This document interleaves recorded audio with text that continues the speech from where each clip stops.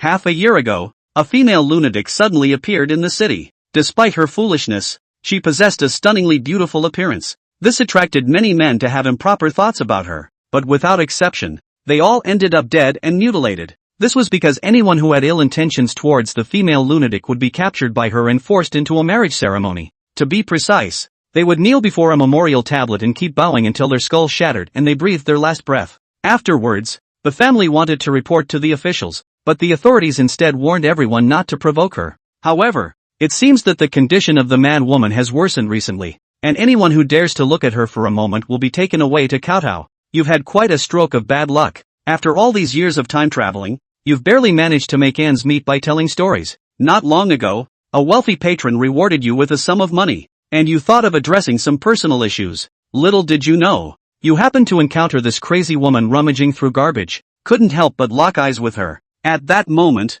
you felt pleased, and blurted out, "What are you looking at?" And then, you were chased by this crazy woman. My lord, I see you there. At this moment, you were hiding in the corner, barely daring to breathe. Luckily, the madwoman didn't spot you and gradually walked away. Just as you let out a sigh of relief, thinking of leaving the city to hide for a few days, you turned around only to find the madwoman standing behind you, seemingly appearing out of nowhere. Upon seeing the situation, you forced out a smile uglier than crying. Then you turned around and ran. But just as you took a step, the crazy woman grabbed you. "Husband, let's bow to heaven."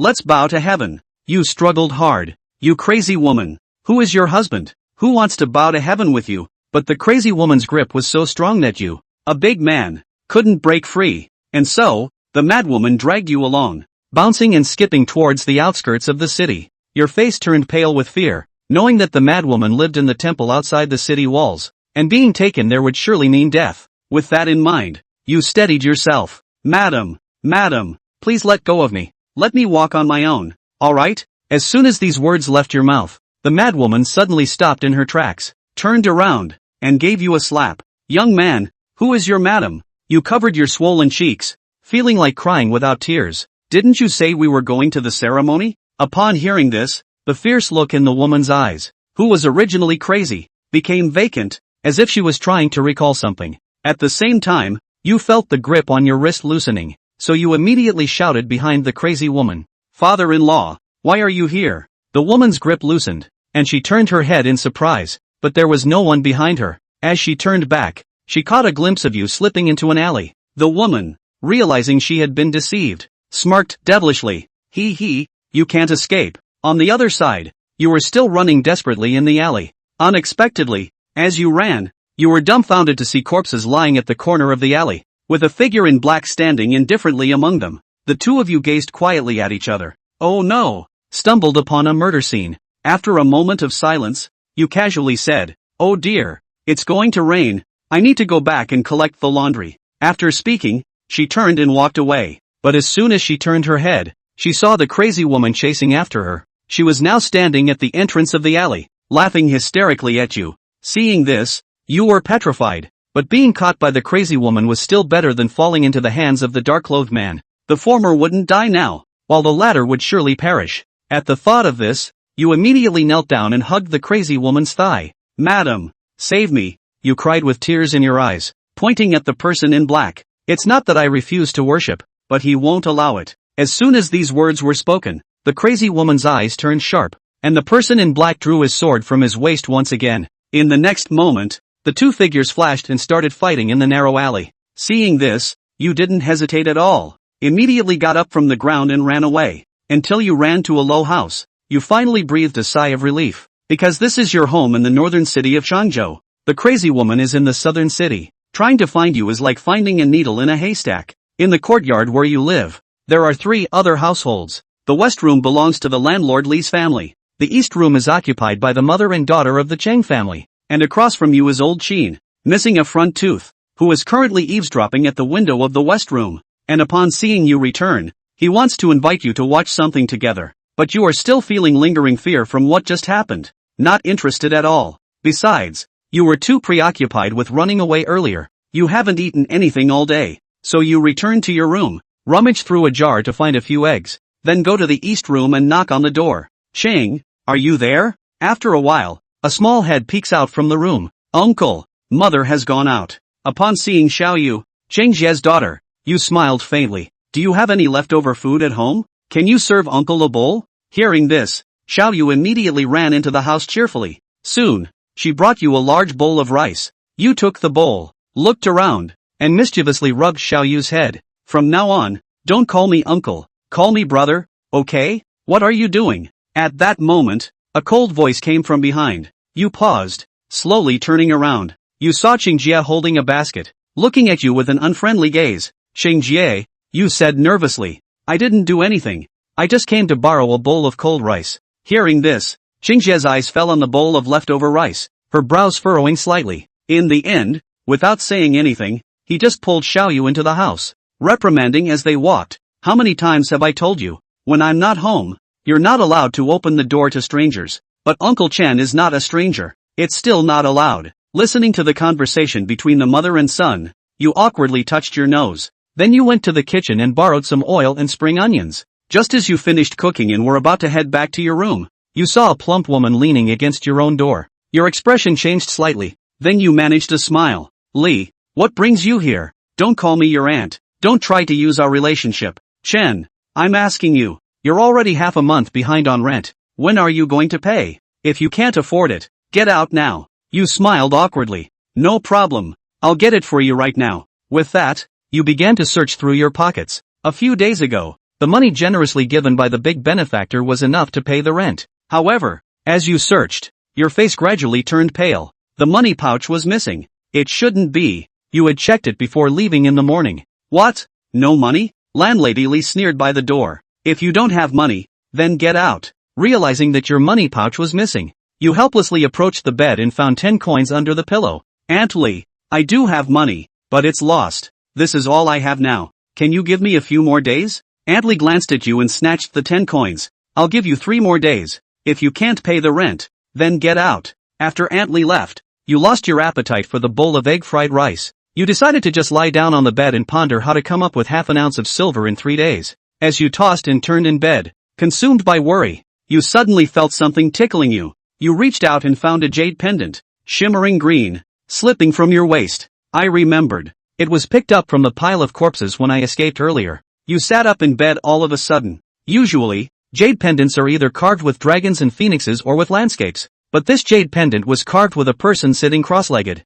At this moment, sunlight shone through the window, and you suddenly noticed the peculiarly positioned little figure on the jade pendant, with a faint hint of red inside its body, spreading throughout like human meridians. Additionally, there were faint white marks at some key points. Could this be some kind of cultivation technique? You furrowed your brow, curious about it. Talking books all these years, he had also come into contact with some people in the jungle. The world flies off the handle exists, like the crazy lady and the man in black. They're all in the jungle. Over the years, Chen Xing had also paid money to learn from masters, only they were all charlatans. The best person I've ever met is a female lunatic. Chen Ling hurriedly found a pen and paper, drawing the meridians and postures on the jade man's body. This was followed by rummaging through a medical book in the corner to carefully align the points, all the while striking the exact same odd pose as Jade Man, trying to learn something.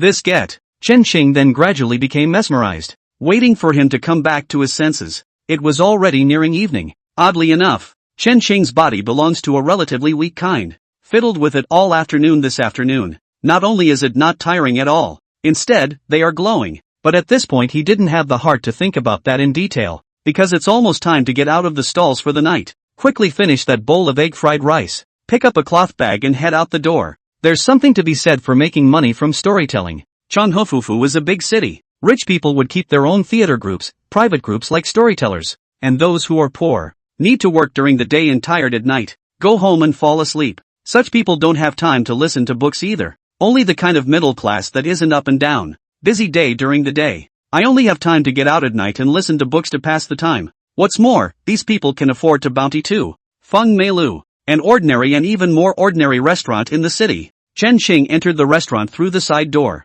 A junior then hurriedly greeted him and said, Mr. Chen, why have you only just come? Chan Talker is the name given to a storyteller. Chen Xing looked at this junior and smiled. I'm not late either. I don't think it's my turn yet. What's your hurry? He sniffed and stepped forward and whispered, Mr. Chen Talker, Master Chai is here. Chen Xing's face instantly sank. There are rules of the trade. Every business has its own unspoken rules. The same goes for storytellers. The storytellers of the entire Chanzhou province were divided into 4 sections. Each part has a talking head. If you want to speak in Chanhofufu, you have to make a confession, also known as protection money. 10 draws too. And this Master Chai is one of the talking heads. What is Master Chai doing here? Chen Cheng asked in a low voice. Ie looked around for a moment, then whispered, supposedly the money for the offerings has gone up. Chen Cheng nodded and patted Yi's shoulder. Sometime, I'll treat you to dinner. Chen Talker, you're welcome. He smiled sarcastically. You hurry over there. Master Chai is waiting. Chen Cheng frowned. There are cats. The usual shout is Brother Chen.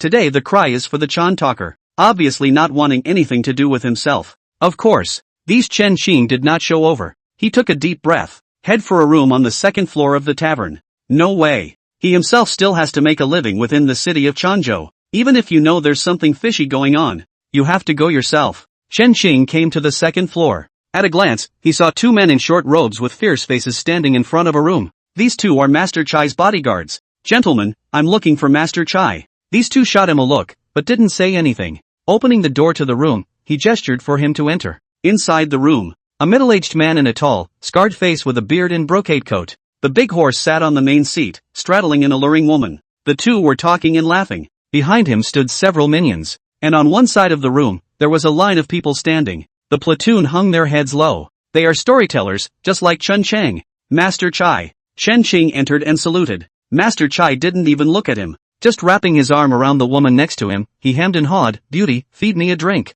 To be imported. Master Chai, you're so annoying. The woman slapped him shyly and said, there are outsiders. Chapter 4, Brother, do you know that you smell good? Master Chai tightened his smile. Eyes coldly glanced at Chen Cheng. Then, very impatiently, he said, to make a long story short, from now on the daily income of 10 draws 5. 5 out of 10. This. One of the people standing beside Chen Cheng's side suddenly stared in disbelief. Unbelievably, he looked at Master Chai and said, Master Chai, this is out of order. 2 out of 10 for us is high enough. How are you going to let us live with this 10 draw 5? This.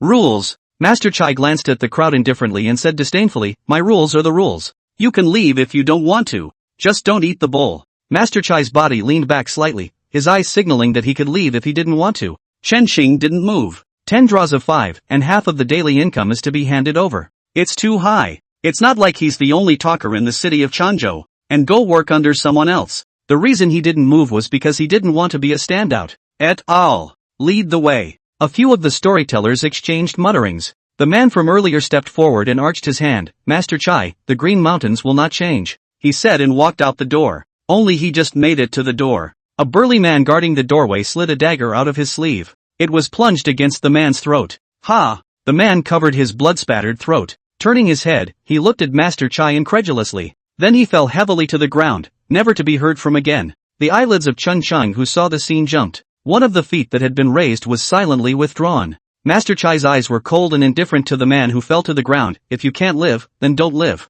That solves all the problems. Speaking here, he looked at the remaining crowd with a smile and said, so who's in favor of the proposal of 5 out of 10, and who's against it? Who dares to object now? At the very least, they won't object now. Since no one objects, get lost. Looking at the corpses on the ground, how dare the people stay? Hanging his head low, he walked quickly out the door. Chen Cheng. Chen Cheng followed behind the crowd and was just about to leave the house. Instead, Master Chai's voice came from behind him. Chen Cheng was on his feet. He squeezed out a smile and said, Master Chai, I wonder what your orders are. Master Chai wrapped his arm around the enchanting woman who was pretending to be scared and leaned on the chair. His tone was ghostly. I'm very interested in your so-called journey to the west. You give me the rest of the unfinished story. Journey to the west is the story Chen Cheng is telling now. Although he is not as good a storyteller as other storytellers, and cannot play more than one role at a time, but can't help the great story. So there are a few people who beat the west to the punch. Chen Cheng took a deep breath and looked at Master Chai. Master Chai, the journey to the west is the guy I eat with.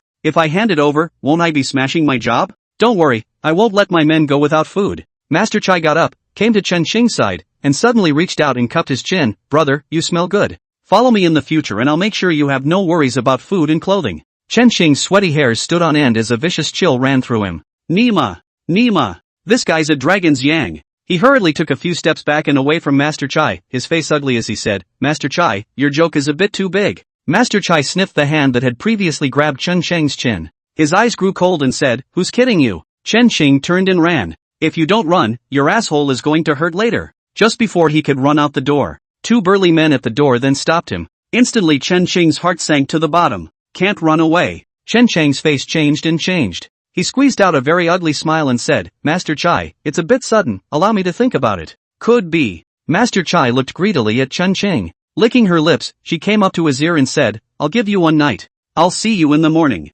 He said that he was going to lick Chen Sheng's earlobe. Chen Sheng was scared out of his wits. Hastily, he took a few steps back. Master Chai, who didn't get his way, said with some regret, naughty, I like it. Nima. ING pervert. The whole family is perverted. In his mind, Chen Sheng cursed his family's ancestors. Don't think about running away. Master Chai patted Chen Sheng's shoulder and said coldly, I'll send someone to follow you, you won't be able to escape. A wave of nausea washed over Chen Sheng. Look at him resisting. Master Chai laughed out loud. He then waved at the enchanting woman and said, Xiao Chui, let's go. Chen Sheng lowered his head and stood to the side. A flash of intense killing intent flashed in his eyes. Master Chai must die. Soon he had an idea in mind. Though the opportunity was just as dangerous, it was all one could do to try it now. But then the court is not guaranteed. Chen Sheng took a deep breath and left the room with a normal expression. Outside the door, the two men who guarded the door earlier, eyes teasingly watching himself. Chen Sheng ignored them and walked straight toward the speaking platform on the first floor.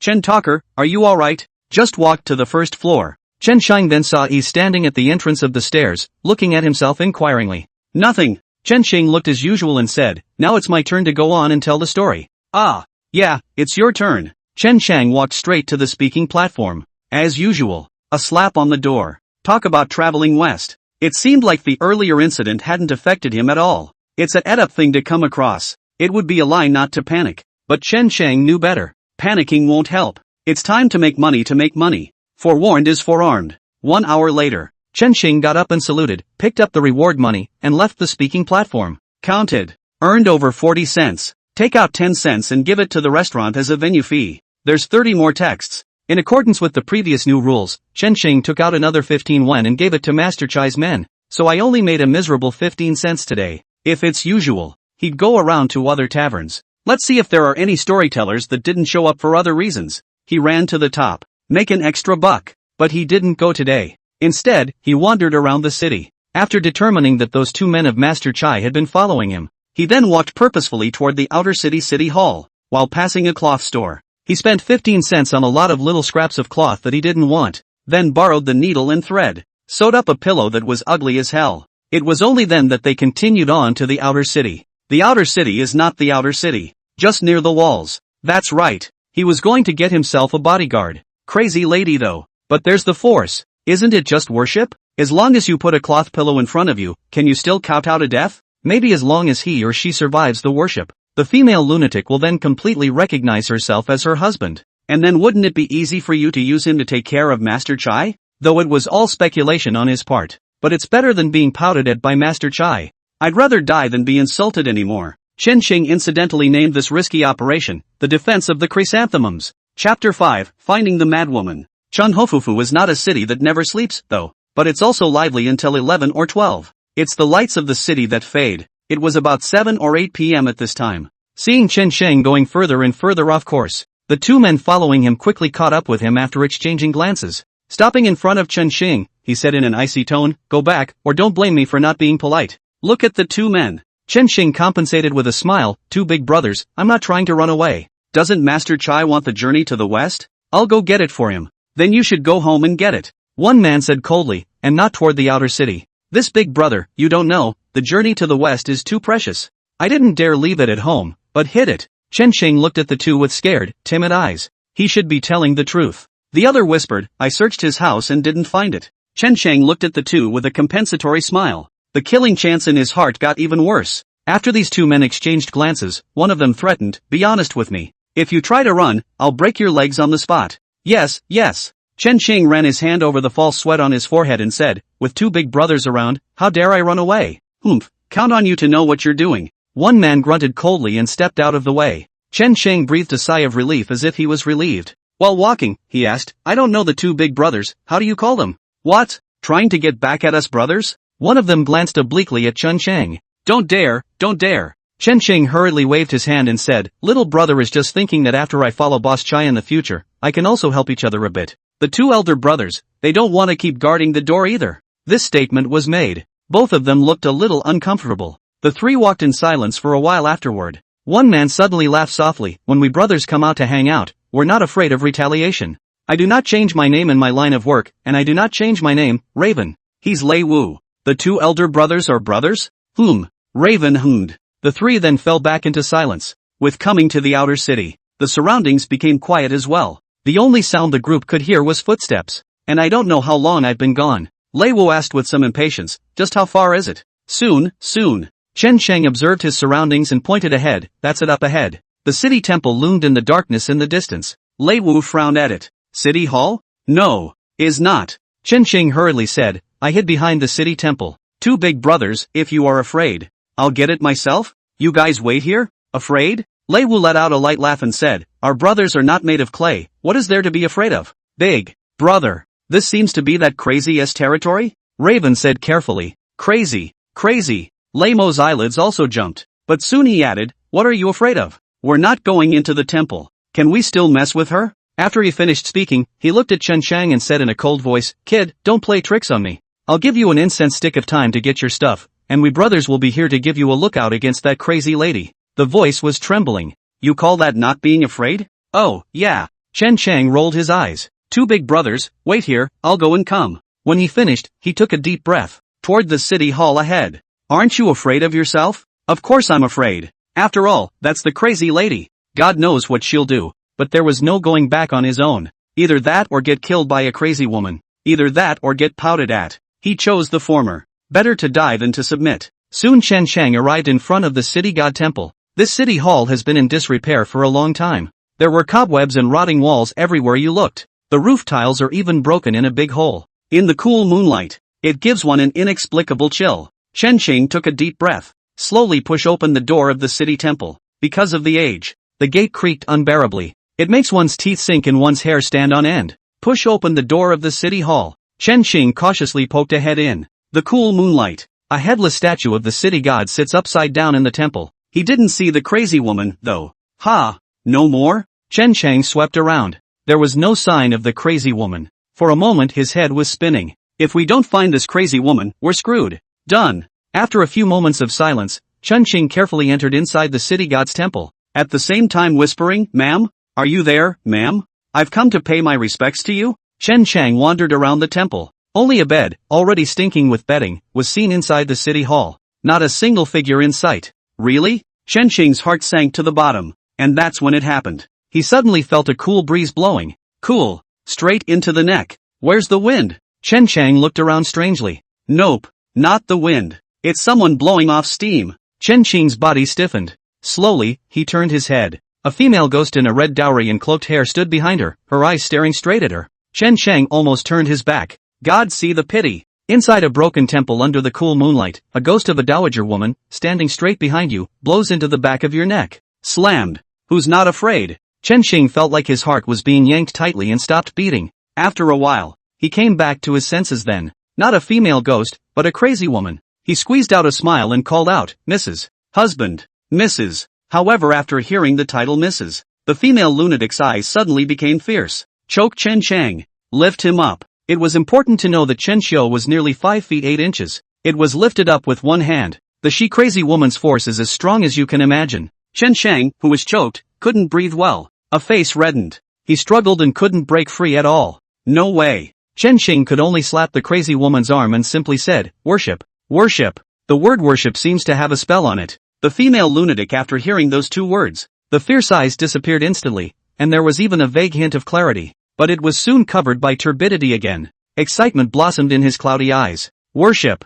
Hey. Worship. Where is the stuff? Stuff? Where did it go? The madwoman frantically rummaged around the city hall. And I don't know what I'm looking for. Chen Shang didn't run away either. Instead, from his arms, he pulled out the small, improvised pillow he had sewn. That's a lifesaver. Found it. Hey. Found it. At that moment the madwoman rummaged through a corner and found a darkened spirit tablet. Chapter 6, The Madness of the Madwoman. Hey. Found it, found it. The madwoman ran around the temple happily, clutching the darkened spirit tablet. After running for a while, jump up on the god stage. Wrap your arms around the headless idol sitting upside down. Then, in Chen Shang's dismayed eyes, he slowly picked up the idol. The idol is 3 or 4 meters high, carved from stone. There was no head, but it weighed at least 400 or 500 pounds. It was just so easy for her to pick up. Chen Qing swallowed a mouthful of saliva. The moment. He kind of wondered if he had made the right or wrong decision to come here. Rumble. With a loud bang, the madwoman threw the idol, splattering it with dust.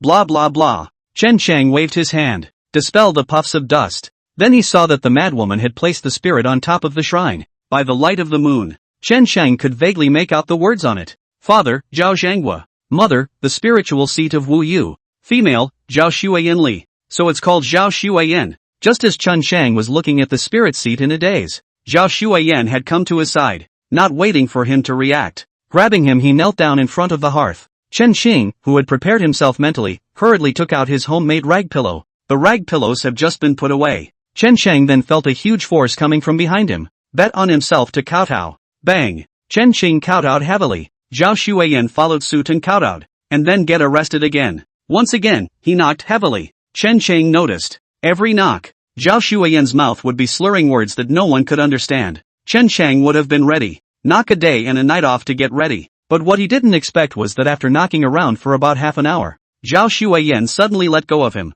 despite having rag pillows to cushion the bump for an hour straight. At this moment, Chen Qing still felt the sky spinning. Consciousness is a little fuzzy. After Zhao Xuayan let go of him, he looked up a bit bewildered and asked, "Why don't you kowtow anymore?" This heads up. Chen Qing realized this. At some point, Zhao Xuayan's cloudy eyes had turned scarlet. It was full of anger and murder. Before Chen Cheng could react to what had happened, Zhao Xuayan got up and rushed outside. It soon disappeared into the darkness. Chen Cheng looked at the dark night sky outside the city temple a little bewildered. Don't understand what's going on. But he knew. Now one has two choices. Get out of here before Zhao Xuayan comes back. Maybe even save a life. The other option is to continue to wait here. After thinking for a few moments, Chen Qing decided to keep waiting here. The reason is simple. Don't want to be pouting. Waited for a while and got a little bored. Chen Qing suddenly thought of that odd pose on the jade pendant. Waiting is waiting. Chen Qing simply cultivated accordingly, along with the odd poses. It's amazing how well the original giddy head is doing, and it's also becoming very spiritual. Somewhat sadly, though, except for the spirit getting better. Chen Qing didn't feel the appearance of similar internal forces. Bang bang. And that's when it happened. Two dull voices suddenly came from inside the city temple. This startled Chen Qing. He opened his eyes in a hurry. When he saw the scene in front of him, his eyelids involuntarily just jumped. Zhao Xuayan stood in the doorway with her head cloaked. At her feet lay two bodies. Fix your eyes. It was Lei Wen and Lei Wu, the two brothers. The two men's necks came to a 180-degree turn. There was horror and fear in his eyes. Too dead to die. Gulp. Chen Qing subconsciously gulped. This woman is so fierce. Ripped someone's head off with his bare hands. Mrs. Husband. Mrs. Are we going to continue with the worship? Zhao Xuayan, whose eyes were as scarlet as blood, violently looked up at Chen Qing. Chen Chang was taken aback. However, it was good that Zhao Xuayan soon averted her eyes. The eyes looked up to the roof. Chen Qing followed and looked. Only under the moonlight, where the roof was broken, a figure flashed away. He had expected Zhao Xuayan to go after it. However, does not. She pulled a dagger out of nowhere, crouching beside the corpses of Lei Wen, Lei Wu's two brothers. Then, in Chen Qing's creepy eyes, he ripped out the hearts of the two men, one in each hand. It was placed as an offering in front of the hearth. Chen Qing, who saw the scene, didn't dare to take a breath, fearful that he, too, would become a sacrifice. After the offerings were laid out, Zhao Xuayan resumed kneeling beside Chen Qing. It's a flurry of action. Chen Qing thought she wasn't crazy. Take a closer look. The scarlet color in her eyes had faded, re-emerged as, muddy, bewildered. Chen Qing hesitated for a moment, but still couldn't help but ask, "What's wrong with you?" Just as soon as he finished his sentence, Zhao Xuayan regained her grip on him and began to continue kowtowing. Knocked with a thud. Eyeballs. Wait. Chen Chang, who knocked a little too much to bear, hurriedly shouted, "Husband. Wife, we have already worshipped. Zhao Xuayan's hand holding down Chen Qing gave a slight lurch. Then he turned his head and stared at him with muddy, bewildered eyes. Seeing that look, Chen Cheng's heart was greatly determined. This woman is crazy, but at least she understands human language. He hastened to compare, "We've already kowtowed and paid our respects just now, have you forgotten?" Chen Cheng looked at Zhao Xuayan with a nervous expression. Zhao Xuayan stared at him with the side of her head, like he was recalling whether Chen Cheng's words were true or not. The two just stared at each other. No one said anything. The moment. It was terribly quiet in the city hall. Chen Cheng was even more nervous that he didn't dare to breathe, for fear that if he breathed, his heart would jump out with him. I don't know how much time has passed. Zhao Shuiyan finally looked like she thought of something, her eyes slightly lit up, and she hemmed and hawed and laughed. Worship is done. I'm done worshipping. What's next? Zhao Shuiyan sat there on her knees, her eyes full of bewilderment and incomprehension. Chen Xing, however, was completely relieved. The hurdle of worship can be muddled. Knock it down again. It's really going to be a knockout. Chen Xing couldn't help but glance at the two dead lay brothers. Don't know what happened though, but for these two interrupting the kowtowing. I didn't have a chance to fool around myself, and I was held down and kowtowed. Chen Sheng looked at the two of them and said in a ghostly tone, I would like to thank the two of you for saving my life in disguise. Don't worry, I'm a person who knows how to repay favors, and I'll make sure to reunite your family. Come to think of it. At this time, Zhao Shuiyan, who was on the side, happily shouted, I thought of it. Cave next. Chen Sheng froze and looked at her with some consternation. The two men were looking at each other after. Chen Sheng got up and ran. Worship is already torture. It would be better to just kill myself if I caved with this crazy woman again. Then he just ran out a few steps. He was then flipped to the ground by Zhao Shuiyan, who grabbed his ankles. What a coincidence. Just fell in front of the Ray brothers. The Lay brothers stared at Chen Sheng with those dead eyes staring dead in the face. In the cloudy whites of his eyes, the reflection showed Chen Sheng being dragged into the darkness a little bit. Don't. In the darkness, Chen Sheng let out a desperate, desolate, and sad voice. Chapter 7, Bringing a Spirit Tablet to Order a Crazy Woman. Day 2. The sun is shining. Chen Sheng is lying in the city temple, looking at the sunlight shining down from the roof. The eyes are lifeless. The mouth kept murmuring. Done. It's not clean. I'm not clean anymore. Shame. Shame on you. Surprisingly, he was forced on by a woman. I have to be a child. Clunk. At this point, a sudden movement came from inside the city temple. The lying Chen Sheng was instantly shivering. Hands scrambled to grab the clothes that had been ripped to shreds and curled up. Then he saw Zhao Shuiyan, a similarly unclothed female lunatic, walked in from outside with a broken bowl. You stay away. Chen Sheng retreated backwards in terror. Hiss. But soon he was grimacing and covering his hindquarters. He felt like his back was broken from sitting. Hey, drink. Zhao Shuiyan hemmed and hawed and handed the broken bowl to him. Looked at him with childishly clear and innocent eyes. Chen Sheng locked eyes with her. A quick diversion followed. He always felt like the crazy lady was a little different than last night. Last night was muddled madness. But since the coitus, there was less of that madness in her eyes and more of a curious look at the world at large.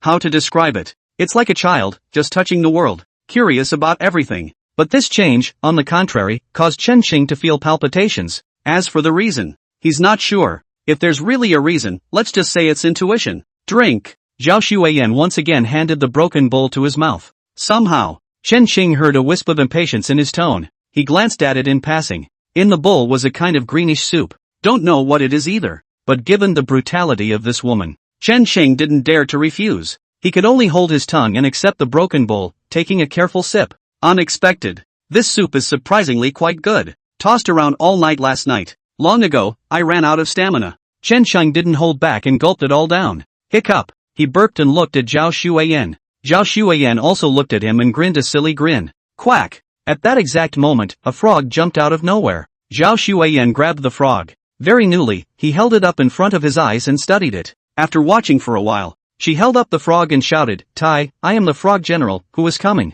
How dare you kill my frog vanguard? Eat me. Zhao Shuiyan held up the frog and waved it around casually. Ha ha. Where to run? Chen Sheng looked at Zhao Shuiyan, who was happily running around like crazy inside the city god temple. Exhaling a mouthful of cloudy air, he said. I thought it was better. So it's still a cutie. As he spoke, Zhao Shuiyan suddenly ran and stopped in front of him. Bend over and look at him. Chen Sheng thought he had been overheard saying bad things. It's a big shock. He stammered a little and asked, What are you? What are you doing? Oh, only he didn't finish his sentence. Zhao Shuiyan then stuffed the frog into his mouth. A slippery, fishy flavor instantly filled his mouth. Vom. Blah blah blah. Chen Sheng let out a dry heaving sound and hurriedly spat out the frog angrily. You're sick. I'm sick. Hey, I'm sick. Zhao Shuiyan hemmed and hawed, bouncing happily. I'm sick. Zhao Shuiyan was like a child. After being happy for a while, he ran towards the outside of the city hall.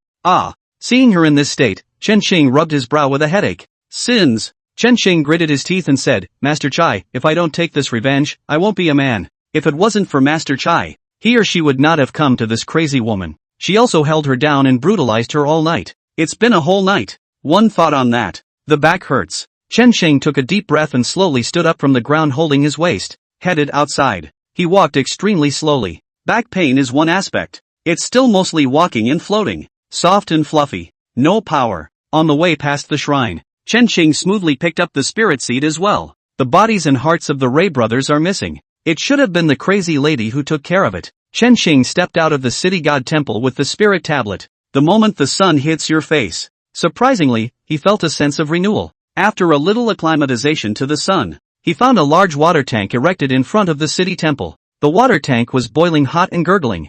Zhao Xueyan stood by the water tank, holding a stick and stirring it constantly, like it's cooking something. But soon Chen Qing only felt his stomach roll, because he noticed the Ray brothers' clothes were left casually by the fire. Vats, bodies, and then the bowl of green soup from earlier. Vom. Chen Chang vomited straight away. Hate to throw up my stomach. You. After a while, Chen Chang pointed at Zhao Xueyan with a pale face and said, you cook people? Frog General, Centipede Vanguard, Snake Commander. He. However, Zhao Xueyan didn't pay any attention to him, just standing by the water tank, concentrating on stirring the contents. Chen Chang's face changed. Eventually, he mustered up the courage to walk over. Whether it's a person inside or not, he had to visit them all. Otherwise he won't want any soup in the future. Chen Qing carefully moved to the water tank, glanced inside. The heart that had been hanging there fell back into his stomach. It's not exactly human flesh in there. Instead, it's a vat of frogs, centipedes, snakes and birds. Though again, it's a head-scratcher to watch. But compared to human flesh, it's not that overwhelming. Scared the hell out of me. Chen Chang was relieved. I thought you were cooking human flesh. Zhao Xueyan didn't bother with him. Instead, he stared dead at the spirit level in his arms. The eyes also began to turn scarlet and insane. Chen Qing, who saw the scene, hurriedly held up the spirit tablet and asked, who is this? Father, mother. And who am I? Chen Chang asked, pointing at himself again. Zhao Xueyan stared at him for a while, and laughed heatedly. You think I'm stupid? You're my husband. She then stopped paying attention to the spirit level. The inside of the tank was restirred with gusto. The corner of Chen Qing's mouth pulled. You're not stupid yet. There are no cuties in heaven. Up. However, seeing that she was no longer defensive of herself, Chen Qing continued to ask, I am your husband, so shouldn't you listen to me? Zhao Xueyan, who was stirring the water tank, looking at him with blank eyes, he said, obey? Yes, obey. Okay. Do as you're told. Zhao Xueyan clapped her hands and laughed happily. Obey me. Apparently it's just lip service. Chen Qing took a deep breath. Holding up the spirit tablet, he shouted, Zhao Xueyan, if you don't listen to me, our father is going to beat you up. Zhao Xueyan, who was still happy, suddenly showed her face in shock. Holding his head, he cried, Father, don't beat me. I do as I'm told. I hear you. Chapter 8, True or False Madness? Looking at Zhao Xueyan, who was holding her head and begging for mercy, Chen Chang knew he had gambled right again. Zhao Xueyan person is crazy, but from the point of view of her body, before she went crazy, her identity must be unusual. Being a woman with an unusual status and such a body, the tutor must be very strict. Homeschooling is strict. Must have a strict father. Otherwise she couldn't have accomplished what she did. Do you really listen to me? Chen Qing squatted in front of Zhao Xueyan and asked. Zhao Xueyan looked up at the spirit tablet in his hand and nodded fearfully. See her like this. Chen Shou tore off his already broken clothes and wrapped them around the spirit level. Not afraid now? No. Not afraid. See that the spirit level is wrapped up. Zhao Xueyan revealed a smile as if she was relieved. After pondering for a moment, Chen Qing pointed at the Lei brothers' clothes and asked, where are those two people from last night? Zhao Xueyan hurriedly pointed to a place not far away. There's a mound of dirt there. Obviously freshly dug. You buried both of them? Chen Chang asked tentatively. Aha. Zhao Xueyan nodded repeatedly. Then what are you keeping their clothes for? Chen Chang asked again. Zhao Xueyan hurriedly rummaged through her clothes to find a money bag and handed it to Chen Qing. Money. Chen Chang was slightly stunned. Take a look at the money bag. Oh, it's surprisingly silver inside. Chen Shou weighed it in his hand, and it was at least a dozen taels. Anything else? Chen Chang asked as he put away his money bag. Nope. Zhao Xueyan shook her head dumbly. Chen Chang rummaged around for a bit, and sure enough, there was nothing else. He threw the two men's clothes into the fire. After a fire, he got up and said, let's go. Come home with me. Chen Qing took a few steps out. It was discovered that Zhao Xueyan was standing there without moving. One can only urge, what are you standing there for? Go away. Zhao Xueyan came to his side, tugged on his clothes, pointed at the pot of mess, and said pitifully, hungry. Chen Chang was slightly stunned. Then it became clear. This woman is crazy, so naturally she can't go shopping for food. But people live, they have to eat. This vat of frogs, centipedes, snakes and stuff. It should be her food. Chen Qing was silent for a moment before asking, is this what you used to eat? Aha. Zhao Xueyan nodded happily. Ugh. Chen Qing sighed. He held Zhao Xueyan's hand and said seriously, we won't eat these things later, go, I'll take you to buy buns. Meat loaf. At the end Chen Cheng added another sentence. Hear the word meatloaf. Zhao Xueyan's eyes were glowing and her mouth was watering. With an expectant face, he looked at Chen Cheng. Come on, let's take you to eat meatloaf. Chen Cheng held Zhao Xueyan and left the city god temple without looking back. After leaving, Chen Cheng did not immediately take her to buy food. Instead, I went to a clothes store. A dress for each of the two men. No way. The original set was tattered beyond recognition,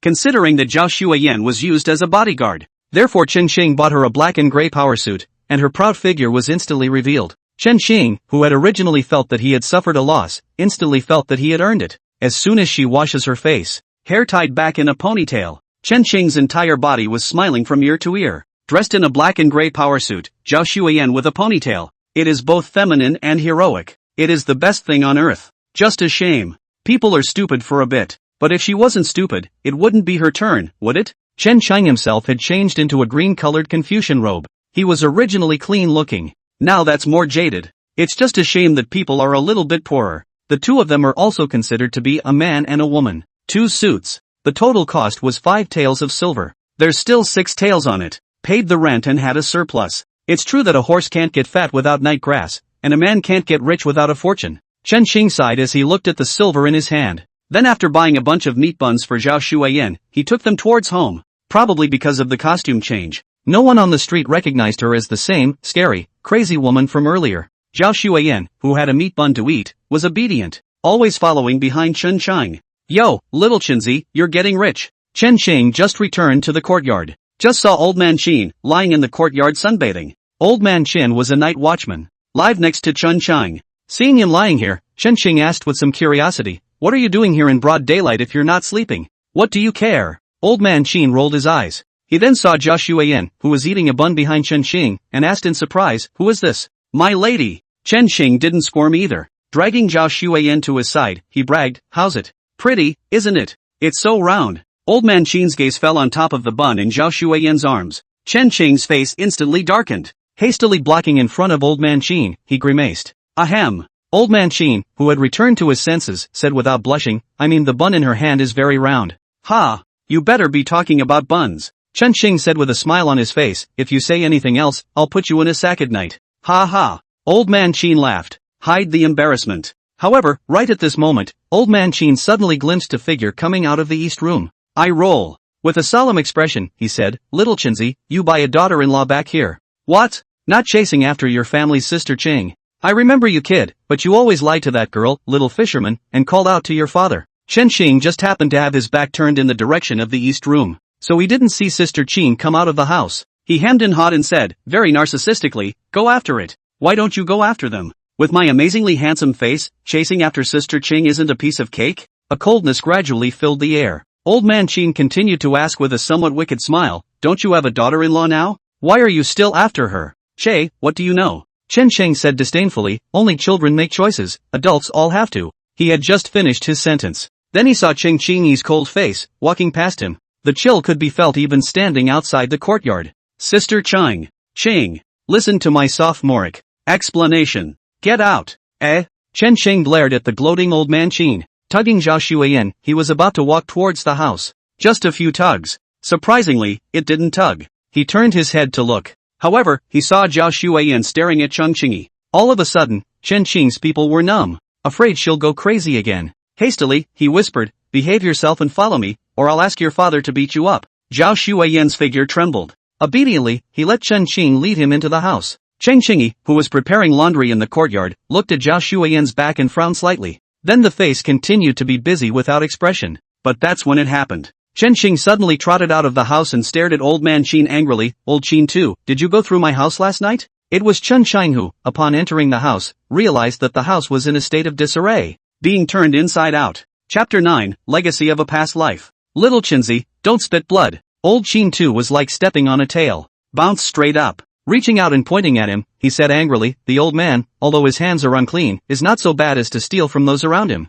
Besides, the old man was on watch patrol all last night. Until dawn. Where is the time to steal from your family? Besides, you don't see how poor your family is. When the rats go in, they all have to come out in tears. Ha! Chen Qing sneered, who knows about you? Went gambling again last night, didn't you? Don't have any money on you. This gambler, when he's desperate to lose, he can sell his wife and children, what can't he do? You fart. Old Chin Tu's old face instantly turned red. Exasperated, he said, the old man has never sold his wife or daughter. Alright, all of you, knock it off. At this point, Aunt Lee pushed open the door to her room and walked out. Coldly looking at the noisy two people, he said, noisy soul do you still let people sleep in peace? Old Chin Tu, can't you gamble less? And you, Chen kid, rich enough to buy a daughter-in-law, right? When is the rent due? Chen Chang pulled out 1 or 2 silver pieces from his pocket with a sullen face and handed it to Auntie Lee. Make up for what you owed before, and count the extra towards next month's rent. Much? You're thinking big. Auntie Lee bit the silver, and after making sure it was real, she snorted, how much rent is owed?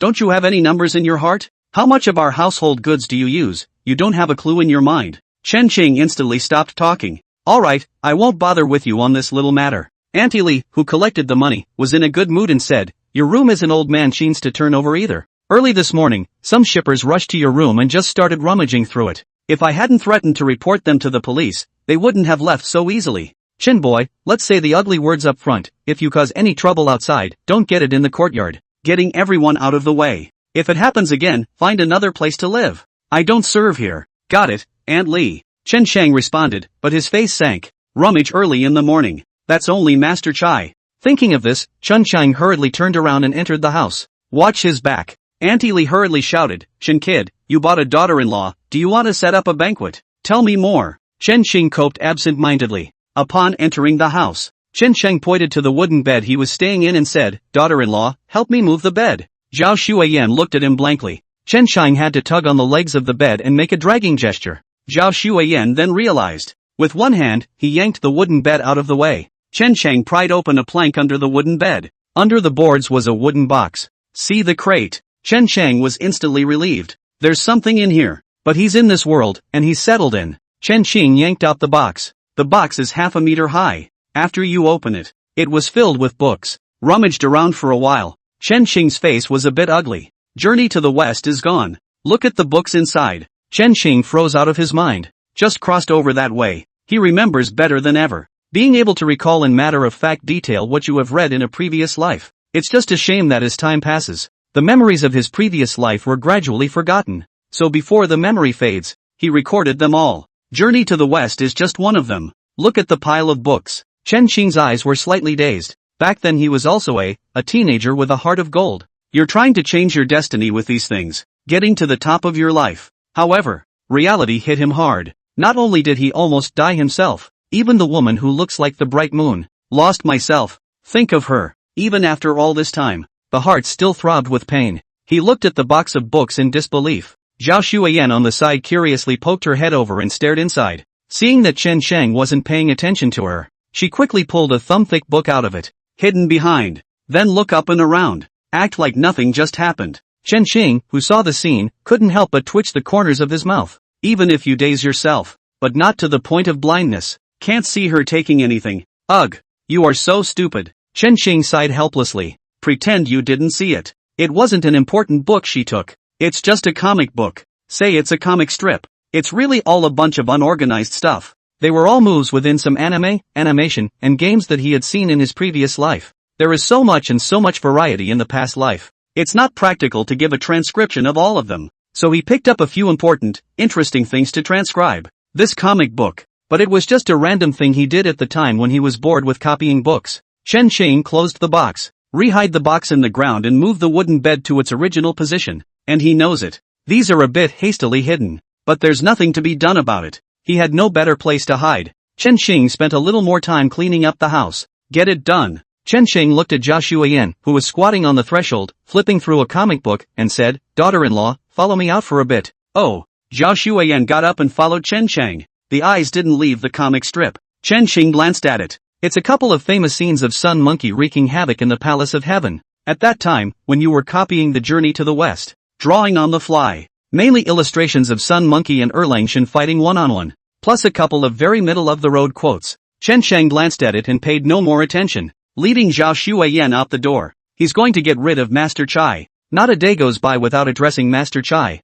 Sleeping all day. Be on guard at all times. Not preventing might be a pain in the ass someday. I don't know what's so great about that comic book. After Zhao Shuiyan got it, The eyes never left. When they were almost at Master Chai's house, Chen Xing finally couldn't help but snatch the comic strip out of her hand. Zhao Xueyan's eyes instantly blossomed with a shocking killing intent. But after seeing that it was Chen Chang, again, he looked at him pitifully. Wanted comic strips? That's a quick change of face. Chen Chang said somewhat helplessly, we have to do business later, so I'll give you the book when it's done, okay?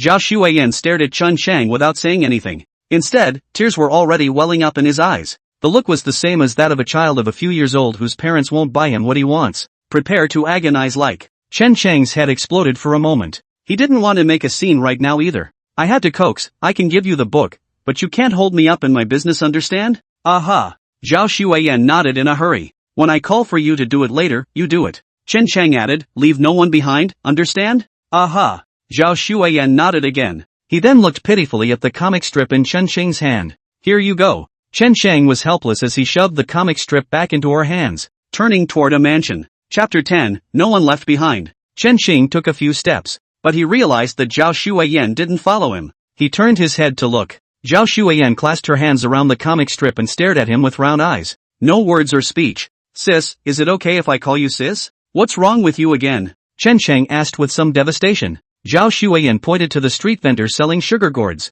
Ah. Chen Chang rubbed his brow. Pulling out a few pennies, he came to the vendor and said, that bunch of sugar gourds. I want it all. Zhao Xueyan pointed at a handful of sugar gourds in the vendor's hand. All of it. Can you eat it all? I want. Water mist began to appear in Zhao Xueyan's eyes. Fine, all of them. Chen Chang had to ask, how much do you charge for this handful of candy canes? Not expensive, 50 cents. I'll give you 55 wen, and you give me the stick you stuck the candy cane on, too. Yes. Paid. Chen Chang handed all the sugar gourds to her and said, carry them yourself, but you're not allowed to delay my business, okay? Aha. No delay, no delay. Zhao Xueyan, who has a candy cane, is as happy as a child. To the odd looks of those around him. Carrying the sugar gourd, he followed Chen Chang. Knock knock. Chen Chang knocked on the door of a mansion. This mansion. It's not actually Master Chai's house. Chen Chang doesn't know where his house is either. This is where Master Chai, the man of words, has his office. When Chen Chang joined the industry, came once. So know this place. Soon the yard door was struck. A middle-aged man opened the courtyard door and looked at Chen Chang with an unkind face. Something wrong? Hello. Chen Chang smiled apologetically and said, I'm a storyteller from the club. Master Chai asked me to come. Your last name is Chen, isn't it? Yes, yes. Come in. The man looked at Chen Chang with odd eyes and said, Master Chai is waiting for you. Wait. Who is she? The man took another look at Zhao Xueyan who was carrying the sugar gourd. After seeing her appearance, a flash of awe was revealed. Chen Chang was just thinking about how to explain Zhao Xueyan's identity when he saw this man patting his shoulder with a lewd face. You kid, you can be a man. I can't believe I know how to buy one and get one free. Hurry up and get in there. Speaking. His gaze kept falling on Zhao Xueyan. He knew his boss's interests. This woman might have been rewarded by the boss to his men after playing with her. Rewind. Hey, hey, hey. He gave a lewd grin. Chen Chang was expressionless. Zhao Xueyan, on the other hand, didn't even notice her. All her mind at the moment. It's all in that comic book as well as on top of the sugar loaf. Ha ha ha ha. Enter the courtyard. Dozens of big men were practicing boxing there. These are the thugs that Master Chai keeps. Go through the group. Chen Chang was taken inside the parlor. You guys wait here, Master Chai is receiving his honored guests. After taking him to the parlor, the man who led the way then turned and left. Chen Chang looked around. To Zhao Xueyan, he waved. Zhao Xueyan, who was still reading the comic strip, inclined her head and looked at him suspiciously. Chen Chang asked in a low voice, can you handle those people outside? Settle? Zhao Xueyan looked at him in disbelief. She had some trouble understanding the word. Just kill them. Chen Chang made a neck-wiping motion. Oh. Zhao Xueyan indistinctly direction inserted sugar gourd stick said, husband. Husband. You wait. She stuttered a bit in her tone. I'll go fix them now. Wait. Chen Chang tugged on Zhao Xueyan and said, don't be in a hurry, the main characters haven't appeared yet. Wait until he shows up, then you do it. You remember, no one here can escape. Understand? Got it. Zhao Xueyan nodded plausibly. That's why Qin Xingji is trying to catch up with all the others. Because Master Chai has someone behind him. Or maybe there is an organization. If Master Chai hadn't pushed him too hard, he really wouldn't have been willing to move. He would have chosen a gentler approach. Get rid of Master Chai without God knowing. For example, a child from Master Chai's nemesis family is missing. After searching for it, I found it in Master Chai's territory. This way. Naturally, someone will seek revenge on him. Just a shame. Conspiracies take time. And he happens to have no time. The only option was to use violence to get rid of all these people. Chen Sheng didn't have to wait long. Master Chai walked in with a sullen face. He stared at Chen Sheng and asked in an icy tone, "Where are the lay brothers?" "They?" Chen Sheng got up and said, "Master Chai, you'll see him soon. Daughter-in-law, do it." The moment he saw Master Chai, Chen Sheng didn't bother to talk nonsense with him. "Now that you've decided to do it, there's no reason to regret anything." Hearing Chen Sheng's command, Zhao Shuiyan rushed up carrying the sugar gourd, a square stomp to his chest. Master Chai's face changed. "Cross your arms. Make a block." But his face quickly went white. Just a click. The arm he was blocking his chest with was directly broken by Zhao Shuiyan's kick. It then flew backwards. It's all too soon. When Master Chai flew out backwards and landed in the courtyard, the fighters, all of them, froze. They then grabbed the weapons around them and charged towards Zhao Shuiyan. Then Chen Sheng saw Zhao Shuiyan, tucking the comic strip towards her waist. The sugar plum stick in his hand was heavily mortared on the ground. The floor slabs cracked instantly. Then he shouted at the crowd, "Tai, I am the nephew of the Jade Emperor, Erlang Xian Shangzhenjuan, how dare you ants offend the heavenly might? What is the offense?" Bottom line. Thundering Chen Sheng to the outside. No wonder it takes all the sugar plums. Feelings are waiting here. In the blink of an eye, Zhao Shuiyan then rushed into the crowd with her candy cane stick raised. A swing. Almost breathless. The thugs that Master Chai had raised had gone to pieces. Seeing the situation is not good, Master Chai got up and ran. Chen Sheng has been staring at him. He was afraid that Master Chai would run away, and when he saw him get up to escape, he immediately shouted, "Stop playing, he's running away." Zhao Shuiyan pulled out a bunch of candy canes from her stick and flung them at Master Chai. Put. Sugar plums are like sharp edges. In an instant, it was in Master Chai's ass. Tear. See this scene. Chen Sheng drew in a breath of cool air and subconsciously protected his back. Ah! Master Chai screamed miserably, staggered and flopped to the ground. See him in the end. Zhao Shuiyan arrived at Master Chai's side with a single jump. Holding up a candy cane stick, he plunged it at his head. "Master Son, save me." Master Chai's cries for help ended abruptly just as they came out. His head was skewered like a candy cane. There's no chance of survival. Master Chai. Chai is dead. Run. As soon as Master Chai died, the minions ran away. Daughter-in-law, leave no one behind. How could Chen Sheng let them run? Shouted at once. Zhao Shuiyan picked up a short blade from the ground and rushed over. Not for a while. There were bodies lying in the courtyard. Chapter 11, I have a disease, a middle-aged disease. Chen Sheng looked at the corpses. The heart didn't bear it, but it didn't bear it for more than a moment. Who made them follow the wrong one? Who let them follow this boss who was not in his right mind? Pa pa pa. Just as Chen Sheng breathed a sigh of relief, there was a sudden burst of applause in the courtyard. Chen Sheng looked up sharply. The pupils just shrank. Only on the eaves of the house, there stood an immortal old man. The old man stood with his arms folded. Smiling, he looked at him and said, "Good tactics. Moves like thunder, without the slightest mercy." Sheba didn't die unjustly. Zhao Shuiyan glanced at Chen Sheng. Does she mean to fix him too? Chen Sheng signaled her to wait a moment, then looked at the old man and asked, "Master Son? Oh, you know me?" Master Son looked at Chen Sheng with some surprise. Not recognizable. Chen Sheng said with a calm demeanor, "Before Master Chai died, he called out to Master Son, and you appeared here again. So I took a guess. Young man, has some brains." Master Sun looked at Chen Sheng and didn't know if he was mocking, or if he was really praising. Chen Sheng didn't take his words. Turning to look at Master Chai's dead body, he said, "Are you going to avenge him?" Master Sun pondered for a moment before saying, "Not long ago, little Chai recognized me as his righteous father. And now he's dead. But I quite admire you, now if you will kneel and kowtow and recognize me as your father. Not only can I spare your life, but I can also give you Sheba's position. If you do a good job in the future, I can still promote you and climb higher. That's it?" Chen Sheng looked at Master Sun with some surprise. "It's that simple." Master Sun looked down at the young man below. He believes this young man will be on his knees, just like those geniuses of the past. Kneel down beneath the power. Ha ha ha. However, Chen Sheng suddenly laughed. Laughing a lot. Tears were streaming out of his eyes. At this, Master Sun laughed it off. He had seen too many of these scenes of joyful tears. At that moment, Chen Sheng wiped the tears from the corners of his eyes with his hand. Very happily, he said, "Master Sun, do you know that someone once said something similar to me? With just that little bit of humiliation, I could have something like the power of one man over all. Do you know what I chose? Why did you turn down this opportunity when you had it?" Master Sun looked at Chen Sheng with surprise. "How do you know I refused?" Chen Sheng asked in mock surprise. "Ha!" Master Sun sneered, "If you had agreed, we wouldn't be meeting here today. Also." Chen Sheng nodded, then said with a solemn expression, "Master Sun, did you know?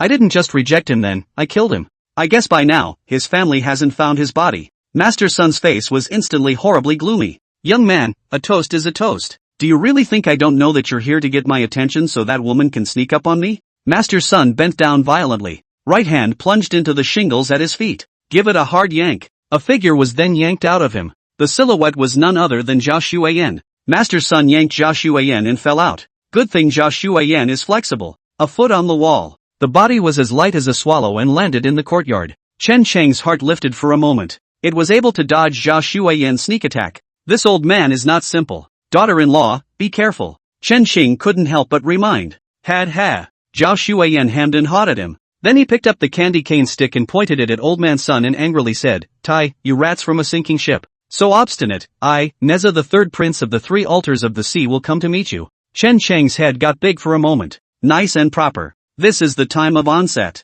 And why is Neza the third prince of the three altars of the sea, who was previously the Erlang Xian Shangzhenjuan, now the third prince of the three altars of the sea? Crazy, crazy talk. Master Sun coldly drew a soft sword from his waist and said, I, Soft Sword Sun, have been running across the southwestern rivers and lakes for 40 years and have always been invincible. Crazy, it's your honor to die by my hand. He took a little step, rapidly swept towards Zhao Xueyan. Fast as lightning. Chen Qing only saw a residual shadow. He had then arrived in front of Zhao Xueyan. Then Chen Qing saw Zhao Xueyan clasp her hands together. Master Sun stood in front of her. There was disbelief in his eyes. How? How is that possible? Empty. Empty hand to white blade. No, you're wrong. Zhao Xueyan looked at the soft sword that was caught in the middle of his palms and grinned. It's 100% of being caught with an empty hand. The corners of Chen Qing's mouth couldn't help but twitch. What the hell has this guy been looking at for just a moment? How is it that 100% of the empty hands are out of the white blade? You don't believe me? Looking at Master Sun's face full of unbelief, Zhao Xueyan said with great bravado, if you don't believe me, you can come again.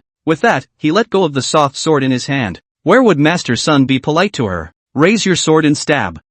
Caught again. And caught. Again, another catch. Zhao Xueyan said with a face of fear, you rats, 100% by the empty hand to catch the white blade, just like it has been cultivated by you to a great success. It seems that you cannot be kept. You already have a way to die. Facing Zhao Xueyan's crazy talk, Master Sun is devastated. He swore. With every move, he used his full strength. But every move, all caught just right by this crazy woman. It's not a coincidence. Rather, he was simply no match for her. The difference is too great. One is no match at all. Run. Hurry up and run. Realizing the perception, Master Sun turned his head and ran. Chen Qing immediately shouted, stop playing, if you play again, you'll tell your father that you're disobedient. Zhao Xueyan, who was originally still happy, his face fell at once. She took a few steps to catch up with Master Sun and blasted him back into the courtyard with a single punch, then cried out, my husband won't let me play with you anymore. With it he picked up the soft sword that Master Sun had dropped on the ground. No, don't kill me. Master Sun struggles to get back to his feet.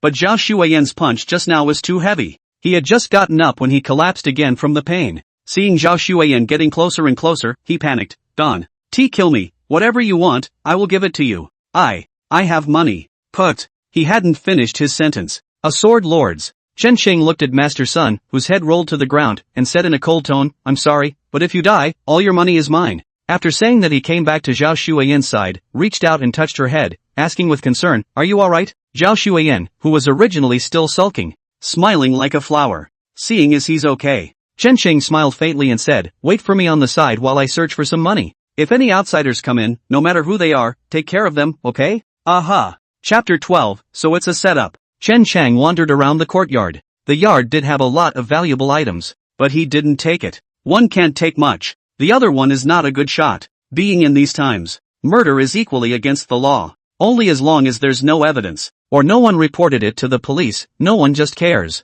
But if one takes something for money, that would be a clear-cut way to tell people, you killed the man. That's no different than looking for death. So he finds his cash silver or silver bills, rummaged around for half a day. Instead, it made him rummage for some silver. Not much. It's only 40 or 50 taels. He stuffed all this silver into a cloth bag. Get it done. Rummaging through the body again. Just a shame. Except for two people, Master Chai and Master Sun, everyone else is poor. Master Chai has a jade trigger finger on him. Chen Qing saw it. Didn't take. Still, not a good shot. Didn't find any silver certificates or anything. This guy knows it when he sees it. He's used to eating bully food. No money on you. On the contrary, a dozen taels of broken silver were found on Master Sun. Except for the silver. The only thing Chen Cheng had his eye on was Master Sun's soft sword. Usually used as a belt. You can pull it out to face the enemy in a critical situation. rather a good weapon. It's a big risk when you take it, but, compared to the benefits, he felt he could afford to take that risk.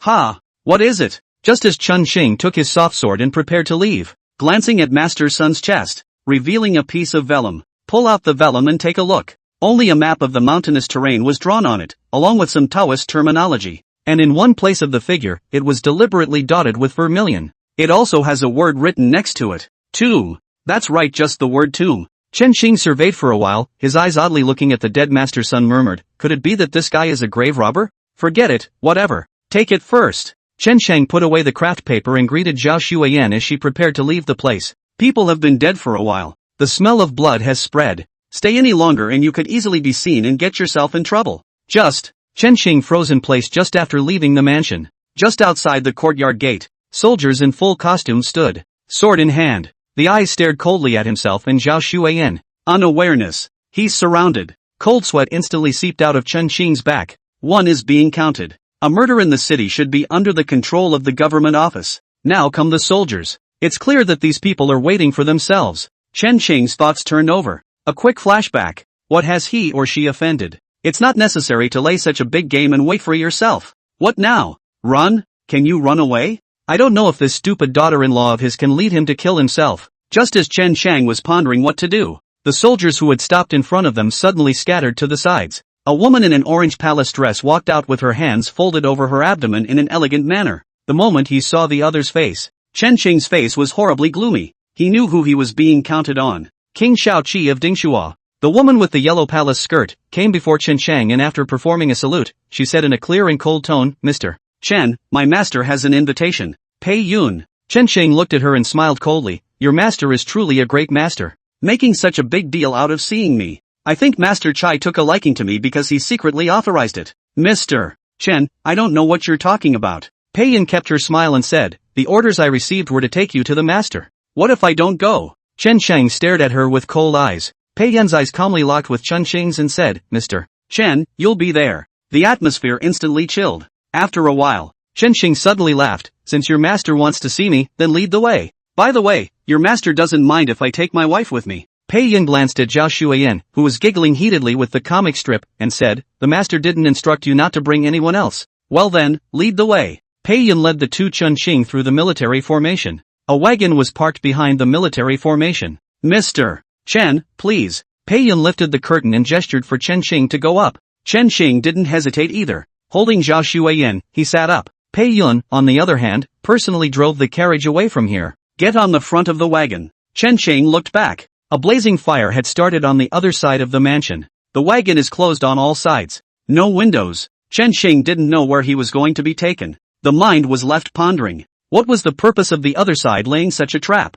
Is it for Su Shaoan? Think of the name Su Shaoan. Chen Shang's heart just couldn't stop the convulsive pain. Just crossed over that way. Chen Shang had no family and was wary of this strange world. An accident. Meet Su Shaoan, the Miss Su family. As with many dog and pony shows, the two quickly fall in love. Even elope. Chen Xing had even thought about risking the knowledge of his previous life in exchange for a lifetime of wealth. Keep the other person from suffering after them. To this end he has made many efforts. It's just a shame that, ultimately losing out to reality. Elope on the way. She's coming home. Then she married. And the marriage partner is Shaoqi, the king of Dingxua. Chen Shang also went to her afterward. And the answer was, effort? What are you trying to do? By the time you make it, my kid will be playing soy sauce. From there, Chen Shang never saw her again. Didn't think about her either. 2 years, 5 months, and 15 days to date. As Chen Xing's thoughts turned over, the carriage stopped. Mr. Chen, we're here. Pei Yun's voice came from outside the carriage.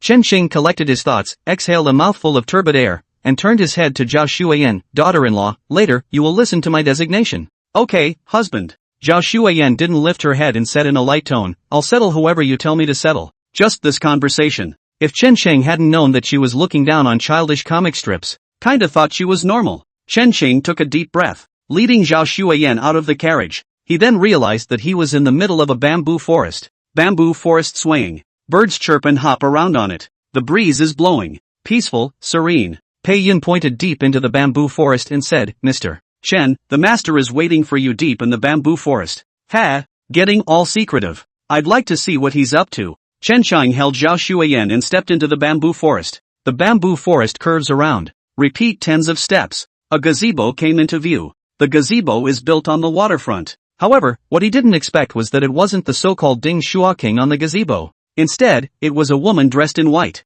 The woman's face was cool, and the corners of her mouth rose slightly. The hair on his temples fluttered in the wind, like a moon palace fairy on the ground. Su Shaowan? Chen Chang was a bit confused. Chapter 13, Su Shaowan. K. It's been a long time. Chen Chang tugged Zhao Xueyan and turned around. Don't you want to know what this is all about? Su Xiaowan's voice came from behind her. Chen Chang was on his feet. Want to know? Then come over here and sit down. After Su Xiaowan sat down, she took out a piece of pastry and beckoned to Zhao Xueyan. Zhao Xueyan, who saw the pastries, couldn't walk at once. Breaking away from Chen Xing, he immediately trotted over. You. Chen Xing looked at Zhao Xueyan, who ran over and hated her, and said, Is that all you like to eat? Get back here. If you want it, I'll buy it for you. Zhao Xueyan squatted in front of the small table and took a big bite of the pastry. Chen Xing grimaced. Standing outside the pavilion platform, he looked at Su Shaowan and said in a cold voice, Let go if you have a fart. Su Shaowan propped up her chin. Eyes softened. You're still the same as before, no change at all. Chen Chang, who was still resentful. A momentary silence fell among them. After a while, Chen Chang then coldly, Let go if you have a fart. You're still so resentful. Su Shaowan wasn't annoyed either. She laughed softly and said, Not asking me how I've been doing all these years. Yeah, how have you been doing all these years? Chen Chang asked without any sarcasm. That's about it. Su Shaowan looked toward the bamboo forest in the distance. Her eyes complex. The deep court of the palace is nothing but a cage. Not that. Su Shaowan came back to her senses and poured a cup of tea for Chen Xing, saying, It's you. You're still like this all these years, poor and destitute. You came here today to taunt me? Chen Chang's tone was slightly cold. Mockery? Do you think I'm taunting you? Su Shaowan sighed. I'm just telling the truth. The words, like a sharp blade, deep into Chen Chang's heart, and stirred by the way. Chen Xing had fantasized about the two meeting again many times before. Have money of your own. Entitled. The two men met again, and he said with a great deal of dignity, Su Shaowan, you looked the other way back then.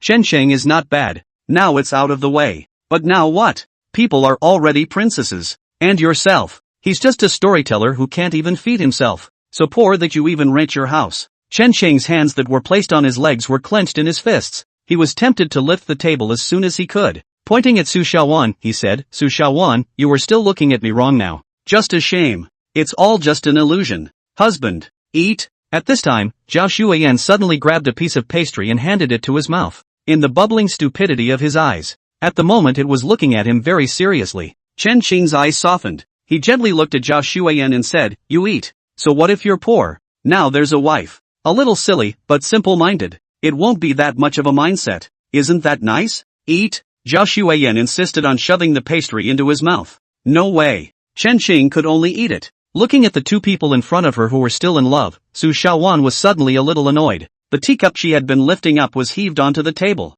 In a slightly cold tone, he said, Chen Chang, do you know that if it wasn't for me today, you would be dead by now? The moment. Chen Chang was inexplicably somewhat relieved. He dragged Zhao Xueyan to his side and said, Your Highness, if there's something you want to say, if there's nothing, I'll leave. I promised my lady that I would take her to a good meal. Your Highness. Su Shaowan took a deep breath and said, You didn't call me that before. Xing, when did we get so rusty? So what do I call you? Chen Chang pretended to be stunned. Shaowan? Or ma'am? You're reckless. A sudden surge of anger welled up in Su Shaowan's heart. More still, it's aggravating. Chen Chang was expressionless, looking at her coldly. After a while, Su Shaowan took a deep breath. Bending down, he took a book from under the table and dropped it onto the table. This is yours, isn't it? Journey to the West. The moment you see the westward journey. Chen Chang's pupils just shrank. He jerked his head up and looked at Su Shaowan. The one who went to my house and rummaged through the box was you? Not Master Chai. So are you home? Su Shaowan sneered and stabbed Chen Chang again with her words.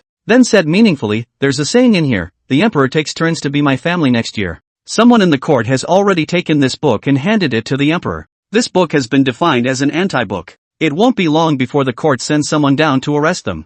At the same time it gives some people hope. Just get the author of the book under control and lay the blame on your opponent. Someone's on top, you know? Chen Xing was first stunned, then fell into silence, and only after a while did he ask, Who the hell is someone? There's nothing bad to say. Su Shaowan said, The Grand Prince and the Second Prince. 10,000 grass mud horses ran wild in Chen Xing's heart. How he didn't expect it. Speak for yourself about a book. I can't believe it's connected to the takeover. Where is this going to be justified? Su Shaoan continued, the master chai in your mouth is behind the Xiaoqin Society, and behind the Xiaoqin Society is the second prince. So Master Chai's real goal is to get the journey to the west from you. As long as you take the westward journey today and go to that mansion, when you come out, waiting for you will be the officials of the court. Master Sun, on the other hand, is the one responsible for capturing you and bringing you back. Speaking of which, she glanced at Zhao Xueyan and said, it's just that no one would have thought that you would have made a risky move. And it worked for you. Now Master Chai and Master Sun are dead. Chen Shang looked at Su Shaoan and sneered, so what? Whose side are you on again when you talk to me so much? Or which side is your husband, King Tingshuo, on? Don't tell me that you, a crown princess, can mobilize the royal guard. Su Shaoan was slightly stunned. She looked at Chen Sheng with complicated eyes and said, Ah Qing, you're not stupid, you've never been stupid. If you come to the king's house to help us. Enough. Chen Sheng suddenly said angrily, let me go to the royal residence? Seeing as you're in love with what's his name King Tingshuo, do you share a room? You can look down on me, but you can't insult me. Chen Xing coldly her, we no longer have anything to talk about. What's your purpose? Just say it. Watching him rage, Su Shaoan bit her lip and said, Ah Qing, you know, I don't mean that. Enough. Chen Xing said, whether or not that's what it means is no longer relevant. Get to the point. Qing, would you believe me if I said that I had no business looking for you? I just wanted to meet you. How have you been the last 2 years? Ha! Chen Xing looked at her with a sneer and said, do you believe this yourself? I believe it. Su Shaoan said, Ding Shua, my husband, is the king, for him, not taking sides is the best side.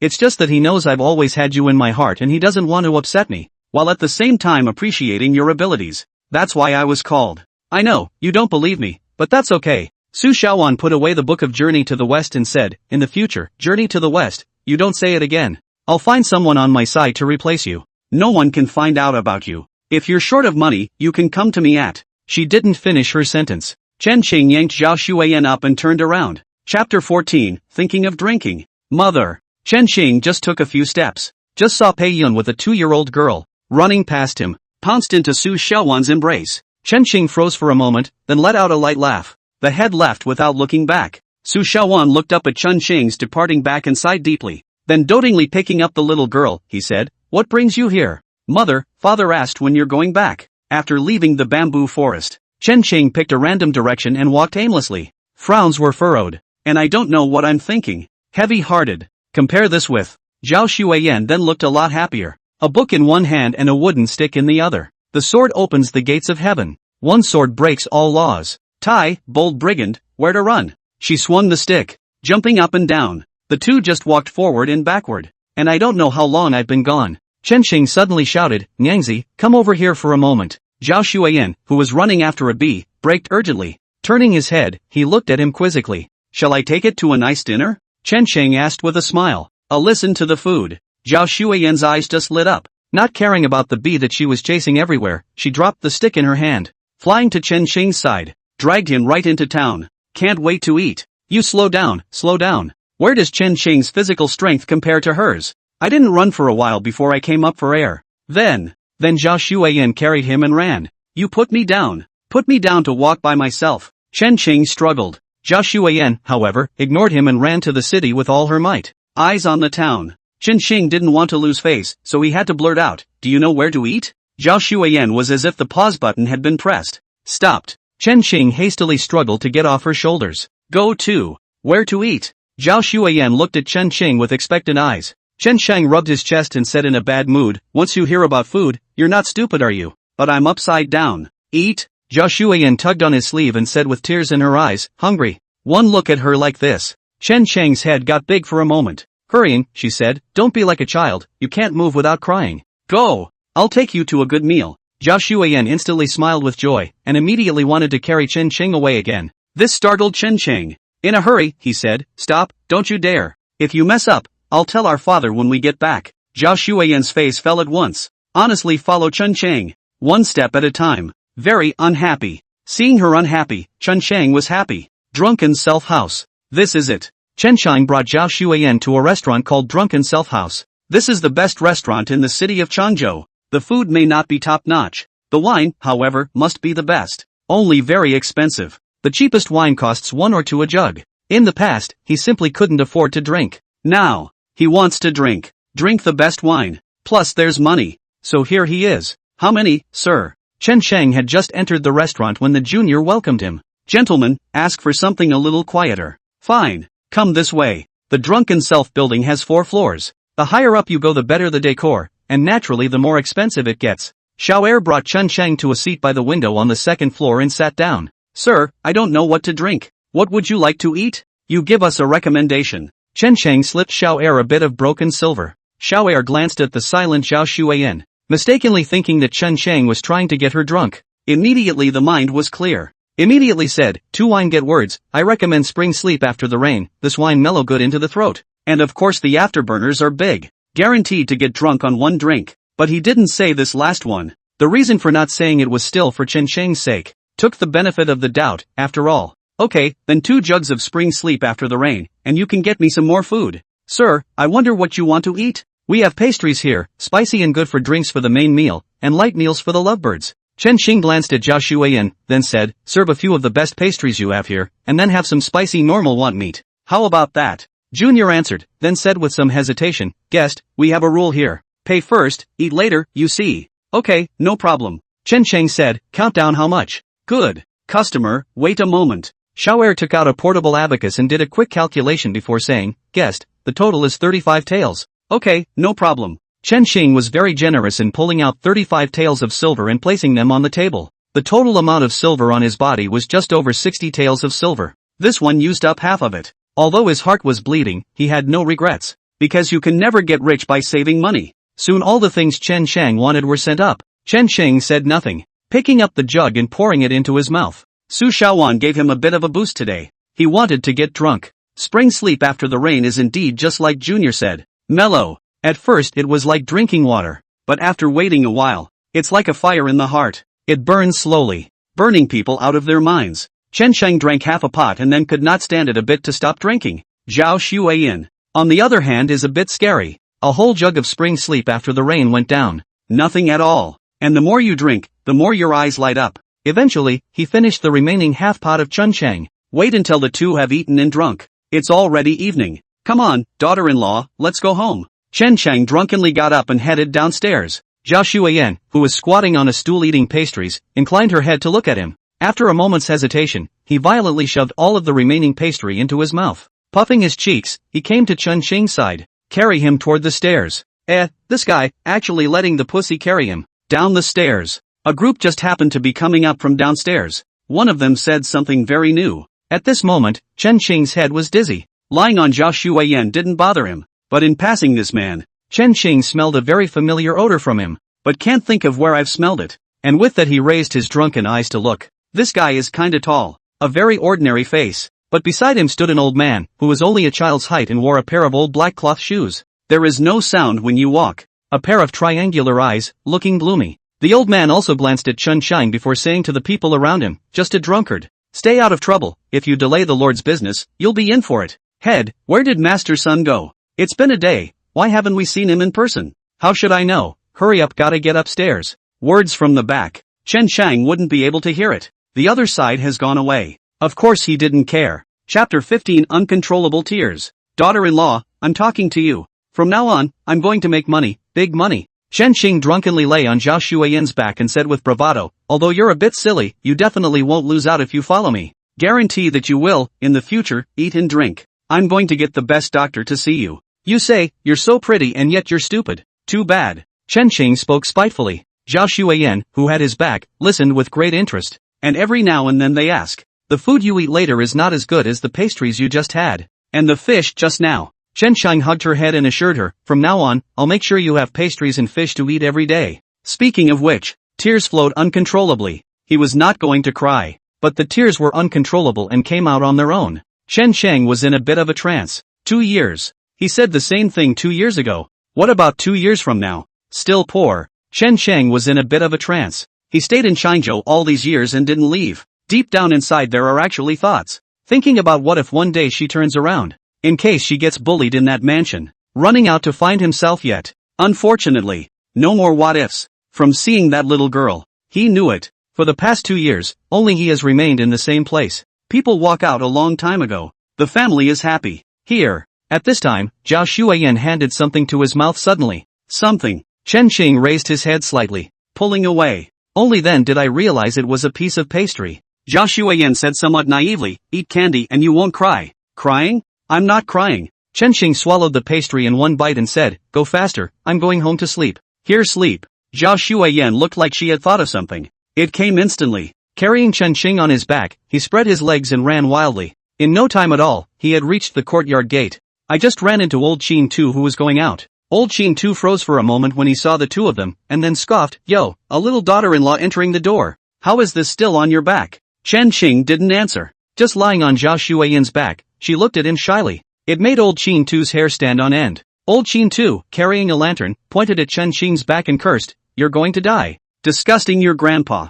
Zhao Shuiyan carried Chen Xing to the room and set him down, then turned to close the door. What are you closing the door for? Chen Xing, who was lying in bed sober, asked in disbelief. Zhao Shuiyan trotted over to the bed and squatted down, propping her chin on both hands to look at him. What's wrong with you? Chen Xing instinctively felt that something wasn't right and couldn't help but step back a little. But the bed is that big. How far can he retreat further? Zhao Shuiyan heatedly smiled at this time and said, husband. Cave. The cave. Cave. You wait. You wait. Wait. Asterisk asterisk asterisk asterisk don't you tear my clothes. Don't you come any closer. Ah crazy woman, don't bite. What kind of you? The spring night is worth $1,000. A night of absurdity. Day 2. Sunrise. When Chen Xing covered his waist and held up the wall, found the courtyard standing full. They all looked at him with strange eyes. Old Qin Tu reclined in his chair and looked at him with a bad smile on his face. Auntie Li, on the other hand, kept looking into the house. Her husband, on the other hand, stood behind her and gave Chen Xing a thumbs up.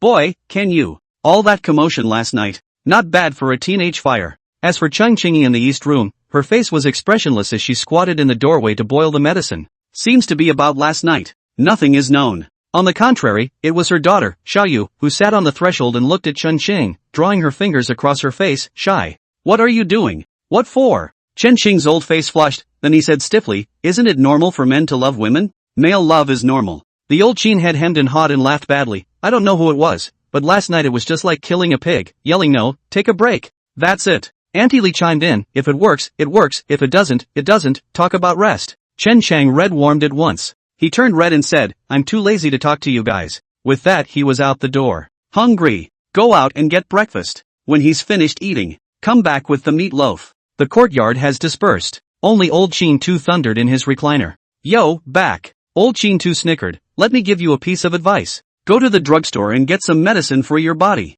Promise you won't be killing the same pigs at night anymore. Chen Cheng didn't bother with him. Walked straight through. But after taking a few steps, he suddenly fell back, deadly staring at old Qin Tu. Old Qin Tu was stared at by him. What are you doing? Old Qin Tu said uncomfortably, I'm just making a few jokes, you don't want to beat me up, do you? Old Qin Tu, has anyone ever told you that you have a terrible smell? Flavor? Old Qin Tu froze slightly and raised his hand to sniff, nothing. It doesn't smell like sweat. It's not the smell of sweat. Chen Xing said meaningfully, it's a very special earthy odor. Old Qin Tu, you're a night watchman, why do you smell like dirt? Is there?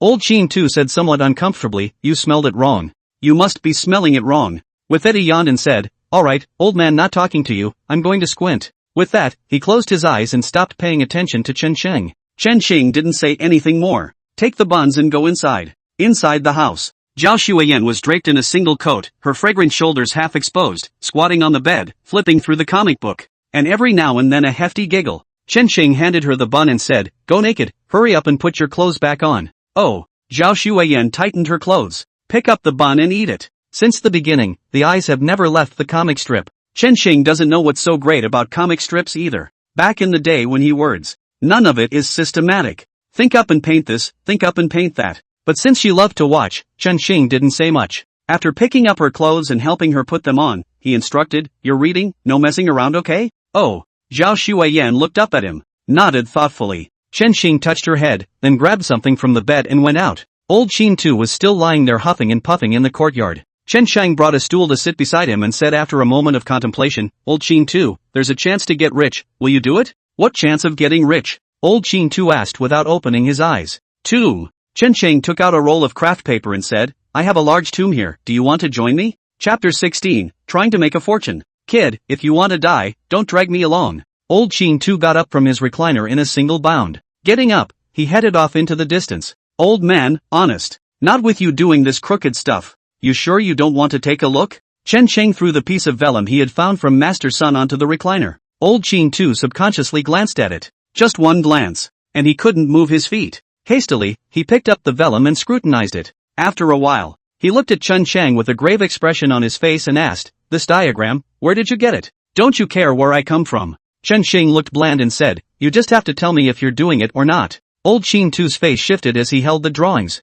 After a while, he sat back down on the recliner and handed the drawing back to Chen Sheng and asked, "Tell me first, how did you know that I was digging graves?" Guess, and have something to go on." Old Qin Tu said in an ancient tone, "Old man me, I think, I've hidden it very well. I can't figure out where it went wrong for you to guess." "Odor." Chen Sheng said, "I rubbed shoulders with a group of people on my way home last night. I smell a very familiar odor." The odor was familiar to me at the time, but for a moment I couldn't remember where I'd smelled it. "Been waiting for me to come home and smell this odor on you, Master Qin. I knew you were doing the same thing as them, but that doesn't prove that I'm in the business." Chen Sheng sniffed and gently shook the vellum in his hand, "But the original owner of this drawing is related to that group, so I took a wild guess.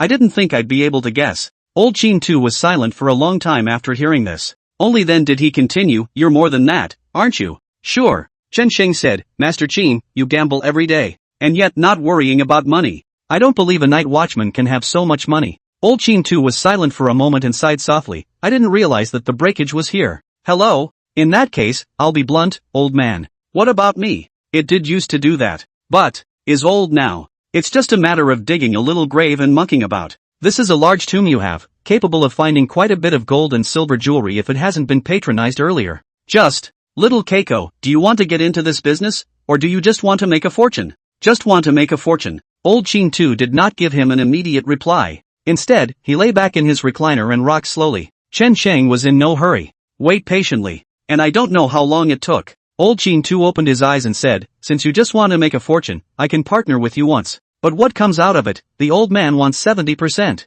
"Yes." Chen Sheng agreed without even thinking about it. "And you're agreeing to this?" Old Qin Tu looked at him with surprise and said, "Don't even want to have a look? What's there to think about?" Chen Sheng said, "You also said that the fortune was made. Whether the cross is much or little is God's will." Old Qin Tu looked at him with a wary face and said, "You kid, you don't want to eat black, do you?" Chen Sheng said with a sly look on his face, "Master Qin, how long have we been living in this courtyard?" "Almost 2 years. Don't you know what I am?" Old Qin Tu said in a ghostly tone. "Know the bottom, but not the root. I'll you." Chen Sheng said angrily, "If you want to know the root, I won't give it to you." "Had ha." Old Qin Tu lewdly glanced at Chen Sheng. Then he got up and slapped his ass and said in a serious tone, "The day after tomorrow. I'll see you the night after tomorrow. The old man wants 70%, and I'm not alone. I'll have to share it with someone else. A big tomb like the one you've got can't be handled by just the two of us. Besides, you said so. There's another group of people who want to take food from the tiger's mouth. It's not that simple," said Old Qin Tu as he headed out the door.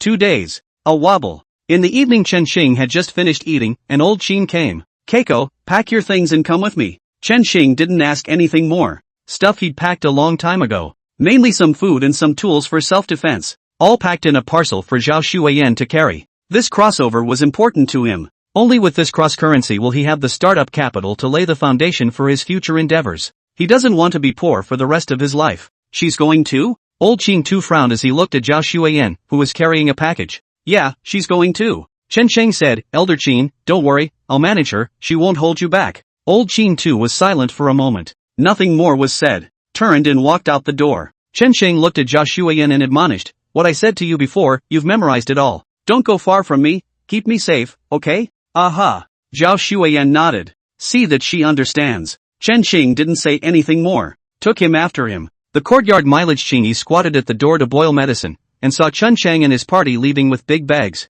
The eyes looked flat. Then he went back to boiling the medicine with his head down. Old Qin Tu brought Chen Sheng to the outer city, a remote courtyard near the corner. Knock knock. Knock knock. He knocked rhythmically on the courtyard door. The courtyard door was quickly opened. The door was opened by a very thin man, as thin as a monkey. "All skin and bones now. Master Qin, you're here." "Aha!" Old Qin Tu said. "Zhang Bold, are the others here?" "All here, just waiting for you." Zhang Bold moved out of the way. Master Qin led the two Chen Sheng into the courtyard. "Wait until Zhang Bold closed the courtyard door." Chen Sheng couldn't help but ask curiously, "Your name is Zhang Bold? What? You know me?" Zhang Bold looked at Chen Sheng warily. "Not recognizable." Chen Sheng said, "I just don't think your name matches your looks. Skinny as a monkey. Called Zhang Bold. It's too abstract. You're judging a book by its cover. Zhang Bold glared at Chen Shang. Okay, you guys keep it down. Master Qin chortled. Push open a door to a room. There were no lights in the house. By the light of the moon, Chen Qing was however able to see 3 other people sitting inside the house.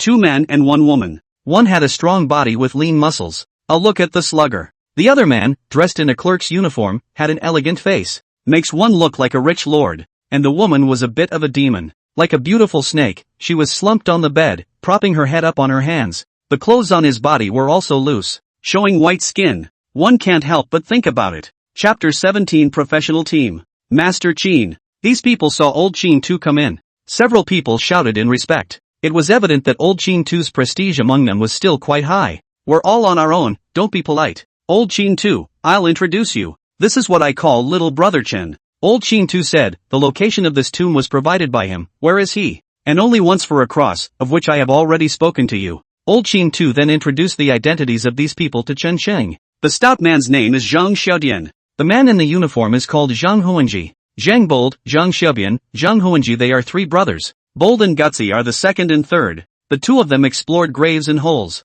Zhang Huntian is ostensibly a businessman in charge of shipping. As for the woman, Old Qin 2 didn't introduce too much. Chen Shang only knew her as Phantom Snake, responsible for logistics and providing needed supplies, as well as providing security for evacuation in the event of danger. And Old Qin 2 is the commander-in-chief. Full court scheduling. The gang is well divided, a professional team. The 2 of them, Chen Shang and Zhao Shuiyan, followed the 2 brothers, Bold and Little Bold, to play the understudy. I've been introduced to all the people. Old Qin 2 looked at Chen Shang and said, Xiao Changzi, please take out the diagram again for everyone to see. Keep the brothers in mind. No problem. Chen Shang pulled out the piece of vellum and handed it to the crowd. Chen Shang noticed. Everyone's eyes lit up at that moment. A few people, by the light of the moon, gathered around the vellum and studied it, saying, that's right, this is a former dynasty king's tomb. Phantom Snake smiled and said, Old Qin 2, we're going to get rich this time. How do you guys know this is a former king's tomb? Hearing his inquiry, Phantom Snake said in an enchanting tone, little brother, explaining, this is troublesome.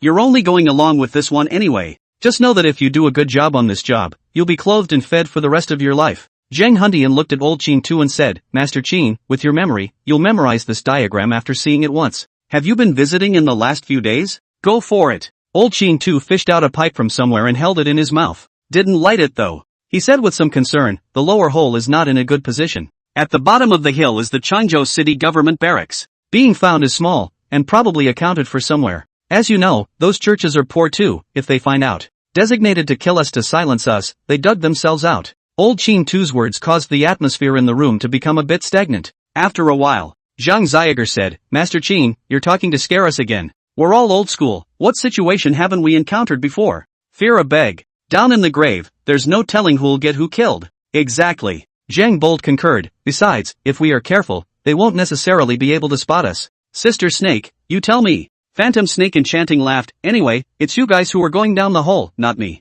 What am I afraid of? Old Qin 2 sniffed and turned his head to Chen Shang. Xiao Changzi, our masters have also been neighbors for 2 years. We're not screwing you over, it's just the way things are. You can quit now if you think it's dangerous. But we'll only give you 10% afterward, as payment for the information you provided. If you don't quit, it's still 30%. Chen Xing folded his hands into his sleeves and glanced at Zhao Shuiyan behind him. Master Qin, I'm poor and afraid. That's dry. Master Qin put away his pipe and said, since it's all been decided, let's get going. The tomb is on Mongshan Mountain outside the city, and it was still midnight when we arrived. And a midnight job. Out of town at this hour? Chen Shang was puzzled. The city gates are closed now. Hey, that's what you don't understand. Zhang Hundian moved away from the table and lifted the wooden boards on the floor. Underneath the plank was a black hole. Snakes have snake paths, rats have rat paths, and how could we who dig holes not have a way out of town? Zheng Hunju smiled at Chen Qing. Then it jumped. The others followed close behind, waiting to go out through the hole in the ground. Chen Qing realized that the exit was in a forest outside the city. Come up after. Chen Qing realized that one person was missing. Why didn't Phantom Snake come? She's not coming. Old Qin Tu said, she's in charge of cleaning up our trail in the city. She's also responsible for bringing us food if we linger long. Chen Shang saw Old Qin Tu say this, and nothing more was said. The group followed Old Qin Tu out of the grove. Savage Mountain is not a very tall mountain. The elevation is just over 100 meters. By the time they reached the foot of Barbarian Mountain, Chen Qing realized that the group was missing people again. He looked openly. But the eldest of the Zhang family brothers, Zheng Hangao, is missing. Why are there less people again? Chen Qing asked. Zhang Bold, who was walking behind him, was carrying a parcel of stuff. Without looking up, he said, "My big brother has gone to a nearby village." "What's the point of going to the village? Go collect some mountain goods." Zhang Bold said, "Rent us a room by the way, we'll hole up at night and sleep during the day. And another, if we're discovered. Or we can muddle through as a caravan collecting mountain goods. It can be a great deal less trouble." "So that's it," Chen Sheng said. "I thought that grave robbers just find a random place to dig, and then take the stuff and leave."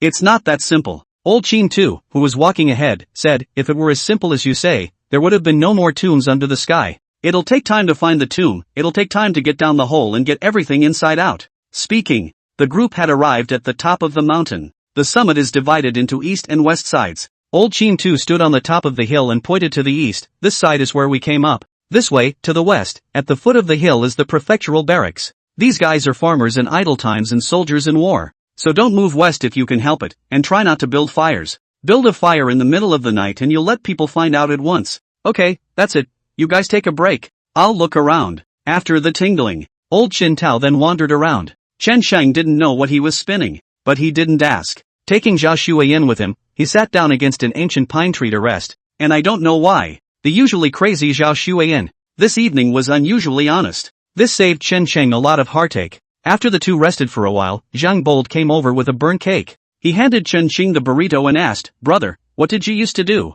Chen Sheng took the burrito but didn't eat it. And for nothing. Chen Sheng casually fooled around, just loafing around. When he finished, he pretended to fake squint, seeing that he wouldn't take care of himself. Zhang Bold didn't say anything and got up to go. "Found it, come here all of you." I don't know how much time has passed. Old Qin Tu's voice came from the distance. Chapter 18, Whirlwind Rats. "Master Qin, what's wrong?" Chen Sheng immediately walked over with Zhao Shuiyan. By the time he arrives, the two Bold brothers are already in. They were standing on top of a boulder, and Old Qin Tu stood in a clearing beneath the boulder. "See him coming." Old Qin Tu pointed to the empty space at his feet and said, "The tomb is under here, dig down along here." "Hear that? Bold 2. Immediately open the package behind you." From inside, he pulled out a strangely shaped shovel and a bunch of bamboo tubes. The bamboo tube and shovel can be attached together. Chen Sheng recognizes. It's the Luoyang shovel. Boldly picking up the Luoyang shovel, he dug in the place designated by Old Qin Tu.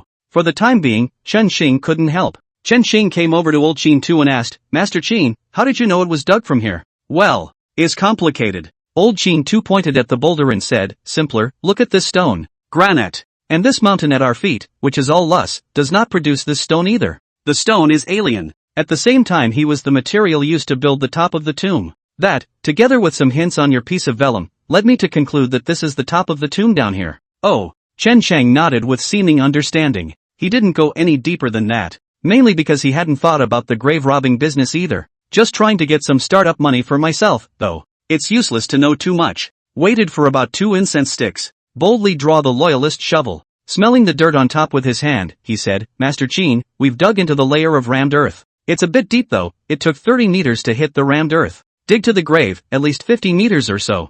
"Well, start digging then. If we can't finish digging tonight, we'll continue tomorrow night." As Old Qin Tu gave the order, Guts fumbled for a shovel and started punching holes. "I'll dig in. See him alone." Chen Sheng, who had been playing soy sauce, was also a bit embarrassed. Grabbed a shovel and was going to help. But he was stopped by Bold, "Brother Chen, just watch from the side. If you help, he can't exert himself if you help." "Third brother. 2 people, how are they faster than 1? Chen Sheng looked at him in disbelief. Daring to grin, rather self-satisfied, "My second brother in the jungle gag, called the Whirlwind Mouse." "Cyclone Mouse." Chen Sheng was stunned. The third brother performs. Seeing Chen Sheng's disbelief, Daring tossed another shovel to Bold. Guts thrust the 2 shovels into the ground. Bah, bah. First, he spat on his hands, then picked up 2 shovels and dug at the same time. Next scene. What did it say? For a moment, Chen Sheng thought that he had seen a cartoon. It's the one in Cat and Mouse where Jerry digs a hole and swings his hands in a circle. 2 shovels flew. Dirt piles up quickly. Very fast. Within an incense stick, he had dried the amount of 5 men. Made a hole 3 or 4 meters deep. Chen Sheng looked dumbfounded. He crouched down next to him and asked it Bold, "Can he keep digging like that?" "How?" Boldly, he said, "More than 30 meters, if he keeps digging like this, people are wasted. Another incense stick at the most and he'll have to come up for a rest." 1 incense stick later. Guts, covered in sweat, crawled out of the pit. Lying on the edge of the pit, he gasped for breath. "Can be exhausting." Bold immediately handed over a water bag. Chen Sheng looked into the pit. At this point it's dug 6 or 7 meters deep. Brother Chen, do me a favor. That's when Bold threw over a rope. What do you want me to do? Chen Chang asked, holding the rope. I'll go down and keep digging. Daring said, you pull up the dirt. Okay. The two men worked together for a while. Zhao Xueyan came to his side and tugged him with her hand. Chen Xing turned his head to look at her and asked, what's wrong? Xing, I'm so sleepy. Zhao Xueyan rubbed her eyes and said pitifully, it's so boring, I want to sleep. Chen Xing looked openly. Pointing to the boulder, he said, take a nap against the rock. Zhao Xueyan's eyes instantly lit up. Chen Xing saw her like this. Immediately no. Boredom is real. Sleeping is fake. He instantly added, sleep is sleep, no wandering. If you wander off and run off to play while I'm not looking, I'll tell our father to beat you up. As soon as I heard that, Zhao Xueyan's eyes, which were still happy, suddenly dimmed. I know, Xing. She sat down on the rock with her head hanging down, counted the stars in the sky. Guts, who was sitting on the sidelines resting, saw the scene. Somewhat enviously, he said, Brother Chen, sister-in-law is nice. What are you doing? Chen Xing immediately looked at him with wary eyes. Don't get me wrong. Guts immediately explained, I don't have anything in mind for my sister-in-law. Just envying you. People are a little stupid, but obedient. That's a rare and valuable point. I'm thinking about getting a stupid too. It's a great way to pass on the family name and bring her into this business with us, without being afraid of the dark side. Asterisk asterisk asterisk asterisk Q. Old Chin Tu kicked on little Daring and scolded, don't you wreck other girls. When you're rested, go down to work. It's almost dawn, so dig a few more meters, pack up, and continue tomorrow night. Kicked in the gut. Don't dare say anything. Rubbing the back of his head, he jumped down into the pit to help dig the hole. But he did this time. Didn't use his spinning shovel technique again. As the sky turns fish belly white, the Zhang brothers climbed up. At this point more than 10 meters had been dug. Bury the hole. Old Chin Tu commanded the Zhang brothers to start burying the rubber holes. The extra soil is spread into the surrounding bushes. After getting this done, the group then started down the hill. Wait until the bottom of the hill. Chen Chang found out. Zhang Huanji, who disappeared last night, is already waiting at the intersection. There were a couple of baskets around them. He saw a line of people coming down. Taking out a few sets of clothes from the basket, he said, if you went down to the ground last night, change your clothes, shoes, and wash your hair, lest the details be discovered. The Zhang brothers didn't say anything. Grabbing his clothes, he went to the side and changed. Zhang Hundian also handed Chen Xing a set of clothes and said, you also have dirt on you, go change. Good. Chen Sheng didn't feel anything wrong. This group does things. There are details everywhere. Professional couldn't be more professional. Listen to them. After changing his clothes, Zhang Huntian got a little more water to wash the Zhang brothers' hair. Wait for both men's hair to dry. Only then did the group carry their things and follow behind Zhang Huanji, heading towards the nearest village. While walking, Zhang Huntian said, from now on, we are vendors here to collect mountain goods. If someone brings something to sell, we take it all. I'll advance the money for collecting the mountain goods, and when we dig up the stuff and sell it, will give me that part of the money. Brother Chen, you should be okay with this. Chapter 19, 3 or 2 things to gossip about. No comment. Chen Xing said, Brother Zhang, it's only right that you make this arrangement.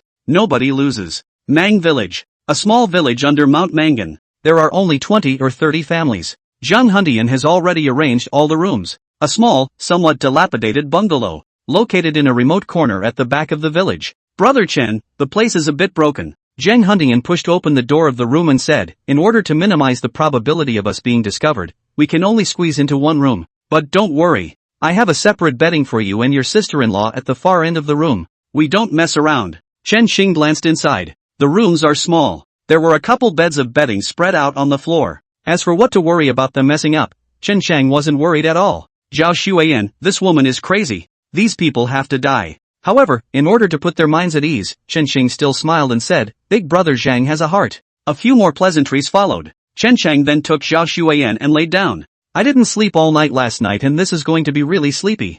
Zhao Xuan lay next to him at the innermost part of the bed. Old Qin Tu, on the other hand, was lying not far from him. As for the Zhang brothers, lay down in the doorway to avoid suspicion. The group took some food from the package and casually dealt with it. Fall back to sleep. The Zhang brothers, in particular, purred loudly. Zhao Xuan slept soundly. Curling up in Chen Xing's arms, he bit his thumb and fell asleep. Instead, it was Chen Chang who tossed and turned and couldn't sleep. What? Can't sleep? Chen Xing turned his head to see old Qin Tu dangling his pipe and leaning against the wall without sleeping. Master Qin, you haven't slept either. Old Qin Tu rubbed some tobacco and stuffed it into his pipe, saying, old age, shallow sleep. Couldn't sleep anyway. Chen Xing simply didn't sleep either. He climbed to his feet and drew a piece of rice paper from his bag and said, Master Qin, give some tobacco. Old Chin Tu looked at him with some surprise and said, "Why do you still carry paper with you?" "For the toilet." Chen Shing said, "Toilet pay scrapes your butt." To say what made Chen Shing the most unbearable after crossing over. The first order of business is going to the bathroom. Scrape with a bamboo blade. How much it really hurts. Whoever uses it knows. Loser. Hearing him say that he wiped his ass with rice paper, Old Chin Tu cursed, but gave him a little bit of tobacco anyway. Chen Shang rolled a cigarette and held it in his mouth. Then the two of them just sat there and started gobbling. "Master Chin, what do you think we'll dig up this time?" Chen Shing suddenly asked. "Gold, silver, and jewelry. What else could it be?" Master Chin thought for a moment and said, "The antiques of the former dynasty are not worth much, so you'll be right to pick the jewelry after you go down tonight." "Sure, if you're lucky enough. If we can find some cultivation techniques, then we can also sell a lot of money. You can make a copy for yourself. There are feats down there? I'll listen to the feats." Chen Shing then came to his senses. "Yes, why no?" Old Chin Tu said, "There is a saying that teaches the disciple and starves the master. So many people hide a trick. Just inheritance this thing, today you hide a trick, tomorrow I hide a trick, gradually lost. Some people, however, take these things into their graves. That's why people who are in our line of work often dig up cultivation techniques that have broken their legacy.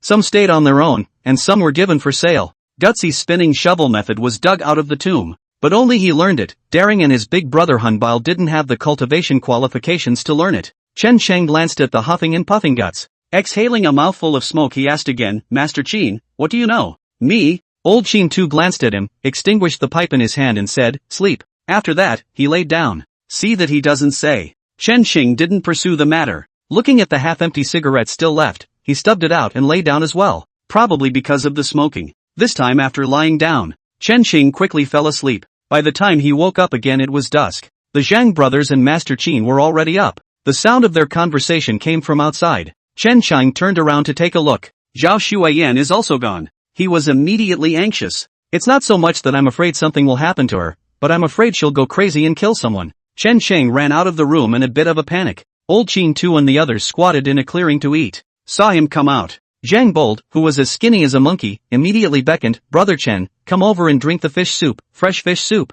How could Chen Shang have the heart to drink fish soup right now? It's only right to find Zhao Shuiyan as soon as possible. "Master Chin, have you seen my daughter-in-law?" "See." Old Chin Tu pointed to a stream in the distance and said, "She's catching fish for fun, and these are the fish she caught." "Catch a fish?" Chen Shang was filled with confusion. Follow the direction Old Chin Tu was pointing. Sure enough, he saw Zhao Shuiyan squatting in the creek, happily catching fish. The setting sun shone just enough to hit her. Like a beautiful painting. Chen Shang looked a bit dumbfounded for a moment. "Husband." Zhao Shuiyan happened to catch a big black fish after meeting Chen Shang. She raised the fish in her hand and hemmed and hawed at Chen Shang. She's showing off. She had this childish look that made Chen Shang inexplicably want to laugh. "You be careful." Chen Shang said, "Hurry up." Oh, though somewhat reluctantly. But she walked up anyway, holding the blackfish. "What kind of fish is this? Come on up after." Chen Shang saw something odd about the fish she was holding. "After taking the fish and observing them, I realized that these fish even had sharp teeth. It can't be a piranha."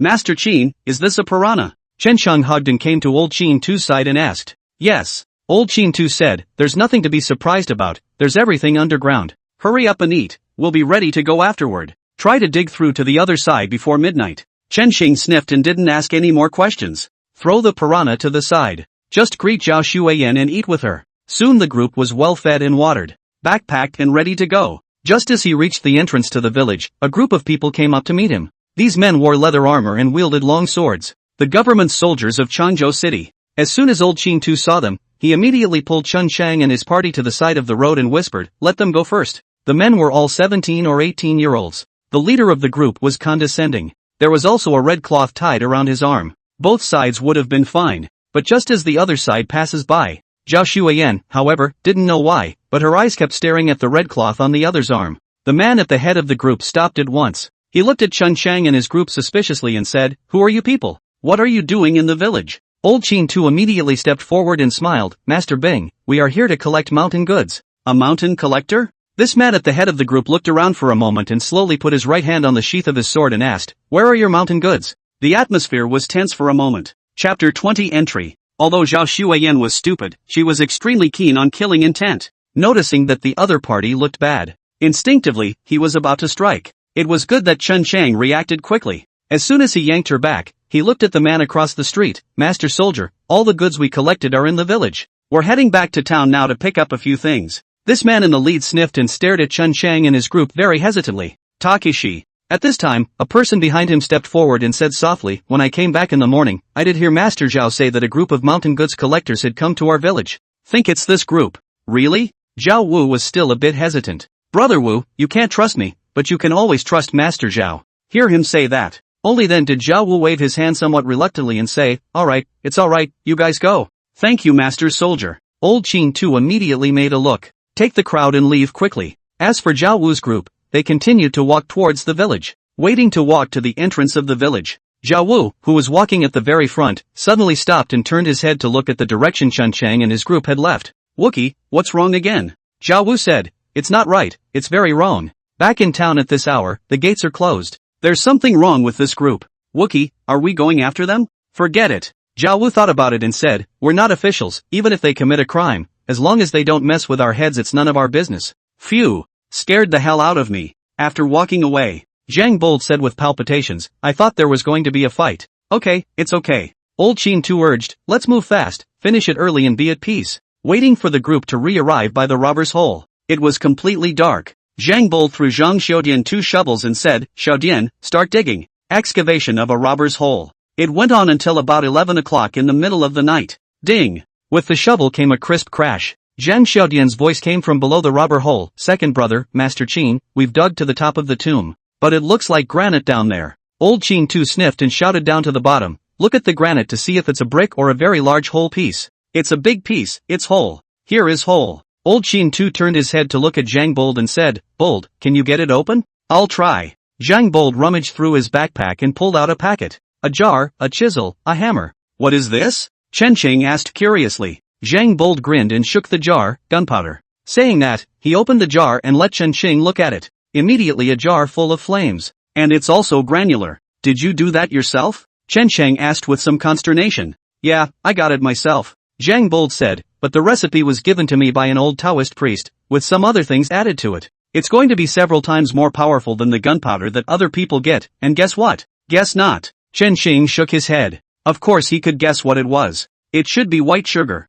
But Zhang Bold wanted to show off. He's not good at punching people in the face. Alright, hurry down. Old Qin too on the side saw him dawdling and kicked him impatiently. Zhang Dashan smiled. Down the rope of the robber's hole it slid. Waited not a moment. Chen Chang then saw Zhang Xiaodian crawling up on his hands and knees. Bang! The moment he plopped up, there was a roar from the robber's hole, followed by a wave of air coming out of it. After the air wave, Zhang Xiaodian leaned over the cave entrance and shouted, Second brother, are you alright? Ahem. It's okay. The sound of Zhang Bold coughing came from below the robber hole. I've blown it open, you guys come down. Zhang Xiaodian was instantly delighted. Turning his head, he glanced at Old Qin too. Old Qin too nodded, and he immediately slid down the rope. When he goes down, Old Qin too looked at Chen Cheng again and said, you guys go down too. Aren't you going down? Chen Cheng asked with some surprise. Old Qin too pulled out that pipe of his, glanced at him and said, if I go down there, aren't you afraid of a blackout? If the Zhang brothers come up first, seal the hole and bury you alive, you two wait for death? Or what if you guys come up first and bury the Zhang brothers alive? You're all gathered together by the old man. I'm responsible for you guys. Alright, get down there. Chen Xing didn't move. Old Qin too burst out laughing in anger. What? You still worried about the old man me burying you guys alive? I'm half in the ground. It's past the age of fighting for money. If you don't dare go down there, wait here. See him say that. Chen Xing gritted his teeth and rushed Zhao Shuiyan. Let's go, we'll go down too. With that the two slid down the robber hole. The pirate holes are not straight. Instead, it bends downward. Waiting for the bottom there was a thick piece of granite. At this point, however, a large hole was blown out of the center of the granite. Just enough for one person to pass. Chen Cheng stepped on the edge of the granite and glanced down. There's another 3 or 4 meters from the top of the tomb to the bottom. The Zhang brothers have gone down. The two men stood below with their fire folders lit and shouted at Chen Xing, Brother Chen, come down. Zhang Bold said in a somewhat bad tone, the tomb passage into the water, almost half a meter high, jump directly down, cannot hurt you. Chen Xing didn't jump straight away. Instead, he said to Zhao Shuiyan, who was following behind him, you pull me and slowly lower me down, and when you put it to a certain level, then let go of me. Zhao Shuiyan nodded with a slightly pale face. Chen Xing first braced his hands on the edge of the granite and slowly descended, waiting until a certain level, by Zhao Shuiyan grabbed himself down. By this time the feet were almost near the surface. The Zhang brothers rushed over and held his feet. Daughter-in-law, let go. Zhao Shuiyan's hand was loose. He then landed firmly in the tomb passage.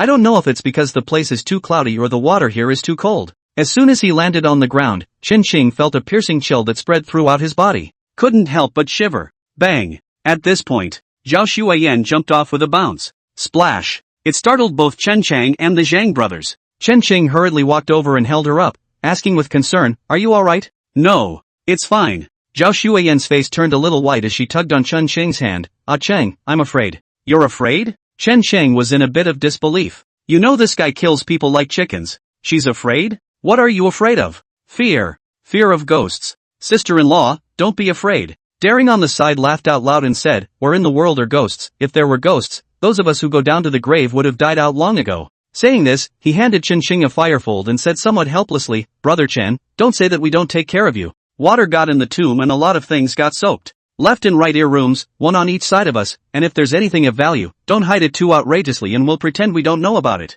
Chapter 21, The Red Paper Man. The entire chamber is about 80 square feet. If moved to the ground it would be a luxury villa. Chen Chang led Zhao Xueyan towards the left ear room, probably because of the psychological effects. Walking in the cold grave water, Chen Chang always felt that something would grab his ankles and wrists in the next second, because his whole spirit is tight. Zhao Xueyan, not to mention, normally bold, she was as timid as a mouse at this point. Both hands clasped Chen Qing's arm in death, fearing that Chen Chang would let go and leave her alone. See that she's scared. Chen Qing could not help but joke greatly, suddenly stopped, eyes dead on the water. Daughter-in-law. Daughter-in-law. Water. Something in the water. Coming through. Chen Qing had wanted to scare her. Just after finishing. Waited for half a day, but didn't wait for her to respond. Chen Qing peered through the light of the fire folders, but she stood frozen. Eyes were dead set on the distance, and a look of horror flowed out. This was the first time Chen Qing had seen fear in her eyes. The kind that scares you to death. The veins around his eyes bulged. Couldn't stop shaking.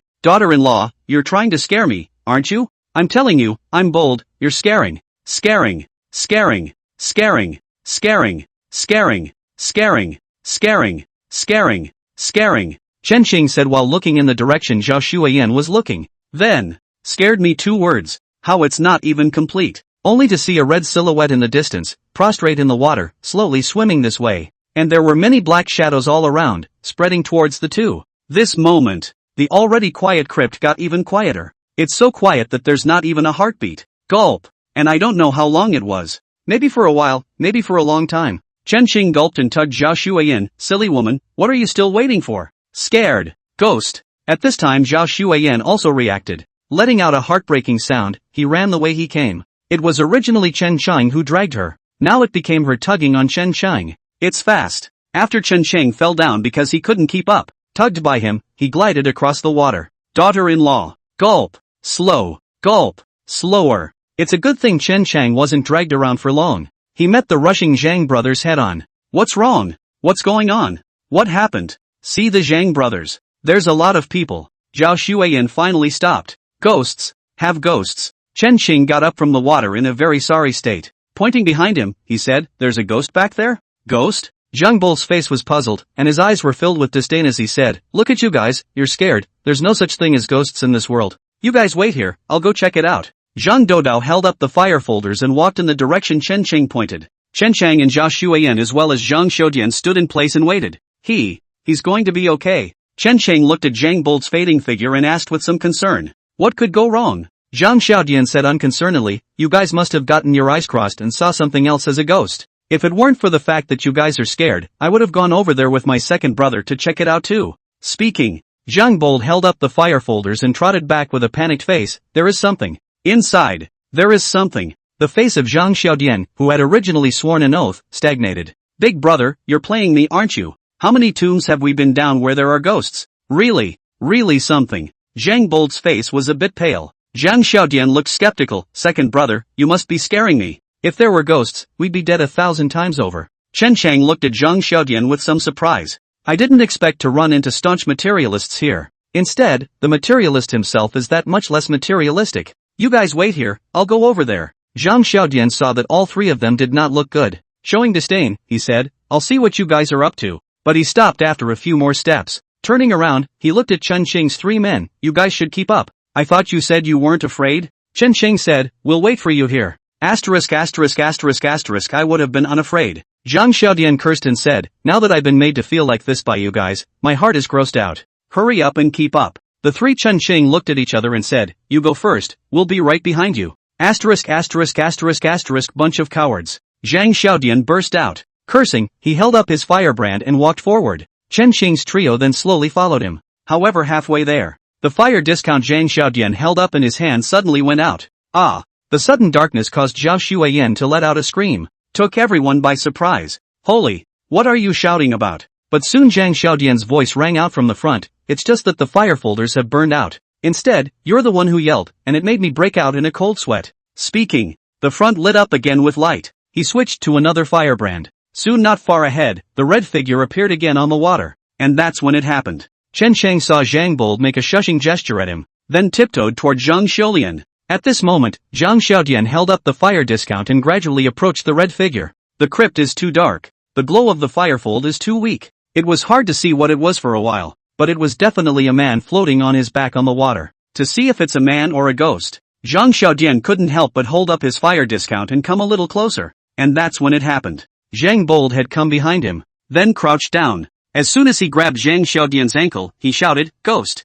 Zhang Xiaodian was already in a state of mental tension, being shouted at like this by Zhang Bold. "Outlaw! Ghost!" He raised his fist and slammed it behind him. Lumpy whacked Zhang Bold on the side of the head. Asterisk asterisk asterisk asterisk. "You're so." Zhang Bold, who had been hammered, hastily drew back. Zhang Xiaodian then reacted. He cursed with a heartfelt, asterisk asterisk asterisk asterisk in hell. "You're trying to scare me to death. Ha ha. Zhang Xiaodian, didn't you say that you weren't afraid?" Zhang Bold pointed at him and laughed. Asterisk asterisk asterisk asterisk. Zhang Xiaodian raised his middle finger without any good humor. Then bent over, grabbed the red figure, looked at it, and cursed, asterisk asterisk asterisk asterisk, "Paperman, scared old me." Heard it was a paperman. The face of Zhang Bold, who was still joking, became grave. He rushed over to them. "Take a look at the paperman. A red paperman indeed. It's no wonder it floats on water." "Not right." Zhang Bold looked around warily and said, "The paperman is intact as a whole, and it looks like it was newly tied.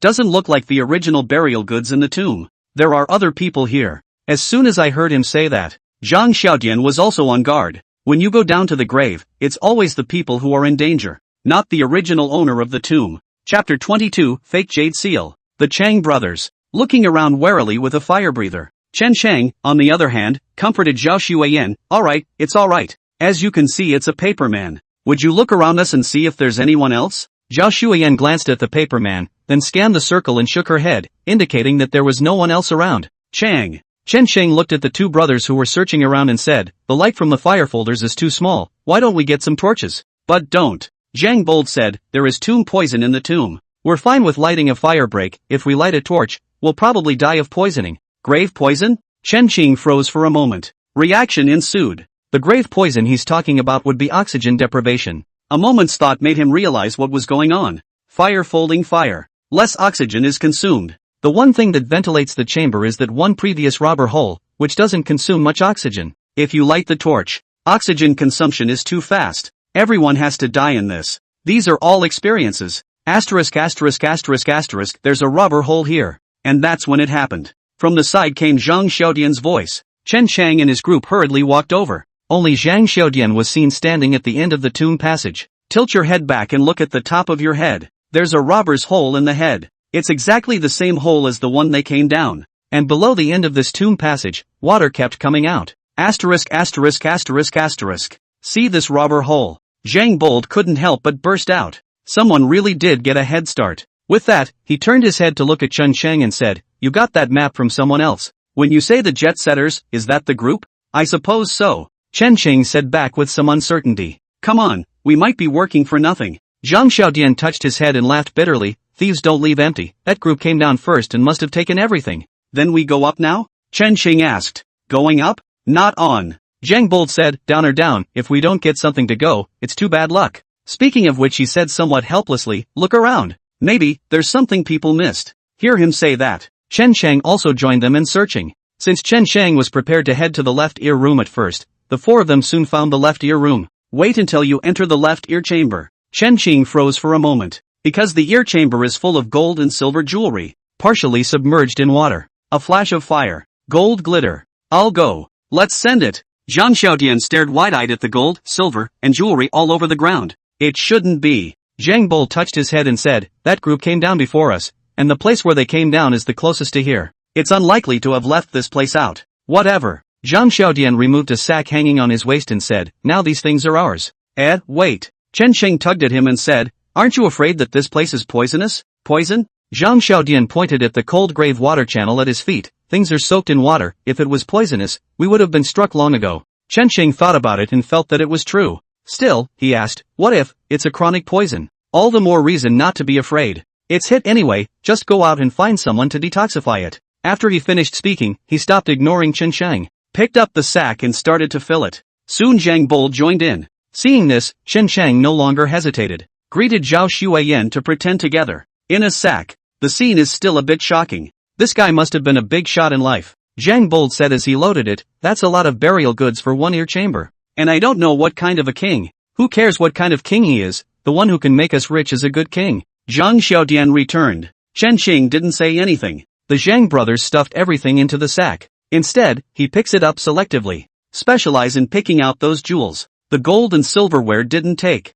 Mostly, these two things are too heavy and take up space. Jewelry Junior. It's a good idea to take it out and exchange it for money. Zhao Xueyan, on the other hand, stood to the side and helped Chen Shang hold up the fire folders. Occasionally there is a pattern. Help pick up some jewelry. The four of them just searched through this narrow chamber. Suddenly, Chen Xing felt something in the water. 4 square. It is a jade seal. The moment Chen Xing saw the words above the seal, that indisputable heart jumped violently. But soon he was exasperated. The inscription on the jade seal reads, by the mandate of heaven both life and eternity. And one corner is still gold-clad. But, in one of its corners yet there is also a fake inscription. This is a fake jade seal. Chen Xing looked up. Seeing that the Zhang brothers were still loading things, they didn't notice this side. He yanked over Zhao Xueyan and stuffed this fake jade seal inside her clothes. The jade seal is fake though. But it's a jade seal, too. It's good to use it as a souvenir. Rummaged around a bit more. Didn't find any more good stuff. Chen Xing said when he saw that he was almost done loading, let's give these away first. Okay. Zhang Bold said, there's a bit too much stuff here to be loaded at once, so let's send the stuff up first and then come back down to load it. One line dragged the stuff to the hole. Master Qin, can you hear me? Zhang Bold shouted. Heard that. Let the rope down and fish for lots of goodies. Not for a while. A rope was let down. Tie the fetch to a rope to be pulled up by Master Qin. Get it here. Chen Xing actually kind of wanted to go up there. These things have been good for a lot of money. However, the Zhang brothers clearly wanted to empty the place, so Chen Xing couldn't say anything up. Got a couple more trips with them. Finally, the left ear room was emptied. After you're done, the group went back to the right ear room. But alas, the right ear room stores armor, weapons, and a few other weapons. These things have been shown beyond recognition. It's a little strange. Just as Chen Shang was about to go up, Zhang Bold frowned. We've been wandering around the left and right ear chambers for half a day. I don't see the main crypt. The main chamber is also where the owner of the tomb is located. It's the burial goods there that are the most numerous and valuable. At this point, Chen Shang no longer wanted to stay in this hellish place. Immediately, he said, forget it if you don't find it. We'll get a lot of money for all that stuff we fished up there. The Zhang brothers looked at him. Could tell he didn't want to be here. Zhang Bold hesitated for a moment before saying, Brother Chen, if you want to go up, you can go up first. Take care of the goods on top with Master Qin first, before someone finds out. Me and Guts will go around down there a bit more and see if we can find the main crypt. Are you comfortable with just letting me go up there? Chen Chang joked, not afraid I'll roll up and run away? Zhang Xiaodian said without lifting his head, fear not, we trust Master Qin. Since he can bring you here, you are trustworthy. Chapter 23, Disappearance. Chen Shang patted his shoulder, then tugged on the dangling rope. Old Qin Tu immediately pulled him upwards. Don't look at the old Qin Tu always holding the mountain peak, but in fact, he is extremely strong. It didn't take long to drag both Chen Shang and Zhao Xueyan up. This old guy isn't easy either. Up and over. Chen Shang then saw 7 or 8 bags of gold, silver, and jewelry sitting on the side of the robber hole. Master Qin, I didn't realize that doing your line of work was so lucrative. Chen Shang was quite envious. It would be great if we did a few more votes. Make money? Old Qin Tu let out a light laugh. Do you know how many people went down and never came back up? Also, you think the king's tomb is a cabbage. Tomb like the king's tomb are counted. Countless pairs of eyes are staring. Do you believe that you have the life to take the money but not the life to spend it? You got lucky this time. Young man, don't make chance the norm. Old Qin Tu patted Chen Xing's shoulder in a serious manner and said, before the Zhang brothers come up, let's hurry up and categorize these gold, silver, and jewels, and later hand them over to the Zhang family boss for him to take them away. I always felt something was wrong somewhere. We're too smooth. I'm afraid of getting into someone else's game. Let's just ship out and go. Chen Sheng didn't bother to refute old Qin Tu's words, because he sensed something was wrong, too. The earlier group went down to the tomb, without taking anything. This is the biggest unusual. Master Qin, how should I categorize it? Chen Sheng asked. Gold, silver, jade, and jewels are packed separately. Although Chen Sheng didn't know why he was doing it, but he did as he was told. Old Qin Tu has been in this business all his life. There must be a reason for him to do so. Chen Sheng separates things as they go. Old Qin Tu lit a stick of incense and held it above his head and waved it rhythmically. Wait until Chen Sheng separates everything. Zhao Xuyan, who was guarding his side, suddenly stared warily at a short distance away. Take it easy. Old Qin Tu said soothingly, one of our own. Speaking. Out of the darkness stepped the man in the dress of a mountain man. These people are wrapped up tight. Can't see the face. One of them stepped forward and handed Old Qin Tu half a cake. Old Qin Tu pointed at the sacks of stuff. The men shouldered their stuff and turned around. The whole process. Not a word from either side. Master Qin, just carry it away? Old Qin Tu glanced at him and said, you still want to keep it for New Year's? You know, that's not what I meant. It's such a big sum of money, if they're keeping it for themselves. Just put your mind at ease. Old Qin Tu said, old man, I've been in this business all my life. If you didn't have any brains, you'd have been buried alive in a tomb. But speaking of which, he paused slightly, not sure what to think. Eventually it was explained, those are Phantom Serpent's people, she's in charge of transporting things out. And then sold by the Zhang family boss. Next we'll just wait for our cut. If something happens in transit, she'll be solely responsible. Otherwise, do you think that she, a logistician, is going to split 20% just to bring us some food? And don't you worry if she can take charge. Since I can get her here, I can definitely trust her. That being said, Chen Sheng naturally couldn't say anything more. Master Qin, Master Qin. As he spoke, Zhang Xiaodian's urgent shout suddenly came from inside the robber's cave. What happened to Guts? Master Qin crouched at the mouth of the robber's cave and asked loudly.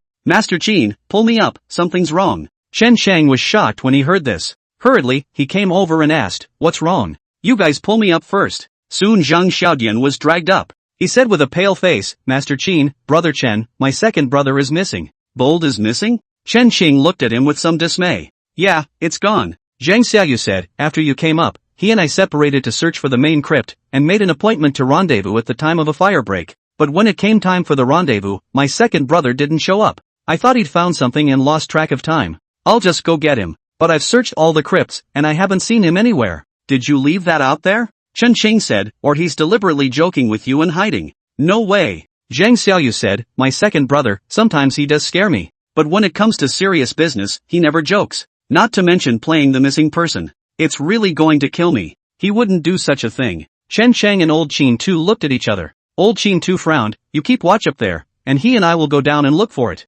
Chen Sheng nodded and didn't refuse. That hole down there. It's cold and dark. He really didn't want to go down there. Chen Sheng and Zhao Xuyan waited up there for a while. The rope in the robber's hole wobbled a little. Chen Sheng hastily yanked upwards. Soon Old Qin Tu climbed up. He didn't say anything when he came up. Pulled out his own pipe and smoked it. At times he frowned, at times his face was grim. Chen Sheng wanted to speak several times. Wanted to ask something, but didn't know how to ask. After a while, Old Qin Tu then said with a somewhat hoarse voice, Zhang Bold has indeed disappeared. Guts is still looking down there. You keep watch here, I'm going down the mountain. If I'm not back by dawn, you'll go down and force Guts out and seal up the robber hole. Good. Chen Sheng nodded. Sitting at the entrance of the robber's cave and Zhao Xuyan were wide-eyed. A little bit of time passed. The sky is gradually turning fish-belly white. Chen Sheng gradually had a bad feeling. He looked at Zhao Xuyan and said, daughter-in-law, you say, we won't be cheated. The Zhang brothers left through another robber hole. Old Qin Tu has also left, leaving us to wait here foolishly. Zhao Xuyan was dumbfounded and looked at him with innocent eyes. Chen Sheng, however, had this certainty the more he thought about it. He was in a bit of a hurry. No, I'll go down and take a look. Chen Sheng exhorted, you stand guard up there, and when I call out to you later, you'll pull me up. My little life is in your hands. Aha. Zhao Xuyan nodded very seriously. Chen Sheng tied one end of the rope to himself and slid down the robber's hole. Soon he was standing again within the chamber. The chamber was dark. Can't see a thing. The moment. Chen Sheng's heart sank to the bottom. Guts, Zhang Guts. What are you doing? Chen Sheng had expected no response. Instead, there was a sudden voice from behind him. Took him by surprise. Hastily, he turned to look with his firebrand raised. Only Zhang Xiaodian stood in the darkness, not moving a muscle. Chen Sheng was instantly relieved and said, what are you doing? Why don't you light the fire? Ran out of firebenders. How did you get down here? Zhang Xiaodian's eyes were a bit odd as he said, didn't Master Qin ask you to stand guard up there? You don't think we rolled up and ran away, do you? Chapter 24, Speculation. How? Chen Qing said with some embarrassment, I just came down to see you. Zhang Xiaodian didn't bother poking at Chen Cheng. Just in a somewhat mournful tone, he said, you go up and keep watch. I'll look for Ergo again. Also, just as the two were talking, a voice spoke from overhead. Chen Qing hurriedly asked, Master Qin, is that you? All go down. Master Qin responded. Chen Sheng then saw that people were constantly coming down from the robber's hole. About 5 or 6 people came down. These people Chen Qing did not recognize, but he saw Zhang Huanji in the crowd. Master Qin was the last one to come down. Master Qin looked at Chen Cheng and said, I'll have your daughter-in-law stand guard up there. That shouldn't be a problem. No problem. Master Qin, who are these people? Chen Sheng looked at the people who had come down. The man the Zhang family boss found. Master Qin said, came down to help find someone. Zhang Hundian first glanced at his brother before clasping his fists at those who had come down and said, tough job, everyone. Boss Zhang, you're welcome. We get paid to do things too. Someone answered, then lit torches and scattered in all directions. Until then. Only then did Zhang Hundian look at Zhang Xiaozhu and said, tell me carefully what happened when your second brother disappeared. I was over here in the second room on the right at the time. Zhang Xiaodian gestured. Second brother said that the main chamber might be hidden, and he's going to continue to take a look over at the left ear chamber. And then never came back. Zhang Hundian frowned and said, take me over there and take a look. Zhang Xiaodian led the crowd towards the left ear room. Chen Qing thought about it and followed. One is that the Zhang brothers are nice. He wanted to help find it. The other one is, he wanted to watch the fun. You can't forget to eat your melon at any time. Wait until you get to the left ear room there. At a glance, Zhang Hundian saw the red paper figure floating on the water. He picked up the paper man and looked at it, then looked at the other group's robbing hole, turned his head to look at Zhang Xiaodian and asked, have you climbed up there and seen it yet? Went up there. Zhang Xiaoyu said, the robber's hole is collapsed, so it's impossible to climb up. It should have collapsed when the last group left. Zhang Hundian frowned and didn't say anything. He went around the ear room again. Nothing. Just then, old Qin too, who hadn't said anything, suddenly asked, Little Dare, have you done what I asked you to do earlier? Do it. Zhang Xiaodian hurriedly pointed to one of the walls of the chamber and said, Master Qin, you asked me to mark the water surface, and I've marked several places. Chen Qing followed where he was pointing. There was an indentation where the water contacted the wall. To see it more clearly, Zhang Xiaolian also touched mud on it. Old Qin too examined a few other engravings and looked up at Chen Cheng and asked, Little Chen, from the time I left, to the time I came back, how long did it take in total? Nearly 2 hours. Chen Cheng answered without hesitation. Because he had been worried that Old Qin too had run away, he had kept track of the time. That one counts for 2 hours. Old Qin too pointed to the water and said, the water here is coming up from that corner, but the surface of the water hasn't risen. This means that there are still mezzanines in the chamber. The water got into the mezzanine and then ran off somewhere else, and that's the only way the water didn't rise. With that he looked at the red paper man again. The water moves more slowly and we can't see it with the naked eye, but the paper man floats with the current. That's why you guys just started coming down and recognizing the paper people as ghosts. After all this time, the paper man was always around here, right? Right. Chen Qing said, the paper man has been around here since we came down. That's right. Old Qin too squinted his eyes and said, the mezzanine should be around here, where the water disappeared. It's just disappearing so slowly that we don't notice it. Speaking of which, Old Qin too said to Zhang Huanji, tell those people to stop looking for people and go find something to seal the water outlet. Okay, I'll tell them to do it. Soon Zhang Hundian called the people over. Briefly afterward, these people are on the spot. Start sealing the outlet with grave clay. The spout is not large, so it was quickly blocked. But waiting for all the water in the graveyard to run out isn't going to happen overnight. Old Qin too exhaled a mouthful of cloudy air and said, it's already dawn, everyone go up. We'll come back in the evening, when the water has run out. From the bottom of the grave until now. Busy night. Tired long ago. Chen Qing naturally had no problem with it. Zhang Xiaodian wanted to stay and keep looking, but he was scolded by Zhang Huanji. It was all he could do not to follow the group up. The robber's hole is sealed up for now. We all went down the hill together. On the way down the mountain, Old Qin too said, Hunguts, you have to be mentally prepared. There was a mezzanine, and the boldness and sudden disappearance probably triggered the flap. Step on the mechanism and you should know what the consequences are. By flip-flop it means, you look at the place and there's no problem at all. But people step on it. The slate immediately turned over on its side. People falling off is exactly the same as disappearing into thin air. This kind of trap is common in large tombs. When encountering such traps, one often turns around and the companion beside him is gone. A flash of sadness flashed in Zhang Hunshan's eyes. Master Qin, I was mentally prepared as soon as you said there was a mezzanine. But the three of us, brothers, grew up together without a father or mother.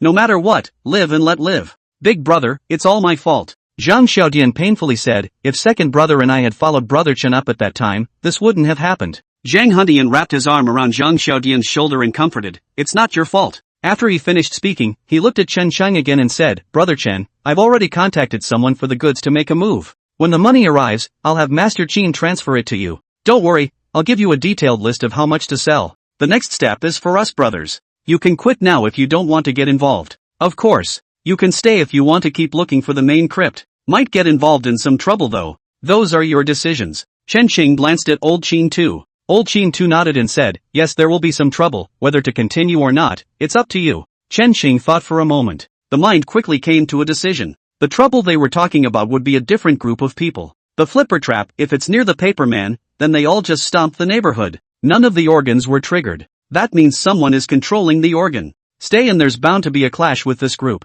After thinking for a moment, Chen Qing laughed, Master Qin, I told you a long time ago, I'm scared of being poor. How can you quit when there's still good stuff left? Chapter 25 Tantric Vajra Chart. Chen Qing chose to stay. It's not all about the money. There are two other main reasons. One reason is that the gang is related to Master's son. Cutting off the roots has always been his principle of doing things. Another reason is that the Zhang brothers are nice and capable. He wanted the other guy to owe him a favor. Use it later. See that he makes a decision. Zhang Hundian didn't say anything more. Soon the group returned to Mang village and began to rest. Only over today compared to yesterday. The atmosphere was inevitably dull. After all, there's one less person. Zhang Xiaodian even tossed and turned and couldn't sleep. As for Zhang Hundian, Chen Sheng and his party entered the village, and he disappeared with the men. Until the evening. Chen Sheng and his group retraced their steps back to the side of the robber's cave. That's how I saw him. Compared to the morning. At this time, he was in a much worse state, and there was a lot of blood in his eyes. The robber's hole, which had been covered up, was also reopened. Apparently he went down there during the day. Old Qin Tu took a look at it and didn't say anything more, just asked, did you find anything? No. Zheng Hungal said, the water down there has been drained. Okay, then go down. Old Qin Tu said, Boss Zhang, just don't follow down and bring someone to guard the top. Good. Zhang Hunju nodded. The group descended back down into the crypt. Tonight's chamber is a far cry from last night's. Torches were stuck in many places. The dim, dank crypt had a touch more warmth to it. There were also some people inside the chamber cleaning the dirt from the chamber. These were brought by Boss Zhang. Chen Qing followed old Qin Tu back to the red paper man. The paper man was tossed aside at this point, because the water was emptied. A lot of things that are covered in water, all revealed. Originally, this was a tomb passage, and the ground was covered with a layer of mud because of the water flow. At this point the mud was cleared to the sides. A slab of stone was revealed. There are many thumb-sized holes on the sides of the slab. That's where the water flowed out of earlier.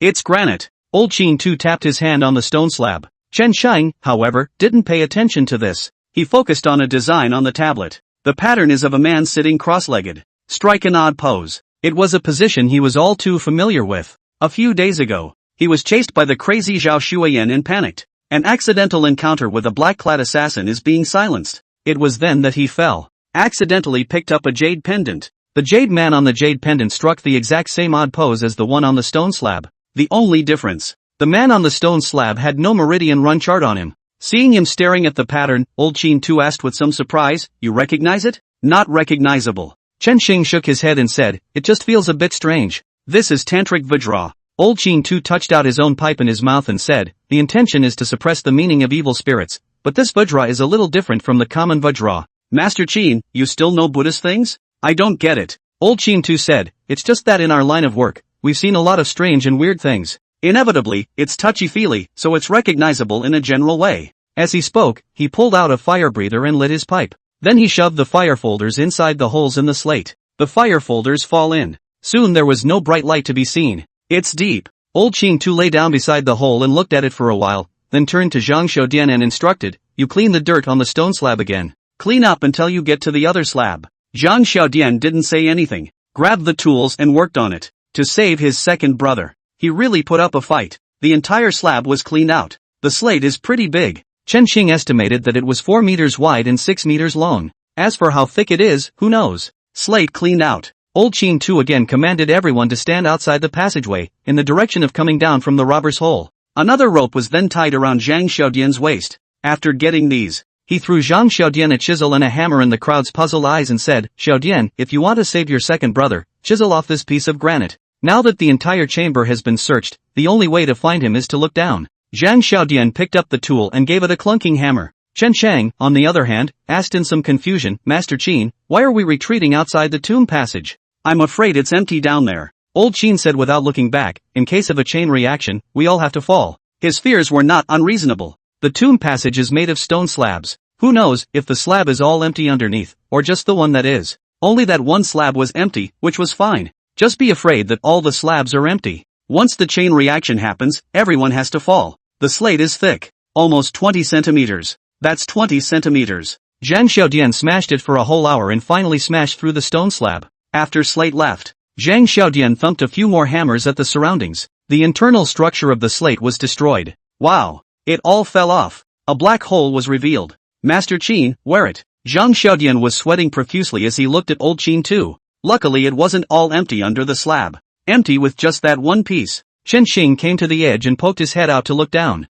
Just a glance. Dizziness. The feet went limp, and they fell downward. Fortunately, Zhao Xueyan's quick eyes and hands, a tug on him this did not fall down. You be careful. Old Qin too reminded with some trepidation, I don't know how long it's been sealed down there, and I don't know how much grave poison has accumulated, so it's very easy to be poisoned if you probe over there rashly. Speaking of which, he added, somewhat to himself, and it's my fault for forgetting to warn you. Now everyone get up there. Wait until midnight to come back down, by which time the grave poison should have all dissipated. The so-called grave poison is actually carbon dioxide. Chen Shine didn't dare to stay any longer. The chamber was already unventilated, and now the torches were lit. Now all the carbon dioxide in this hole is coming up. Staying here any longer is no different than gas poisoning. The group was back on the ground again. It was 2 hours before midnight. Master Qin, did you find anything? See the crowd coming up. Zhang Hundian asked impatiently. There's a hole. Old Qin too briefly described it, then looked into the distance and said, the hole is very deep, falling down will surely kill you.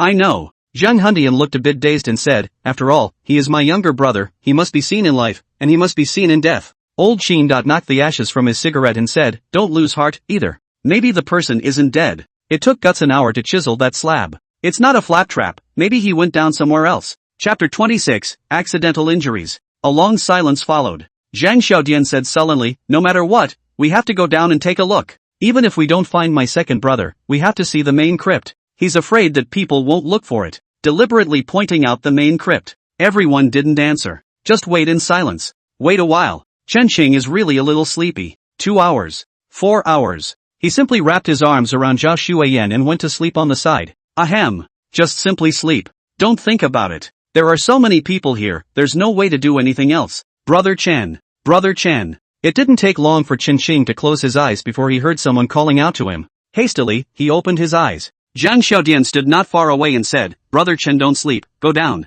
Okay, that's coming. Chen Sheng pushed Zhao Xueyan beside him. K. Zhao Xueyan rubbed her sleepy eyes and said, I want to sleep. Hold on a little longer, hold on. Chen Sheng patted her cheek and said, when things are done here, I'll buy you a lot of pastries. I'll listen to the pastries. Zhao Xueyan immediately stopped being sleepy. Sharply rising from the ground, he tugged Chen Chang, Cheng, let's hurry up and go. Chen Chang opened his mouth, dumbfounded. It was sleepy a moment ago. Spirits are high now. This guy can cheat. He's not crazy. But, it seems like after cavorting with yourself, she wouldn't be so crazy. It's just that the mind has become like a child's. And I don't know what caused it. Forget it. Couldn't care less. Chen Chang led her to the side of the robber's hole. Old Qin Tu and the others had begun to descend the tomb. Soon the group rejoined the deep pit within the chamber. Zhang Hundian took out a rope. A lit torch was tied to one end and tugged on the other. Then it eased the torch down. 1 foot, 2 feet, 5 feet, 10 feet. The whole 10 feet. Chen Qing quickly converted in his mind. Almost 30 meters. It's the equivalent of a small 5 or 6 story building that high. So high. Chen Sheng said, if you fall, you won't be shattered. Are we really going down there? Hearing Chen Qing's words, Master Qin was also silent. None of those who had followed the Zhang family's boss had spoken either. Zhang Xiaodian grabbed the rope in his big brother's hand at this point. Secure it inside the chamber. He looked at the crowd and said, no matter what, I'm going down there to take a look. In case Ergo is down there and I'm not, I'll never be at peace in my life. And then he was right in front of everyone's eyes. Slid down without any protection. Put everyone in a state of shock. Good to have a scare. He slid to the bottom. And he picked up the torch he had previously thrown down and waved it a few times shouting, Big brother, Master Qin, there's a wine down there in a dark river, there's no grave poison. A breeze means it's ventilated inside. Air circulation. There is no carbon dioxide poisoning. That is to say, waiting for 2 hours for nothing. Zhang Hundian heard his brother's shouts. He went down there without even thinking. Those he brought with him followed down after a little hesitation.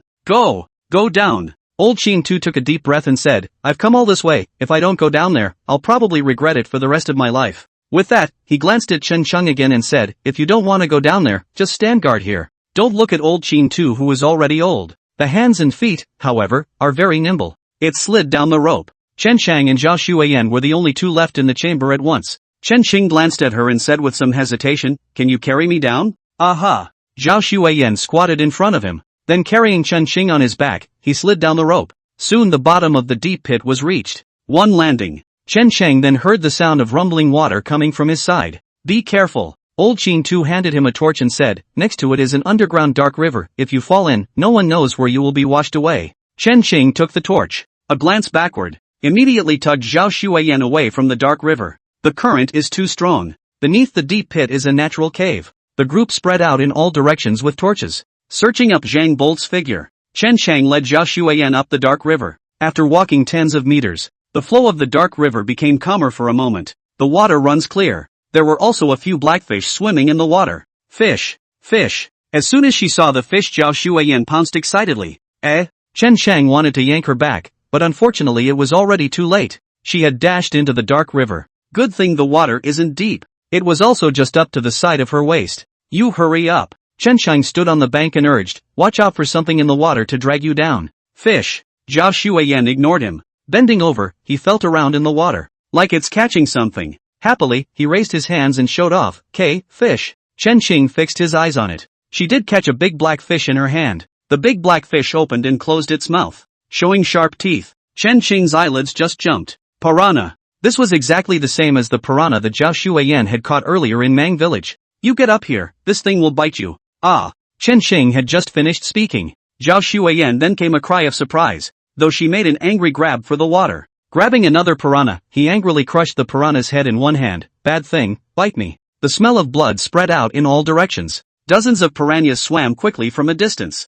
Come, up here. Chen Qing's face changed and he hurriedly urged, the other piranhas are coming. Ah Qing, you have to save me. See the piranhas gather around. The childlike Zhao Xueyan was also flustered. Chen Qing could only bite his teeth. Jump into the dark river, tugging her upwards. The bottom of the dark river is full of moss and very slippery. Between panicking, Chen Qing fell into the river without standing still. Good thing one hand was propped up on a rock, but there was a pain at his fingers. It should have been scratched by a rock, and he didn't care. Climb up, tugging Zhao Xueyan toward the shore. Tighten up. Finally made it to shore before the piranhas closed in. One ashore. He then gave Zhao Xueyan a brain boom and said angrily, I told you to come up but not to come up. Is this the place to play around? So disobedient. Zhao Xueyan, who had done something wrong, hung her head low and tugged on his arm with both hands, saying pitifully, Ah Cheng, I was wrong. Don't you get mad. Look at her pitifully. Where was Chen Qing still angry? Alright. Chen Qing said helplessly, no more nonsense in the future, got it? Got it, K. Chen Qing glanced at his fingers. A jagged gash was made in the finger. Good thing it's not deep. He put his finger in his mouth and sucked the bruise, and began to bandage it up briefly. See that he's hurt. Zhao Xueyan's head lowered even further. Get over here, there's something over here. It was also at that moment that shouts suddenly came from the distance. Chapter 27 Iron Cladding. Chen Qing followed the voice. One man was seen standing in front of a mountain wall waving a torch at the crowd. Chen Qing glanced at the finger that had stopped bleeding and said, Let's go over. On the way, he met up with old Qin Tu and the others. Together, they came to the mountain wall. The walls of the mountain are smooth as a mirror. There was a one-man cave in the middle of the mountain wall. The one who found the cave said, Boss Zhang, I found bloodstains and footprints. As soon as I heard there was a discovery, Zhang Xiaodian rushed over in a hurry. Where's the blood? Here. Chen Chang looked in the direction the man was pointing. Sure enough, I was looking at blood and a row of footprints on the floor. Looking in the direction of the footprints, the man went inside the cave. Zhang Xiaodian didn't have any hesitation. It went straight in. Guts. Zhang Hungal cried out in worry and hurriedly followed suit as well. Chen Chang and Master Qin glanced at each other and followed suit. The cave twists and turns. After walking out 20 meters or so, Chen Qing saw the two brothers, Zhang Xiaodian and Zhang Huanji. Why don't you leave? Old Qin Tu asked. Master Qin. Zhang Hundian said in a sad tone, there is no road ahead. Chen Chang walked up somewhat strangely. Then a door was seen to appear inside the cave. Iron gates. An iron gate made of poured iron blocked the whole cave tightly. Old Chin Tao went forward and knocked on the iron door with his own pipe. The iron door did not make a crisp sound. Instead, it made a dull, muffled sound. It doesn't seem to be iron. Instead, it's stone-like. Old Chin Tao's brow furrowed into a Chuan character. After a while, this exhaled a mouthful of cloudy air and said, "Ironclad stone. There's no way to open it with our abilities." "Master Chin, what is an ironclad stone?" Chen Qing asked curiously. "A stone with iron poured on the outside is an ironclad stone," Old Chin Tu said in a ghostly tone. "Judging from the structure of the door, it should be pushed inward. But it's a tomb door, and the back half of the door has overhead posts. Can't push it at all. Then blow him up." Zhang Xiaodian's eyes reddened as he said, "Second brother taught me the recipe for gunpowder. How do you blow it up?" Old Chin Tu said, "I don't know how thick the iron gate is poured, or how thick the stones are inside the gate. You tell me, how do you blow it up?" "We can dig in through the side," Chen Sheng said. "Just make a hole from the side and dig in." "How do you dig?" Old Chin Tu turned his head to look at Chen Sheng and said, "Do you know if the passage behind the door is to the left or to the right? Or down or up? Once you dig in the wrong direction, God knows where it goes. Most importantly, we have time to dig. Does Zhang Bold have the life to wait?" Speaking of which, Old Chin Tu closed his eyes slightly, then looked at Zhang Hunju with cold eyes and said, "Give up. Instead of thinking about how to find the dick, might as well think about how to avenge him." Old Chin Tu said, "If Lao Er really arrived here, then it's impossible for him not to leave a trace. He could only have been brought here by someone else." Speaking of which, Old Chin Tu looked at Chen Sheng and said, "You said the map of the tomb came from someone else. I couldn't ask before for fear of getting into your secrets, but now can you tell me where the map came from?" "Sure." Chen Sheng didn't hide it either. Briefly, he told the story of how the map came to be. Of course, some of the things in between he glossed over. For example, Master Chai wants to pout him. For example, Su Shaowan. Old Chin Tu was listening to Chen Sheng's narrative. In a serious tone, he said, "That Master Sun you're talking about, if I'm not mistaken, he should be Quick Sword Sun. Since his debut, a hand of soft swordsmanship, divine, no defeated hands in the southwest." He glanced meaningfully at Zhao Xueyan, but not much more. Turning to the other side, he added, "The old midget in black cloth shoes that you met at the restaurant is, unsurprisingly, the sword-carrying Ape Li San. Fast Sword Sun and sword-carrying Ape Li San are close friends. You killed Quick Sword Sun, and the sword-carrying ape will surely take revenge. But, according to what you said, the sword-backing apes still don't know that Quick Sword Sun is dead, and there are people to cover up the traces for you. He shouldn't be able to get to your head that fast. Then the Zhang brothers aren't the ones you've gotten involved with." "Master Qin." As soon as Old Chin Tu finished speaking, Zhang Hundian said angrily, "Master Qin, what do you take us Zhang family brothers for?" Surprisingly, we followed along to the grave. "Then no matter where Brother Chen's map came from and what karma there is, we will proceed." "How can it be considered Brother Chen's even?" Speaking of which, Zhang Hundian looked at Chen Sheng and said, "Brother Chen, we won't just go off on a wild tangent and blame you for Lao Er's death. Master Qin, let's go up." "Not looking. It's the dick that's ill-fated." After saying that, Zhang Hunshan's entire body looked like it had been drained of its essence. Shriveled up. Zhang Xiaodian, who still wanted to insist, saw that his own big brother was like this. Even if the heart is no longer willing, he could only break his teeth and swallow it in his stomach. The group started walking back. On the way back, there were no mishaps except that the ropes to climb up the chamber were a little harder to climb. By the time the crowd was all back on the ground, the sky was already turning fish-belly white. Another night of searching without realizing it. After returning to the ground, Zhang Hundian clasped his fists and said, "Master Qin, Brother Chen, I'll get out the stuff as soon as possible and deliver it to you. Farewell." After saying that, he looked sad and left with his men. Chen Xing, Zhao Xueyan, and Old Chin Tu were soon left on the hillock. "Master Qin, are we going back to the city?" Chen Xing asked. Old Chin Tu thought for a moment and said, "Go back." The three descended the hill in some silence. "Little Chinzi, you'll hold a grudge against me for what I said in the cave earlier." On the way back, Old Chin Tu suddenly said, "What's the word?" Chen Xing looked at him with some dismay. Even the words of the Zhang brothers. "Hey, what did I expect?" Chen Xing laughed. "I have to thank Master Qin for pointing this out. If you don't point it out, the Zhang brothers may really hold a grudge against me if they get drilled for a while. You point it out instead of being fine. After all, the brothers aren't unreasonable." Old Chin Tu patted Chen Xing's shoulder and said, "It's good that you understand. Sometimes one is afraid to take the bull by the horns." Speaking of which, Old Chin Tu paused slightly and said, "Wait until the road passes in front of us, then let's split up. I won't go back, I'm going away for a while, and I'll have the money sent to you." "Master Qin, where are you going?" Chen Xing looked at him with some dismay. "Looking for someone." A flash of coldness flashed in Old Chin Tu's eyes and said, "Old man, I've been in this business all my life. The Zhang brothers have also been with me for many years. Now the penis is unexplainedly gone. This revenge has to be avenged. Sword-carrying Ape Li San is a member of the Xiaoqin Society. I need to find someone to deal with him together. I'll be back in half a month at the earliest." The Zhang brothers will definitely go down to look for Lao Er again, so if they run into any trouble, I'll trouble you to help me out a bit. Chapter 28, Infected Coma. Old Qin 2 is gone. Walking in style. Going away also made Chen Chang very upset. If this old guy just runs away, ask yourself who to ask for the money. But there is a previous lesson to be learned. Again, Chen Chang was not in a good position to take another small step. One can only go back apprehensively. The yard is still the same. Sister Qing was squatting in the courtyard boiling medicine as usual. As for the landlady Aunt Lee, it's getting to be too much. It's early in the morning and it's all and no shame. Sister Qing, boiling medicine so early in the morning. Chen Chang smiled and gave a greeting. Only Cheng Qingyi didn't bother with him. Chen Xing didn't feel any embarrassment either. All these years, he was also used to Cheng Qingyi's cold words. After returning to his room, lay down and start huffing and puffing. This sleep is a problem. In a daze, Chen Xing felt someone calling him. Meanwhile someone else is shaking themselves, but just couldn't keep my eyes open. Whenever he opened his eyes he felt a large invisible hand squeezing his heart. It's hard as hell. And when he chooses to go with the flow and close his eyes he feels comfortable. Just always dreaming about lots of bugs crawling around. Would love to have silkworms. White and chubby, but with sharp teeth. He knew full well he was dreaming, but it's just scary. It went on like that for I don't know how long. He suddenly felt a pain in his person. That's where the bottom of the nose is. The eyes that were never open were finally open. A shadowy figure sat beside her, looking down at herself. Without even thinking, he reached out and wrapped his arms around the other man's waist, and went with the flow and stuck his head over to nuzzle the other. Fragrant, soft, daughter-in-law, you smell so good today. Pa. Chen Xing had just finished speaking. A slap landed on his face. The eyes cleared instantly. Where he was holding his own daughter-in-law. It's clearly Sister Qing. Chen Chengyi's face was grim and watery as she looked at him and said, how much longer do you have to hold it?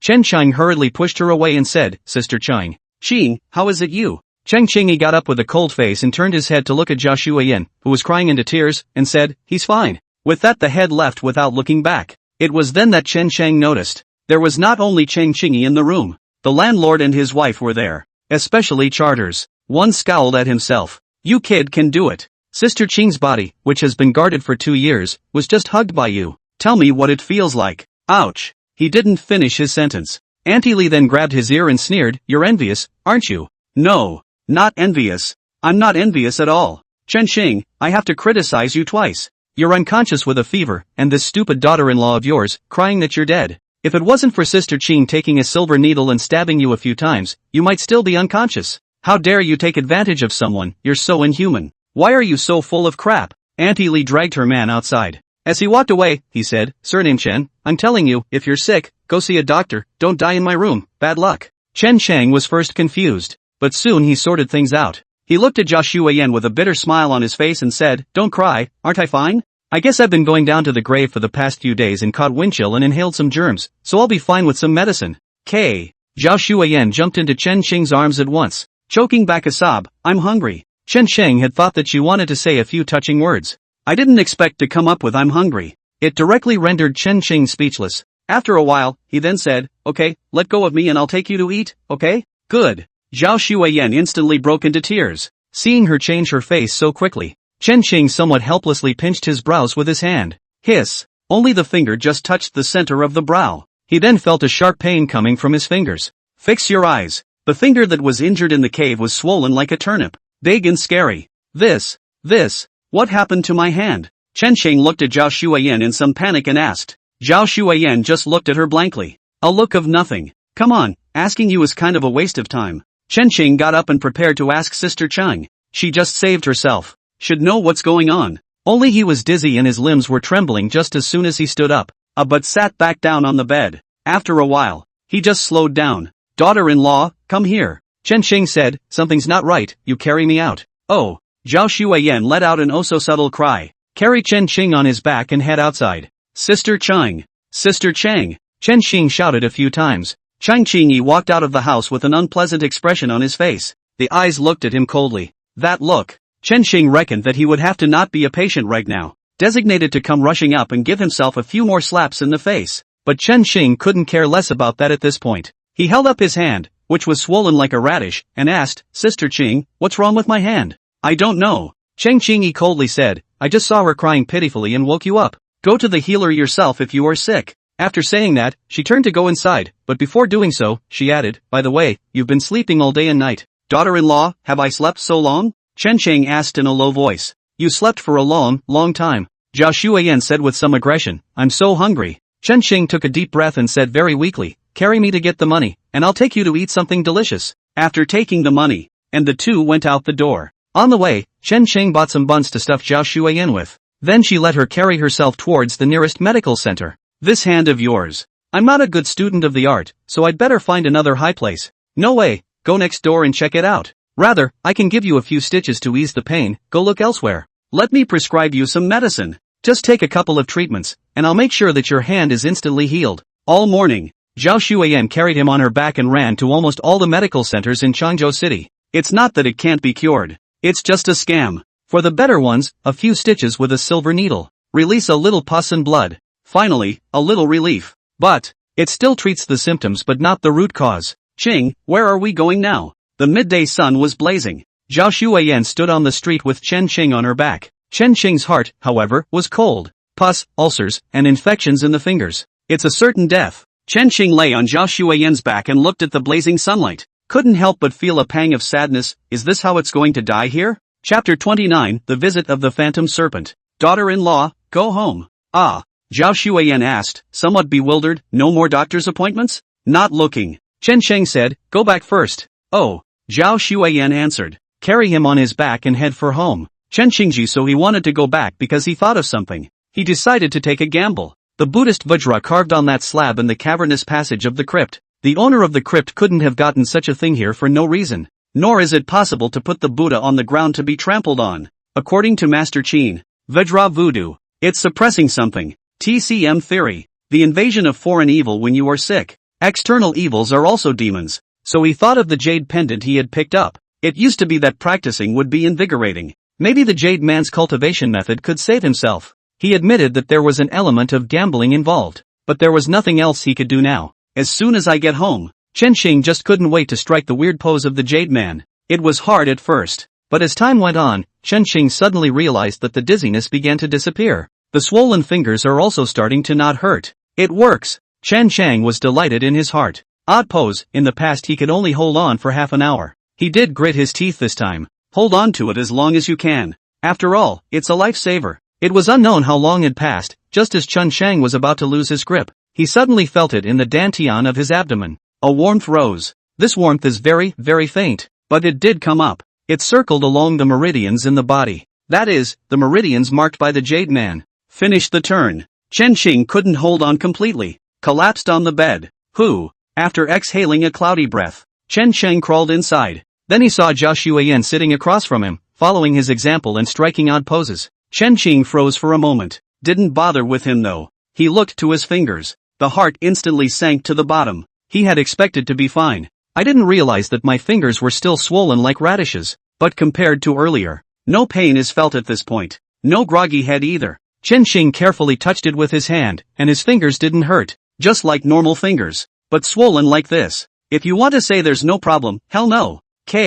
At this time, Zhao Shuiyan also opened her eyes, looking at him with eyes full of happiness. You're awake again. Chen Sheng petted her head and asked, how long did I sleep this time? Zhao Shuiyan touched his chin and thought, it's dark and bright. I don't know how long. Ching, I'm so bored and hungry. It's dark and light again. That's a day and a night. Chen Sheng asked, haven't you ever been out? No. Are you acting like me because you're bored, too? Aha. Ugh, you are so. Chen Sheng wanted to say something, but didn't know what to say. He could only show a smile and said, your husband, I'm fine now, I'll take you to eat. Zhao Shuiyan's eyes were fixed on Chen Sheng's swollen fingers. There was disbelief in his eyes. It's okay. Chen Sheng laughed and wiggled his fingers. Look, it doesn't hurt. At all. He hadn't finished his sentence. Zhao Shuiyan then took a hold of his swollen finger. A moment of pain brought him down in a cold sweat. What are you doing? Chen Sheng gritted his teeth. Zhao Shuiyan's eyes were full of innocence. Didn't you say it didn't hurt? Chen Sheng really wanted to explode. Just because I say it doesn't hurt, doesn't mean it doesn't hurt when you squeeze it. Don't ever do that again, okay? Oh, Zhao Shuiyan promised well with her mouth. In reality, it was defiantly saying to itself, doesn't it hurt just as much as it pinches? What's the difference? Chen Sheng took a deep breath. Decided not to get with the cutie. Counting. Chen Sheng, are you home, Chen Di? And that's when it happened. A clear female voice suddenly came from outside the house. Chen Chang was slightly stunned. The voice was somewhat familiar, but he couldn't remember who it was. Who? Me, you're your sister-in-law. Auntie, your sister. Chen Xing cursed without even thinking. I don't even know who was my great aunt. Chen Xing cursed and opened the door to his room. Then it froze, because standing outside the door was no other than Phantom Snake, the woman in charge of logistics for Master Qin's team. Who dare to come to my courtyard to find trouble? At that moment the landlord, Aunt Li, came out of the house with a broom cursing. Chen Chang hurriedly shouted, Aunt Li, don't be impulsive, she is my great aunt, not to make trouble.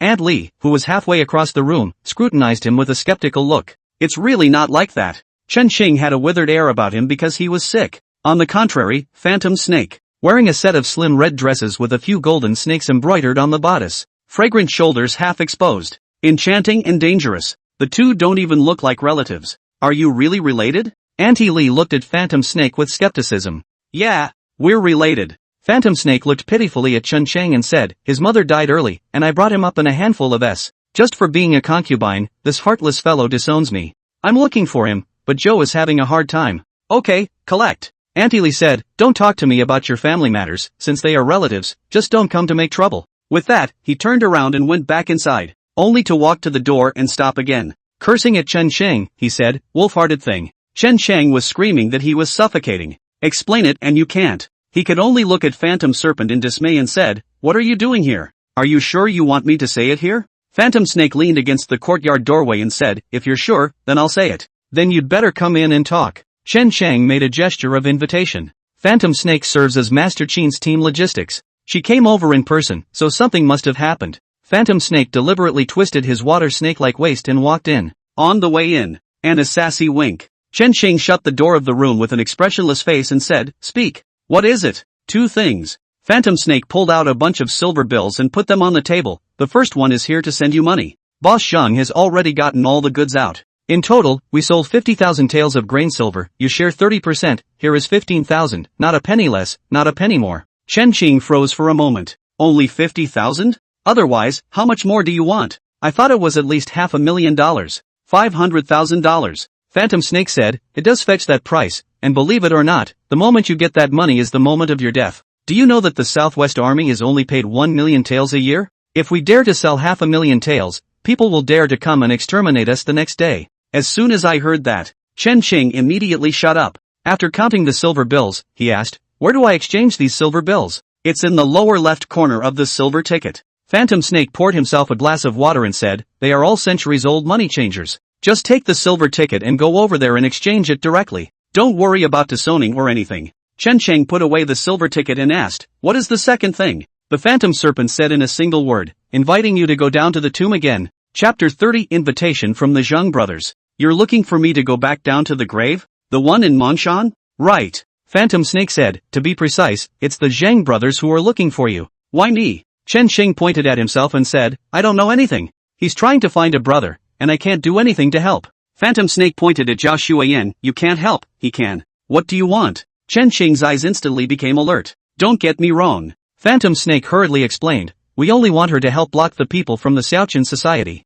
Buy us a little time while the Xiaoqun Society people do it. With her strength, she can do it. Of course, you can always pull out if you feel in danger. And in return, the things found inside the tomb, the Zhang brothers share they don't want, all of them will be given to you. Chen Shang did not immediately refuse. Instead, after a few moments of contemplation, he asked, can I ask what exactly the Dawn Spring Society is? Lower ninth. Phantom Snake said, years ago someone gathered a group of Jianghu, selling art for a living in the Jianghu up, recruiting capable men and women to form the Xiaoqun Society. In the beginning they were just hugging each other, and then for some reason they came into contact with people inside the court. And it's grown rapidly as a result. The Master Chai you were talking about earlier is just a small enough leader at the bottom of the hierarchy. To put it more bluntly, they're a tool for certain people up there to enrich themselves. This certain person, Chen Cheng naturally knew who it was. The second prince? Su Xiaowan said that. The Xiaoqun Society is so powerful, how dare you offend them? Chen Cheng asked. Why be afraid? Phantom Snake laughed softly, where there are people, there are interests, and where there are interests, there will be strife. Xiaoqun will expand fast, naturally swallowing the interests of others. Do you think those who have had their interests swallowed will be willing? They're not so far gone that they can't get their hands dirty. Alright, after talking to you so much, will you or won't you answer the invitation from the Zhang family brothers? Give me an idea so I can go back and have an explanation. Sister Snake. What Sister Snake? Call Sister Phantom. You're too little to talk. Sister Phantom. Chen Sheng held up his swollen fingers and said somewhat helplessly, Sister Snake, I also want to help, but I can't help in this condition. Lo, radish. Phantom Snake looked shocked. Where did you take the radish from? What a turnip. Chen Sheng said with a black face, this is a finger. Ha ha. Phantom Snake stared at his fingers for a moment. Suddenly he laughed. Laughed so hard that tears came out of my eyes. Chen Sheng said with a black face, you mocked me, didn't you? I'm sorry, but seeing your fingers just makes me smile for some reason. Phantom Snake reached out and touched the tears in the corner of his eyes and said, I'll try not to laugh. Why do you have hands like radishes? Ha ha. A word about radishes. Phantom Snake just couldn't help but laugh. Chen Sheng's face was also getting darker and darker. Fine, I won't laugh. Phantom Snake stifled a laugh. Tell me, what's going on, haha? Chen Sheng blackened his face and briefly explained the matter. After listening, Phantom Snake said, are you saying that no one in the whole city has been searched who can cure your radish hand? Ha, turnip hand. Ha, that's so funny. Chen Sheng looked at Phantom Snake expressionlessly and nodded. This woman has a low laugh point too. I do have a healer on my side who should be able to heal your hand. After Phantom Snake finished laughing, he said, it's just that the fees are a bit expensive. How much? Chen Sheng asked. Phantom Snake held up a finger. 1 or 2? No. 100 taels. Chen Sheng's eyes widened in shock and said, this is too dark. 100 for a hand treatment. Why don't you go grab it? No, 1,000 taels. Phantom Snake said, I know it's a bit pricey, but if it doesn't look good, the other side doesn't charge. But that's too expensive. Chen Sheng said, ridiculously expensive? So are you curing or not? Phantom Snake said, if you don't cure me, I'll go back, and by the way, I'll tell the Zhang brothers that you've refused. You wait. Chen Sheng said, who said I don't cure, just, can it be less? I'm a little rich now, but this is too expensive. It's no use talking to me if you think it's too expensive. Phantom Snake spread his hands and said, I'm not a healer, I'm just telling you the news. Chen Sheng looked at himself and his radish-like, gritted his teeth and said, cure, go wait for me outside first, I'll come out later. Okay, I'll wait for you. Oh. Phantom Snake threw a wink and wiggled her way out. When she leaves, Chen Sheng pulled out the silver bills and took out 2,000 taels from them. Then he looked for a greaseproof paper to wrap the remaining silver tickets and came to Zhao Shui inside and said, ma'am, also these inside your clothes, don't move off. Oh. Although Zhao Shuiyan was puzzled, she obediently didn't move. It didn't take long. Chen Sheng then hid the silver ticket. So much money. He's not at ease where he puts it. Only put it on her. It's the only way to reassure yourself. As for the 2,000 taels taken out, he's for healing. Phantom Snake says 1,000 taels in case people overcharge. After all, not everyone has medical ethics. Come on, I'll take you out. After hiding the silver tickets, Chen Sheng then took Zhao Shuiyan and left the room. Phantom Snake sat in the courtyard and waited. See him out. Get up and say, come with me. After leaving the yard, Phantom Snake said, you have other patients in your facility? How do you know? It smells like medicine. Phantom Snake said, judging by the smell, all the medicines used are expensive. Chen Sheng said, it's Sister Qing's daughter next door. I don't know what's wrong with her. All I know is that their family has been boiling medicine since they moved here. So serious. Phantom Snake said, should I, introduce her to that healer I know as well? Originally, Chen Sheng still believed that she knew the physician who could cure his hand.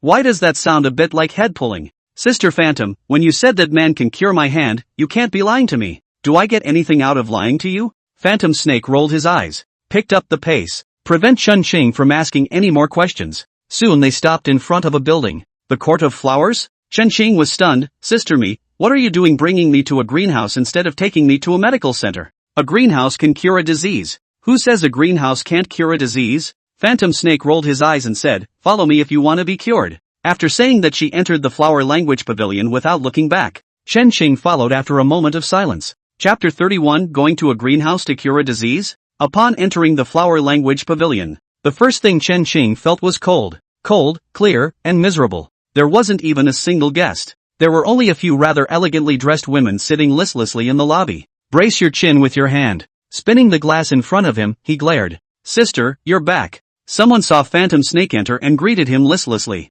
Then he caught a glimpse of Chun Sheng who came in after him. Instantly everyone's eyes lit up. Gong Chan. A quick-witted person immediately posted up and asked, does the gentleman drink? The slave has fine wine here. Go, what's so good about your wine? Don't you feel dirty over and over again? My lord, it's still fun to play the piano and talk. Gong Chan. Chen Sheng was surrounded by people at once. Surrounded. Zhao Shuiyan, who had been following him, was also squeezed into the distance. She grimaced with displeasure. What are you doing? Qing is mine. Phantom Snake, who was walking in front, looked at the chaotic scene and shouted in a deep voice, "Stop! All of you, stop it, and don't blame me for selling you to someone else if anyone messes up again." The scene went quiet for a moment. The girls who flocked up, exchanged pleasantries and squinted. Blame each other. Look at you, you've made your sister angry. Why blame me? You're clearly the one who went up there first, you hoof. Looking at this group of chattering women who couldn't stop talking, Phantom Snake rubbed his brow with a headache and said, "You guys stay aside. People aren't here to have fun. It's to find Son."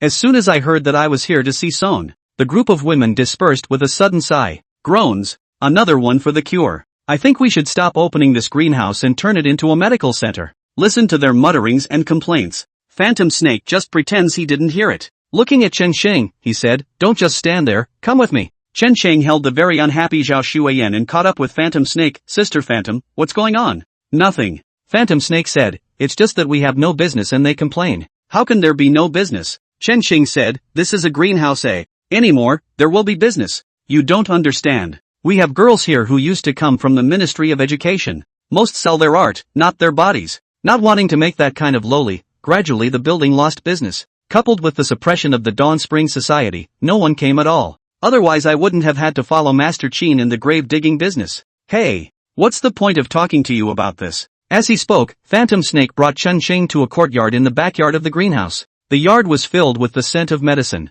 A woman who had wrapped herself up tightly was sitting in the yard drying herbs. Phantom Snake looked at the woman and introduced herself. "The healer I found for you is her. Her ancestor was an imperial physician in the palace, so she should have no problem curing you." Little Song is tanning medicine again. Phantom Snake snorted. "Sister Phantom." The woman named Xiao Song saw Phantom Snake and his group coming over. First, he said hello, then glanced at Chen Sheng and pointed to a table under the roof. "Sit down first. I'm busy with these." Phantom Snake greeted Chen Sheng as he sat down and made him and Zhao Shuiyan a cup of tea. "Junior brother Chen, you sit here first." Phantom Snake said, "When Xiao Song is done with her work, she'll show you. I'm going to go ahead and busy myself with my own business."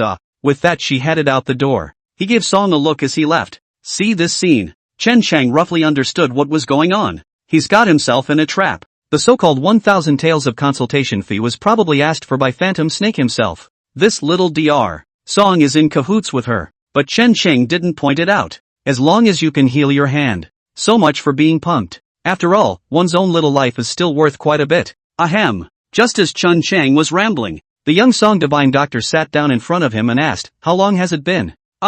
It's been a few days. Chen Sheng said back. "It's serious?"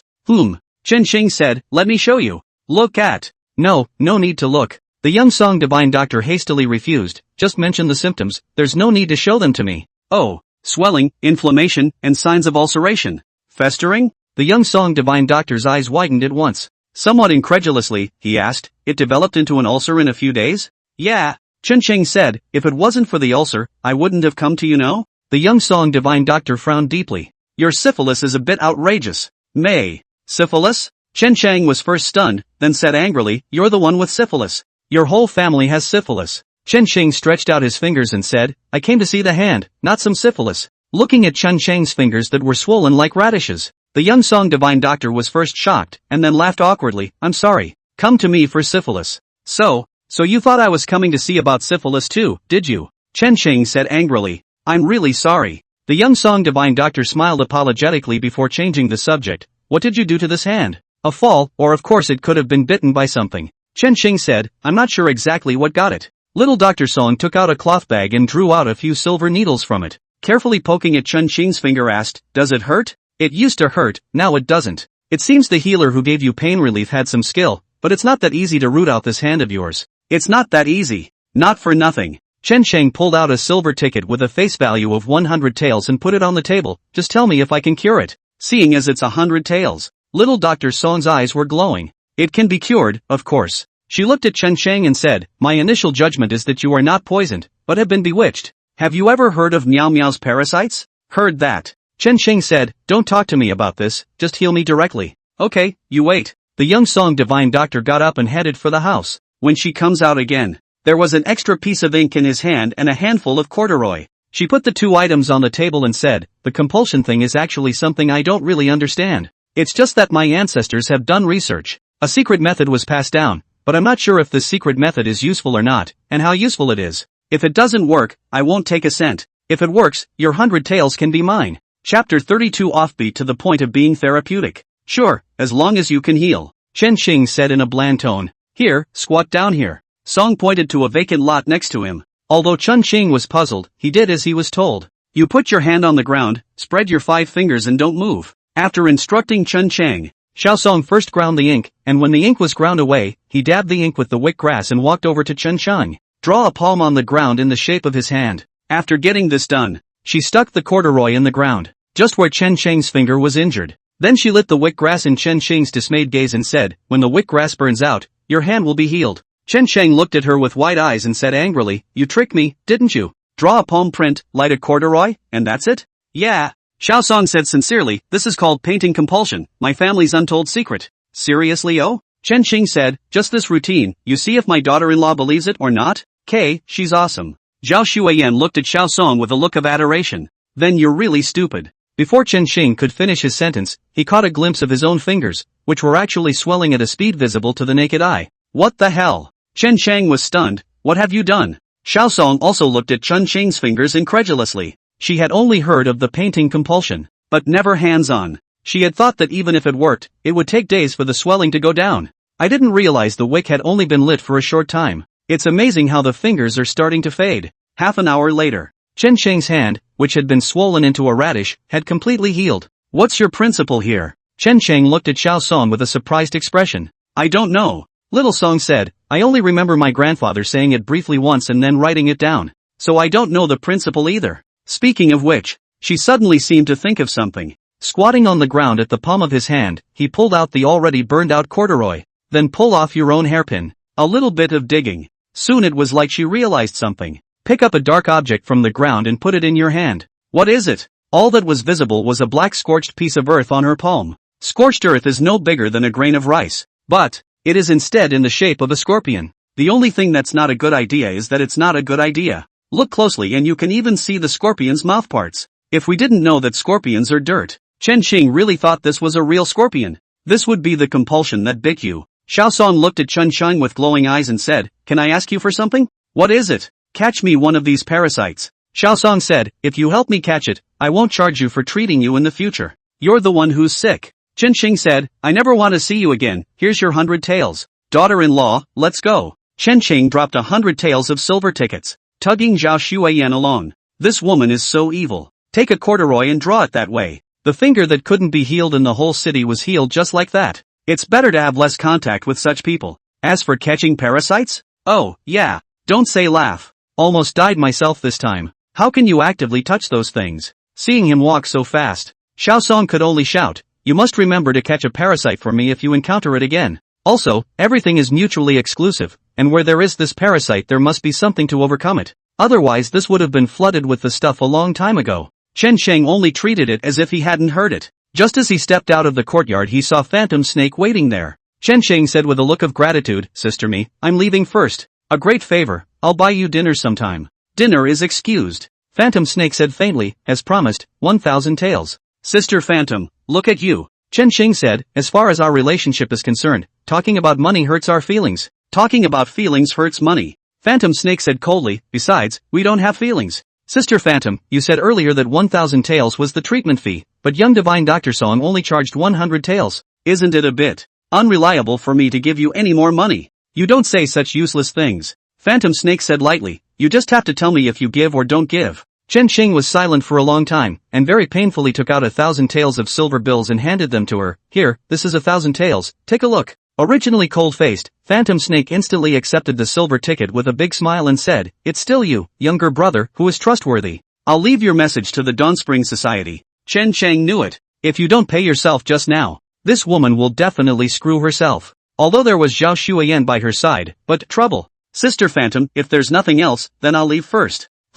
Phantom Snake collected the silver ticket and said without looking back, the Zhang brothers are waiting for you in the barbarian village. They're only waiting for you for 3 days. They went down on their own before 3 days were up. Got it. Chen Chang returned in a bad mood. Anyone who was extorted for 1,000 taels wouldn't be happy. After leaving the flower language pavilion, Chen Chang was in a great mood again. 15,000 taels, minus the 1,100 spent. And 13,900 taels. Still a lot of money. If he wants to, it's perfectly possible to go to the countryside and become a landed gentry. a lifetime of food and clothing. But he doesn't want that. He wanted to prove himself, proving that she was wrong to give herself up. The other one is Zhao Xuan. It doesn't take much to figure it out. Her identity background is definitely not simple, and judging by some of her crazy behavior, not previously stupid. Rather, it was some huge stimulus later in life that made it stupid. Now she's not dead. Someday in the future, some people will surely come after her again. So one has to be powerful to protect her.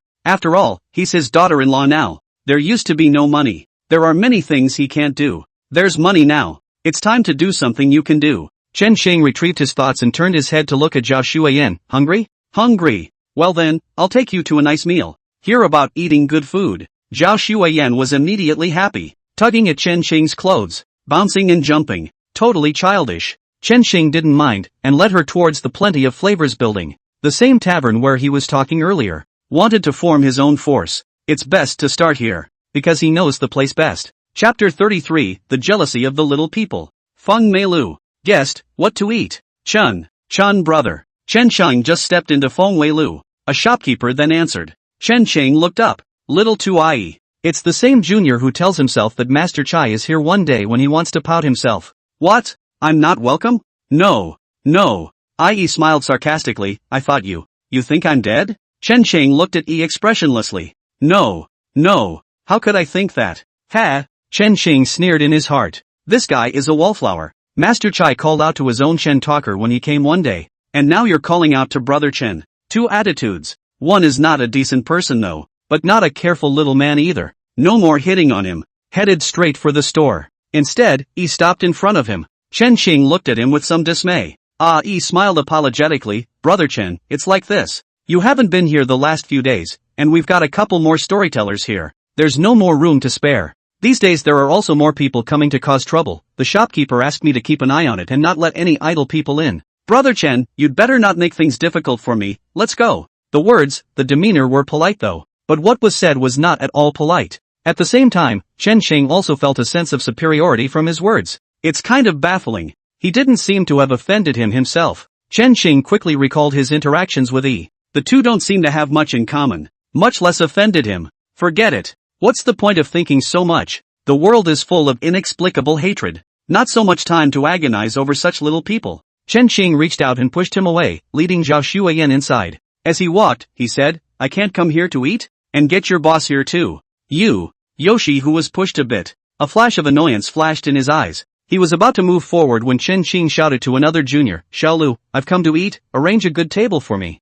Okay, Chun. Yi is not the only one in the store. Another junior named Xiaolu immediately greeted him, Brother Chen, is this sister-in-law? Right. It's the first time I've brought my sister-in-law here, so let's have a good meal. Let's go to the second floor. Whatever, you see to the arrangements. By the way, is our Zhang boss around? Boss is in, need help getting to him? Well, it needs to be. You tell him I have business to discuss with him. Okay. Brother Chen, I'll get it for you later. Looked at the trio that went up to the second floor. Ai skimmed his mouth disdainfully, still a poor guy, what a big tail you're pretending to be. He didn't really have any hatred for Chen Sheng. The reason for this, but it's just jealousy. Jealous that Chen Xingshu said it was so bad that he could have a place in the building. To be able to stand on stage and be noticed by thousands of people. You can also receive a bounty. As for why you're jealous, who knows? Sometimes jealousy is jealous. No reason is needed. Xiaolu brought Chen Sheng to the second floor private room and sat down. Chen Sheng didn't go out of his way to order the best meal in the store.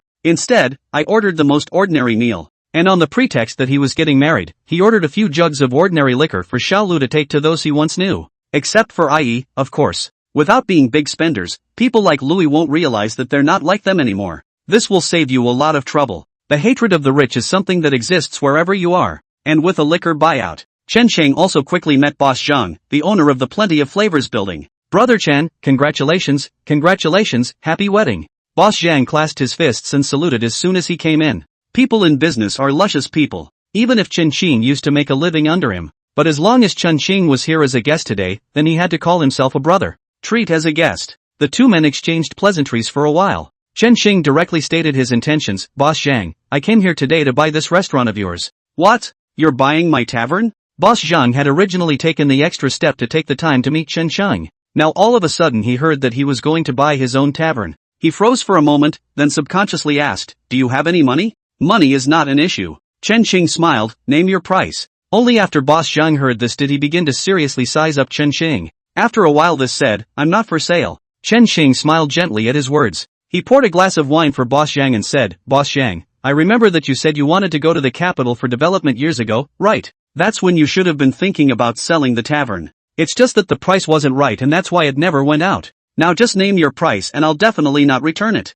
Boss Zhang didn't say anything. However, he took a sip of the wine that Chen Qing had poured, sort of recognizing what Chen Qing had said. Chen Qing knew it too. He didn't say anything because he wanted to make his own bid, so as to probe your own bottom line. Chen Qing said nonchalantly, Boss Zhang, do you know the news that Master Chai is dead? I know. Boss Zhang said, but this shouldn't have anything to do with what we're talking about. Is nothing to do with it. Chen Qing said, Boss Zhang, the protection money you've handed over to Master Chai over the years should be quite a lot. Not bad. This old fox, dripping with water. Chen Qing cursed in his heart. On the surface, he pretended to be careless and said, I don't know how long it will take for the Xiaoqun Society side to send a master down again. How to collect this protection fee is also a problem. Now Boss Zhang's face finally changed a bit. Master Chai is dead. Send new people over from the Xiaoqun Society. The protection money must be paid again. It's a big expense. More importantly, he didn't know if the man would be a bigger eater than Master Chai. How much bigger? These are all unknowns. Instead of betting on an unknown,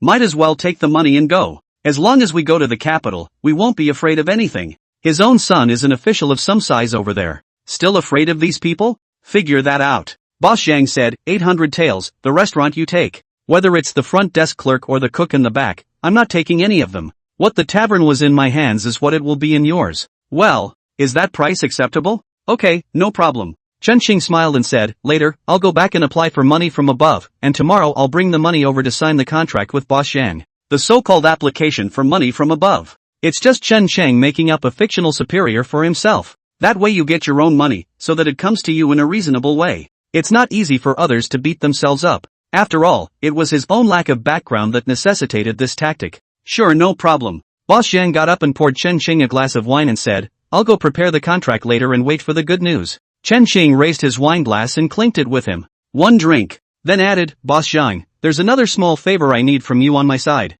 You say. Help me turn on Yoshi, I don't want to see him in the building from now on. Hey, I thought something was up. No problem, I'll open it for him later. Chapter 34, Mysterious Assassination. The purchase of the Feng Flavor House went exceptionally well. It just costs a little too much money. 800 taels. Definitely buy expensive ones yourself. Chen Qing didn't care too much. Money on a silver ticket is just strings of numbers. Only replace it with real industry. Only then is it considered an asset. On the contrary, the 1,000 taels extorted away by the phantom snake made Chen Qing's heart drip with blood. A tavern is just gone. After eating and drinking, Chen Qing then left with Zhao Qiuyan. Leaving, Yi was still standing at the door ushering people in, groveling. Chen Qing just glanced at him, then left without turning his head back. Bah, what's the point of pretending? Yi spat towards Chen Qing's departing back. A poor man, but he's just got a stupid daughter-in-law. There's something to be proud of. It's just a matter of coming to the tavern for such a meal. Yi. At that moment a voice came from behind him.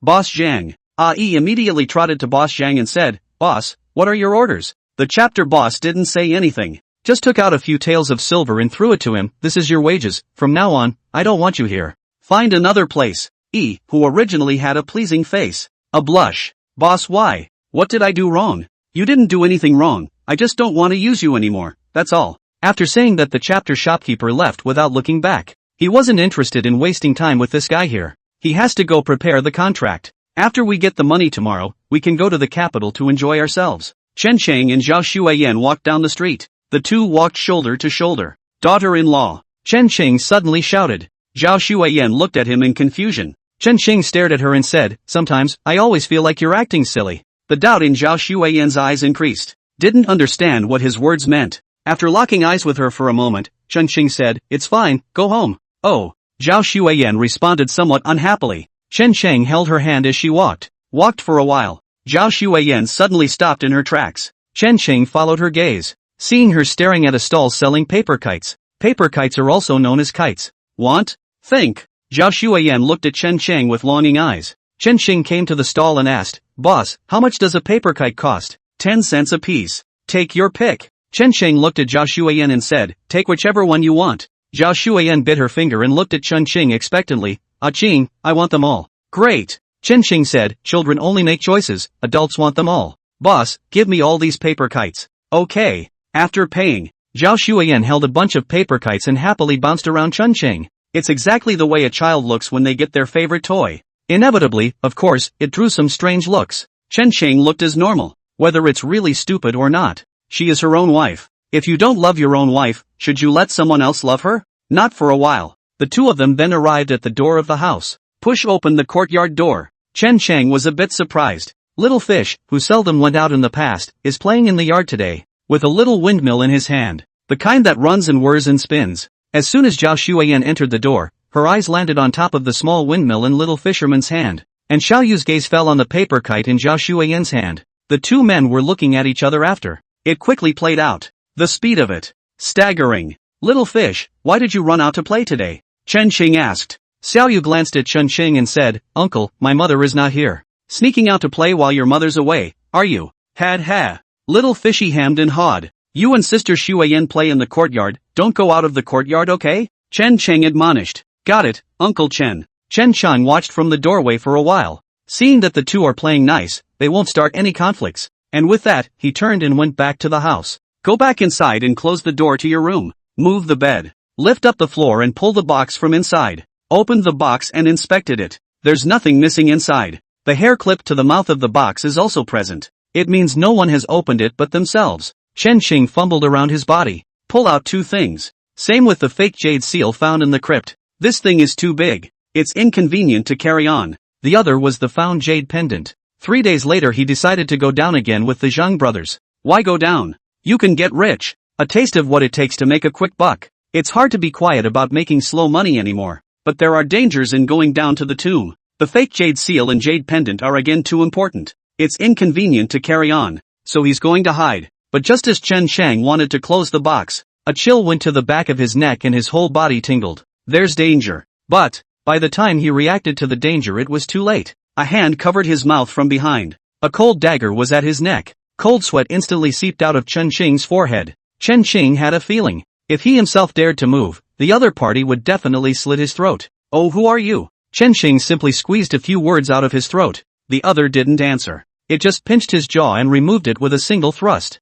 The means are clean. Chen Xing, however, breathed a sigh of relief. The opponent only unloaded his jaws, but did not finish himself off with a single slash. This means that the other side has no intention of killing anyone. The other side, after unloading Chen Xing's jaw, one hand strangled Chen Chang's neck. The other hand opened the case and rummaged through it. Chen Xing is sitting on the bed. The other guy was strangling him from behind. So because of the body position, Chen Xing felt a softness coming from the back of his head. There's also a light scent when you smell it closely. Woman. Chen Xing's mind raced, thinking about who the other person really is. When did it come in? Zhao Xueyan is now outside playing with Little Fishing. There was no way the other party could have entered the house without alerting her. That explains it. The other man had been in the house before he came back. Then it's the other guy who's rummaging through his house first thing in the morning. Just come back on your own. That's why it's hiding. Little Fish is out there. Sister Ching is not at home. Could it be Sister Cheng? Just as Chun Chang was rambling, the other side looked like they had finally rummaged around and found something.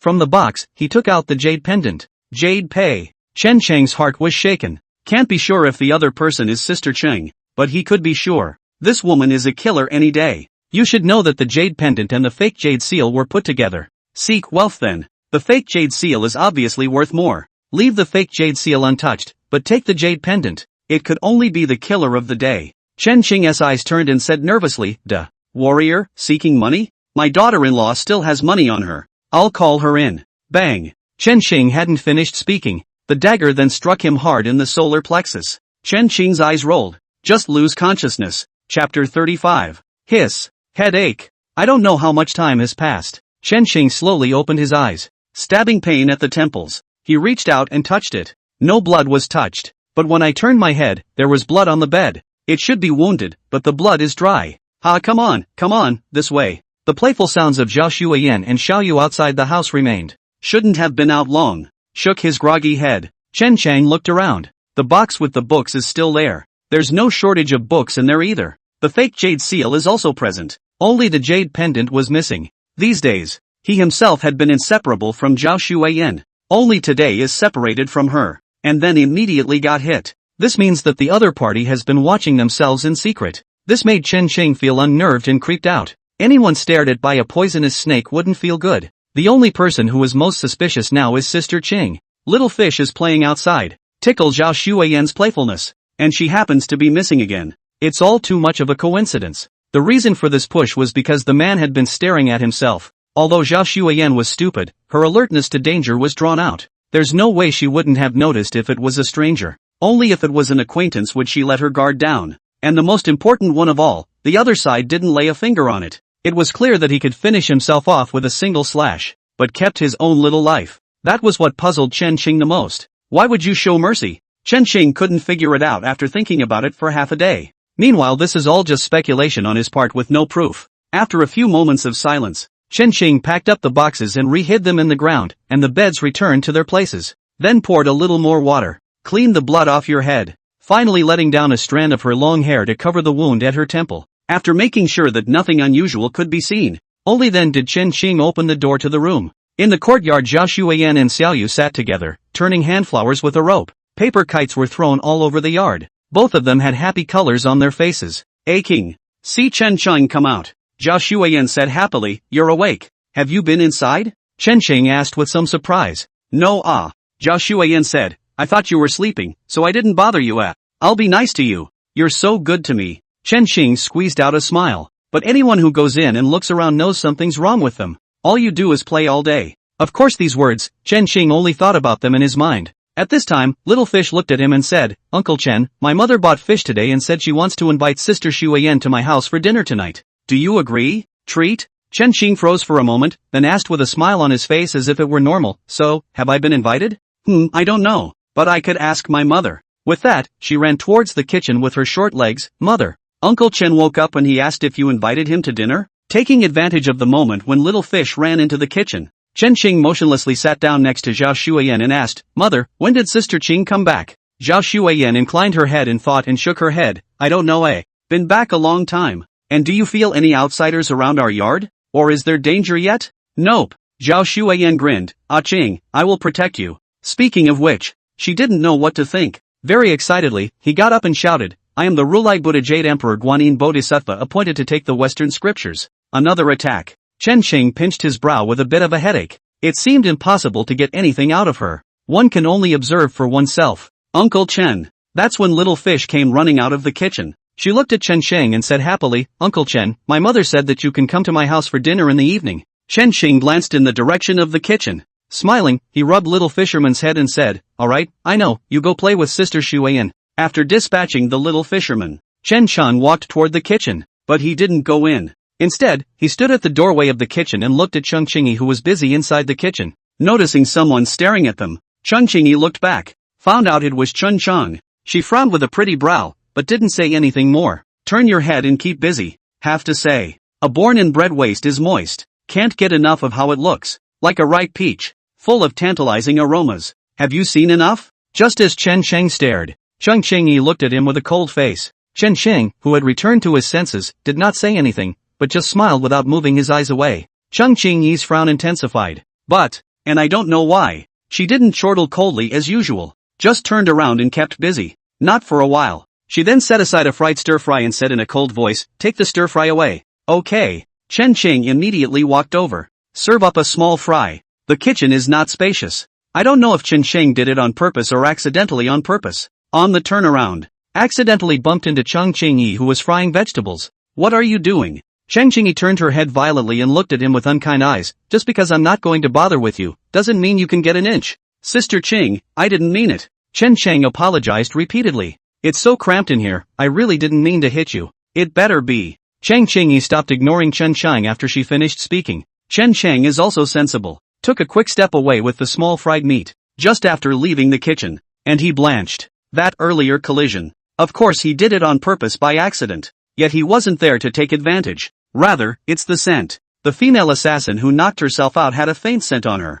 so he wanted to smell it. Does Sister Qing have the same scent on her? To determine if that person was him. And the results were a bit frustrating for Chen Chang. It's not. Sister Qing has a scent on her though, but it was that natural body odor. Instead of body odor, the female assassin's scent was a spice. A very special spice. He never smelled it. As for why he can tell the difference between body odor and the scent of spices, that's because Su Xiaowan used to like to use spices. For a long time, he could tell some of the spices apart, too. Soon Chang Qingyi had the evening meal ready. It's scrumptious. There were chickens, fish, and a few others. The bits and pieces add up to 6 meats and 3 veggies. Sister Qing, so sumptuous. Chen Chang looked at the table of food and asked in surprise, is today any special day? Little Fish happily ran to the dining table and said, today is Little Fish's birthday. Chen Xing glanced at Chang Qingyi. Chang Qingyi set up the dishes and chopsticks, and said with a flat expression, all these years, I've been bringing little fisherman with me, cold and quiet. It's her birthday today, so it's just the right time to liven things up.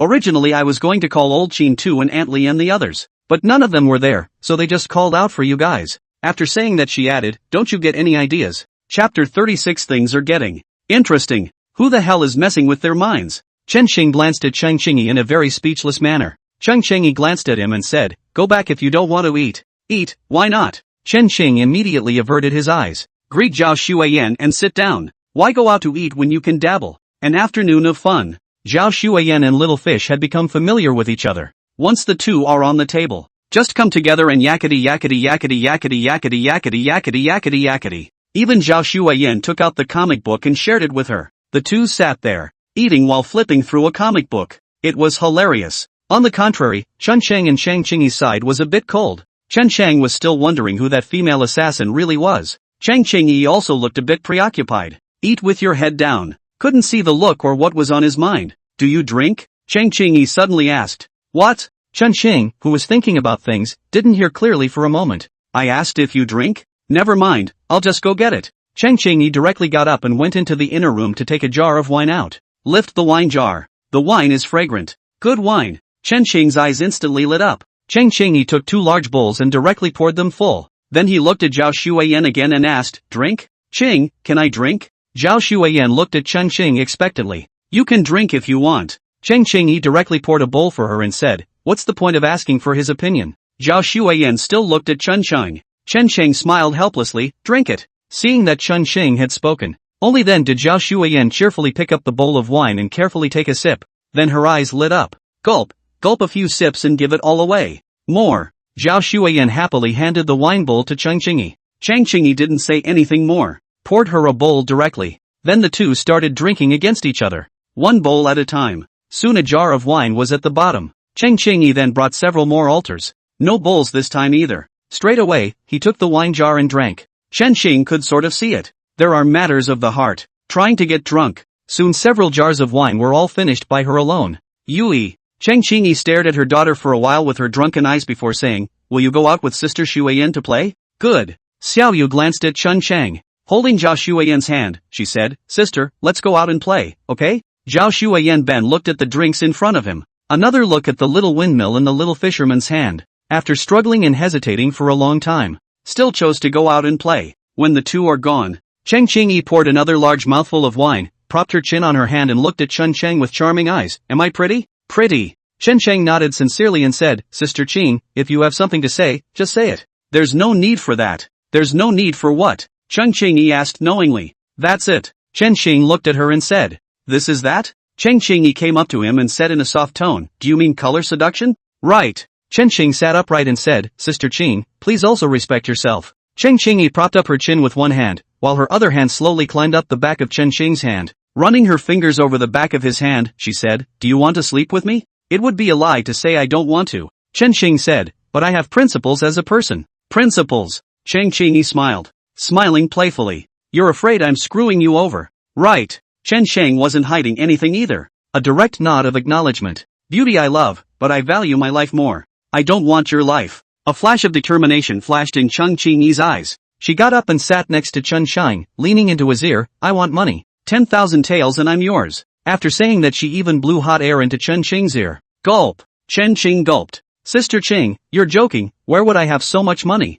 You have. Chang Qingyi stared at Chen Shang and said, that woman sent money over in the morning, 15,000 taels, I heard it all. Chen Shang was silent for a moment before asking, Sister Qing, are you very short of money? It's not your business. Chen Qingyi said, you just need to tell me whether to give it to me or not. No. Chen Shang returned very decisively. Chang Qingyi's eyes instantly turned cold. You don't think I'm worth 10,000 taels? No, you're worth it. Chen Xing said, Sister Qing, with your posture, 10,000 taels is definitely worth it. But like I said, I'm a man of principle. You still think I'm not worth it? Cheng Qingyi suddenly laughed. The smile was but a little sad. Do you think I want this? But I have a way. Do you think I want this? Never mind, what's the use of complaining with you? Cheng Qingyi laughed and said, if you don't want to then get lost. There are still quite a lot of rich people in this Changzhou city. When she finished speaking she picked up the wine jar. Tilt your head back and drink. Like you're going to dunk yourself to death. Sister Qing, you misunderstood me. Chen Xing snatched the wine altar from her hand and said, if you're short of money, I can take you to earn it. Just split the money according to the split afterward. Make money? Cheng Qingyi sneered, you don't want me to sell it and then you become a turtle. Ahem. Sister Qing, do you see me as this kind of person? Chen Xing cried and laughed, how could I possibly do something like that? I have other ways to make money here. I'll take you through it if you want to do it. It's just a little dangerous. One slip and you're dead. Say this. Chen Xing had been staring at Cheng Qingyi's eyes. He pulled Cheng Qingyi down to the grave with him. It's certainly not as simple as doing good. It's not about beauty either. His real purpose was to see if Cheng Qingyi was a member of the Jianghu or not. He was still suspecting that Cheng Qingyi was the one who had assassinated him. Trying to find evidence. After Cheng Qingyi locked eyes with him for a moment, she lowered her eyes and said, when did you find out? Chen Cheng's heart jumped. Is this a showdown? Sister Qing, what do you mean? I don't understand. Aren't you deliberately talking about danger to test my true identity? Cheng Qingyi faintly said, I am indeed a member of the Jianghu, but the person who attacked you inside the house was not me. Do you believe it? A flash of dismay flashed across Chen Xing's eyes.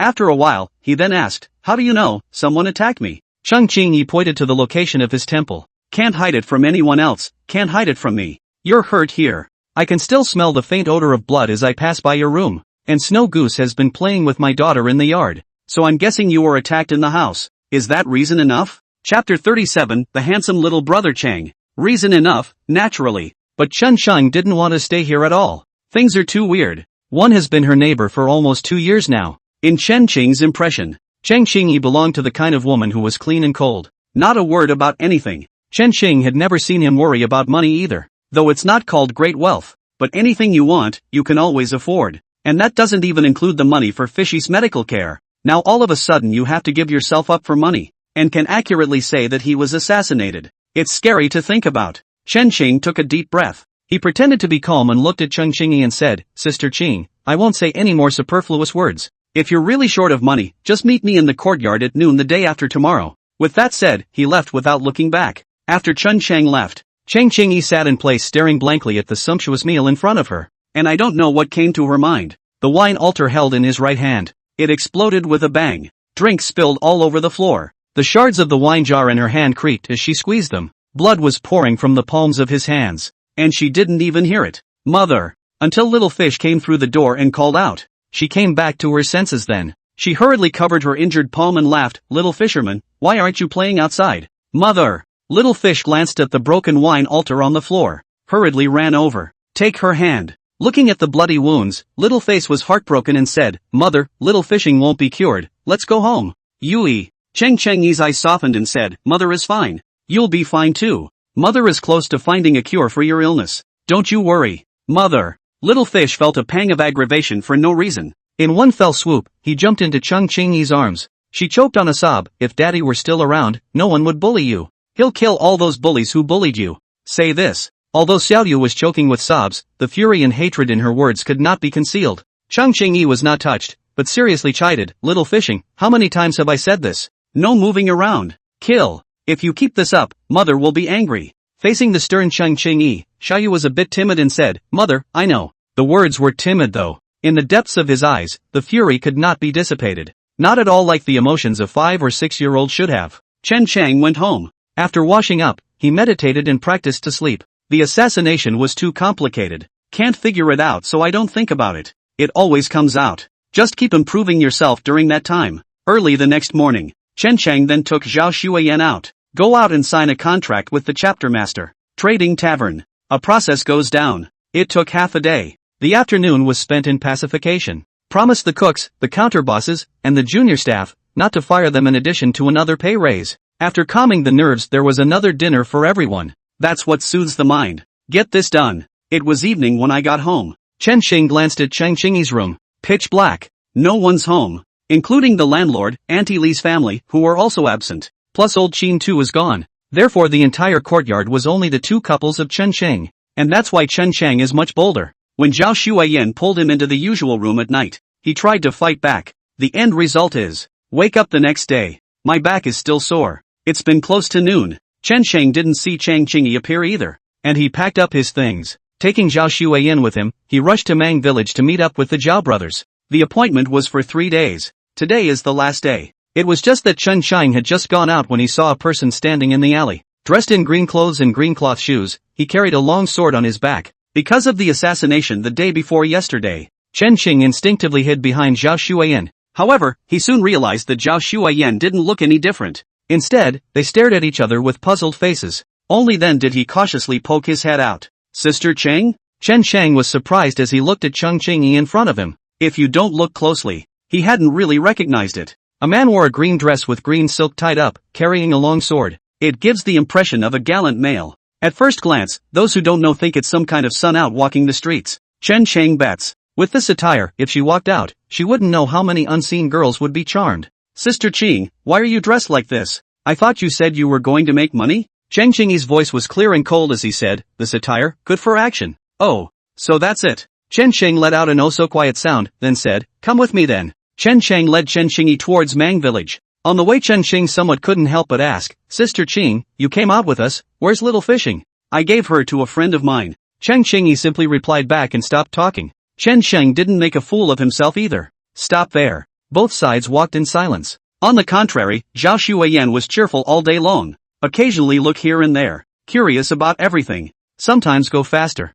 and crouch in a tree and wait. When Chen Xiao and the two of them got closer, she immediately jumped down from the tree again. Run a little farther and wait. For this uninteresting game. She is joyful. The group arrived at Mang village about 2 o'clock. Chen Sheng met Zhang Hundian, the Zhang family boss, in the courtyard where he had originally landed. Seeing Chen Sheng coming over, Zhang Hungal breathed a sigh of relief as he squeezed out a smile on his tired face and said, I thought you weren't coming. Brother Zhang, you underestimate me. Chen Sheng pretended to be serious, you know me, poor and scared. How could I pass up an opportunity to make money? Ha ha. Zhang Huanji smiled brightly, then looked at Cheng Qingyi who was following behind him and said, and this is? I hired help. Chen Sheng said, the share for her, come out of me. Zhang Huanji didn't say anything more when he saw him say that. Just looking at Cheng Qingyi, he smiled and asked, this brother, what's his name? Bro? Asshole Zhang, you're blind from not seeing each other for a few days, aren't you? This is a voice from behind him. This body is clearly a woman. Chen Xing turned his head to look. Phantom Snake walked over in a black power suit.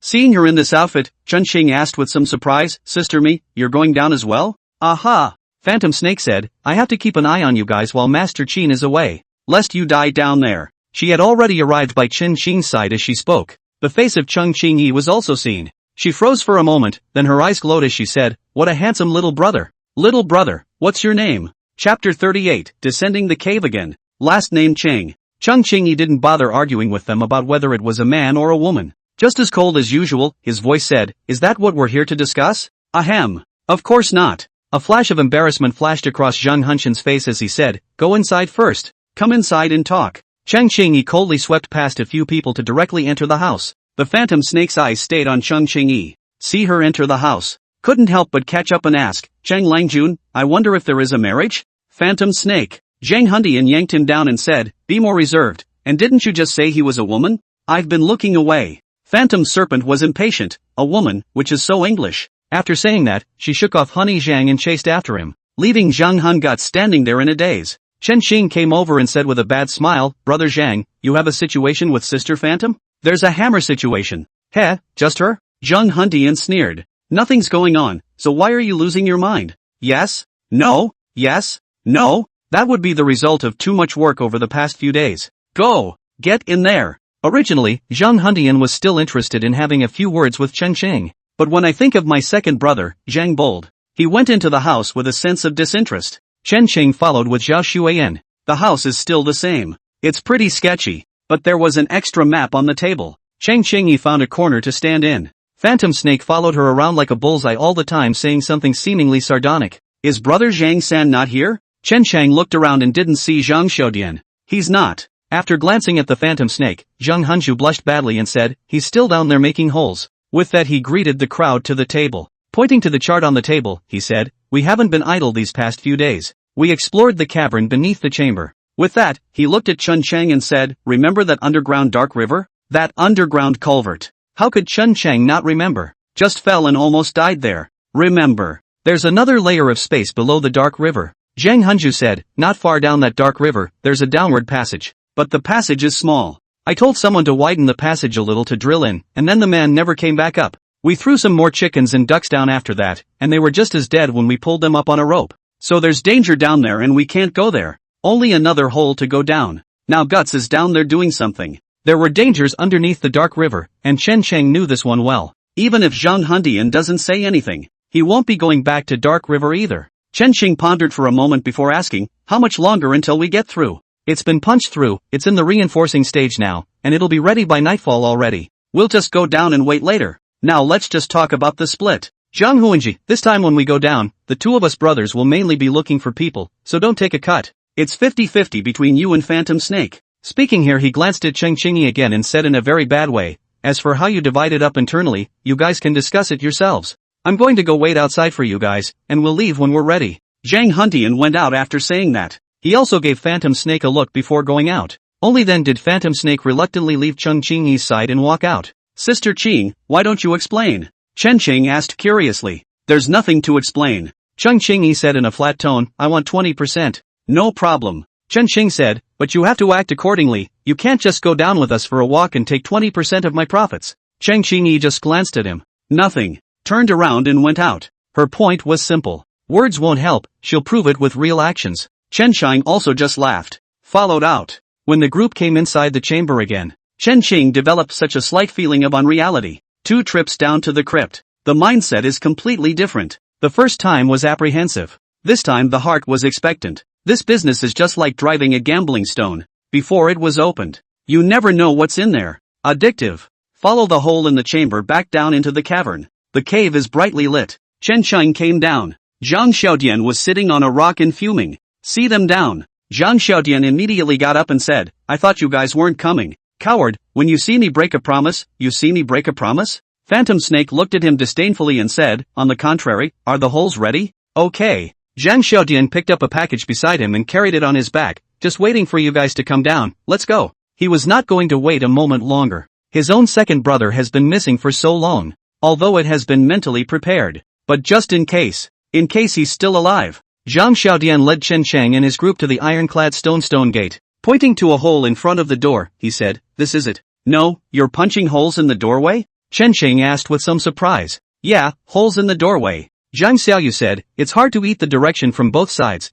but if you make a hole from the doorway, as long as you hit it forward, you will be able to go behind the door. Phantom Serpent bent over the mouth of the cave and looked in. Looking up at Zhang Xiager, he said, coward, no. I shouldn't call you a coward, instead I should call you a bold ghost. You are really bold. This kind of tomb door is usually burglar-proof. They would dig a pool in front of the door, underneath which they would pat a layer of specially treated phosphorus powder, and the phosphorus powder would be poured on top of the slug oil. If someone goes through a hole in the ground, the phosphorus powder would ignite the fiery oil, and the fiery oil would be poured over the man, and the man would be burned alive in the cave. I don't know if it's better to say you have no brain or a great life. I'm surprised there's no grease trap here. What you're saying is something we've considered before. Zhang Hunju said, but we found bloodstains here earlier, and the bloodstains disappeared here. That means someone got in through here in a way we don't know about. Since there are people entering, there will be no death traps. So we took a chance and punched a hole. After hearing this, Phantom Snake gave a thumbs up and said in a conspiratorial manner, you two brothers are awesome. Come on, what's the point of talking about it when the hole is made?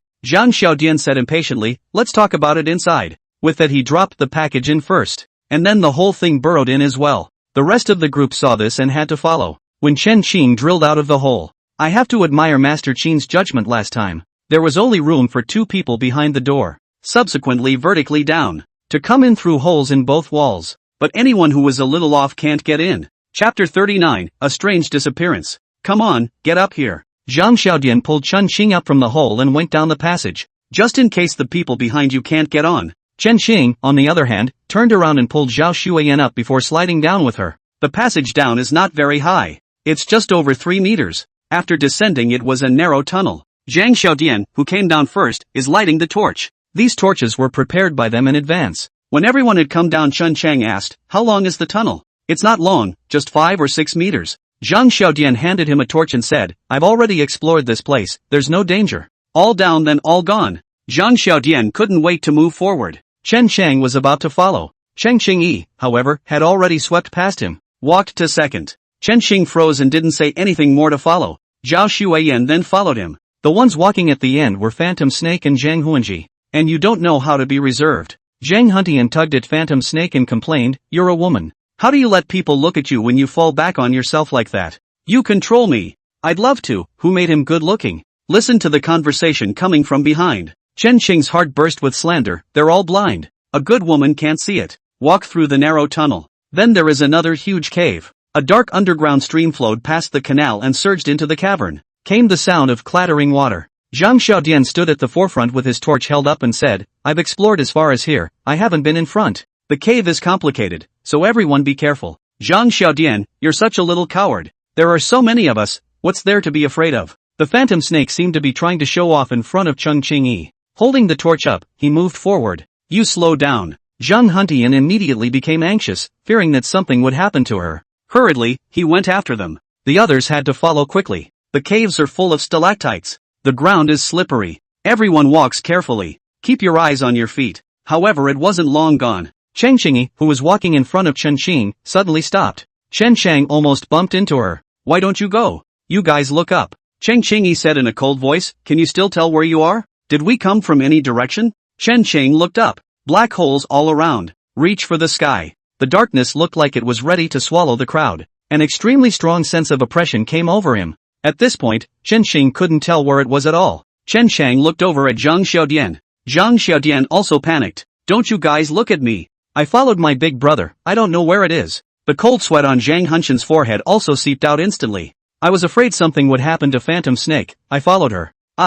I'm just moving forward," Phantom Snake said with some uncertainty. "Why don't we head back?" Chen Xing said nothing. Turning, he headed back. The black cloth rumbles. Before the torches burn out. If it didn't go out, God knows if it's still possible to walk out. Half an hour later, Chen Qing's people were numb. They're lost. As I recall, we came out of the tunnel and walked for less than an incense stick of time. Zhang Xiaodian looked at his big brother in some panic and said, walking back, "How come we haven't arrived after walking for so long?" "Shoo, you guys listen." At this time Cheng Qingyi suddenly made a shushing sound. Chen Qing quietly listened for a while and said, "Listen to what?" "The sound of water running." Chen Qingyi said very calmly, "You are all too panicked when things go wrong. The sound of water flowing is always there. It's only the darkness that makes you ignore the sound of the water. Just follow the sound of the water, find the undercurrent, follow it, and we can walk back or out. You guys come with me." After saying that, Cheng Qingyi held the torch and led the way in front. Chen Qing hurriedly followed. The rest of the group followed. Soon Chen Qing saw a dark stream flowing through the ground.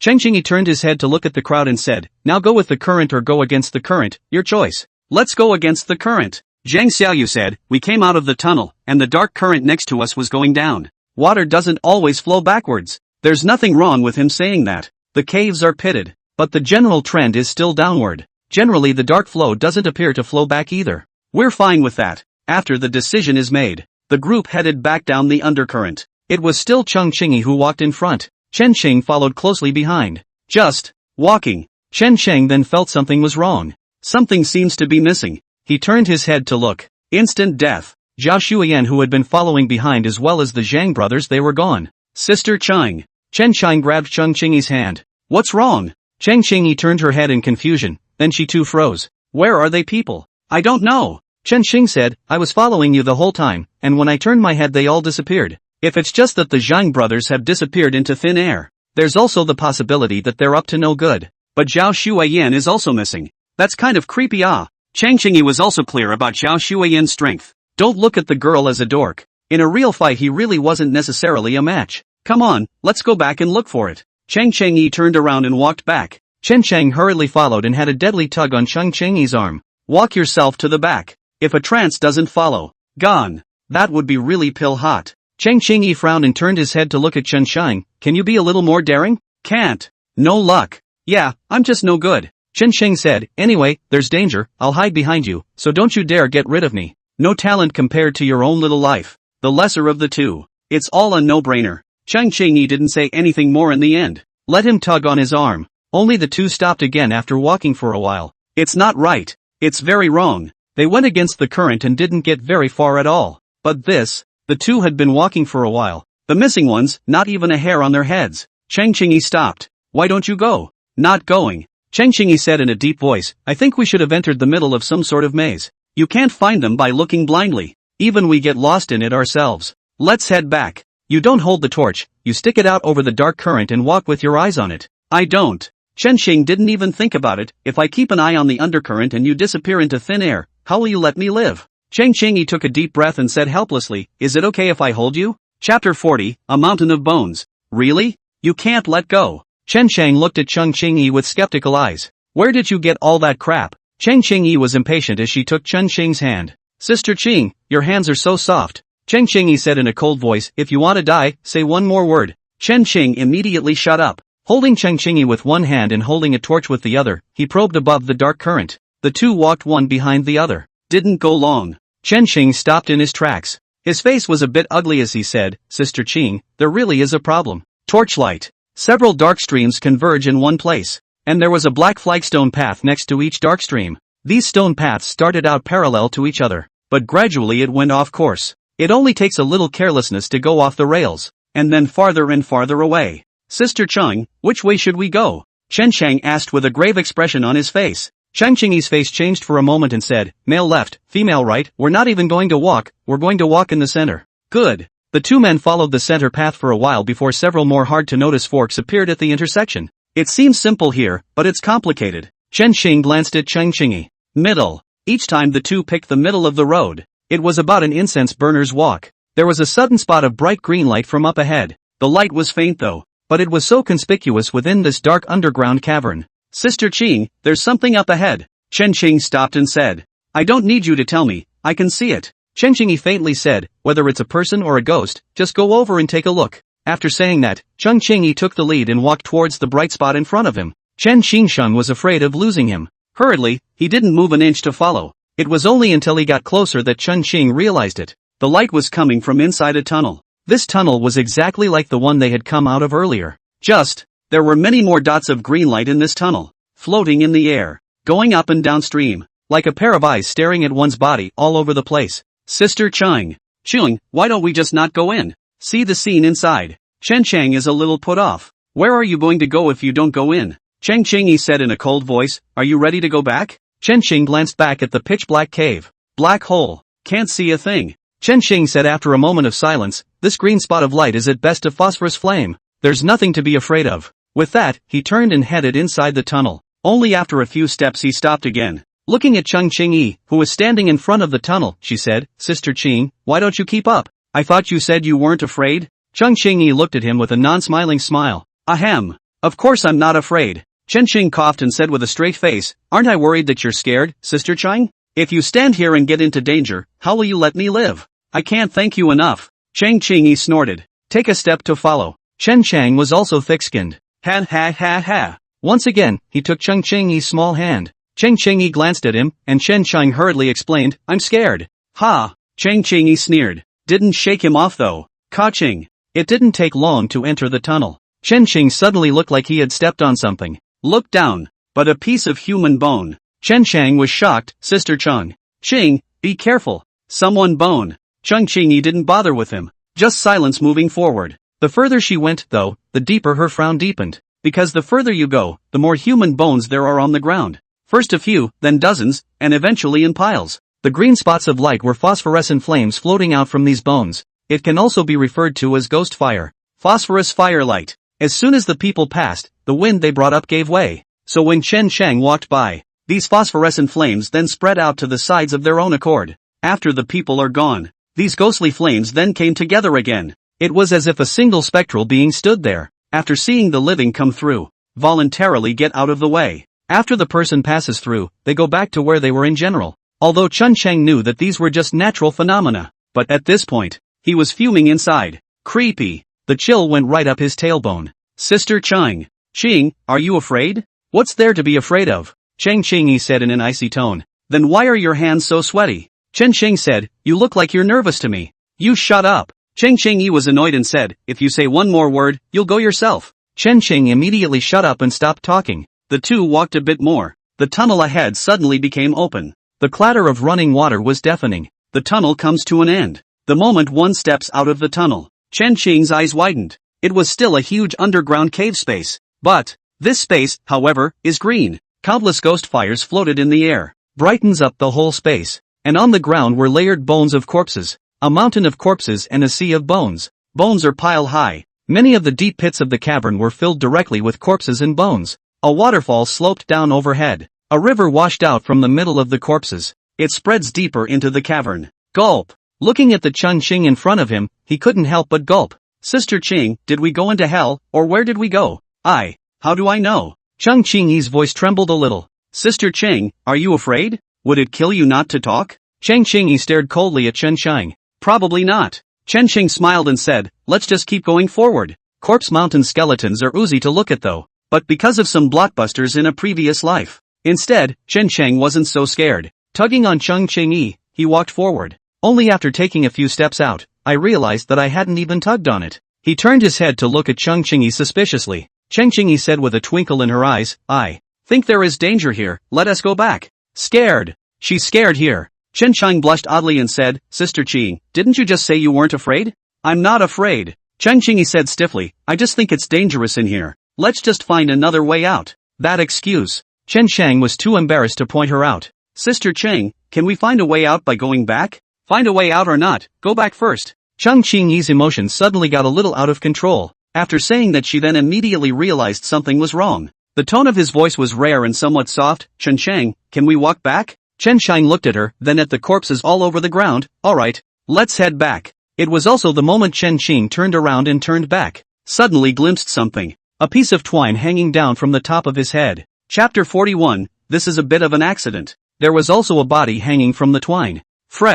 A fresh body hanging there on top of this white pile of bones was conspicuous. Only where the twine hangs down there is a current of water crashing down. The water covered it up a bit. Chen Qing, that's why he didn't realize it at the beginning. Sister Qing, wait, what do you see there? Chen Qing pointed at the corpse and said, Sister Qing, do you still remember that Zhang Hundian said that they had gotten someone to make a hole to come down and then they all died? The twine was hanging down from above with people tied to it. This is most likely where they made the hole down. We should be able to climb up by following this place. Chen Qing glanced at the twine, still somewhat hesitant. Let's return the way we came. Chen Qing looked at her and said, alright, if you're afraid, let's go back the way we came. It's not just more walking. Just a few more turns. The torches are almost burned out anyway. Ugh, I don't know if I can walk. Chen Qing held up the torch and walked back in a conspiratorial manner. Chen Qing's face was a shade of green and white. You stop right there. Chen Qing stared at Chen Qing with an ironclad face and said, did I say I was afraid? Took a deep breath after saying that. Toward the twine. Extremely steady on his feet.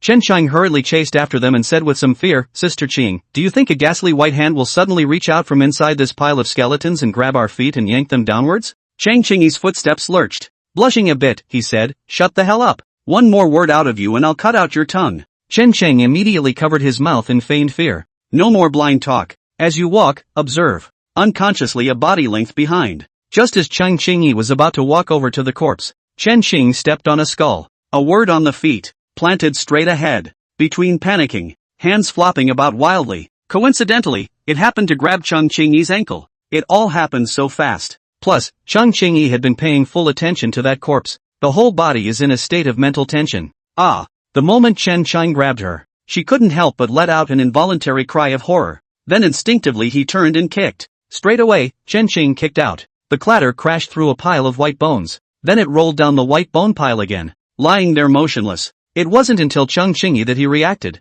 The behavior just now was purely instinctive. A shock went through her mind. Hurriedly, he ran towards Chen Qing. Only just as she ran to Chen Qing's side, her feet were empty. Wow! Pieces of white bones collapsed instantly with Chen Qing. The white bones were originally empty underneath. Just a pile of white bones. This just looks like flat ground. The collapsing white bones instantly brought up a chain reaction. The white bones throughout the cavern clattered toward the lowlands like a mudslide. But soon the whole cavern fell silent again. Only the green ghostly flames wavered in the air as they always did. Dead, lifeless. Ahem. I don't know how much time has passed. A hand suddenly reached out from a pile of white bones. Chen Qing peeled away the white bones on top of his head. Sit up. After taking a few big gulps of fresh air, only then did Chen Qing gradually slow down. Before that, Chen Qing had kicked him unconscious. When I woke up it was already like this. Look around. There was no sign of Chen Qing. Look up at the top of your head. It's a big pit. Above the pit, the green ghostly fire wobbled slowly.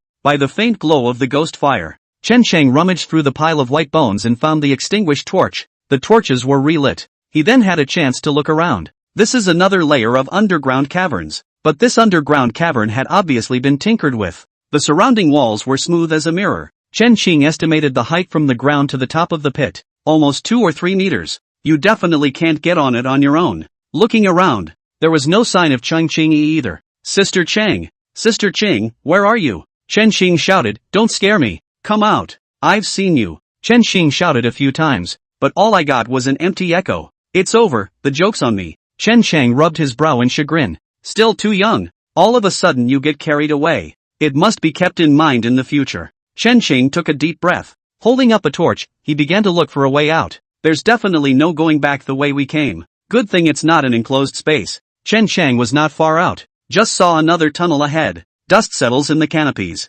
Chen Sheng was both happy and sad. The happy thing is that there are footprints in the canopies. From the looks of the footprints, it should be cloth shoes. Among their group, only Sister Ching wore cloth shoes. She should have left from here. The worry is, there are paw prints on the side, and there are signs of a fight and blood on the walls. Chen Sheng crouched in front of the canal and thought, it should have been when he was unconscious. Chang Qingyi has come across something. That's why you have to hit and run. Chen Sheng crouched in place and hesitated for a long time before finally taking a deep breath. Once again, he stepped into the tunnel. Even if there is danger ahead, but there's no going back. It can only go forward, but not for long. He then saw a pile of boxes laid out in the canal. See this pile of abruptly placed boxes. He froze at first. One of the boxes was then opened. Chen Sheng's eyes instantly lit up. It was filled with a variety of fine gold pieces, but soon he was a little helpless again. Gold weight is too heavy. There's no telling what's ahead. If you take these gold tools with you, you might lose your life here. All he could do was wrap his palms in cloth.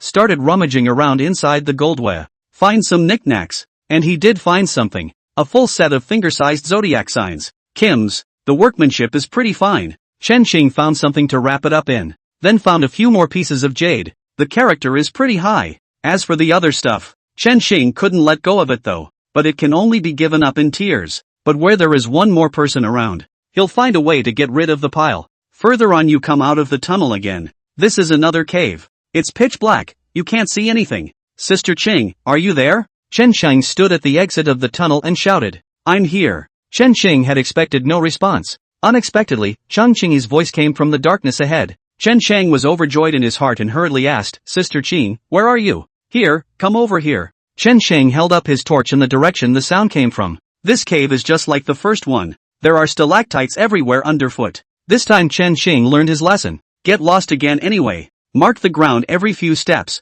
Sister Ching, what just happened? Chen Sheng asked while marking, why did you run here? Something chased me, so come on over. Chen Sheng, who had his head down to make his mark, didn't notice. Chang Qingyi's voice was a bit wavering. P.S. Data needs, this week, only 2 more per day, forgive me. Chapter 42, The Mysterious Voice. Oh, where are you? Chen Sheng held up his torch and looked around, why don't I see you? Here.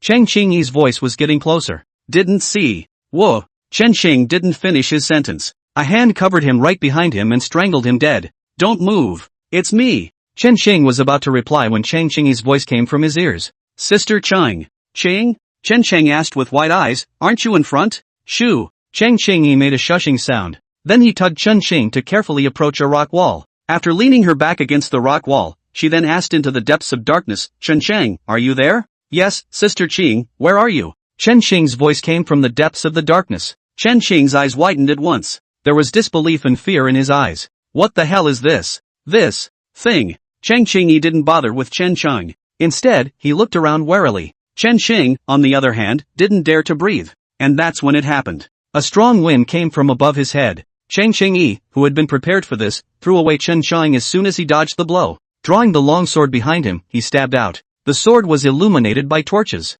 Reflected light. Like a stream of light, it cut through the darkness. It's not clear what Chang Qingyi stabbed. Chen Sheng only heard a strange cry from above his head. A dark shadow then quickly moved away. A few jumps and disappears. It was only at this point that Chen Sheng let out a sigh of relief and said, what the hell is this? I don't know. Chang Qingyi quickly replied back. Then carrying his sword, he chased after the black shadow in the direction it had fled. Chen Sheng saw her leave just like that. Scared to death. Hurriedly, he went after them. Sister Qing, wait for me. Come on, I'll wait for you. Just as soon as Chun Ching opened his mouth, the voice from earlier returned a sentence. The voice sounded ghostly at this point, floating around, with a piercing chill. "I'll you up." Chen Xing shivered in fear and opened his mouth to curse. "What are you scolding me for?" The other party still returned nonchalantly. "Oh Sister Ching, wait for me. So scary." With a sobbing voice, Chen Chang accelerated his pace to catch up with Chung Chingy in front of him. Hey, where am I scary?" The voice had questions and answers.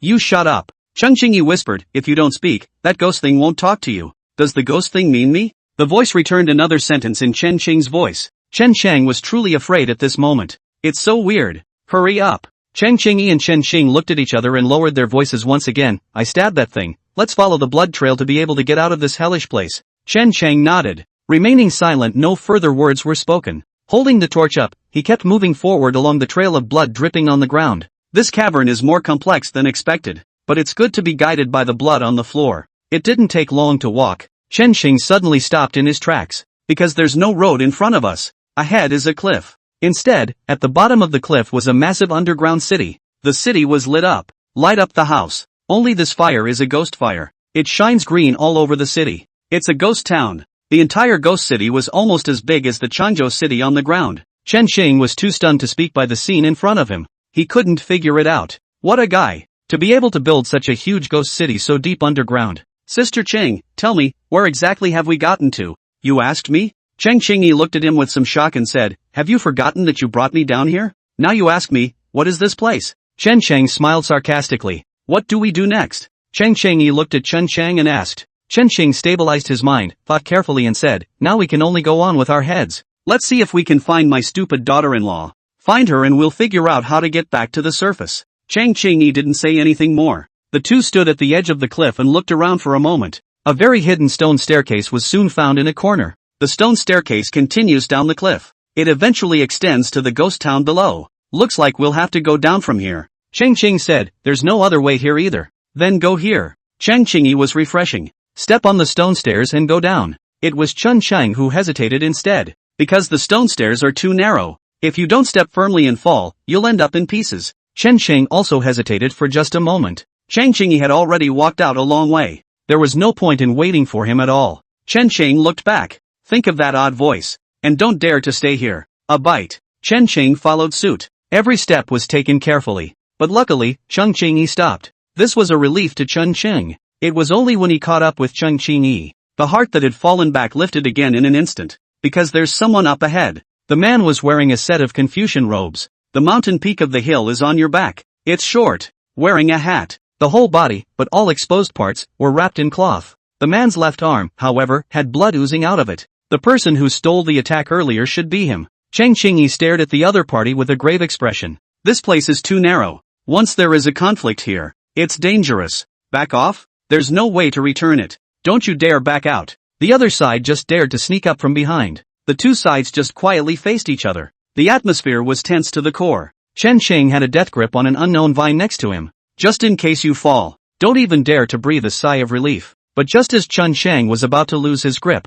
instead, the other side retreated. Facing the two Chen Cheng, the footsteps slowly moved backward. Cheng Chingyi didn't chase after him either, just stood there without moving. The opponent kept withdrawing several meters away after that. A turnaround. The figure stepped nimbly on the stone stairs. Between vacillations, it was soon gone. Chen Cheng breathed a sigh of relief and said, "Sister Ching, what is the other party?" "Not a person." Cheng Chingyi returned in a calm tone. "Pick up the pace and head down the road. The stone stairs are too narrow. If anything else happens, it's likely to die here. Something's up. Go down and talk about it." Chen Cheng didn't dare to linger either. Quickly chased after it. Soon the two reached the ground. The dwarf from earlier was long gone. After determining that it is safe for the time being, only then did Chen Ching ask, "Sister Ching, what do you mean when you say that the other party is not human? Ever heard of a mandrill?" "No." Chen Cheng said, "You said that person just now was a mandrill?" "Right." Cheng Chingy said, "Otherwise, do you think a person can walk on a mountain wall as if it were flat?"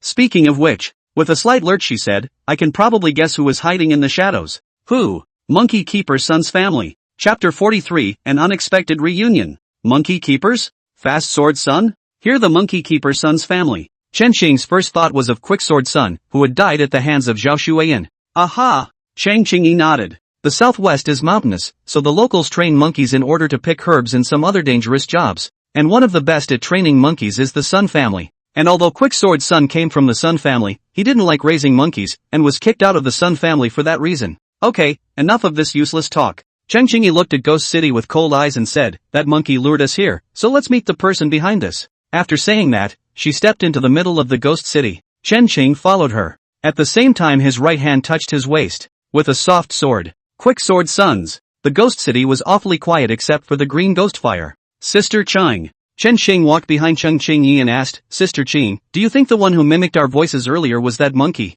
I don't know. Chen Qingyi said, but I know that the monkey definitely can't talk. So, do you think that thing that learned to talk like us could have followed us? I don't know. But you can try. Chen Qing thought for a moment and shouted, Daughter-in-law, where are you? Qing, where are you? It's so much fun here. Come on you. Chen Qing's face turned green, both physically and spiritually. He was genuinely surprised. It's amazing that that thing still follows. Chen Qingyi was also taken aback. Hastily, he looked around with careful vigilance. But there was nothing around but empty houses. Wait a while. Seeing nothing moving around, Chen Sheng decided to shout again. Let's see if we can get that out. Daughter-in-law, where are you? Qing, are you looking for me? And that's when it happened. A ghostly voice came from behind him. Moment. Chen Qing's body was covered in sweat. The voice was right behind himself. He stiffened and turned his head slowly. Then there was a cloaked, green, ghastly face. It was staring him in the face at the moment. Dang. At this moment Chen Qing felt his heart stop beating. After a few breaths of stagnation,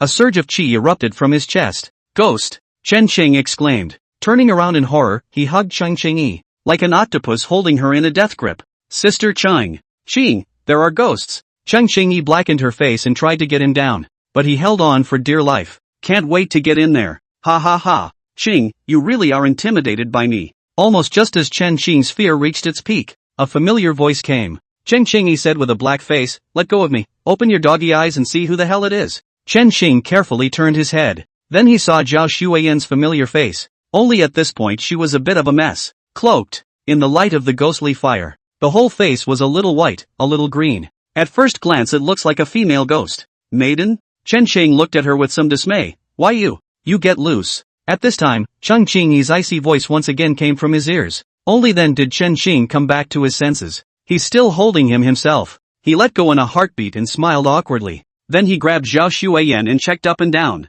after making sure she was really alive. Only then did Chen Cheng ask, how did you get here? Where are the Zhang brothers? I don't know. Zhao Xueyan inclined her head to look at Chen Qing and said, as soon as I turned my head, you all disappeared. I just searched and searched. I found it here. Why are you turning your head? Chen Cheng asked with a frown. Someone tapped me on the shoulder. Zhao Xueyan hemmed and hawed. Qing, I'll show you something fun, said Zhao Xueyan as she pulled out a copper bottle from her waist. The bottle is intricately patterned. What is it? It's a bottle. You're a cutie. Can't even tell? Chen Cheng was speechless for a moment. Being a cutie. Scolded by cutie. It's a first. And he had no way to refute it. After a moment of silence Chen Qing asked, is this what you call fun? Yeah. Zhao Xueyan happily handed the copper bottle to Chen Qing and said, you speak into it. What's the word? Both. A flash of doubt flashed in Chen Qing's eyes before he shouted in a low voice, hey, is anyone there? Who? What are you calling me for? Immediately, a voice came from inside the copper vase. Asterisk asterisk asterisk asterisk. What the hell? The sudden sound startled Chen Cheng. The eyelids of Chen Qingyi, who was standing behind him, also jumped. See the reaction of both of them. Zhao Xueyan giggled. It's a bug. Zhao Xueyan was proudly showing off. I caught it with great difficulty. Isn't it fun? You say this place is buggy?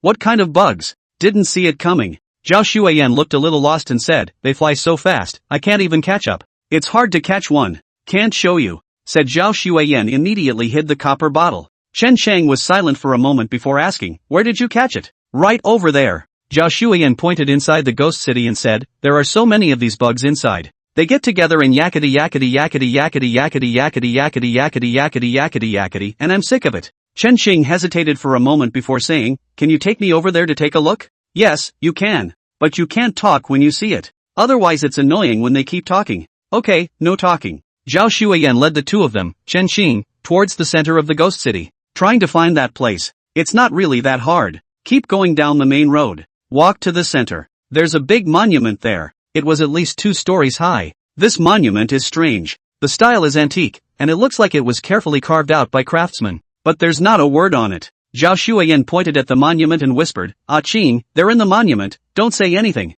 or else keep chattering on and on." "In the tablet?" Chen Qing frowned as he came to the stone tablet. Looking up and down. "It's just an ordinary stele." "Ordinary? We're not ordinary. Kid, you really have eyes for gold. Do you realize how many people want us? Think of the year." As soon as Chen Qing's words left his mouth, a variety of voices really did come from within the stone monument. "There are men and women. There are old and young. It's been jabbering on and on. Qing, I told you not to talk." Zhao Shuiyan covered her ears and looked at Chen Chang with grudging eyes. Chen Qing was also a bit annoyed by the noise within the stone monument. He took a deep breath and yelled, "Stop, all of you. Come on and answer me back. Too much noise is annoying." Chen Qing shouted this. The voice within the stone tablet actually did stop. After a while, a voice from inside said, "What do you want to ask?" "What the hell are you guys?" "We're what we are, not some damn thing." "And what is this monolith?" "Wordless divine tablet." Chapter 44, so he was hypnotized. "Wordless divine tablet? What is it?" Chen Cheng asked suspiciously.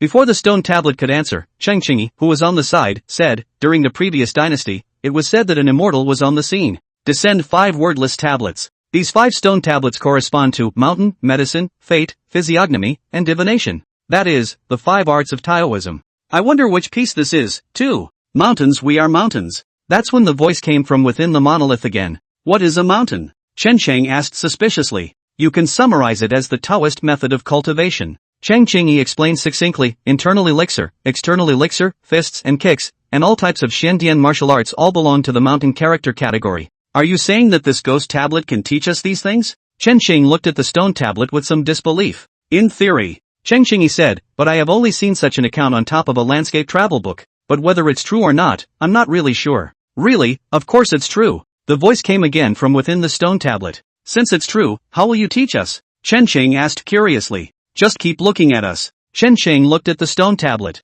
There is not a word over the stone tablet. His eyes subconsciously moved to the top of the pattern on the stone tablet. A wave of drowsiness hit me as I stared. Then closed his eyes. But soon he opened his eyes again. But he realized with a start that he had left the eerie, dimly lit cavern. Instead, it stood on top of a high mountain. Heavy snowfall, and he didn't feel the cold. And he had an excellent line of sight from where he was standing. I was just able to see a city below the high mountains. The city was abuzz with people, hot to trot, yet he had the illusion of being out of place. And at his feet was a Tai Chi futon. The yin and the yang are distinct. "Sit on it." At that moment, a voice came from Chen Qing's ear. His body sat up uncontrollably. An old but seductive voice began to ring in his ears. "Heaven and earth are divided and judged. The 3 talents are positioned. There is nothing, no self, no thought. Inside and outside all in one body, with the meditative voice of the Tao." As a scripture rang out. Chen Qing had just started to listen carefully to what it meant, but gradually forgot to listen to it. Over time, forgot how I showed up here. The city below was as if it had accelerated. Birth, old age, sickness and death. Love/hate. All sorts of things. It was all reflected in his mind. At first his mood will be happy and sad as the characters of the city below him are sad and happy. Eventually numb. Ruthless. The saddest thing in the world. It was no more than a stone falling to the ground without feeling anything before his eyes. Gradually he stopped paying attention to the world. Forget the city below. Forget everything. Even, by the end of the day, you've even forgotten who you are. Just when he was about to forget what he even was, suddenly, everything in front of me began to crumble. Bang! With the sound of silence came. Chen Chang let out a muffled grunt. The eyes went black. When it comes back again, he was back inside the underground cave. Just, the situation at hand. And yet, it's a bit bewildering. The monolith in front of me is still the same monolith. Only at this moment, Chen Qingyi's eyes were bloodshot and fierce. Blood oozed from the corners of his mouth. The long sword in his hand was inserted inside the stone monument at some point. The upper part of the stone tablet had been shattered by her. Zhao Shuiyan, on the other hand, was squatting on the side with her hands covering her ears, constantly murmuring, "I've said it's noisy. I told you not to talk, but you're talking." "Sister Qing, what's going on here?" Chen Qing said with some bewilderment. Chen Qingyi gritted her teeth and forced herself to hold back the flopping in her heart. "Look around." Chen Qing turned his head to look. A pair of pupils instantly dilated. Originally surrounded by ghost towns. The house is neat. But now look. Where are the houses? There's some kind of ghost town there. Some have only a coffin. The casket is neatly arranged. Exactly what the town plan looks like. Squeak. At this time, many weird sounds came from within the stone monument. Like bugs crawling. Again, it was like the sound of a bug flapping its wings. Cheng Qingyi said, "Try asking the stone tablet another question." "Hey, are you still there? Chen Cheng asked again, but this time he was answered by the sound of dense insects crawling. This.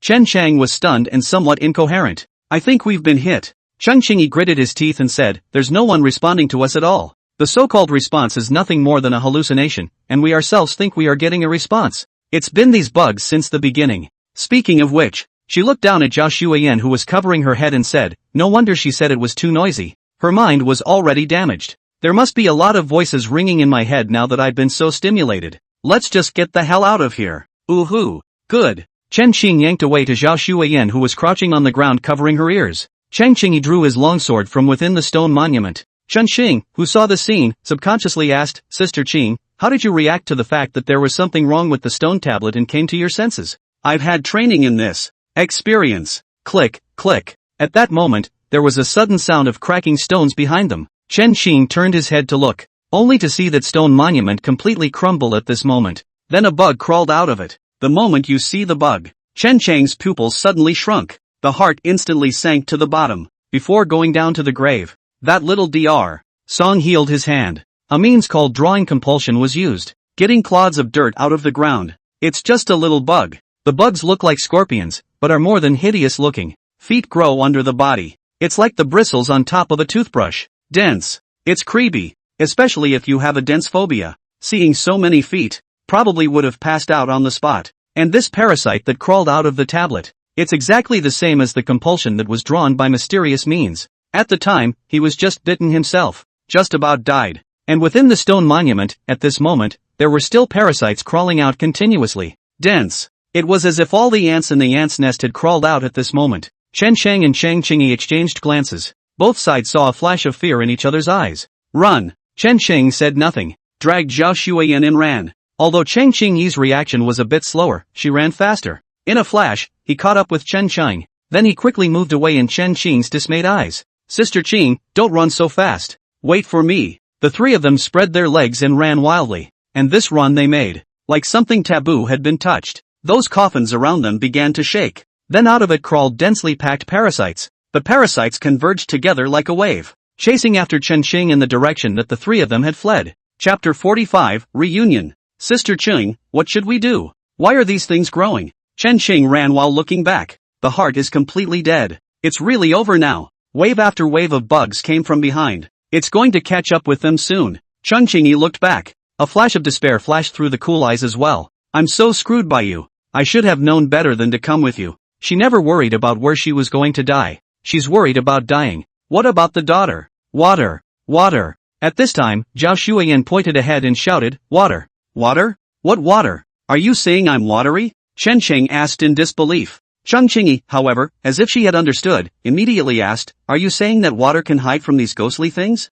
Zhao Xueyan nodded. Clatter. After the three ran a few more meters away, there was a loud sound of water flowing ahead. Soon Chen Qing saw an underground dark river rushing past in front of him. This dark river is a real river. The water is turbulent. It was a complete departure from the dark currents seen earlier up there. Chen Qing stopped at the dark river. Glancing back at the swarm of bugs pouring in, he gulped, are we really going to jump the horse? Puff. Chen Qing hadn't finished speaking. Two falling sounds were heard. Cheng Qingyi and Zhao Xueyan had already jumped. Asterisk. Chen Qing cursed. Leap. Jumped after it. Puff. After the fall, a wave hit, slapped him straight into the water. After choking on several mouthfuls of water, only then did he struggle to poke his head out of the water, wrapped up in the dark currents and headed deeper underground. Chen Qing looked back. He realized that the bugs had actually followed him into the water. But soon a black fish jumped out of the water. Think of these parasites as snacks, one bite at a time. Chen Qing, who saw the scene, suddenly thought of the words of the little song Divine Doctor. All things are born together. Where there is a parasite, there is bound to be its nemesis. These black piranhas are their nemesis. The three were wrapped up in the current. Chen Qing tried to climb up the bank several times, but it all failed. Either the current is too strong, either the waterfront is too smooth to grip at all. But soon, and the water slowed down, and a black stone bridge appeared over the dark river. The stone bridge is ancient and vicissitudes. A thick chain dangled down from the stone bridge, and there were a few people standing on the bridge, holding a torch.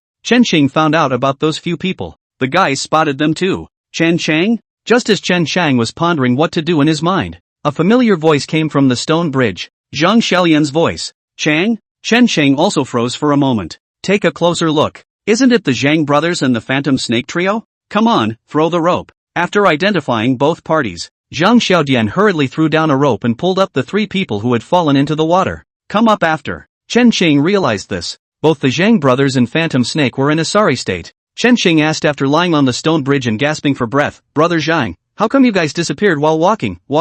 I was going to ask you guys. Zhang Huntian squatted beside Chen Sheng and said with some sadness, I just turned my head and you guys disappeared. Asshole Zhang, it's already time, so don't tease him. Phantom Snake, who was standing on the side, said, inside the cave, we should have inhaled some kind of psychedelic drug. At the time we thought we had gotten separated, but actually everyone was still there. It's just that we can't see each other. Chen Sheng frowned and said, I know what every word you said means, so why am I a bit puzzled when you link them together? Phantom Snake was silent for a moment before saying, let me put it this way. There's a kind of listening powder in the jungle. When a person accidentally inhales it, they go into a trance and then some suggestion is added. We can see some of it. What was originally invisible. Surely what is seen, surely is not there. It's just that we're hallucinating. It's the same inside the cave. We should have inadvertently inhaled something similar and then added the environment. We ignored each other, both thinking the other was missing. That's all, said Phantom Serpent and told him a little more about the situation. It was then that she heard a noise behind her. Just tugged on Zhang Huanji, who was walking in front of him.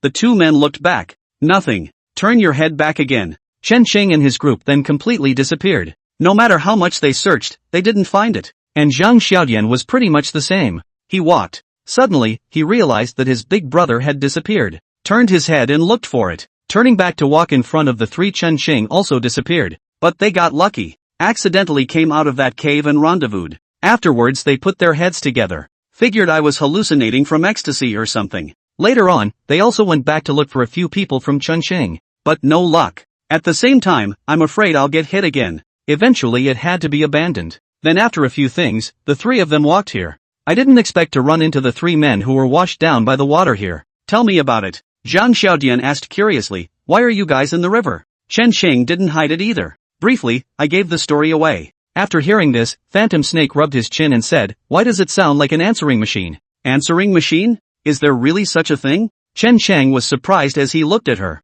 I don't know. I've only heard of such things. Phantom Snake said, I've never seen anything like it either. Saying that, she looked at Zhao Shuayan curiously and said, you caught one didn't you? Can you show me? Zhao Shuayan immediately covered her waist and said vigilantly, no. Just look. Phantom Snake said, not yours. Really? Zhao Shuayan glanced at Chen Sheng searchingly. Chen Sheng nodded and said, don't worry. It won't rob you. Seeing Chen Sheng say that, only then did Zhao Shuayan pull out the copper bottle containing the parasites from her waist. Phantom Snake just reached over to get it. Zhao Shuayan immediately put away the copper bottle and said, as promised, you can only look. Okay, I'll just watch it, okay? A flash of helplessness flashed in the eyes of the Phantom Snake. Staring at the copper vase for a moment, he said, how can I see it if you don't put it out? It will run. Zhao Shuayan put away the copper bottle and said, don't look even if you don't. I'm not willing to show you yet. Okay, I'll just yell through the bottle to see if it's an answer. Zhao Shuayan had no choice but to light up the copper bottle again.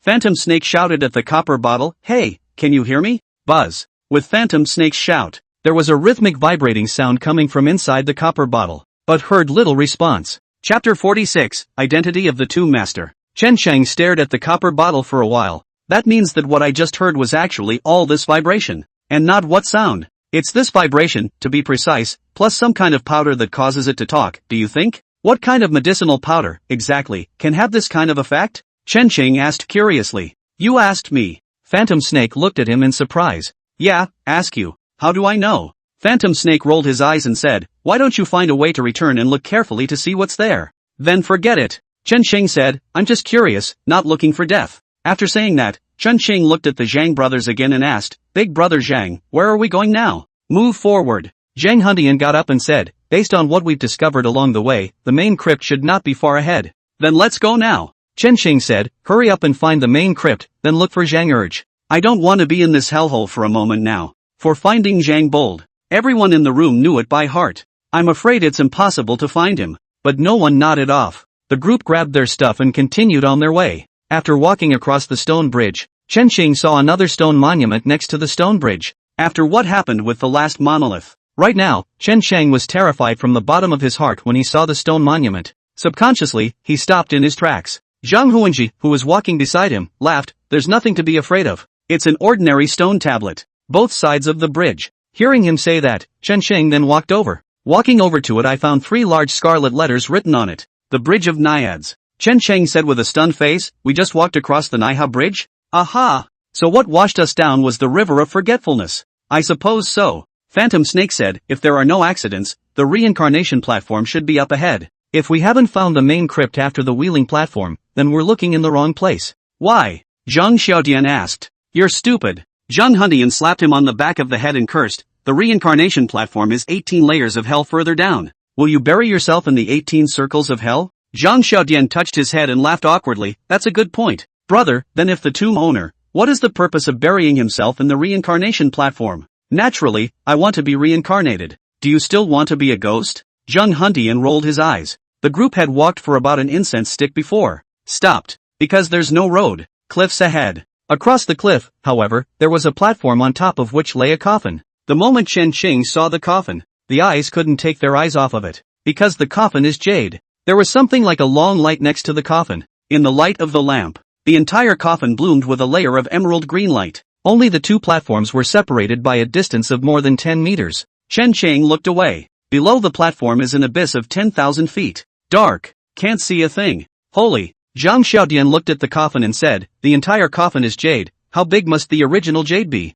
Even if there's nothing of value inside the coffin, we can sell a piece of jade for a lot of money if we knock it out. If we can get the whole thing out, we'll never have to worry about food or clothing in our lives. There is indeed no worry in this life. The Phantom Snake sneered, in your next life, you'll have a good birth, so you might be able to enjoy yourself. Don't you dare get this jade coffin out. People will dare to get you killed. Zhang Xiaodian stopped talking at once. Sister Qing, is there a way to get there? Chen Qing came over to Cheng Qingyi's side and asked, like with lightness or something? Cheng Qingyi estimated the distance and said, we can try. You guys come see here. Here are the words. And that's when it happened. Zhang Hunshan's voice came from the side. Chen Qing turned his head to look. Zhang Hunju crouched in a corner with a torch raised. Chen Shang walked over to take a look. Only the ground was densely carved with words. A broad sweep. This should be an epitaph. A biography of the tomb owner is presented. The owner of the tomb is called Xiao Yan, king of Jinan of Zhao, later called emperor of Qi. When he was still the king of Jinan, he met the immortal Advent.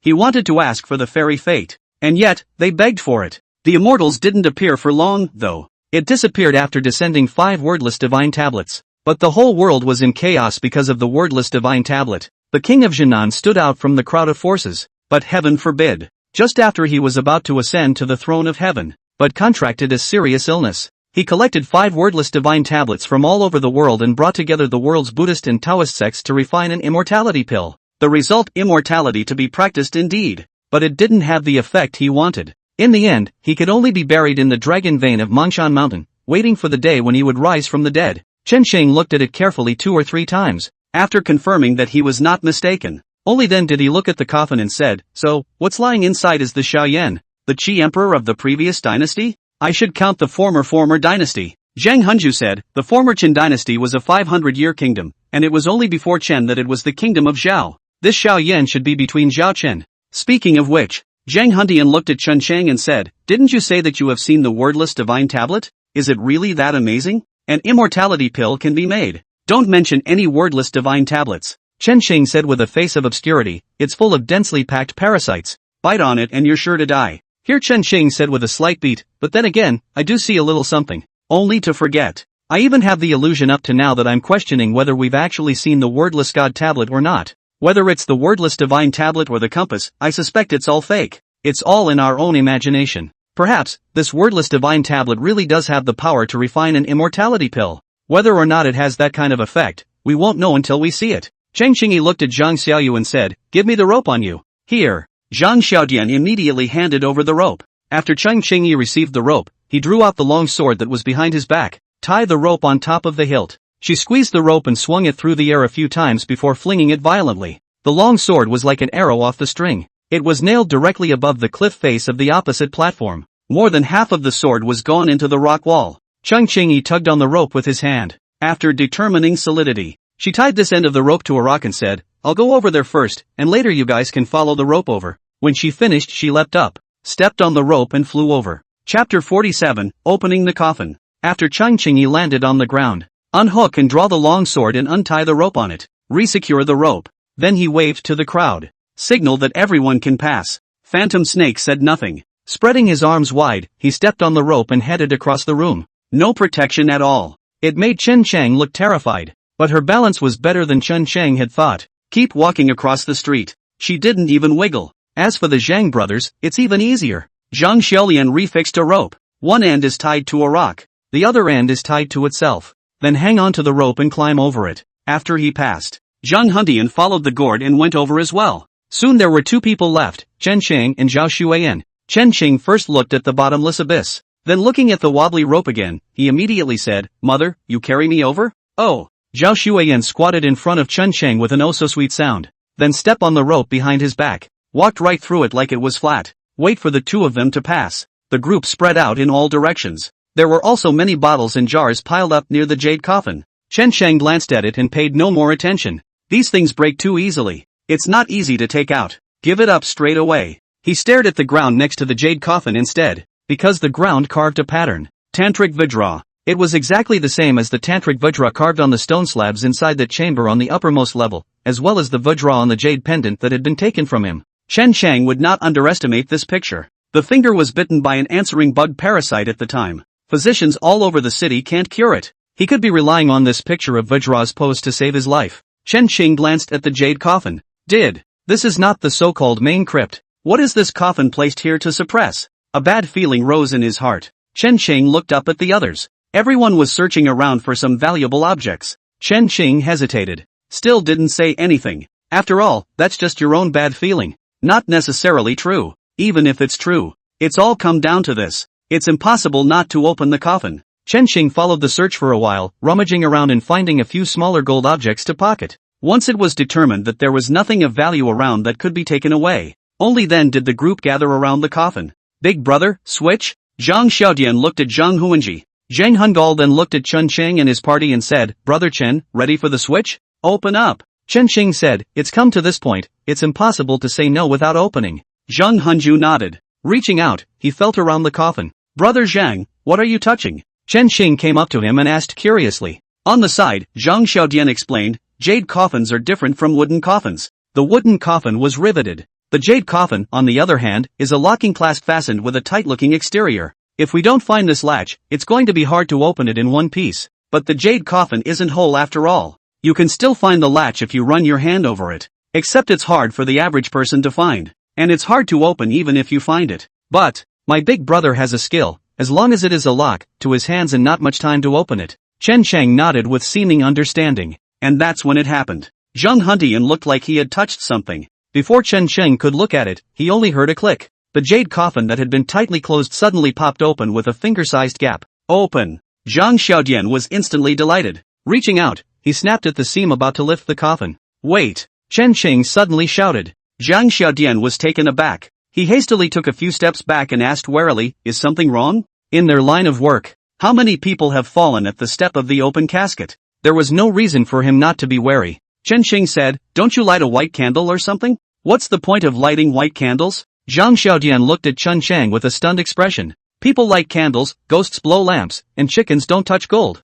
What with lighting candles and blowing out lights?" Zhang Xiaodian said without a trace of humor, "I'm telling you, really if there is such a thing. No one's been in our business for a long time. But you're pretty good at making up this jingle." Saying that, he grabbed the coffin board of the jade coffin and lifted it with force. Then everyone froze. Because there's another coffin inside the coffin. It's not jade, though. Instead, it's a sarcophagus. And the sarcophagus was painted with dense Taoist talismans. It looks a little spooky. It's a Taoist corpse-quelling talisman. Phantom Snake looked at it and said, "There won't be any dumplings in there." Dumplings are also known as zombies. Zhang Xiaodian rolled his eyes and said, "Sister Phantom, you've been ing with us for so many years. You still believe in this as much as Brother Chen. I figured it was for scaring people." Speaking of which, he looked at his big brother and said, "Big brother, open?" Zhang Huntian gritted his teeth and said, "Open." A double-layered coffin, a rare sight. I want to see what's inside. "Brother Chen, do you want to know what's in here?" Hear him say that. Chen Qing, who wasn't originally curious, also became curious.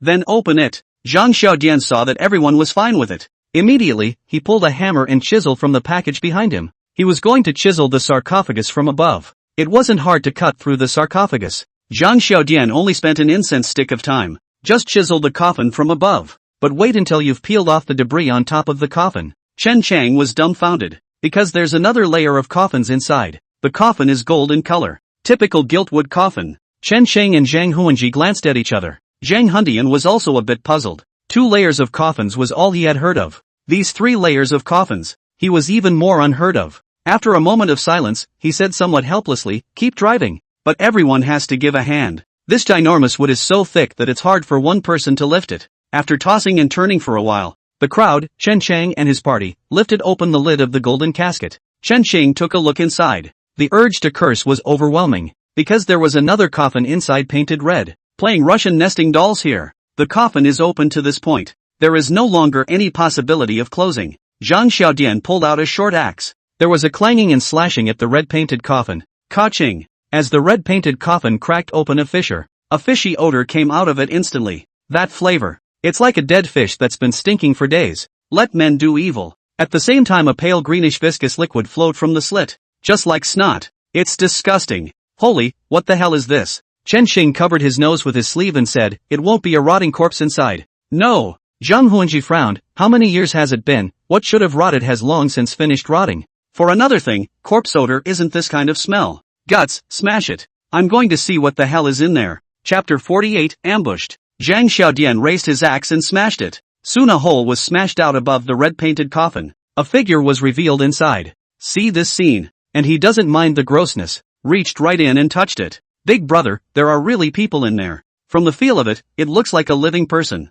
There can't really be a Qi emperor who ate the immortality pill in here. Zhang Hundian was silent for a moment before saying, "Smash, keep smashing." Bang bang. Zhang Xiaolian slammed a couple of blows. The coffin boards were completely split open by him. The coffin was filled with a light greenish thick liquid. There's a person soaking inside the liquid. It was very disgusting to watch. How? It's like a coffin of snot wrapped around a person. After the split, the axe in his hand was dropped. He then reached inside, trying to fish the inside out. It just didn't fish a couple times. I'll go, can't fish. You guys stop watching and come help. Cheng Qingyi and Phantom Snake glanced at each other. Both of them took a few steps back at the same time. That's disgusting. They won't touch it. Chen Chang was also diabolical in his heart. He was about to take a step back when Zhang Hundian held down his shoulder and said, "Brother Chen, help together." With that said, he walked up and reached out to help. People are already on it. Chen Xing couldn't say that he wouldn't work. After all, they're all down for a treasure hunt. He could only hold back the nausea in his heart to come to the coffin and bend down to probe his hand inside. When his hand touched the body inside, a wave of nausea went straight to his head. The stomach lurched. Vom. Chen Xing tried to hold back the nausea, but it backfired instead. Straight up dry heaving. It's just that dry heaving is dry heaving. Things yet still have to be done. He could only turn his head to look to the side while helping the Zhang brothers carry. However, he had just turned his head. Zhang Xiaodian was heard shouting in terror. He subconsciously turned his head. It froze. Because what they carried out from inside the coffin wasn't some Qi emperor, and much less a dumpling. Instead, it's the long missing Zhang Bold, heir, ergo, second brother. Zhang Xiaodian howled. Hurriedly, his hands were busy trying to get Zhang Bold out. Just got halfway there. Zhang Bold will never be able to lift it again. Don't move, don't move. Chen Cheng hurriedly shouted, "There are golden threads on Bold. It should be the golden threads that have entangled him." Zhang Bold has a mass of golden threads on his body. The golden thread bound him inside the coffin. That's why they couldn't lift it first. Hearing Chen Cheng's words, Phantom Snake bent down and picked up the axe that Zhang Xiaodian had dropped and handed it to Zhang Huanji. Zhang Hundian took the axe. And don't worry about the grossness of the slime. Struggling to cut the golden thread. After working for quite a while, the golden threads were finally all broken, and the three of them handily lifted Zhang Bold out of it. Ergo, Zhang Bold has just been put on the ground. Zhang Xiaodian fell on top of him and bawled. Zhang Hundian didn't look like him though, but the eyes were also red. They are three brothers who grew up with each other. Now the brother is dead. How could he not be sad? Chen Qing was also puzzled. How did Zhang Bold run into this coffin? Before they came here, the coffins are intact. An outsider trying to put him in there simply couldn't do it. Stop howling. At this time, Cheng Qingyi came over and took a look. Somewhat annoyed, he said, "He's still breathing. If you keep howling he'll really die." Cheng Qingyi's words caused everyone present to freeze for a moment. Still alive? That's not possible. One cannot breathe underwater, not to mention inside this viscous liquid. And it's still a sealed space like a coffin too. Cheng Qingyi squatted to Zhang Bold's side and used the long sword in his hand to fiddle with the golden silk still hanging on Zhang Bold's body and said, "If I'm not wrong, this should be a means of renewing the life of the golden silk." What's a gold filament renewal? Chen Qing asked curiously. It's hard to explain. Cheng Qingyi said, I only know that there is a kind of witch doctor in the northern Guanwai who is able to renew other people's lives with gold silk. As to why that's possible, I'm not sure. If I'm not mistaken, these gold wires should have been buried inside him. Zhang Xiaodian sniffed. Immediately, he peeled off Zhang Bolt's clothes. Upon seeing Zhang Bolt's skin underneath his clothes, Chen Cheng's scalp was tingling. He was covered in black spots. These black spots were like countless ants on him. The golden threads on Zhang Bolt's body, on the other hand, extended from these black spots. And Cheng Qingyi, who saw the scene, looked like she had thought of something. Hastily, he got up and came to the coffin. Reach out and grab the gold threads left inside. Pull hard. The moment she pulled the gold thread out completely, Chen Qing just wanted to turn around and jump off the cliff. It's too oozy. At the end of the golden thread in Cheng Qingyi's hand was a worm that kept squirming. How did these bugs look familiar to Chen Qing? This is clearly the echo bug compulsion? It's using people to raise compulsion. But these parasites were a bit different from the ones we encountered earlier. Like it's not fully adult. No feet. It just hangs there writhing on the golden thread. Ma! The phantom snake who saw the scene even directly hugged Zhao Shuiyan. Chen Qing had originally wanted to hide behind Zhao Shuiyan as well, but the phantom snake grabbed it first. He could also only forcefully retract the footsteps he was about to take and said, Sister Qing, hurry up and throw that thing away. It's too diaphragmatic. What a vicious tactic. Zhang Huanji stared at the string of worms and said, I will definitely find this guy and break him into pieces. Knock knock. And that's when it happened. The sound of a bamboo tube hitting the ground suddenly came from behind him. Chen Qing subconsciously turned his head to look, only to see a bamboo tube roll by, and there was a steady stream of smoke coming out of the bamboo tube. Seeing these bamboo tubes, Chen Qing's mouth surfaced with a smirk. Yes is the smile. I knew from the beginning that the sword-carrying ape Li San and the others were in here. But it never showed up. He's been secretly defending it. Now that these guys have finally shown up, they don't have to defend themselves in secret. It's even a way to put the trick together. Find out what they're really up to. He quickly hid the smirk. Chen Qing cried out with a horrified look on his face, no good, there's an ambush. Chen Qing's words just fell. Cheng Qingyi dropped the golden silk in his hands and rushed over. Sister Qing, be careful. Chen Shang wanted to remind her to be more careful, just before he finished his words. He then felt his body go weak. Total body weakness. Plunging down toward the ground. Oops. Hit with the ecstasy. Chen Shang was shocked in his heart, then shouted, Daughter-in-law, save me. Hearing the voice, Zhao Shuiyan rushed directly towards him. Whoosh. It's just that she hasn't gotten close to Chen Shang yet. An arrow then broke through the air. Zhao Shuiyan subconsciously dodged to avoid it.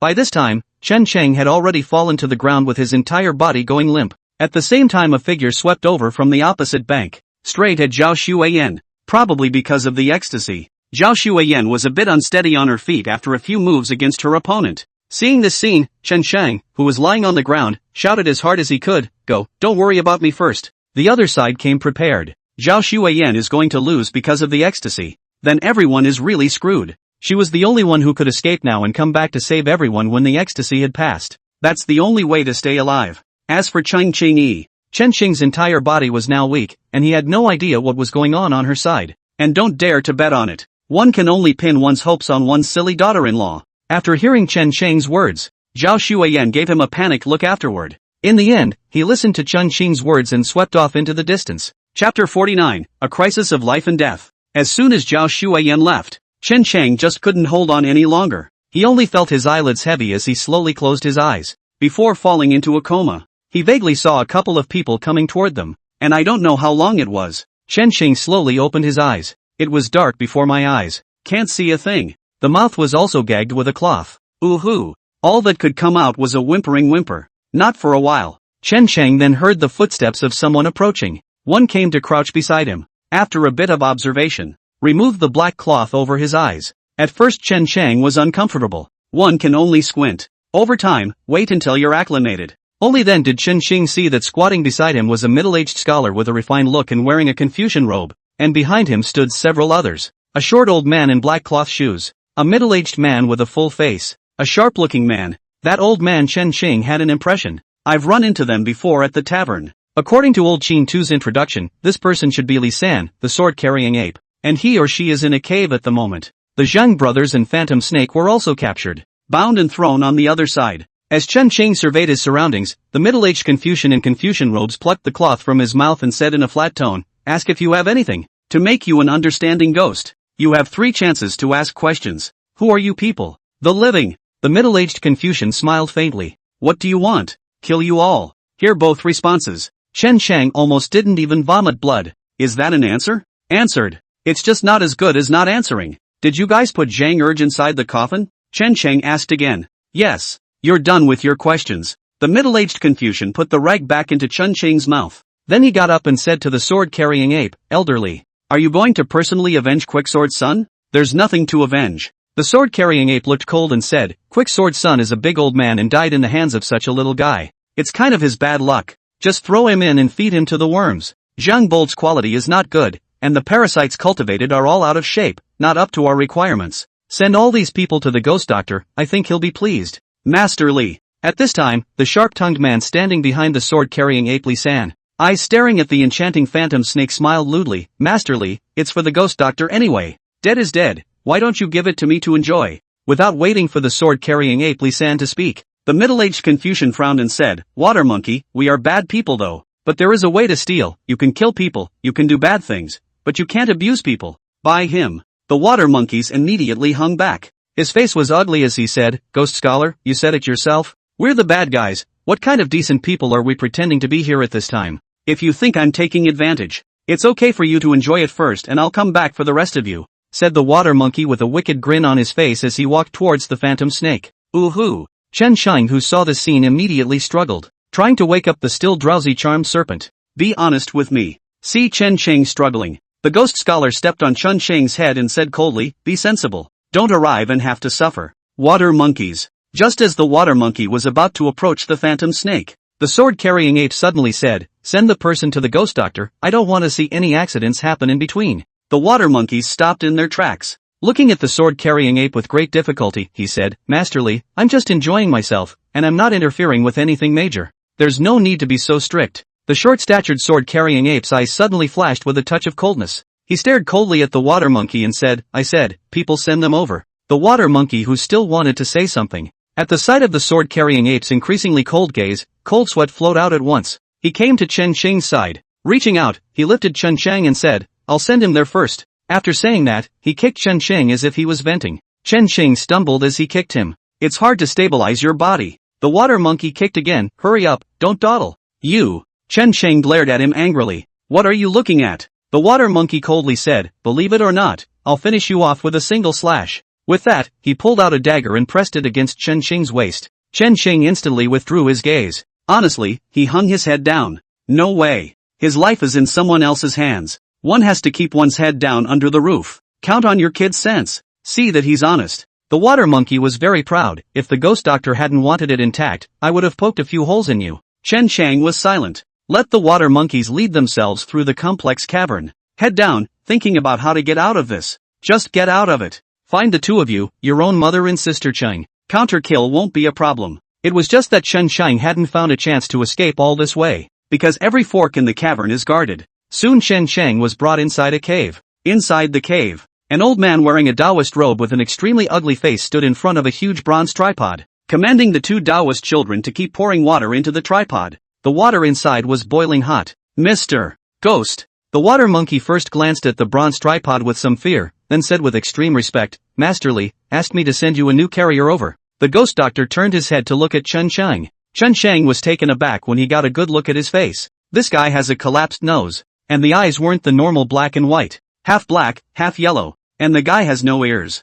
It's like it's been cut off. It's frightening. When the ghost doctor saw Chen Shang's frightened look, he grinned, revealing his yellowed and blackened teeth. Then in a raspy voice he said, throw it in the wormhole first, and if it holds out bring it over as a carrier. If it dies, it's fed to the worms. The water monkeys looked like they were extremely afraid of this ghost doctor. Upon hearing the command, he immediately said respectfully, yes, I'll bring him over. He then yanked Chen Shang and left. Not a moment's stay. The water monkey brought Chen Shang inside another cave. This cave wasn't that far from the cave where the ghost doctor was. It's just 5 or 6 meters. Get in. The water monkeys brought Chen Shang inside the cave. There's a deep pit inside the cave. Chen Shang glanced downward. It was crawling with dense worms. These bugs he's seen before. All of them are larvae of the answering worm parasite. That's if it falls. Certain death. The water monkey pressed his dagger against Chen Shang and threatened, jump down or I'll kill you. Chapter 50, Infighting. Facing the threat of water monkeys, Chen Shang said after a moment of silence, Big brother, spare my life. I'm rich, I'm very rich. I'll pay you if you let me go. Money? The water monkey snorted, "Do you think I lack money? There are so many things in the tomb, just take some of them out and you can exchange them for a lot of money. You think I can afford to look at your 3? Get off your ass." The water monkey raised his foot and kicked at Chen Sheng. Chen Sheng, who had been watching his movements with his afterimage, saw him raise his foot. The body quickly crouched down. One ass was sitting on the floor. Water monkey just kicked him in the back of the head, without kicking him down. Before he could retract his foot, Chen Sheng fell straight backward. At this point the water monkey is standing on one foot. Chen Sheng fell like this. He was outright unsteady on his feet. At the same time, because of his posture, he shifted his center of gravity forward and planted himself forward. Chen Sheng had his hands tied though. But in the face of life and death, the response is also swift. The moment he noticed the water monkey planting forward because of his untimely reaction. Straight up. He got up on this one. Shoulder just above the water monkey's belly. Ah! Then the water monkey shrieked. It fell into the pothole in front of him. As soon as he landed, those answering insect parasite larvae inside immediately looked like hungry wolves that had smelled blood. It surged straight up. Ah, save me! The water monkeys were terrified and tried to climb up, but by now the larvae had crawled all over his body, and to the nose, to the mouth. Because of the pain he rolled back down again. Ah! The water monkey rolled over in agony. The hissing was filled with panic, anger as well as despair. Chen Sheng just stood quietly on the edge and watched. The mood was unruffled. If I hadn't reacted quickly just now, this will be struggling here all by itself. He waited until the water monkeys were silent and stopped moving. Only then did Chen Sheng pick up the dagger he had dropped on the ground. Carefully cut the rope off your hands. Wait until it's completely out of the way. He then breathed a complete sigh of relief. Chen Sheng squatted inside the cave after resting for a while. Gripping his dagger, he felt his way out of the cave. The cave is dimly lit outside the cave. Although there were people standing guard at the intersection, you couldn't see very well in many places because of vision problems. Chen Sheng was catatonic,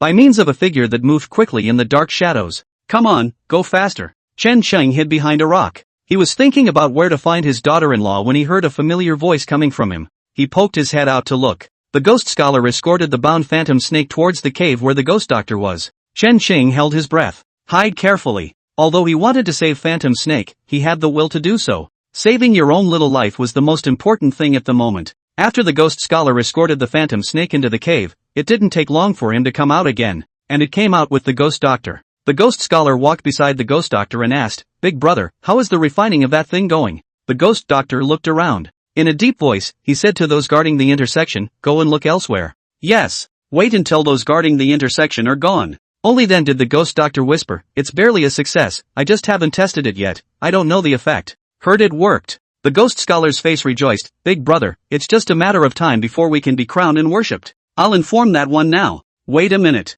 Don't be in such a hurry just yet. The ghost doctor whispered, "Don't say anything about this beforehand." Why? The ghost scribe looked at his big brother suspiciously. The ghost doctor did not immediately explain. Instead, he looked around again to make sure no one was around before he said, "You follow me, and you'll know when I show you something." Said ghost doctor led ghost scholar towards another cave. Chen Sheng, who was hiding behind a rock, heard the conversation between the two men. He was trying to figure out what the hell the group was doing. After hesitating for a moment, Chen Sheng quickly followed. This cave is not deep, and very curved. "Big brother, what did you bring me here for?" Chen Sheng had just reached a corner when he heard conversations coming from inside. He cautiously poked his head out. But there was a high platform at the innermost part of the cave. A crystal coffin was actually placed on top of the high platform. The crystal coffin was filled with a light greenish liquid, and in the middle of all this liquid, there was a body floating. Because the distance was a bit far, Chen Sheng couldn't tell whether it was a corpse or a person. The ghost scholar and the ghost doctor were standing in front of the crystal coffin. Hearing ghost doctor's inquiry, ghost scholar was silent for a moment before asking, "Second brother, what is your greatest wish in this life?" "Join the dynasty and honor your ancestors." Ghost scholar returned without hesitation. Then with a dejected look, he said, "It's just a pity that the court is so cliquey and uneducated. So much so that I've tried repeatedly." The ghost doctor nodded, then asked rhetorically, "Do you know what my greatest wish in this life is?" Not waiting for ghost scholar to answer, the ghost doctor asked himself, "My greatest wish in life is to be like a normal person. To walk normally in the sun without the blank stares of others. Instead of being some kind of ghost doctor." When he said this, he stared at the crystal coffin and said, "You know what? Now that wish is coming true. Second brother, haven't you always wanted to know what's inside this coffin? Do you want to see it?" The ghost scribe was a bit puzzled. "Big brother, didn't you not let us see it earlier? Now you can watch." The ghost doctor laughed, "You can go see it now if you want to." He smiled kindly. Only with that honor of his, there was nothing but hideous horror. Ghost Scholar stared at his big brother for a moment.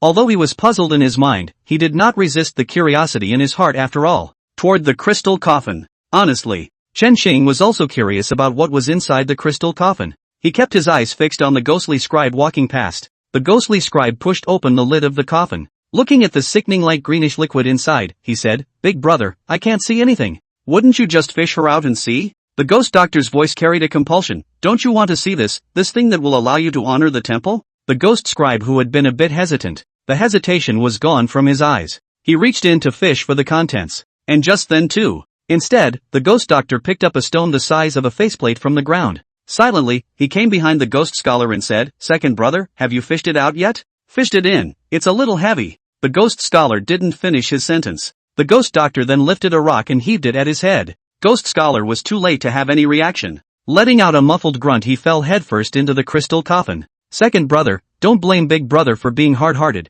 Blame yourself for trying to hand things over." The ghost doctor coldly looked at the ghost scholar, who didn't know whether he was alive or dead, and said, "The things are mine, no one can snatch them away." Chapter 51, The Pill of Immortality. The ghost doctor stared at the ghost scholar for a moment. "Turn around and leave." Chen Cheng immediately looked around, trying to find another place to hide, because his place happens to be on the exit road. If you don't hide it a little, it's exposed. But just as Chen Cheng wanted to retract his head, his eyes suddenly widened. The ghost scholar climbed up from within the crystal coffin. Instantly, he choked the ghost doctor from behind. The ghost scholar's eyes were bloodshot. "I's crazy," he said. "Big brother, you're really my good big brother. I've sensed you were wrong for a long time. You've always been a man of few words and have kept your things close to the vest. And yet there are so many words today, and you show me something you treasure. I thought you just had other plans. And yet I didn't think you'd kill me." "In that case, big brother, don't blame me for being cruel." Speaking, the ghost scholar kept increasing the force of his hands. The ghost doctor's eyes bulged.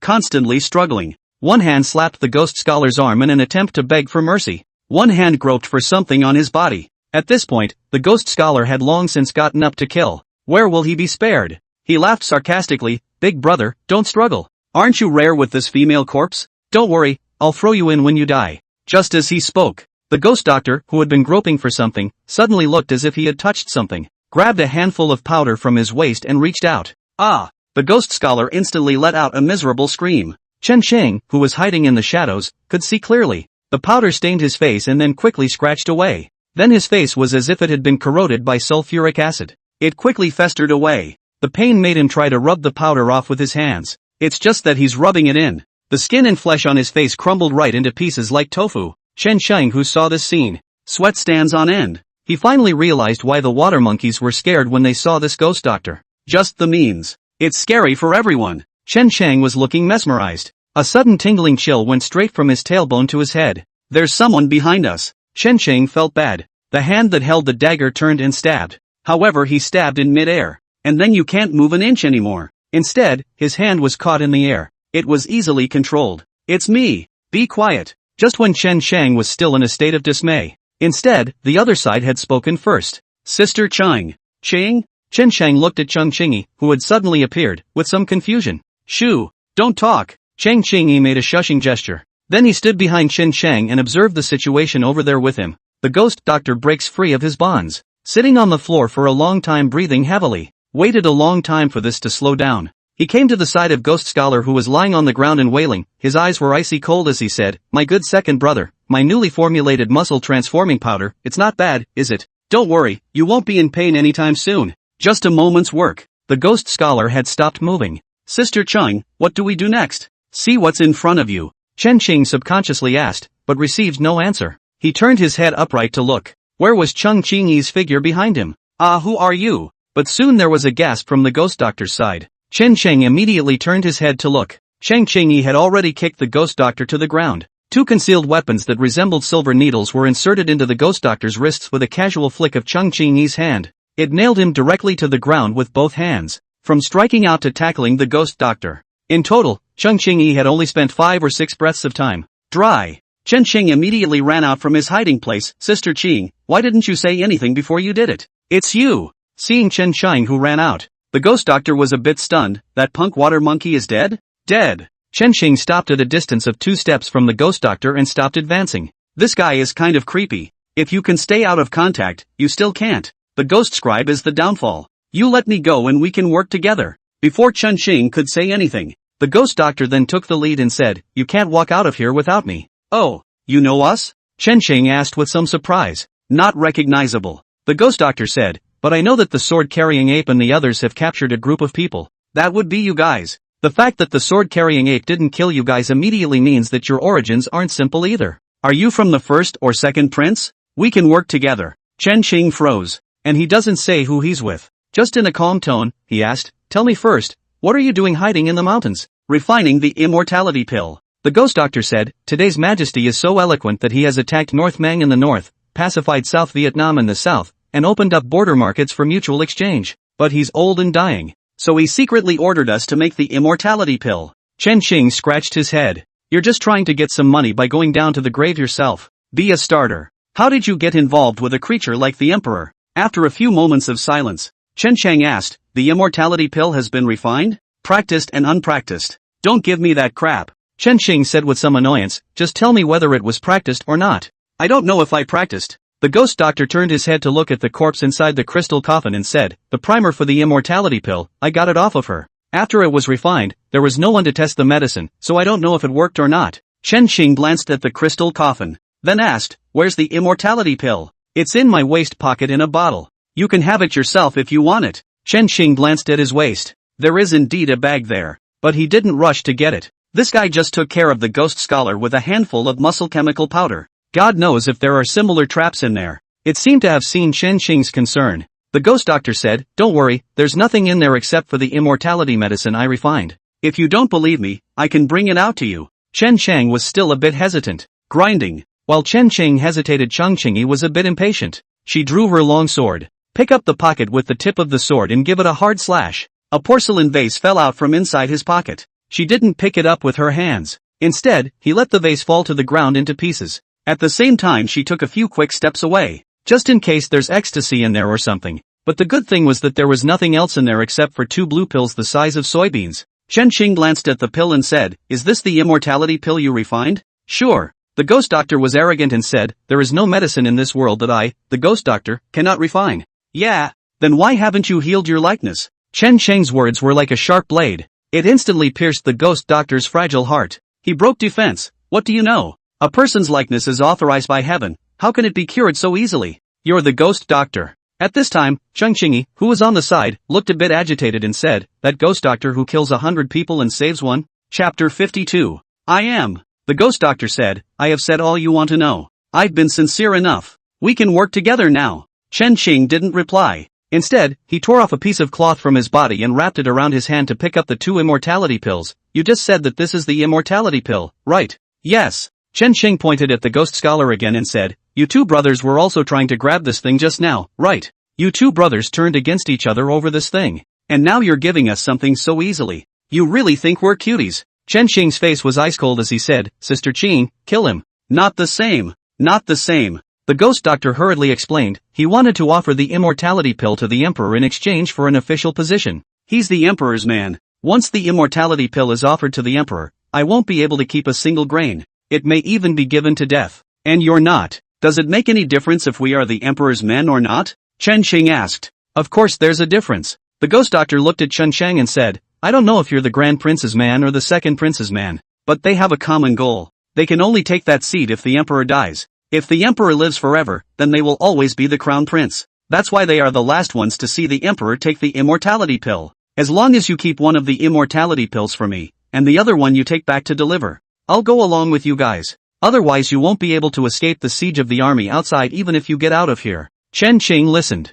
There was a long silence. After a while, he said in an icy tone, "Sister Qing, it's better to kill him. It's hard to tell if his words are true or not. Killing him is the best option." "No, it can't be killed." Something that made Chen Qing somewhat unexpected. Chang Qingyi refused his request. "Why can't we kill?" Chen Chang looked at Chang Qingyi in disbelief. Chang Qingyi didn't bother with him. She crouched down in front of the ghost doctor and said in an urgent tone, "Can the yin-yang heart be cured?" "Yin and yang heart?" The ghost doctor froze for a moment, then asked with some hesitation, "Can you tell us the specifics?" Cheng Qingyi said after a moment of contemplation, "The heart is half dead and half alive." "Can it be cured?" Cheng Qingyi's eyes were dead set on the ghost doctor. It's like expecting an answer or fearing one. Chen Chang looked at Cheng Qingyi without saying anything.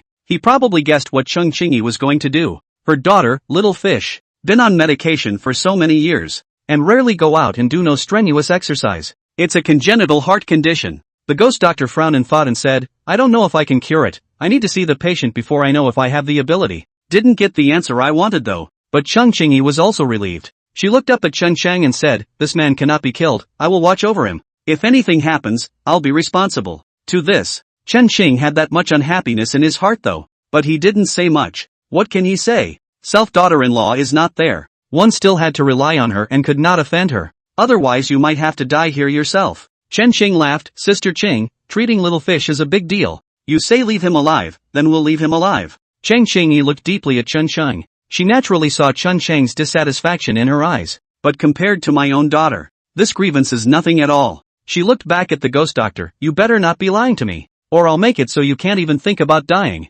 Don't worry, my reputation as a ghost doctor is still somewhat protected. It better be. Chen Ching pulled out the silver needle on the ghost doctor's wrist. The ghost doctor tried to move first, then got up from the ground. Chen Ching stared at him warily. All it takes is one thing wrong with this guy. He then immediately went far away. It seemed to have read Chen Ching's mind. The ghost doctor smiled faintly and pointed at the immortality pill in Chen Ching's hand. It's best to bottle it up, or the potency of the medicine might go awry. Just his scowling face. No matter how you laugh, it's all chilling. Still, Chen Ching listened to his words. He felt around his body but didn't feel anything within the bottle. Everything he had on him was taken. It's just a matter of where to find the bottle at this moment in time. Here, use this one of mine. The ghost doctor could see his dilemma. Pulling a bottle from his body, he handed it to him. Chen Ching didn't borrow. The ghost doctor said, don't worry, it will be fine. I've got one of the immortality pills. I can't do myself any harm. Hear him say that. Chen Ching was silent for a moment before still accepting the bottle he handed over. Still no direct contact with hands though. Instead, he received it with both hands wrapped in a cloth. After storing the immortality pill, Chen Ching asked, I still have a few companions who have been captured. Can you help me get them out? There's no rush. The ghost doctor pointed at the corpse of the ghost scholar on the ground and said, you and I will throw him inside that coffin first. If he doesn't handle it right, you guys will probably be found out. Chen Ching stared at him for a while and said somewhat helplessly, I'll raise my feet, you raise your head. No problem. Chen Ching and the ghost doctor carried the ghost scholar towards the coffin. Walking over to the coffin, Chen Ching asked with some curiosity, where did you get this female corpse inside? From the grave. The ghost doctor said, let me tell you, this tomb is a dungeon huge. There's a Nayad bridge here. At that time, this female corpse was inside the coffin at the head of the Naiha bridge. We had a hell of a time getting her out. Speaking. With a flutter. Mr. Ghost was thrown inside the coffin. Then something that gave Chen Ching the creeps happened. Mr. Ghost was thrown in. The entire body actually began to turn into blood. Soon the greenish liquid inside the coffin was dyed blood red. What's this? What's this all about? Normal phenomenon. The ghost doctor said, there's nothing wrong with touching this liquid normally. But as soon as you see blood it's very corrosive. Okay, that's fine. The ghost doctor clapped his palms and swept his eyes indifferently at the ghost scholar. It won't take more than a quarter of an hour, and he won't even leave any bone dregs behind. Did you configure these liquids? Chen Ching asked. No. The ghost doctor said, it was supposed to be from the tomb. I'm just carrying them over. And a lot of people died for it. Any more questions? The ghost doctor looked at Chen Chang and said, if there are no problems we can leave. The cave is patrolled. If we don't leave, we won't be able to. Chapter 53, Little Moon, the Taoist Boy. Which way? Chen Ching asked after leaving the previous cave. Let's go to where I'm refining medicine first. The ghost doctor said, I still need to take something and someone with me. Didn't one of you get sent to me a while ago too? Follow the ghost doctor back to the cave where the medicine was made. The few Taoist children in Taoist robes were still busy. The phantom snake is tied up in a corner. By now the phantom snake had woken up. After he saw Chen Chang and his group, she froze. Chen Chang made a shushing gesture at her. Keep her quiet. As for the dogs, what they should do remains what they do. Didn't even dare to look at it more than once. When the ghost doctor came in, he came to the bronze tripod and took a look at it, and instructed the nearest Taoist boy, go find Master Li and ask him to send me some more. As many as it takes. Yes, master. The Taoist boy answered and left the place at a quick pace. Wait for this Taoist boy to leave. The ghost doctor looked at Chen Chang and pointed at the phantom snake that was tied up there. Chen Ching immediately came to Phantom Snake's side to help her untie the rope. What the hell? Phantom Snake asked in a small voice. Sister Phantom, don't ask yet. Chen Ching whispered, once the Zhang brothers are brought in, we'll leave this place. By the way, have you seen my lady? No. Phantom Snake whispered, but I vaguely saw her run off into the distance before I passed out. She should be fine. Chen Ching scratched his head. It wasn't that he was worried about his lady's safety. Rather, it's not having her around. Chen Sheng is very insecure. Don't worry, she'll be fine. Seeing that Chen Sheng didn't say anything, Phantom Snake whispered a reassuring word. Aha! Chen Sheng smiled and didn't bother to explain why. He whispered on his side. The ghost doctor's side took a turn as usual. He looked at a Taoist child and said, "Little Moon, later I'm going to go out to purchase some things, so you go out with me." "Yes, master." Chen Sheng noticed. The named Koyuki turned out to be a teenage girl, and his body trembled after being named, while the other Dao children's faces were joyful. I see with suppressed joy. Chen Sheng was a bit puzzled, but there was no more talk. About an incense stick of time then passed. Footsteps came from outside the cave. There are a lot of people by the sound of it. The ghost doctor hurriedly told the three Chen Sheng, "You three, stay honestly in the corner." Chen Sheng also didn't want to cause any trouble, even curled up in the corner, a look of being knocked out. Phantom Snake also rebundled himself to lie beside him. Chung Cheng-yi, on the other hand, disappeared in a flash. Not for a while. The Zhang brothers were then brought over.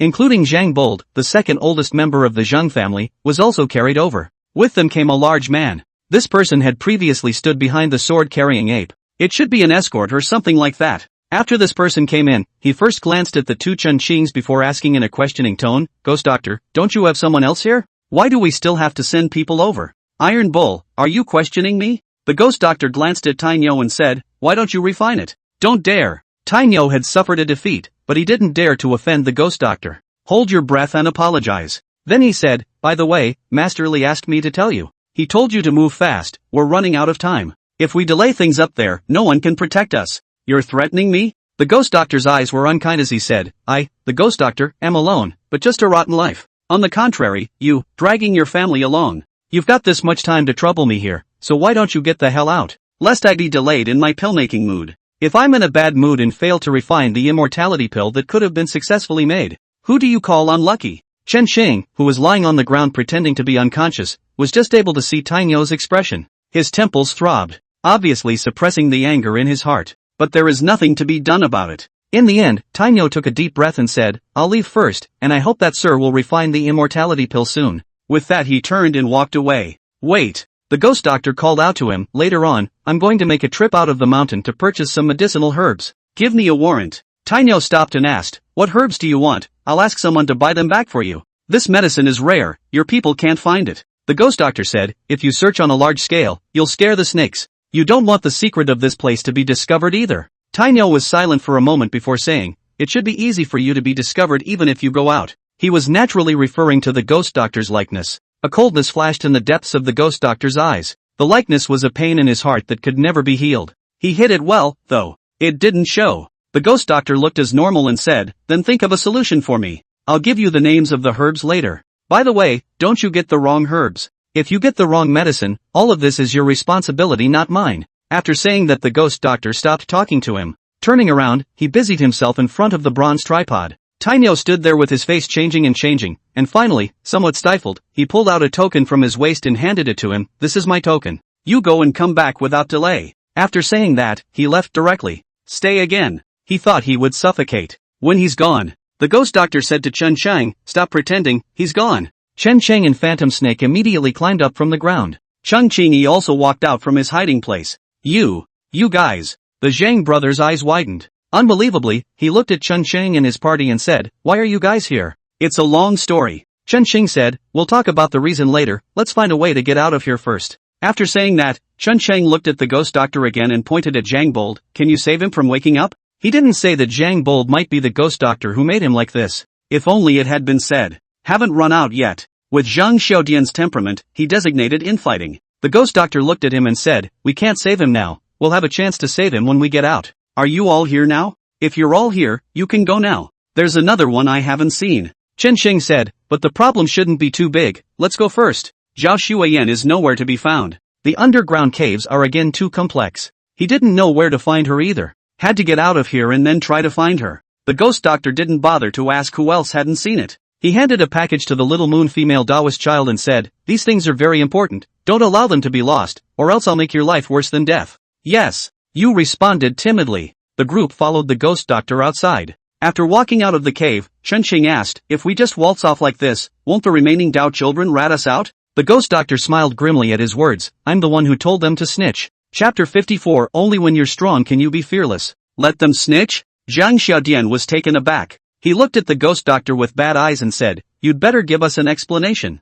The ghost doctor wasn't annoyed. He said in a calm tone, "The sword-carrying ape belongs to the Xiaoqin Society, and the Xiaoqin Society belongs to the second prince. That iron bowl just now is one of the emperor's men said to be a forbidden guard. The emperor wants to live forever, and the last thing he wants is the grand prince, who is the crown prince. The emperor lives forever, and he is the crown prince forever. Do you think there will be no one of him in this cave?" Hearing him say that, Chen Qing subconsciously glanced at Cheng Qingyi beside him. Cheng Qingyi expressionlessly locked eyes with him. The ghost doctor continued, "As long as word of our escape gets out, the Grand Prince's people hidden in the shadows will definitely seize the opportunity to strike. After total chaos, we can muddle our way out." Zhang Huanji frowned and said, "Didn't that Tainyo give you the token just now?" "It's for me." The ghost doctor said, "I can get out, but what about you guys? Can you guys get out?" His words brought everyone into silence. Chen Qing, however, thought more. He always had a feeling something was wrong, but couldn't tell what was wrong. This guy is too nice. Ever since he was captured by Cheng Qingyi, he had been looking out for his people in every way. This is very wrong. This guy is definitely hiding something. Or have other plans. But Chen Qing couldn't catch him in the act for a while. For the time being, we can only listen to his arrangements. Follow me this way. Seeing no further objections from the group, the ghost doctor led the group towards a narrow passage. After crossing the passage, Chen Qing realized that the group had unexpectedly appeared on top of a cliff. The middle of the cliff to be exact. There is a trail in the center. Just enough for one person to pass. And below the cliff is a bottomless abyss. You all be careful. The ghost doctor walked ahead and warned, falling is a death sentence. There's a cave up ahead later, let's hide in it and when the chaos starts, we'll go. After walking about tens of meters, there was indeed a cave in the mountain wall. The entrance to the cave was small, though. Only one person could move in sideways. The ghost doctor walked in first, followed by Cheng Qingyi who followed him. The group didn't have to make much of an effort to get inside the cave. Get in there. Chen Qing realized that this place was pretty big, and there are many household items inside. Chen Qing circled around. Looking at the ghost doctor who lit the torch, he said, "It seems you've been preparing for a long time." The ghost doctor said, "I've been preparing for it since the first day I came here." "Tell me about it." Chen Qing stared at him and asked, "What exactly is the reason for you to help us so dutifully?" "I don't want to hear any of that crap about how you were trying to save yourself. If you're trying to save yourself, there are a million reasons to run away along the way. But you didn't escape. Instead, they're doing their best to help us. This doesn't match the ruthlessness with which you tackled the ghost scholar." Facing Chen Qing's questioning, the ghost doctor grinned, revealing his uneven, large yellow teeth and said, "Don't worry, I'll get you out of here." After he finished speaking, he stopped ignoring Chen Sheng. Instead, he walked over to Zhang Bold and said, "Can I take a look?" Chen Sheng stared at the ghost doctor's back. The face shifted. In the end, he could only sigh helplessly. "After all, I'm still too weak." His own earlier questioning was indeed justified. But no one will help themselves. Cheng Qingyi, for the sake of her own daughter, she will strive to protect the ghost doctor. Whatever happens, the ghost doctor helped heal Zhang Bold.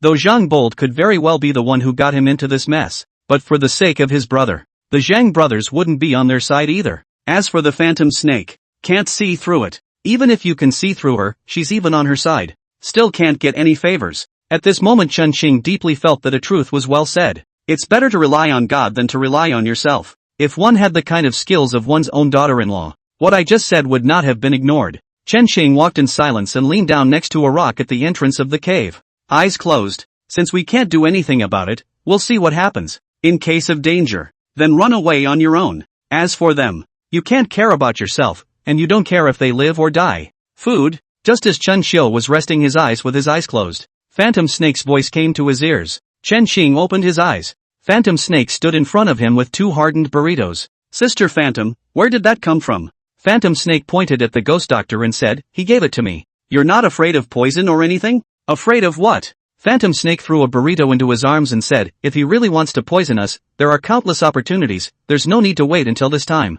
Chen Qing thought about it and felt that it was true. Plus he was really hungry too. And no more excuses. Took a burrito and nibbled on it. See this scene. Phantom Snake laughed and sat down next to him. "That's right. No matter what happens, the first thing is that you have to be calm, and then you have to keep your strength up. As for the rest, it's out of our hands, we can only act as we see fit." Chen Qing froze for a moment. He was a bit puzzled. "Sister Phantom, do you mean what you say?" Sleepy. Phantom Snake just smiled faintly. Didn't bother answering Chen Qing's words. Leaning in next to him, he closed his eyes. Chen Qing's frown intensified. He had thought that Phantom Snake was the most simple-minded of their group. I didn't realize she was the one who was hiding the most. She must be hiding something else. It's just that things have come to this point, and there's not much of a way back for himself. It's also just going to have to go hard. Chen Qing finished his burrito and closed his eyes. Drift off into a deep sleep. I don't know how much time has passed. Chen Qing suddenly felt someone pushing himself. He opened his eyes in a hurry. What's wrong, Sister Phantom? Chen Qing looked at Phantom Snake and asked. There's movement outside. Chen Qing listened carefully. Sure enough, noisy shouts as well as footsteps could be heard coming from outside the cave. By now everyone else in the cave was awake. Chen Qing subconsciously glanced at the ghost doctor. The ghost doctor said, "Don't worry, it's safe here. No one knows about this place except those of us who do." Chen Qing didn't believe him. Hastily, he carefully moved to the mouth of the cave and looked out. Can't see anything though.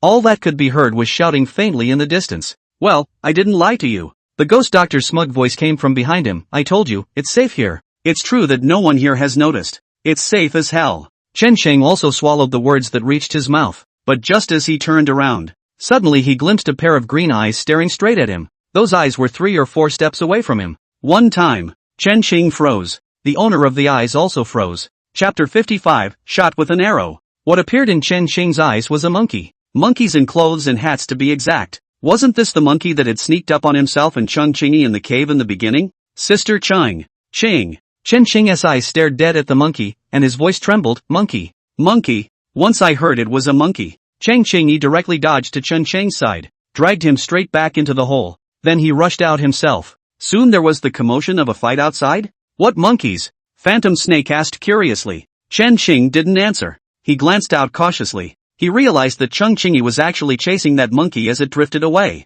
Sister Qing, don't chase after the poor enemy. Chen Qing shouted. Chen Qingyi, however, acted as if she hadn't heard it. Chen Qing could only look at the crowd behind him. The ghost doctor said, don't worry, it's a dead end up ahead. But there's a hidden cave up ahead, so you'd better go help her. You're talking crap here. Chen Qing gave him a look without a good reason. Then he chased after Chung Chingy. I'll go over there too. Phantom Snake followed suit. Chen Qing did not have to walk far before he saw Chen Qingyi standing on a small platform. Sister Qing, did you catch up with that monkey? Inside. Chen Qingyi pointed ahead. It was only then that Chen Qing saw that there was a cave entrance a step ahead of Chen Qingyi. The hole is a little short. You have to bend over to get through. Why don't you go after them? Chen Qing was a bit curious and wanted to look inside. Careful. It was good that Chung Chingy reacted quickly. One yanked him back. The moment Chen Qing yanked it back, an arrow shot out from it. It grazed his cheek and flew past. Chen Qing asked with a palpitating heart, someone? Aha! Chen Qingyi nodded. Chen Qing's eyes widened at once.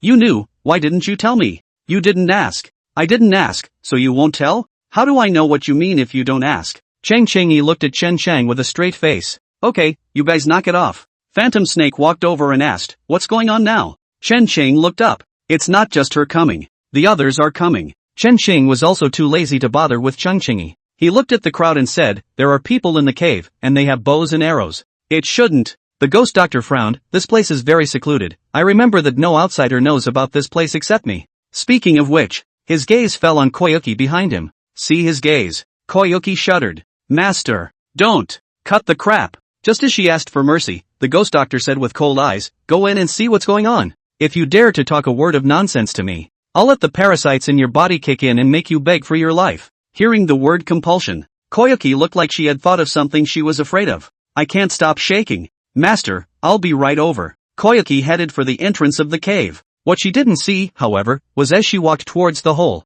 a flash of worry and complexity flashed in the depths of the ghost doctor's eyes, but it was soon replaced by firmness again. And at this moment, Xiaoyu had nothing but despair in her heart. There are bows and arrows across the street. The hole is only so big again. Walking through is certain death. Just, compared to the torture brought on by the compulsion, she chose to simply die. Wait. Just as she was about to walk to the front of the cave, Chen Cheng tugged at her. Then Chen Cheng looked at the ghost doctor and said, there's no need to take human lives to explore the situation. Hearing Chen Cheng's words, the despairing Koyuki's eyes flared into a glimmer of hope, but it soon dimmed again. The ghost doctor's nature was known to her. Even if you were saved this time, what about next time? What about next time? From the moment he was taken captive by this guy, his own fate was already decided. She smiled miserably. My lord, I'd better go in and find out what's going on. Chen Xing didn't bother to say anything more to her. Straight away, he yanked you behind him. Then he shouted to the people in the cave, brothers inside, can we talk? You're hiding in here, so I don't think you're from the Dawn Spring Society. You wouldn't be hiding here if you were a member of the Xiaoqin society. Just so we can work together. After saying that, Chen Xing quietly waited for the other party to reply. After a while, Chen Xing thought he couldn't wait for the other party to reply. I didn't expect a familiar voice to come from inside. Chen Xing? Chen kid, is that you? Chen Xing was also stunned. Master Qin? I told you. It's Qing out there, and you guys are biased. What made Chen Xing even more surprised was that he also heard Zhao Shuiyan's voice. Daughter-in-law, are you? Chen Xing shouted happily. K is me. A head soon emerged from the cave. It was Zhao Shuiyan, who hadn't been heard from. Xing. Seeing Chen Xing, Zhao Shuiyan directly drilled out. Lunge into Chen Xing's arms. You be careful. This move of his scared Chen Xing to death. This place is this wide. If you move too much and accidentally fall, guess I'll have to be a little more careful in my next life. Chen kid, it's really you. At that moment, old Qin Tu's head also came out of the hole. He wore a happy face, but soon he pointed across the cliff and said, hurry in. People walk by over there from time to time, so don't let anyone find out. Chen Xing looked away. There is indeed a road over there. And he didn't dare to slack off. Immediately, he tugged Zhao Shuiyan and headed for the hole.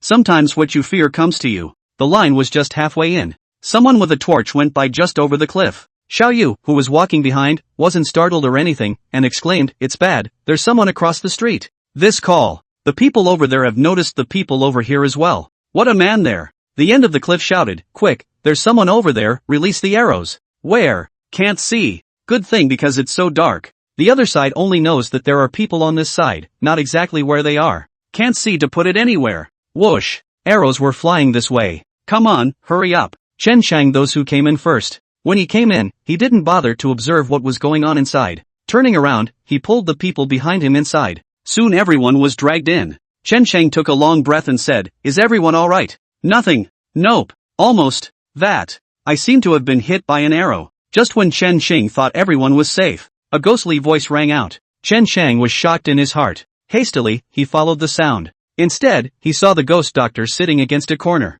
An arrow came from his back through his chest. Blood continued to seep out of his chest. Seeing him in this miserable state, Chang Qingyi instantly panicked. She was counting on this guy to save her daughter. She instantly crouched down beside the ghost doctor to save the day. Don't bother. The ghost doctor pushed Cheng Qingyi away and smiled bitterly. The arrow passed through the heart is hopeless. Don't waste your breath. Chapter 56, The Little Deaf Girl and the Young Pot. Chen Xing glanced at the ghost doctor, who was covered in blood and breathing hard. Then he glanced at Koyuki, who was standing next to him. Koyuki hung her head low. Can't see the face. Instead, there was some sort of speculation in his mind. But he didn't make a sound. Instead, he looked at Old Qin Tu and his group. There were not only Old Qin Tu, but 4 other people in the cave. 2 of them turned into ashes. Chen Shang knew. Isn't it the landlady Auntie Li and her husband? As for the other 2, they were both older men. One man was slim, with a monkey crouching on each shoulder. The other one had long fingernails, dressed in a black cloth and linen. He gave people the creeps just by standing there. It's like walking at night and feeling like you've met a ghost, but not the ambivalence of a ghost. The man saw Chen Xing sizing himself up. He smiled grimly at Chen Shang. Chen Xing instantly shivered and turned his head to look away. Okay, don't bully the kids. Seeing this, Old Qin Tu laughed and cursed, Little Qingzi, let me introduce you. Saying that he pointed at the gloomy this man and introduced him, you can call him Mao Fong, the old bastard of the Western Hunan corpse catching sect now. Good day, Master Mao. Chen Xing bowed respectfully. Aha! Mao Fong nodded. This is Monkey Keeper Sun Qing. Good day, Master Sun. Aha! After introducing these 2, he then pointed at Auntie Li and the others and said, I won't introduce the 2 of them, they are old acquaintances. Bah! Old Qin Tu, what do you mean? We 2 just can't be introduced? Auntie Li glanced at Old Qin Tu and said conspiratorially, what? You're capable of standing at the window and peeking? You don't have the ability to introduce yourself? Sneak peek? See what? Mao Fong and Sun Chang were immediately interested. This.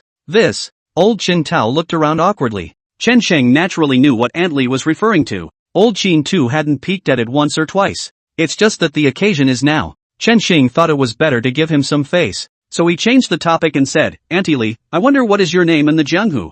Hearing Chen Xing's inquiry, Aunt Li and her own husband looked at each other. The 2 stood with their arms wrapped around each other, back to back and said, since you asked the question in good faith, then we'll be merciful and tell you. We are the little deaf girl and young pot, who are known in the jungle as the divine couple. Ahem. Hear this. Chen Chang was completely taut. He looked at Auntie Li's bucket-like waist. You said your little dragon lady? It's the little deaf girl. Auntie Li emphasized, when I was young I used to beat people into deafness in fights with them, so everyone called me little deaf girl. You're young? It's the young pot. Aunt Lee's husband was very proud. I'm a blacksmith, and beating iron pots is the best thing I've ever beaten. My last name is Young again, so people call me Young Pot. Fine. Chen Qing clapped his hands. It was surprisingly impossible to spit for a while. Master Qin, you said before that you went to look for help, and they're the help they found? Aha! Old Qin too pulled out his own pipe and glanced at the ghost doctor who had already stopped the bleeding and said, actually, I never left. Then why are you talking about leaving? Chen Qing asked in disbelief. Old Qin too looked at Chen Qing with a complicated gaze and said, I just don't want you little guys to get into this mess. Speaking of which, he looked at the Zhang brothers again and said, I had thought that you would naturally give up if you couldn't find it up there. And yet, I didn't expect you guys to actually find your way here. Zhang Hunshan's eyes were bloodshot. He stared at old Qin too and said, so, Master Qin, you knew where my second brother was all along, didn't you? I don't know. Facing Zhang Hunshan's questioning gaze, old Qin too said with utmost candor, I only know that there is a big tune here. As for the rest, I don't know anything about it. As to whether you believe it or not, that is your business. Speaking of which, he paused and stared at Zhang Huanji with deep eyes and asked, do you believe me? Zhang Huntian was silent for a moment before saying, Master Qin, I trust you. But I need to know, what are you doing here? What else? Looking for a grave. What else is there to do in our line of work? As for why I'm hiding here, naturally, it's the mantis catching the cicada and the yellow sparrow. Old Qin too's eyes were deep as he said, from the time Bold disappeared, I realized that someone was staring at us from the shadows. The enemy is dark. To uncover them, we must hide in the shadows. So I'm telling you guys, people aren't going to be saved. I'm leaving to get help and I won't be back for half a month. Actually hiding in the shadows, waiting for the other side to reveal itself. Speaking of which, he let out a bitter smile and said, I just didn't expect you guys to discover us first. Hear this. Sunshine, who hadn't said anything all this time, complained a bit, you little guys. Master Qin and I are afraid you'll fall into someone else's trap. I kindly asked my Debo to warn you to get out of here. I didn't realize you guys had injured him. If it weren't for White Fox's face, I wouldn't have let this matter go like this. Who's Debo? And who is White Fox? Chen Cheng asked suspiciously. Sun Qing pointed to the monkey standing on his shoulder and said, it is Debeo. Seeing Chen Qing looking at himself, Debeo immediately showed his teeth at him, issuing threatening warnings. As for that, who is White Fox? Sunshine looked a bit odd as he pointed at old Qin too. You guys hang out with him and you don't even know his nickname? This guy is notoriously devious. That's why we call him White Fox. Chen Cheng blushed oddly and said, Master Sun, you asked Debeo to remind us.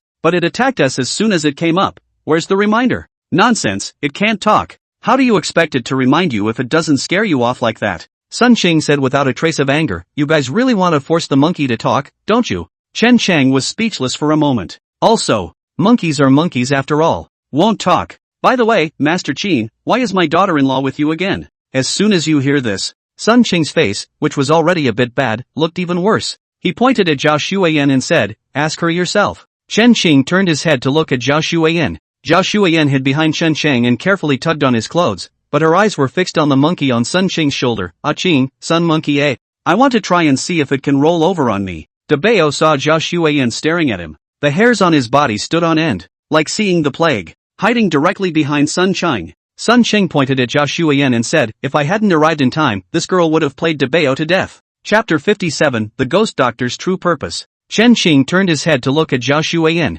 Zhao Xueyan hung her head low, embarrassed. It's fun. Look at her as if she were an errant child. It wasn't right for Chen Qing to be angry, nor was it right for him not to be angry. After a moment of silence, Chen Qing looked at Sun Cheng and said, Master Sun, teach her a lesson. Sun Qing's face turned red all of a sudden, turning his head to look away. Pretend you didn't hear it. Master Sun, what's wrong with you? Chen Cheng asked in disbelief. Auntie Li stifled a laugh and said, that monkey of his is as precious as his son. He's been out to teach your stupid daughter-in-law a lesson for a long time, he just hasn't fought. And finally begged for forgiveness. Ahem. Without waiting for Aunt Li to finish, Sun Chung hurriedly coughed and changed the topic. The one who was hit by an arrow, is he dead or alive now? Alive. The ghost doctor blushed a little. A burst of resuscitation through the process of greening. The arrow was sort of pulled out of him. Plus his own good medical skills stopped the bleeding. Sort of saved a life. Since we're alive, let's get the hell out of here. Sun Chang said, he was discovered just now. They'll definitely be looking, and sooner or later they'll find us if we continue to stay here. Master Sun, where are we going now? Chen Cheng asked. Leave? Leave? Sun Chang let out a light laugh and said, leaving now, we've been cats here for so many days, wouldn't that be hiding for nothing? So are we going to? There? To see the owner of the tomb here, of course. Hiding in the shadows, Mao Fang said in a hoarse voice, judging from the structure of the tomb. All the coffins we've seen so far don't belong to the owner of the tomb. You found the main crypt? Chen Qing asked curiously. It's been located. Auntie Li said, originally, we were going to quietly open the main chamber and take what was inside. I didn't realize you guys were making so much noise out there. We had to go back into hiding again. But the way things are going, those people out there won't rest until they find you. So let's get the main chamber open as fast as we can. Take what's inside and get the hell out of there. Anything else that happens here after that is none of our business. Speaking of which, Aunt Li looked around the room and said, do you have any other suggestions? If not, then it's decided. I'm fine with that. Chen Sheng said, as long as you can make me rich, I'll follow you. The Zhang brothers hesitated for a moment before saying, Master Qin, we won't be involved in what comes next. We're going to venture back the way we came with the second. Good. Old Qin too said, do you know the way? Master Qin, I've at least done business with you for so many years. Zheng Hungal said, how to find the way is still known. After that he looked at Phantom Snake again and asked, and you? Will you come with us, or will you go with Master Qin? As Phantom Snake looked at Zhang Huanji's expectant eyes, she dodged a bit and said, I'll go with Master Qin, that's what was agreed upon before. So from the beginning, you knew that Master Qin didn't leave, right? Zhang Huanji looked at Phantom Snake in a calm tone. Yes. Phantom Snake likewise spoke in a calm tone, but I likewise know that you won't give up looking for the oldest too. So instead of trying to persuade you, I chose to come down with you. At the same time I promised Master Qin to keep it a secret. I see. Zheng Hungal said, I'll wait for you outside. Lao-san, let's go. Zhang Hundian greeted Zhang Xiaodian and carried Zhang Bold on his back and directly left the place. What are you doing? It was also when the crowd was focusing on the Zhang brothers' departure. Chen Qing suddenly exclaimed in shock. Chen Qing subconsciously looked over. Then he saw Xiaoyu crouching beside the ghost doctor, holding a dagger in her hand and heavily stabbing it into the ghost doctor's heart.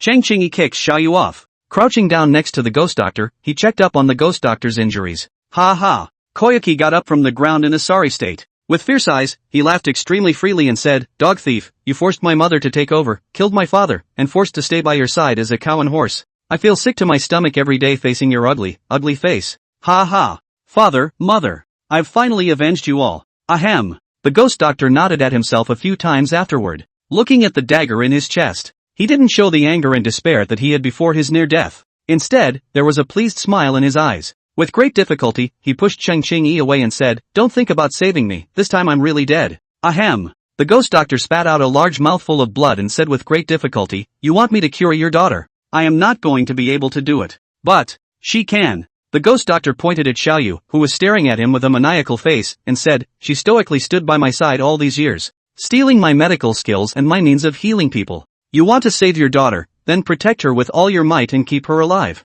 Otherwise I guarantee that no one else in this world will be able to heal your daughter's Inyan heart. His words caused everyone to look dismayed. It's not like haters. Instead, it's like arranging a retreat for a loved one. Chen Qing looked at the ghost doctor, and then at Xiaoyu who was equally incredulous. Vaguely understands something. After a moment's hesitation, he still asked, Why? Ahem. The ghost doctor's eyes were a bit lax as he said, I was found by the Emperor's sent people. Even if I could get out of this tomb, where would I go if I did? Hiding in the east? I'd been hiding like a rat my whole life because of this face. I don't wanna hide anymore. So you didn't want to live a long time ago, did you? Chen Qing said, if that's the case, then why did you kill Ghost Scholar, your second brother? Because.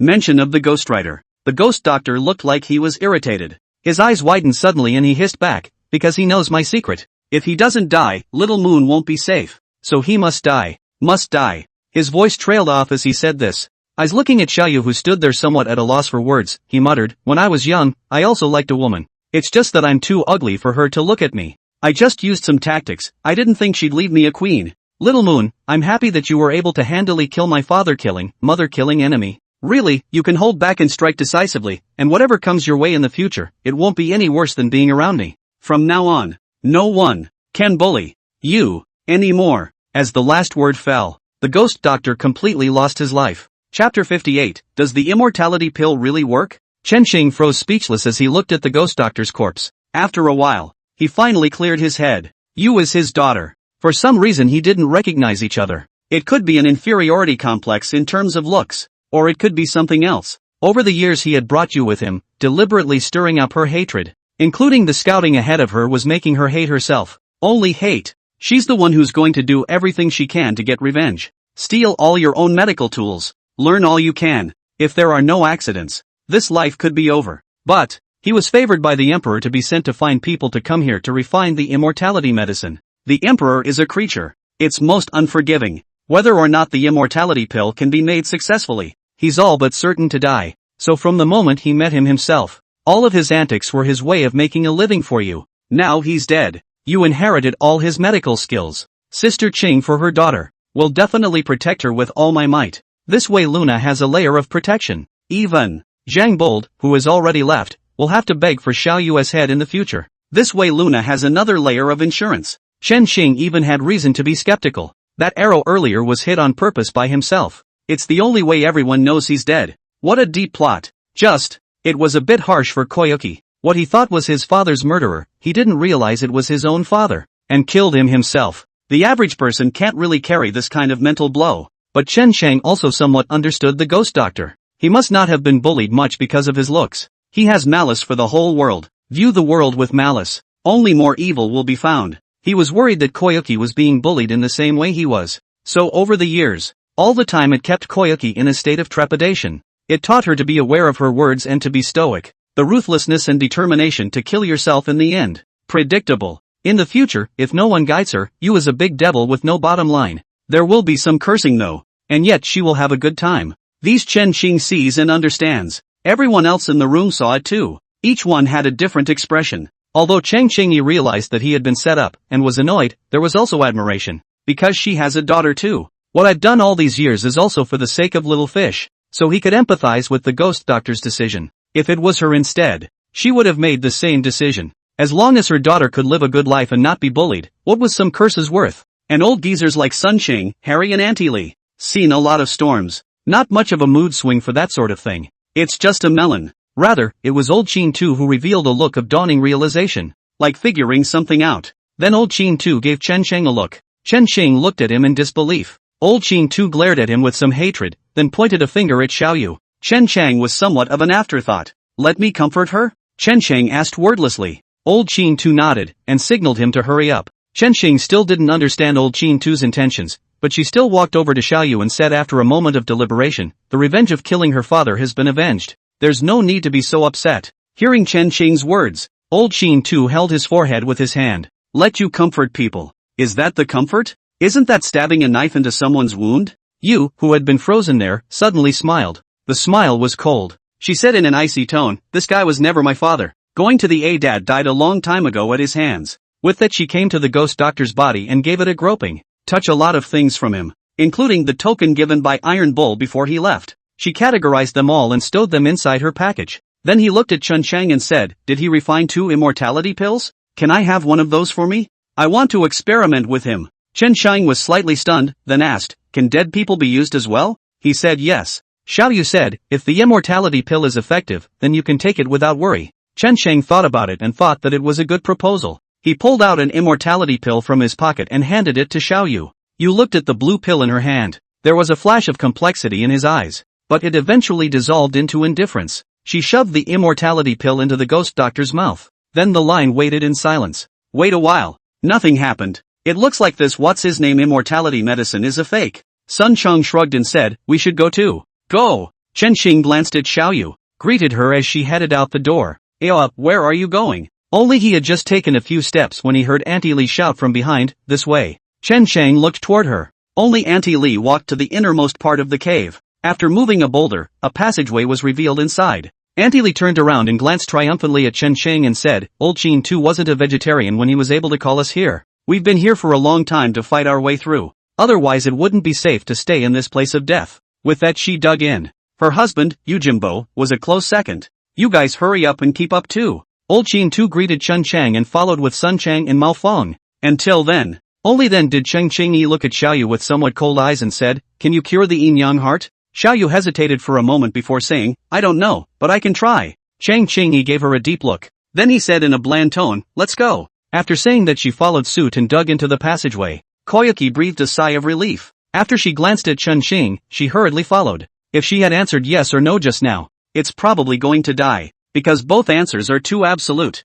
Too many absolutes are not good for anyone. Let's go too. Chen Cheng let Zhao Shuiyan drill in as well. He goes last. Because he still had to move that rock back into place. The stones are a little heavy, so it took a little while, but just as the stone returned to its original position, instead, a conversation came from outside. Quick, there's another cave over here. You, yes that's you, get in there. Boss, there's blood here, they shouldn't have gotten far just now. Go, hurry up and catch up. Chen Xing, who had been preparing to slowly crawl away, froze when he heard the conversation outside. The ghost doctor's body is out there. But from their conversation, there's only blood and no bodies out there. Instantly a cold sweat rose on Chen Xing's back. The immortality pill can't really be working. After hesitating for a moment, Chen Xing did not continue forward. Instead, he waited in place for a while. Make sure the people outside are gone. Only then did he carefully move away from the rock that was in the way. Move a crack. Look toward the location of the ghost doctor's body. It was empty. Nothing. The immortality drug really worked. Chapter 59, Goodbye Jade Pendant. Chen Xing had wanted to climb out and take a look. Let's see if those guys just moved the ghost doctor's body. But in the end he didn't dare. He was afraid that as soon as he moved away from the stone, a ghastly white face just hung upside down from the top of his head. He admitted that he wimped out. Chen Xing carefully moved the stone back into place. Then he turned around and chased after old Qin Tu and the others. He didn't notice. As he turned, the rock behind him that blocked the hole moved. Chen Xing caught up with old Qin Tu and his group in a wide cave. What did you do? Auntie Li said with some impatience. Do you know that if we wait a little longer, we'll be in more danger? Chen Xing had wanted to talk about the ghost doctor's corpse, but in the end he just opened his mouth, swallowed the words that came to his lips. After all, he didn't see if the ghost doctor's body was being lifted himself. Then again, they don't always believe it when they say it. If they believe in ghosts and gods, wouldn't be in the grave robbing business either. Chen Xing thought for a moment and said, urinated and peed. Okay, hurry over. It was Master Qin's voice coming from the front. Chen Xing hurriedly walked over. After walking over, he saw another giant door. Ironclad stone. It's the same material as the door you just came through. But this door is a little different from that one. That door up there doesn't have a doorknob. This door has. The doorknobs are two carved out dragon heads. But what amazed everyone present was this. The door is divided into two sides. One side is carved with a Buddhist vajra.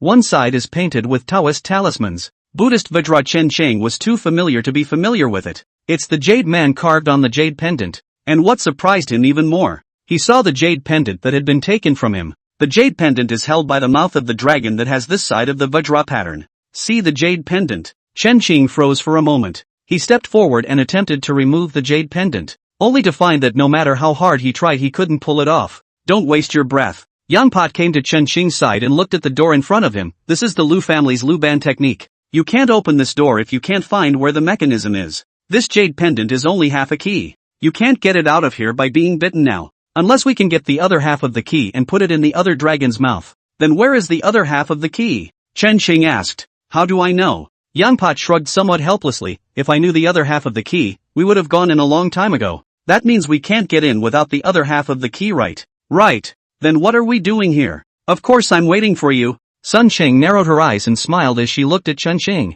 Wait for me? Wait for me for what? Chen Xing was slightly stunned. You guys don't think I have the other half of the key? Maybe, you do. Sun Sheng looked at him and said, I suspect that you yourself are the key. I'm the key? This made Chen Xing even more puzzled. Come on, you guys, don't play dumb with him. Old Qin Tu looked at Chen Chang and said, come over here, I'll show you something. What the hell? Chen Chang walked over suspiciously, but on the walk over. Instead, he glanced at his foolish daughter-in-law. After making sure she was focused on him, he then walked over. Master Qin, what are you showing me? Old Qin Tu brought him to the iron door with the painted talisman and said, do you know that all talismans need to be stamped to be drawn? Know a little. Chen Xing said, the seal is for those gods in the sky to confirm the identity, right? Right. Look at this. Old Qin Tu pointed to the lower right corner of the iron gate. Chen Shang knew what it was just by looking at it. Print. It's a seal all right, so do you recognize what words are on it? Chen Xing came to the front of the print. After recognizing it for a while, he then slowly said, the royal decree of the true Lord Qingxian. It's a private seal on one side, isn't it? Chen Xing said, the person who drew this talisman should be called realist Qingxian, right? Yes. Old Qin Tu said, realist Qingxian was the head of the world's Tao during the time of Zhao, to rule over the Taoist sects of the world. Do you know the last name of realizer Qingxian? Last name? Chen Chang was slightly stunned, but he saw that old Qin Tu had been staring at him. He had some bad vibes. After a while, he then asked cautiously, it's not surname Chen, is it? Yes, the last name is Chen. His real name is Chun Jingyun. As far as I know, this celestial master Chen is the name of a heavenly fury lone star, grudging his father, mother, wife and children. So he cut himself off from his own son. What does any of this have to do with me? Chen Chang said. Of course it matters. Old Qin Tu said, he severed his relationship with his son. That's why his son didn't get his ass kicked, and had children. Except he's no longer associated with the Taoist sect. The bloodline, however, has been passed down from generation to generation. And you are the descendant of the true Lord Qin Xian. You're kidding. Chen Xing said, I myself don't even know who my ancestors were. Wandering since I knew. The predecessor was killed while wandering. That's how you cross over yourself. Old Qin Tu's eyes stared deeply at Chen Chang, staring Chen Xing all over the place. Just as Chen Chang was somewhat unable to carry on, Old Qin Tu said in a ghostly tone, Little Qingxi, have you ever wondered why you met Miss Su? Master Qin, you investigated me? Don't make such a fuss. Old Qin Tu said, we've had you figured out since the first day you rented the room. Although Auntie Li and her couple have been out of the jungle for a long time. But there are still a lot of enemies, and you're a stranger who came to rent a room, so she must have made sure you're okay with it, and that's why she rented it to you. Let's not talk about that. Speaking here, Old Qin Tu waved his hand and said, tell me, have you really never thought about why you met Miss Su? Didn't think about it. Chen Chang said. Have you never thought about it? Or are you afraid to think about it? Old Qin Tu said somewhat helplessly, silly child, you fell into the trap set for you by others a long time ago. Miss Su is at least a lady of the house. There are servants in and out. These servants are all family sons who have served the Su family for generations. But anytime a stranger appears in the vicinity of Su's house, it will be investigated clearly. Not to mention the fact that you met Miss Su and eloped with her. This kind of thing, if it weren't for the Su family's default, do you think you could just happen to come across Miss Su going out alone? Happens to be bullied by landlubbers. And then it just so happens to make you a hero again? You don't think too well of the world. Chapter 60. Opening the door. Chen Chang was silent for a moment before. He was still a bit mouthy. Master Qin, I'm just a penniless poor boy. And what are people going to all this trouble to figure me out for? It can't be for the fact that I'm the offspring of this some Chen Tianshi. Why not? Old Qin Tu looked at him and said, the Taoist sect has many needs that outsiders are not informed of. Perhaps someone wants to obtain something from Tianshi Chen, and that's why they're going to such great lengths to count on you. Master Qin. Chen Chang took a deep breath and said, I've never known any Chen Tianshi or not. Just tell me what I'm supposed to do now. The old Qin head was very surprised to look at him and said, you don't want to figure out the ins and outs. Here he gave a sudden lurch. I see. You've had your suspicions for a long time, so this time you're the one who initiated the game, right? Master Qin, there are some things that are good to know. Chen Xing said, you just need to tell me how to open this door. Okay, then I'll stop. A smile appeared in Old Qin Tu's eyes as he pointed at the iron gate and said, have you seen the other dragon's mouth? Try putting your hand in there. Chen Xing didn't hesitate. He walked over to the dragon's mouth and put his hand inside. Not long after reaching in, Chen Xing then felt as if his finger had been bitten by something. There came a stinging pain. He pulled his hand out in a hurry and looked down. There was a cut the size of a pinprick on his finger. Crimson blood was oozing out of it. Master Qin, is it okay now? That should do it. Old Qin Tu took out his own pipe and held it in his mouth. Wait a minute. Master Qin. Waiting time. Chen Xing came over to Old Qin Tu and asked, can I ask you a question? You ask. Which side are you on? Chen Xing stared at him and asked, the first prince, or the second prince? Or someone sent by another prince? I'm nobody. Old Qin Tu said in a flat tone, I'm just a broken grave robber. I was all set to go gold and quit. But there are people who want you to come here and are worried that you won't be able to find it. So 2 years ago some dental firm brought you to the yard of Little Death. Aunt Li. I just don't know why. This man channeled you after 2 years. Chen Xing glanced again after hearing this, at Cheng Qingyi, who was standing outside the crowd. In a low voice, he inquired, then what is Sister Qing's identity? I don't know. Old Qin Tu said, I've used all my connections, but I haven't been able to find out where she came from. It's like she just appeared out of thin air. So Sekshi has only been trying to cure her daughter for the past 2 years, because we are sort of well-watered. Where's my stupid daughter-in-law? Have you checked where he came from? Her? Old Qin Tu glanced at Zhao Shuiyan, who was squatting to the side, bored and dumbfounded, and said, ask her yourself when you have the chance. I'm sure by the time she can talk, she'll talk herself. Ka-ching. Chen Xing had wanted to ask something else. There was a sudden, crisp, pleasant sound of machine amplification coming from inside the iron gate, like something had finally kicked in. The dragon's mouth, which was biting the jade pendant, also opened. The jade pendant fell to the ground. Chen Xing hurriedly walked over to pick up the jade pendant and looked at the crowd. Whose jade pendant is it? Don't break it. Kid, if you want it, take it. Sunshine looked at Chen Chang and said, this jade pendant was already on the door when we arrived. Looks like White Fox was right. We've been discovered. Someone is hiding in the shadows, just waiting for us to open this door. Good for a praying mantis. Speaking of which, he turned his head to the silent Mao Fang and said, older brother Mao, I haven't seen you make a move in years. Show your hand? Auntie Li's couple and Old Qin Tu also showed their gazes of anticipation. Some tactics that don't make the grade, what's there to see? Mao Fang hissed in a somewhat embarrassed voice, but you guys want to see it, so I'll show my hand. He said as he pulled out a medicine bag from his body. He crouched in a corner with the medicine bag and poured the powder inside onto the floor. Not for a while. A group of rats crawled out of a dark corner. These rats have a clear goal. Straight at the powder on the floor. It didn't take long for all the powder to be licked up by the rats. Then the rats all fell to the ground on all fours. Dead. Zhao Xuan curiously squatted down next to a dead mouse, trying to get my hands on it. This startled Mao Fong, and he quickly shouted in a deep voice, "Don't move." Zhao Xuan was taken aback by him. She looked at Mao Fong with some displeasure and said, "What are you scaring me for? Don't move those rats." Mao Fong looked serious and said, "What they just ate was corpse poison. There's a flying mosquito inside the corpse poison. In about half an hour they'll fly out from inside the rat carcass. Just one bite from one of these flying mosquitoes is worse than death." With that he pulled out another porcelain vial. Pouring out some dark pills from it and handing them to the crowd, he said, "Hold the pills under your tongue and don't swallow them. Later in the day these flying mosquitoes will not bite you." Hear him say that. The crowd did not dare to be vague. Took the pill and held it under his tongue. Rather, it was Xiaoyu who curiously surveyed the pill before cautiously taking it in her mouth. Rumble. And that's when it happened. A dull sound came from inside the iron door. The iron door opened slowly. Chen Xing looked at the already dried blood on his fingers with some disbelief. Is this a DNA identification system?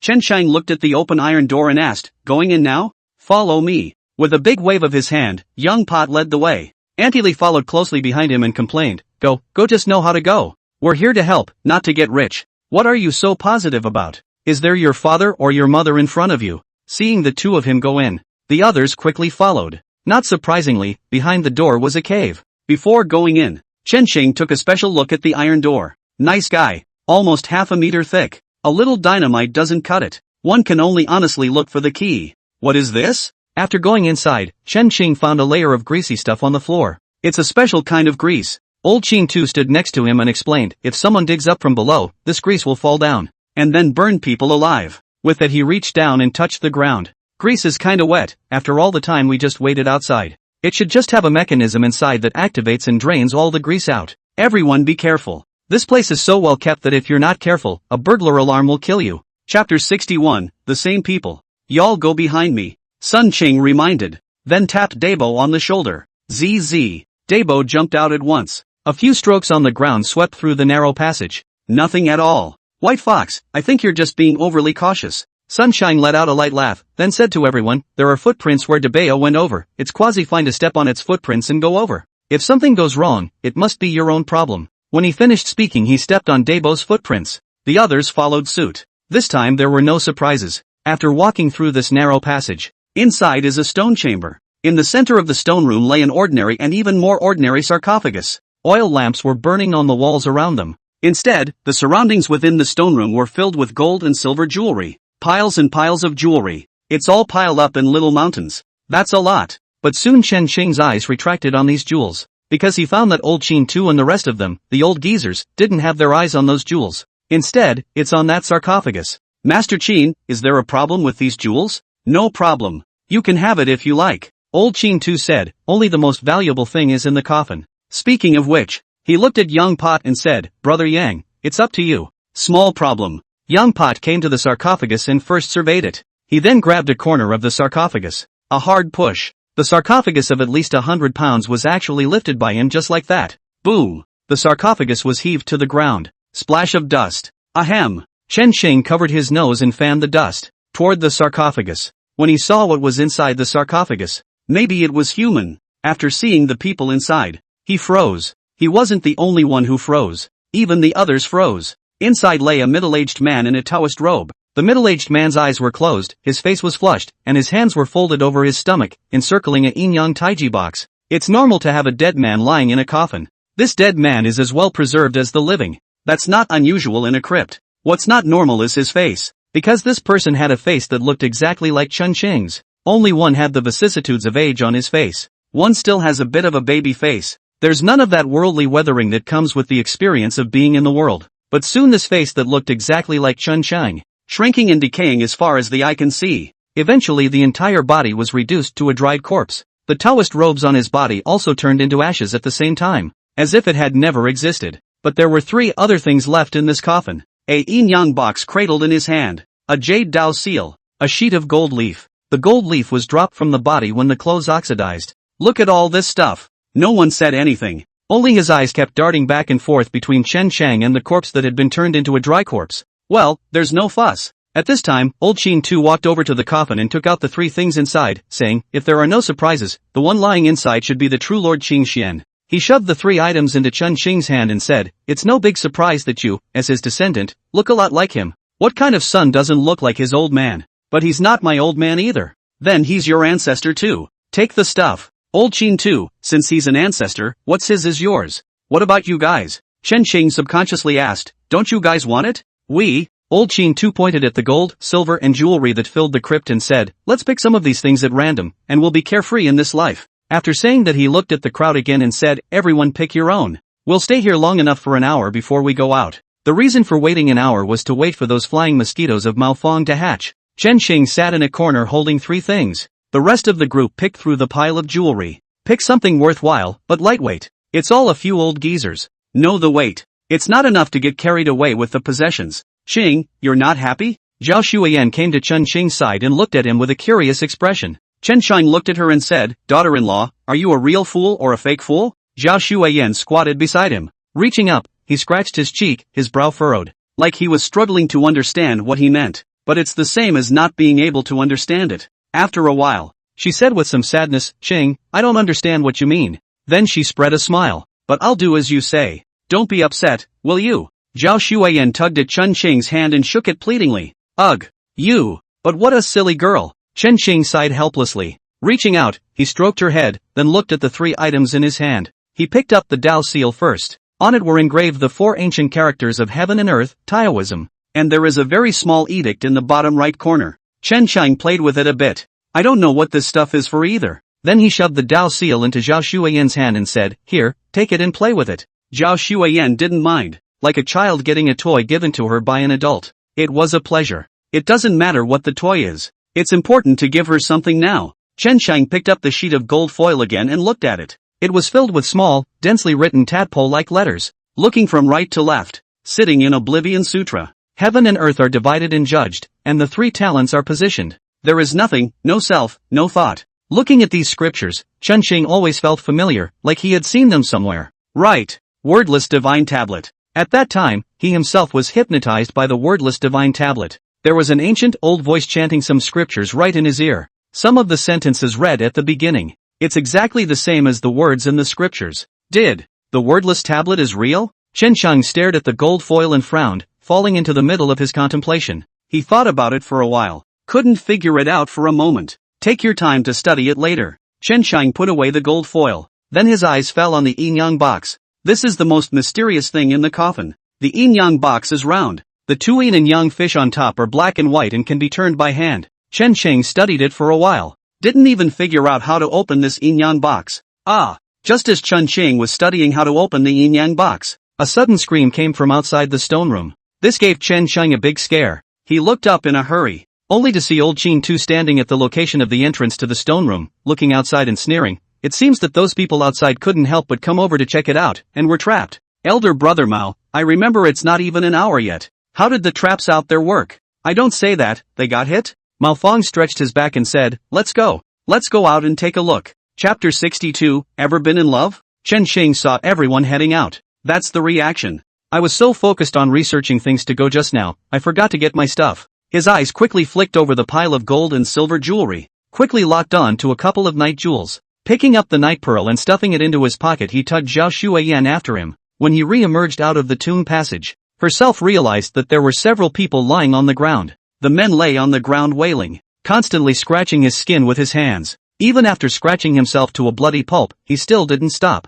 Instead, there's a painful and pleasurable coolness to it. And above their heads, there were a lot of mosquitoes buzzing around. These mosquitoes just stare at those scratched out wounds and suck blood. And the more they suck, the faster and harder those on the ground scratched. Keep scratching until you show white bone, eventually bleeding to death. Chen Chang, who saw the scene, subconsciously shivered. That's an insidious tactic. But fortunately, these flying mosquitoes only circled around him, but did not land on his body to bite. But at this point, everyone's eyes, however, were not on these flying mosquitoes, nor on these people on the ground who were wailing and waiting to die. Instead, it's at the end of the passage. For his own party, the passage he had just come through had been blocked. A group of soldiers in iron armor. The 2 men in front of them were half crouching, each holding onto a thick iron shield. Behind them, 4 men with spears. Spears protruded from between the shields at the crowd, and behind the spearmen stood several soldiers with powerful crossbows. What's more, these soldiers were covered in a light veil. Mouse-flying mosquitoes can't deal with them. Their group is stuck here. Not so rogue. Sun Qing wrapped his arms around Dabeo in his arms and shouted to the opposite side, "It's time for the jungle. What's with all the troops? And a heavily armored army. Isn't that a death sentence? It's right to be jaded." From the opposite side came the voice of Li San, the sword-carrying ape, "But this is not a Jianghu matter, naturally there is no way to Jianghu. Give us what you got from the stone room. We'll let you off the hook. It's just some money." Auntie Li was extremely frightened and said, "We'll just give it to you. But don't let go of the arrow." "Money? Who wants your money?" Li San, the sword-carrying ape, snorted, "We need what's in the coffin, a yin and yang box. Give me the stuff and you'll leave alive." The crowd sniffed, turning his head to look at Chen Cheng. Chen Cheng touched his head. Yin and yang box looked at the old Qin head and said, "Master Qin, you do not have a backhand?" "Nope." Old Qin too laughed bitterly, who knew that they would directly use the heavy armor army. "There's still a crossbow in his hand. We have no chance of winning." Chen Cheng let out a bitter smile at his words, then shouted at the sword-carrying ape, "I can give you the box, but what guarantee do you have that you'll definitely let us go?" "Ching, I can assure you that you will leave safely." It was also just then that a female voice came from across the room. "Su Xiaowan." Chen Cheng, who heard the voice. With complicated eyes, a touch of sadness flashed in his eyes as he said, "I guessed it was you, but I didn't think you would jump out so quickly." The opposite side was silent for a while. This time he returned in a calm tone, "Give me the stuff and I'll let you leave." "Qing, this is my promise to you." "Promise?" Chen Cheng let out a light laugh and said, "The promise of a sea oath can be more profound than the current one. How do you expect me to trust you?" Silence fell across the room again. There was no answer for a long time. When Chen Qing saw that he couldn't get an answer, he let out a light laugh and said, "Fine. I can give it to you, but you have to answer a few questions." "You asked." Su Xiaowan said, "As long as I know and can tell, I can tell you. Our first encounter was by design, right?" "Yes." "Why?" "I'm just a little person." "You are not a small person, you have the blood of realist Qin Xian flowing in you, you are his descendant." It was Chen Qing's turn to be silent. After a moment of silence, he asked, "You've come all this way around to open this door with my blood and get what's inside?" "Yes. Knocking me out and forcing me to come here is a lot easier than designing me." "Can't do it." Su Xiaowan said, "True Lord Qin Xian did indeed sever his kinship with his offspring, but his Taoist lineage remains. His descendants can die of natural old age, of murder, of reckoning, or even of love. But it absolutely must not be used to open realist Qin Xian's tomb. This is a consequence that even His Majesty today cannot afford if he is taken advantage of." "Aren't you guys just using me to open the crypt now?" "No. We didn't use you." Su Xiaowan said, "We're just here to refine immortality pills for His Majesty. You broke into this place by yourselves and accidentally opened realist Qin Xian's tomb room. We're just the mantis catching the cicada and the yellow sparrow at the back." "Sophistry. It doesn't matter if it's sophistry or not." Su Xiaowan said, "The important thing is that we didn't break the rules." Chen Cheng once again fell silent. After a while, he exhaled a cloudy breath and said in a complicated tone, "I see. Me meeting you was the beginning of the whole program. After you elope, you run back to the meter as well. The goal is to make me feel resentful and then stay here all the time. I stayed in the courtyard where Master Qin is, and it was also arranged by you. And then there was the 2-year wait. The reason why I waited is because the time was not ripe. It wasn't until the emperor was very sick and about to die that he got word of the immortality pill. Once a man is faced with death, he will take any chance he can get. Then you came here under the pretext of refining the immortality pill. All that's left is to guide me here. I've been working under Master Chai for a long time. He's suddenly interested in me, so I guess you guys arranged it." Su Xiaowan didn't say anything. Chen Xing continued, "In the face of Master Chai's threat, I had to take a chance on my daughter-in-law." "No. She was an accident." Su Xiaowan said, "Our original plan was that Master Chai pushed you to the brink and then you came to beg me. In the course of your search for me, you will accidentally get that burial map. After you got the tomb map, you must have called the White Fox to come here and open this door. Why are you so sure that I will come?" "Because you're a man." Su Xiaowan said, "In the face of your beloved woman marrying someone else, as long as you are still a man, you will want to prove yourself. Proof that I chose wrong. But for the past 2 years, you've accomplished nothing, and you've been holding your breath. And now ask me. The idea of getting ahead is bound to reach its strongest point, and going down to the grave is the only chance you have at the moment to accumulate wealth quickly. So you won't give up. That's what makes me certain. Although there was an accident in the middle of the process with General Zhao, the good thing is that the result is the same. Now all you have to do is give me the stuff and you'll be safely out of here with the gold and silver. For the rest of my life, being a rich man won't be a problem." Chen Chang once again fell silent. After a while, as if he had finally mustered up the courage, he said, "Ever loved me?" "No. Who the hell is your daughter?" "Not yours anyway. Su Shaowan said with some annoyance, give me the stuff and get out of here. Chapter 63, The King's True Faces. Can I ask what's inside this yin-yang box that's worth all the trouble? Chen Xing asked. Can't. Just don't say it. Chen Sheng said, I'll give you the yin-yang box, come and get it. Going over is not necessary. Su Shaowan said, those flying mosquitoes can kill you, I won't risk it, it's better for you to send it over. Of course if you're worried that I'm going to lay a hand on you, you can give the stuff to someone close to you. Tell her to bring it. Hear that last one. Chen Shang was not shocked. It would be unusual to not have any eye among your own group. He was silent for a moment, and with his usual expression, he handed the yin-yang box to Cheng Qingyi. Cheng Qingyi was stunned at first. Then a flash of anger flashed in his eyes. What do you mean? You suspect me of being a mole. Ah. This time, it was Chen Xing's turn to be confused. It's a long way to go. The one who looks most like Ni is her. Give it to me. Just as Chen Shang was in a daze, a hand reached out beside him. Chen Shang looked up. Sister Phantom, you. Looking at Chen Shang's shocked gaze, Phantom Snake didn't bother to explain. Reaching out, he took the yin-yang box, then looked at old Qin Tu and said, Master Qin, I also have difficulties, I hope you can understand. Aha! Old Qin Tu just nodded with a bemused expression. Not at all annoyed by the rebellion of the men who had followed him for many years. There wasn't even a hint of a mood swing. Just a phantom. Phantom Snake gave everyone an apologetic look.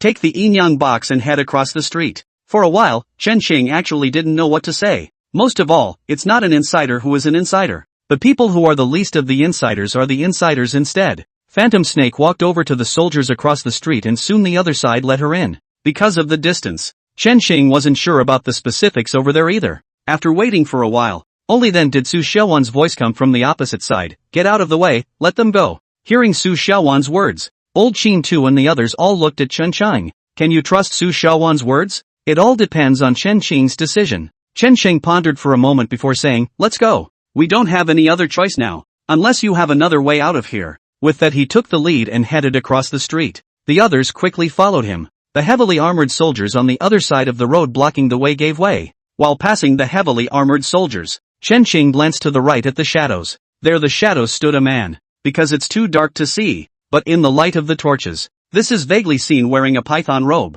The python dragon on the python robe was hidden in the shadows while looming under the light and shadow construction, like it's going to pounce at any moment. Come on, don't look around. Chen Shang wanted to get a better look at the other party, but he was pushed by the soldier beside him. What are you doing? Chen Xing gets a push off. Zhao Xueyan, who was walking behind him, was immediately unhappy. Arms crossed, he glared angrily at the soldier. All right, stay out of trouble. Chen Xing hastily tugged her. Although Chen Xing was also a bit uncomfortable after being pushed a bit, the lives of these people behind him were all on his own now. One has to think of them. If you can stay out of the way then stay out of the way. It's a good thing Zhao Xueyan is still obedient. Chen Shang tugged at her. Although reluctant, he obediently went with Chen Shang. Wait until Chen Shang and his group had passed. Li San, the sword-carrying ape, came out from the shadows. His eyes stared grimly at the departing backs of Chen Shang's group. After they are completely out of sight, he saluted the figure hidden in the shadows and said, Your Majesty, are you really letting them go just like that? What? You're teaching me things?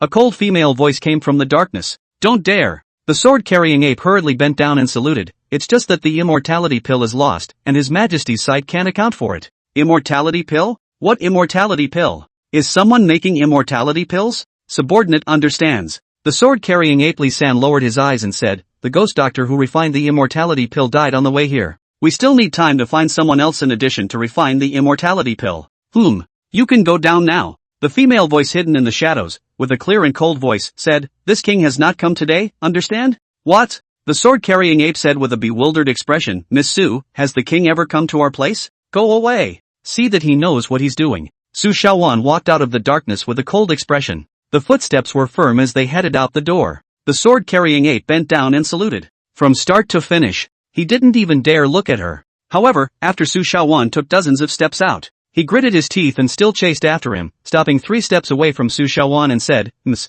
Su, there is a sentence I still feel the need to remind. It will offend you, but I'll say it anyway. Some things should be decided when it's time to make a decision. You can't be soft when you make a decision. I know, it's not my place to tell you how to do things, I just wanted to remind Miss Su, some things are not yours alone. A lot of lives are at stake in one of your decisions. Su Xiaowan's footsteps lurched. However, she soon returned to normal as she said in an icy tone, It's not your turn to interrupt how things should be done. Go back and get your own punishment. Beyond the mountains. Beyond the mountains a great army surrounds. Su Xiaowan paused slightly when she said this. This then continued, they can't get out. Speaking of which, Su Xiaowan's tone was extraordinarily cold, but soon she was back to her normal self. The god walked forward indifferently. In the meantime, after Chen Chang and his group left, he followed Old Qin Tu and his group to the top of the stone bridge. It was the stone bridge where he and Chang Qingyi were swept down by the water together and then met the Zhang brothers. From here it's just a short walk to the rotunda. Master Qin, aren't we leaving? What's the point of coming here? Chen Sheng looked at Old Qin Tu in disbelief. Old Qin Tu stood on the stone bridge, looking down at the water of the forgotten river flowing by below, and after a moment of silence, asked, Little Qingzi, have you forgotten about that woman just now? Of course. Chen Qing said without hesitation, it's all over, why would I remember her? Make yourself uncomfortable? That's good. Old Qin Tu turned back to look at him with deep eyes and said, it's fine if you don't hold a grudge against me in the future.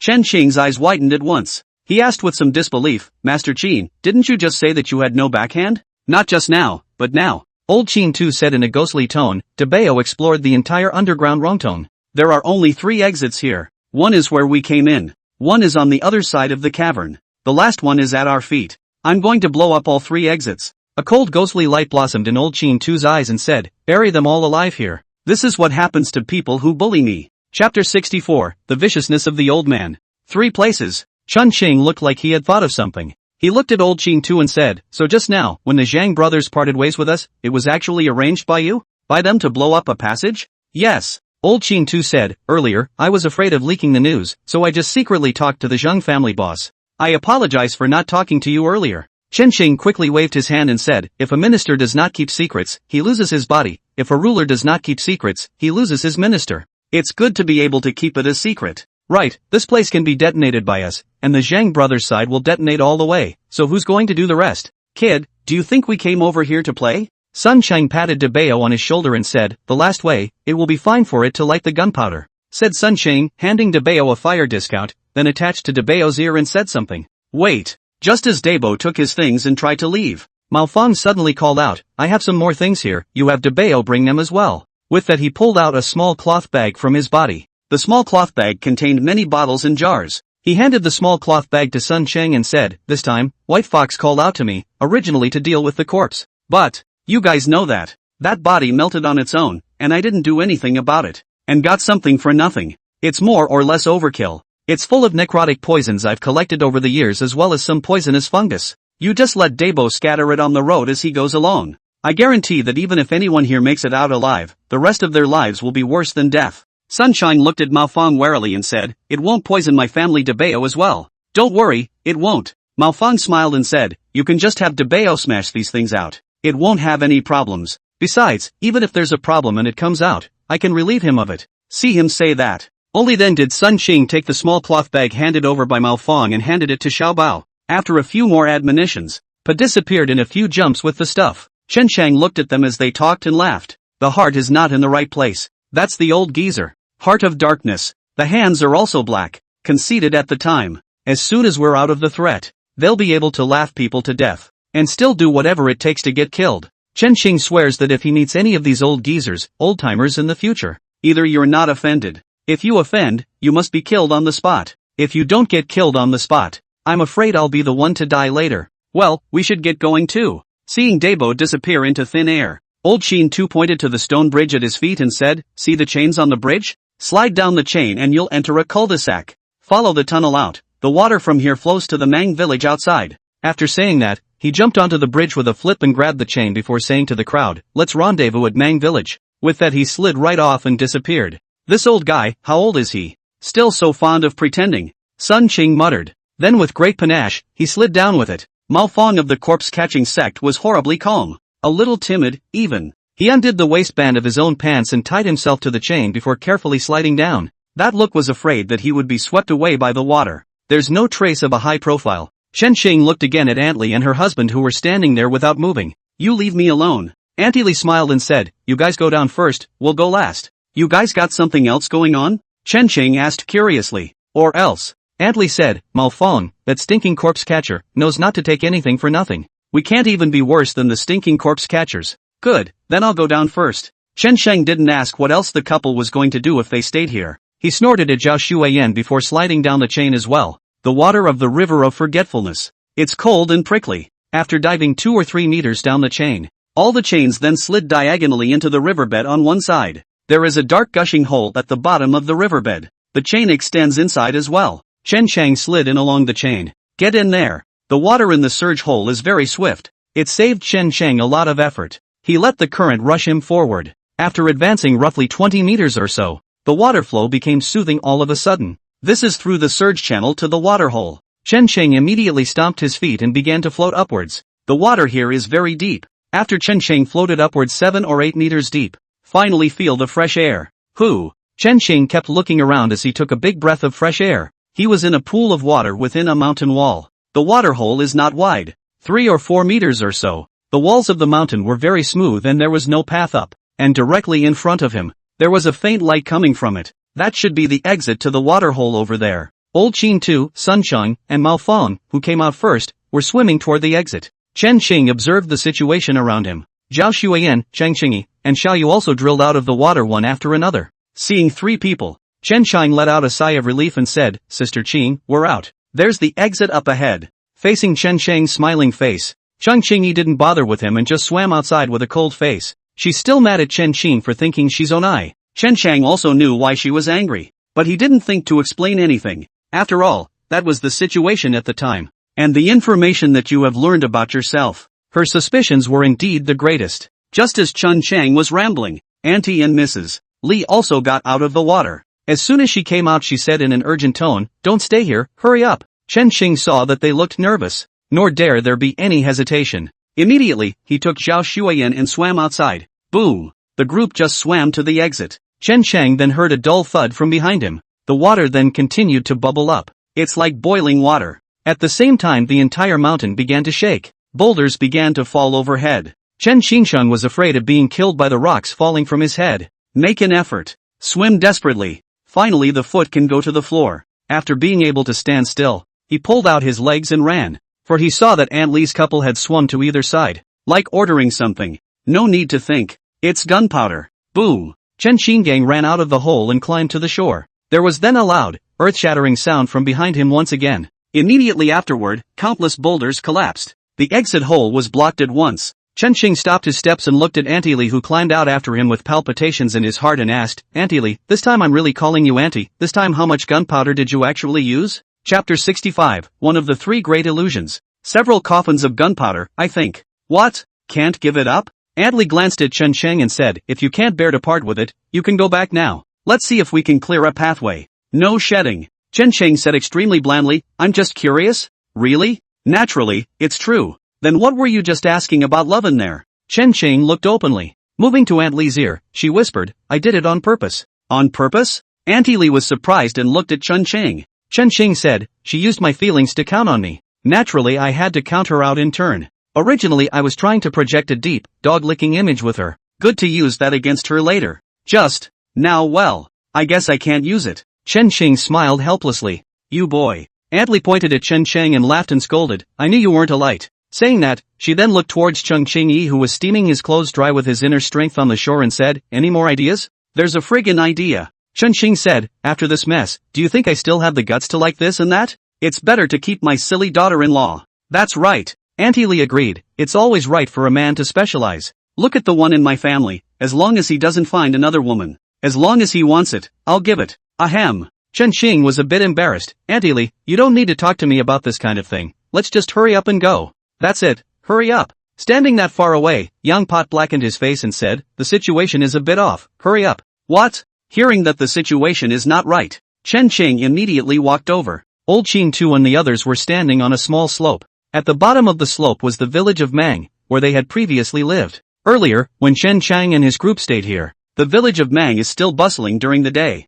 The sound of children playing, figures of women at work, but today there was nothing. It's quiet. Boom. Boom boom. At that moment, several violent explosions once again came from the Mongshan mountain behind them. Chen Qing turned his head to look. Above the Mongshan mountain, a sky of dust rose up. The commotion just now should have been the other 2 exits being detonated. Tap tap. Almost as soon as the dust rose up, in the midst of the Mang village, the sound of neat footsteps rang out. Chen Chang then saw a team of soldiers in armor walk out from inside, and closed in on their party. Chen Chang's heart sank. The woman had no intention of letting her party go. A dragnet had been laid outside long ago. even if his own party escaped from that hellhole, nor could they escape the siege of the army. Master Qin. Chen Sheng looked at old Qin Tu and asked, do you still have a backhand? Old Qin Tu looked at him speechlessly and said, you really think I'm a god? Guess everything? Can anything be set up in advance? Even if I could set it up, do I have what it takes to deal with an army? Chen Sheng smiled somewhat embarrassedly. Then a flash of determination flashed in his eyes as he said, Master Qin, since there's no more backstabbing, shall we kill our way out? It's one for all if you can punch out. It's better than all of us dying here. Charging head-on against an army, it's a good thing you kids can think of that. Old Qin Tu gave him an unkind look. Then, under Chen Sheng's dismayed gaze, he slowly walked towards the army that had surrounded him. Master Qin, what are you doing? Reacting, Chen Sheng shouted, even if you want to send someone to their death, this is not the way to do it. Come on, don't worry about it, you kid. Sun Shang patted him on the shoulder and said, this old fox has always planned before he acted. He wouldn't have called us over if he hadn't thought everything through. Since you called us over, then whatever happens, he'll be able to cover for us. You watch. This old boy definitely knows certain people inside the army, or has been greeting them for a long time. Otherwise he wouldn't have walked across the room so calmly. Speaking, old Qin Tu had then walked up to the other side. The soldiers who had been slowly gathering around stopped in their tracks. It's a little far away. I don't know what old Qin Tu said to them. The group of soldiers were mingling for a while. A soldier trotted toward the inside of the village, waited for about an incense stick of time. The soldier trotted back again. Then he said a few words to old Qin Tu. Old Qin Tu turned to Chen Sheng and his group and beckoned them over. Chen Sheng was puzzled though. But there's no better option right now. The group walked over in a hurry. Master Qin, what's the situation? Chen Sheng asked in a low voice, didn't you say you had no backhand? Don't ask, just follow me. Old Qin Tu said, call your daughter-in-law and the others wait here. After saying that he turned his head to the soldier and smiled, and please, little brother, lead the way in front. Speaking, he fluttered his sleeve. A piece of silver was then very stealthily slipped into the soldier's hand. The soldier looked as normal, but his hands and feet were very nimble as he collected the silver into his arms and said, come with me. The soldier led old Qin Tu toward the village. Chen Qing hesitated. Taking Zhao Shuwei in with him, he followed. The others stayed put. Wait. It's just that Chen Sheng didn't take more than a few steps out. Chen Shuwei called out to him, one incense stick of time, if you don't come out, I'll go in and look for you. Ah, yes. Cheng Qingyi's words caused Chen Xing to be a bit puzzled for a moment. After the mountain of suspicion. It's only when two people are separated. She's making overtures now, is she interested in me? Sister Cheng, you're not interested in me, are you? Cheng Qingyi looked at him with dismay. Then he said coldly, if you're not awake, go back to sleep. When he finished, he stopped talking to him. Turning, he walked back into the crowd to whisper something to you. Come on, keep up. Chen Sheng looked back. Old Qin Tu's urging voice, however, came through. Chen Sheng had no choice but to bring Zhao Shuai in to quickly follow. Upon entering the village, Chen Sheng found out. The doors of every house in the village are closed. Some children lay on their backs at the window and looked inquisitively. Then he was harshly pulled back by the adults to whisper a scolding. There wasn't much soldier looting along the way. Not for a while. The three Chen Sheng were brought to the largest courtyard in the village, the village chief's house. And at the entrance of the courtyard Chen Sheng saw a familiar face. Chen Sheng remembered that his name was Wu Guer. The group of soldiers that Chen Sheng met at the entrance of the village when he first came to Mang village and was preparing to leave. The man at the head of the group was called Wu Guer. Chen Sheng remembered that those people called him that at the time. Wu Guer sized up Chen Sheng and his group before his gaze landed on Zhao Shuayan. There was doubt in his eyes, and disbelief. Chapter 66, Meeting an Old Friend. Seeing him staring at Zhao Shuayan, Chen Sheng immediately blocked in front of his daughter-in-law and said in an unpleasant tone, "You rowan what?" Vanyer came back to his senses. Glaring back at Chen Sheng, he said, "I didn't roan you, what's your hurry? He's my daughter-in-law, can I not be in a hurry? You, her husband?" Wu Guer looked at Chen Sheng with disbelief in his eyes. "That's it? It can also be a Wookiee." Wu Guer hadn't finished his sentence. An old chiding voice came from inside the house, "Let you greet the guests, didn't let anyone be rude." A chortle was heard from inside the house. Wu Guer shrunk his neck and hurriedly made way. "You guys go in. My dad and my grandpa are waiting for you inside." "Your father? Go." Chen Sheng was going to ask who your father was. Instead, the old Qin head pushed him gently. Chen Sheng also swallowed his words. He took Zhao Shuayan's hand and walked in.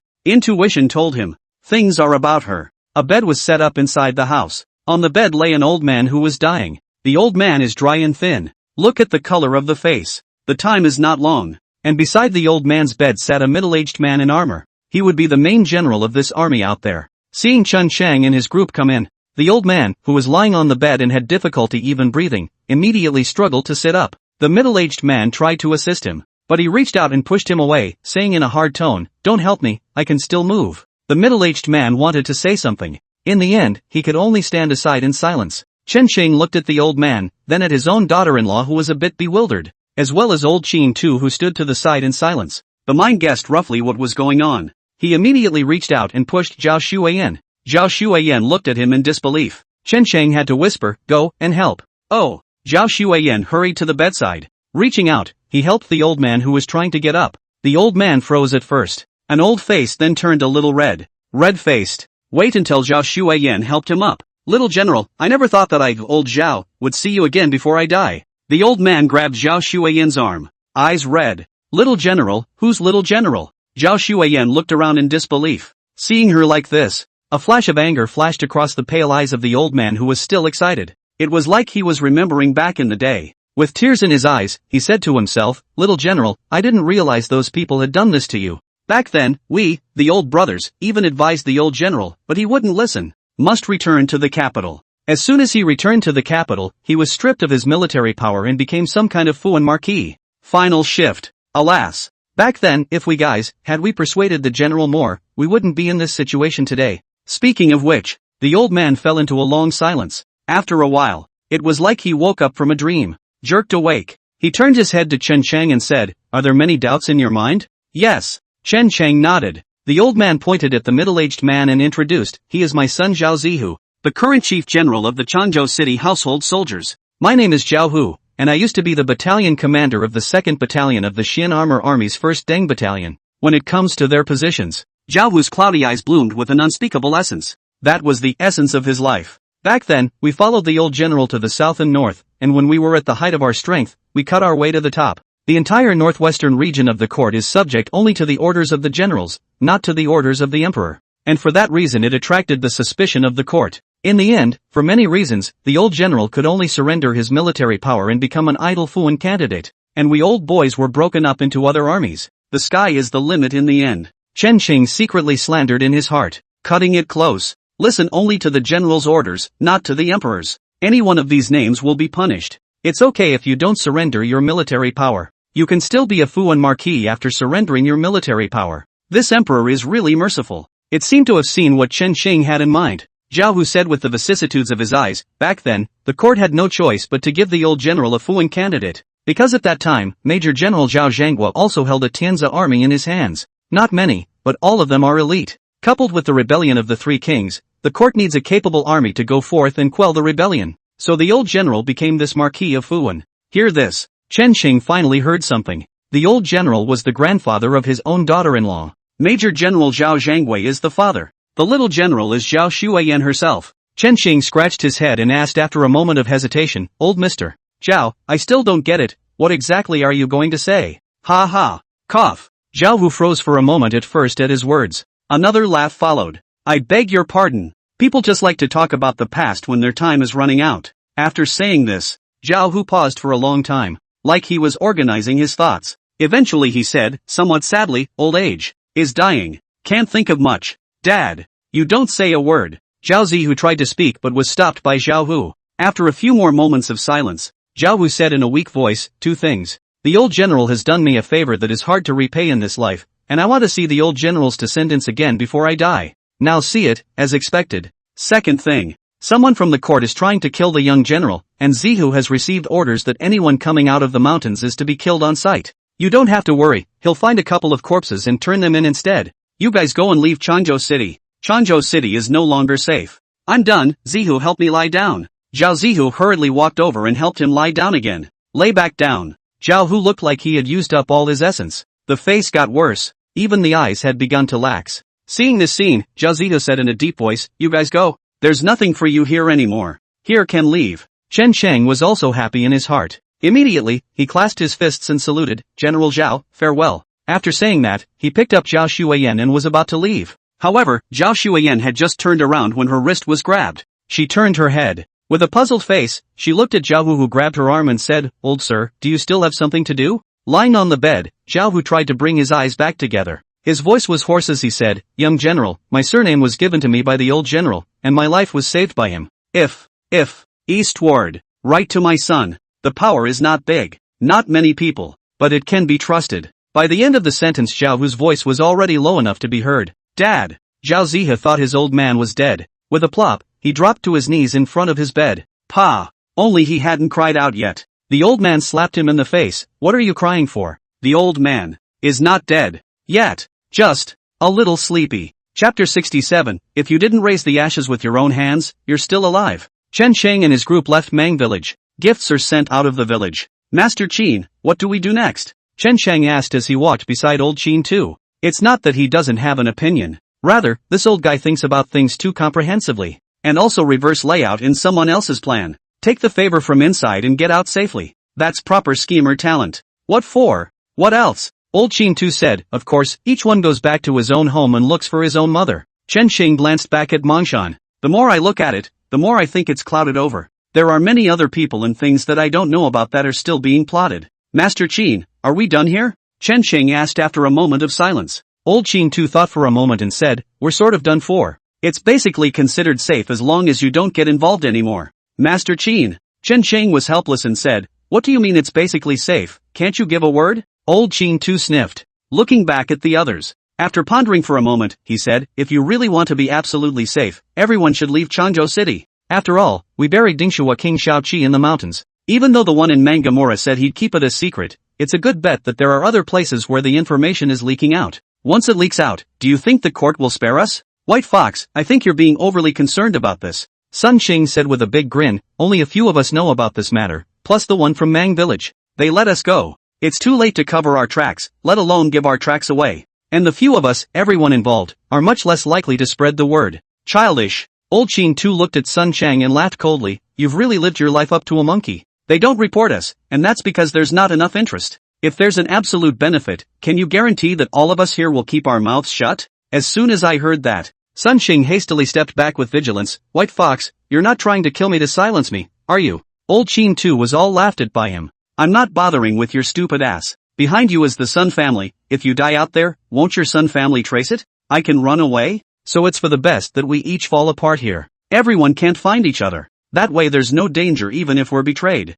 Speaking of which, Old Qin too looked at Chen Chang again and said, what risk do you think we have besides the risk of betraying each other? Master Qin, are you testing me? Chen Sheng said. Sort of. The old Qin head nodded. Chen Sheng thought for a moment and said, if there is still a risk, it should come from the royal family. Shaoqi, as a prince, personally venturing into dangerous places, it's impossible that no one else in the royal residence knows about it. Not to mention the fact that the king, the princess disappeared into the mountains together. They will definitely be looking. That's just one aspect. Old Qin too said, little Qingzi, today I will teach you another lesson. You're going to get someone killed, even if you're sure he's 100% dead. But as long as you don't see his body for a day, and burn him to ashes with his own hands, then the man is alive. Although we blew up the exit and had Debo drop poison along the way. But as long as you haven't personally oxygenated the other person's ashes, then in any of your visions, machinations, that person is alive. You need to figure out what you're going to do with him ahead of time. Master Qin, you're being a bit overly cautious. Old Qin too sniffed. With complicated eyes, he said, little Keiko, you can't be too careful with your own little life. That's a lesson I learned with blood. Squeak. Speaking. On a distant tree branch, a figure swung from the branches. Debo. Sun Cheng hurriedly reached out to catch Debeo, who jumped over. Debeo, who was dressed in human clothes, handed the fire folders back to Sun Cheng. Bravo! Sun Cheng pulled out some snacks from his coat pocket and handed them to it. In recognition of this, squeak. After Debo took the snack, happily pointing in one direction and gesticulating over and over. Old Qin too saw this. Like something came to mind. A blush. Immediately, he ran in the direction Debeo pointed. Not good, something might have happened to the Zhang brothers. Chen Sheng also reacted. 3 places. Now only the Zhang brothers didn't show up. Chen Sheng hurriedly ran after him. Chen Sheng chased after old Qin Tu's figure and quickly arrived at a small forest. The edge of the woods was littered with blood. Jerk? Zhang Huntian. Old Qin Tu shouted anxiously. Then it was into the grove. Chen Sheng looked back. The others followed. Immediately, he followed suit. But after entering the grove, he stopped dead in his tracks. There was blood all over the floor, as well as signs of a fight, as well as several bodies of soldiers in armor. And not far from these bodies, Chen Qing saw the 3 Zhang brothers. The Zhang family boss was lying on the ground covered in wounds. Zhang Xiaodian, the 3rd oldest member of the Zhang family, had broken an arm and fell to the ground, not knowing whether he was alive or dead. As for the Zhang family's penis, rather, there was no trauma. Still unconscious, that's all. See this scene. Chen Xing immediately turned his head to look at Xiaoyu and said, save them. I don't know how. Xiaoyu said nervously, even though I stole his medical skills, I've never used them. I don't know if I can save it. Never mind if it can be saved. Chen Xing said in a deep voice, you can just do it now to save the people. Even if you can't be saved, you're not responsible for anything, understand? No. Koyuki nodded timidly. Then he trotted over to Zhang Xiaodian's side and took out some silver needles from the small cloth bag he had with him to stop the bleeding. Chen Xing looked at Xiaoyu's back. A deep frown creased his brow. From her stabbing the ghost doctor without any warning. This stoicism and mindfulness. This guy is definitely not as soft as he appears. If you need to get along in the future, it's good to be more wary. Muddy Guts, you're awake. At this time, Zhang Huanji slowly opened his eyes. Master Qin. Muddy Guts, what's going on over there with you guys? Old Qin too asked with a worried expression. Phantom Snake. It's the Manticore. Zhang Hunian clenched his teeth and said with hatred, she probably guessed your plan, Master Qin. I didn't know she defected. Just let her come out of the hole with a couple of guys. I didn't expect them to sneak up on us as soon as we came out. If it wasn't for Lao San's quick reflexes, we accounted for being in there at the time. But don't worry, Master Qin, it's just a few people who came out. We've already blown up the entire side of the robber cave. Chapter 68, Parting of the Ways? Zhang Hunshan's words. Everyone's heads instantly clouded over. A few people walked out. Someone who can come out with Phantom Snake. Think with your ass. It must be King Shaoqi of Jingbian. He doesn't die. The ones who die can be the ones who are themselves. Old Qin too asked after a moment of silence, where is she, Phantom Snake? Go away. Zhang Hunian weakly said, the three of us were able to save our lives, or she helped to speak up. Aha! I know. Old Qin too patted him on the shoulder. Then he looked at Chen Xing and asked, what do you think we should do now? Chen Xing pondered for a moment and said, follow what you said earlier, Master Qin. Scatter in all directions, the world is so big that it won't be easy for him, no matter how powerful the king of Jingbian is, to find us. Later things will come later. Old Qin too looked at Chen Shang and said, I thought it would be hot-blooded and we, those of us gathered together, would strike first. Master Qin, may I? Chen Xing looked at him with wide eyes. Yes, but I wouldn't go that far. Old Qin too said, strike first, I do have a way to get rid of this Jingbian king. But a big chunk of us are going to die. When people die, there's nothing left. What fervor, what hatred, all is vanity. So, everyone disperse. Old Qin too looked at the crowd and said, leave Changzhou City and return to your own territory. Be careful, and I'll give you news when the wind dies down. White Fox, your old boy values his life, so I won't say anything more. Sun Qing clasped his fists and said, I'll leave first. Take care, take care. Old Qin too clasped his fists. Sun Qing turned around and left. Master Sun, wait. After Sun Qing walked out a few steps, Chen Xing suddenly called out to him and said, there's something I want to ask. You're asking about Quicksword Sun, aren't you? Without waiting for Chen Xing to speak, Sun Qing said, don't worry, the Sun family won't come after you. He's a traitor in his own right, and I came over here this time to get him back. Now that he's dead, my mission is complete. See you later, kid. Sun Qing waved his hand, took Dabo and left without looking back. Farewell. The silent Maofeng arched his hand and said, if people really have no place to hide, they can come to me at Qingping village in western Hunan. With that, he turned around and walked away, going dry. That, Master Qin, Xiaocheng. At this time, Auntie Li stood out, and she said with some embarrassment, it's been a long time since our couple has seen our daughter, our son-in-law. So we're going to make a trip to their place. We're not going back to Changzhou City. If any of you stay here and don't leave, just watch out for me. Auntie Li, you still have a daughter. Crap. How old am I to have no children? We have 2 children. Young Pot bragged, my daughter is very pretty. Chen Xing looked at the plump Aunt Li. Then he looked at the brown man's young Pot, and after a moment of silence said, Uncle, if your daughter is beautiful, I suggest you get a blood drop. What are you boys talking about? Auntie Li's face instantly changed. He grabbed Chen Xing's ear. What do you mean, you brat? Ah, it hurts. Auntie, let go. I was wrong. I shouldn't be bull ting. Oomph, you know to beg for mercy. Auntie Li grunted coldly, you kid, I'm telling you. When my mother was young, she was also a great beauty in the jungle. It's just that I'm getting fat in my old age. Yes, Auntie, you are absolutely beautiful. Can't I be wrong? Just let go of me. Oomph, count on your kid's sense. Auntie Li snorted coldly and let go of Chen Xing. Old Qin too, I'm leaving. Walk a few steps back. Auntie Li, still furious, fell back and stared at Chen Xing. Kid, let me tell you, my daughter is beautiful. I'll let you meet it sometime, but you boys won't get a chance. I have a son-in-law. Just watch. Poof. After all was said and done, Auntie Li looked like she had finally gotten out of a bad mood. Very proudly, she left with her husband. This Auntie Li. Looking at her departing back, Chen Xing rubbed his reddened ears, crying and laughing. He turned his head to old Qin Tu and asked, Master Qin, where are you going to go? Me? I'm not leaving. Old Qin Tu said bashfully, I'm getting old, I don't have many years left to live. Don't want to live a life of running around. I'll stay in Changzhou City, and if I find it someday, I'll die. Rather, where are you boys going to go? Me? Chen Xing smiled faintly and said, I'm not going anywhere. I'll stay within the city of Changzhou. Isn't there an old saying? Lights out. Old Qin Tu looked at him with a smile. Chen Shang also looked at him with a smile. These two guys. The other side knows exactly what they're doing. Blackout is one reason. Another reason. Going now is a live target to draw fire. The first reaction of the offender is always to flee. Run as far away as you can. So everyone's first reaction is to chase. Now Auntie Lee and the others are leaving. It's really about drawing fire. They scattered in all directions. The Jingdian royal family will then search around. The city of Changzhou will instead miss the past. This behavior is a bit of a team sellout though. So the two just looked at each other and smiled. No one nodded off. Chen Shang looked at Cheng Qingyi again and said, Sister Cheng, where are you going? I don't know. Cheng Qingyi's tone was still cold and said, I don't want anything. Just want to heal my daughter. After saying that, she walked over to Koyuki, who was still being rescued, and asked, are his wounds taken care of? Deal with it and come with me. Well, then go. Cheng Qingyi dragged Xiao Yu and headed towards the city. To this, Chen Shang and Old Qin Tu didn't say much to anyone. Come on, don't just stand there. Old Qin Tu patted Chen Shang and said, you put Lao San on your back, I'll carry Lao Er.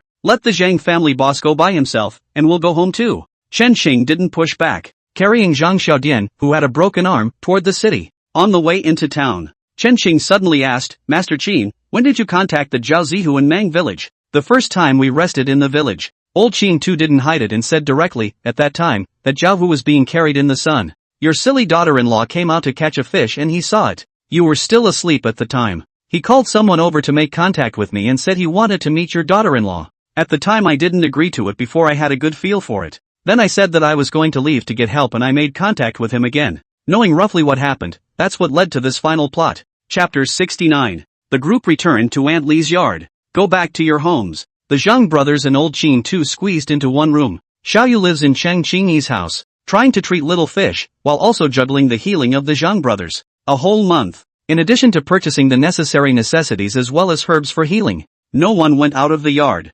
Traveling less is the only way to reduce the risk of exposure. It's been a month. The countdown was surprisingly peaceful. There was also no news coming out of the entire city of Changzhou. It was as if everything in Mongshan had never happened. Over time, everyone's guard was gradually lowered. Of course, let your guard down doesn't mean it's totally fine. One thing can be said though. The royal family's side gave up on using their official status to deal with this matter. As long as the machine that is the court isn't relentlessly crushing it. One crushed the man. There is still room for a slow turnaround in any of the remaining means. So after making sure there would be no blowback from the court, Chen Xing is ready to go out. Visit your own tavern. The tavern has encountered a series of events since it was bought. Haven't even had time to take care of it properly. Chen Sheng deliberately got up early this day. Prepare to go to the tavern. Brother Zhang? However, Chen Xing had just pushed open the door to his room when he saw Zhang Hundian sitting in the courtyard, fuming. Chen Xing asked with some surprise, what are you doing sitting here so early in the morning? Think of something.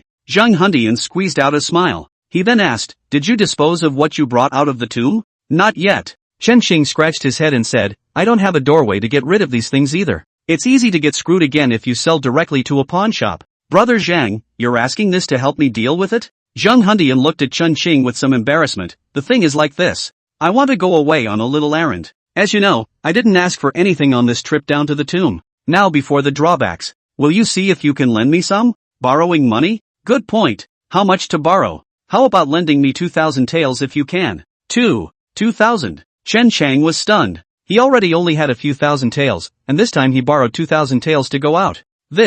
Chen Chang was a bit hesitant. Chen brother, I know that 2,000 taels is a bit much, but don't worry, this money I will definitely pay you back. Payback. Chen Chang believes he will pay back the money. After all, just one trip down to the tomb itself made so much money. Zhang bastard guts can pay this back too. What he hesitated to do was to borrow such a large sum of money out on his own at once. It's a pain in the ass. It seemed to have seen Chen Qing's hesitation. Zhang mixed guts took the initiative and said, I'm not borrowing your money directly. How about you give me what you bring out of the tomb to sell and lend me the money from what you sell above market price? If you're unsure and afraid I'll screw you over, you can ask Master Qin first. He's been in our line of work all his life, and he'll certainly have no problem estimating a price. As soon as I heard him say that, Chen Xing didn't hesitate either. He immediately said, "Brother Zhang, I trust you. I'm going to get you something." After saying that, Chen Sheng turned around and went into the house. When he came out again, there was already an extra package in his hand. Inside the package were all the jewels he had brought from inside the tomb this time. He handed the jewels to Zhang Mixed Bile and said, "Brother Zhang, the stuff is all here, you watch the sale. Just take 2,000 taels from it after you sell it." The reason why he agreed so readily was because he wanted Zhang Mixed Bile to owe himself a favor. He's got the ability, the guts, and the initiative. He might be able to use him himself in the future. A great favor is not appreciated. Taking the stuff, Zhang Mixed Guts clasped his fists. Chen Qing laughed it off. "By the way, how is second brother Zhang doing now?" Chen Qing suddenly asked. Mention Zhang bold. Zhang Mixed Bile's smile, which had a slight smile on his face, slightly stalled. He said with a sad face, "The situation is not optimistic. Koyuki can only keep his current condition from worsening, but she can't make him wake up. Guts also. He broke an arm and was depressed all day. I'm going to take them away and see if I can find some remedies to cure them. And by the way, let Guts take a break." The two then chatted for a while. Zheng Huntian then left. Said he'd be back in the evening to pretty much sell the stuff. Chen Cheng didn't think much of it. Took Zhao Xueyan out. There were two main things to do on this trip. A visit to your own tavern. The other one went to see Dr. Song. Let her see if she can cure her own daughter-in-law and ask about the phantom snake in the meantime. Changzhou City. Feng Meilu. Chen Cheng noticed something was wrong as soon as he entered the restaurant. The Plenty of Flavors house is not a big restaurant though, but in the old days there was a steady stream of people coming and going. But now, Chen Chang walked in cold and quiet. Not many customers. The shopkeeper also sat listlessly in the store. Full of sorrow. "You're finally here, proprietor." The store assistant Xiao Lu saw Chen Xing come in. Surprise stood up. The rest of the juniors also had a look of surprise on their faces. "Louis, what happened at the store?" Chen Sheng looked at the excited few and asked, "Where are the people? Why is there no business? Donger, if you don't come back, we'll all have to leave." Xiao Lu looked at Chen Sheng and said, "We really don't know what to do." Stop. Listening to Xiao Lu's complaint, Chen Sheng hurriedly interrupted, "Take it easy for now. Tell me first, how come there are no customers in this broad daylight? I remember we have breakfast at the store." "Master Dong, it's not that there's no one in the store, but they've been driven away." With that, Xiao Lu briefly explained the events of Chen Xing's absence for a while. Chen Sheng took over the restaurant within a few days. Here comes a man who calls himself Buddha. To pay. Paying for protection. They are in charge of all the low-life trades like storytelling. As soon as he heard this, Chen Xing immediately knew. These people are from the Xiaochun Society. The man who took over Master Chai's position. But during that time Chen Sheng went into Mongshan. Chen Xing, the proprietor, is absent. The shopkeeper didn't dare to make a decision. Just drag it out with the guys. These people are also different from the previous methods of Master Qin. If it's Master Qin, probably got someone in a sack to beat up the store that night, forcing everyone to pay. These people they don't beat up either. They get 5 or 6 people to run here for a drink every day. Drunk every day. Whenever you get drunk, you throw up everywhere. Puked all over the store with the smell. A lot of people don't want to come after a while, and there was nothing Lu could do about them all. Because these people pay money. They are just normal consumers who pay every penny they should. If they dare to kick the guests out, the restaurant's reputation would be completely stigmatized. After Chen Sheng heard this, he asked Xiao Lu, "Did these people come today?" "Coming." Xiao Lu pointed to a table not far away and said, "It's still light out." Chen Xing looked over there. "It's just 5 or 6 drunks." "Okay, I get it." Chen Xing said, "I'll take care of this side of things. Xiao Lu, you go and inform everyone that there will be a meeting later." Chapter 70, Disturbances. "Yes, proprietor." Louis answered and turned to leave. Chen Xing, on the other hand, led Zhao Xueyan towards the group of drunkards. "How's the food, guys?" After walking over, Chen Xing looked at these people with a smile. "You are?" One of them, with drunken eyes. The gaze aggressively landed on Zhao Xueyan. Zhao Xueyan is so perceptive and sharp. She instinctively felt uncomfortable. Immediately, he looked around, happily searching for a guy to take advantage of the situation. Chen Xing's face remained unchanged as he looked at the men with a smile and said, "I am the proprietor of this place. I hear you guys have been messing with my place for a month straight?" Hearing that Chen Chang is the proprietor, the faces of these people, who had been laughing and joking, tightened up. The drunkenness was gone from his face. One of them said, "You are the proprietor. I can finally see someone today. My name is Little Six, one of Master Buddha's men. I think you know exactly where we come from. I don't bull you. We want 30% of your monthly income or else." A few people looked at each other and said, "Otherwise, my brothers will come to eat at your place every day. If you vomit or get drunk, please bear with me, proprietor." "Brothers, don't freeze. All for me to eat." Facing Xiao Lu's threat, Chen Chang was not angry. With a smile on his face, he said, "A few of you may not know. This tavern just changed owners. Change of masters, so what? None of my business. Kuroku said dismissively. Chen Xing looked as usual and said,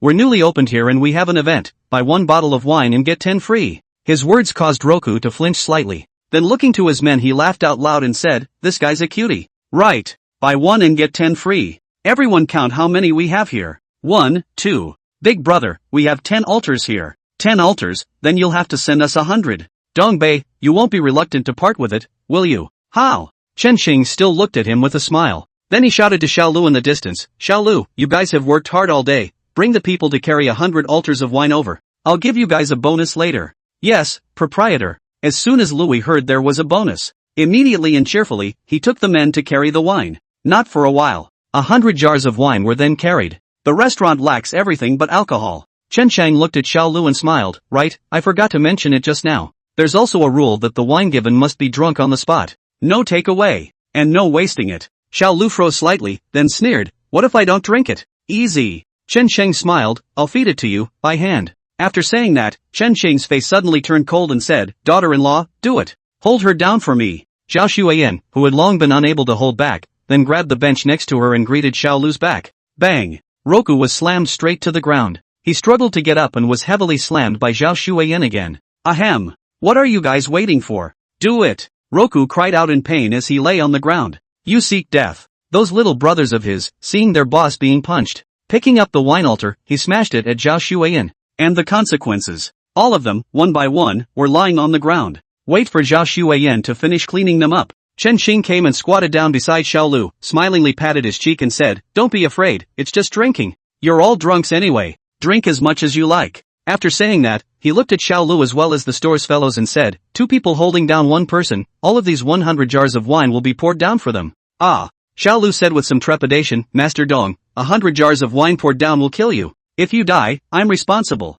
Chen Xing's face remained unchanged as he said, if you're afraid, you can quit this. I'll let someone else do it. Hearing Chen Xing's words, Xiaolu gritted his teeth and said, East Master, I can do this. After saying that he picked up an altar and came to Xiaolu who was lying on the ground moaning, cupped his mouth with his hand and poured into it. The rest of the group saw it. After glancing at each other they all stepped forward. Hold those down and start pouring alcohol into their mouths. You, grunts, know that I, grunts, know that I, grunts, we are, Gollum, Buddha, he won't, Gollum spare you, Gollum spare you, Gollum spare you, drink, drink, do you hear me, they want more to drink? Chen Shang looked at the men indifferently and said, hurry up, a few more people to irrigate. Chen Shang looked at the struggling few with cold eyes. There is no mercy. It's not up to these people to stay alive. Rather, it depends on the person behind them. A little bit of time passes. These people's stomachs were bursting with booze. Same as pregnant women. To 100 jars of wine here. It's just under half filled.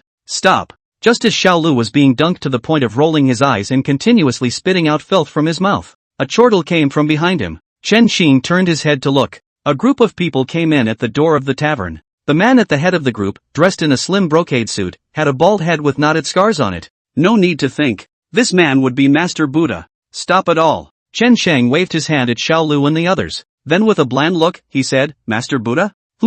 With a calm gaze, Buddha walked a step away from Chen Shang. Stopped. The two just looked at each other. Not a blink of an eye. No one said anything. The others naturally did not dare to speak. Instead, Zhao Xueyan found it interesting. The cranium poked out from Chen Xing's shoulder to help stare at the Buddha together. After a while, Chen Xing rubbed his eyes and said, it's no match. Since the Buddha himself has come, I can't afford to be slow. This way. There's no need to drink the rest of this wine, how about I give it all to Buddha? Buddha didn't take Chen Xing's words. He said coldly, you've got a lot of guts, do you know who you're offending? It's not my Buddha you've offended. Buddha asked himself, what you've offended is the entire Xiaochun society. Chen Sheng said in a bland tone, I offended the Xiaochun society, and then what? Then, Buddha touched his bald head and sneered, you will die. Speaking of which, his face turned suddenly cold. Turning to the few thugs following him, he said, do it. The men have to be killed straight away, and the women have to be sold to greenhouses after you've played with them. Chen Xing's face was also cold. Daughter-in-law,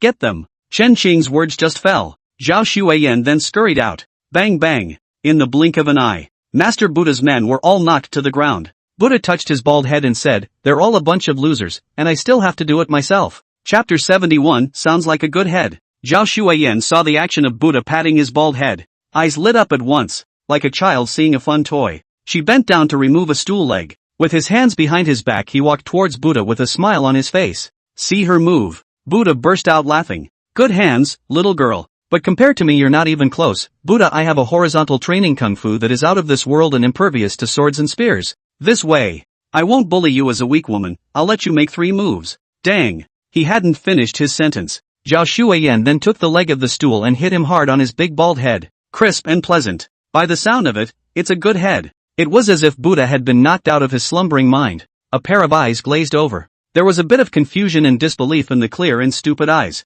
You knock me. Knock knock. Dumb. As he spoke, Zhao Shuiyan knocked again. The knocking is still rhythmic. K. Zhao Shuiyan said with a smile on her face, his head is so loud. Deception. Dang. Ah. Bitch, you're looking for death. Knock knock. Ah, you still knock. Try knocking again. Thunk thunk. Ching, he's such a strange person. I can't believe I even offered to knock him. Should I fulfill his wish? Knock knock. Knock, knock, I'll let you knock it out. Look at my iron head kung fu. Knock knock. Thud. Stop knocking. I was wrong, I was really wrong. The whole time Buddha didn't have a single point to fight back. Chased up and down by Zhao Shuiyan. Finally, I saw that I could not escape. He flopped to his knees. Stop knocking, I concede. Buddha knelt down in front of Zhao Shuiyan and held his head in his hands, pleading for mercy. Chen Xing shouted at Zhao Shuiyan, who still wanted to knock, alright, stop knocking. K. Zhao Shuiyan couldn't get enough of it and looked at Chen Xing, let me play a little more.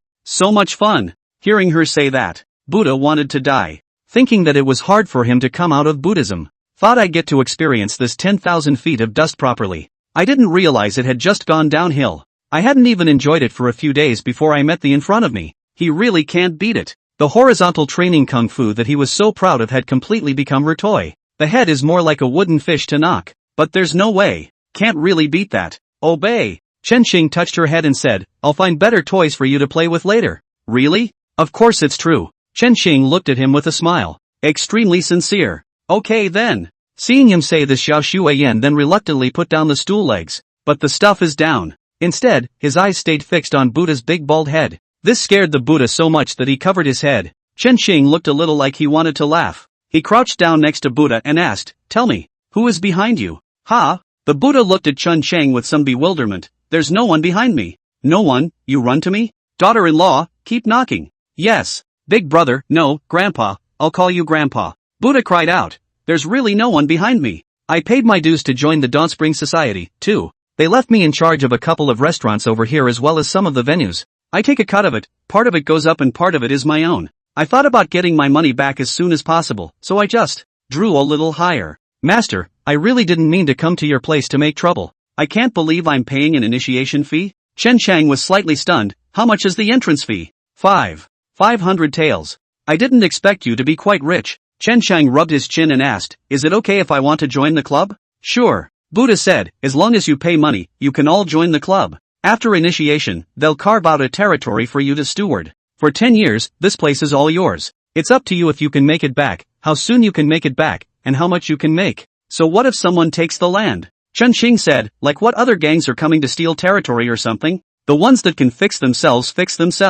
If you can't solve it, just report it to the police, and someone will be sent over from the Dawn Spring Society to solve it. So, Chen Xing said, it seems that I can't keep you. I for one am most afraid of trouble. Chen Xing got up and said, daughter-in-law, settle him. Oh. Zhao Shuiyan walked towards the Buddha with a smile. Buddha got up and ran. But he didn't run a few steps before Zhao Shuiyan caught up with him. A kick was given to the ground. Stomp on his back. Took the leg of the stool and thumped it against his big bald head. The Buddhists were knocked silly. Surrender, I really surrender. Buddha shouted, I promise, I'll never report it. Never bother you again. Chen Chang walked over to Zhao Shuiyan and stopped her from knocking people out. What guarantee do you take? Personality. I give you my word of honor. Buddha said. Chen Xing snorted, do you have a personality? It's a human being with a personality. Hearing Chen Xing taunt him about his lack of character, the Buddha, who had begged for mercy, was extraordinarily angry at the moment. Master, you can beat me, scold me, insult me, but you can't say I have no character.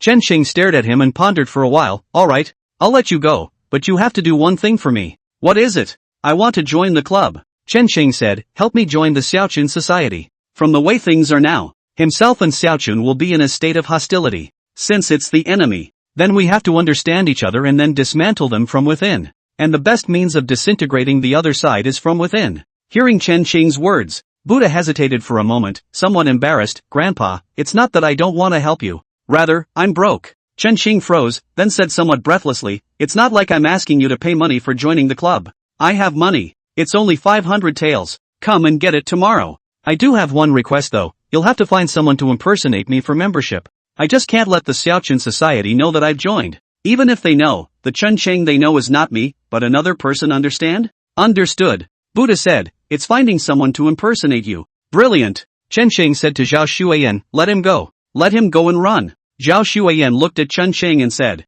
nothing. Chen Qing smiled, he's run away now, so we'll just go find him again. Anyway, he won't leave Changzhou City until he returns to his capital. Am I right? Buddha. No. Don't dare. Just call me Hiroki. Guangji compensated with a smile, I can't afford to be called Master Buddha. Chapter 72 Reorganizing the Inn. Hiroki. Chen Qing had an odd look in his eyes. Whoever gave you that name must have had great wisdom. That's right. Guangji's eyes revealed a look of adoration. The presiding officer is a man of great wisdom. I wouldn't have run away if I hadn't been able to endure the purity of the temple. Come on, I don't want to hear about your past. Chen Qing interrupted, you can take your people away now. Remember to come by tomorrow and get the money. Yes, yes. As soon as I heard it was ready to go. Where did Hiroshi dare to stay? Take the men and run. After they leave. Chen Qing looked at Xiao Lu and the others and asked, earlier, I asked you to call all the people over, did you shout? The proprietor, it's all shouted. Look, the shopkeeper and the others are here. As he spoke, an old man of a certain age walked over with a few plump men.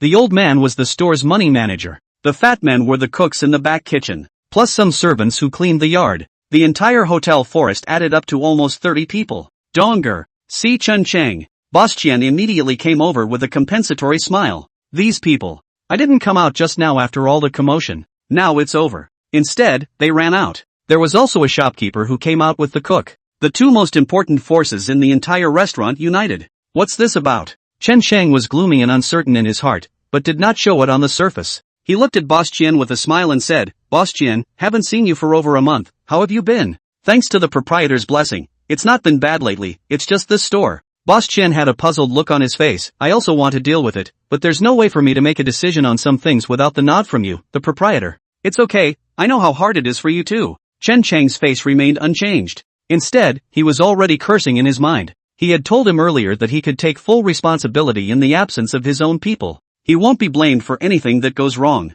Now, didn't care about anything. To make a good restaurant like this, what do I need you for? But there's no one of your own available. Now that he's been fired, where does one find another palm reader? Getting a palm reader, God knows what. What if it's even worse than moneybags? At the very least, you can't flip out until you find yourself a new pal. Chen Qing patted Boss Qian's shoulder comfortingly and said, Old Qian, you let everyone line up in order first, I'll say something. Say this. Chen Qing's eyes were looking at those cooks. Yes, proprietor. Hurry up, didn't you hear the proprietor give the word? Hurry up and all stand still. Wait until the men are standing. Chen Qing said with a warm face, I'll say a few words briefly. For the youngsters who helped outside just now, man, each of them will be rewarded with 10 taels of silver. This money, out of the restaurant's books, no problem. Boss Qian? Hearing Chen Qing's words, Boss Qian's face was slightly stagnant, but he quickly returned to normal and said, no problem Dongjia. Since there's no problem, you take it to everyone now. Chen Cheng's face remained unchanged. The mind, however, was already sure.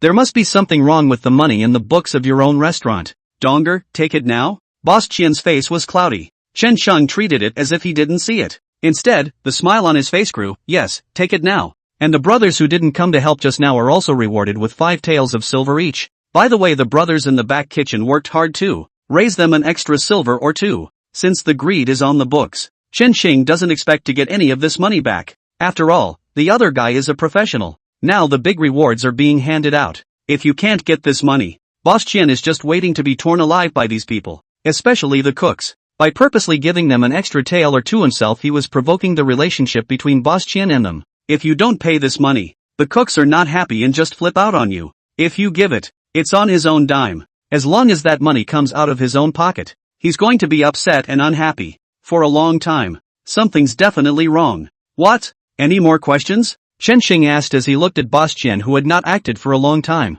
No problem. Boss Qian squeezed out a smile and said, I'll go get money for everyone. It was about an incense burner's weight. Boss Chen came over with some money, sweating profusely and said, Master Dong, there isn't that much silver in the counter for now. Do you think it's a good idea to send out some of them first and make up the rest later? What? Not enough silver? Chen Xing pretended to be surprised. I remember when Boss Zhang handed over the restaurant to me. He told me that the usual silver for the counter is around 1 or 200 taels. It will not be enough now. Was it stolen? Chen Xing pretended to be worried. That would be troublesome. No, it has to be kept. Xiaolu, go report to the police. Let's say we have a thief here who has stolen hundreds of taels of silver. Xiaolu glanced at Boss Chen and then at Chen Sheng. After a moment's hesitation, he responded, Yes, proprietor, I'm on my way. Wait. Seeing that Louis is leaving, shopkeeper Chen hurriedly cried out, Master Dong, the money isn't lost. Oh, didn't lose it? Where did that go? Chen Shang looked at him in mock surprise. Boss Chen laughed dryly and said, Master Dong, during your absence, Master Buddha and the others have been calling people to make trouble.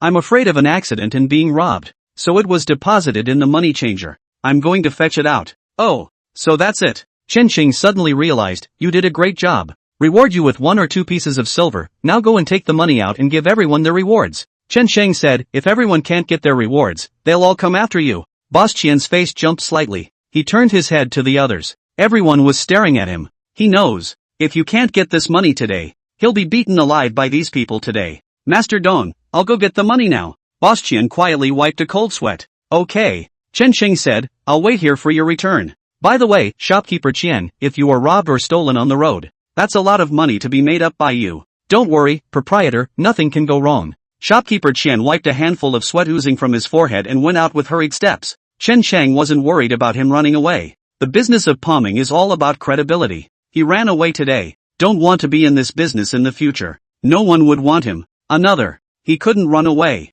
People like that have families behind them. It's impossible to be literate and able to do math without a family. He ran away. His family can't run away. Chapter 73, wants to open a store. Chen Xing sat in the store and waited for roughly half an hour. Boss Qian walked in carrying a package. He put the parcel in front of Chen Sheng and said, Master Dong, this is the store's silver money. You order it? No need to order. Chen Xing sat on a chair, picked up the tea in his hand and took a sip. You give out the reward money to everyone. Yes. Chen Sheng watched as the money shopkeeper handed out money to the crowd little by little. Wait for the money to be handed out. Chen Xing just smiled and said, everyone do a good job, follow me and you definitely won't starve. After saying that he didn't care what kind of face the money shopkeeper had, taking Zhao Shui in with him, he turned around and left. There's money. No one. And don't expect the tavern to make money. That's all for now. Waiting for someone. One more big change. After leaving the house of plenty of flavor, Chen Chang arrived at the Flower Language Pavilion. The Flower Language Pavilion was the same as Chen Ching's last visit. Hardly a few people. It's even more depressed than last time. Last time I came over. Well, at least there are still people hustling at the door. There weren't even any hustlers this time. Anyone? Chen Chang walked into the Flower Language Pavilion. Found no one inside. Anyone? Chen Chang walked towards the backyard. All the way. Surprisingly, there was no one there. Are they all gone? Chen Chang looked at the empty courtyard. Dark contemplation. The phantom serpent defected to the king of Jingbian. Did she take all the people? Mr. Chen. Just as Chen Chang was thinking about where people were going, a voice came from not far away. Chen Chang looked up. The Little Song Divine Doctor stood on the porch, carrying a large bag of things on his back. Little Song Divine Doctor, are you leaving? Chen Chang asked. Aha! Little Dr. Song said, it's impossible to stay here. Why? Chen Chang asked knowingly. Sister Phantom is missing. The young Song Divine Doctor frowned and said, some of the sisters are missing as well. The rest of us couldn't pay our rent and had no business, so we had to leave. You wouldn't have seen me if you'd come a little later. Then where are you going to go? Chen Ching asked. I don't know. Little Song Divine Doctor frowned helplessly. Maybe just rent a random house in the city and live there. You guys didn't go looking for Sister Phantom? Looking for it. Can't find it. Little Dr. Song said, there's nothing else we can do.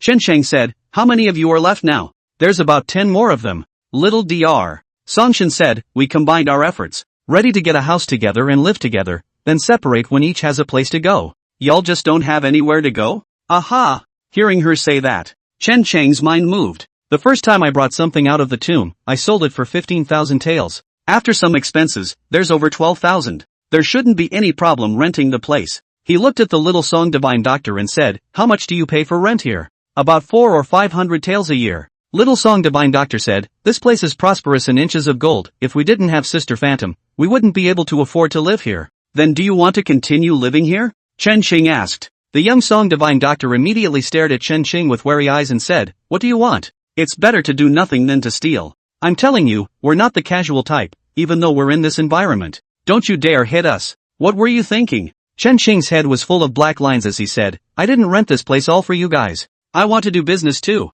You want to open a greenhouse too? I don't run a greenhouse. Chen Xing said, there are too many greenhouses, I don't know how many pits I'll have to step in if I rush in. I want to make something else. Just in time to work with you guys. How nice that you can both stay here and make money. Really? Of course it's true, would I lie to you? So what kind of things do you want to do? I'll tell you what I want to do when you take me to meet the remaining people first. He wants to rent the place for business. It's really not a whim. I had an idea the last time I was here. It just wasn't a good time to say. And it's not said. What he wants to do is actually orthopedics, massage, foot washing and such in a bath town. These people in the flower language pavilion were originally in the greenhouse business. It's just the right thing to do. Seeing that he spoke with conviction, Little Song Divine Doctor said after a moment's hesitation, you come with me. Then I'll trouble young Divine Doctor Song to lead the way. Don't call me Little Dr. Song. Little Song Divine Doctor said somewhat coyly, Divine Doctor or whatever, it's all because Sister Me asked me to call myself this. She said it's a little classier and better for money.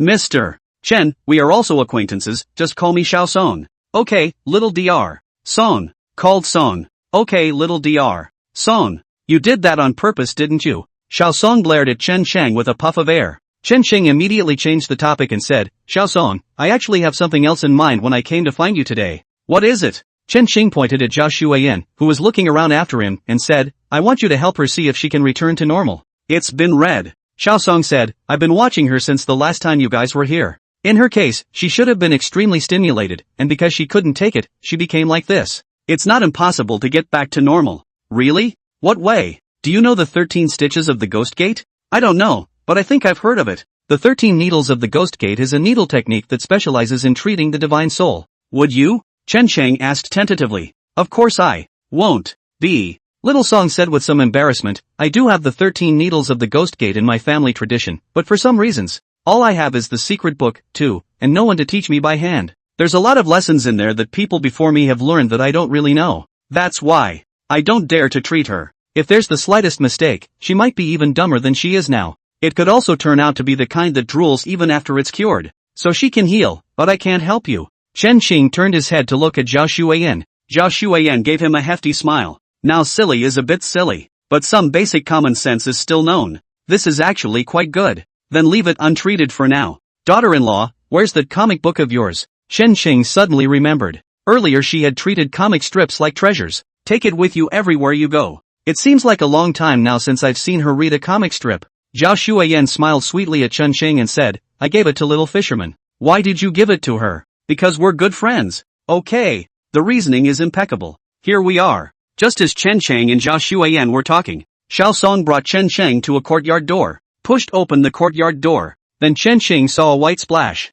Ah! And panicked screams. Song, we're washing up. Why do you bring men here? Chapter 74, we're not a greenhouse, we're just healing. Oops, oops. Chen Xing spread his fingers wide, then covered his eyes. While looking at it, he shouted in shock, Little Song, how could you? It's over, it's going to grow a pinhole. Xiao Song's face also turned red. Hastily closing the courtyard door behind her, she said with shame and annoyance, You're still looking, why don't you hurry up and leave? See the courtyard door closed. Chen Xing said with some regret, Wasn't it you who brought me here? Why should I go? I don't care, just get the hell out of here anyway. So things aren't talked about? Chen Shang said. Xiao Song's face stagnated. Then gritting his teeth, he said, Talk, no you wait outside first. Come on, hurry up. Xiao Song pulled out a silver needle from somewhere and threatened, If you don't leave, watch out I'll stab you. Okay, I'm going. Chen Xing said with some amusement, I'll wait for you outside. 1 incense stick later. Flower Language Pavilion. Inside the lobby. Chen Xing sat at a table in the lobby.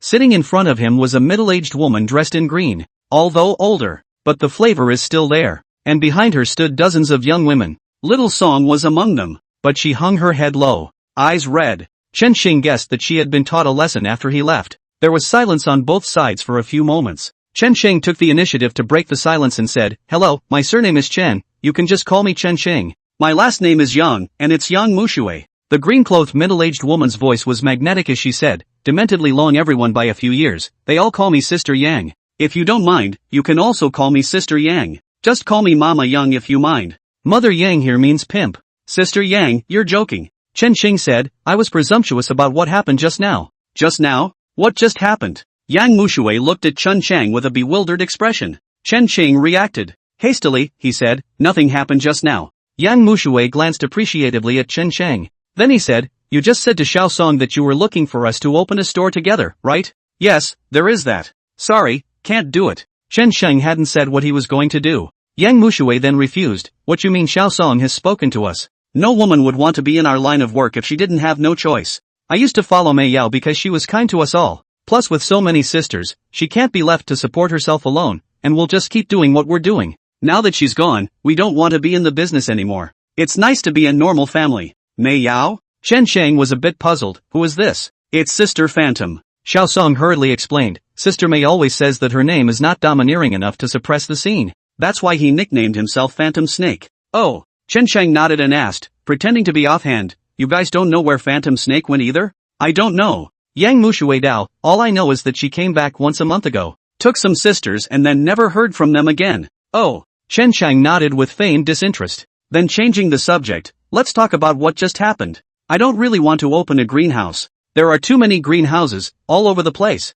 So what do you want to do? Yang Mushui Dao, doing other business we do not. Instead of coming to us, we should have hired someone outside. Just take it easy. Chen Xing said, listen to me first, I want to open a bath, massage or something like that. Then Chen Xing gave a brief description of the bath, massage set. Yang Mushui frowned in thought and said, what's the difference between this and a greenhouse? It's not even as good as a greenhouse. Not the same. Chen Xing said, a greenhouse is a place to seek pleasure. Come to us to heal your body. Especially the rich, powerful lords. They fish and spend a lot of money and have a serious body deficit. Because coming to us is proper healing of the body. The female color is just an embellishment. If the customer really needs it, then let's talk about it. Speaking of which, Chen Xing looked at Xiao Song and said, what disease did you use to treat the most people here? Syphilis. Xiao Song replied back without even thinking about it. Chen Shang looked at Yang Mushui Dao, Sister Yang, look. How many men are ashamed to talk about this disease, you say? Yang Mushui bowed his head in deep thought. Chen Xing continued, on another note, those who go to greenhouses regularly,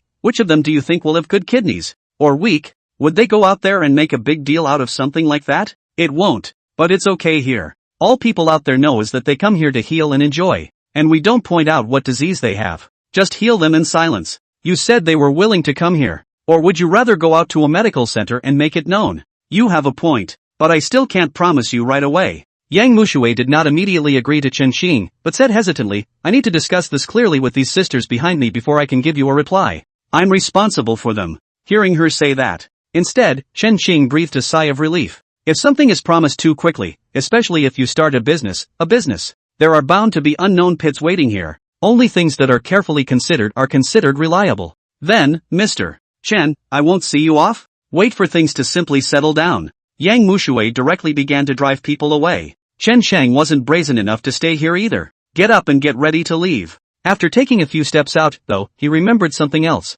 He stopped and looked at Xiao Song. Miss Xiao Song, can I ask you to take a trip? Ah, go where? Go to my house. Chen Xing said, don't get me wrong, it's just that there's another patient in my house who needs to be seen. You can find someone else too. Song was wary. Why do you want me? I'll find someone else. Chen Xing said, it's just that I'm a bit uneasy about her, so I'd like to ask you to take another look. If you're not worried, you're still looking. Xiao Song muttered, seeing that she wouldn't agree. Chen Xing said, the consultation fee is 50 taels, so if you're willing to come, follow suit. If you don't want to, forget I said it. After saying that, Chen Xing turned around with Zhao Shuiyan and left. Just walked out of the flower language pavilion. Little Song then gave chase. She slung a gray cloth bag around her waist to follow Chen Shang and asked, is it true that there are 50 taels out of the clinic? Sure, I'll give it to you when we get home. Chapter 75, A Little Lesson Learned. Back to the small courtyard. Once inside the courtyard gate, a strong medicinal scent then filled the entire space. Xiao Yu squatted in the courtyard boiling medicine. Old Qin Tu, on the other hand, was lying on a chaise longue in the courtyard, basking in the sun. Master Qin, don't you need to take care of the Zhang brothers today? Have the leisure to sunbathe here. He was the one who helped Zhang Huanji take care of his two younger brothers for the past month. Old Qin Tu raised his eyes and glanced at Chen Shang. They're gone. I can finally rest my old bones, too. Chen Xing, who was still smiling, had a footstep. A bad feeling welled up. Master Qin, what do you mean they are gone? Chen Shang asked cautiously. Gone is gone. Old Qin Tu said, Xiao Yu couldn't cure the second one, so the boss took them away. Wanted to go somewhere else to see if I could find a cure for him. They left Changzhou City? Or else? Old Qin too was speechless and said, if there was someone in Changzhou City who could cure them, would they still need to leave? Chen Sheng only felt that the sky had collapsed.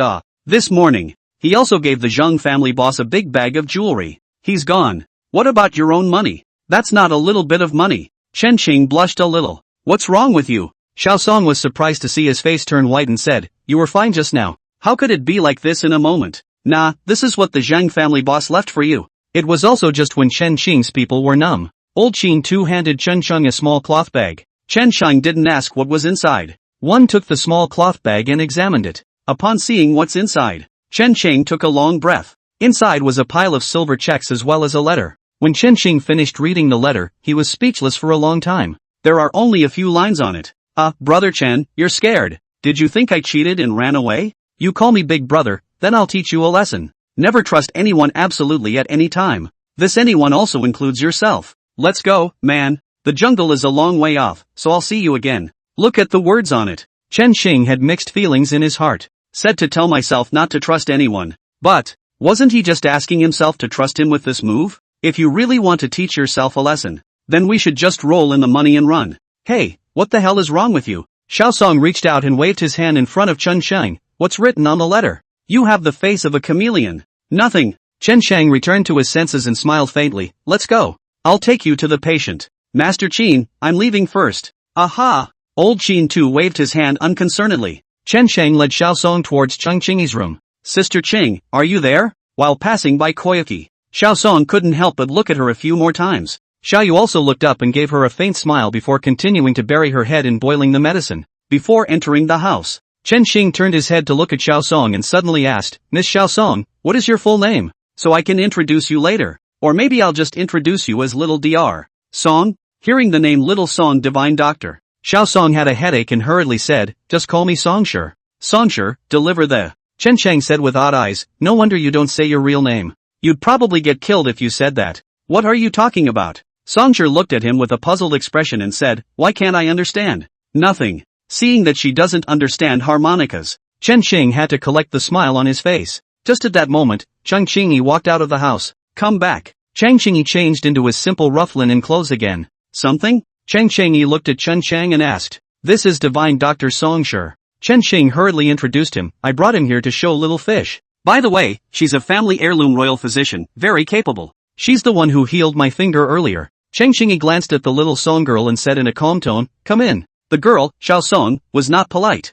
When he entered the room, he said directly, the patient is suffering from an internal problem? Cheng Qingyi's footsteps lurched, glancing at Chen Cheng. Chen Xing hurriedly said, I didn't say what Little Fishing's illness was. Only then did Cheng Qingyi look at Xiao Song again and asked, how did you know? Outside the boiling medicine inside there are lotus seeds, cinnamon sticks, and old ginseng, all of which treat the internal organs and invigorate blood circulation. I'll know it when I smell it. Speaking, the three had gone into the inner room. Inside the house, Xiaoyu sat on the bed, flipping through the comic book that Zhao Shuiyan had given her in her hand. Compared to usual, Little Fish's face flushed a lot. The color is much better too. It's just that there are silver needles stuck in several key points on his body. Mother, Uncle Chen. Seeing Chen Chang and his group coming over, Little Fish smiled sweetly. Hello this sister. Hello. The moment he saw the little fisherman, Xiao Song's face changed. After smiling back, she came over to Little Fish, took her small hand and began to take her pulse. This one pulse eyelids drooped low. This made Chen Qing's eyes flutter. As the saying goes, I am not afraid of Chinese medicine practitioners laughing, but I am afraid of Chinese medicine practitioners lowering their eyebrows. Chinese medicine low brow, that is life and death. Cheng Qingyi also tensed up. What's wrong? Songshur let go of Little Fish's hand and asked, who treated her earlier? At that exact moment, Xiaoyu walked in with the boiled medicine. I'll watch. Xiaoyu softly looked at Songshur and said, what's the problem? What's the problem? Big problem. Songshur said in an urgent tone, are you still adding the aconite antibenzoin in your medicine, by yen, chuanwu and these several kinds of medicines? Don't you know that these flavors are ferociously potent? She's such a small child, can she stand it when you drug her so heavily? If you drug her like that, she won't be able to carry on before she gets well. Even if you are cured, you are still weak and sick. No, you don't heal like that. You're just curing and not caring about the patient's body. Hearing Songshur's chiding, Koyuki doesn't argue about anything. Just softly, you're right, sister. Then he carried the medicine and handed it to Little Fish. Little Fish, take your medicine.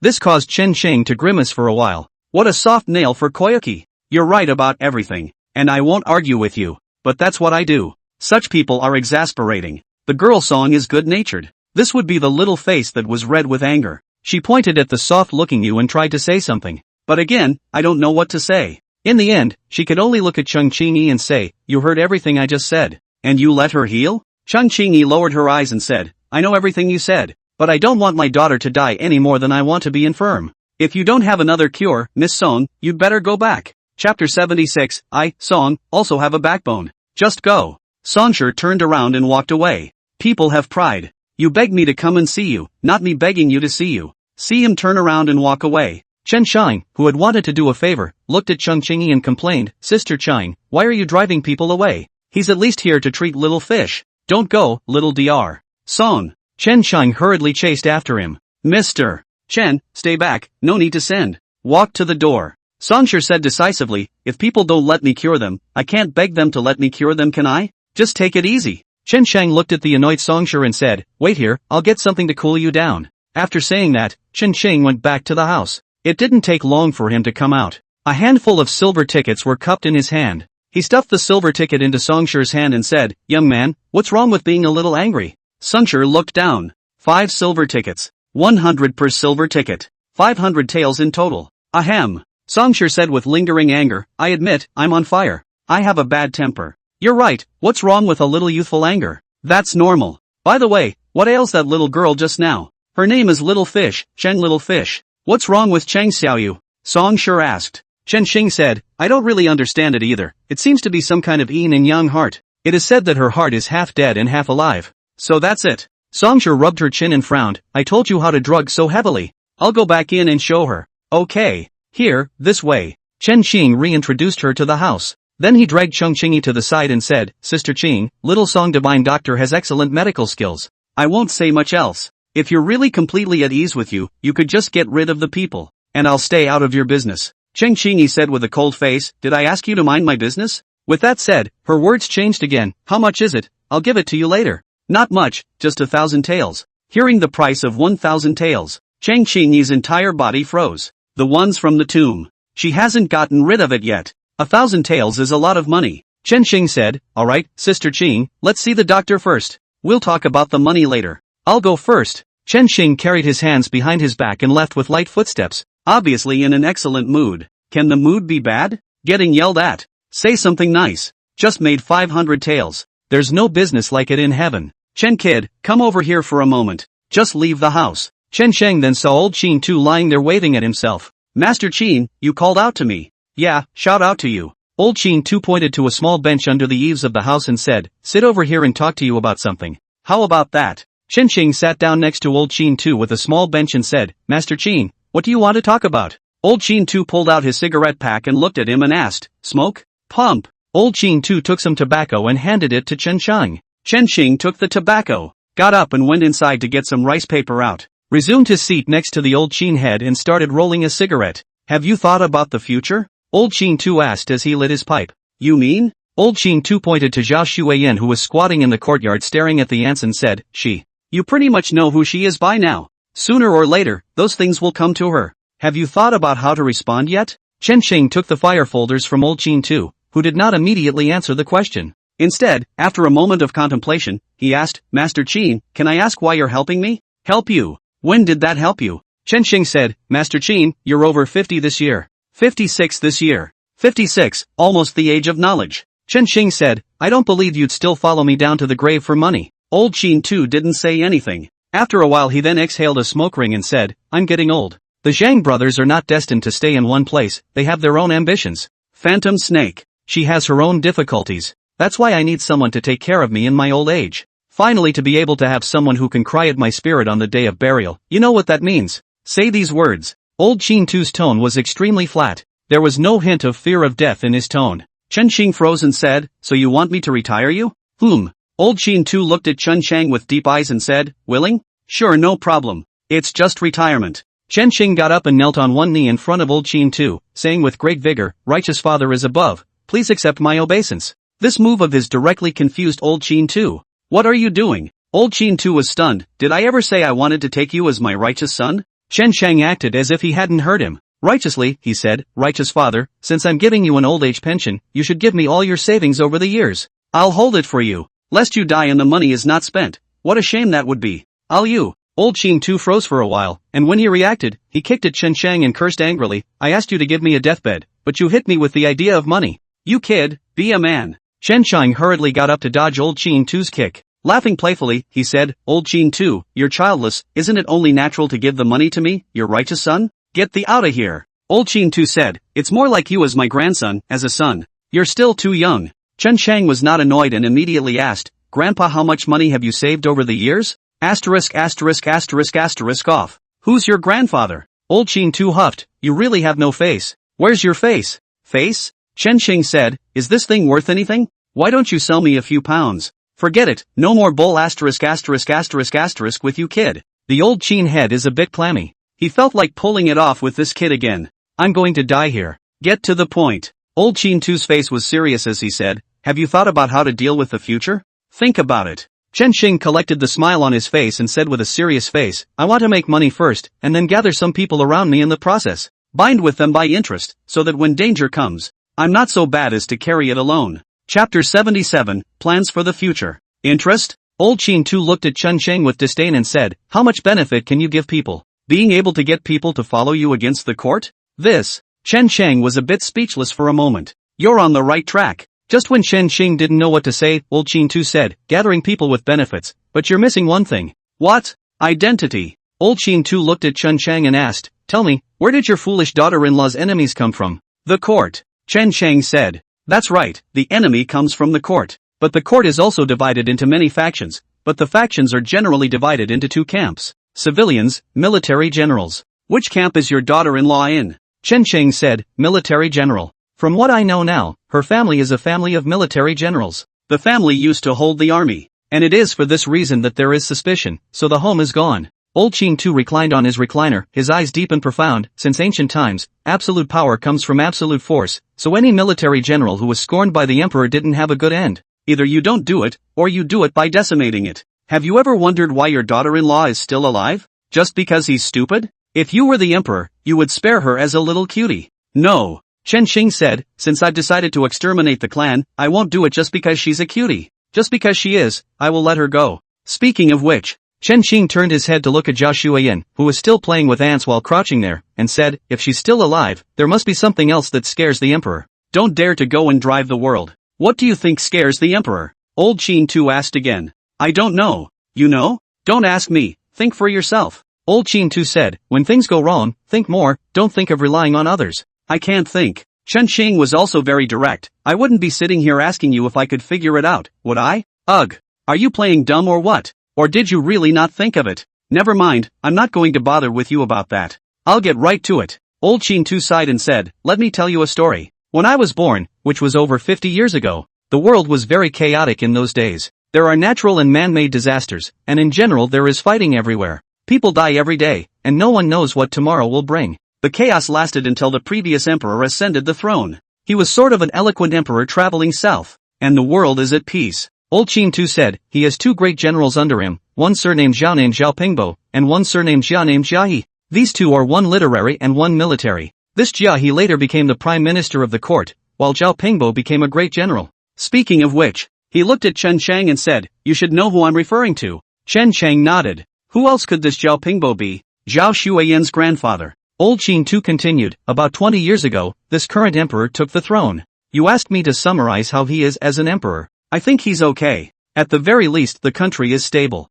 Master Qin. Chen Sheng looked at Old Qin Tu with an odd gaze and said, you know quite a lot about the news of the imperial court. Old Qin Tu gave him a look. In a hushed tone, he said, when you're my age, you can likewise be as familiar with your own past as you are. Of course, I'm not talking to you about this, not here to reminisce with you about the past. Old Qin Tu turned the tables and said, I want to tell you something. The last emperor was a man of great civil and military skill. Many military generals followed suit and were honored. When a military general has power, he has more soldiers, and when he has more soldiers, he has more power. So we now have this emperor on the throne. Start weakening the military generals. The whole process has been going on for over 20 years. The Zhao family is the head of the military generals, and they are the chickens that make an example of them. And that is precisely why Zhao Pingbo became a Fuan candidate and still ended up with a hard time escaping death. and veterans like Zhao who were dispersed across the country. Speaking of which, Old Qin too was silent for a while before he continued, weakening the military generals. What exactly is going on? I'm not really sure. After all, I'm just a stinking grave robber.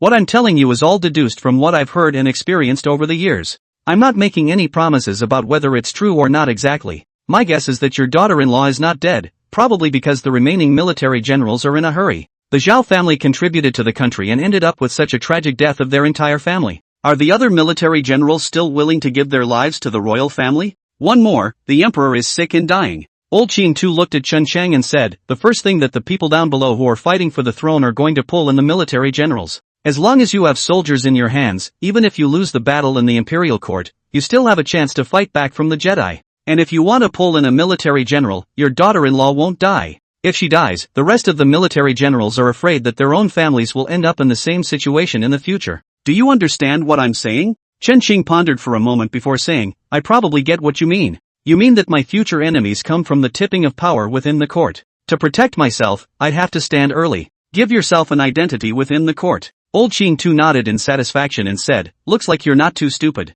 I've never been an official, but there are rules in the official world. As long as you have such a layer of identity, you won't be powerless then. Chen Chang was silent for a moment before asking, Master Qin, which power do you think is good for me to join? The first prince, or the second prince? Old Qin too glanced at Chen Chang. This kid is testing himself. He chuckled softly, you really want my advice? Aha! Take your advice. Chen Chang nodded sincerely. My advice is that you stay out of the strife within any of the princes vying for the throne. Because if you go in there, then you're bound to lose and win. Win or lose, the price is not something you can afford. Chen Chang was speechless. Master Qin, aren't you talking nonsense? Just say it. Don't sell yourself short here. Look, you're in a hurry again. Old Qin too said slowly, I've already said it at the very beginning. The fight within the court boils down to only two forces, civilians and military generals. My advice is to join them and become part of them. This way, regardless of either side. To strike at you is to strike at an entire group on the other side. That way you'll be completely safe. Chapter 78.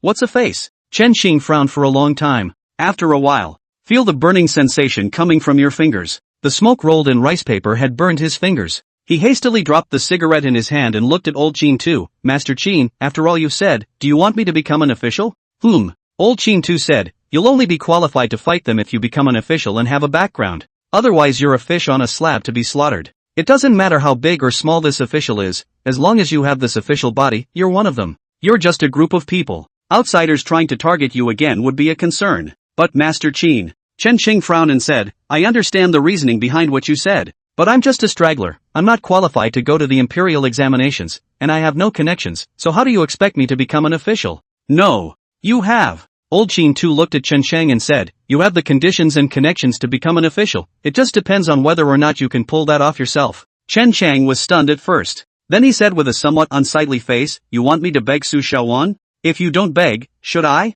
Old Qin too said, that's only if people look at me. Chen Qing didn't say anything. The Shao family is the king of Dingxua, and as long as the one surnamed Su agrees, it's still very simple to arrange for you to have an official status recognized by the court. Old Qin too patted Chen Qing's shoulder and said, think about it yourself. Now that you've decided to let her go, it doesn't matter if you fight for this breath or not anymore. Saying this, he looked at Zhao Shuiyan who was looking this way and said, you can't just ignore the people in front of you for the sake of the past. Chen Qing turned his head to look at Zhao Shuiyan. Zhao Shuiyan saw him looking over. Lima laughed happily. Master Qin, Chen Qing said, it's not impossible to pull down your face and beg her. It's just that we almost got her killed inside Mongshan. Is she still going to remember old times and help me? It's up to you. Old Qin too said indifferently, anyway, I'm getting old, it's the same if I die early or late. I was just telling you this, and you listened in on it. If you're not listening, then consider me farting. Chen Qing's frown deepened.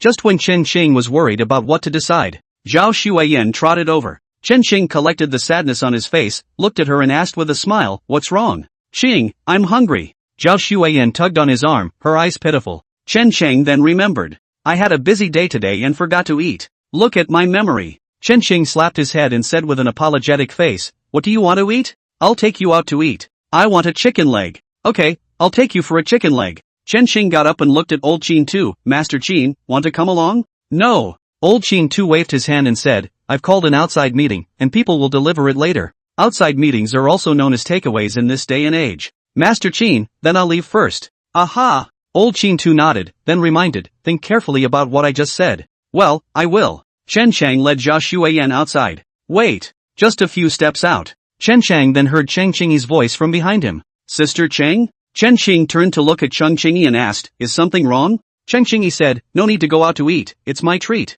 I'm going to go down to the kitchen now, and if Snow Goose is hungry, I have some snacks at home to top it off. Master Qin, you'll come later. After saying that she didn't wait for Chen Qing to agree, she turned around and walked towards the kitchen. Chen Chang looked at Old Qin Tu with some consternation. Master Qin, what's the situation? How do I know? Old Qin Tu shrugged and said, if you want to know, go ask her yourself. Chen Qing looked at Jia Shuiyan and asked, do you want to go out to eat, or eat at Sister Qing's house? I want to eat at Sister Qing's house. Jia Shuiyan said, I want to play with little fishing. Okay, then we'll eat at Sister Qing's house. After saying that, Chen Chang walked towards the kitchen. Sister Chang. Chen Chang looked at Cheng Qingyi, who was busy in the kitchen, and asked, why did you remember to invite me to dinner for a good reason? Are you in love with me? Chen Qing fixed his hair in an extremely narcissistic manner. Ha! Ha! Cheng Qingyi let out two cold laughs without the slightest bit of emotion. Then said, if you have nothing else to do, come in and help me with the dishes. No washing. Chen Qing said, a gentleman is far from a cook. You're a gentleman? Cheng Qingyi glanced at Chen Chang.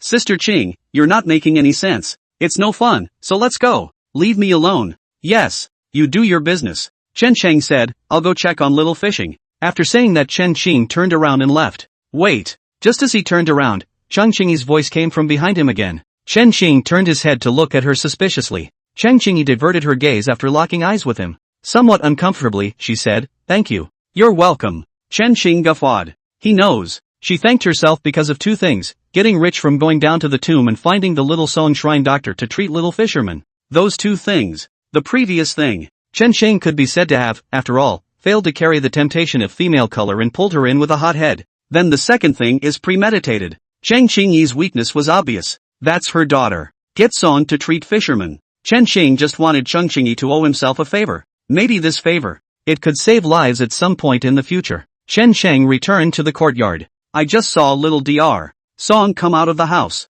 Little Miss Song, how is the situation? Chen Qing asked. Don't mention it, it pisses me off. Xiao Song exasperatedly pointed at the house and said, where did you find this Xiaoyu? It's so infuriating. I told her that several of the drugs were used a little too heavily. You can substitute a few milder remedies for a bit. Guess what happened to her? Her mouth responded, yes, you're right, sister. But she won't change. It's like oil and salt. It's really pissing me off. Looking at the exasperated Songshur, Chen Qing hesitated for a moment before asking, how is her ability? Hearing Chen Qing's inquiry, Song Si, who was still huffing and puffing, stiffened for a moment. A little unnaturally, she said, the ability is not bad. It's just not that close to me. This guy is tough talking. Chen Shang didn't tear her down either. Continuing, he asked, can little fish's disease be cured? Yes. Songshur said, although Xiaoyu's temper annoys you, I have to admit that she's the most suitable person to cure this disease. If you let me cure it, I can cure it, yes. I'm just afraid the effects aren't as quick as hers. So, what are the differences between you two right now?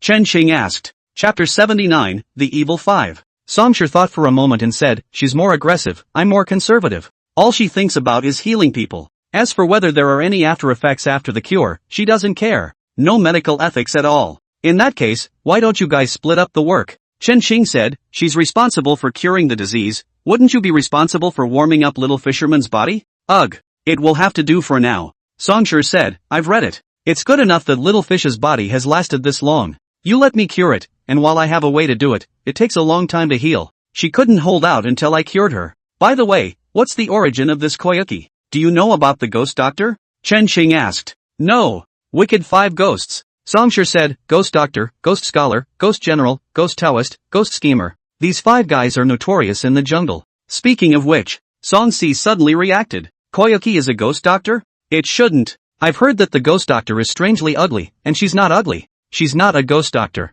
Chen Qing paused and said, just think of her as an heir or something. Oh, do you have any other questions? Chen Shang looked at Songshur and said, if you think the money is less, I can add more. Enough is enough. Songshur quickly waved her hand, but soon she dragged Chen Qing to the side again and whispered, there's something that I need to tell you in advance. What is it? Songshur glanced over at the kitchen and said, she's too fierce, I don't dare to talk to her, I can only talk to you, you pass it on. Ah, good. Songshur said, Xiaoyu's body originally had a serious deficit. Now with this intensity of treatment, if she can't make up for the deficient body, she won't be able to live for several years even if she's cured. So what? Chen Sheng said, what do you need? It requires the heavenly mountain ice lotus or a 500-year-old heavenly ginseng. Song Shi said, can't other supplements work? Normally anything that replenishes the body is fine. Song Shi said, but Xiaoyu is not the normal situation, she is in a hurry to cure her illness, and she has to be in a hurry to replenish her body. A bunch of herbs won't make up for her deficit at once. You end up having to live with the medicine for the rest of your life.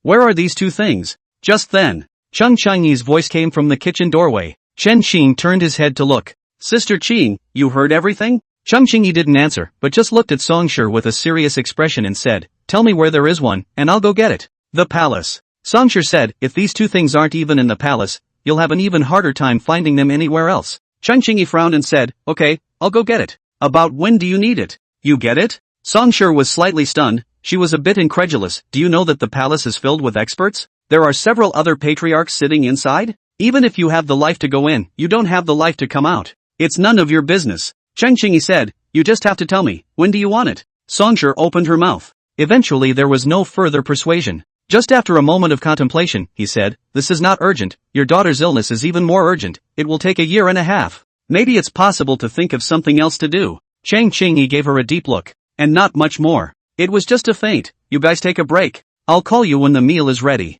She then turned and went into the kitchen. Chen Sheng and Song Shi looked at each other. A flash of helplessness flashed in his eyes. Hopeless as whispering is overheard. Half an hour later, the courtyard was filled with a hearty meal. A group of people got together. A hot meal. No one mentioned their respective annoyances during this time. After eating they each dispersed. Go back to your homes. Song Shi also went back. Come back tomorrow. There was no talk all night. Chen Sheng woke up the next day. It was already sunrise. Outside the house came the sounds of Zhao Shuiyan and little fishermen playing around. Chen Sheng pushed the window open. Yard. Zhao Shuiyan and Xiaoyu ran blindly all over the yard. I don't know what I'm playing so happily. Old Qin too was still lazily lying there smoking a dry cigarette. Cheng Qingyi squatted in the courtyard doing laundry. You sat down with a bowl of noodles to eat. Song Shi is here too, holding a medical book there and flipping through it. The scene is cozy. Chen Qing lay on his back at the window and watched this silently. He felt pretty good about the moment. If only it could go on forever. Seems good too. There's pasta in the kitchen. Just as Chen Sheng was looking out of his mind, Cheng Qingyi, who was doing laundry, suddenly spoke. Ah, yes. Chen Sheng, who had returned to his senses, hesitated for a moment before saying, Sister Qing, you and I will go out later. Let my daughter-in-law stay home and help you with little fish? Cheng Qingyi glanced at him and said, good. Sister Qing, don't you ask me what I called you out for? Chen Sheng asked as he lay on the window. Is there anything else you can do to me? Cheng Qingyi spoke in a calm tone. However, it was as if a sharp sword had been heavily inserted into Chen Sheng's heart. Sister Qing, you're too hurtful. Chen Shenghian looked at Chen Qingyi. Disgusting. Chen Qingyi dropped a disgusting sentence and directly turned around to enter the house, leaving behind the dumbfounded Chen Qing. After a while, Chen Qing laughed to himself. After breakfast, Chen Qing took some silver tickets and went out. He thought carefully about old Qin Tu's words yesterday. It's right to be prepared for some things early. But, it's not too early. Preparing too early becomes a worry. A lot of things feel like the sky is falling until they happen. But when it actually happened, it's not really that hard to deal with. So, he didn't go begging Su Xiaowan for the time being. He was going to go the way of the Xiaochun society first. Get inside them. Then wait and see what happens. We'll wait to find out what's going on over at the Dawn Spring Society before we decide to beg or not to beg. Chen Sheng went out the door. Chen Qingyi was already waiting at the door. She was back in that green dress. A long sword was carried behind his back. Valiant. Sister Qing, why are you dressed like this? You called me out for something, didn't you? Chen Qingyi said, this is good for action. Okay. That's it. We'll talk as we go. Chen Qing said, Sister Qing, I'm going to join the Xiaochun society. But it's not like I really want people to know I added it. That's why I wanted to trouble you to join the Hiroshima Society instead of me. Saying this, he took out 500 taels of silver tickets and handed them to Chen Qingyi, saying, here is the entrance fee. I've gotten someone to make a connection, so you can just go over there with him later. Look at the money in your hand. Chen Qingyi frowned and said, what are you doing in Xiaochundu? It is a tool for the second prince to amass wealth, and there is no great use in joining them. Chapter 80, Time to Fulfill a Promise. Sister Qing, are you familiar with the Xiaochun Society? Sort of. Forget it, it's all in the past. Chen Qingyi wasn't too willing to bring up the past. She said in a bland tone, and you don't need to find any middleman. I'll just get it done for you straight away. You go back and wait for my news. After saying that, Chen Qingyi turned around and left. However, she soon walked back and looked at Chen Shang. If you're going to join the Xiaoqin society, it's best to take an alias, or else you'll be in trouble in the future. Ha! An alias. Then let's call it Chen Xingji. One word is fine. Shang Qingyi turned to leave. Chen Xing stood in place and scratched his head, turning his head to look. I happened to see Zhao Shuiyan poking her head out of the courtyard. The two men looked at each other. Zhao Shuiyan hemmed and hawed. Xing, I want to go out and play. You go out and play? What about little fish? Chen Xing said, keep an eye on little fish at home. I'll come back and bring you good food, okay? Oh. Seeing that Chen Xing wouldn't let her leave, Zhao Shuiyan nodded with a downcast expression. Then with a bang he slammed the yard door. It's a sign that he's pissed off. Ugh. Chen Xing sighed, then headed for his own tavern. Come to the restaurant. Bald Hiroki was already waiting in the building. Got knocked scared yesterday. Hence the hat today. Mr. Chen, you're here. See Chen Xing coming over. Hiroshi immediately trotted over attentively. At the same time, his eyes kept looking around behind Chen Xing, searching for Zhao Shuiyan's figure. Fearing that Zhao Shuiyan would suddenly jump out from there. It was a knock against him. This poor baby is all knocked out psychologically. After making sure Zhao Shuiyan didn't follow, Hiroki breathed a sigh of relief. He looked at Chen Chang and said, Mr. Chen, I've prepared everything you need to join the Xiaoqin society. Look at that money. Don't bother with the initiation. Chen Xing pulled out a 100 silver ticket from his body and said with a smile, but this matter still troubles you. Consider this 100 taels as your hard-earned money. 100 taels is a bit much, but it's still worth it if 100 taels can get one more minion, even if it's not a little brother. This guy wouldn't be a hater either. This. Guangji looked at the 100 taels handed over by Chen Chang somewhat heartily, but not sure if I should take it or not. See him hesitate. Chen Xing directly stuffed the silver ticket into his arms before looking at Xiaolu, who was cleaning, and asked, Xiaolu, still no business today? No. By the way, proprietor, Boss Qian asked me to tell you. He's sick and won't be able to come for a couple days. Sick? Chen Chang said with odd eyes. When did you say that? Yesterday afternoon. Okay, I got it. Chen Chang nodded, then instructed, Xiaolu, go to the counter and see if there is any money left. If you have the money, you take a couple some to buy some eggs. Then take someone out there and yell, come here and eat and give away eggs. Ha! Delivering eggs? Will it work? Louis asked. We won't know if it works until we try it. Chen Xing said, by the way, there's no problem on the cook's side. No problem. Louis said, they're all there. That'll do. A little smile appeared at the corner of Chen Xing's mouth. Yesterday's own dissociation still worked. If it doesn't work, it's about time these cooks got sick and couldn't come today. Mr. Chen. Seeing Chen Xing finish handling this side of things, Hiroshi walked over again. Anything else? Chen Chang looked at Guangji and asked in surprise. Guangji hesitated for a moment before saying, Mr. Chen, there is something I feel that it is better to talk to you about. You say. Mr. Chen, Master Chai used to have a pair of lay brothers under him. I wonder if you recognize them? Hearing the name Master Chai, Chen Chang was instantly bad.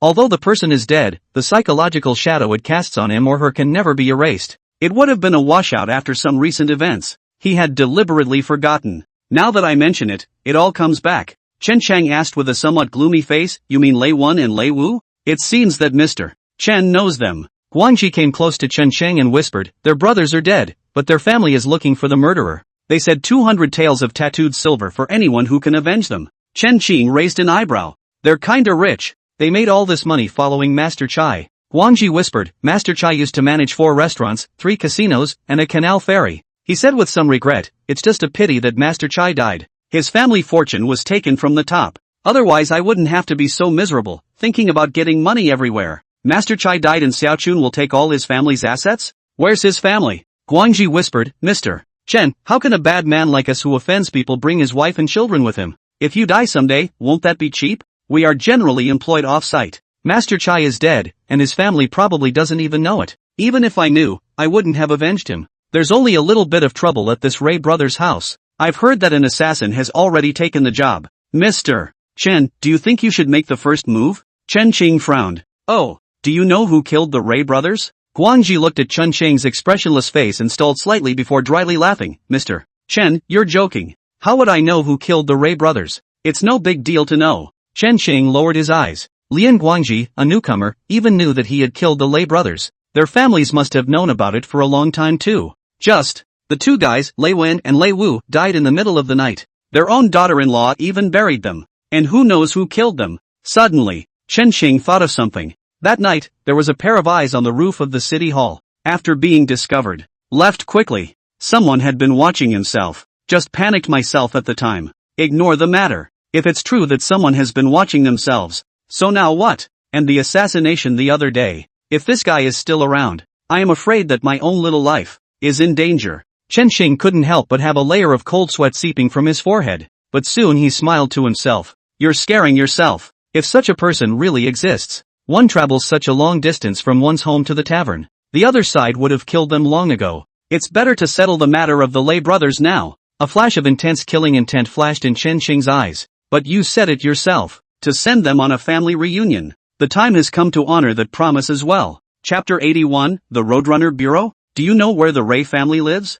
Chen Shang looked at Guangji and asked. Guangji's face was hesitant. After a long time, he then said, Mr. Chen, something, I can't break the rules. I can't tell you about them living at C5 Cloud Street on the east side. Otherwise, if I break the rules today, someone else will likewise betray my family tomorrow. Mr. Chen, I have other things. I'll take my leave. Hiroki walked decisively. He was afraid that if he left a little late, Chen Shang would catch him and force him to ask something. Chen Xing smiled gently. See, that's the power of 100 tails. Without the 100 tails, one would not have known about the Ray brothers today. As for why Hiroki chose his 100 tails, instead of the Ray's 200 tails, the answer is equally simple. The Ray family's 200 tails is just 200 tails, and 100 tails for myself. There's more than 100 tails behind it. You might even get more later. Ultimately, it's all about profit. Chen Xing Tavern made the rounds. He didn't try to find out what was wrong either. The main purpose is still to let people know that there is such a person as him. As for the money pal, sickness is the pretext, but it's just a way to blackmail yourself. It's just a matter of getting yourself to invite him back again. Originally thought, there's no one there for a while, so we'll make do with what we've got. Now come this way. Now that you're gone, don't come back. The restaurant is not in charge, big deal. Whether it's the deed to the land, or the deed to the house, it's your own. Big deal is closing down and doing something else. Plus you're a bit of a chump now. Now these people are still affordable to raise for nothing. Chen Xing turned around the restaurant and left. Head straight for C5 on Cloud Street in the east side. The east side is considered a middle-class neighborhood in Changzhou City. White walls and black tiles, green stone slabs. Well organized. It was only when Chen Chang arrived at Cloud Street that he realized. This is surprisingly a shopping street. It's kinda lively in here. But there's no tavern or anything here. They're all tea houses, chess houses, and such, more elegant places. The people who come and go are also some young ladies of the public. Poetry, tall tales. Even Chen Xing saw some more advanced. Greenhouse girls.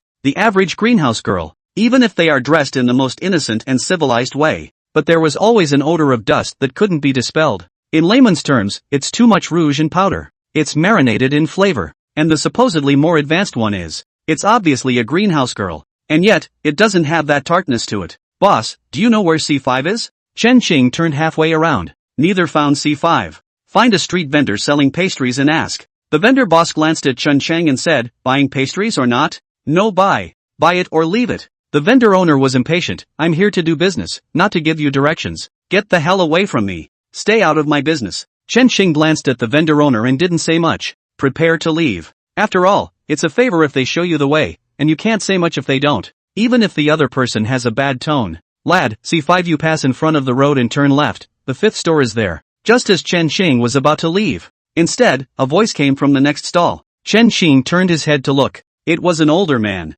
The old man also had some pastries in front of him. It just doesn't sell well. Like leftover scraps from a sale. No one patronized the front of the booth either. Chen Xing stopped and looked at the old man and asked, how do you sell these pastries? As soon as I heard that, the old man immediately smiled and said, guest, 5 cents for a tael, how much do you want? Chen Xing fumbled around his body for a while, felt about 5 taels of silver from his body. He handed the old man 5 taels of silver and said, I'll buy all these pastries of yours. You don't have to find the extra money either. Say this. He also deliberately glanced at the somewhat dazed owner next door and said, I don't want these pastries either. You just give it to this passerby who comes and goes. Whoever wants some, you give them some. If it's not delivered, it's just as well you take it back to the kids. After saying that, Chen Xing smiled faintly at the next door boss and said, of course, if this boss wants some, you can give him some as well. Count me in. After saying that, Chen Xing turned around and left. Sort of a small outpouring of anger. Something I can buy. But you can't force me to buy it. Just. Chen Xing hadn't taken more than a few steps out when a conversation between the old man and that boss came from behind him.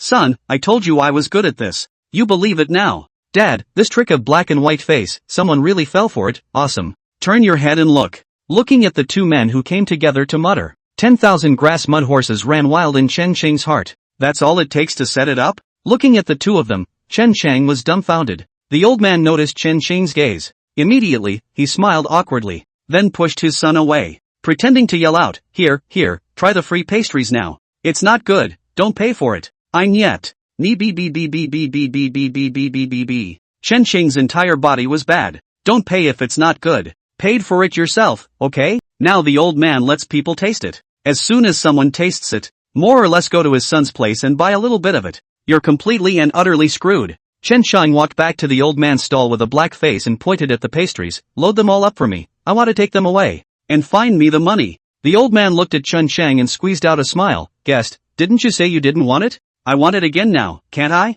Take it or leave it. Where did that come from? The Hanyu next to him muttered loudly. Chen Sheng didn't say anything with a sullen face. The old man glared at his son. Handily, the pastries were loaded. Then he handed the 5 taels of silver back to Chen Sheng and said, Guest, 5 taels of silver, I really can't find it. Consider these pastries a gift from me, old man. Chen Sheng glanced at the 5 taels of silver handed back. Taking a deep breath, he said, Forget it. After saying that, Chen Sheng turned around with the pastries and left. 5 taels of silver is not much to say, if it wasn't for the old man's good attitude at the end. And he actually got it back. Now don't just take it as a lesson learned. Remember that lesson. Chen Sheng took the pastries and followed the direction pointed by the old man, and soon found number C5. C5 is a dried fruit store. That is, melon seeds, peanuts, lotus seeds, and some other fruits. Chen Sheng swept a cursory glance. There is a dried fruit store underneath C5 and a residence behind it. Chen Sheng didn't rush in. He looked around for a moment. Not good a tea house across the street from C5.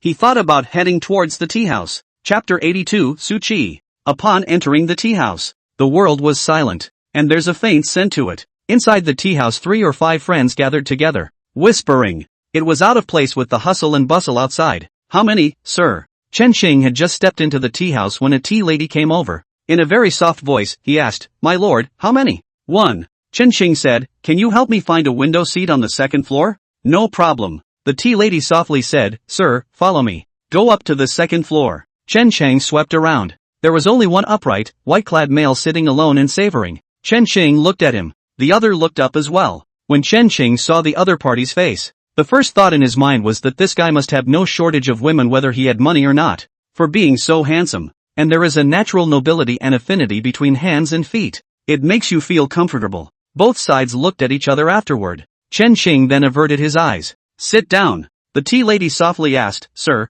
what kind of tea do you want to drink? Tea is something Chen Sheng really doesn't know much about. Chen Sheng casually said, Just bring me any pot. Whatever. As soon as I heard the word, the tea lady's entire head was spinning. In business, the fear is casual. Maintaining her smile, the tea lady pointed to the rows of wooden plaques on the wall and said, Gongzi, why don't you pick one? Chen Sheng looked away. It's got some tea guys on it. It's kinda elegant. Chen Sheng casually pointed to a tea sign and said, Aquamarine Spectral Dream. Okay, hold on a second. After ordering tea, Chen Sheng then looked out the window. There's just enough of a view of C5 here. Since they want to get each other killed, then you have to observe the other side first, lest there be omissions. Chen Sheng topped off for a moment, spotted a good-looking woman in the store across the street who had been busy, and the belly is still slightly bulging. Should be pregnant. Occasionally an older crone comes out to help. Just as Chen Sheng was thinking about whether or not these two people were the Lei brothers' family members, a man sat over across the room. Chen Sheng looked up, but it was the handsome male sitting not far away. Something? Chen Sheng looked at the other party suspiciously. Only the other didn't answer. Instead, he turned his head to look across the street to the two people who were busy in store C5, and said in a mellow voice, The woman is Leiwen's wife, and the child in her belly is 3 months and 5 days old as of today. The crone is the mother of the Lei brothers. Leiwu has an 8-year-old in private school. Counting on it, this should be coming back soon. Chen Sheng first glanced at the other party in dismay, then got up and left. Just got up. A hand behind him held down his shoulder. Moment. The hairs on Chen Sheng's entire body stood up in sweat. Turn your head and look. There were 2 men standing behind them at some point. The 2 men held their shoulders down with expressionless faces. Chen Sheng wants to get up, but it was as if a huge mountain was pressed on his body. It made him immobile. Chen Sheng looked at the other party with a very unpleasant face and asked, Who are you? The handsome male looked at Chen Sheng with a smile on his face and said, Introductions, my surname is Su, you can call me Su Chi, and yes I have a little sister named Xiaowan. I'm his brother. Chen Sheng looked at Su Chi and said, I've never heard that she has a brother. That's because I wasn't here before. Su Chi looked at Chen Sheng with icy eyes and said, Now I'm back. There is now. Chen Sheng looked at the other party's icy eyes and said in a calm tone, so what? What do you want? Suchi leaned back slightly and leaned on the chair. I don't want anything. I just wanted to tell you that Xiaowan almost died within Mount Mang. You want revenge? Revenge? Suchi coldly said, only the weak will take revenge. Xiaowan almost died in Mang Mountain, it was your skill. The technology is not as good as it should be, we recognize it. But from now on, that won't happen. Because I'm back. Chen Sheng looked at the other party with calm eyes. Wait quietly for the following. Since the other side is here today. Then there's no way it's just putting harsh words in your mouth. Suchi looked at Chen Sheng's pretense of composure and smiled bashfully. He turned his head to look at the opposite store, C5, and said, since Xiaowan lost to you guys, I'll have to get this back for her. How about we make a bet? What's the bet? How about a bet on the life or death of that girl in the store across the street? Suchi crossed her 10 fingers and stacked them on the tea table, within one incense stick. If she dies, everyone in your compound dies. If she lives, all of you in the institution live. How's this for a bet? Chen Sheng froze slightly, then said with some amusement, she is a stranger to me, or even an enemy. Why should I gamble our lives with hers? Because you don't have a choice. Suchi said in a very flat tone, from the time you left the house, the courtyard where you live has been surrounded by 500 heavily armored guards, and each wore a crossbow. There's absolutely nothing wrong with shooting through a cow at 100 paces. You don't have to bet if you think they can kill their way out.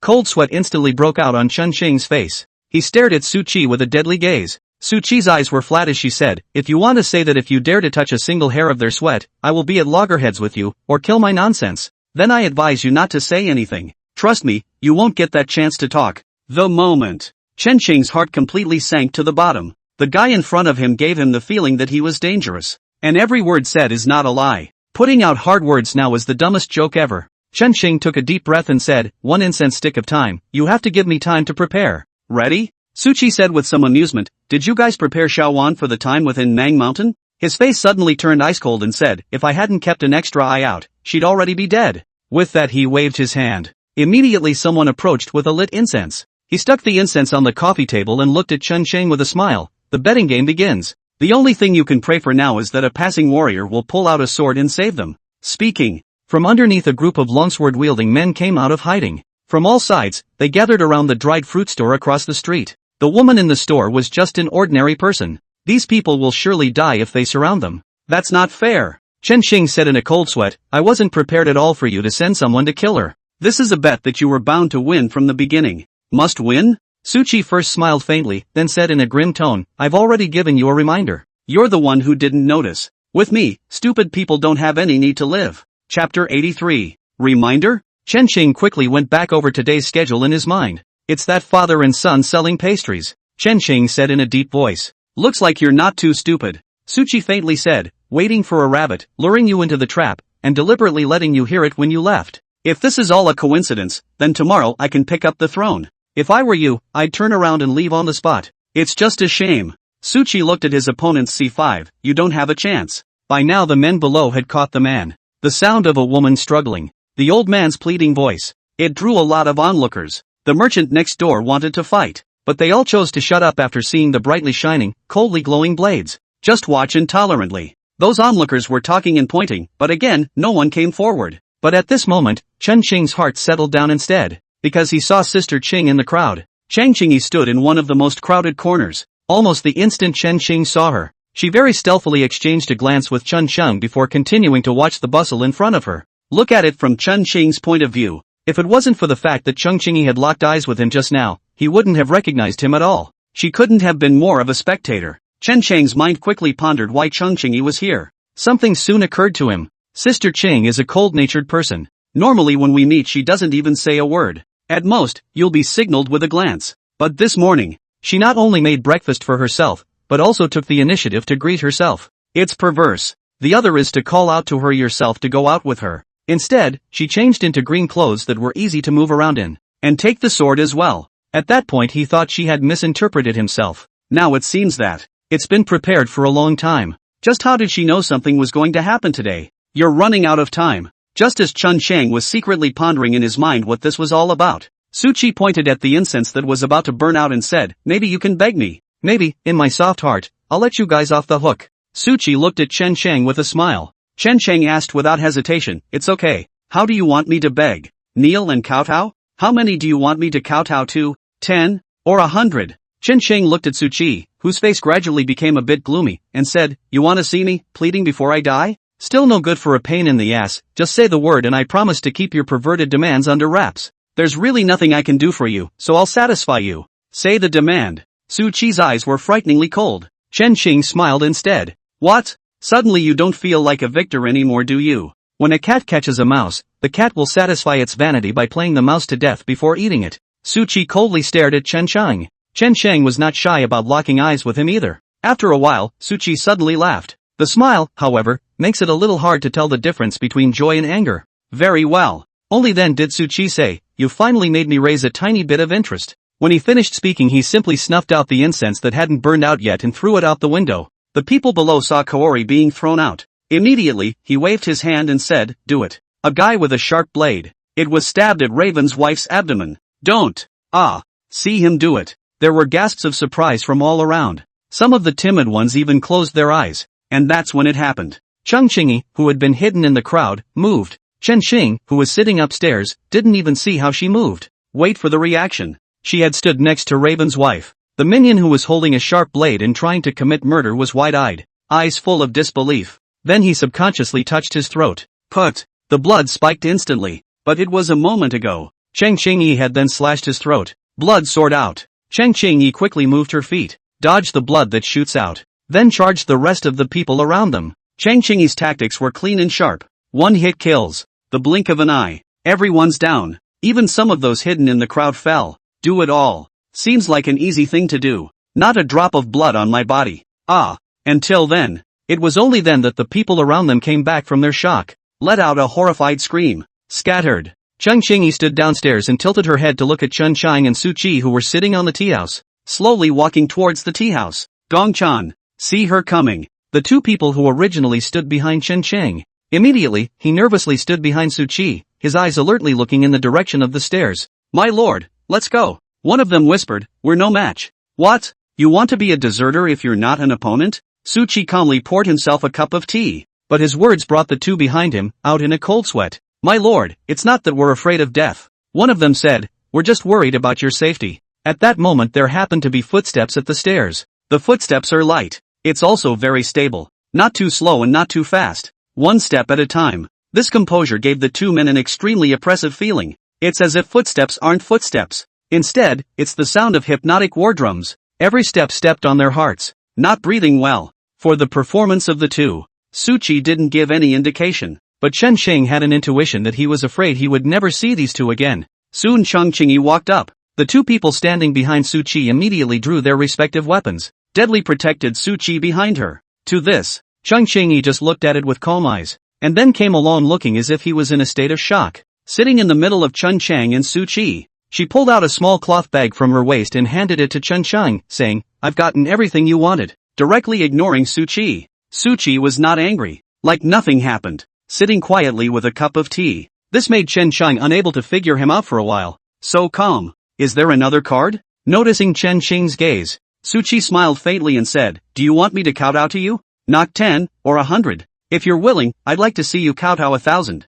Chen Shang smiled faintly. Su Chi's face, on the other hand, was stagnant. He had originally intended to return Chen Shang's words as they were, but I didn't expect this guy to be so shameless. Wanda didn't lie to herself. This guy sure has thick skin. Chapter 84, The Killing and Ruthless Su Chi. The atmosphere on both sides was a bit dull for a while. After a while, Chen Shang took the initiative to break the silence. Now that I've won, then what? And then what do you want to do? And then? Su Chi said in a bland tone, if you win, you have the qualification to continue living, that's all. Speaking of which, he reached out and waved to the two men behind him. One of them immediately pulled a paper from his pocket and handed it to him. Su Chi placed the paperwork on the table and said, just because you guys can continue to live doesn't mean you're qualified to remain here. I don't want you to see Xiaowan again, she's married now and has nothing to do with you. Get it? What if I refuse? Su Chi's eyes narrowed slightly, and without the slightest bit of situation in his eyes, he said, you can try. I'll show you what it means to live and die. I can understand me, are you threatening me?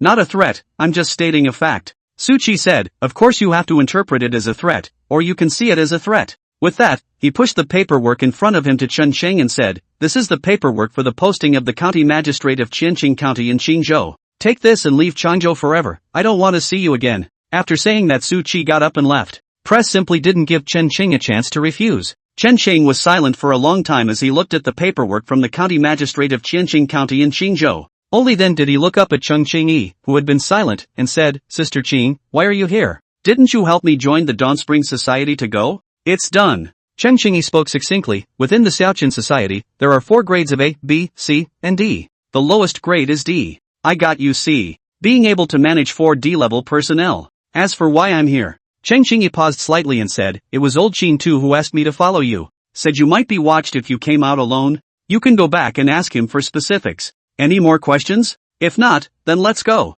After listening to this big part of her, Chen Qing smiled helplessly. Picking up the copy of the magistrate's paperwork and tucking it into his arms, he grabbed his pastry and got up to leave. Cheng Qing got up to follow. Instead, her attention was on a table at the far end of the tea house. There was a man sitting there. From the beginning to the end, Chen Qing hadn't noticed him. After going downstairs, Chen Qing realized that Su Qi hadn't left yet. Standing in the street, he watched as his men cleaned the blood-stained streets. See Chen Qing come out. Su Qi suddenly smiled slightly and said, I'll give you another gift. Ah, Chen Qing hadn't reacted yet. What his words mean. Su Qi then took a bow and crossbow from his men around him and came to the door of the C5 store. The Ray brothers' wives and elderly mothers were being settled there. The owner of the store next door was comforting the two. Su Qi came in front of the two. Then, to everyone's dismay, he lifted his bow and fired 2 arrows into the poof. The 2 arrows hit the eyebrows of the 2 men respectively. Both men leaned straight back to the bottom without any pain. Until it falls to the ground.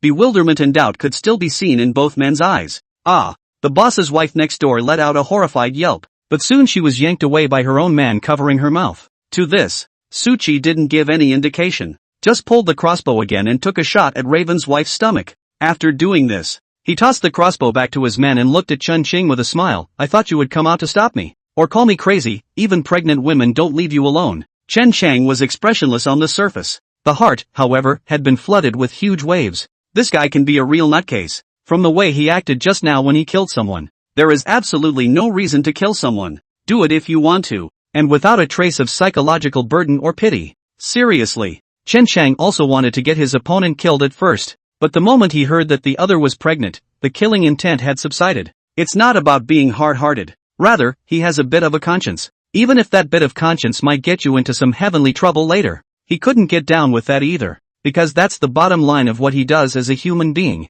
Whereas Su Qi has no such bottom line. He was able to do it without any psychological burden and still smiled and added an arrow. There's a vague pleasure in doing so. It's clear that this guy is really not easy to deal with. At the same time, Chen Sheng understood. The other person is telling himself with his actions. The earlier threat in the tea house was not a threat but a fact. Prove the facts with actions. Seeing that Chen Xing didn't say anything, Su Qi turned his head to look at his men and calmly commanded, throw the body onto the car and pull it to the mass grave outside the city to feed the wild dogs. Yes. A carriage was driven over. The carriage curtains were lifted. The body was carried up. As the corpse table went up, Chen Xing saw that there was another corpse inside. It's a kid, wearing school clothes. Chen Xing still remembered what Su Qi had said. Layamo has a son who attends a school. Almost on my way home by this time. Chopped up. Unconsciously a chill rose from the soles of Chen Xing's feet. He was very much in favor of decapitation. And one is quite willing to cut off the roots. But, if the opponent is also the kind of person who is ruthless and has no feelings whatsoever,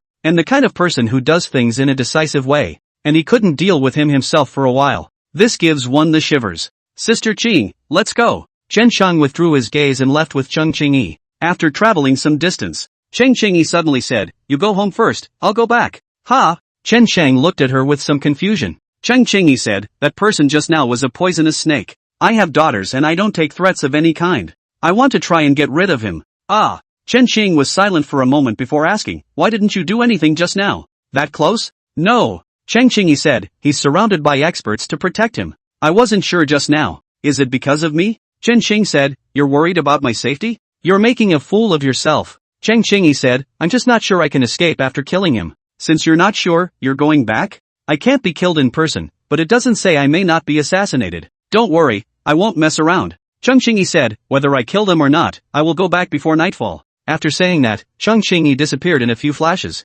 Chen Sheng stood in place in silence for a moment before. Turn around and head for home. Since I can't help, it's better if I don't add to the confusion. In the meantime, other side. Chen Sheng had just left when Su Qi came to a hidden carriage. Lifting the curtain, he said, little sister, he's gone, satisfied now? Chapter 85, Chen Sheng, your daughter-in-law is going to heaven. Brother. Inside the carriage Su Shaowan said in a sultry tone, you only said meat. What's with all the fuss? Instantly Su Chi's eyes widened. He said angrily with some disbelief, second sister, you think I have too much to do now? I can't believe you resent me. What did you say at home then? I can't wait to eat its flesh raw, drink its blood, and then break it into pieces. Who do you think said this? Here, you tell me who said that. Su Shaowan's eyes reddened. Very aggrieved, he said, brother, you're mean to me. I can't believe you're being mean to me. One moment. Su Chi felt like her head was spinning. This day is impossible. Su Chi said angrily, I don't care about you anymore. Pissed off. With that, he turned around and walked away. It just didn't take more than a few steps out and then walked back in.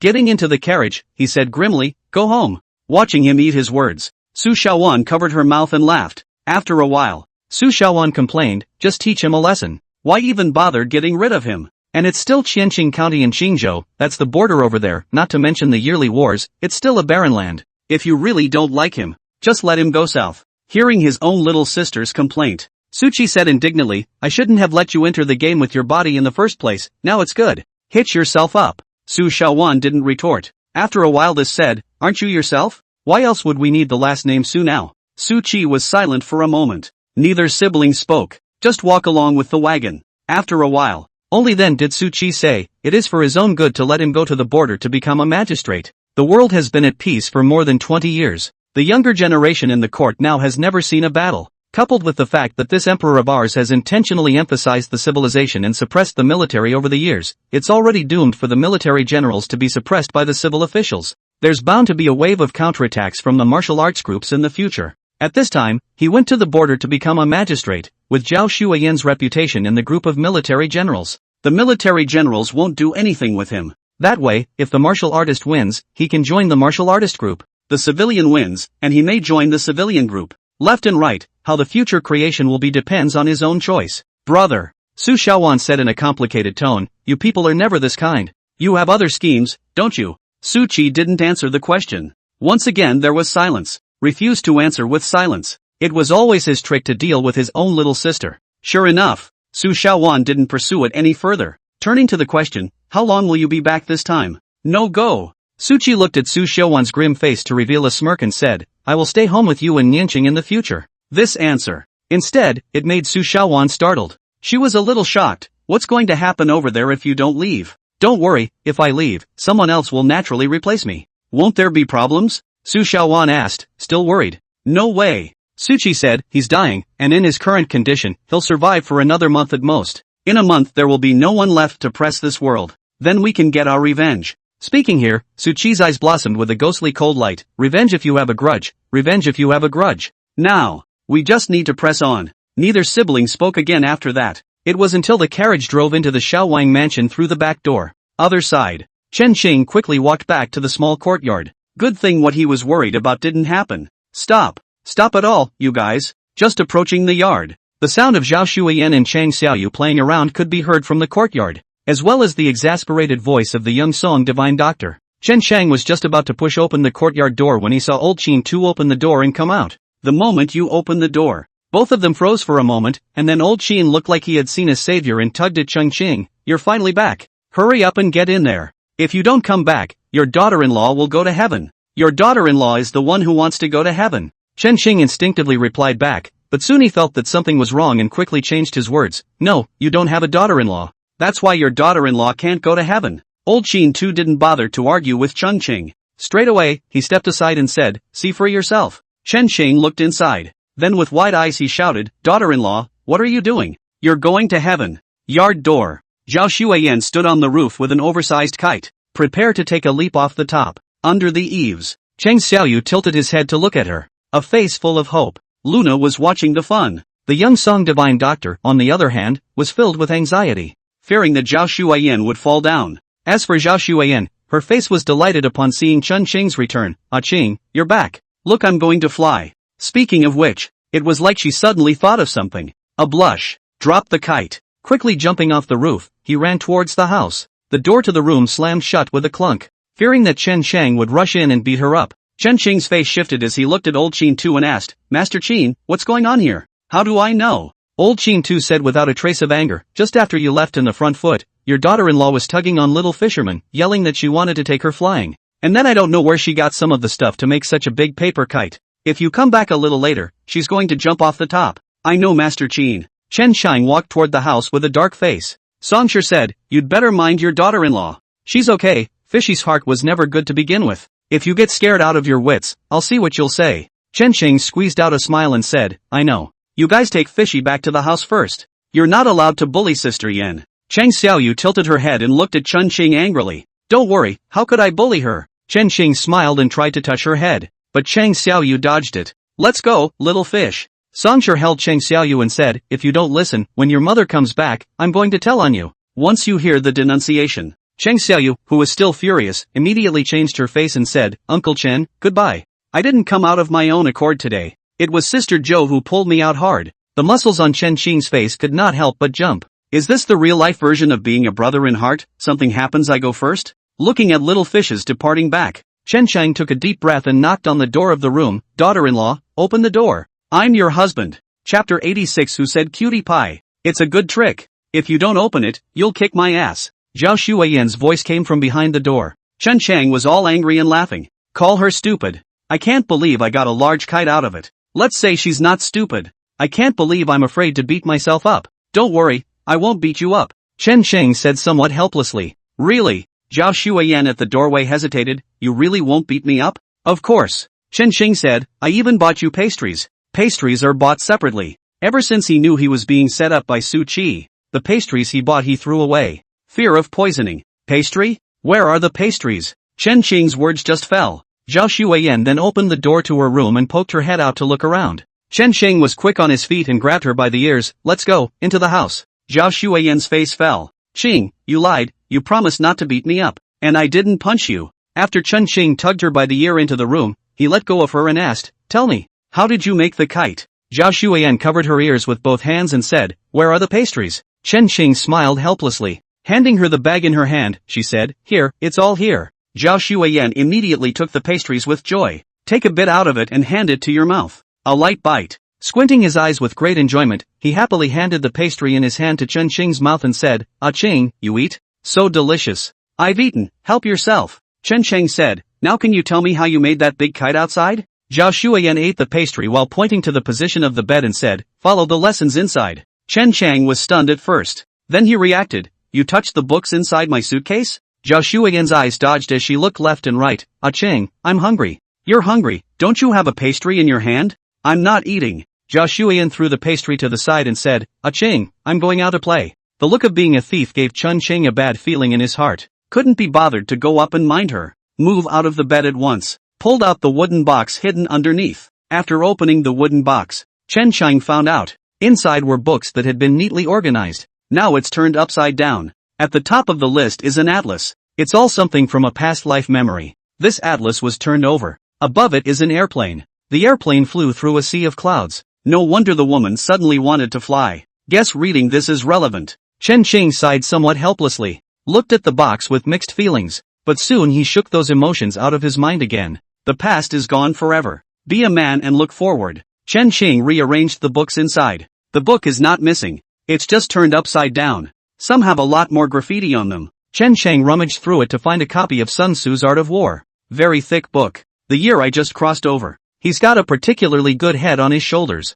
Everything I've ever read in my previous life, like a computer. Anything he's ever read can surface word for word if he wants it to. When he was in school in his previous life, he loved reading extracurricular books. Thus Sun Tzu's Art of War was also given a replica. He had gone to a lot of trouble to get this book at the time. It's mostly paper that's expensive. Chen Shang repositioned the box. Out the door with Sun Tzu's Art of War. Outside the house, Zhao Shuiyan saw Chen Shang come out. It was probably because she was afraid that Chen Shang would scold her. Eyes averted, deliberately pretending to look around. Chen Shang shouted with some amusement, daughter-in-law, come over here for a moment. Shing, what are you yelling at me for? Zhao Shuiyan looked at him blankly. The eyes were extremely innocent. Come here for a second, I have something to tell you. Zhao Shuiyan said, Ah Ching, I'm busy. Just say it. Busy you big geezer. Chen Shang precisely laughed at her exasperation. Standing there gawking is called being busy? But Chen Shang was too lazy to bother with her. Don't worry, I promise I won't hit you or scold you. You think I'm stupid.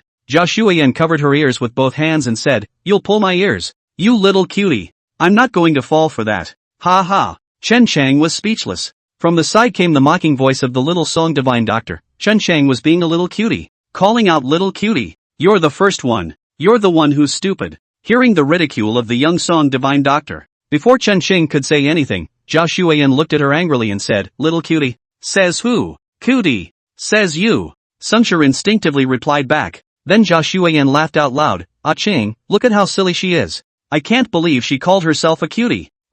Songshur, who had reacted, was dumbfounded at that time. Then he became irritated and said, "You deliberately set me up. How can it be on purpose?" Chen Xing pointed to his head and said, "She has a problem here. How could she deliberately set you up?" It's obvious that you yourself have a problem here as well. Daughter-in-law, come here, we're not going to play with the cutie. Play. Good. Not with cuties. Play. Zhao Shuiyan bounced over to Chen Xing. Then he was directly wrapped around his neck by Chen Xing and said, "I told you to come over but you didn't, now I've caught you." Zhao Shuiyan was dumbfounded. She then commiserated, "Xin, you lied to me." Chen Shang was too lazy to argue with her, and directly shoved Sun Tzu's Art of War into her hand, saying, "Memorize this book, and we'll write off the matter of you going through my box." Zhao Shuiyan said bitterly, "Reading is so annoying." "I don't care, you have to memorize it." Chen Xing said, "Or I'll tell your father." "Don't." Hearing to Su, Zhao Shuiyan drooped her head and said, "Can't I just carry it?" With it she took Sun Tzu's Art of War and went back inside with her head hung low. "Chen Shang, I'm going back first." At this time, Songshur stood at the entrance of the courtyard and called out to him, "I've seen little Fishing's illness today, I'll come back tomorrow." "Oh, yes," Chen Shang said, "be safe on your way." "Got it." Songshur waved her hand and left without looking back. When she leaves, Chen Xing rubbed his smiling cheeks with his hand. With a serious look on his face, he walked towards old Qin Tu's room. "Master Qin, are you there?" Chen Shang knocked on the door. "Just wait a minute." Old Qin Tu's voice came from the back of the house, "I'm taking a..." "Hurry up then." Chen Xing urged, "I'm looking for you for something." Chen Shang waited in the courtyard for a while. Old Qin Tu limped from the back of the house. "While walking," he said, "I've been squatting for a long time and my feet are numb. By the way, what did you want to see me about?" Taking a is not reassuring. Chen Xing directly opened the door and said, "Master Qin, how did you know that something would happen to me today?" Chapter 87 Analysis. You had an accident today? Old Qin Tu, who had just sat down, looked at Chen Chang in surprise. Chen Chang, after exchanging glances with him, a very solemn nod. Old Qin Tu retracted his gaze and said, "Tell me, what happened today?" Chen Xing told the story of the day's events to. After saying that, Chen Chang then asked, "Master Qin, did you already know that Su Qi was going to make a move against me today? That's why I asked Sister Qing to secretly follow me." "I don't know." Old Qin Tu said in a bland tone, "I just think it's a bit strange that there's no movement on the side of the royal family for so long. It just so happened that you were out today and thought I could lure the snake out of the hole for a bit. That's why you let Miss Green follow you." Speaking of which, Old Qin Tu glanced at Chen Shang somewhat helplessly. That look was like saying you sure are a cutie. It made Chen Shang look uncomfortable. "Master Qin, what are you looking at me for?" "You," Old Qin Tu said with a helpless sigh, "not calm enough when things go wrong, has great wisdom but can't use it, easily led by personal emotions." "Master Qin," Chen Shang said in a sultry tone, "you don't have to beat around the bush, just say I'm stupid directly." "No, you're not stupid. There's just so little experience, so much inexperience. It's good to have more encounters in the future." With that he turned the tables and said, "Let me ask you, where are we now?" "Changzhou City." Chen Shang said, "Is Changzhou City big?" "Of course it's big." Chen Shang said, "The capital of the 18 counties of Changzhou." "And you know it's the capital." Old Qin Tu said with some hatred, "Let me ask you, 500 men, with armor, and heavy armor at that, and armed with strong crossbows. Who are the people who panic the most when such a large army enters the city?" Without waiting for Chen Xing to answer, Old Qin Tu said to himself, "It's the governor. 500 armorers, entering the city without a transfer order, is like a rebellion. He, the Shao family, the king of Ting Shua. Even if he only has a hand in this Changzhou, he wouldn't dare to easily transfer 500 heavy armor into the city. And only to threaten you. He dares to transfer 500 heavy armored soldiers into the city today. Do you believe that tomorrow the court will send a large army to exterminate him? Besides, he even transferred 500 heavy armorers in. 500 people. Even 500 hogs can't have absolutely nothing at all. There's no way we can hide 500 people just here where we live. So, you're getting screwed. Since the beginning, all your resistance and so-called comebacks have been a joke in people's eyes." Chen Cheng's entire body was confused, because he really believed that the 500 people in Su Qi's mouth could enter the city. After a while, Chen Cheng pulled out the copy of the county magistrate's paperwork that Su Qi had given him and said, "This one he's playing me too?" Old Qin Tu reached out and took the paperwork and looked at it and handed it back to Chen Sheng. The paperwork is true. The county commissioner position is also real. It says for you to take office before the end of the year. Chen Sheng opened the paperwork and looked at it. It does have the official seal of the court on it. Order Chen Sheng to arrive at Shenqing County in Xinzhou before December 30th of the 32nd year of Hongyao and assume the position of county magistrate. If you do not arrive within the specified time, you will be dismissed from the merit of the lift. Chen Sheng frowned and said, Master Qin, we've only just discussed our future plans. I'll have to pull my weight and beg for a position if necessary. It's only been a day. The other side then sent over the county seat. This is too much of a coincidence. Old Qin Tu lay back in his recliner and said, What do you mean? Straight to the point. I mean someone overheard our conversation and snitched. Pig brain. Upon hearing Chen Sheng's words, Old Qin Tu directly cursed, Think again. I can't think. Chen Sheng laughed, Master Qin, just tell me directly. It's not that you can't think, you don't want to use your brain. Old Qin Tu rolled his eyes in dismay then asked, I'm asking you if someone snitches. Su Qi knows, can he arrange a county magistrate position for you in a day's time? If we say it's the magistrate of Changzhou, we can still say he's hard connected. But this is Qingzhou, not a patch on Changzhou.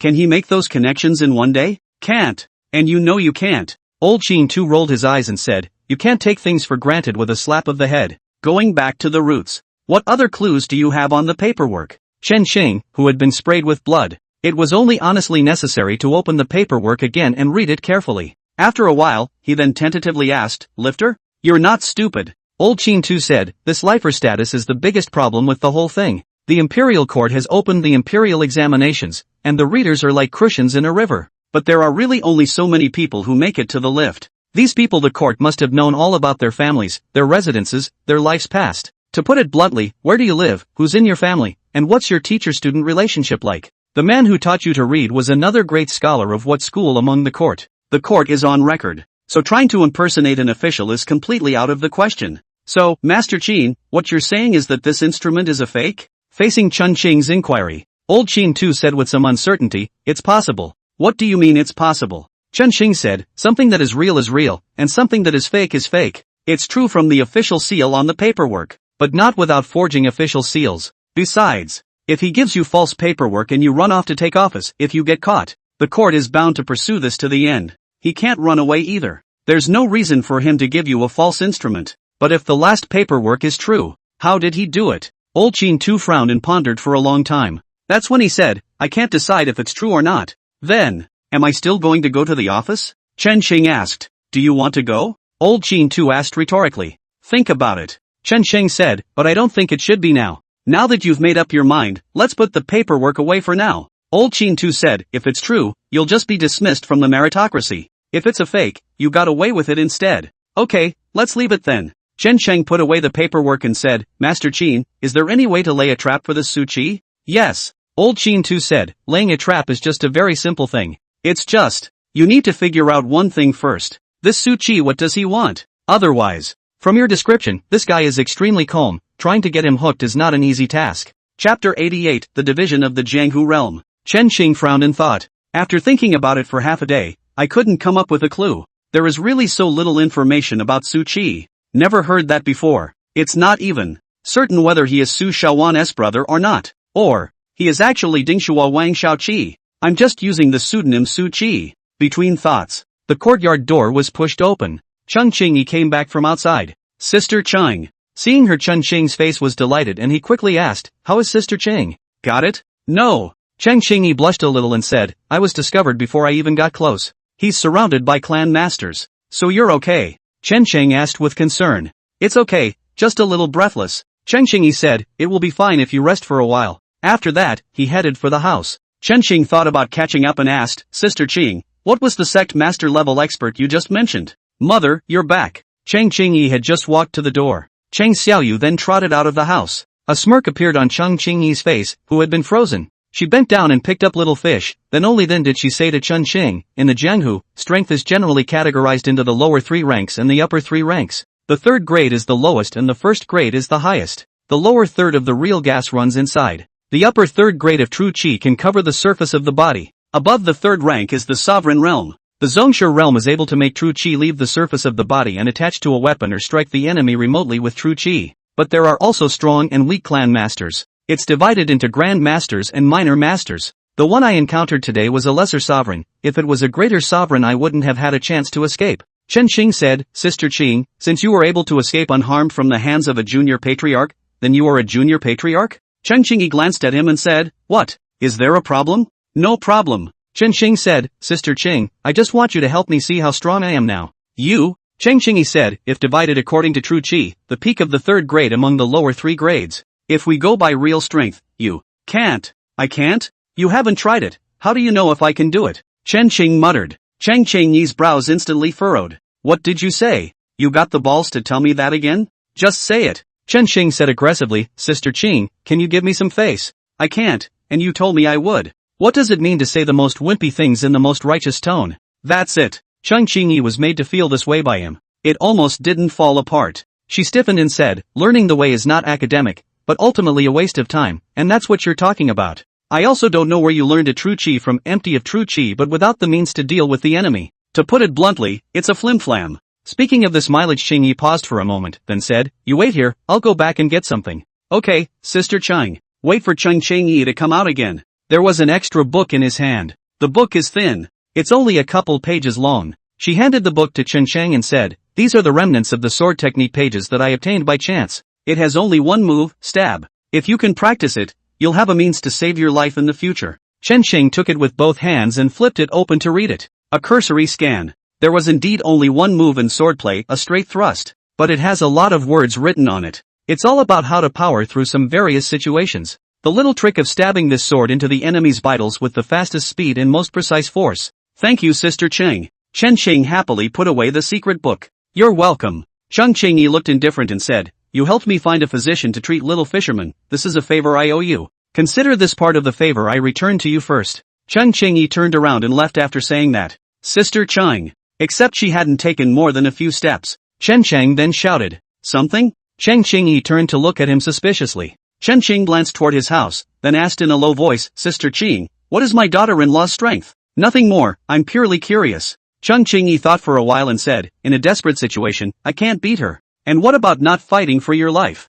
She's no match for me. After Chen Xing finished speaking, she turned around and went back to the house without paying attention to him. Chen Xing had wanted to ask something else, but see his impatience. It was no good asking again. Chen Xing took the secret book and went back to the house. Inside the house, Zhao Xueyan held Sun Tzu's Art of War and sat painfully at the table. Seeing Chen Cheng come in, Zhao Xueyan immediately pleaded, Ah Qing, it's so hard to read. I want to go out and play. Chen Xing couldn't help but think of himself when he was studying when he saw her in this agonized state. It's exactly the same as what she looks like now. How can you let someone else have an umbrella when you've been in the rain yourself? No hanging out. Chen Cheng balked, whenever you memorize it, you can go out and play. Ah, Xing. It's really hard to memorize. It's hard to memorize. I'll read with you. Chen Xing took out the remnants of the secret pages and sat next to her. You read yours, I'll read mine, don't disturb each other. Okay. Seeing that you can't escape reading, Zhao Xueyan could only let out a lament and look down with her head hung low. Seeing this, Chen Xing said somewhat helplessly, don't you sigh, as long as you memorize this book,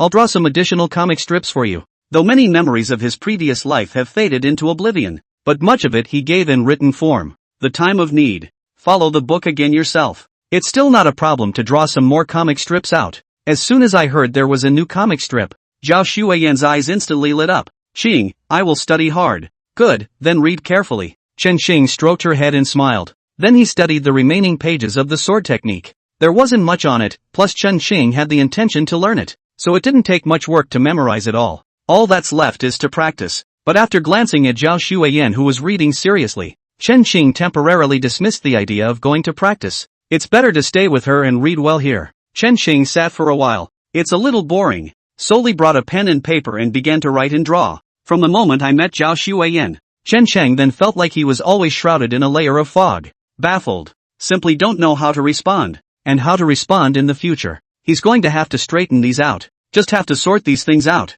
The future can only be in your hands. Chapter 89, Wanting Power. Chen Chang wrote and drew for a while. Only 2 questions came up at the end. What you want for yourself. What the house of Ting Shua wants. Chen Xing thought for a while with his hand propped up on his chin. It was only then that 2 big words were written on the paper. Power. Yes. He wants power. He was tired of being a pawn, at the mercy of others. The days when you can't control anything. Don't want to be a pawn. Then the only way is to be a chess player. But now one has nothing. with nothing to show for it. Then there is only borrowing. Use the momentum to move up. And there are only two ruling classes that one has access to now. One is the Dingxua royal house. One is just a self-made daughter-in-law. Thinking of this, Chen Qing glanced at Zhao Xueyan, who was holding her head and painfully memorizing. She can't count on her side for a while. Count on not being on doesn't mean it's not useful. Regardless of any era, the military is always the bottom line. So, himself had to help her get back what she had lost. Trying to get back what was lost.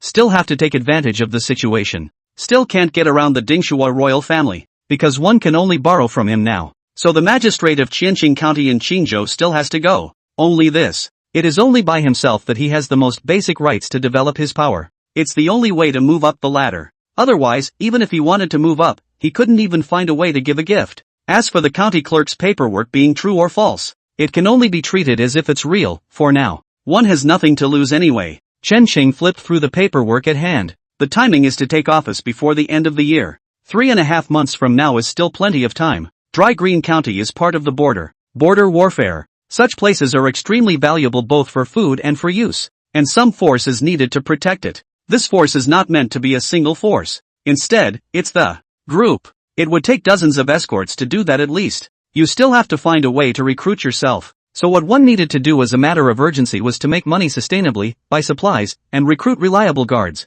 Chen Qing listed the three things individually on the paper. And then, it was time to set the purpose of the House of Saku. Whether it was Su Shaowan or Su Qi, none of them can be separated from the royal family behind them. Chen Qing secretly pondered. The border is the domain of the military. Went to the border as my own daughter-in-law. As long as her identity still works and she has money and food, it's still easy to pull together an army. If you can pull together an army, then this army is a destabilizing factor for the court. The court is unstable. That world. Think about it. Chen Chang looked like he had finally figured it out. Suck in a breath of cold air. The Shao family of the Dingxua royal family wants to rebel. The Shao family is a foreign vassal. Now that the court won't even spare the military generals, will it spare him, a foreign vassal king? Not to mention the fact that this foreign vassal has his own army, though the numbers are small. But if we leave him alone, can the court be assured? Ask yourself. Chen Qing thought that if he was the emperor, definitely not reassuring. Therefore, it is imperative to remove these feudal lords.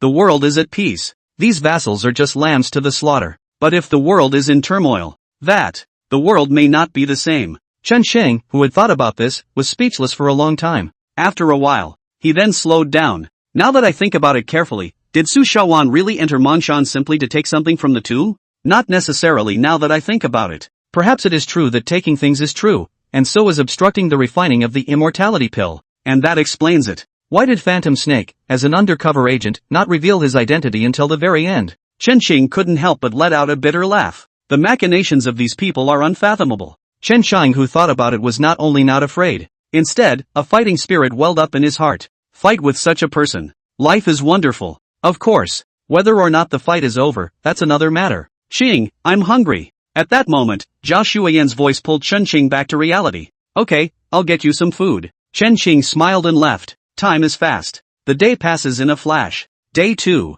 Chen Chang woke up and rubbed his waist, yawning as he led the way out the door. Chen Chang. Just out the door. Songsher then called out to Chen Qing, Sister Yang asked me to tell you that she agrees with what you said. But you're still needed to go over there. There's something else she wants to ask you carefully. Ah, good. Chen Qing yawned and said, I'll go over later. Songsher looked at the yawning Chen Chang. After a moment's hesitation, he reminded, you'll have to be more moderate at night, you're all wasted like this. Who's vain? Chen Chang was annoyed, I'm super fierce, okay? It's none of my business if you're fierce. Songsher rolled her eyes and said, I'm just doing my duty as a physician. I've told you what ails you, it's up to you whether you listen or not. After saying that, Songsher walked towards Cheng Qingyi's room. Cheng Xiaoyu's illness was watched over by Xiaoyu, so there was no need for her to keep an eye on it throughout the day. Just come by a couple times a day and see what's going on.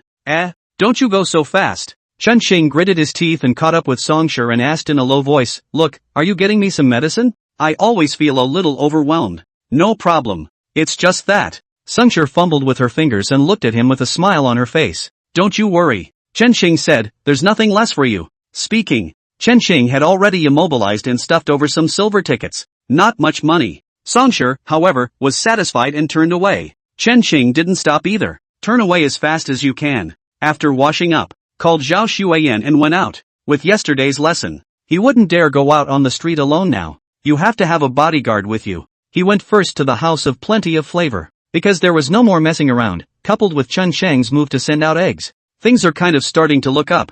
People are starting to come in for dinner. The crowd was small, but it was a good sign. Mr.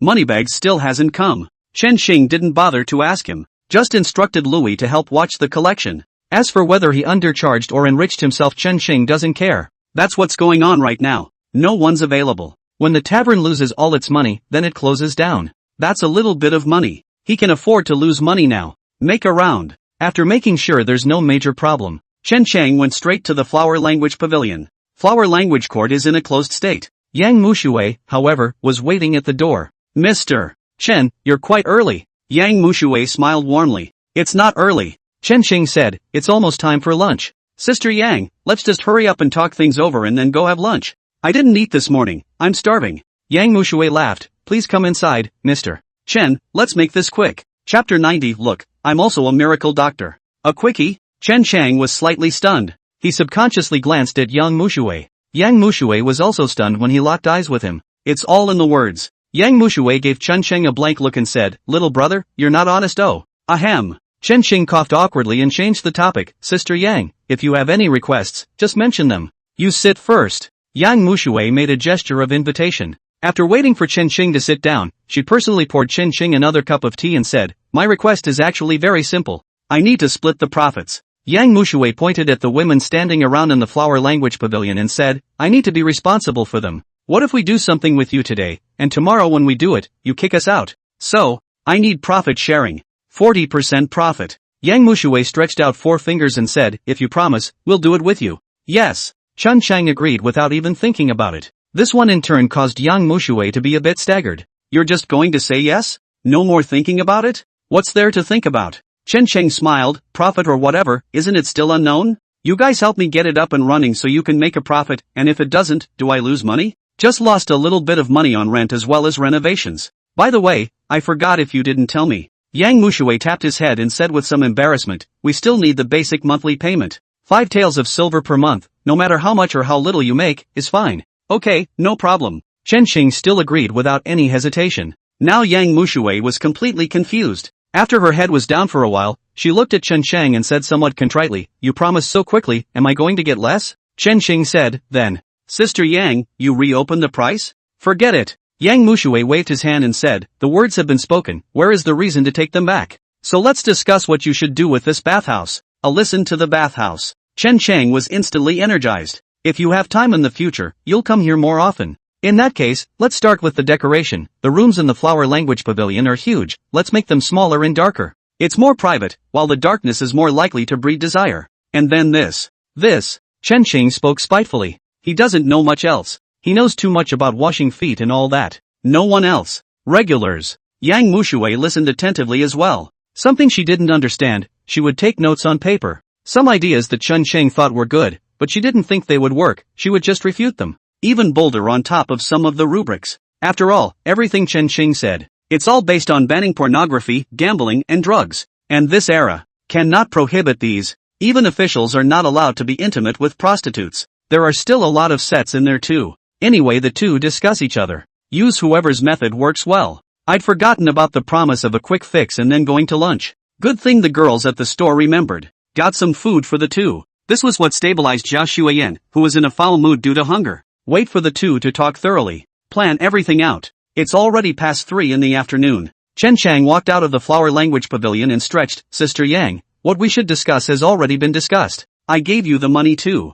I'll let you do the rest back there, I don't care. Sure. Yang Mushui smiled and said, you pay for it, I'll pay for it, that's fair. By the way, Sister Yang, there's one more thing I'd like to ask you for. What is it? I also have a tavern, and the tavern is short of a hostess. Can you see? If you can help me find a more reliable shopkeeper? And what a pal. Yang Mushui Dao, wouldn't you just have Song Maiden help you manage it? Her? Will it work? Why not? Yang Mushui Dao, before her family fell, she was a great lady. He's good at reading and writing, and sometimes he looks after the business of the medical center for the family. If her father hadn't gotten involved in the battle for the throne, we don't get to know her. It's definitely more than enough to let her help you run the tavern. But this girl is a money grubber, so you'll have to break the bank a little. That's no problem. Chen Cheng said, it's just some money. Live and let live. Sister Yang, I'll take my leave then. Okay, slow down. After a few polite words with Yang Mushui, Chen Qing left with the sullen Zhao Shuiyan. After a few hundred steps out, Chen Qing stopped and looked at Zhao Shuiyan. What?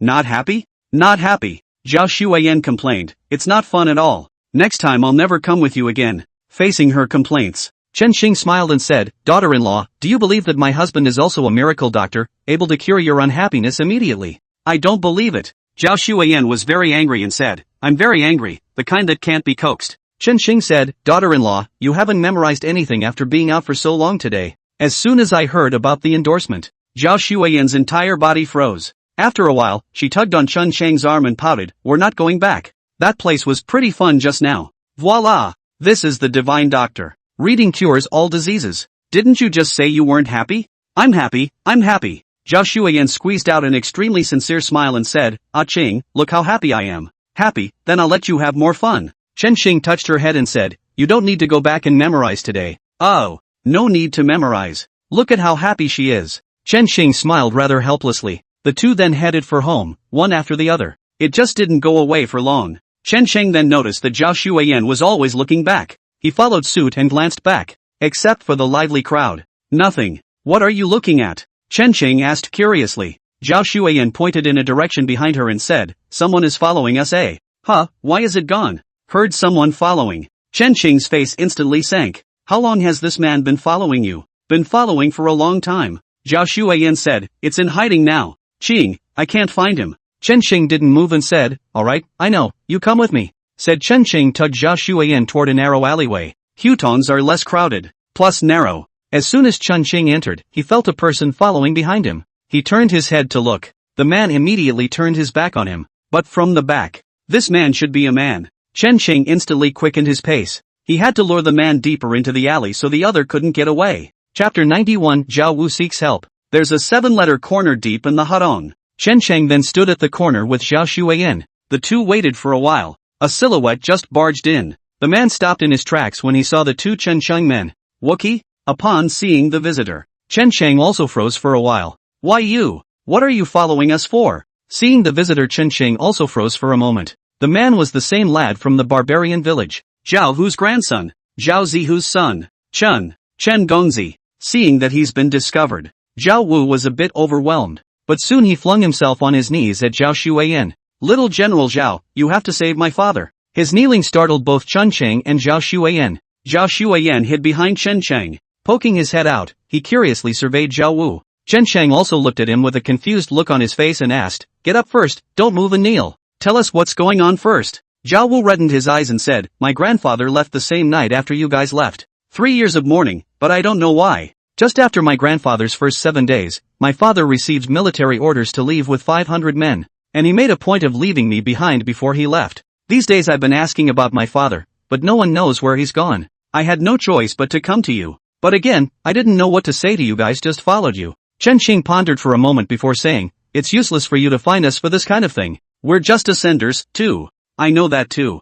Zhao Wu said, but there's nothing I can do. Speaking here, he looked at the curious Zhao Shuiyan and said, ever since I was little, my grandfather has been telling me about old General Zhao's heroic deeds, and proud of the fact that I was born in the same year as young General Zhao. And after learning that young General Zhao had taken over General Zhao's post, even though he was a woman, he let me go into the army. He hadn't wanted me to be a soldier and stay home as a rich kid, for the sake of wanting me to continue to saddle up beside little General Zhao in the future and wrestle a better birth later. I know, there's something wrong with young General Zhao right now. I wouldn't have begged to come here if I didn't really have no choice. The word is out. Chen Xing couldn't refuse even if he wanted to. People have this network of connections, clunking and pulling, plus the human condition. How else can you say no? But there was really nothing Chen Xing could do to help in this matter either. Therefore, after a moment of silence, Chen Xing said, Master Qin is more familiar with your grandfather. I've only met your grandfather once, too. You come back with me and ask him first to see if he knows something. Good. Zhao Wu nodded. Getting up, he followed Chen Sheng towards home. Back to the small courtyard. Master Qin is still lying leisurely in the courtyard smoking a dry cigarette. Master Qin. Back. Old Qin too glanced at him before his gaze fell on Zhao Wu. He was a bit surprised when he asked, why are you kid here? Master Qin. Zhao Wu cried out respectfully. Then he looked at Chen Sheng. Chen Sheng said, just say it directly. Zhao Wu immediately gave the matter a rundown. After listening, Old Qin too was silent for a moment before asking, do you know where your father probably went? All I know is that he took his men south. South. Old Chin Tu pondered for a moment before saying, I have a stupid method, but there is no guarantee that I can find your father. Zhao Wu was instantly delighted. Immediately, he said, Master Qin, speak. I'll do whatever you want me to do as long as I can find my dad. I don't need you to do anything. Old Chin Tu said, do you have any money? Money? Not much. Zhao Wu hurriedly rummaged through his body to find a few taels of silver out and said, Master Qin, this is all I have on me. If it's not enough, you'll have to give me a little time. I'm going to sell the family field. What do I need your money for?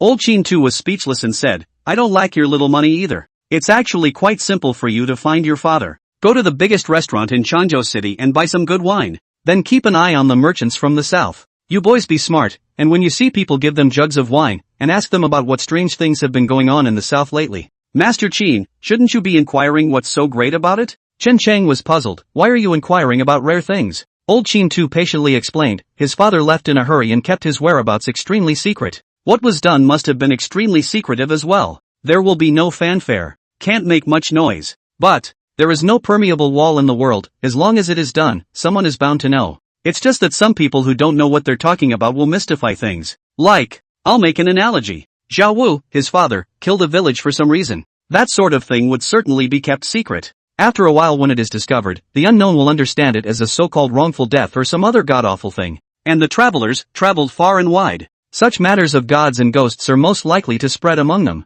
Speaking of which, Old Chin Tu looked at Zhao Wu again and admonished, you only need to ask about some of the stories from the period after your father left, and then we'll analyze the specifics. Hear this. Chen Xing had to sigh. Ginger is still hot. Who would have thought there were so many twists and turns to inquiring? If it was him, he would have directly inquired if there was anything big going on in the south. Zhao Wu was also overjoyed after hearing this. Master Qin, I'll go and inquire about the information. He turned and headed outside. Chen Xing, however, pulled him back and stuffed him with a 100 tael silver ticket, saying, it's urgent, so take it and use it first. Not enough to talk to me again. How is this? This going to work? It'll work. Chen Xing pushed him out of the courtyard door and said, hurry up and go and ask for news. The sooner you know the news of your father, the sooner you will be at ease. Zhao Wu, who had wanted to refuse, immediately swallowed his words back. After giving Chen Chang a grateful glance, he quickly left. Chen Xing turned around and came back. I just happened to see Old Chin Tu looking at himself with meaningful eyes. Chen Chang hemmed and hawed,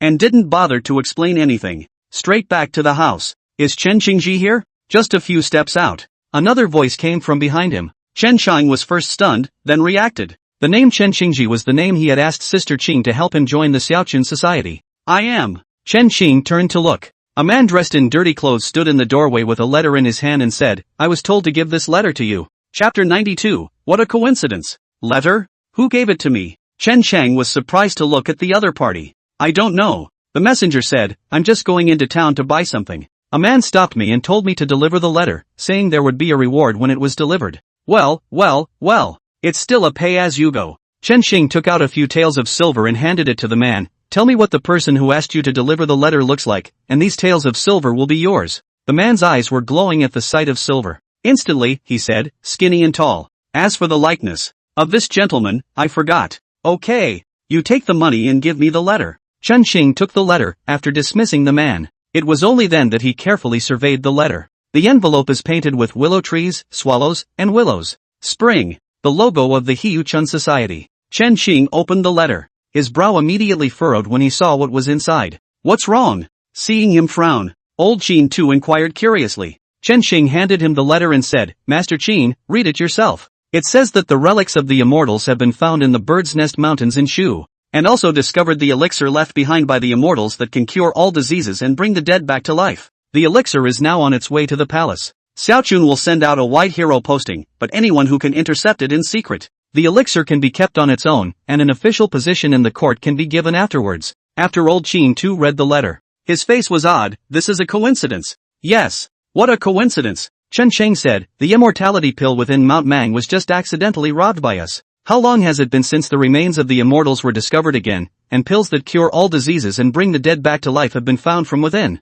What a life for this emperor of ours. Chen Xing said in a ghostly tone, up and down 5,000 years of emperors of various lords, but all encountered once, are against the heavens to change their destiny. And he met it twice, and got it twice. Master Qin, do you think his life is not a little too good? Fate? Old Chin Tu snorted, I don't think so. If he's lucky, you get an immortality pill? The immortal elixir has just been discovered, and you know it. Is he alive? Chen Shang hemmed and hawed and said, Master Qin, this is called father's kindness and son's filial piety, the filial piety of wearing mourning. Old Qin too was staggered for a moment. Then he laughed and scolded, if your words were to spread outside, 10 heads would not be enough to kill you. Master Qin, you also know to pass outside. There are no outsiders here. Chen Sheng put away his playfulness and said, Master Qin, when you said Zhao Zihu disappeared, did he go to this so-called bird's nest mountain? How do I know? Old Qin too rolled his eyes and said, do you really think I'm omniscient? A lot of things I've speculated on as well. We'll know what's going on when Zhou Wu returns. After saying this, Old Qin too paused for a moment before asking, what do you think about this thing?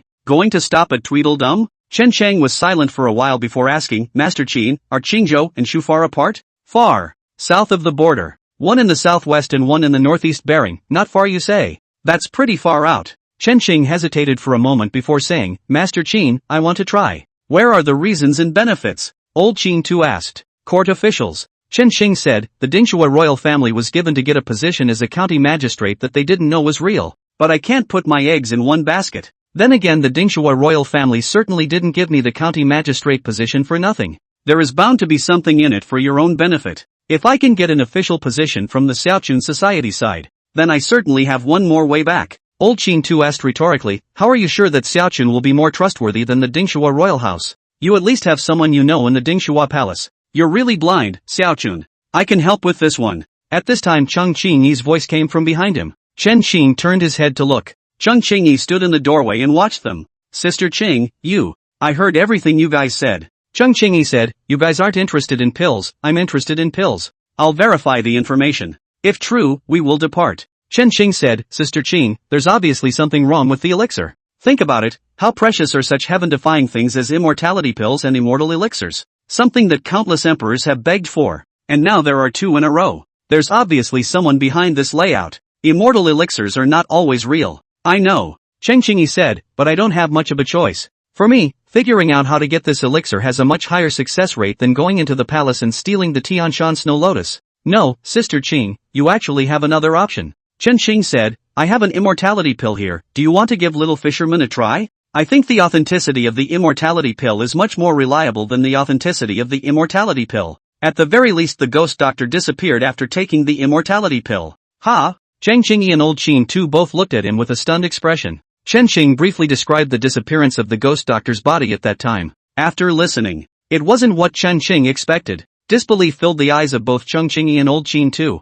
I knew you guys wouldn't believe me. Chen Qing shrugged rather helplessly. Afterwards, she said, Sister Qing, I'd like to advise you to have more heart and not to be in a hurry about the elixir. I'll take my chances for the sake of officialdom. But you can't take a chance on a cure, and there's no chance of backtracking on something if you eat it. Am I right, Luna? Cheng Qingyi turned his head to look. Koyuki poked her head out of the window to look this way. She saw everyone staring at her. Immediately, he retracted his head. But soon she poked her head out again and said, I believe you when you say that the immortality pills have an effect. Chen Qing froze for a moment, then cried out, do you believe, then, that I have given you this undead pill to eat? You'll verify the authenticity? I don't eat. Xiaoyu's voice came from inside the room and said, the things are yours, I don't want them. Chen Shang looked at Cheng Qingyi and said, look, she refuses to eat the ones she refined herself. How could you believe a rumor? Cheng Qingyi was silent. After a while, she then said firmly, I still want to go over there and look. If there's more than one, I'll test it on someone else. If it's less, forget it. Chen Xing said, then how can you be sure that the potency of each of the pills is real?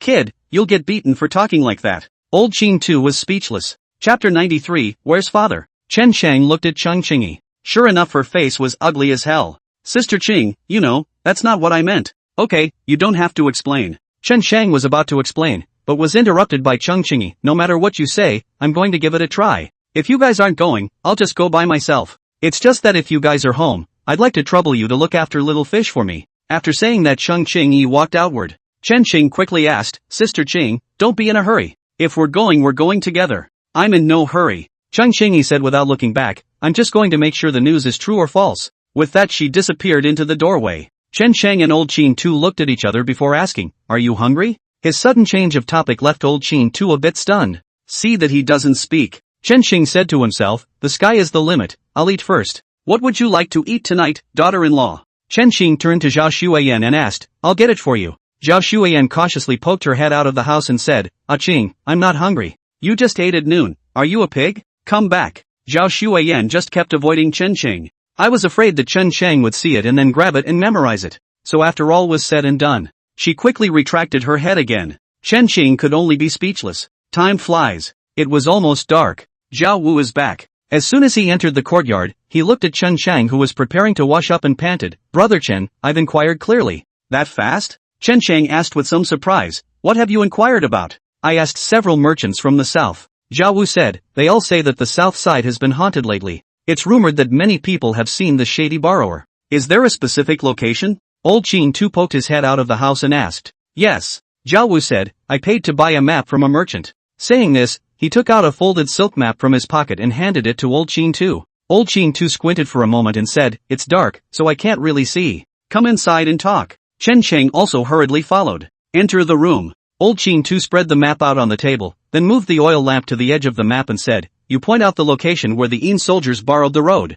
Zhao Wu immediately pointed out several locations on the map with both hands. Old Qin Tu made a mark with charcoal where he pointed. Then find the two places, Changzhou City and Tweed Mountain. A curved and twisted curve was then drawn on the map. Do you see anything? Old Qin Tu asked. Look out. Chen Xing said, all the way south along the place where the Yin soldiers' borrowing took place, they are all constantly approaching this place, Bird's Nest Mountain, said Chen Xing, pointing to the last place where the netherworld borrowers occurred. Is this the last place where a netherworld borrowing occurs? Yes. Zhao Wu nodded in response. That's it. Chen Sheng looked at Old Qin Tu and said, Master Qin, it seems that our earlier guess was correct. What guess was right? Zhao Wu asked suspiciously. Old Qin Tu, however, frowned and didn't answer. After a while, he then said, don't you think that it's all too easy? Chen Xing looked at him in disbelief. Old Qin Tu said, do you consider yourself a smart person? No. Chen Xing said, if I were a smart person, then I wouldn't have been counted on and not realized it. That's it. Old Qin Tu said, you and we are actually not very smart people.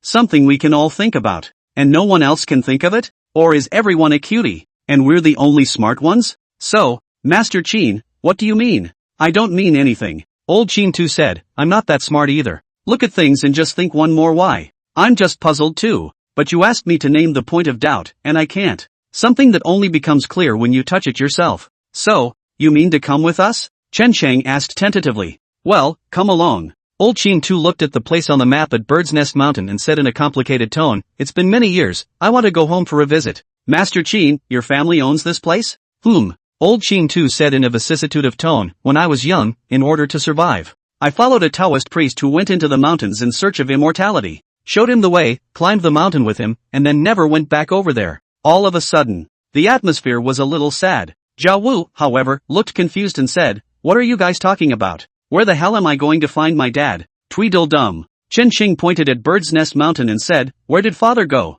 Father is at Bird's Nest Mountain. What the hell? Zhao Wu looked at him with a black face. Speaking. The courtyard door was pushed open. Chen Chang looked out. Chung Qingyi came back from outside. He immediately jogged to the door and asked, Sister Qing, how is the situation being inquired about? Chung Qingyi looked at him and returned, that letter in your hand was indeed sent by the Xiaoqin Society. It's also true that immortal elixir appeared on the side of Bird's Nest Mountain. A lot of organizations know about it. It has been sent for. I'm going to make a trip over there. What about you guys? Decided? Decision made. Chen Xing said, Master Qin and I will both go, and yes, there's also Zhao Wu. Okay. Chen Xingyi said, I'll arrange for my daughter tomorrow, and we'll leave the day after tomorrow. You guys set up everything you need for the trip. We'll split everything we spend equally. Okay, no problem. Chen Sheng nodded his head in agreement, then looked at Zhao Wu and said, from what has been deduced so far, your father is most likely to be in this place, Bird's Nest Mountain. We leave the day after tomorrow, together? Of course together. Zhao Wu said with some embarrassment, I haven't traveled far myself. I am at ease following you.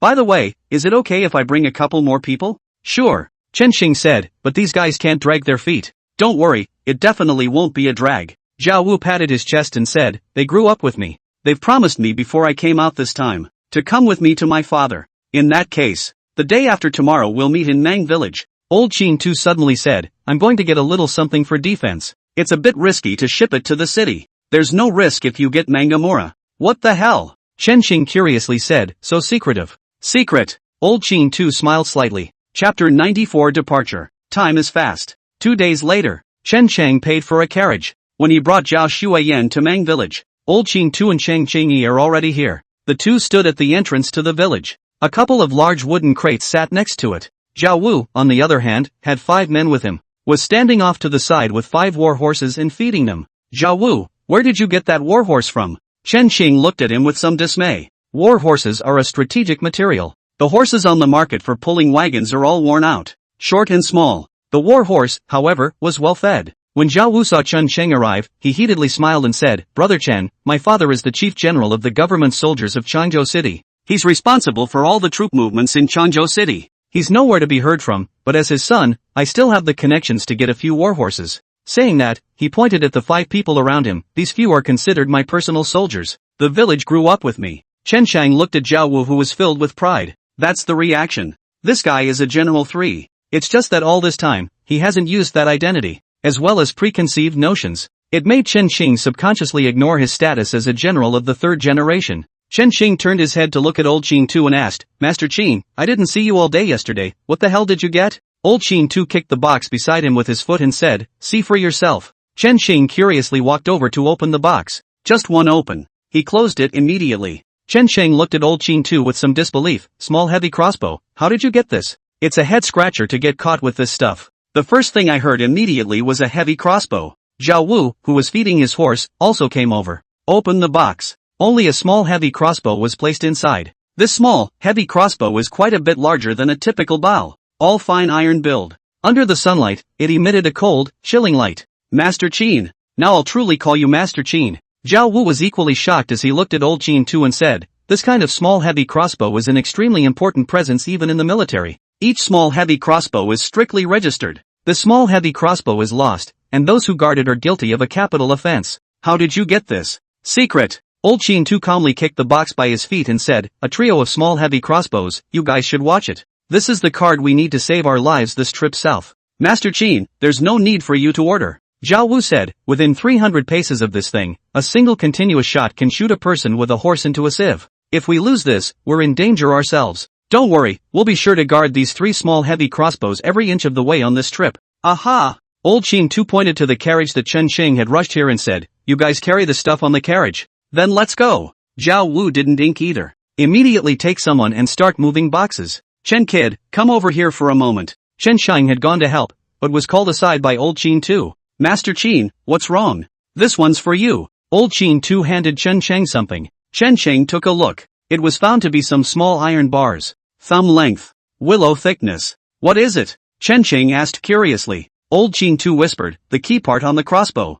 Without this, those 3 small heavy crossbows are scrap metal. Anyway, just keep it safe. After saying that, old Qin Tu was no longer willing to talk to him. Turning to Cheng Qingyi, he asked, have you brought all the medicines I asked you to have Xiaoyu and Xiaosong prepare? Bring it all. Cheng Qingyi said, I've already put it in the car. After the stuff is all done. A group of 10 set off. Cheng Qingyi drove the carriage. Old Qin Tu and Shen Shang and Zhao Xueyan were sitting in the carriage. Because of the 3 extra small heavy crossbows and some cargo, the worn-out horse pulling the wagon was struggling a bit. It was good that Chen Xing considered because he had to travel a long distance. So buy the wagon. Bought one of those 2 horse-drawn carts. Otherwise so much stuff. A horse can't really pull it. Zhao Wu, on the other hand, followed around the carriage with his 5 personal soldiers. Catching up is tedious. Half a month later, the group entered the Jinmen Pass in Shu. But it's almost here. Chen Xing stood on the carriage, stretched his back, and complained, if it continues to be bumpy like this, my old bones are going to fall apart. Horse-drawn carriage travel. It looks like fun, but it's actually suffering.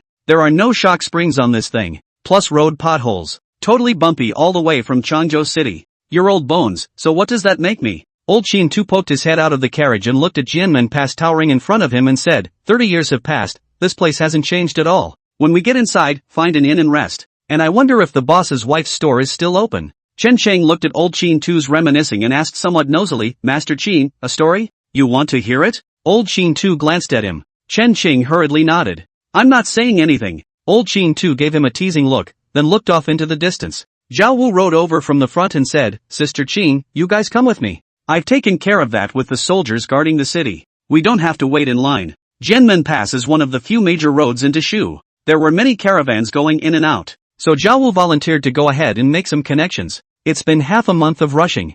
Zhao Wu and everyone else are also familiar with each other. Meanwhile, Chen Xing could see something. This kid probably has that much interest in Cheng Qingyi. So this way, often intentionally or unintentionally, he was courteous in front of Cheng Qingyi. Just, eat the loss of being young. This kind of action of his appeared particularly childish and clumsy in the eyes of an old geezer like Chen Xing. Chung Ching-yi didn't even bother with him. It's even getting a little tiresome. I just didn't show it because I was traveling together. So this way. Chang Ching-yi appeared extraordinarily cold and unsympathetic. Chen Xing held on to his mindset of watching the show. Every time, he stood happily on the sidelines and laughed. This made Chang Ching-yi even colder. It's been half a month. Except for a few words with Zhao Xuan. No one is hitching a ride. And Chen Chang always felt that the way she looked at herself carried a bit of a murderous aura. So it's been half a month. Chen Xing, except for some necessary times, all of them stayed with their daughters-in-law, afraid of being anointed one night. Cheng Ching-yi similarly did not pay attention to Zhao Wu this time, and with a flip of the whip drove the carriage towards the inside of Jianmen Pass.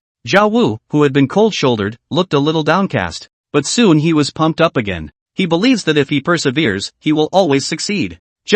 He doesn't know. Sometimes a dislike is a dislike. Chapter 95, Master Qin, you're a good judge of character. The Majestic World. On entering the Jianmen Pass, Chen Chang looked up at the plaque hanging across his head. It was just too late to marvel at the majesty of the place. The wagons are already in the pass. Behind Jianmen Pass is a small town. Because of the narrow geographical location, the streets here also seem narrow and crowded. The wagon went very slowly. Chen Chang asked old Qin Tu, who was sitting inside the carriage, Master Qin, where does your old flame run a store? Can you still find it? If you can't find one, just find an inn and stay there. We've been traveling for half a month. Old Qin Tu poked his head out to observe and said, the buildings here haven't changed. If you can still see an inn at the end of this street, that's it. By the way, something you don't say. She's not an old flame, just a simple friend. Yes, it's just friends. Chen Xing said, a friend who still remembers an old age must be very engraved in your heart. Listening to his conspiratorial words, old Qin Tu didn't bother with him. Looking around at the streets, he stopped talking.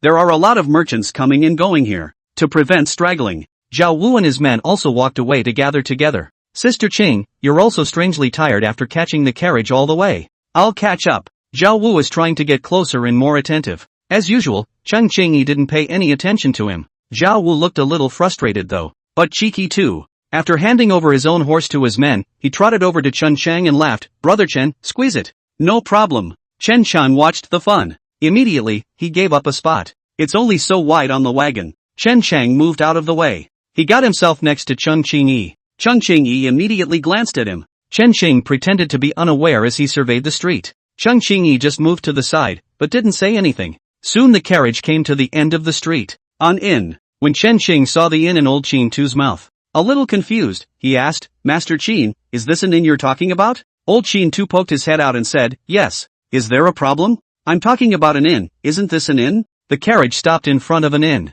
Guest, stopping over or staying? As soon as the carriage stopped, a runner trotted out of the store right then. Just after seeing that Chen Xing had so many people, the man's face became a little harder to see again. What's wrong? Not enough room? Old Qin Tu, who had gotten down from the carriage, asked with a smile as if he had expected it. The running second squeezed out a smile and said, Old sir, you're spot on. We only have 3 rooms going here. It's okay, we'll just squeeze. Old Qin Tu waved his hand unconcernedly. As soon as I heard that, a delighted smile appeared on Junior's face. Guests, please go inside. We'll just take care of the horse. Sure, come out and help the guests with their horses. The man shouted to the inn and then welcomed Chen Chang and his group inside. Upon entering the inn, old Qin Tu asked, Xiaoer, is the proprietor of your place surnamed Tong? Sir, are you a regular customer here? Xiaoer looked at old Qin Tu with some surprise and asked, just how come I have no impression of you? It's normal to be unimpressed, I haven't been here in years. Old Qin Tu waved his hand and hesitated for a moment. Can I ask if Tong Yu is still there?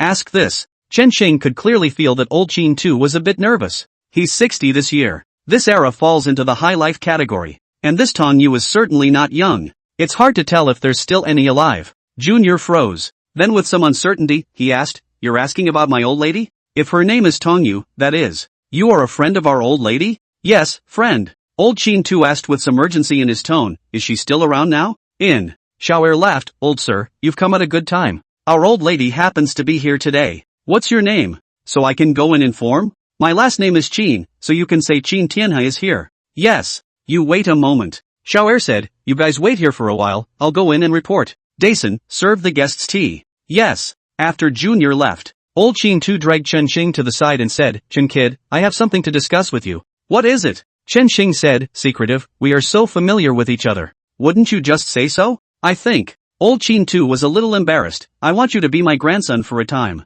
Ahem. Chen Chang almost lost his breath. Master Qin, I don't have a penchant for being a grandson. Chen Shang looked at him with a grimace on his face. 500 taels. Old Qin Tu stretched out 5 fingers and said, be a grandson for me and give me a long face. 500 taels is yours. Chen Xing's face shifted as he said, Master Qin, do you see me as the kind of person who bends over for money? Being a grandson is such a matter of dignity. Do you think I can agree to that? 600. Do you think money can buy my dignity? 800. Money is a small thing, dignity is a big thing. You think I can agree to that? 1,000 taels. No more. Old Qin Tu gritted his teeth and said, if you don't agree, I'll find Zhao Wu. Chen Shang stared at Old Qin Tu with serious eyes. Then he leered and smiled, Master, you're a good judge of character. Here, let me help you sit down, don't get tired. The speed of this change of face. Looking at Cheng Qingyi, who was standing on the side, he was dumbfounded. After a while, only then did Cheng Qingyi hold back a sentence, seeing the money. Chen Shang wasn't annoyed when he heard it. Just softly said, Sister Qing, money isn't everything, but it's nothing without it.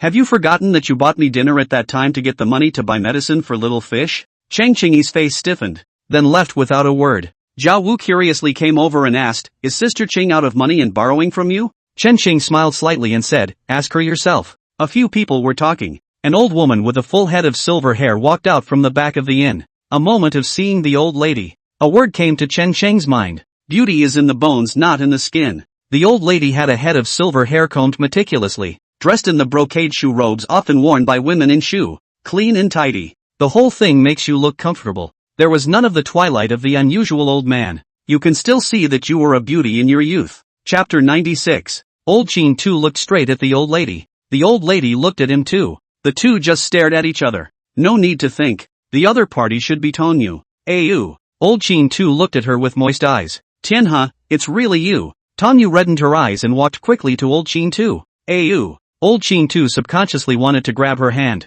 Pa. The old lady slapped him across the face. Crisp and pleasant. The entire inn instantly fell silent. Chen Shang was also stunned. Ayu, you. Old Qin Tu covered his face and looked at the other party with a face of disbelief. Instead, the old lady said with a cold face, Archie, kick them out, we're not doing business with them. Ah, good. The junior who received them earlier, after a short period of consternation, walked to the old Qin Tu with a difficult face and said, Old sir, do you think we should find another place to stay? Old Qin Tu's face changed. Then rubbing his hand over his cheeks, which looked like old tree bark, he said, I'm not leaving, I'm staying here. With that, he turned his head to Chen Sheng and said, Little Qingzi, take someone to find a room to stay in, I'll take care of this place. Chen Sheng quietly glanced at the old lady. See, the old lady's face was expressionless. The heart knew she was acquiescing. Immediately, he stepped forward and tugged on that Archie, arrange accommodation for us. Archie is also a man of vision. Knowing that things are a little complicated right now, can't get involved. Immediately, he responded, several people this way please.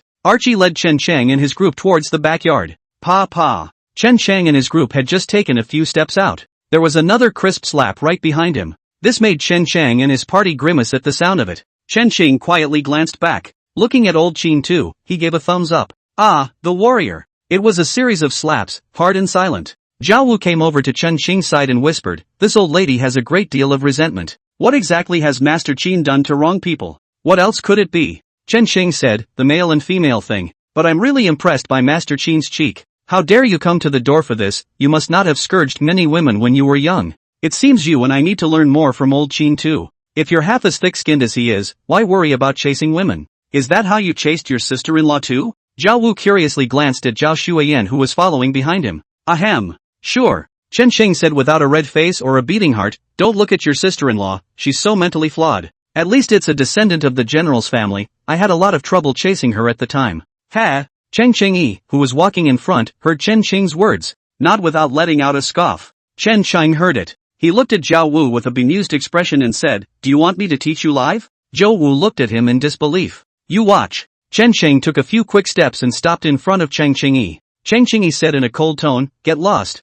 Chen Sheng was happy instead of angry, and his eyes were impassioned as he said, other people scolding me is humiliation, Sister Qing, you scolding me is enjoyment. Curse me more. Let me get high. Cheng Cheng-yi had wanted to scold. Now she could only swallow hard. Looking at Chen Xing was like seeing a piece of. Neither is cursing. Neither is not cursing. Diaphragm. Cheng Cheng-yi took a deep breath and suppressed the anger in his heart. Turning around and tugging on the watching Zhao Shuiyan, he asked Archie, which one is the vacant room? That room is empty, no one lives there. Go! Cheng Cheng-yi dragged Zhao Shuiyan away. Stay here and be disgusting. Seeing her take Zhao Shuiyan away, Chen Xing froze, then shouted anxiously, Sister Qing, if you're leaving, just go yourself. You leave my daughter-in-law behind. It's been half a month. Not a bit of meat, and you took her away, and let people live. Roll. Cheng Qingyi's voice came from far away. Chen Sheng smiled and rubbed his chest.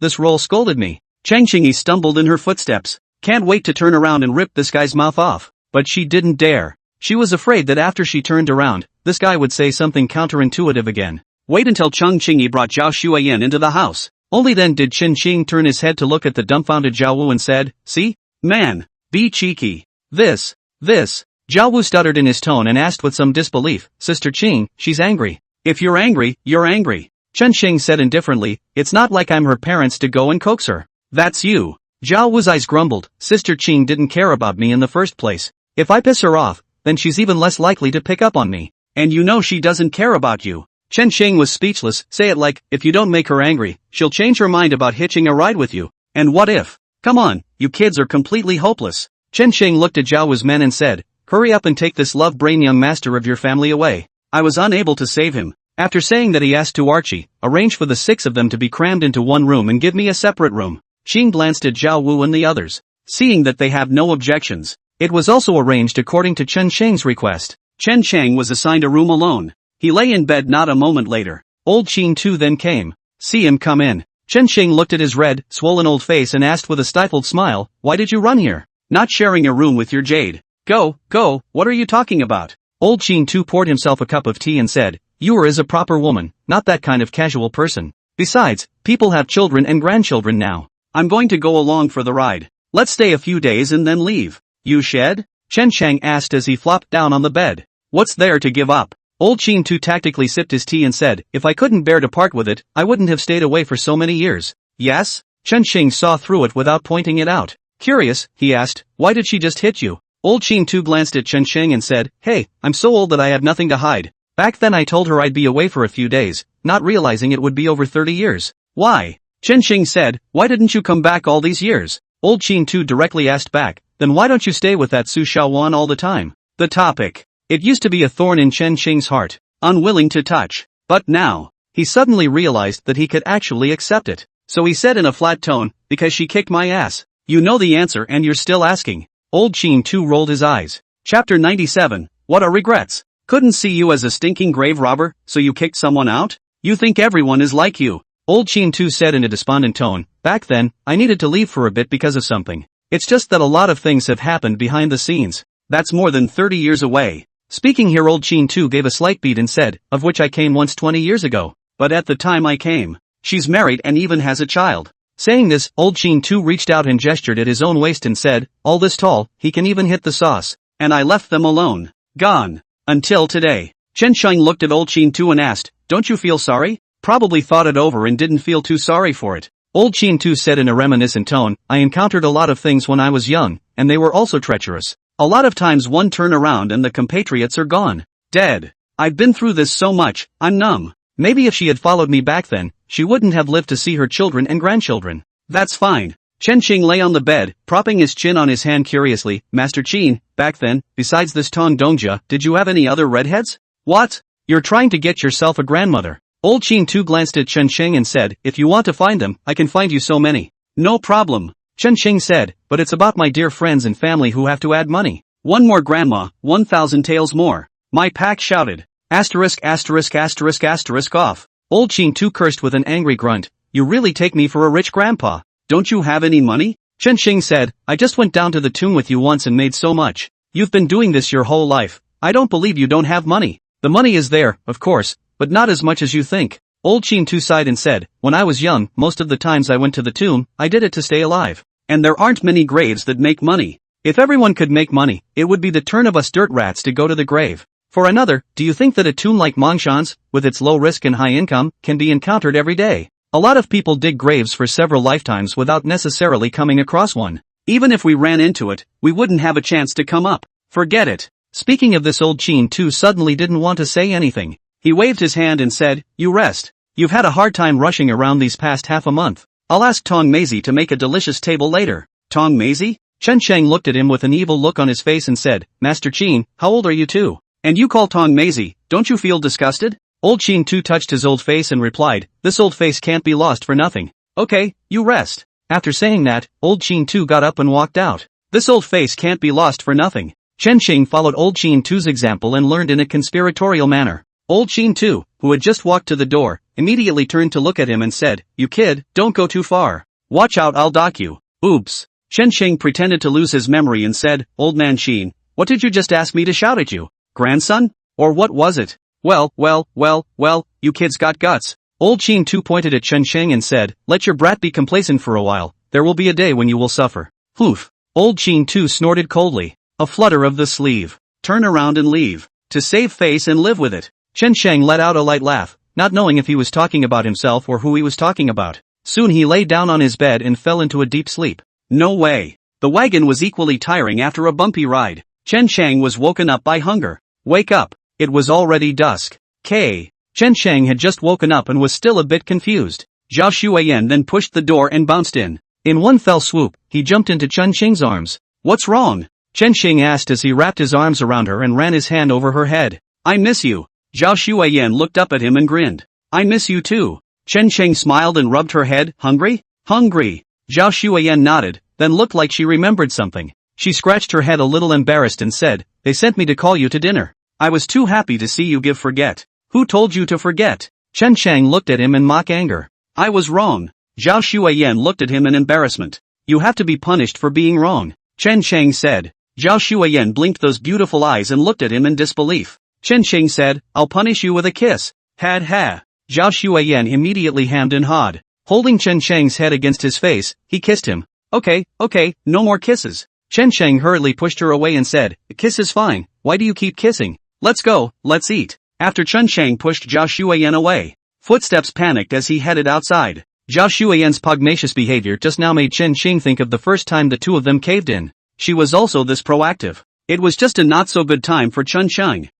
Wait for me." Zhao Xueyan immediately chased after him. Inside the lobby of the inn, Old Chin Tu and his party were already seated. 2 tables in total. Those of Zhao Wu's personal soldiers were alone at a table. Old Chin Tu and his table. Old Chin Tu sat in the main seat. Tanya sat across from him, with a middle-aged man he didn't recognize beside him. The middle-aged man had a rich face. Cheng Qingyi and Zhao Wu each sat on one side. "Keiko, come and do it. See Chen Sheng come out." Old Chin Tu immediately waved at him, and then even scowled at him. Chen Sheng immediately understood and walked over to ask with concern, "Grandpa, didn't you rest? It's not chatting with your grandma Tong." Old Chin Tu pointed at Tong Yu and explained, "This is the grandmother Tong that I always tell you about." "Hello grandma." Chen Sheng immediately shouted out enthusiastically. As the saying goes, reach for the stars. Even though Tong Yu had a great deal of resentment towards Old Chin Tu. However, when facing Chen Sheng, he also revealed a smile. "Hello." Seeing this, the Old Chin Tu quickly pointed at the middle-aged man beside Tong Yu again and said, "He is your Tong Lulu's son, Tong Pu, you can just call Uncle Tong." "Hello uncle." Dang it. The middle-aged man immediately smiled and waved his hand in modesty. "What's your name, young man?" At this time, Tong Yu suddenly asked with a smile. Chen Sheng subconsciously returned, "My name is Chen Sheng." The words were just finished. The old Chin head just froze. Tong Yu, on the other hand, looked at Old Chin Tu with a smile on her face and said, "Old man Chin, when did your surname become Chen?" Chapter 98, Strange Defection. Chen Sheng realized that he had said the wrong thing, but he reacted quickly. Immediately, he lamented, "Grandmother Tong, you don't know. After my grandpa married my grandma died in childbirth. It's good to save my dad's life. It was not easy for him to bring up my father, which only my father is not good. Eating, drinking, whoring and gambling, he ended up losing all his family's wealth, and in the end he couldn't get a daughter-in-law, so he had to join the family. That's why my last name is Chun. But it's good that my grandpa fought for his life and finally brought me out of the Chun family again. It's just that I'm used to people calling me Chen Qing for so many years, that's why I subconsciously introduced myself as Chen.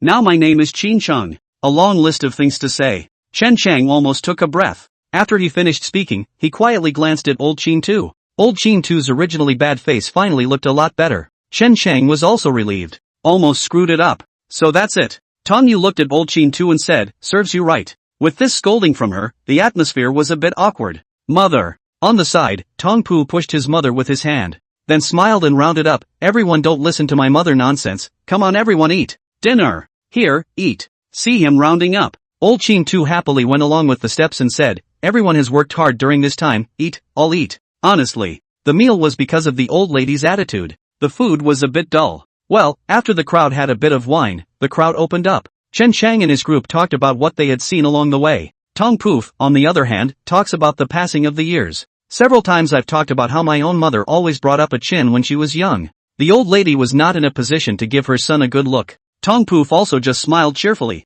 His own father has been dead for many years. Long ago, I couldn't even remember what he looked like. Add to that the fact that my mother is very old and I don't know how many years she has left to live. If I can make up for my youth before I die without regret. Instead of stopping it, he, as a son, would support it. Just a little bit sorry for the selfsame old man. After the wine and food, Tong Pu asked seemingly casually, Master Qin, you guys are going into Shu this time, are you still going? This. Old Qin too glanced at Tongyu, then his eyes wandered and said, I don't know. Tongyu said expressionlessly, what are you asking him for? It's none of your business whether he goes or not. Tong Pu laughed somewhat bitterly. Mother's got a lot of resentment. But he, as a son, couldn't really leave her alone. Are you here on business? Tong Pu asked again. Well, errands. We're going to Bird Mountain. Chen Chang returned. Tweedledum? Tongyu immediately glared and said, you're still thinking about that stinking Taoist priest. If you hadn't insisted on going to Bird's Nest with him back then, would you have needed to not come back for 30 years? Chen Ching silently glanced at Old Qin Tu. Old Qin Tu sighed and said, back then, 3 of my family's 4 brothers died of starvation, and if it weren't for him, I would have starved to death as well. Back then, I followed him to return his life, he saved my life, so I naturally have to return it to him. It's just, I didn't realize how much happened back there. Speaking of which, Old Qin Tu looked guiltily at Tongyu and said, I didn't expect this absence to be for so many years. We're all getting old like this. Ha! Tongyu sneered, since it's returning a life, it was already returned back then. You're too old to go over there. It's not about him this time. Old Qin Tu poured himself a glass of wine and said after muffling it in one gulp, I'm getting old, I might die one day. I want to go home and visit my parents' and brothers' graves. Otherwise they'd really be lonely souls. Hey, that's really old. The topic is a bit heavy. Old Qin Tu slapped his cheeks and said, open your mouth and you're dead. Obscure. Is everyone done eating? Break it up when you're done eating. Everyone actually ate about as much as they could. See him say that. And the crowd dispersed. Before leaving, Old Qin Tu said to Chen Ching, Little Qingzi, you'll sleep with your daughter-in-law tonight. I'll just make do with any place I can find. Okay. Chen Chang didn't think much about it and nodded in agreement before taking Zhao Shuiyan back to her room. Back to the house. The two didn't do much either. Too tired to think. Chen Chang wrapped his arms around him and quickly fell asleep. Probably slept through the day. Chen Ching is a light sleeper. After a little sleep, suddenly I heard a humming sound from outside. Because this is an inn, there are other guests staying. At first Chen Ching thought who was doing sports at night, and didn't take it seriously. Turning around, he wrapped his arms around Zhao Shuiyan and continued to sleep. But wait a while. He suddenly felt something was wrong. The sound comes and goes and is accompanied by muffled cries for help. And it sounded as if it was still coming from the room where Zhao Wu and the others were. Realizing that something was wrong, Chen Ching immediately shook Zhao Shuiyan awake and said, Daughter-in-law, listen, is there any movement? Zhao Shuiyan, who was shaken awake, rubbed her eyes somewhat unhappily and said, it seems like someone is banging on the door. As soon as I heard that, Chen Ching immediately got up from the bed. Light the oil lamps in the room. Tugging up Zhao Shuiyan, who still wanted to continue sleeping, he headed out. Walking directly to Zhao Wu's room where they were, he knocked on the door and shouted, Zhao Wu? Are you okay? Ooh-hoo. There was a whimpering crash in the room. Chen Ching kicked the door to the room open. Zhao Wu was tied up inside the house. The mouth was also gagged with a cloth. Zhao Wu, what happened? Chen Ching rushed forward and yanked off the cloth from his mouth. Ahem. Zhao Wu coughed a few times. In an urgent tone, he said, those few of my own soldiers robbed and defected. Chen Ching looked at him with some disbelief and said, defection? I thought you said they grew up with you? That shouldn't be. What? What happened? Just as Chen Chang was puzzled, Old Qin Tu hurriedly walked in from outside. Seeing Zhao Wu lying on the ground, he hurriedly asked, Zhao Wu, what happened? Master Qin, a few of my men have defected. And robbed us. Old Qin Tu first froze, and then his face changed drastically. It so happened that Cheng Qingyi also came at this time. Old Qin Tu said in an urgent tone, Miss Qing, our things are still on the carriage, you hurry over to see if we lost anything. Good. Cheng Qingyi turned around and left. Chen Qing's brows, however, furrowed deeply. It's not right. It's very wrong. The defection of a pro-soldier would have been impossible. There are a lot of dubious points in there. But both Master Qin and Cheng Qingyi coincidentally believed it. And there was no doubt about it. It's a bit of a descending wisdom. What happened here? The commotion over here startled the other guests. Tong Pu also hurried over. Chapter 99, Acting. See Tong Pu coming over. Old Qin Tu's old face was wrinkled like a chrysanthemum. He said in a low tone, Shopkeeper Tong, we have someone who stole and ran away. There's even such a thing? Tongpu frowned. Which ones are they? I still have some connections here in Swordgate Pass, I'll help you guys go find them. Don't worry, as long as they're still within the Swordgate Pass, they definitely won't be able to escape. Old Qin Tu immediately told the appearance of those people. Tongpu has actually seen them. So after a brief inquiry turned away. Master Qin, there's something wrong with this. Chen Sheng was just about to voice the doubts in his mind when he saw Old Qin Tu glaring at him. Chen Sheng immediately shut up, though the mind is still filled with doubt. But he didn't ask any more questions. At the very least this is not the time to ask. Wait a while. Cheng Qingyi is back. She held a few packages in her hand and said in a low tone, Master Qin, I didn't catch up with them. They ran off with the wagon. I only grabbed back a couple packages. Chen Qing's eyes became even more odd. Without forming an army formation. It was only right that Cheng Qingyi would have no problem taking down those people. And now it's being run. And only a few packages were grabbed back. It's obvious how much water is in this. Chen Xing turned his head to look at Old Qin Tu, somewhat confused as to what he was selling. Old Qin Tu looked at Cheng Qingyi with an ugly face and asked, how much stuff do we have left? It's all here, see for yourselves. Cheng Qingyi handed over the package. Chen Xing saw that one of the packages here was his own. Immediately took the package and checked it out. The Dao seal, the fake jade seal, and some silver bills and valuable objects are all there. This is even stranger. If seeking wealth, the first thing you should do after defecting is to collect anything of value. How? Nothing of value was lost. Instead, they lost some worthless items as well as those few small heavy crossbows. Tianhe, something happened to you guys? Just then, Tong Yu hurried over with her coat on. At this time, her attitude towards Old Qin Tu was much better than during the day. Well, there's been a little incident. Old Qin Tu looked indifferent and said, Ayu, go rest. I can handle things here. Tong Yu looked deeply at Old Qin Tu and said, if you have any trouble, talk to me. I spent my whole life in this Swordgate Pass, some of the doorways are still there. This really does need your help with a little something. Old Qin Tu was not polite. Straight away, he said, Ayu, I didn't expect this to happen either. I would have liked to stay with you for a few more days. Now it looks like we'll have to leave early tomorrow. It's just, we lost all our stuff, just a few packages left. I'll also have to trouble you to get us some supplies as well as horses. If we can't get horses, donkeys will do. Tong Yu frowned and asked, must it be so urgent? Ayu, you know me. Old Qin Tu said, if things weren't really urgent, I wouldn't be in such a hurry. Okay.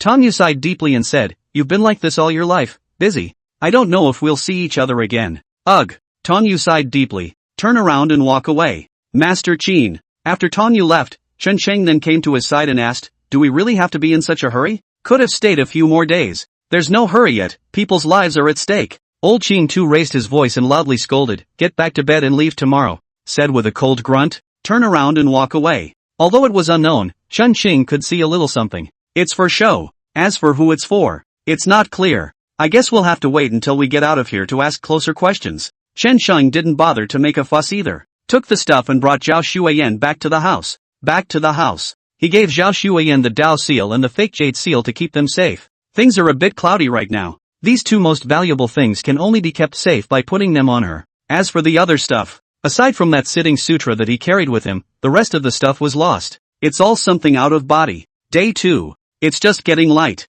Chen Sheng then heard a knock on the door from outside the house. Chen Qing, get up. Old Qin Tu stood in the doorway and shouted, it's time for us to leave. Yes, he hadn't actually slept after last night's incident. Because when Old Qin Tu knocked on the door, he then took Zhao Shuiyan out the door. Chen Qing saw that there were no outsiders in the courtyard, and immediately asked in a low voice, Master Qin, what in the world happened? Don't ask, just come with me. Old Qin Tu returned in a flat tone. He then led Chen Qing outside, out of the inn. Cheng Qingyi and Zhao Wu were both already waiting outside the inn. Zhao Wu looked sad and crouched there. Hair is also a mess. A look of apologizing to everyone and blaming himself. And there were several mules outside the inn. The mules were carrying some supplies. Tong Yu walked out from inside the inn. She looked at Old Qin Tu and said, horses belong to the military, I couldn't get them, I only got you some mules. Will the mules work? Yes. Old Qin Tu said, as long as it can be used for transportation, after all, it's still a 10-day journey from here. By walking, I'm afraid it's hard to get there. Tong Yu's eyes were deep as she looked at Old Qin Tu and persuaded him once again, you're all old, do you have to toss and turn? Why don't you stay here and forget about it? The graves of your parents and relatives, I'll find someone to move them over and forget about it. Old Qin Tu looked at her with the same complicated gaze. After a long moment of silence, he said, Ayu, fall back to your roots. See you later. With that he turned and walked away. Seeing her so determined, Tong Yu suddenly laughed. The smile was complicated. The man was like that when he was young and he's like that when he's old. It hasn't changed at all. Just, Tanya looked at the departing back of old Qin Tu and his group and muttered, "We won't meet again." Chen Sheng and his entourage. One man left the inn with a mule. "Wait until you leave the inn." Almost out of Jianmen Pass, Chen Sheng once again caught up with him and said, "Master Qin, now you can tell me what happened. It's not the same thing if you guys keep me in the dark all by myself." "I don't know what happened." Chen Xingyi, who was on the side, also said, "I'm just following Master Qin's orders." After saying that, she and Chen Sheng looked at Zhao Wu again at the same time. Where was the guilt in Zhao Wu's eyes at this time? He was just as bewildered as Chen Sheng, saying, "I don't know either. Yesterday Master Qin asked me if I trust him. I said I believed it, and then he called me on this and didn't tell me why." The eyes of the crowd all gathered on old Qin Tu again. Old Qin Tu looked back in the direction of the inn and said in a complicated tone, "Let's go. You guys will know by the back." Chapter 100, A Game of Waiting for Years. Secretive, don't say never mind. When Chen Sheng saw that he was unwilling to speak, he didn't force himself. Just holding the mule, he asked, "However, Master Qin, it's been so long since the immortal elixir was rumored. I don't think they're in Tweedledum anymore. Could they have left Shu?" "No." Old Qin Tu said, "After leaving Shu and arriving at Kyoto, taking Jianmen Pass is the fastest. If they're out of Shu, there's no way we won't hear anything here. Speaking of which," he looked at Zhao Wu again and asked, "If your father leaves from here, can you get the news?" "Yes." Zhao Wu said, "Every army that marches leaves a dark mark that is uniquely theirs, in case there is an emergency and the supporting troops can't find them. Along the way, I found dark marks left by my father's army in several places. They did come this way, but I haven't found the secret mark where they left. But even if they haven't left yet, the land of Shu is so big, where are we going to find them?" Chen Sheng asked. Old Qin Tu pulled a map out of his pocket and handed it to him. "See for yourself." Chen Sheng took the map. A frown creased his brow for a moment. "Isn't this where Zhao Wu brought it back and marked the place where 100 ghosts walk at night?" Speaking of which, Chen Sheng reacted at once. "You mean we follow the route of 100 ghosts at night?" "Yes and no." Old Qin Tu said, "Follow the route of the 100 ghosts night journey. If we can think of it, so can others. Then Zhao Zihu, as the general in charge of the army, he must be responsible for the 500 soldiers under him. Then he could have expected that someone would surely have pursued them along the route they took." "What would you do if you were him?" "I would choose to find a place to ambush." Before Chen Sheng could reply, Zhao Wu jumped ahead. "Let these people have no return. Where's your answer?" Old Qin Tu looked at Chen Sheng, waiting for his answer. Chen Sheng pondered for a moment before saying, "If I were Zhao Wu's father." "I'm your father." Chen Sheng hadn't said anything yet. Zhao Wu then quit. "I said if. No ifs." Zhao Wu said, "You can just use him instead, or just call my father by his name." "Can't say it's my dad anyway. Calling your father by his name. You are a good big son of your father." Chen Sheng glanced at Zhao Wu with a head full of black lines. Zhao Wu grunted and turned his head to look away. It's okay to take advantage of his dad. Take advantage of him? No. Chen Sheng shook his head with some amusement. Then with a serious look on his face, he said, "My mission is to escort something out of here. A halfway ambush is a good idea, but it's too time-consuming. So I'm going to choose a path out of here that everyone thinks I won't take." "Well, that's one thought." Old Qin Tu looked at Cheng Xingyi again and said, "Any opinions yet?" Cheng Xingyi said after a moment of silence, "What I should do if I were Zhao Zihu depends on which side I am on. If I were the Emperor's men, I would have gone dark, ambushed a large force with the fake stuff, and picked a few of my own elites to leave quickly with the real stuff. If I wasn't an emperor, I wouldn't have gotten my stuff, and I wouldn't even have arrived at Jianmen Pass by now. As long as I walk slowly to Bird's Nest Mountain, once the emperor dies, I'll get all the credit for everything. Look at how people think about things." Old Qin Tu looked at Chen Shang and Zhao Wu and said, "The two of you have to think about the root of the problem. Still, if you want to leave Shu and reach Kyoto at the fastest speed, leaving through Jianmen Pass is the fastest. It's been half a month since we received the news." Old Qin Tu looked at Zhao Wu and said, "If your father is fast, he's already inside Jianmen Pass. It's just that he has no way to get out and has to hide in the city." "Really?" A flash of delight flashed across Zhao Wu's eyes as he said, "Master Qin, how did you know that my father was in the city?" A touch of sadness flashed in Master Qin's eyes as he said, "I need to go and verify one thing before I can answer this question of yours." "Let's go." Speaking of which, Old Qin Tu didn't seem to want to say anything more. Tilting his head, he glanced forward at the blue sky. "Master Qin, we just leave, my father he." Zhao Wu caught up with Old Qin Tu and said, "Will he be in danger in the city? Don't you call bull asterisk asterisk asterisk asterisk?" Chen Shang was speechless. "If your father wasn't in danger, could he hide? Then I'm not going." Zhao Wu stopped and said, "I'm going to stay and find my father." Without looking back, Old Qin's head said, "If you stay, you will only harm your father." "Why?" Zhao Wu looked at him in disbelief. "Come with me if you believe me." Old Qin Tu said in a calm tone, "If you don't believe me, turn around and go back now." Zhao Wu froze in place. He looked at Old Qin Tu, whose footsteps showed no sign of stopping, and stood there struggling and hesitating for a moment. Gritting his teeth, he said, "Master Qin, I believe you, where are we going now?" "It's not where we're going, It's where are you going? Old Qin Tu stopped and looked at Zhao Wu and asked seriously, do you think your father is a stupid man? No. Zhao Wu shook his head. Stupid people don't get to sit in your father's place. Old Qin Tu patted his shoulder and comforted him, you don't need to worry about your father's safety right now, since he chose to come over here, he must have thought of everything. Do you think he would have risked his life to come here if he hadn't thought it through? No. So what you should be worried about now are the 500 soldiers your father brought with him. They are what your Zhao family was founded on. Without them, your father would be as rootless as if he had stood correctly in the dynasty. So all you have to do now is go and find the 500 soldiers your father brought with him. Take them safely out of Shu.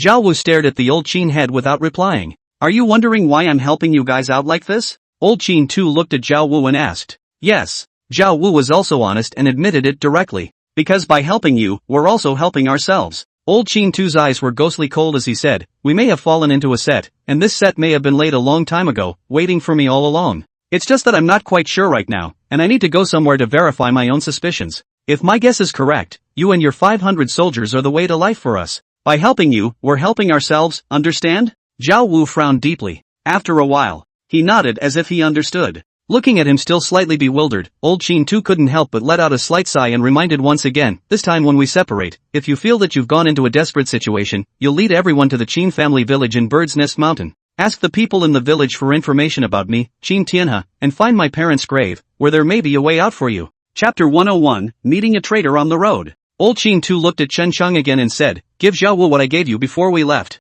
Ah, yes. Chen Sheng had some hesitation in his heart though, but still, he gave the item to Zhao Wu. Master Qin, then we'll go our separate ways? Wait a minute. Zhao Wu wanted to leave. Old Qin Tu tugged at him and handed him a purse, saying, find a place where you think you're safe and open it. Burn it immediately after reading what's on it, and don't tell anyone what's on it, do you understand? Yes. Zhao Wu nodded hesitantly. Then he took the things and turned away leading a mule. And I don't know where he's going. After he leaves, Old Qin Tu breathed a long sigh of relief, like a taut heartstring had finally relaxed. Master Qin. Chen Sheng looked helplessly at Old Qin Tu and said, after all you said, you still haven't said where we're going? Old Qin Tu yanked the map out of Chen Sheng's hand and said, ask fewer questions and follow me. When it is time for you to know, you will naturally know. You can leave now if you're worried that I'm going to harm you. After saying this, Old Qin Tu rode onto the mule. By mules carrying themselves, Chen Sheng and Shang Qingyi exchanged glances. Both of them had a flash of helplessness in their eyes. This Old Qin Tu made it mysterious, but instead, it aroused the curiosity of the two. No one was trying to leave. Daughter-in-law, you go up. Chen Sheng let Zhao Shuiyan sit on the mule, and he himself led the mule in front, keeping up with Old Qin Tu's footsteps. With his own daughter-in-law as his protector, he was still relatively oblivious to some of the dangers. Worst-case scenario, but just flee. Shang Qingyi, on the other hand, hesitated slightly, but eventually it followed. The road to Sichuan is difficult. It's hard as hell. After walking for a while, Chen Xing thoroughly understood the true meaning of those words. It's all hills all the way. A trestle built against the mountain. Next to it is an abyss of 10,000 feet. Wagons can't even get through a place like this. People who are afraid of heights. Even standing there my feet were weak, let alone going over there. Chen Xing, after walking for a while, finally resigned to being blindfolded. There were mules to carry them over. No way. It's too high. Scared. There are places where the fog is thick and there are no stacks. You can only move over a little bit carefully. It felt like walking on clouds. Feet are soft. Afraid of falling off if I'm not steady. Such a journey went on for days at a time. Chen Shang didn't know where he had gotten to, until late in the evening of this day. A village appears at the foot of the mountain. Old Qin Tu, who had been leading the way, stopped and said, alright, our destination this time is here. Look at the village below. Chen Xing had a feeling of having survived a robbery. Master Qin, let's hurry. Try to get to the village before dark. We're not going. Chen Shang wanted to go down quickly. He really didn't want to walk down this danger-ridden mountain path anymore. Old Qin Tu, however, said, there's a temple a few hundred meters ahead, so we'll stay at the temple for one night tonight, and then go back down the mountain at noon tomorrow. Why? Chen Xing said, the village is just down there, even if the road is difficult, we'll be there in an hour at most. Old Qin Tu said as he led the mule, to go down the mountain now is to seek death, and as for the reason it is hard to explain. You'll see for yourself why when you come down tomorrow. See him say that. Chen Xing naturally couldn't say anything more. The group walked a few hundred meters ahead. There was indeed a temple up ahead. Instead, there was a team of horses in front of the temple. Someone in the cavalcade saw Chen Shang and his party arrive. Immediately, he gave a wary look. Some even drew the weapons they had placed on their horses. See this situation. Shang Qingyi's hand also didn't move and placed it on the hilt of the sword at his waist. Chen Sheng also reminded Zhao Xueyan, daughter-in-law, if there's something wrong, you just do it. I know, Ching. Zhao Xueyan nodded gravely. Don't you guys panic yet. Old Qin Tu said, look at the dress should be the merchants of Shu. I will talk first, not work before making a move. After saying that, Old Qin Tu inquired loudly to the opposite side of the room. Said it should be a dialect of Shu. Chen Xing couldn't understand it either. All that could be heard was gibberish from both sides. After a while, Old Qin Tu turned his head to look at the crowd and said, they are traders, preparing to go to the village below, and will spend the night here tonight without leaving. I talked to them. There is still room in the temple for us to stay the night. Speaking of which, Old Qin Tu said in a low voice, this is the only temple in this neighborhood where we can spend the night. Knowing people, everyone takes turns to keep watch at night, I'll be careful. Chen Chang nodded. Old Qin Tu led the crowd toward the temple. Walked to the entrance of the temple. A man in a strong suit with a large sword on his back walked out. Looking at Chen Chang and his party who came over, he asked, how many of you are also traders? No. Old Qin Tu said in a bland tone, go back to the village to visit your family. Oh. The man nodded indistinctly and said, we are the traveling merchants of the Xingyan Chamber of Commerce in Shu. My surname is Iron, just call me Iron Head. We have honored guests in the temple, so I hope you will not walk around freely once you are inside. Good point. Old Qin Tu's face remained unchanged as he said, we still have to trouble Boss Tai to draw out a path for us. Where are we staying? There's a small empty house to the west of this broken temple, so you can just live in it. The west room can come out as well, and I would like you to enter through the side door. Don't worry, we won't disturb you. Okay. Old Qin Tu readily accepts good advice. Opposing arrangements. And he shall be down. No temper at all. The man saw that he was so good at talking, but instead, he was a bit overjoyed and took out a wine bag from his horse and handed it to Old Qin Tu, saying, when you're out and about, be considerate of each other.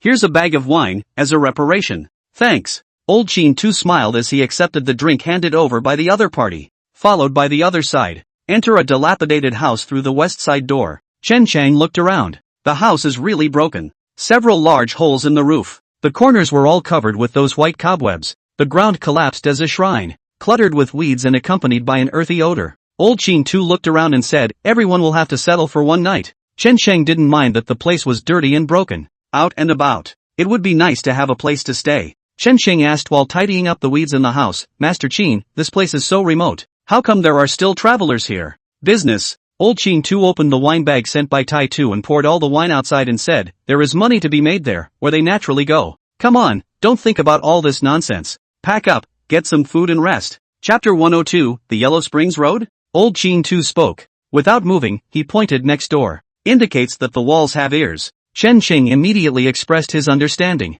This room has double doors. That is, one door on the left and one on the right. One side connects to the main temple. One side is connected to the outside. Chen Sheng and his party finished cleaning up the house. A fire was lit in the center of the house, and a little random food was made. The four didn't say much either. Mostly because I'm afraid people will hear something they shouldn't. Communicate as much as you can gesture. After eating, Chen Sheng then lay down with Zhao Xueyan in his arms. Chen Shengyi then found a corner to sit against the wall. The long sword in his hand does not leave his hand. Old Qin Tao, on the other hand, sat by the fire to keep watch for the first half of the night. What's that from the west room? Just when Chen Sheng was about to fall asleep, an inquiry came from the main temple. It sounds like a man. Young men. The big eunuch said that he came from the village below to visit his family. The voice of Ironhead, who had answered earlier, rang out. Doesn't look like it to me, though. They were an old man, a young man, and two women. Woman? Another slightly shrill voice rang through the room. Ironhead thought he was interested in women and immediately said, these two women are not good. Not good? Are we the good guys? The shrill voice said in disbelief. Okay, don't make an exception. The man from earlier chided in a deep voice, to remember what we're here for? Yes, master. The shrill-voiced one whispered back. Then there was no more movement there. Should have left the main hall. Chen Sheng, who was listening to all this, turned around and fell into a deep sleep. Day 2. Chen Chang woke up. The only person in the house was Zhao Xueyan squatting by the fire, picking at the ashes with a wooden stick. Old Qin Tu and Sheng Chengyi were not there. Where are Master Qin and Sister Chang? Chen Xing asked. King.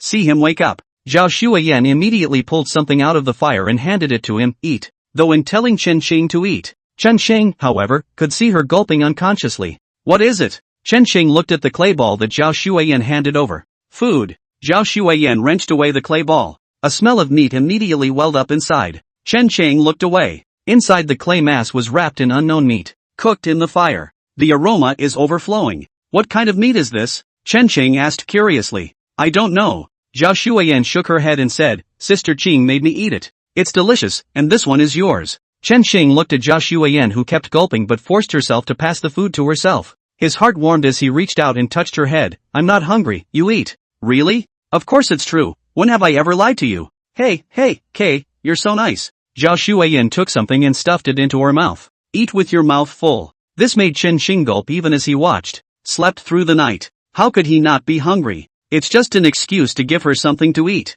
Chen Xing shifted his gaze and asked, where are Sister Cheng and Master Qin? Outside. Zhao Shuiyan pointed vaguely outside the house. Chen Xing got up and headed out. Outside the house, there was only Cheng Qingyi standing there organizing the supplies on top of the mule. On the contrary, I didn't see old Qin too. Sister Cheng, where's Master Qin? He went down first. Cheng Qingyi pointed at the bottom of the mountain and said, he said that he would go down first to explore the road and would wait for us at the halfway point. Now that you're awake, let's go. Wait, I'll make some food. Chen Qing rummages around on the mule. Find some dry food, also known as a toasted burrito. Dry hard. After taking a cake and eating a few bites with water, Chen Qing curiously asked, Sister Qing, what's baked in the clay dough? Cheng Qingyi pointed at the other mule's abdomen. Chen Qing turned his head to look. Only a couple of fat rats were hanging there by ropes. Each mouse was at least a pound or more. Big and scary. Chen Qingyi said in a calm tone, I was afraid that you guys would find it disgusting, so I crushed it into mashed meat and simmered it over fire. How's that for flavor? Chen Chang looked at the rats. Eyelids fluttered and fluttered. That was close. Almost ate it. Oh, it tastes good. Chen Qing squeezed out a smile. If you like it, then I'll still just make more. Cheng Qingyi faintly replied back, making Chen Qing's entire body feel bad. Looks like you can't mess with your food from now on. Otherwise God knows what you'll be eating later. Hurry up and eat, we'll be on our way afterward. Seeing that Chen Sheng did not speak, Sheng Qingyi urged. And that's when it happened. Over at the main temple. Come out to the gang. At the head of the group was a man in white, wearing a jade hairpin on his head and a white python sword hanging from his waist. And beside him followed a hill mountain peak with a waist. The man with the white face and unshaven hands and folded sleeves. The man gave off a shady vibe just by looking at his face. Both sides looked at each other. The man in white froze in surprise at first. A nod of the head followed. Then he led the way down the hill. Watching their departing backs. Cheng Qingyi said extremely calmly, these people are from the palace. How do you know? Of course I see it. Cheng Qingyi rolled her eyes and said, that hill mountain peaked man with a white face and no beard is a eunuch in the palace. After saying that, she stopped ignoring Chen Shang. Go inside and bring Zhao Shuiyan out. The three of them packed up and started walking down the hill. Walk halfway up the hill. Old Qin too sat under a low peach tree. Master Qin. Chen Shang shouted. Aha! Coming. Old Qin too looked up at the sun in the sky and said, wait here, we'll leave at noon. Okay. Chen Xing didn't ask too many questions. Since entering the Jianmen Pass, Old Qin too has been secretive. Ask him himself an odds or he won't tell. Instead of being curious and asking questions, might as well act on instructions. The time was fast approaching noon. Old Qin too broke off a few peach branches from the peach tree and gave them to the crowd. Take it, something to save your life, don't lose it. Chen Xing shot a glance at the peach tree. This peach tree is a bit strange. Surrounded by pine trees. The trees are tall and leafy. It's the only one that's low to the ground. Like someone planted this place on purpose. Chen Xing gathered up the peach branch and carefully stowed it away before asking, Master Qin, what exactly lies ahead? Need you to be so careful? Old Qin too patted the dust on his clothes and headed down the mountain. As he walked, he asked, ever seen the Yellow Springs Road? Ha? Yellow Springs Road? Chen Xing said, Master Qin, you're not going to say that the road to the Yellow Springs is ahead. Whether it is or not, you'll know for sure later. One line. Forward maybe 50 meters or so. Reflected in front of the crowd was a cave. The cave is deep. Can't see the end. Standing at the entrance of the cave, Old Qin too said in a complicated tone, the Yellow Springs Road has arrived. Cross the Yellow Springs Road and you'll arrive at the Yellow Springs Village, and what I need to ask for is in here. Chapter 103, Yellow Springs Village. You guys stay close. After entering the Yellow Spring Cave, Old Qin too warned ahead, don't look around, lest I have to come back for you later. Master Qin, is this really the legendary Yellow Springs Road? Chen Xing followed behind Old Qin too, surveying the cave. The cave was just over 2 meters high, and very narrow. There are very obvious signs of artificial excavation all around. That's what the old Taoist priest told me back then. Without looking back, Old Qin's head said, this is called Yellow Springs Road, and the village is called Yellow Springs Village, and that's all I'm telling you.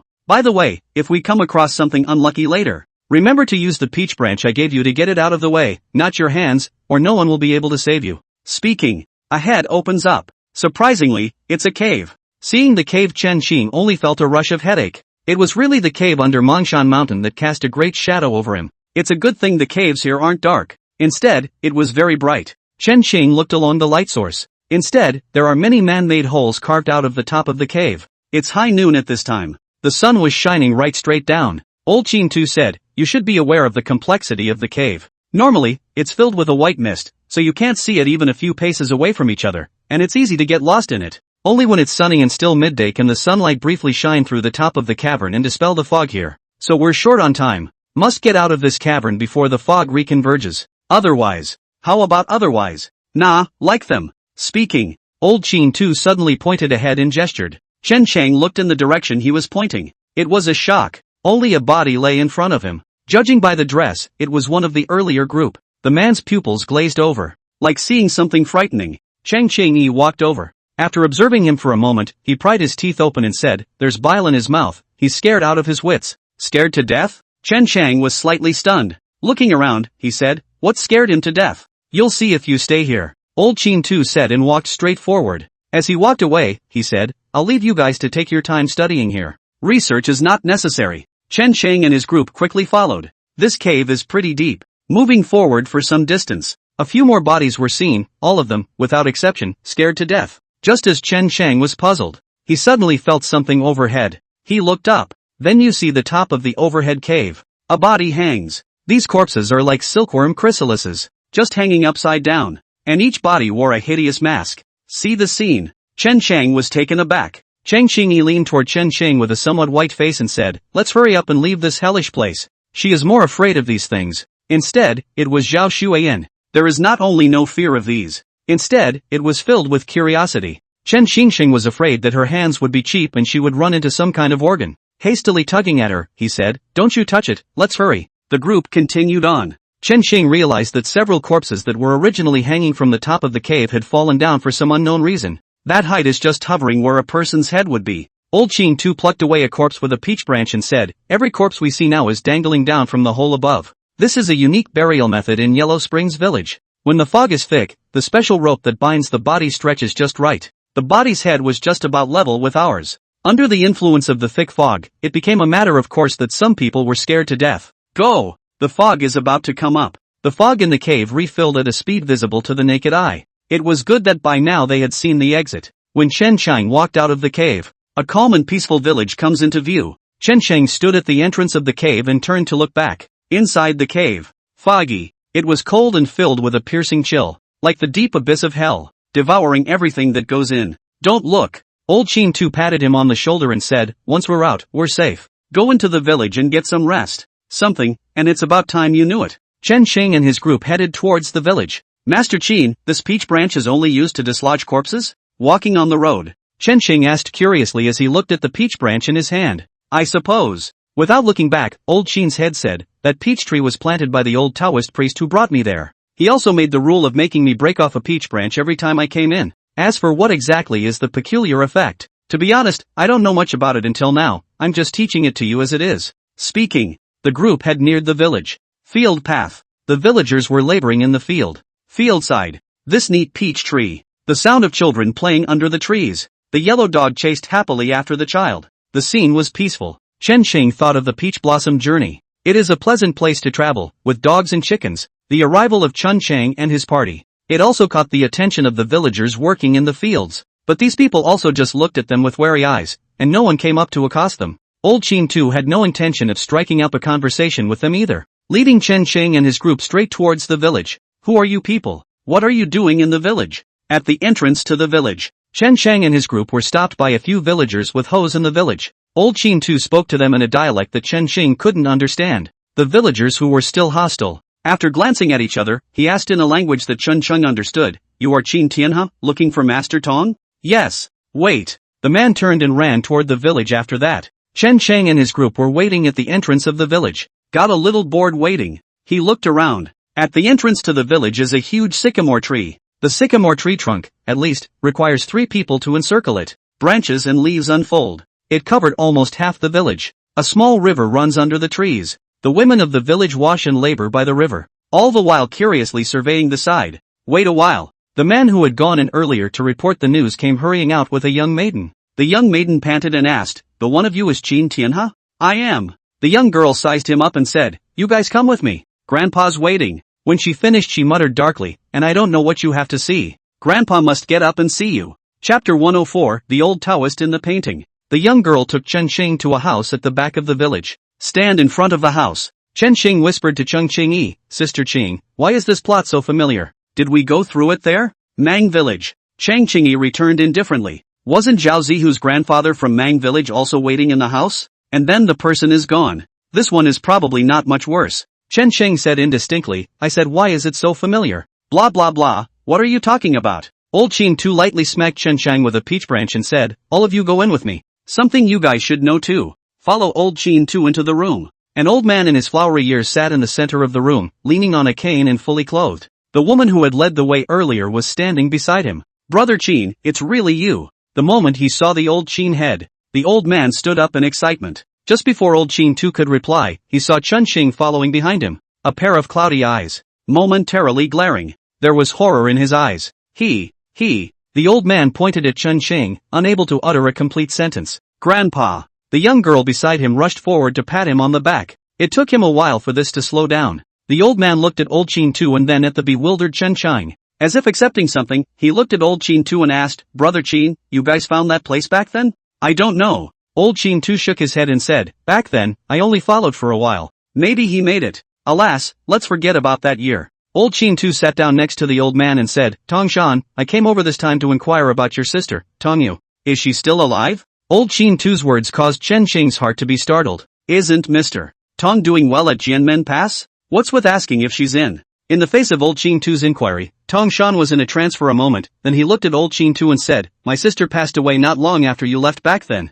Buried right where you first met back then. Want me to show you? Old Qin Tu lowered his eyes, his voice dropping, are you sure she's dead? She's my sister, why I'm not sure. Tong Shan said, I personally put her in the coffin. Back then, the village elders wanted to send her to the Yellow Springs Road, or I desperately tried to stop this. Speaking of which, Tong Shan was silent for a moment before asking, Brother Qin, is there something else going on here? Aha! Old Qin Tu nodded and said, I saw her at Jianmen Pass. She still has a store there, and has a son. This can't be right. Tong Shan was so shocked that he stood up. Back then, because they were not sent to the Yellow Springs Road, the village people did not give mourning, or go one step at a time and carry my sister to the back of the hill to be buried. There's no way she's going to show up at Swordgate Pass. Could someone be impersonating her? That's what I was wondering. Old Qin Tu said, I talked to her about the past, and she knows all about it. Otherwise I wouldn't be here asking for proof. Master Qin, Chen Xing interjected, since the other party was able to talk to you about the past, how did you find out that the other party was a fake? Old Qin Tu sniffed. There was a moment of silence, then another glance at Tong Shan. Finally taking a deep breath, he said, because of you. Because of me? Chen Xing's eyes were full of doubt. Old Qin Tu looked at Tong Shan and said, take him to have a look. Yes. Tong Shan also took a deep breath. As if making some kind of decision, he said, it was something that I was going to take to the grave. Since you're here, Brother Qin, I'll take them to see. Tong Yun, help me to the backyard. Tong Yun immediately picked up Tong Shan and walked towards the backyard. You guys come with me. Although Chen Sheng was puzzled, he still followed. There are several houses in the backyard. One of the houses is made of heavy lapis lazuli. No windows. There's only one door. The doors are iron. The door was also held by a chain the thickness of an arm. Tong Shan took out a key from his pocket and handed it to Old Qin Tu. Brother Qin, you open it. Old Qin Tu took the key, opened the chains. Before pushing open the iron door, he turned his head to look at Chen Chang and said, be mentally prepared. He reminded this. A bad feeling welled up in Chen Chang's heart.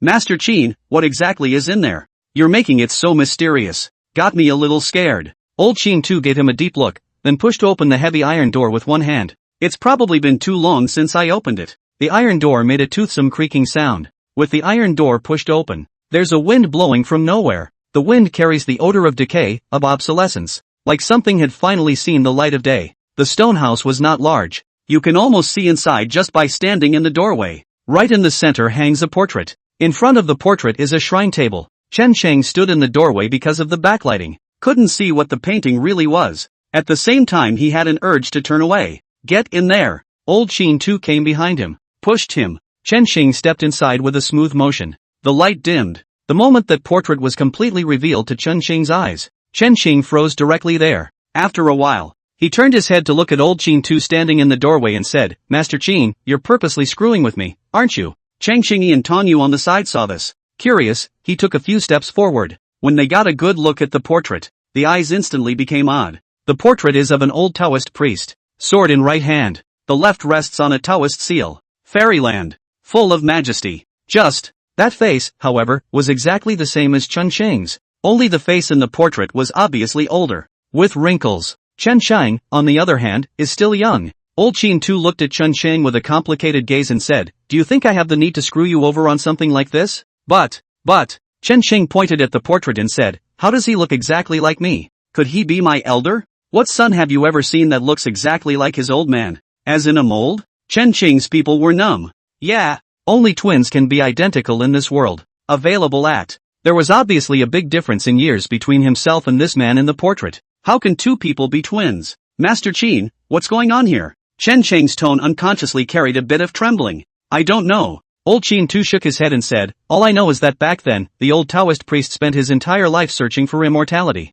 And then one day he was gone. When I see him again." Speaking here he gave a slight beat and said, "Remember that person in the coffin in Mongshan who looked exactly like you and ended up as a dry corpse? Maybe that's him." Chapter 105, I'm not being lewd, I'm appreciating beauty. Bull asterisk asterisk asterisk asterisk. Isn't it, or isn't it? Chen Sheng said with some annoyance, "What do you mean by hinky?" I'd say maybe it's because of the age match. Old Qin Tu said, "The old Taoist priest is very old, but the one in Mongshan is very young. Maybe he really did find some way to return to his old age." Okay, enough of that. Old Qin Tu said, "Let's go back to the very beginning. You asked me how I could tell Tonyu was a fake. Because she's seen the old Taoist." Old Qin Tu said, "When Tongshan saw you, there was surprise, dismay as well as disbelief in his eyes. But she didn't. She really thinks you're my grandson." Ah, you've been testing her from the beginning? Chen Sheng was a bit stunned. "You're not being generous as an old man. We haven't seen each other in over 30 years, and when we do, we try. Serves you right for dying alone."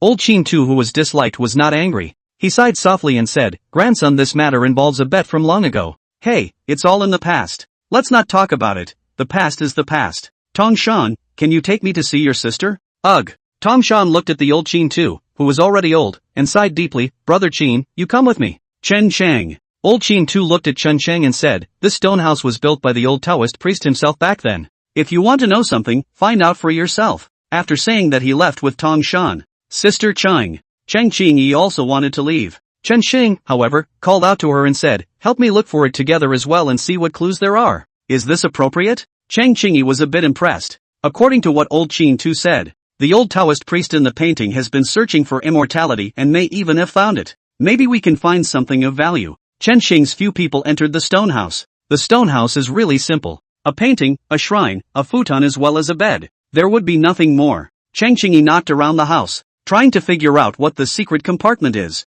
Chen Sheng, on the other hand, stood in front of the portrait, scrutinized the painting. Like, too similar. Aside from not being the same age, they are practically cut from the same mold. Daughter-in-law. Chen Sheng asked Zhao Shuiyan, "Can you tell what's different between me and this old Taoist priest?" Zhao Shuiyan shook her head after scrutinizing it for a while. "Ah Cheng, I can't tell." "I do see a little something." Chen Shengyi suddenly said. "What do you see?" Chen Sheng asked with some surprise. "You're more lewd." Chen Shengyi looked at the portrait and said, "He's more decent." "What do you mean I'm more lewd?" Chen Sheng pointed at his eyes and said with righteous indignation, "How am I immodest? Where am I obscene?" "Ha!" Chen Shengyi sneered, "You always walk behind me with your eyes on my ass." "Ahem." Chen Sheng's face stiffened, and then he said with a straight face, "I don't call this obscene, it's called appreciating beauty. Sister Qing, you are so good looking and have such a good body. Wouldn't it be a waste of your beauty if I didn't appreciate it?" "What do you mean, your daughter-in-law isn't pretty?" Chen Qingyi spoke in a ghostly tone. Chen Qing subconsciously glanced at Zhao Shuiyan, seeing her surveying the portrait, not paying attention to this side. Only then did he say, "My daughter-in-law is naturally good-looking, but it's not like I can ignore the beauty of the outside world, is it?" That's when Zhao Shuiyan tugged at him. Chen Sheng doesn't want to bounce around on life and death. Right now Zhao Shuiyan is having brain problems, but she will be fine one day. Still can't let it go in front of her. So inside, he changed the subject and asked, "Daughter-in-law, what's wrong?" "He's staring at me, eh?" Zhao Shuiyan pointed at the portrait of the old Taoist priest. "Huh, kinda." Chen Sheng took a closer look. The old Taoist priest in the painting was really staring at a certain place. Chen Sheng followed his line of sight, just in time to see Cheng Qingyi's chest. Chen Qing froze for a moment. Then he and Cheng Qingyi exchanged a glance. Cheng Qingyi looked at him with a cold smile. Before she could get mad, Chen Sheng pushed her away and said, "Sister Qing, don't think too much. I was looking behind you." Where the portrait's eyes were fixed was the threshold of entry. below the threshold to be precise. The threshold is made of stone and brick. Chen Shang crouched on the edge and reached out to knock. Empty. Daughter-in-law, can you help me get this brick out of the way? Oh. Zhao Xueyan came over. He kicked at the brick that Chen Xing pointed at. Bang. Greenbrier takes a direct kick to the body. A hidden compartment was revealed. Facing a powerful kick, Chen Xing glanced at his daughter-in-law with some consternation. Zhao Xueyan locked eyes with him and grinned. Ah Qing, I'm awesome, right? Awesome. Chen Xing squeezed out a smile. This is too violent. Luckily there's something wrong with the brain. If you're not in your right mind, if you give yourself a kick in the ass during domestic violence, you're pill hot. Thoroughly Maru spice. Chen Shang withdrew his eyes. Eyes fell within the dark compartment. Inside the hidden compartment was a folded-up piece of greaseproof paper. It looked like something was wrapped up inside. Chen Shang took out the oil paper and opened it. Inside reveals a picture made of silk. Chen Shang studied it. It depicts a palace complex. The palace is magnificent. It's just kind of a weird thing. There is a tower in the center of the palace complex. But this tower is upside down. The tip of the tower is down. The top of the tower is on top. And there was a circle drawn in vermilion at the tip of the tower. Like a reminder of something. Chen Shang frowned for a while, but he couldn't see a clue. He handed the map to Cheng Qingyi and said, Sister Qing, take a look. Can't read, don't read. Cheng Qingyi didn't want to bother with this guy right now. Turned around and went out. It was good to wait a while. Old Qin Tu and Tong Shan are back. Well, anything? As soon as he came in, Old Qin Tu saw the green brick that had been kicked off by Zhao Xueyan. Found this. Cheng Qing handed him the map. After Old Qin Tu saw the drawing on the map, he froze for a moment and then said in a daze, so he went here back then. I told you, I couldn't find him no matter how I looked. Master Qin, do you know where this is? Aha! This palace complex is at our feet, and the old Taoist priest and I went in there back in the day. We were separated for a while then. All these years I've been wondering where he went during the time he was separated. Old Qin Tu pointed to the place marked out with vermilion and said, I think he went to this place back then. Master Tong, it's not good. Another group of strangers has come from outside the village. Just then, a villager hurried in. Chapter 106, The Third Prince? Heard a stranger come in. Tong Shan looked at Old Qin Tu in the first instance. Brother Qin, are they the ones from before? I guess not. Old Qin Tu said, those people in the past, that is, they chose to impersonate your sister waiting for me for so many years. Then they won't show up easily. So, Old Qin Tu looked at Chen Chang and said, these people should be the group from the temple last night. They went into the Yellow Springs before the fog lifted. I didn't think they'd make it out. Rather, it should not be underestimated, these people should be here for the underground palace. Otherwise I can't figure out what these people of theirs are doing here in the deep woods. Do you need me to get rid of them? Tong Shan leaned on his walking stick and said in a low tone, now I have the greatest seniority in the village. If we need to get rid of them, I'll have Cloud call for them now. Old Qin Tu frowned and didn't reply immediately. After a moment of silence, he looked at Chen Chang and said, what do you think should be done? Chen Chang was silent for a moment before saying, there are three forces that I know of right now. Ourselves, those people outside, and the gang that impersonated Tong. 3 groups of people Tong Boss's group is hiding in the shadows. We're in the clear. Those people out there are kind of half-light. Chen Chang looked at Old Qin Tu and said, Master Qin, do you think Boss Tong's group will send someone to follow us? That's for sure. Old Qin Tu said, they've been waiting for so many years, and now I've finally appeared. Then there's no way they're going to let me disappear into their eyes so easily. On the way here, there were a lot of things I didn't make too clear, just for fear of the walls. In that case, I have an idea. Tell me about it. Chen Xing's eyes burned as he said, let's have a mantis catching a cicada, with the yellow bird at the back. Those people at Shopkeeper Tong have been waiting for you for so many years, and I think it's because of something about the old Taoist priest. And these people out there, who likewise appeared here quite coincidentally, thought they had a similar purpose. Why don't we take another trip to Mount Mang? But this time, we'll both swap roles. In the middle of the savage mountains, Chen Qing is the bait. Old Qin Tu and the others hid in the shadows as yellow birds. This time the roles were switched. Old Qin Tu as bait. Chen Qing came to be the yellow bird. After closing his eyes and contemplating for a moment, Old Qin Tu opened his eyes and said, it can be done as you say. You be the yellow bird, I'll be the mantis. But you'll have to come in with me up front, or they won't fall for it. Once inside, I'll tell you to be the yellow bird there. Ah. Chen Qing's face instantly became bitter. Master Qin, I'd better not go in. What? You're scared? Yeah, I'm scared. Chen Qing said, that kind of place is dark and deep, and you'll run into some strange and weird things. A careless life can be lost. Look at you bear. Old Qin Tu said without a trace of humor, don't worry, there won't be any danger here. Back then, the old Taoist priest destroyed some of the deadly organs. You go in and just go play. Alright, it's a deal. Without waiting for Chen Qing to retort, Old Qin Tu took it upon himself to help him finalize it. Then he said to Tong Shan, let's go. Let's go out and meet the guys. To this, Chen Xing could only smile bitterly. No way. Who makes people old? Respecting the old and loving the young is a virtue. Get out of the house. Led by the village. Chen Xing saw those people from last night at the entrance of the village. Leaving in the morning. These people toe the line. Now it was wretched to the core.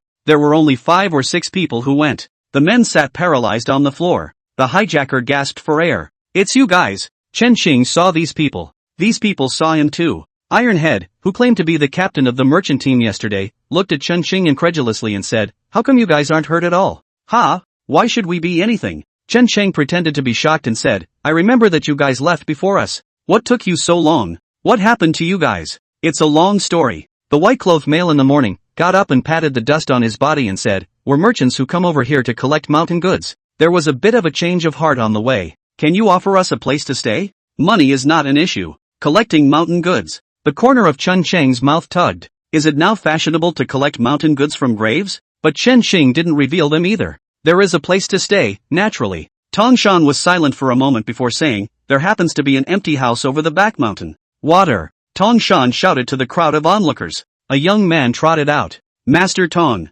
Tongshan commanded, "That room belongs to your family, take them there. Charge as much as you want and see to it." "Good, Master Tong." Soon these people followed Kamazu. When they're gone, Tongshan looked at old Qin Tu and revealed a smirk and said, "Brother Qin, a farewell of more than 30 years. Now that things are sort of done, let's have a nice get-together." "Okay, get-together." Old Qin Tu was also happy, "Let's not get drunk." The village feasted at night. Rather farcical. Chen Shang and his group stayed at Tongshan's house. Next, it was extremely laid back for a few days. Chen Shang took the time to practice his swordplay every day. The rest of the day is either spent sleeping, eating and sleeping. Of course once in a while Chen Shang would do some exercise with his own daughter-in-law that would benefit his body and mind. Probably why the house isn't soundproof. 4 days on end. Chen Xing didn't even give him a good look. Chen Xing didn't care either. She never gave a good look anyway. This continued until noon of the 5th day. Chen Xing finished his lunch. While sitting under a sycamore tree at the entrance of the village and fuming, a figure came before him.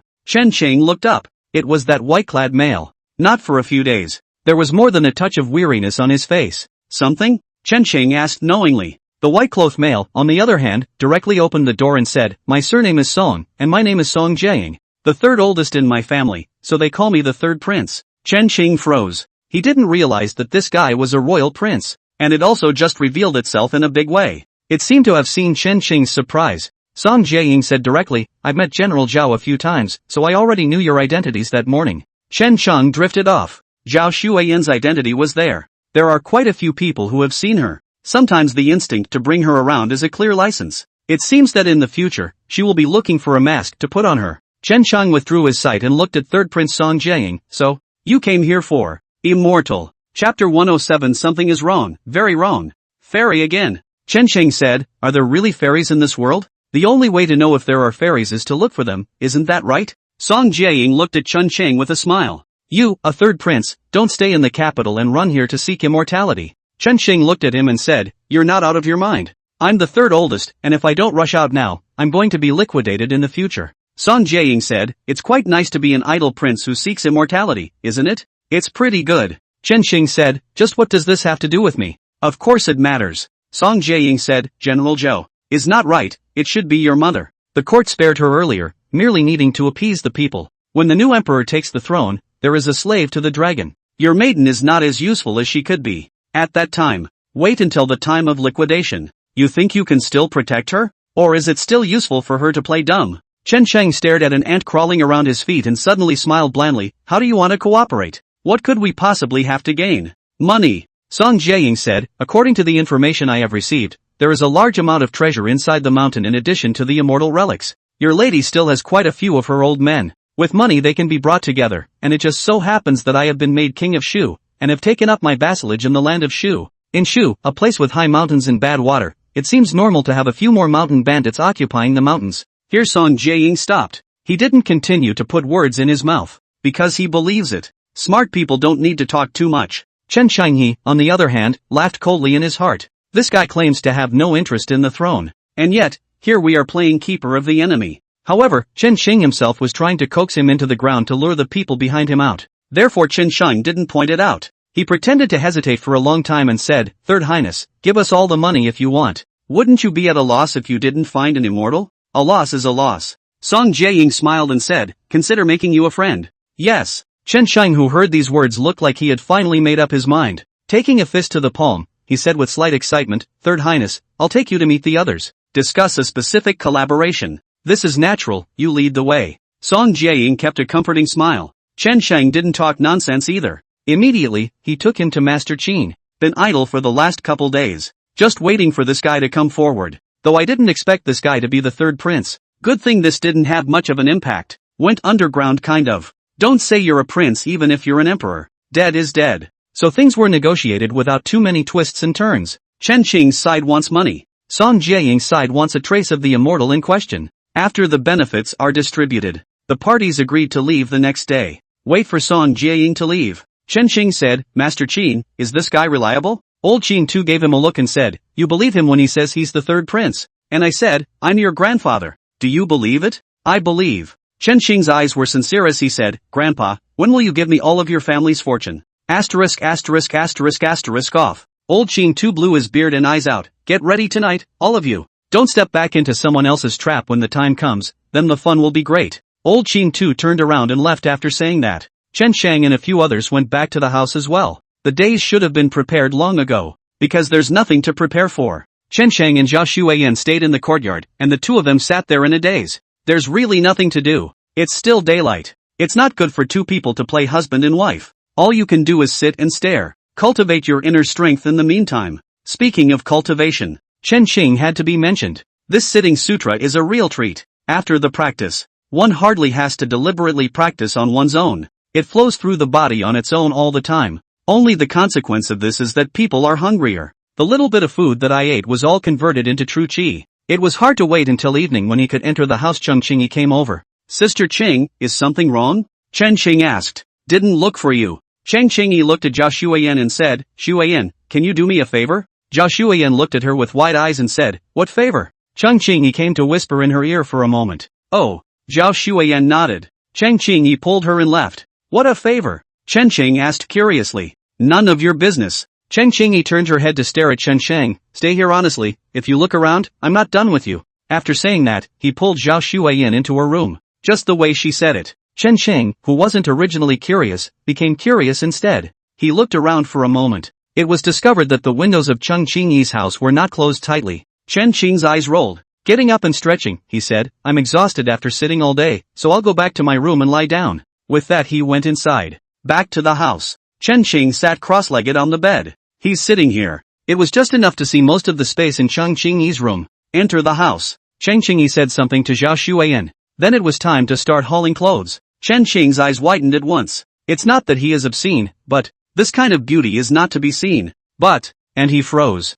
Spatial sight is all relative. One side can see across. Then the opposite side can likewise see their side. The window itself was never moved. Doesn't that mean the other guy saw himself playing games with his daughter-in-law at night? No wonder these days. Cheng Qing looked at herself with her nose not her nose and her eyes not her eyes. Not. She peeked at me. What's going on is wrong with me. Chen Qing grumbled under his breath. No, I have to see it back. Wouldn't it be a loss not to see it back? Chen Qing stared over there with unblinking eyes. Not for a while. He felt his nose go cold. Reach out and touch. Nose bleed out. It's really not that I'm not a good person. Rather, Chen Shang really didn't expect it. Qing usually looks like she has no material at all. In fact, Chen Qing looked up at the moon that was quietly visible in the sky. The moonlight is so white. Chen Qing wiped his nosebleed and prepared to continue watching. But he just happened to meet Cheng Qing's eyes head-on. The two froze almost simultaneously. Chen Sheng's head was in a daze. At this moment Chen Sheng's head was running wild,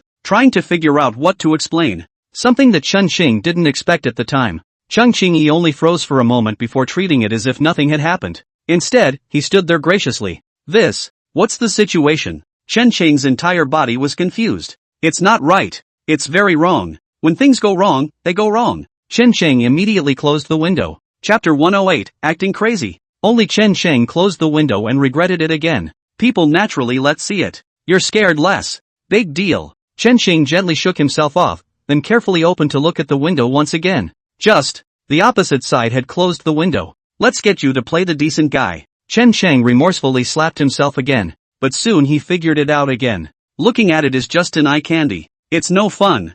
Might as well wait for my own daughter-in-law to return. It's fun to prove to yourself that you're coming with action. A lewd smile appeared on Chen Qing's face. It was about half an hour's wait. Zhao Xueyan is back. As soon as she entered the house, Chen Qing then tugged at her and asked, "Ma'am, what is Sister Qing looking for you for?" Zhao Xueyan blinked. Looking at him with an innocent face, he said, "Qing, you want to do something bad? Which one of your eyes saw that I wanted to do something bad?" Chen Qing sophistically said, "You call me pussy when you want to be bad." Zhao Xueyan said, "When I'm told to work, I call out to my daughter-in-law." "Yes?" Chen Qing said seriously, "Mother, why are you talking logically? Aren't you stupid? Tai, bold villain." Zhao Xueyan pulled a boxing stance in place and looked at Chen Qing with a serious expression. "I am the nephew of the Jade Emperor. Watch the move." Zhao Xueyan attacked Chen Qing. "And yet there is no point of strength." Chen Qing wrapped his arms around her and said, "I'd like to see who the villain is." "Ha ha." Chen Qing was tickling at her armpits. I was wrong. Ha ha. It tickles. Knew it was wrong. Aha. No sincerity, show me yours. Chen Qing pointed to the bed and couch and said, "Go up and squat with your hands on your head." Zhao Xueyan did so one by one, then looked at him innocently. Unperturbed, Chen Qing continued, "Put your head against the pillow." Zhao Xueyan fell head over heels with a thud. "Put your head against the pillow." The corner of Chen Qing's mouth revealed a slightly lewd smile. Hee, "Ma'am, you can't move now, can you?" A night of absurdity. When Chen Qing rubbed his back and got up the next day, Zhao Xueyan was already busy in the courtyard. This woman is a beast. It's all folded up like that, and nothing happened at all. "Qing, you're up. See Chen Qing come out." Zhao Xueyan happily shouted, "Ah Qing, I got you food." Yard. On the table was a bowl of steaming millet porridge as well as 2 eggs. Chen Qing was not polite either. Picked up the millet porridge and ate it with the eggs. Is eating. Cheng Qingyi, who was dressed in green, walked in and said, "Xueyan, check the things. Let's see if we've missed any, and if not, we're ready to go." "Oh." Zhao Xueyan let out an oh-so-subtle cry. Went inside to pack. Chen Qing, who was sitting there eating, had his eyes unconsciously looking towards Cheng Qingyi. Cheng Qingyi frowned and said, "What are you looking at me for?" Chen Qing hesitated for a moment, but still tentatively asked, "Sister Qing, last night." "Last night? Something happened last night?" Not waiting for Chen Qing to get his words out, Cheng Qingyi then said in a cold voice, "You're the one who gets up the latest every day. Hurry up and eat, and go." With that, he turned and walked away. At this time, Zhao Xueyan also came out of the house. A small cloth pocket was carried around his waist. "Qing, I have everything with me." Zhao Xueyan patted the small cloth pocket and said, "You hurry up and eat." Chen Qing also didn't want everyone to wait for him. "Pick up the millet porridge and take a bite straight out of it." Picking up 2 eggs, he said, "Eat up, let's go." With that, he headed out the door. Just within a few steps, he stopped again, because he realized that Cheng Qingyi's window that had been closed had opened again. "That's not true." Chen Qing scratched his head. He remembers the window was closed last night. Did it open in the morning? But if it wasn't opened in the morning, that would be interesting. I still left the window open myself last night. The courtyard that Chen Qing left with odd eyes. Outside the courtyard, Old Qin Tu and Cheng Qingyi were already waiting. See the two come out. Old Qin Tu waved his hand at Tong Shan, who came out to see him off, and then his group walked toward the village entrance. Third Prince Song Jiaying and his party were already waiting there. After the round, after a brief exchange between the two sides, together, the two sides headed back the way they came. The entrance to the underground palace complex on the drawings is near the Yellow Springs Road. Old Qin Tu brought his party to a cave and looked at Song Jiaying and said, "The immortal trace you are looking for is inside. But, trying to find it, I reckon there's not much hope." "There's not much hope, so there is hope, isn't there?" Song Jiaying said, "Come all the way here, can't beat a path back home." "Ha!" Old Qin Tu smiled and said, "I'm just giving you guys a heads up." After saying that, he led the way into the cave. The 3 Chun Sheng people didn't move. Song Jiaying smiled and followed with his men. When they're all inside, only then did the 3 Chen Sheng follow. The old Qin head led the way, Song Jiaying and the others walked in the center. Chen Sheng 3 people broke the back. That way no one can do anything small. This cave was wider than Chen Sheng had imagined. It should have been artificially expanded. And at every distance there was an oil lamp to light the way. Old Qin Tu walked ahead and explained, "This place is not a secret to the people of Huangquan village. Over the years, they've also come in one after another to explore. They put all these oil lamps here too." After going about 200 or 300 meters deeper, an 80-degree vertical downward ramp appears ahead. Old Qin Tu first glanced downward, then said, "Slide down here, then take a boat and follow the underground dark river to see the underground palace. You guys follow." Old Qin Tu took the lead in sliding down after glancing at Chen Sheng. Chen Sheng, on the other hand, turned his head to look at Song Jiaying and said, "You first, or we first?" Song Jiaying looked at the narrow passageway. There was no immediate reply. Instead, he glanced at his men. Mostly, he was still looking at the white-faced, suspiciously too-fake guy. The guy looked at the old chins who had slid down. Then he looked at Chen Shang and his party again and said, "Your Majesty, let Tai Tu and the others lead the people down first. You and I will go last." Chen Shang shrugged indifferently and said, "It's fine, just set yourselves." Soon Ironhead and his party were sliding down the passage. The three of them, Chen Qing, followed closely behind. Cheng Qingyi was at the front, Chen Sheng in the middle, and Zhao Shuiyan at the end. This formation is the safest. The chute spirals down. Some of the turns. Not enough impact. Inevitably, they will collide. By the time Chen Qing's trio slid down completely, the three inevitably rolled together. Chen Qing even wrapped his arms around Cheng Qingyi. The hand is also pressed where it shouldn't be. Get loose. Cheng Qingyi quickly pushed him away and stood up. Old Qin too, who came down first, had already lit their torches. After Chen Qing stood up from the ground, looking at Cheng Qingyi through the light of the torch, Cheng Qingyi just glanced at him with a bland expression. Then look around. Chapter 109, Contents of the Mural. Chen Qing held up his torch and observed. Ahead was a dark underground river that gave him a familiar headache. But this dark river doesn't have that eerie feeling. The feeling given to Chen Qing was the same as the feeling of a river on the ground. The dark river is lined with rock walls that have been cut out by hand. And there were a couple of small boats sitting in the river. Chen Qing observed the surroundings at the same time. Song Jiaying and the others also came down. When they come down, Old Qin too held up a torch to the rock wall and lit a long light that had been placed on it. Then, Chen Qing then saw a fire snake scurrying out along the rock wall. Wherever the fire snake passes, light up a long light. Some of the fire snakes also burned down the iron locks on the rock wall to the other side of the dark river. The same countless long lights were lit up. For a moment the entire underground space was illuminated. Chen Qing looked at the scene and after a while said, "Master Qin, are all these long lights made by the villagers of Huangquan village?" "No. They were originally." Old Qin too pointed at the ships and said, "These long lighting lamps will go out in an hour. Hurry up and get on the ship and go." But no one wants to be delayed here. The group used 3 boats. Chen Qing and his entourage an article. Song Jiaying and their 2 boats. Chen Shang, the boat, is leading the way. Chen Shang, who was walking in front, reminded, "Third Highness, you guys can follow closely, don't disappear when you're walking. You walk you're just." The guy who followed Song Jiaying said with a cold face, "Even if you guys get lost, we won't get lost."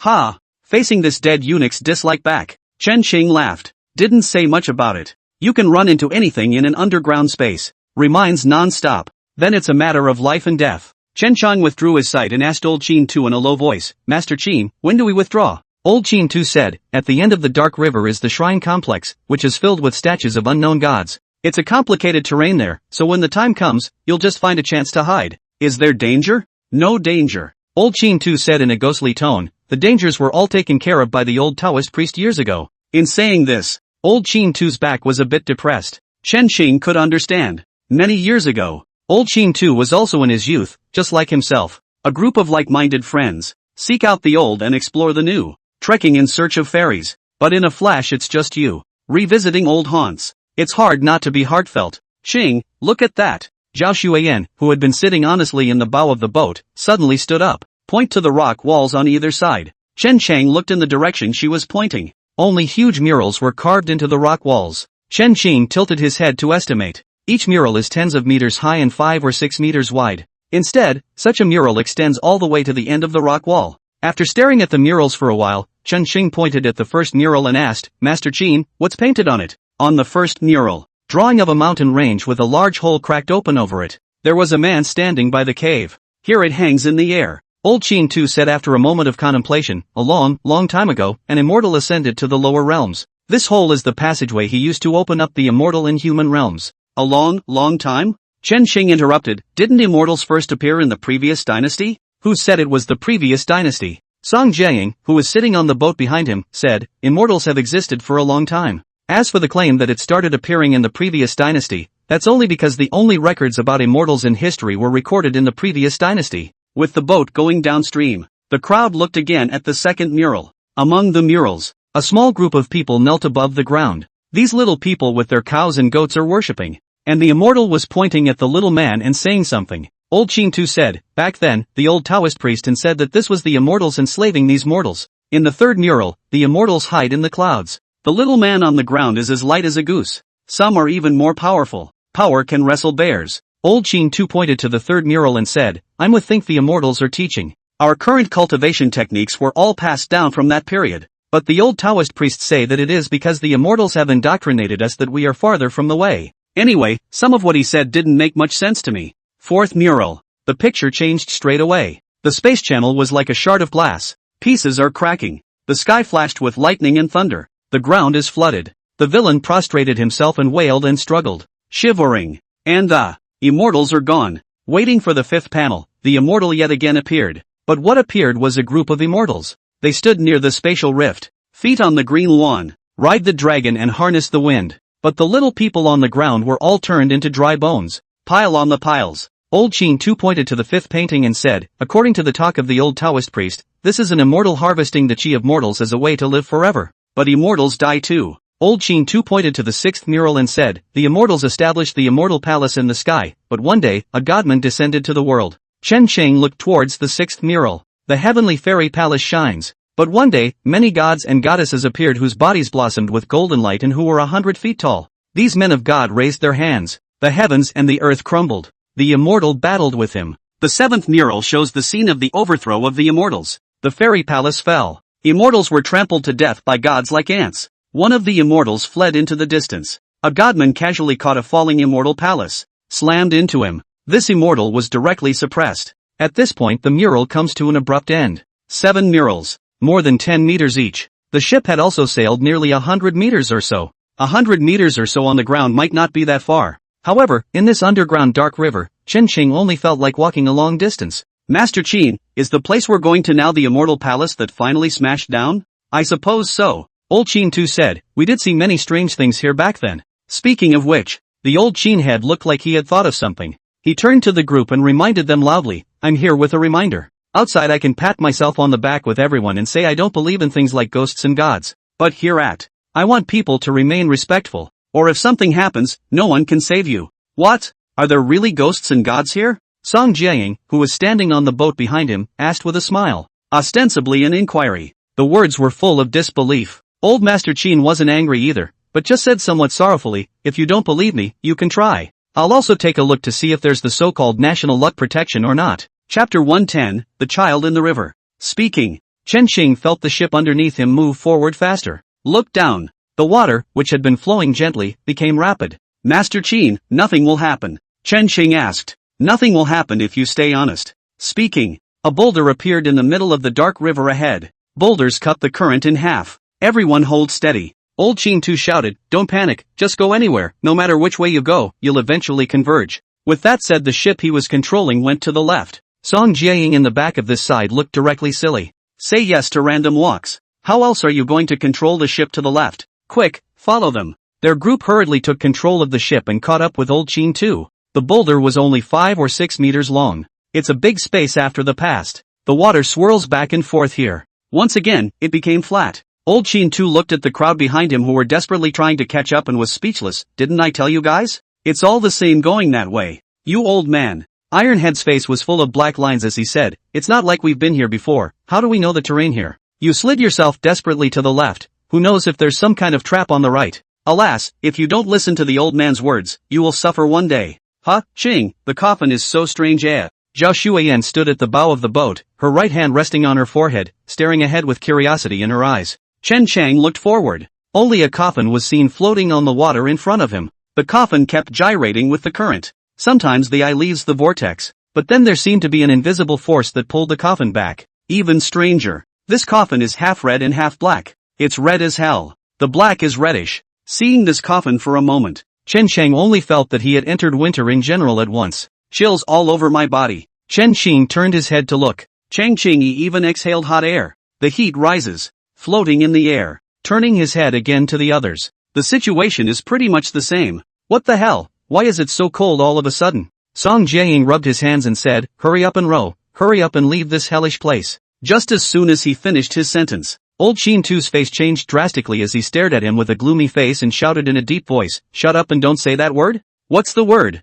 Song Jiaying was a bit confused. Do you mean the word ghost? He. With the word ghost spoken. Silence in the river. Suddenly there was the sound of small children playing. One moment. Everyone's face changed. Almost simultaneously all eyes fell on the coffin floating on the water. 2 children sat on top of the coffin at some point. A man and a woman. They were dressed in red and black. Sitting side by side on the coffin. Wiggle your little feet. A curious face looked at the crowd on the boat. This instant, The atmosphere was awfully quiet. Gulp. Chen Qing gulped and said, Master Qin, weren't you an atheist back in Monshan? If there's such a man in the world, have you all died out in your line of work long ago? That's outside. Old Qin Tu's voice likewise trembled a bit as he said, it's different here, some Moncler outlet store things that aren't available outside are available here. Otherwise don't you think why don't the people of Yellow Springs Village empty this place? Save it for when we come? So, what now? Chen Qing looked at the pair of children sitting on the coffin and asked in a low voice. Don't ask, don't look. Old Qin Tu said, it'll be fine if you walk through.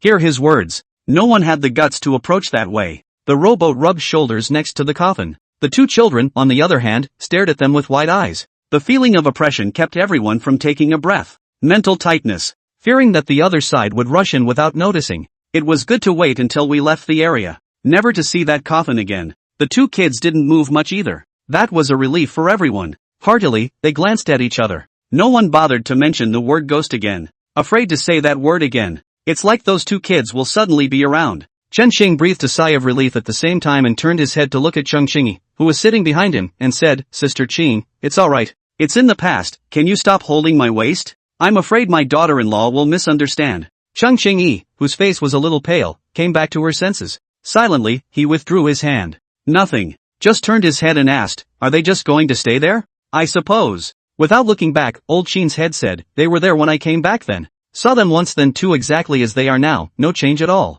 They don't seem to be harming anyone, Chen Chang said. Heh, how do you know they're not harmful? Old Qin Tu said in a ghostly tone, we lost a lot of people in that place back then. It's harmless now, it's just that you guys listened to me and didn't touch them. What happens when you touch it? Song Jiaying asked curiously. Touché, and you'll stay there, with no chance to ask me why here. Well, here we are. Speaking. The ship gradually came to a halt. What met the eyes of the crowd was a huge underground temple complex. The underground culvert comes to an end here. It should be because Old Qin Tu lit the long-lasting lamp earlier. It's all lit up in here. All off the boat. Old Qin Tu jumped off the ship and said, you can wander around these temples and look at them as much as you like. As long as nothing in particular has changed in the last 30 years or so, there will be no danger here. And, what if something special changes? Ironhead, who was following the crowd, asked. Ask me what for? Buy everyone a seat. Old Qin Tu rolled his eyes in a very speechless manner. Then changing the subject, he said, since we're already here, let's split up. How can we be separated? We haven't found the wizard yet. Song Jiaying gave a look to the eunuchs around him and Ironhead, who was following behind him.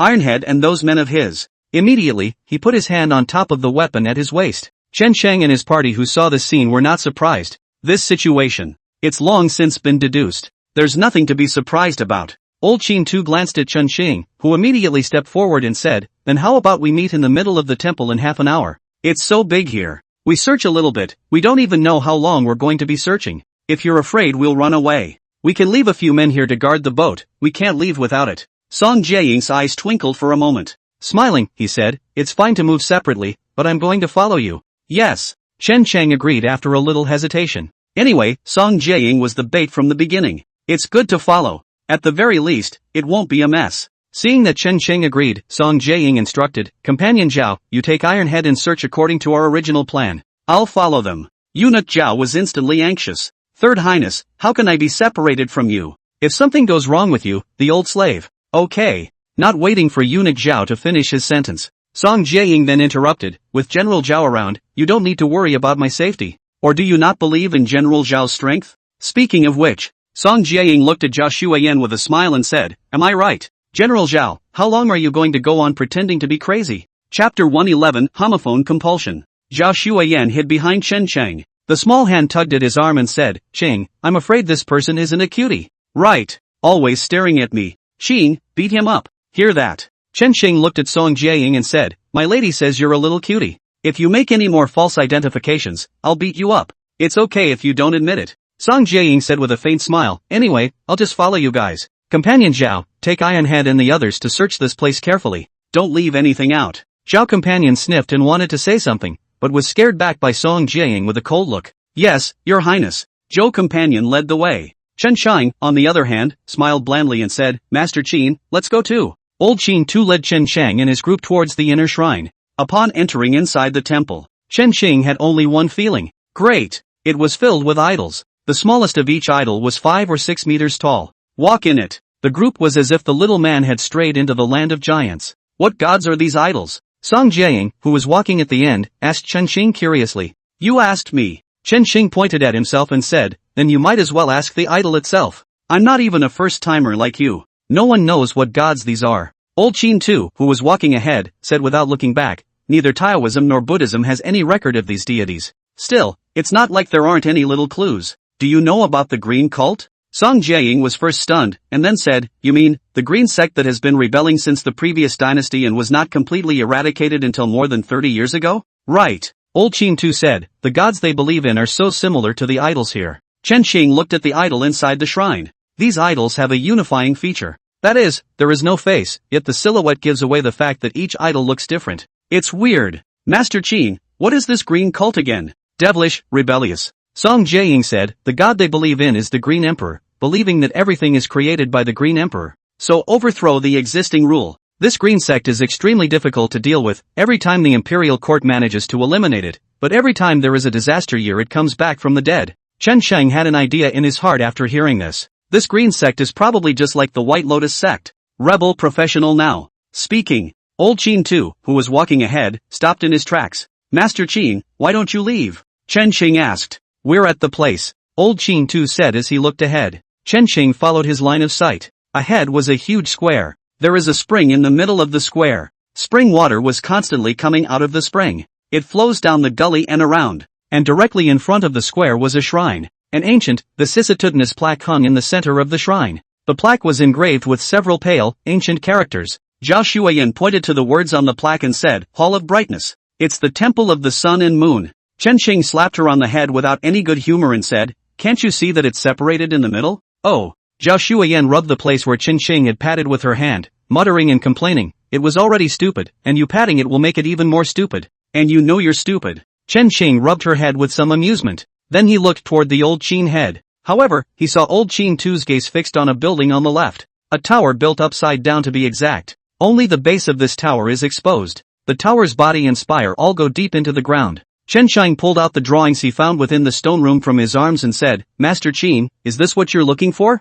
Aha! The old Qin head nodded. Then he looked at Song Jiaying and said, I'm going to go in later, so if you want to follow me in, then you can come along. If you're not going in, then make yourself at home. Song Jiaying turned her head to look at Chen Shang and said, are you going in? What do you care if I get in or not? Chen Shang rolled his eyes, then handed the drawing to old Qin Tu and said, Master Qin, take this. Go down there later, you might need it. Old Qin Tu didn't refuse. After receiving the drawings, he said to Chen Shang and his party, you guys follow me. Old Qin Tu brought Chen Xing, Cheng Qingyi, and Zhao Shuiyan to the spring in the middle of the square. Song Jiaying also followed curiously. What are you doing over here? Chen Xing looked at Song Jiaying warily. Can't I come? Song Jiaying smiled and looked at the old Qin Tu and said, how can we cooperate if we are still defending me now? Let him come if he comes. Old Qin Tu pulled out a bamboo tube from his body. He hit some spring water in the spring and handed it to the three Chen Xing, all of you take a sip. Doubtful though. Still, Chen Xing didn't bother to ask why. As a result, the bamboo tube was drunk. It's just that once the spring water is in your belly, Chen Xing immediately felt something was wrong. Stomach turning. Like something was going to come out of his throat. Vom. Chen Xing hurriedly shoved the bamboo tube casually to Zhao Shuiyan beside him, and then squatted down for a bout of vomiting. What came out of his mouth, however, made Chen Xing's hair stand on end in sweat. Because it's not food that comes out of the vomit. Instead, it's a single white-flecked worm. It's like maggots, squirming in that pile of vomit. You. Song Jiaying was startled by what Chen Xing vomited out. Hurriedly, he moved away from Chen Chang. Looking nervous, he pointed at Chen Chang and said, are you a person or not? With a foregone conclusion. That word ghost he didn't dare say. I'd like to know if I'm human. Chen Chang looked at the ground of bugs. There was also fear in his eyes. Normal people. Who spits up worms? Vomit. That's when there was another gagging sound from the side. Chen Xing turned his head to look. Zhao Shuiyan was also squatting there, constantly vomiting bugs out. Chen Xing turned his head to look at Cheng Qingyi again. Cheng Qingyi looked at the bamboo tube in his hand after seeing Chen Chang and Zhao Shuiyan's reactions. It was surprisingly hard to drink for a while. Drink! Old Qin Tu sighed and said, we've been bewitched. The spring water here can expel the parasites, drink it, spit it out and you'll be fine. Cheng Qingyi gritted her teeth. Take a sip of spring water from the bamboo tube. Fruity. Once the spring water is down. Cheng Qingyi then squatted down and vomited. What came out was exactly the same as what Chen Xing threw up. Master Qin, what's going on? Chen Xing asked as he looked at the ground full of bugs. Old Qin Tu didn't answer immediately. Instead, he picked his way up inside the pile of bugs. Looking at Chun Chang, his stomach rolled again. But this time, I wanted to vomit, but I couldn't. Soon old Chin Tu found a very special worm from inside and laid it in front of Chun Chang and said, homophone compulsion. Homophonic compulsion is also known as subvocal compulsion. The mother compulsion is taken by her own people, and the child compulsion is taken by the target. We say something, and within a certain range, the female parasite mimics it. It's a means used by the meow side to listen in. This is also the reason why I have been speaking to you in a clouded manner after leaving Swordgate Pass. It's not that I don't want to talk about it, it's that I can't. Once I say it, the other side knows it too. Chapter 112. Seeing the Chen Xing trio spit out so many bugs, Song Jiaying, who was standing on the sidelines, was also a bit flustered. He is a royal son. It's this kind of backstabbing that I'm afraid of. Immediately, he asked, can this water cure any parasites? I suppose. Old Chin Tu said, anyway, back then, the old Taoist priest told me that if you get hit by a dark trick, you can just drink the water here. Song Jiaying hastily removed the water bag he was carrying. Pour off the original water. After filling the spring, he began to pour it into his mouth. Drink up. Song Jiaying waited for a moment, realizing he had no response. With a sigh of relief, he said, it seems that the king is fine. Only he just finished. And his face changed. What's wrong with you? Chen Chang asked with some consternation. Song Jiaying covered her stomach and said with a blue face, my stomach hurts, I need to go to the toilet. Chen Chang's face was odd. He looked around for a moment and said, why don't you just find a place to preach? Song Jiaying's face became even more ugly. He was the third prince of the empire. Letting him urinate and defecate as he pleases, where would he be if it got out?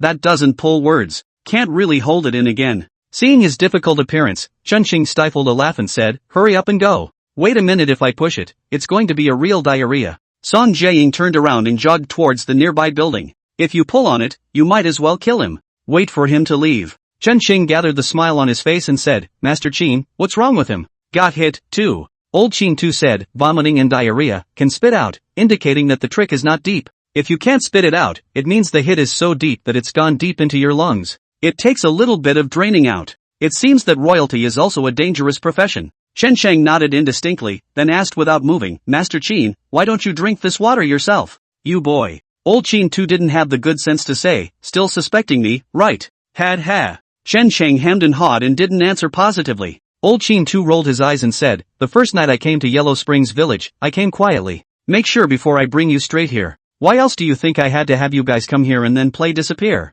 Master Qin, how did you determine that we've been hit by the homophone compulsion? I wasn't sure we were hit with the homophone compulsion at first, Old Chin Tu said, but I know that since others have their eyes on us, they will definitely be watching us. So whether we have people around us or not, we can conspire less. When he said this, he pointed to his head and said, all the scheming is only safe if it is hidden here. As soon as you tell it to a second person, there's a risk of leakage, understand?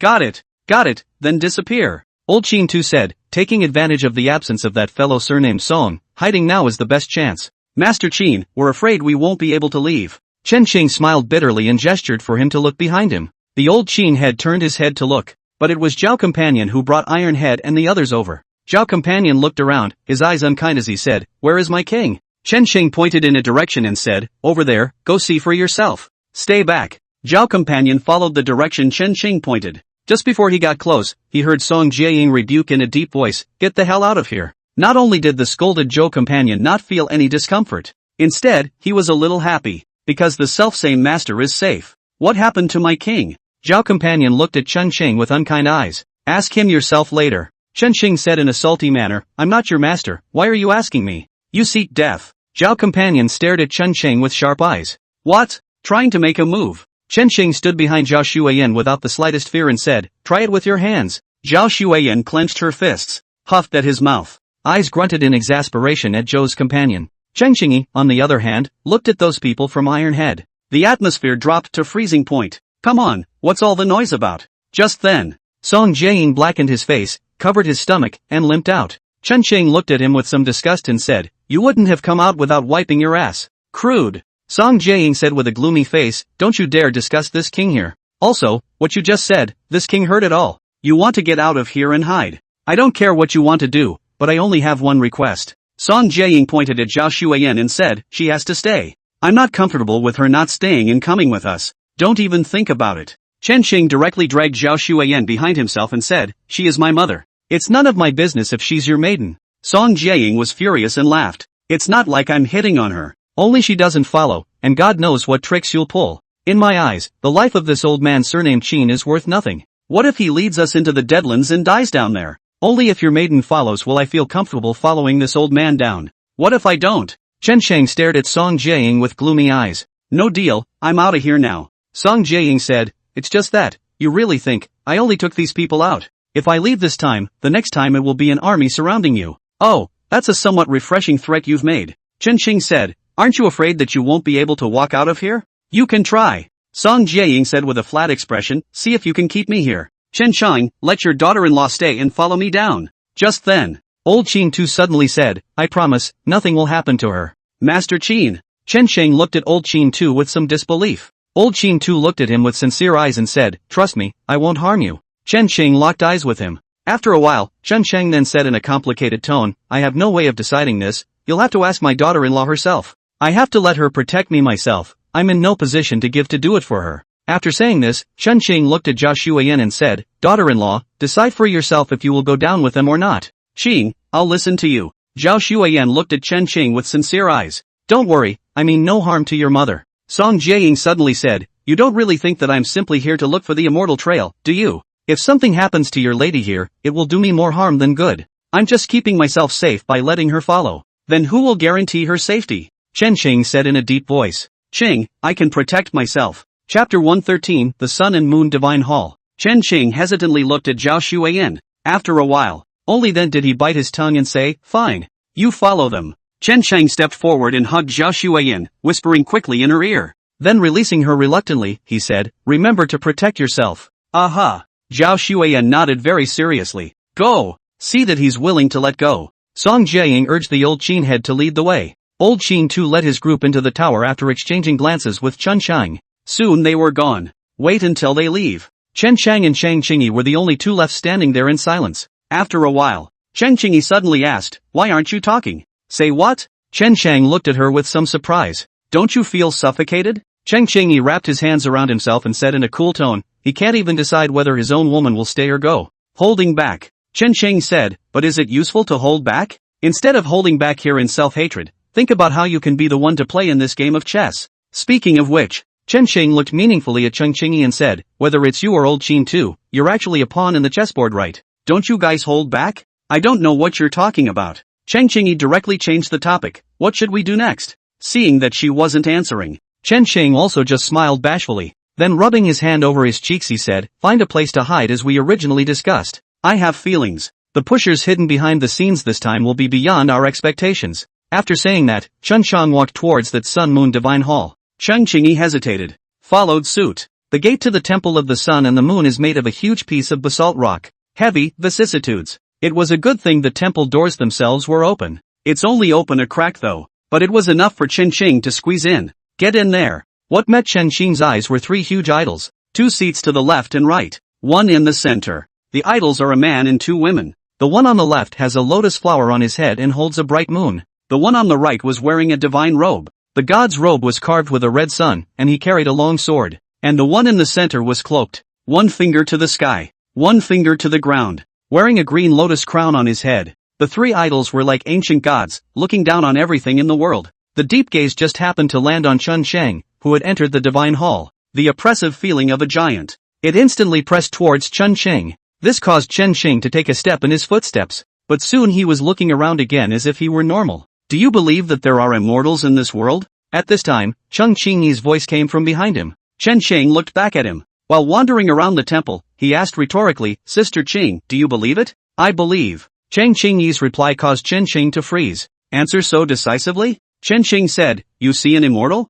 Would you believe me when I say I've seen it? Chen Qingyi looked up at the idol in the center with a complicated gaze. And I don't know what I'm thinking. If you had seen it, little fish would have been cured a long time ago. The shrine wandered around a bit. Chen Shang did not find anything strange within the shrine. He came to Chen Qingyi's side. The two looked at the idol together, neither one speaking. For a while, the temple was awfully quiet. After a while, Chen Qing suddenly asked, Sister Qing, in Yellow Springs Village, did you leave the window open on purpose? So what if it is? So what if it isn't? Chen Qingyi withdrew her eyes. Eyes clear and cold, she looked at him and said, or do you want to do something to me? This answer. The answer is already obvious. She just opened it on purpose. As for why open, when you've been single for a long time, you always have ideas. especially if it's the kind that's been born and raised. Therefore Chen Sheng directly asked, Sister Qing, am I fierce? Chen Sheng had thought that Cheng Qingyi would be shy in the face of this question, or annoyed or something, but she didn't. As for the calm tone, it's okay, it's just that. It's okay?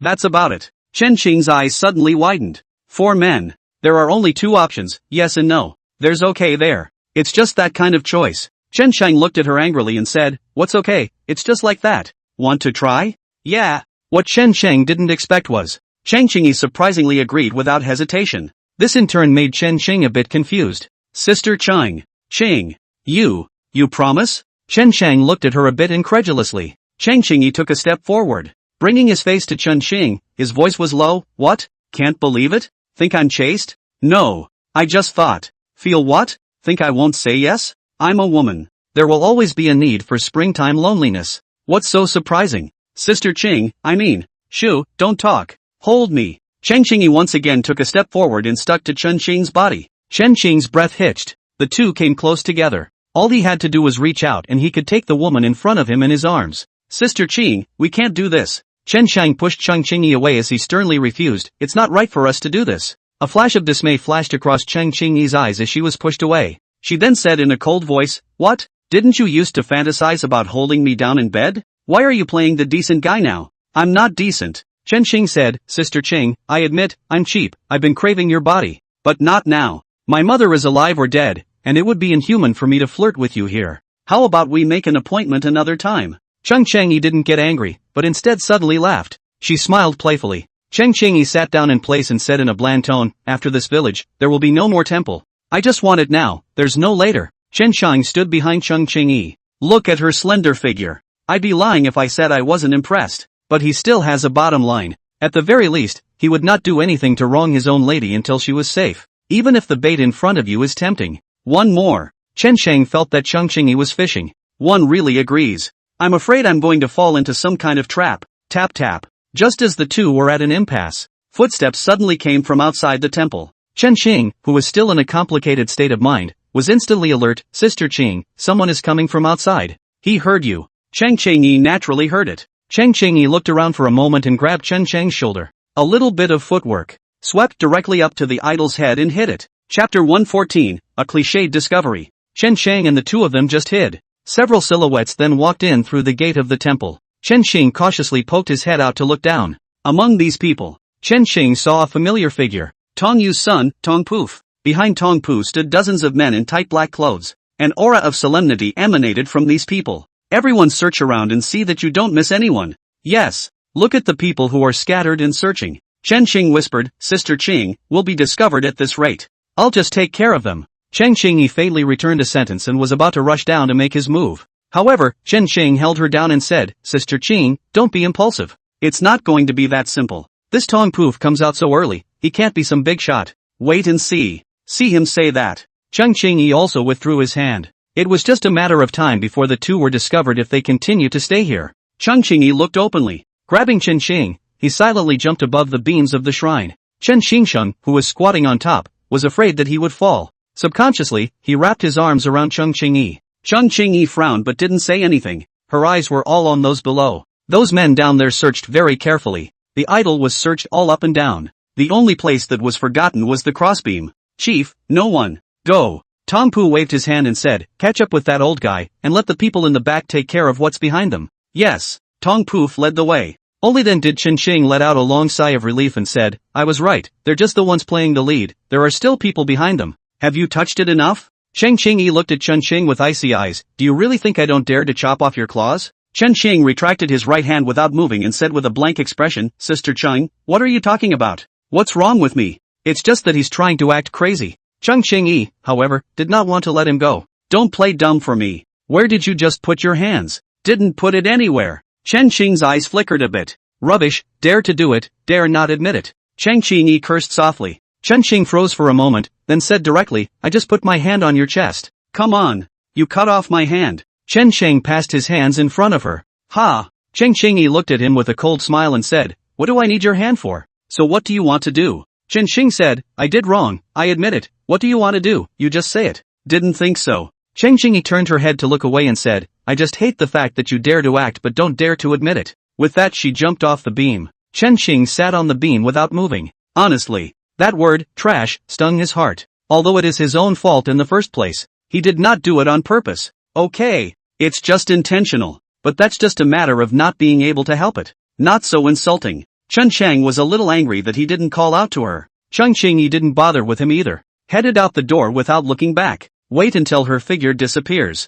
Only then did Chen Qing react. He's still on the beam himself. The beams were at least 10 meters above the ground. How do you get down there by yourself? Chen Qing looked openly. Closest to the crossbeam was the idol of the man who pointed one finger to the sky and the other to the earth. The raised finger was only 2 or 3 meters above the beam. Jumping on your own fingers and sliding down your arm is not a problem. Chen Qing carefully moved along the beam to just above the finger. Took a deep breath. Jumped right in. Because of the presence of the Sitting Forgetfulness Sutra, the true Qi is running. He was fairly light on his feet. Rather, there were no accidents. Steady on the tips of your fingers. Standing in this position, one could almost look down on the entire interior of the temple. Chen Qing casually swept a glance and prepared to go down. But it's that glance. He suddenly realized that the eyes of the two idols on his left and right were staring at one spot almost simultaneously. Ha! Chen Qing eeped, standing there to make sure again. That's right. The idols gaze ground on this same place. This couldn't help but make Chen Qing think of the Yellow Springs village, the gaze of the old Taoist priest inside the stone house. Are you hiding something here too? Chen Qing's heart fluttered. In a hurry, he slid down the idol. He regained his footing in the center of the temple, then tilted his head back to look into the eyes of the idol of the man right in the center. Its eyes were similarly fixed on one spot. Chen Qing stepped back a distance of 2 or 3 steps. Tilt your head and look up.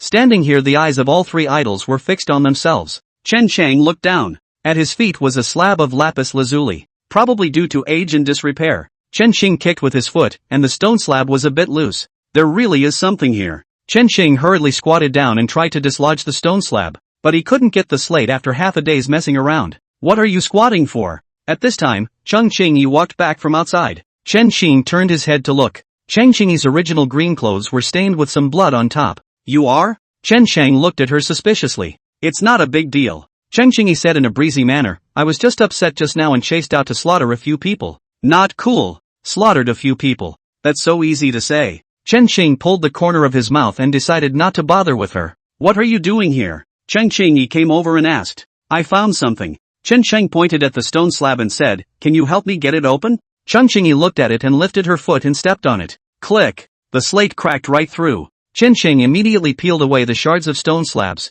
A hollow hole did show up inside. Inside the hollow is a stone base. There is a square void in the center of the base. There are words inside the hollow. Chen Cheng frowned. It was a bit dark, so he couldn't see much. Use this. At this time Cheng Qingyi handed over a fire discount. Chen Qing took the fire folders and moved inside the hollow to look at it. Ordered. By heaven, both live. Forever. False? See that fake word. Chen Qing directly froze. Isn't this the same fake jade seal that he got himself? And look at the size of this cavity. Just enough to put down that jade seal. Think about it. Chen Qing hurriedly felt around his waist. Remove a cloth bag from your waist. Inside the cloth bag were the Dao seal and the fake jade seal. These 2 items were originally on Zhao Xuan. But Chen Qing had something else for Zhao Xuan to do, in case there are accidents. He took the stuff back. Chen Qing flipped out the jade seal, then placed it down under Cheng Qingyi's slightly dismayed gaze. Click. The jade seal was just put down. Chen Chang then heard a crisp sound coming from him. Then, the stone slabs around them flipped violently. Chen Chang and Cheng Qingyi lost track of each other at the same time. Flap trap. The underground is empty. When a person steps on it, the floor turns right over on one side. People fall off. The floor, however, is still there. It's an organ. Before the jade seal is put down, the organ is closed. After the jade seal was put down, the mechanism opened. Chen Chang and Cheng Qingyi, without even letting out a scream, simply disappeared. Chapter 115, The Old Taoist in the Secret Chamber. Chen Chang woke up in a ghostly manner. Found himself lying inside a secret room. The chamber was brightly lit. Cheng Qingyi was lying not far away, his eyes tightly closed. And not far from the two there was a circular passage. It looks like the two should have slid down the passage. Sister Cheng. Chen Qing struggled to come to Cheng Qingyi's side. Reaching out, he probed at his heart. And a heartbeat. Live. Should have passed out when he fell. Chen Qing breathed a sigh of relief. Only then did he have the presence of mind to observe the chamber. The secret room was also the size of a normal house. The place where he was the west side of the house, and in the east position. There was a figure with its back to them. Dressed in a Taoist robe, he sat cross-legged. There is a word hanging on the wall. and around the man were lit 7 oil lamps. The oil lamp wavered. Honestly, when he first saw this person, Chen Shang was taken aback. But soon he realized. The man was covered in dust. Should be dead for a long time. Chen Shang took a deep breath. Get up off the ground. Carefully, he came to the man's side. It was only when Chen Shang saw this person's face that he directly froze. A chill ran from the soles of his feet straight to his head. The man has been dead for who knows how long. The face yet still manages to be lifelike. And what really sent chills down Chen Shang's spine was that this person's face was exactly the same as his. If there is a difference to be made, I'm afraid it's just age. Almost instantly, Chen Shang thought of the portrait of the old Taoist priest inside the stone house in Huangquan village. This is the old Taoist priest in old Qin Tu's mouth. Chen Shang's gaze was dead set on the old Taoist priest's familiar yet unfamiliar face. He was afraid that the old man was alive. Now it was just a turtle breath gone-like technique that was practiced. Why else? The face is still lifelike? Just staring for a while. Neither had seen him breathe, and only then did Chen Shang carefully reach out and touch his cheek. Cold and lifeless. It's like an old tree that has died. The tree is dead though, but the trunk is still there. Yeah, that's what it feels like. After making sure the other guy was really dead, Chen Shang then felt much better. After pondering for a moment, Chen Shang reached out and groped around the old Taoist priest's corpse. He wanted to find information on the identity of the old Taoist priest, and why he himself looks so much like him. This search, and really find something. There was a sealed cowhide pouch on the old Taoist priest's chest. Chen Shang unwrapped the cowhide bag after a slight hesitation. Then it was found that inside was a pile of letters. Sitting and forgetting the scriptures, sitting and forgetting the way, the great way can be realized. The first sentence caused Chen Shang to freeze for a moment, then continue reading. Poor Taoist Tian Yangzi. The fate of a person who commits a sin is the fate of the heavenly fury Lone Star. No father, no mother, no home. Half a life as a pawn, not free. Half a lifetime of scribbling always breaks the game of chess. Rang. Lifted his eyes and looked around, alone. Followed by a search for immortality on the mountain. In his later years, he met a teenager by chance in Bird's Nest. Seeing his loneliness, he took him with him. Because of the heavenly fate. Although there is no master-disciple love, there is no father-son righteousness, but there is the reality of master-disciple, father-son reality. Yes, I have struggled all my life to be a bird in a cage. In order not to slow him down, drive him away. After pursuing it for several years, always find the truth. But the other side is not something I can deal with. To find peace in this life, he rushed to Kunlun to find the method of reincarnation of the Buddhist secret sect's spiritual children. In the mountains of Tweedledum, looking for the immortal's law, the Sitting Sutra. Sitting and forgetting the way is the only way to achieve the way. A spiritual child is reincarnated, but because of the Sitting and Forgetting Sutra, I shall forget the memories of this life. To avoid repeating the same mistakes. To be a pawn in someone else's hand, a bird in a cage. There are 3 ways to leave a backhand. Deep into the Bird's Nest Mountain to find the soul of a godman, in the Yellow Spring Mountain to find the bones of an immortal, and in the midst of Mang Mountain to find the medicine of immortality. Use these 3 to refine the 3 corpse worms. Eating it will give me my life's training. That's 1. The second uses the bones of immortals, Yellow Spring Water, and immortality pills to cultivate the Corpse Peach Fairy. The Corpse Peach Immortal is actually a secret technique in compulsion. When a man takes it, he is called Everlasting Life. It's no different than a zombie. Unlimited strength, no fear of life or death. There are 300 Corpse Peach Fairies in the tower. In times of crisis, an invincible army of 300 can be formed. The third. In my later years, I went deeper into the palace. Hide this place with the Corpse Peach Fairy information in the palace. If my own reincarnation fails, information about this place still gets out. The Corpse Peach Fairy will also be taken away from this place. The 3 corpse insects are to the Corpse Peach Immortal as a courtier to an emperor. The Corpse Peach Fairy can be mastered by someone else first. When it matters, you can triple corpse bugs to subdue them. Whoever reads this letter is not my reincarnation, but is also a man of destiny. Read more. After reading this information, Chen Shang was speechless for a long time. After a while, he took the letters and threw them right in the old Taoist priest's face saying, Bull asterisk asterisk asterisk asterisk. What a spiritual child reincarnated. We're not even the right age. Besides, he still has memories of his past life. A lot of details are forgotten though, but he's got it all memorized. Like Journey to the West, Erlangshan, you can't fake knowledge of language, math, and chemistry. One more. His own Sitting Forgetfulness Sutra was also cultivated later. Heh, it's all just coincidence. Chen Shang let out a light laugh. Casually take those letters and light them on the oil lamp. He was not a believer in the reincarnation of any spiritual child. But even if he really was the reincarnation of the so-called spirit child, it wouldn't matter to him. I think therefore I am. I think that means I exist. My thoughts now are my own. So I am who I am. Never anyone and never will be anyone else. Wait until the letter in your hand burns to ashes. Chen Xing got up and tried to leave. But then he suddenly realized that his whole body was powerless. All at once, he went limp. Just collapsed in front of the old Taoist priest. Can't move a muscle. The old Taoist priest's otherwise lifeless face inexplicably glowed with a smile at this moment. Chen Qing sweated. Cold all over. Himself. Has been tricked. It was fine earlier, but after burning the letter, he couldn't move his whole body. So, letter has a problem. Sister Chang. Chen Shang tried to ask Cheng Qingyi, who was still unconscious, for help. Just after a few shouts, he realized he couldn't even make a sound. Click. Just as Chen Xing's eyes darted around, thinking of what he had to do, there was a clicking sound coming from the body of the old Taoist priest. Like a broken bone. What had been a straight backbone bent instantly. Then, Chen Xing then saw the most frightening image he had ever let in his life. Only to see the old Taoist priest's throat squirm. Then a fat white silkworm bit right through his throat and drilled out. The moment this silkworm burrowed out, Chen Chang smelled a faint fragrance. However, he's hungry. His eyes were dead set on the silkworm.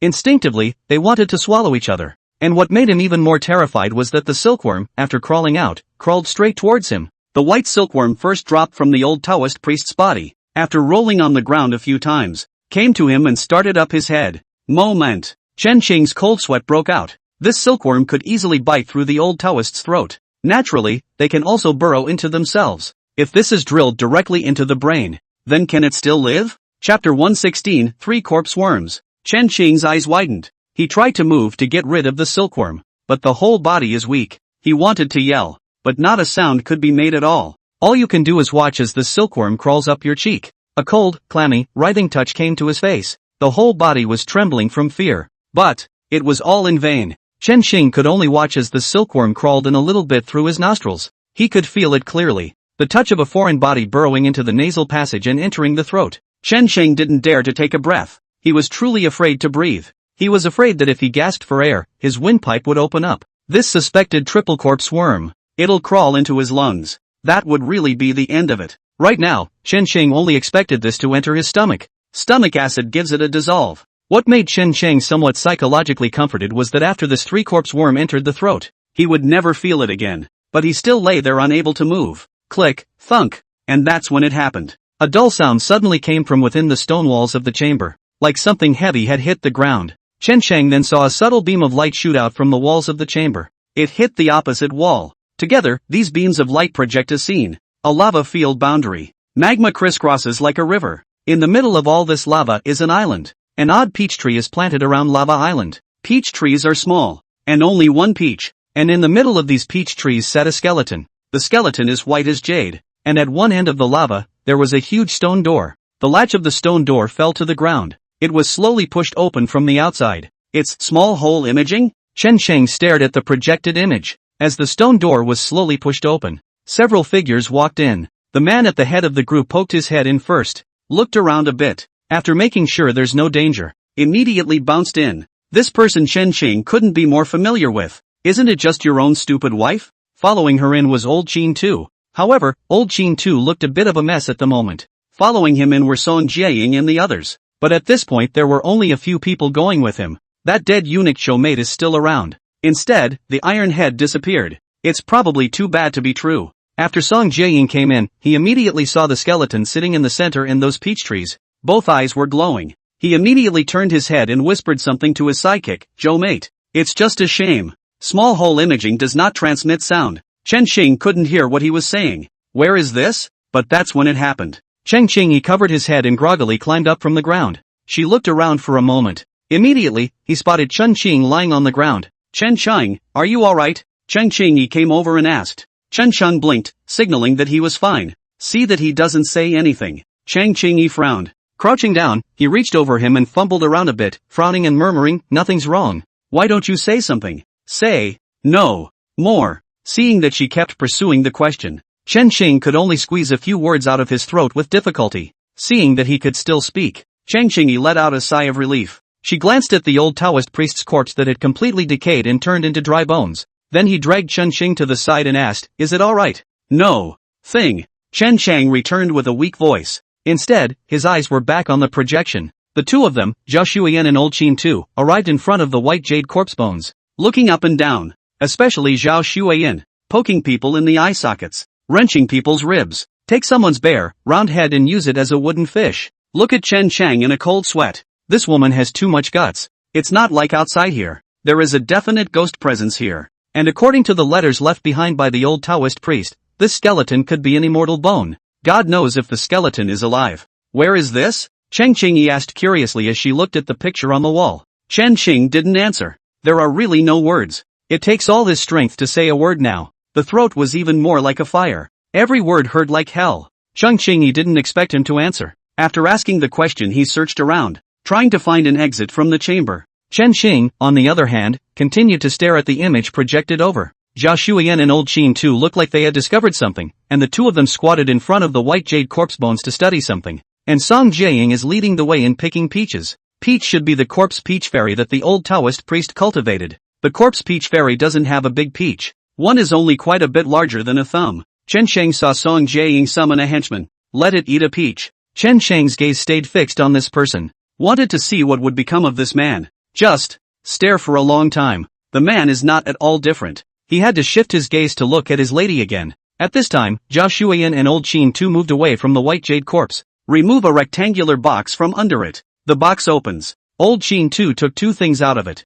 A tortoise shell as well as a bone cock. See these two things. Song Jiaying didn't bother with the peaches either. Walked over and said something to Old Qin too. After a few words, Zhao companion those people then gathered around. The atmosphere gradually became unpleasant. Old Qin too, on the other hand, decisively shoved the item to Zhao Shuiyan. Zhao Shuiyan wasn't scared at all. Put away the turtle armor. Holding a bone shell with a provocative face, he looked at Zhao companion. Then, and the two of them did it. The two moved extremely fast. It was so fast that Chen Qing could only see two remnants of shadows exchanging blows in the air. Chen Qingyi who didn't find the exit. After watching for a while, he said, Zhao companion is no match. Her words had just fallen. Zhao companion was then kicked out by Zhao Shuiyan. Almost fell into the lava. Seeing that he couldn't fight, Song Jiaying immediately revealed a smile and stopped between the two sides to say something nice. Zhou companion walked back with a very bad face. Song Jiaying also pretended to berate him. Zhou companion also just listened with her head down. Zhao Shuiyan, on the other hand, looked at Zhao companion proudly, shaking the bone shell in her hand to show off. That look was extremely beat up. She even played a bone cock. It's just, she's blowing this off. Chen Qing, who had been staring, then immediately realized that something was wrong. The one who ate the peach earlier. The eyes grew bloodshot and bloodthirsty. Only at this point he was standing at the very back and no one saw the change in him. Chen Shang wanted to warn. He couldn't make a sound at all now, plus he was inside the chamber. Although the secret room was just a wall away from where Old Qin Tu was. But there's only so much you can do. But fortunately, his unusual behavior was quickly noticed by his companions around him. Then the man in crazy starts attacking people around him in a frenzy. The scene was a mess.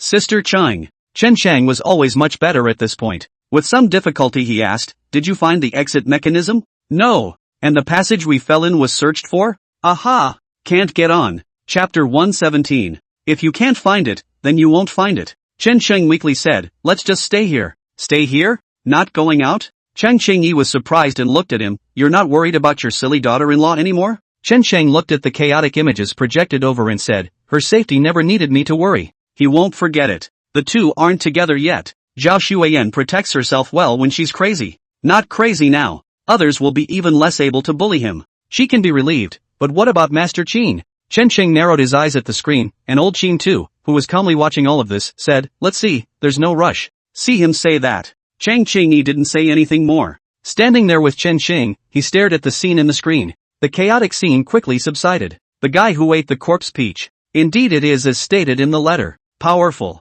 Humongous. There wasn't even a feeling of pain. Chen Sheng saw with his own eyes that one of his legs stepped inside the lava. That leg is so corroded you can see the bone. And he acted as if nothing had happened. Keep attacking. In the end, it was Zhao Shuiyan who kicked his entire body inside the lava. The man then struggled and sank down and disappeared. But even so, his eyes were still filled with bloodlust. This guy would have formed an army of 300 men in heavy armor. Though it's no match for an army of tens of thousands. But it can do some unexpected things when it counts. For example, let these people sneak into the palace. Used properly, it's enough to change a dynasty. Chen Xing could think of that. Song Jiaying naturally thought of this. The moment he looked at the bone shao in Zhao Shuiyan's hand, a kind of madness passed through his eyes. He must have bone shao. Otherwise, even if he picked all the corpse immortal peaches, it would still be useless if he couldn't control them. Once again, the situation has become a tense standoff between the two sides. Song Jiaying kept saying something. It should be promising something. but that's when it happened. A burst of arrows shot from outside the stone door. Song Jiaying was caught off guard, hurriedly organizing people to defend. Old Qin Tu reacted quickly and tugged Zhao Xuan to hide. Soon a wave of people walked in outside the stone door. For this wave, Chen Shang wasn't surprised at all. It's none other than Tong Yu, the shopkeeper of Jianmen Pass. She brought some people with her. These people held bows and arrows and aimed them at Song Jiaying, something that made Chen Xing a little surprised. Didn't see Tong Poof. Why is there someone missing? Chen Xing was a bit puzzled. You mean Tong Poof? Cheng Xing seemed to know what he wanted to ask and said directly, I'll fix it. Ah. Chen Shang looked at her somewhat confused. Cheng Xing said, don't worry, I was waiting for them to enter the tower before settling them. Tong Poof's death will only be on Song Jiaying's head. Chen Xing glanced at Cheng Xing thoughtfully, then continued to watch. Tong Yu didn't bother with Song Jiaying. All eyes were on old Qin Tu, who had long been hiding, and said a few words. She told Master Qin to let him and your daughter-in-law go as long as he handed over the tortoise armor in his hand. Ha! Chen Shang looked at Cheng Xing with some consternation. Sister Qing, how do you know what she's talking about? Look at the mouth. Cheng Xing said, I was able to read what they were saying through spoken words. Ha! Why didn't you say so earlier? You didn't. How do I know you want to know what they're talking about? How do I know you want to know if you don't? Okay, my bad. Chen Shang was speechless, then translate. What is Master Qin saying right now? Cheng Xing stared for a moment and said, Master Qin asked who she really is? Ask Tong Yu who he is. Aha! She answered so. After waiting for a while, Cheng Xing's face looked a bit odd and said, this woman has a very heavy grudge. What the hell did she say? Chen Shang was very gossipy. Do you know that if you have gossip and don't tell it, you will suffocate people? Cheng Xing blankly glanced at him and said with some sighs, this woman was the world's #1 beauty du Xuelian more than 30 years ago. For a so-called plan, pretending to be Tong Yu to wait for old Qin Tu to show up at Jianmen Pass. That's a wait of more than 30 years. She said she sometimes can't tell if she's Tong Yu or Gu Xuelian anymore. How does Master Qin return? He said it's none of my business. It's not like I asked you to fake it. This answer. Chen Xing could only say awesome. But soon he looked worried again. He's provoking the other side like this. Aren't you afraid that the other side will get annoyed? I don't know. Cheng Xing looked at the image projected over and said, he should have his own plans. Chen Chang nodded. No more words. Keep watching. At this point in the scene, three forces. Master Qin and Zhao Xuan were alone. Song Jiaying's group. Tong Yu's group. The three groups stared at each other. No one said anything. Just when the crowd was at a standstill, a sudden commotion came from the people near the stone gate. Seeing this, old Qin Tu immediately threw the tortoise shell in his hand to Song Jiaying and said, here you go. Song Jiaying subconsciously caught it. By the time he responded, Tong Yu's gang is already onto him. But that's when it happened. Another group rushed out from behind. See the gang. Chen Shang was a bit surprised. Tong Shan of Huangquan village walked out with the people of Huangquan village. As soon as their group showed up, immediately, he confronted Tong Yu's group. Old Qin Tu also took the opportunity to bring Zhao Xuan to Tong Shan. I knew the old man was saving himself for later. Seeing this scene, Chen Xing said, I knew that this old man wouldn't be so simple as to leave his back only to us. It's not that simple. Cheng Qing frowned and said, think about it. If these villagers in Tong Shan are reliable, why did Master Qin leave us out there? Wouldn't it have been better for him to just tell us that Tong Shan would come and help us? Why bother to make us stay? You have a point. Chen Xing frowned and nodded. Keep watching. Tong Shan and Tong Yu confronted each other for a moment. After some words from both sides, the men below opened hostilities and then fought. Song Jiaying, on the other hand, took the opportunity to go up and help. The help is on Tong Shan's side. 2 for 1. Tong Shan didn't bring enough people. It was soon driven out of the stone gate. A portion of the group gave chase as well. But just at this time. However, Tong Shan suddenly pressed his dagger against old Qin Tu's back. Chapter 118, Why should I reward you? This. What is this? Chen Xing stared wide-eyed at the picture on the wall. Sister Qing, what is this Tong Shan talking about? Cheng Qing looked at the situation on the screen. A deep frown creased his brow. After a while, she then said, Master Qin asked him why. Tong Shan said, Brother Qin, I do respect you. You saved my life, too. But, I'm old now. Do you know what it's like to be powerless and only feel a little bit of life draining out of you? I don't want to die. So only sorry. The hijacked old Qin head said in a calm tone, so, what are you hijacking me for? Because of the immortality pill. Song Jiaying took out a porcelain bottle from his body and said, here is the immortality pill. I promised him that as long as he would stand by me, the immortality pill would be his. Seeing the pill bottle that Song Jiaying pulled out, Chen Xing's face was odd. Inside the Mongshan Mountains, just 2 immortality pills in total. The ghost doctor took a pill. The remaining one is still on its own. Old Qin had saw Song Jiaying took out the bottle of medicine and said, how do you know that what he is holding is the immortality medicine? I don't know. I never believed it either. Tongshan said, what I believe in are the remains of the immortals here. The tower has 9 floors. Over the years, I've only been able to get to the 6th floor, and I can't get down anymore. If it wasn't for you, I wouldn't have been able to come down in my life. So my real purpose is the remains of that immortal. The remains of an immortal are incorruptible, so if I eat him, I will naturally live forever. Speaking of which, Tongshan snapped, tell that woman to bring the bonecock in her hand. After saying that, he looked at Song Jiaying again and said, I don't care if you're a royal prince or what. I just want one thing, the remains of an immortal. As long as you give it to me, our deal continues. Sure, no problem. Song Jiaying smiled, a skeleton is just a skeleton, it's of no use to me. You can have it if you want it. But I want a bonecock. Old Qin Tu's eyes were calm as he returned. Boneshao can be given to you, but you have to answer a few questions for me. You asked. Song Jiaying said, I'm still very willing to resolve this peacefully if I can. After all, I wouldn't want to offend General Zhao. Although the Zhao family is gone, many people in the military still remember the Zhao family well.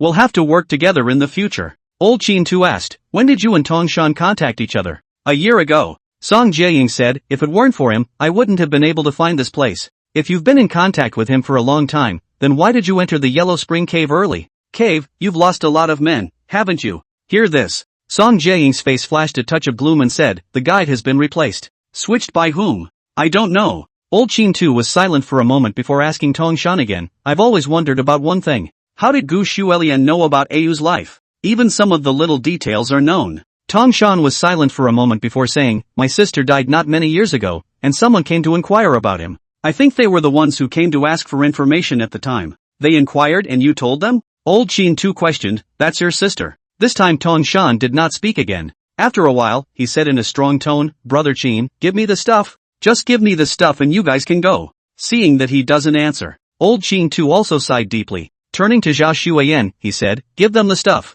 Zhao Xueyan muttered somewhat reluctantly, I can beat them. Seeing her reluctance, Old Qin Tu had to say, we'll let Qing stay up there. Now so many people have come down and there's no sign of him. Something should have happened to him. We've got to get to them. As soon as I heard that something had happened to Chen Qing, without saying a word, Zhao Xueyan tossed the bone shell in her hand to Song Jiaying. Then he looked angrily at Tongshan and said, hurry up and release them, or I'll whack you. Tongshan was unambiguous. Release Old Qin Tu directly. The old Qin had turned to look at him. However, he didn't dare to meet Old Qin Tu's eyes. Ugh. Old Qin Tu sighed deeply and said, take care of yourself. After saying that, he took Zhao Xueyan and left. The only thing left to do is for Tongshan and Song Jiaying to split the loot. There's not much more to see. Chen Qing retracted his gaze and said, Sister Qing, do you think Master Qin will be able to find us? I don't know. Chen Qing, he said calmly, I only know that if we can't find a way out, we'll starve to death in here. So long. Chen Qing felt like he could move as well. He sat up somewhat briefly from the floor and leaned against the wall.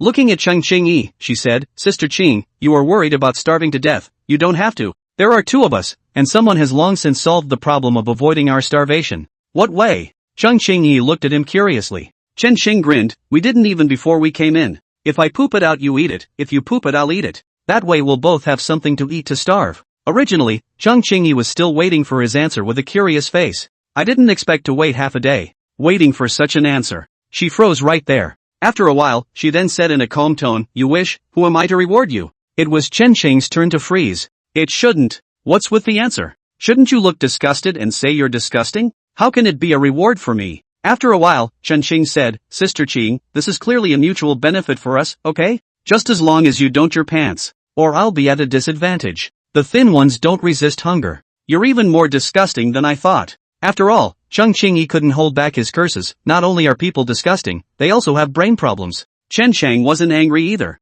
He stared at Chen Qing with serious eyes and said, Sister Qing, I know you feel disgusted by eating. Don't worry, I'm capable of fixing it. Saying this he stretched out his finger and handed it to Chen Qing. What are you doing? Chen Qing leaned back slightly in a wary manner. Chen Qing said, Sister Qing, I've learned a hypnosis technique. Later on, I just need to snap my fingers and you'll forget about eating. I don't believe it. Snap. Chen Qing directly snapped his fingers and said, well, you've forgotten about eating now. Chen Qing was stunned for a few breaths before angrily saying, you fart, I didn't eat it all. Well, that's because you've forgotten. Chen Qing nodded seriously. I didn't eat it. Chen Qing glared angrily. Yeah, you didn't eat. Chen Qing took a deep breath and explained again, you didn't hypnotize me, and I didn't eat it. Sister Qing, you don't have to explain. Chen Qing said, I'm sure you didn't eat it, and no one will believe you did. Chapter 119, Leaving the Chamber. I didn't eat it. Chen Qing's eyes were wide open. deadly staring at Chen Sheng. Those eyes were itching to eat Chen Sheng alive. I know, you didn't eat. Chen Sheng also returned with sincerity. Then, the words were just finished. Chung Cheng-yi's sandbag-sized slap came over. Since I can't say it, then fix the person who asked the question. That makes sense. Chen Sheng saw the slap coming. Duck low. After dodging it, he froze. There was a huge difference in strength between himself and Chung Cheng-yi. By the way, it's only right that you can't hide from yourself. Chung Cheng-yi, who had slapped the air with a slap, was also a bit confused. She hadn't slapped her dead hand just now, but she had estimated it. Chen Sheng shouldn't have dodged it. Both froze at the same time. Chen Sheng-yi slapped him again. It was a quick slap, but it was a bit slow in Chen Sheng's eyes. Once again, he ducked low. Hey, missed. Chen Sheng grinned. Chen Sheng-yi backhanded another slap. Hey, it didn't hit again. Can't hit it. You hit me. I dodged it. I dodged it again. Chen Sheng-yi slapped Chen Sheng several times in a row, and Chen Sheng dodged them all. And he also provoked Chung Cheng-yi in a manner. Chung Cheng-yi, who had wanted to casually punch him, was completely enraged. Got up and kicked at Chen Sheng. Seeing the situation is not good. Chen Sheng climbed up and ran. Just where would Chung Cheng-yi let him go? Jogging, jumping, and landing a kick to Chen Sheng's back. Bang! Chen Sheng was kicked straight out. It hit hard against the doji hanging on the wall. Ahem! Chen Sheng was hanging on for dear life. He covered his chest and said, "You really hit me hard." Chen Cheng-yi coldly said, "I don't usually hit people, but very cheap people are not people," she said as she squeezed her knuckles. Finger bones snapped as she squeezed them. Chen Cheng-yi laughed fiercely. "You want me to beat you up? I think I can reward you for that. Hide your perverted desires." Chen Sheng looked around. "There's nowhere to hide. Sister Cheng." Chen Sheng squeezed out a smile and said, "Sister Cheng, I don't have any perverted desires, so you don't have to satisfy me." "No, you do." "No, I didn't." "You have." "I didn't." Seeing Chung Cheng-yi getting closer and closer, Chen Sheng felt regret in his heart. It's too much to get carried away. Chen Sheng looked around in panic. Suddenly something felt wrong. I just hit the wall myself, and it looks like the wall is dented a little bit. "Sister Cheng, there's a situation." Chen Sheng suddenly shouted. "You're trying to trick me." Chen Cheng sneered. "Not even the door. There really is a situation." Chen Sheng hurriedly said, "There's something wrong with this wall." When he finished speaking, he turned around and ripped off the pair of Taoist characters. The wall was slightly dented. Chen Sheng knocked with his hand. Dum dum dum dum dum dum dum dum dum dum dum dum dum dum. "Sister Cheng, look, it's empty." Chen Cheng saw this. It was not good enough to lecture this abomination again. What matters? What didn't matter? She could still tell the difference. Chen Cheng came to the wall to check it out. Drawing his long sword with him, he stabbed in. A stroke of the long sword. The wall then reveals an opening. This caused Chen Sheng to grimace for a while. "If this sword comes on you, then there'll be red and white all over the place." Chen Sheng froze. Chen Cheng picked up the pieces of the wall that had fallen to the ground and examined them. It's wood. With that she swung out a few more swords. A secret passage was revealed behind the wall. Chen Sheng looked at the secret passage, then at the old Taoist priest who had turned into a dry corpse and said, "It seems that this is the way out.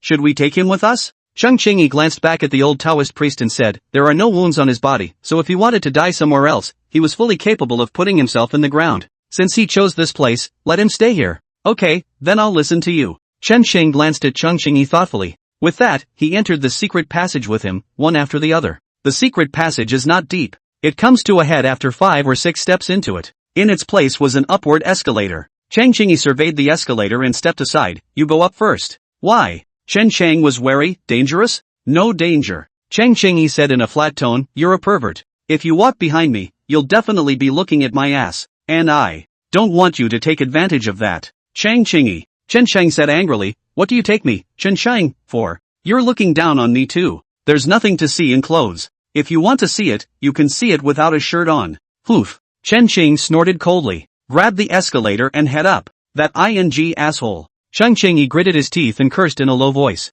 She followed suit after taking a deep breath. The passage upwards is deep. Chen Cheng estimated that the ground had climbed nearly 100 meters. Finally at the top, there is a wooden lid at the top. Chen Cheng reached up and topped it off. The wooden lid was jacked open. After climbing out, Chen Cheng looked around. It's a wooden room, but he was standing on the ceiling. This room is weird. Everything is upside down. It was as if the otherwise normal house had been turned upside down. Where is this? At this time Chung Cheng also climbed up. It should still be in the tower. Chen Sheng said, "Everything here is upside down, and so is the tower where you came in," said Chen Sheng as he walked out of the room. Outside the door of the room was a circle of corridors. The corridor stretched into the distance, pitch black. It's hard to see. Chen Shang looked back at the oil lamps in the room, then said to Cheng Chingy, Sister Qing, none of the other oil lamp rooms are lit. Just the oil lamps are on here. I have a bad feeling about this, we'd better get out of here. What? Are you afraid? Cheng Chingy glanced at him with slanted eyes. I'm scared. Chen Sheng said in a low tone, Sister Qing, aren't you afraid?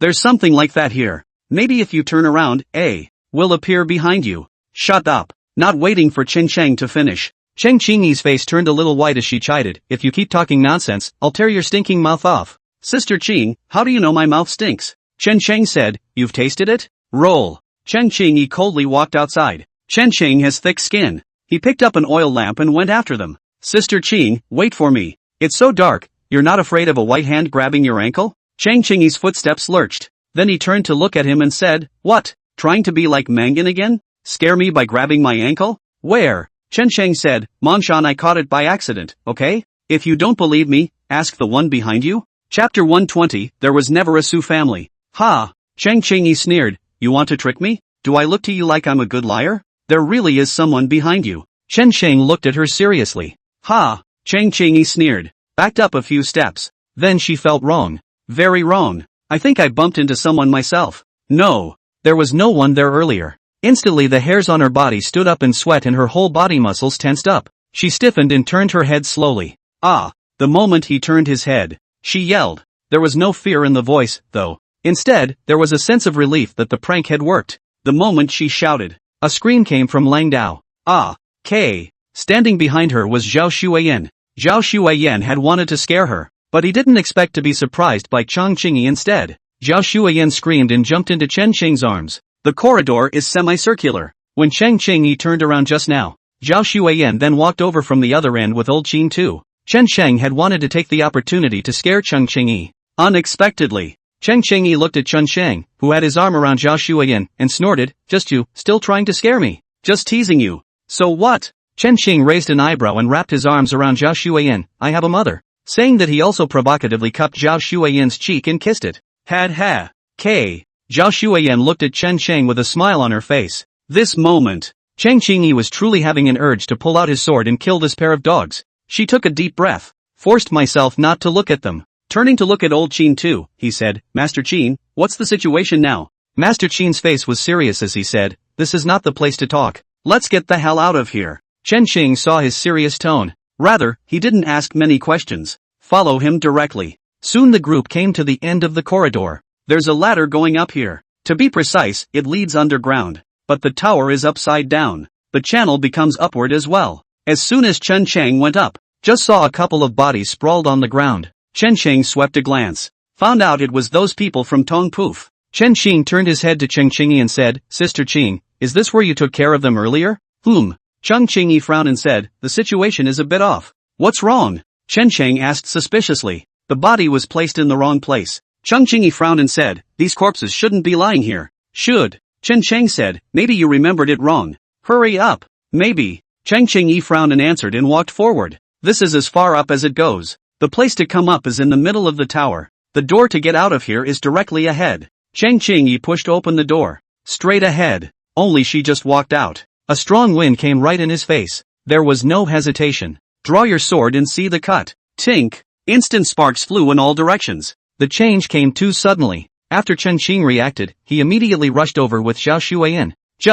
He froze just as he rushed out the front door. There were people standing outside the gate. These men were armed with crossbows, aimed this way. Chen Sheng did a rough count. There were hundreds of them at least. And the person who brought these people with him was the person who made a Chen Qing the last person he wanted to see. Sochi, Su Xiaowan's brother. Suchi stood at the end of the crowd in a white dress, hands in arms. A long sword hung from his waist, and beside him crouched a man in a mask. The man is short, like a dog, licking the back of his hand. There was a sword mark on the back of his hand, and blood oozed out. Chen Qingy stood in the middle of the crowd, cold eyes staring at each other. See Chen Qing come out. Suchi grinned, punks, hello again. Why are you here? Chen Qing didn't even bother to argue with him about whether he was a waste or not. Once you argue or refute yourself, then you fall into the trap of self-justification. Instead of fighting for some lip service here, might as well think about why he's here. Seeing that Chen Qing didn't fall for it, Suchi was not angry. He turned to old Qin Tu and said, as promised, I've already brought people here. Where's what I want? Without saying a word, old Chin Tu pulled something out of his arms and threw it over. Suchi reached out and caught it. Nor do they bother to look at the authenticity of things. In a direct and cold voice, he said, "You may leave. Go out and explain it to you." Old Chin Tu was afraid that Chen Chang would be in some kind of mood. Dragged him straight away. Chen Chang and Suchi exchanged glances. Then he followed old Chin Tu and left. Though it's very upsetting to this Suchi. But getting out of here safely is the priority right now. There are too many forces here. It's not worth the risk of staying here for that undeserved favor. Follow old Chin Tu as he sped along. Get in the boat and swim against the current. The whole process. No one said anything. He waited until he had passed the red and black coffin, then Chen Ching asked, "Master Chin, do you say something?" "You mean Suchi?" "Aha!" Chen Chang nodded. Old Chin Tu was silent for a moment before saying, "I checked. There is not a single Su family in the city of Changzhou." "What do you mean?" Chen Ching frowned. "Literally." Old Chin Tu said, "In the city of Changzhou, there has never been a big family named Su.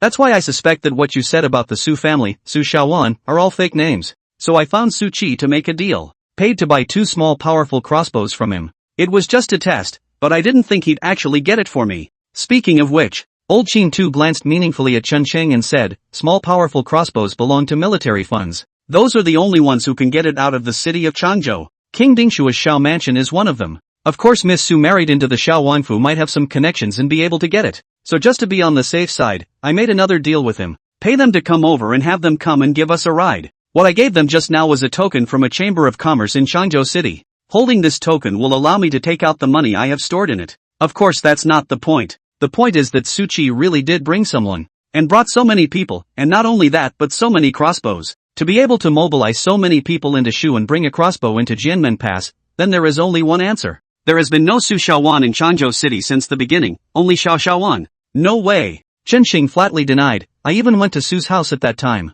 How are you sure it was Su's house you went to? The plaque is replaceable. Chen Chang once again fell silent. After a while, Chen Chang then said in an elusive tone, Master Qin, what are you doing all this for? Of course it's for you. Chapter 121 30 Years of Power, can you catch it? Don't say anything about for me. I never knew any Xiao Shaowan. Su Shaowan is also just a thing of the past. Chen Xing wrapped his arms around Zhao Shuiyan and looked at old Qin Tu with some anger. My maiden is her. As for the others, I don't care. Old Qin Tu glanced at the serious Chen Chang. Sighing, he said, rather, it's my fault, I'm sorry for this. Chen Xing looked at the apologizing old Qin Tu and said after a moment of silence, Old Qin Tu, I saw your father in the tower. I can barely be your father for once if you want to be. Asterisk asterisk asterisk asterisk off. Old Qin Tu scolded, you kid can't take a little loss, can you? I just laid you out, and you're taking advantage of me right away, aren't you? Who took advantage of you? Chen Sheng said with righteous indignation, I really saw your father. It's that old Taoist priest. The old Taoist priest left a letter which said that he and you were like father and son. But he himself is a heavenly Lone Star destiny, and was afraid that he would kryptonize you to death, so he hid here before he died. Don't want you to find out. Master Qin, at your age, you're still following around. It can't be just trying to find the old Taoist priest. Old Qin Tu froze for a moment after hearing this. Then he looked at Cheng Qingyi. Cheng Qingyi said, I did see a corpse wearing a Taoist robe, but I'm not sure if he's the old Taoist priest you're looking for. I didn't see any letters either. The letter, I burned it. Chen Xing gritted his teeth and said, that old man put his hand on the letter. As soon as I burned it off, I was poisoned and couldn't move. Like a triple corpse worm or something. He gave concealment. He was now becoming more and more confused about what old Qin Tu was thinking. Something. Wouldn't dare tell him. The fainting thing, he's telling the truth. Cheng Qingyi testified, he couldn't move for a long time. That's like him to act. Old Qin Tu murmured with a complicated expression, then asked, where is he? He's at. Chen Xing was about to say something about the old Taoist priest being in the secret room. The boat is at the entrance. Old Qin Tu took a deep breath and interrupted, we'll talk about him later, it's only right for us to hurry up and get out of here now. Master Qin. Chen Sheng said, we've all left the underground palace, so we should be safe. What are you still so fired up about? Old Qin Tu didn't explain. It just rummaged in his sleeve and lit up a piece of white jade turtle armor. This. Chen Xing's eyes widened at once. He was a little incredulous. He remembered a tortoise shell and a bonecock in front of that corpse. It all went to Song Jiying's pair. Master Qin, why is this in your hands? Chen Xing asked incredulously. Old Qin Tu quickly put away the tortoise shell and said, the one given to Song Jiying is a fake. Before the people inside react, we go as far as we can now. Master Qin, what is a tortoise armor? You see it as so important. Later, old Qin Tao was the first to jump off the boat and climb upward the way he came. The channel is spiraling.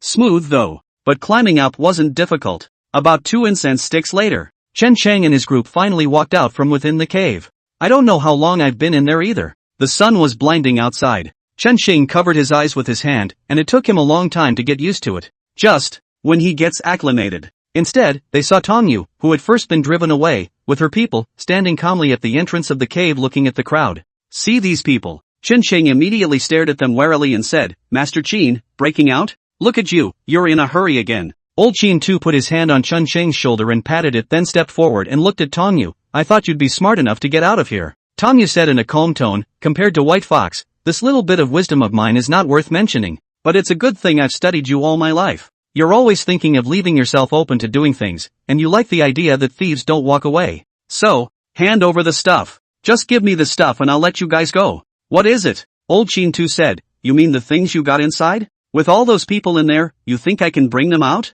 Ha! Tong Yu laughed coldly. The world knows that White Fox is as cunning as a fox. With those little brats and they're trying to take food from your fox's mouth, they're still a little young. Old Qin Tu's eyes narrowed slightly. What makes you think that you can leave us behind? His words had just fallen. Chen Qingyi then rushed out. The figure was as fast as lightning. Chen Qing only saw a residual shadow pass through the air. Chen Qingyi had then rushed to Tong Yu. A sword thrust. Sword chi ripped through the air. There was a chattering sound in the air. However, what was surprising was that Tong Yu was faster than Chen Qingyi. A dagger slipped out from within her sleeve. Ding! Tink! Tong Yu swung out several knives in a row. There was a piercing sound of gold and iron clashing in the air. A few breaths later, Tong Yu jerked back a few steps, his dagger dropping slightly, and then he slashed forward. This blade, 30 years of strength, let's see if you can catch it. A biting chi swung out. The ground was cut into a deep gully by this chi energy. The chi energy slammed straight into Chen Qingyi. Chen Qingyi didn't even blink. A backhanded sword. A green-colored sword intent slammed into that aura at a much faster speed.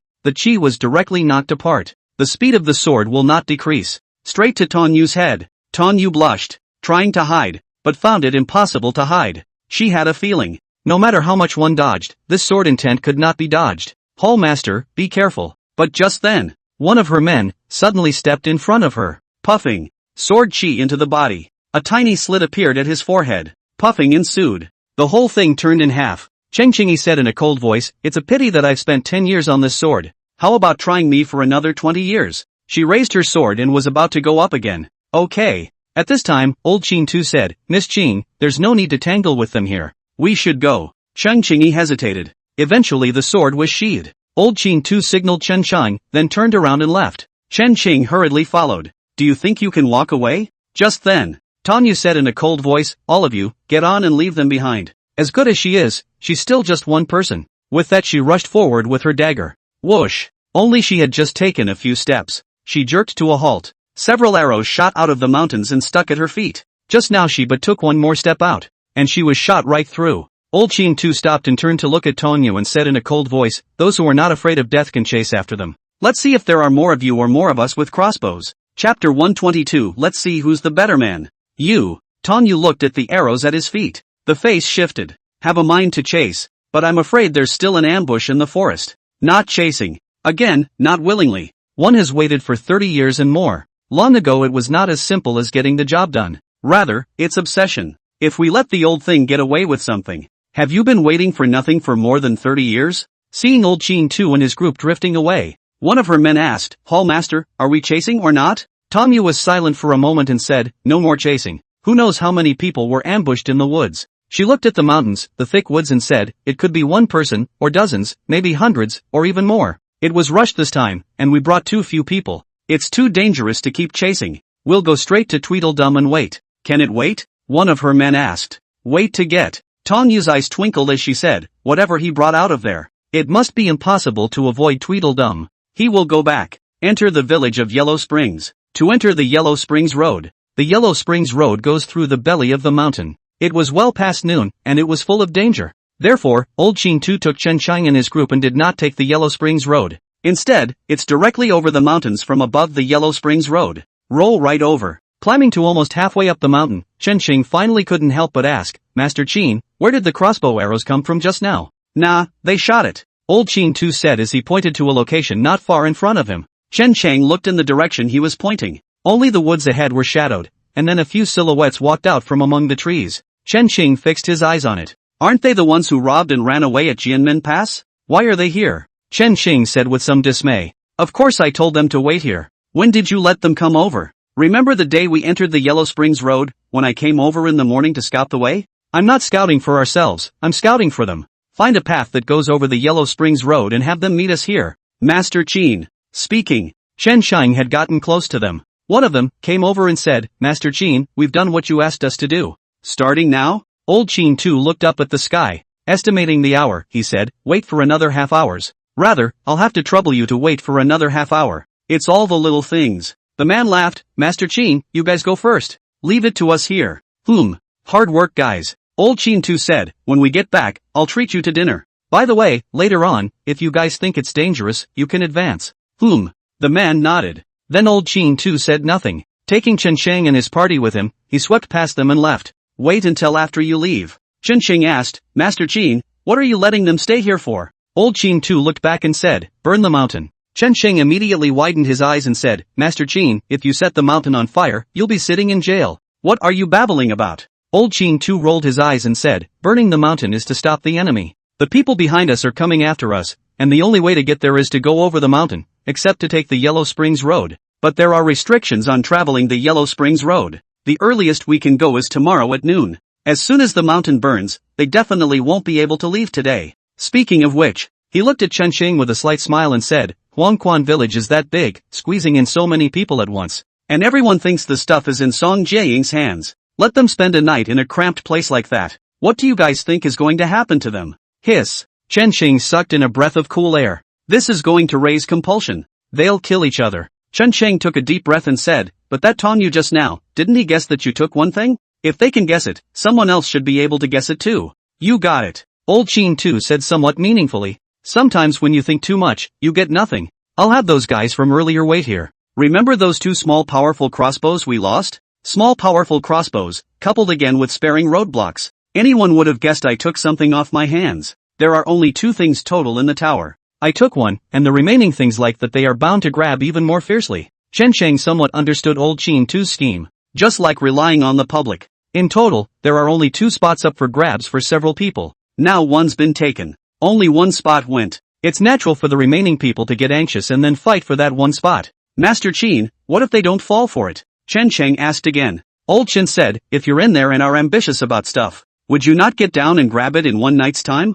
Chen Sheng was silent for a moment and said, even if I don't go and grab it, I will still watch. Wait until someone else does it, and if you get the chance, go down and grab it. Old Qin too said with a chuckle, if you can think that way, what will others think? It's all the same. Old Qin too said, when you think you are smart, others are equally smart. So sometimes you can't get too attached to one thing. Too much persistence leads to stepping into a trap that you know is someone else's. Chen Xing frowned and said, Master Qin, you're pointing at me. If there's something you want, just say so. Don't bend it like that. Old Qin too smiled slightly and said, when the time comes, you'll naturally know what I'm pointing out to you. A man's character determines his destiny. Now even if I point it out to you, you'll change your mind? It won't. So, instead of dwelling on this, why don't you just hurry up and go? I hate the Riddler. Chen Sheng muttered grudgingly and followed. The road over the mountains is not good. In many places there are 10,000 feet of cliffs at your feet. Not long after the walk, smoke came from right behind them. The smoke went straight up into the sky. Old Qin too glanced back and said, the mountains over here have many rocky cliffs, and the environmental factors will only burn a few mountains at most, plus there is rain at night.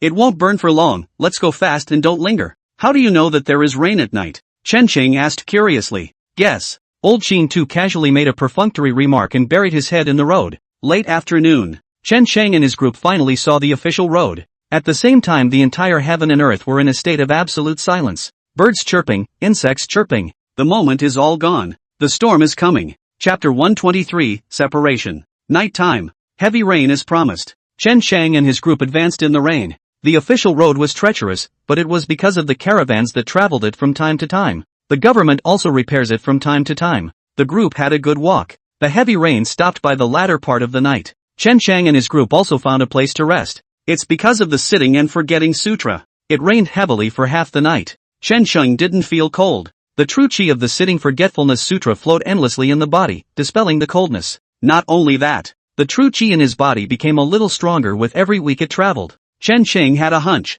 It was all because of that triple corpse worm. Take advantage of the break. Chen Sheng tried to find out about the triple corpse worm, but came up empty-handed. Until the next day. Fog filled the entire mountain. Chen Qing felt someone tap his shoulder. He opened his eyes then. Master Qin. Chen Qing got up and said, "Shall we continue our journey?" The old Qin head shook his head. At this time, Chang Qingyi and Zhao Shuiyan both woke up as well. Old Qin too took a deep breath and said, "Little Qingzi, let's part ways here." Ha! Separately. Chen Chang was a bit surprised. "Where are you going?" "Back to Tweedledum." Old Qin too said, "You follow this official road all the way, and it won't take you more than a few days to get to Jianmen Pass. Leave Shu, go to Qingzhou, and be your county magistrate. Don't stay in Shu. And don't even think about hitching another line into the court. Or you'll be just like those people in Yellow Springs Village. Wanting so much, refusing to give up anything. It's even if you don't get anything in the end, but instead you'll be too deep in the mire to get out." Master Qin. Chen Sheng was silent for a moment before saying, "Your words are a bit too abrupt.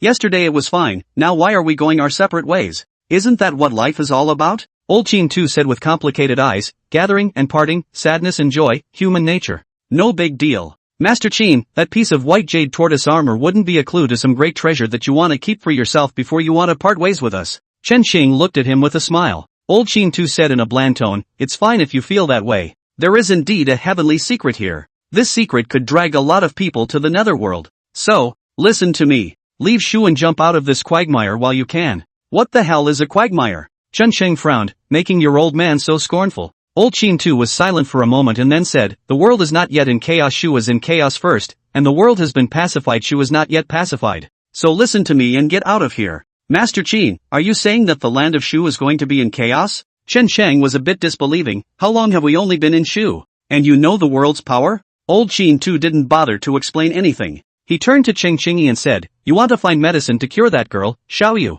"It's a good thing. I shouldn't have advised you, but the same thing I said earlier about Chun Qing goes to you. Want too much, count too much, and end up catching nothing instead. Now there are Xiaoyu and Xiaosong divine doctors, since they have the means to save people. Then listen to them and don't try to find another way. Or you'll end up with nothing." Chun Qingyi lowered her eyes and didn't say anything. The old Qin head continued, "That little Songshan doctor said, to what Tianshan Snow Lotus and what ginseng, only the palace has, to me that fart. What curiosity in the world has not been obtained by those in power and brought to earth? I spent some money and contacted some people. Got them looking underground. I guess by the time you get back to Changzhou City, the stuff should be delivered. If it's not delivered, you just wait some time. My white fox's name, not to mention anything else, is still very good in the grave robbing industry at the very least." Cheng Qingyi, who had lowered her eyes, jerked her head up to look at Old Qin too.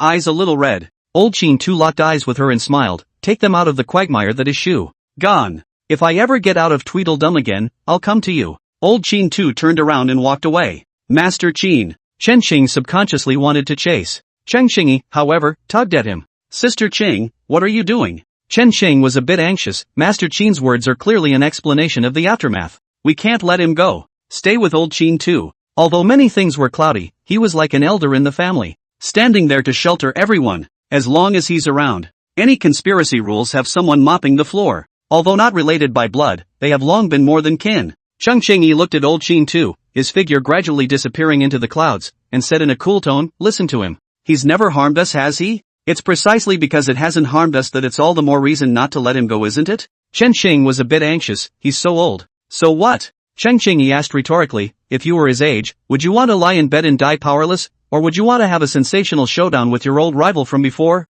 "Sister Qing, do you know something?" Chen Chang asked rhetorically. "I don't know anything, but I understand him." Cheng Qingyi said, "When Master Qin is laying out his plans, I can see light in his eyes. It's something you didn't have when you used to muck around in the institution. There used to be nothing but deadness in him. Can't you notice that Master Qin has an extra vigor about him?" Chen Qing was silent for a long time and said, "What you said is true, but are we just going to watch him die? At the very least we can't be a burden to him, can we?" Cheng Qingyi's eyes were serious as he said, "Since he's parting ways with us here, it means he's thought of everything. There's no way he can guarantee our safety, or it's part of his plan for us to leave, isn't it? If we insist on staying, we may have disrupted his plans instead, no?" Chen Qing didn't say anything. Turning his head to Zhao Shuiyan, who was squatting to the side, he asked, "Daughter-in-law, what do you think?" Zhao Shuiyan hemmed and hawed and said, "Ah Qing, I'll do whatever you say." Chen Chang once again fell silent. After a long time, only then did he say, "Sister Qing, let's return to Sword Gate Pass first. Observe the situation in Shu.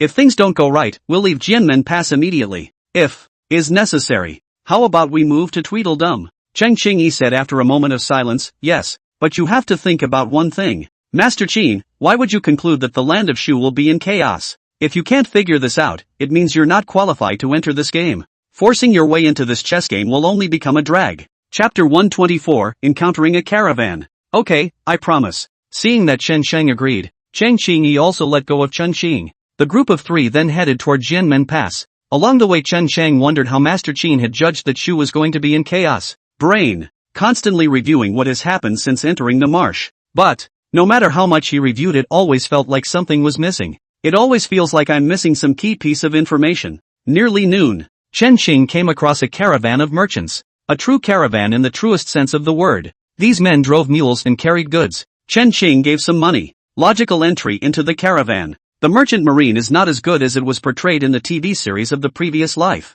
There were horse-drawn carriages for all trips. All there are mules and goods. As for people, excuse me, people aren't as precious as goods. Walking only. Some places were so steep that it was necessary for a man to push a mule over them. In short, the merchant marcher. It's a total chore. Especially in a place like Shu where the mountains are high and the forests are dense. Chen Cheng's three men joined the merchant caravan. Same walk. The only good thing is that there is no shortage of water or food. You guys want some bird eggs? Afternoon. Chen Cheng's three men were following the merchant caravan on their way. A child with bare feet, hemp clothes, and a green snotty nose caught up with Chen Cheng holding a few bird eggs and asked, "What kind of bird's egg is this?" Chen Cheng asked as he looked at the bird egg that was so much bigger than an egg. "Don't know, eh?" The child sucked in his green snot and said, "I picked it up at the edge of the cliff when the caravan went over the mountain." "Are you going to eat?" "2, how much?" 10 cents apiece. The kid looked at the bird eggs in his pocket and said, "There are 5, how many do you want?" "I'll take them all." Chen Sheng said, "But I have one request." "What?" The child tilted his head and looked at Chen Xing curiously. "You wipe your snotty nose." Chen Xing showed some teeth and said, "With your snot hanging out of your mouth, I don't want to buy your bird eggs when I see it." Bird eggs are a little more expensive though. But Chen Xing wasn't that bad. "Suck it." The kid took a deep breath. Sucked the snot right out of it. Probably too much force. The snot went straight down the nasal passages and into the throat. Gulp. The kid gave it a straight swallow. He looked at Chen Sheng and hemmed and hawed, "Nope." Chen Sheng watched with a grimace. He hurriedly begged a grain of broken silver from his body and said with some sadness, "I only have this, can you find it for me?" Seeing the broken silver in Chen Xing's hand, the child's eyes immediately lit up, but quickly went out again. He shook his head, "Can't find it." "So?" Chen Xing pretended to hesitate for a moment and said, "How about if you answer a few questions for me, you won't have to find it for me." "Really?" the child asked with some surprise. "Of course it is." Chen Xing looked at him with a smile. The kid inclined his head in thought and said, "Then ask." "What's your name?" "My name is Guido."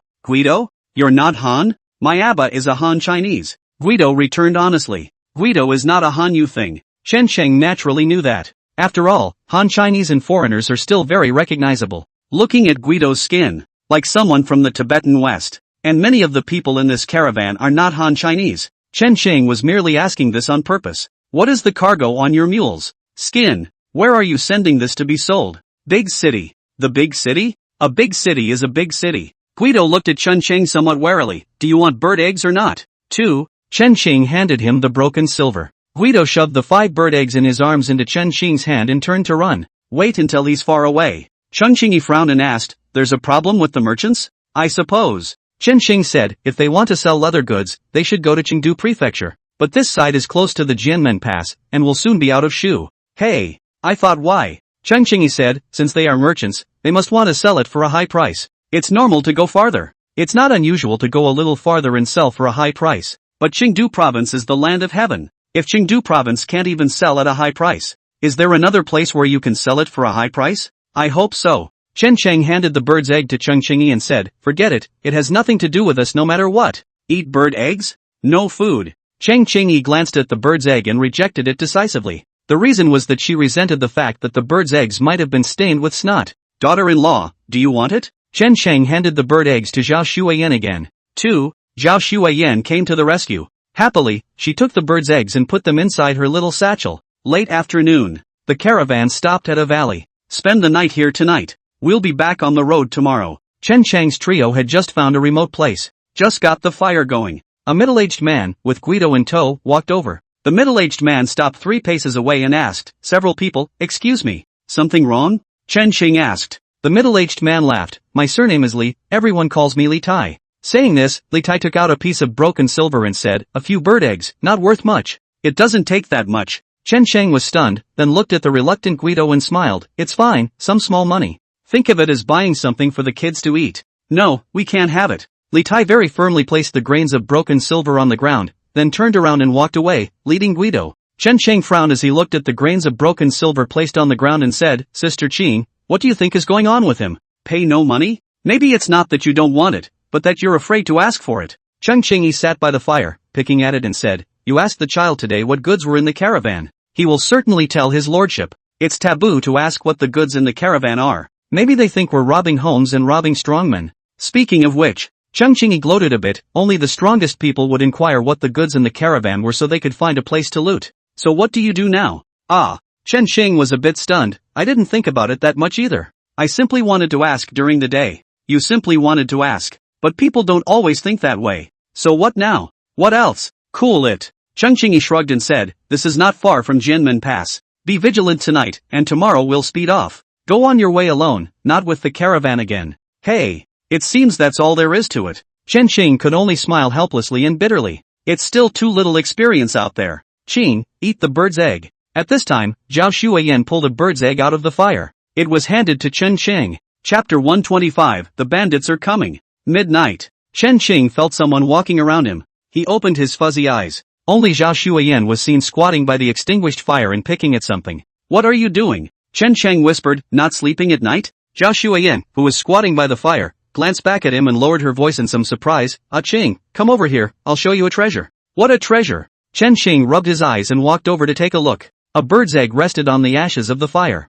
Except that this bird's egg is halfway through its shell at this point. A furry head burrowed out of the eggshell. You didn't finish the bird's eggs? King, I wanted to leave it for you to eat. Zhao Shuiyan stared at the bird eggs that were about to all break out of their shells and said, You can't eat them now. It's not inedible. Chen Sheng licked his lips and said, These ones that just broke out of their shells are best when roasted. One bite, bink a crunch. No way. Zhao Shuiyan saw that Chen Sheng was going to eat the little bird that had just broken its shell. Hastily cupping the little bird and protecting it in his arms, he anxiously said, You can't eat it, you can't eat it. Look at him in a hurry. Chen Sheng laughed helplessly. Alright, just kidding with you, said Chen Sheng as he looked around. Surprisingly, I didn't see Cheng Qingyi's figure. Where's Sister Qing? Chen Sheng asked with some surprise. I don't know. Zhao Shuiyan held the bird and said, Just now she said she was leaving for a moment and then whooshed and disappeared. Then leave her alone. For Cheng Qingyi's comfort. There is really nothing to worry about. Chen Sheng reclined and prepared to go back to sleep. Only he just laid down.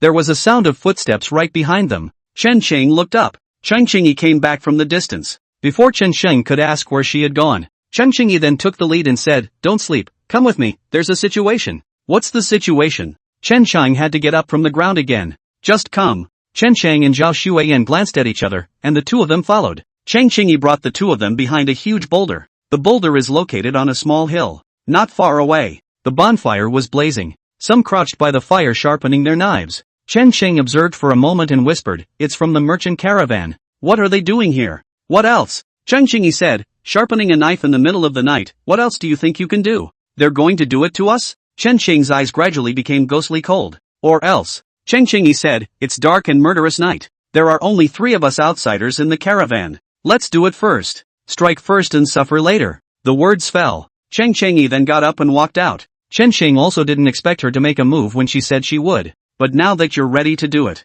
Chen Sheng was not ambiguous. Reach down and squeeze the waistband of your pants. Oops. Kay, what do you want? Seeing him pinch the waistband of his pants, Zhao Shuiyan immediately covered her eyes. It's just that the fingers are open wide. What were you thinking? Chen Sheng was speechless. I have a sword here. Aha. There are swords. Zhao Shuiyan nodded innocently. Not the sword you're thinking of. Chen Sheng was speechless. The soft sword of Sun Monkey in Changzhou, have you forgotten? I sewed it in the waistband of my pants. I never had the chance to use it, but now I can finally use it. Forget it. I'm not going to explain it to you. Chen Sheng pinched the hilt of his sword at his belt and quickly caught up with Cheng Qingyi. The two were quickly spotted by each other. Stop, who is it? Soon at the campfire, someone was carrying a knife and shouting at Chen Sheng alertly. It's us. Chen Sheng hurriedly shouted, The dry food is finished. Thought I'd go to the mountains to hunt some game, but I didn't realize I was lost. It's a good thing you guys lit a fire here, or you wouldn't have been able to walk back. When the two Chen Sheng approached, these people also saw the appearance of Chen Sheng and Cheng Qingyi,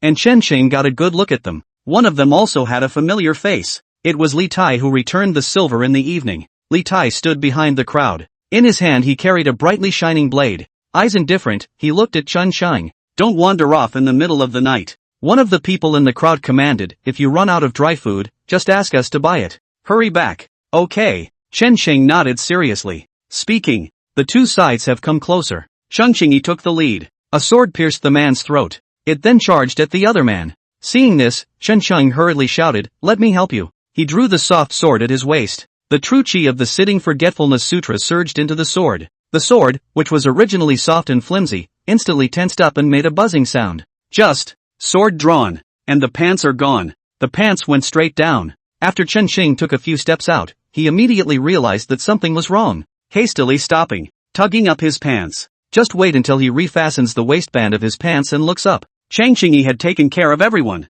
including Li Tai, all in one hit. There was no second wound on anyone. After clearing these people, Chang Qingyi shook off the bloodstains on his sword and said, the numbers are not right. The caravan had more than 20 men. There's only a dozen here. Look around and see where the rest of them are. Chen Sheng looked at the corpses all over the ground. Somewhat confused, he nodded. Would have liked to try my hand at it. I didn't realize I was pretty good. Chen Sheng murmured to himself. Chang Qingyi immediately looked at him in shock and said, you're great? Did you move your hand? Chen Sheng said without a blush or a skip in his heart, if I'm with you, Sister Cheng, isn't that Gaga messy killing? Of course, I'm only in charge of Gaga. You just take care of the messy kills. Boring. Chang Qingyi rolled her eyes in a very speechless manner, then rummaged around. Chen Chang was wandering around. Suddenly, he noticed a bright light coming from the distance. And the bright light is rapidly approaching this way. Sister Qing, someone is coming. Chen Sheng shouted, then quickly greeted him. Soon, Chen Sheng got a good look at the visitor. The one holding the torch is Guido. Guido, why you? Chen Sheng asked with some surprise. Guido likewise looked at Chen Sheng with a bit of surprise. But soon he looked slightly anxious and said, hurry back, the bandits are coming? Mountain bandits? Chen Sheng was slightly stunned. Guido said, during the day, we realized that there were bandits following us. Pops told me to stake out the perimeter. I saw a bandit and rushed back to report it. Bad. Killed the wrong man. Hearing Guido's words, Chen Sheng's heart sank. At that moment Guido glanced over to the campfire and said with some curiosity, Father and the others said they'd keep watch here. Where are they people? Chapter 126, Don't teach the world to bear me down. They're sleeping. Isn't your father lying there? Chen Sheng pointed over the campfire and said, let's go. I'll take you to your father, you'll see soon enough. Guido nodded and headed over to the campfire. Just a few steps out, a look of horror then appeared in his eyes. Panic then covered his neck. However, in the moment when he and Chen Sheng brushed against each other, Chen Sheng launched his sword. A sword to the throat. Guido covered his neck, collapsed on the ground. The eyes were filled with disbelief, trepidation as well as fear. It then lost all its luster. Chen Sheng stood in place with complicated eyes. What? Feeling guilty? At this time, Chang Qingyi walked over and looked at Jidwa, who had collapsed on the ground, and said, if you can't get down, you shouldn't force yourself to let me come. No. Chen Sheng said in a somewhat stiff tone, it is better to teach me to lose the world than to teach the world to lose me. Since I did it, I have no regrets. Did you find the rest of them? Found it. Chang Qingyi said, they are sleeping on the other side. You're coming with me to check it out. Chen Sheng nodded. Then he looked around and said, where's my mother? Qing, are you looking for me? Chen Qing's words just fell. Jia Shuiyan then jumped out from behind Chen Sheng. Where did you go just now? Chen Qingdao asked. I've been by your side the whole time. Jia Shuiyan smiled and said, it's just that you're too nervous to ignore me, Qing. Come on, you two, don't rub it in. Chen Qingyi urged, come over and check out the situation, then let's get out of here. I don't want to deal with bandits. See him prodding. Chen Sheng also had to follow up and said, Sister Qing, what did you find?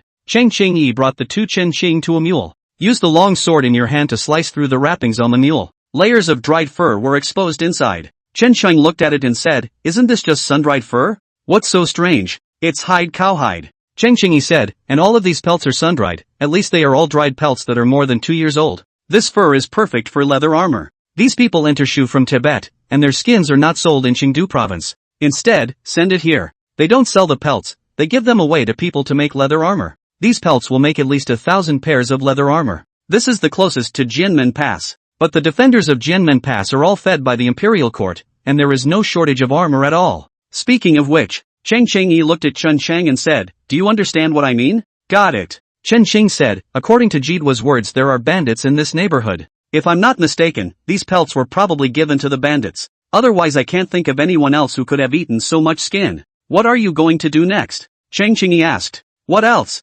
Let's go. Chen Xing said, that fur to make leather armor, I guess it will be used for the rebellion. It's none of our business, at least not for a while. We don't have to get involved. Cheng Qingyi turned his head to Zhao Shuiyan when he heard this and said, what do you think? What? What do I think? Zhao Shuiyan looked at her blankly. Cheng Qingyi and Zhao Shuiyan stared at each other for a while and said, forget it, let's talk when you think you can get better. Speaking of which, she looked at Chen Cheng again and said, since you've decided to go, let's go. Okay, let's go then. Chen Cheng nodded. The three men turned and walked away. The figure quickly disappeared into the darkness. It just didn't take long for the trio to leave. A figure covered in blood rose from the pile of corpses. His eyes were filled with hatred as he glanced in the direction that Chen Xing's trio had left. With that, he quickly rushed inside a tent in the middle of the camp, rummaged through it and find a letter. After making sure that the letter is correct, he gathered up the letters, lifted the tent and prepared to leave. But soon he stiffened. For there were three men standing in front of the tent. I told you, take a trip back, someone might be playing dead. Chen Xing looked at the man with a smile, pretending to be dead and not leaving immediately, but instead running here. It must be something important. Hand over the stuff. Puff. Chen Xing's words just fell. Cheng Qingyi swung his sword out. With a direct hit, he said, it's not always true if you're forced to ask. Might as well search yourself. With that said, she crouched down beside the man and quickly retrieved a letter from the man. She flashed the letter in front of Chen Sheng and said, if you can do it, don't beep. Hurry up. Go faster. It was also at that moment, among the distant mountains and forests, came the sound of torchlight, and the faint sound of talking. Cheng Qingyi looked up and said, it looks like the bandits are here. Go. Let's get out of here first. Chen Xing didn't object either. What the bandits want to do is none of their business. There's no point in wasting time on them yourself. Chen Cheng and his group traveled down the official road, walked to the top of a hill. Turn your head and look. Earlier they stayed in the camp. It's been taken over by bandits at this point. It's densely packed with torches down there. The light spread out in all directions. Supposed to be looking for a live one or something. Chen Cheng and his group traveled down the official road. It went on until dawn. Chen Cheng said, somewhat unable to carry on, I can't, I'm too sleepy. Sister Qing, let's find a place to rest before we hit the road. Where are we going to rest in the middle of nowhere? Chen Qingyi was speechless. Hold on a little longer, let's speed up and try to make it to Jianmen Pass this evening. Find a place to rest when the time comes. But I'm really sleepy. Chen Xing said, I feel that I could fall asleep standing up. You're quite the young master. Chen Xingyi complained, it's just a pity that there is no young master life. Qing, I'll carry you. Zhao Shuiyan squatted in front of Chen Xing and said, I'll carry you on my back so you can sleep. Is this okay? Chen Xing said with some interest, aren't you sleepy? I'm not sleepy. Zhao Shuiyan yawned and said, not sleepy at all. Come on, don't be a hero. Chen Xing rolled his eyes speechlessly and said, I'll carry you. Qing, you're so nice. Zhao Shuiyan was not polite with Chen Cheng at all. Straight away, he got up and jumped onto Chen Xing's back. Resting her head on his broad back, she said, Xing, you're so nice. Would you two please get a grip? Cheng Xingyi gritted her teeth and said, there's still me, the outsider. Her eyes were also red at this point. It's a lie to say you're not sleepy when you've been up all night catching up. Chen Xing said, Sister Qing, don't be jealous if you're sleepy too. I'll carry you. Ha! Cheng Qingyi let out a cold laugh and said, you're thinking really beautifully. P.S. Take a day off tomorrow. Chapter 127. What do you mean, you don't feel anything? Near noon. Cheng Qingyi was finally unable to carry it. Find a place to rest. Chen Please also breathed a sigh of relief. Rushing to find a place to put down Zhao Shuiyan, who had long since fallen asleep. He then fell asleep himself. This goes all the way around. When it was time to return to Sword Gate Pass again. It's already 2 days later. But it's back again. Chen Xing looked at the unusually lively Jianmen Pass and said, Sister Qing, do you feel that Jianmen Pass is a bit more lively than when we left earlier? Jianmen Pass is the main road out of Shu, can it not be bustling? I say, why don't you think about all this uselessness and figure out what we do next? To go or to stay? Stay a few days. Chen Xing said with a complicated expression, stay for a few days. I can no longer think clearly about the question of why the land of Shu is in turmoil. We'll just go our separate ways. I'll go to my Qingzhou, you go back to your Changzhou. Now let's find a place to stay. After entering the Jianmen Pass, Chen Xing could clearly feel that there were many more people at Jianmen Pass. Last time I was here there were no beggars on the street. There are a lot more beggars now. Qing, they're so pitiful. Zhao Shuiyan followed behind Chen Cheng and carefully tugged on his sleeve. Chen Xing followed her gaze. A dry, skinny old woman with a couple of skinny children. Chen Xing said, if you feel sorry for them, you can give them that little bird of yours to eat. They're not hungry when they eat bird eggs since they were hatched. Zhao Shuiyan was like a treasure. Carry the gray, furry, suspected white-headed eagle with you wherever you go. Hearing Chun Chung hitting on Ash again, Zhao Shuiyan gave him an angry look. Little Gray is the name she gave to the eagle pup. Okay, you two stop being poor. Cheng Qingyi rubbed his brows somewhat helplessly. She was a little tired. These two guys. Along the way, they fought whenever they could. It's more of a love affair when you say it's a fight. You really don't think of yourself as an outsider, do you? Cheng Qingyi pointed in a direction and said, look over there. Chen Chang looked in the direction she was pointing. It was an inn. A burned out inn to be exact. An inn. The tavern where they stayed when they came earlier. Burned up, no surprise there. Chen Qing said, since they've decided to be exposed, there's no point in staying here. Burning it instead destroys a lot of clues. Saying this, Chen Qing swept around and pointed to an inn not far away. Let's stay there. It just so happens that there's an inn in sight there, so there might be something unexpected. Cheng Qingyi was self-evident, but just as they were leaving on their side, Chen Qing suddenly glimpsed that in front of the old woman that Zhao Shuiyan had taken pity on earlier, there were a few more Taoist priests at some point. The Taoist priest wears a green lotus crown on his head. He was wearing a green-colored Taoist robe, a dress that is very fairy-like. One squatted beside the old woman to take her pulse. One squatted in front of the child and gave food to the child. There was another person drawing talismans. The division of labor is clear. Chen Xing couldn't help but look a few more times. While he still wanted to stop, Cheng Qingyi had already dragged him away. Coming to the inn that Chen Shang had pointed to earlier, he said, don't look. Taoist priests casting charms to save people, nothing to see here. Guests, are you eating, or staying? At that moment a junior trotted out of the store. Chen Shang retrieved his thoughts and said, eating and staying again. As soon as I heard that answer, Junior was instantly delighted. Immediately, he smiled and said, guests, please go inside. Staying at my little store, you'll definitely be able to search for the fairy fate? Chen Shang was on his feet. Then with a normal expression, he asked, how did you know that we were seeking immortality? Guest, look at what you're saying. It's all over the place now that there's a fairy fate over at Sparrow Mountain. The guests that have come in the past few days all have the same foreign accent as the guest.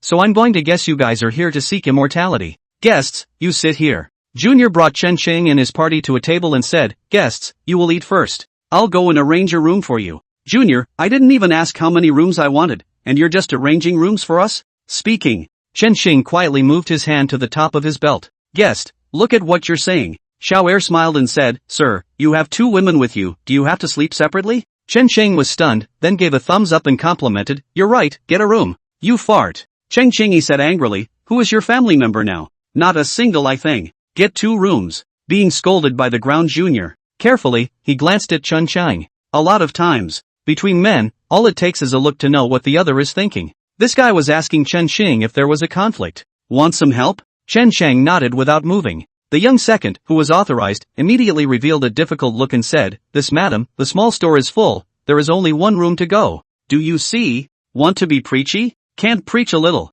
Cheng Qingyi coldly said, if you don't have a room, you won't live here. Sister Ching, I think it's quite nice here. Chen Shang said, Xiao Er, go arrange it. Hurry up with the food too. Yes. Junior was like an amnesty. Immediately turn around and walk away. There was only so much he could do to help. Say it again. If we don't live here anymore, then one will be scolded to death by the shopkeeper. What do you want? After Junior left, Cheng Qingyi coldly said, put away your little mind. I have no feelings for you. I know.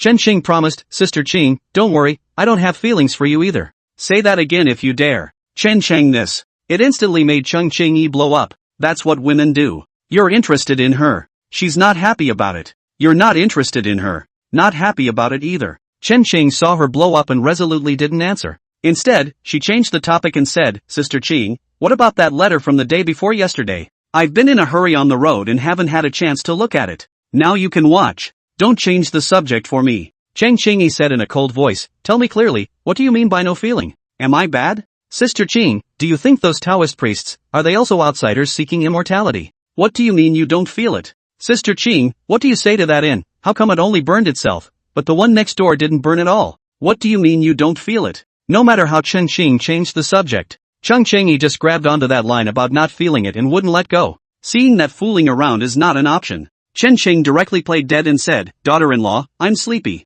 I'll lie down for a bit, you order, and you call out to me when it's served. Chapter 128 Sister Qing's mind is hard to guess. Guest, the food is here. Xiao Er quickly brought up the meal. Chen Xing, who was lying on the table, immediately looked up. However, he realized that Cheng Qingyi was still staring at him with unkind eyes. Chen Cheng directly ignored it. Turning to his own Zhao Shuiyan, he said, daughter-in-law, you feed me. K. Zhao Shuiyan's eyes grumbled, how grown up, you still need me to feed, you're a little cutie. But I'm a cutie. Zhao Shuiyan asked herself, Ah Qing, you feed me. Okay, I'll feed you. Chen Xing rather helplessly picked up the dish and handed it to Zhao Shuiyan's mouth. Had ha. Xing, you're so nice. Watching the two of them as you love each other. Cheng Cheng-yi, who was already in a bad mood, was even worse. The veins in his forehead were throbbing. That's enough, you two. Cheng Cheng-yi slammed the table and gritted her teeth. You two, are you done? Ah. Chen Sheng pretended to be dismayed. Sister Qing, we are husband and wife. There shouldn't be anything wrong with feeding a couple. Couple feeding is no problem.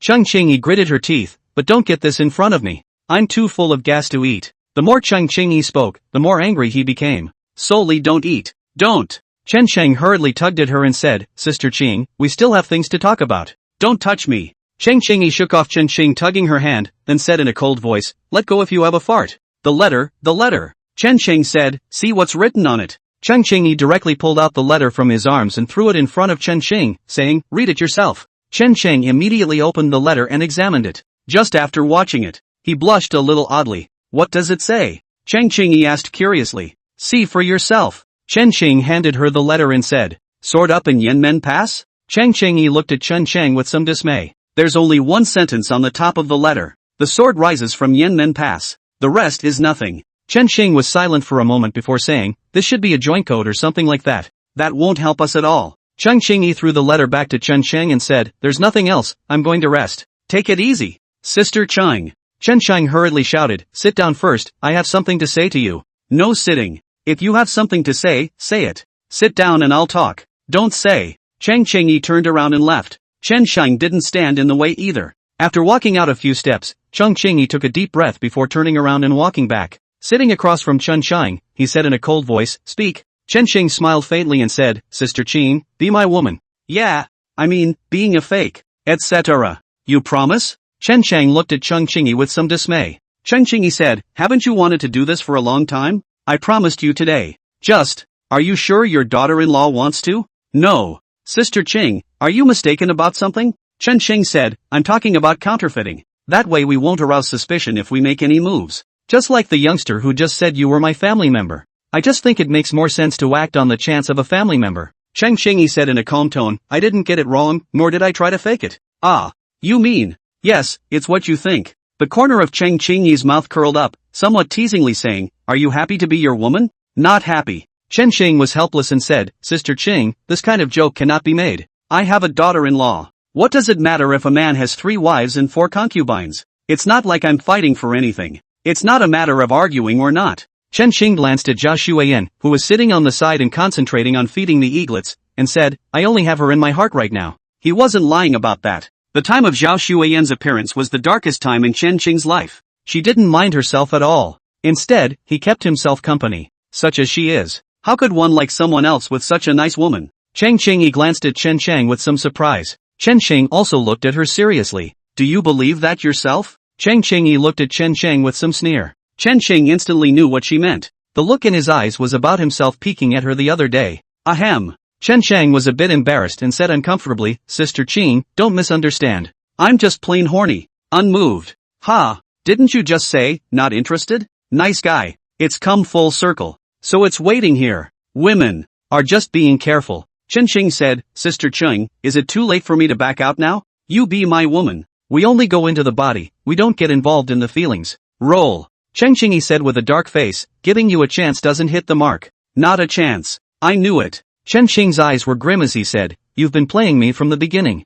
Ha, roll. Get out. And that's when it happened. 2 rolls came from a cubicle not far away. It just seamlessly connected to Cheng Qing's words. Chen Sheng and Cheng Qing froze at the same time. Both sides then looked over there together. Bang. Just in time. A figure flew out of the cubicle. It hit the ground hard. An old man covered in filth lay on the ground wailing and moaning. At the same time a figure stepped out of the cubicle. Cursing, he said, old undead fellow, who let you in? Junior, where's Junior? Guest. What kind of a hole are you guys in? How come beggars get in? When Chen Sheng saw this person who was cursing, he was stunned. This isn't Hiroki? It's the monk Guanji who tried to collect protection money but was knocked on the head by Zhao Shuiyan as a wooden fish. The scolded Junior. Seeing the old beggar on the ground also made him angry. You old undead, I told you to pick up some food outside, and you still have the nerve to run in. Let's see if I don't kick your ass. Stop fighting. Master Su. The old beggar blocked it with his hand. Happened to lift his face. Upon seeing the old beggar's face,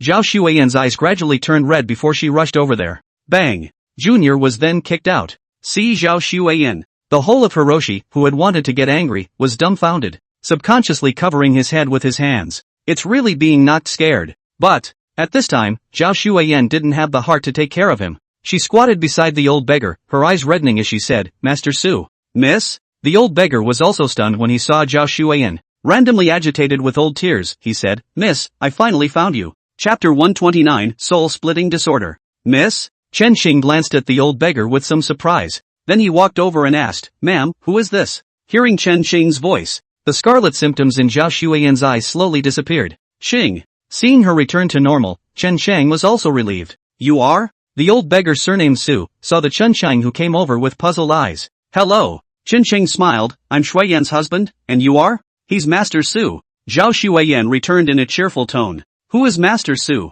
Master Su is Master Su. Villain Xiao Jin. Sujin said, he used to be the housekeeper of the Zhao residence. After the accident at the Zhao mansion, I've been wandering around trying to find Miss. Speaking of which he looked at Zhao Xueyan with concerned eyes and said, Little Miss, are you alright? Little Miss? Chen Sheng asked with some surprise, daughter-in-law, do you have a sister? King. Zhao Xueyan's good-looking eyebrows were distressed as she said, Qing, it's so complicated. I'm so stupid, I don't know how to say it. Little Miss, let me explain. Sujin looked at Chen Chang and said, can you find a quieter place? He looked around him, signaled that there are too many people. It's crowded. Sure, no problem. Chen Chang nodded. He looked around the room. Hiroshi had already taken advantage of the gap in what he had just said to have slipped away. Xiaoer, take us to the private room. Yes. The store assistant was afraid that Chen Chang would make a big deal out of it and affect his business. Immediately, he led a few people towards the private room upstairs. Sister Qing, keep up. Chen Shan walked out a few steps later. Realizing that Cheng Qingyi didn't follow, he turned around and shouted. Me too? Cheng Qingyi said with some hesitation, is this appropriate? Nothing inappropriate. Keep up. Chen Chang walked over to her and forcefully dragged her away. Cheng Qingyi looked at Chen Shang, then at the small hand that he was holding. After a moment of silence she asked, soft? Ha? Chen Xing turned his head to look at her with some dismay. Did I say soft? Cheng Qingyi said, do I have soft hands? Chen Chang looked down. That's the reaction. He immediately let go and said, it's not soft, his hands are all calloused. You. Cheng Qingyi was so angry. Being taken advantage of and having to be disliked. She was about to say something. Chen Shang, however, had already caught up with Zhao Xueyan. Take Zhao Xueyan's arm. Asterisk asterisk asterisk asterisk ing dog. Chen Qingyi murmured through gritted teeth. Soon. The junior then took the few people into a private room. Soundproofing is not great though, but it's always a private place. Chen Sheng looked at Sujin and smiled. Master Su, I dare to call you Master Su. Now can you tell me a little bit about what happened? Sujin looked at Chen Sheng and said with some trepidation, Auntie, since Miss and the girls have chosen you, then you are the aunt of the Zhao family. I don't deserve to be called a master by my aunt. You can just call me Old Su. Okay, Master Su. Chen Xing said, can I trouble you to explain now? It's natural. Seeing that Chen Xing insisted on being called Master Su, Sujin let out a bitter smile before explaining, the master has no children at his knees, and there is only the young lady. A large family business with no one to inherit it. That's why the master raised the young lady as a boy. When the young lady was 10 years old, her ladyship passed away unexpectedly. The young lady was irritated and got a split spirit syndrome. Split soul? Chen Xing said with some uncertainty, split personality? I don't know anything about split personalities. Sujin said, all I know is that when Miss is normal, her personality is no different from a normal person. Even smarter than average. Even many men are inferior to her. So what if it's not normal? Chen Xing asked. Sujin looked at Zhao Xueyan and said, that would be Little Miss. Simple character, always playful, just like a 10-year-old. To differentiate between the symptoms of Miss Split Soul Syndrome,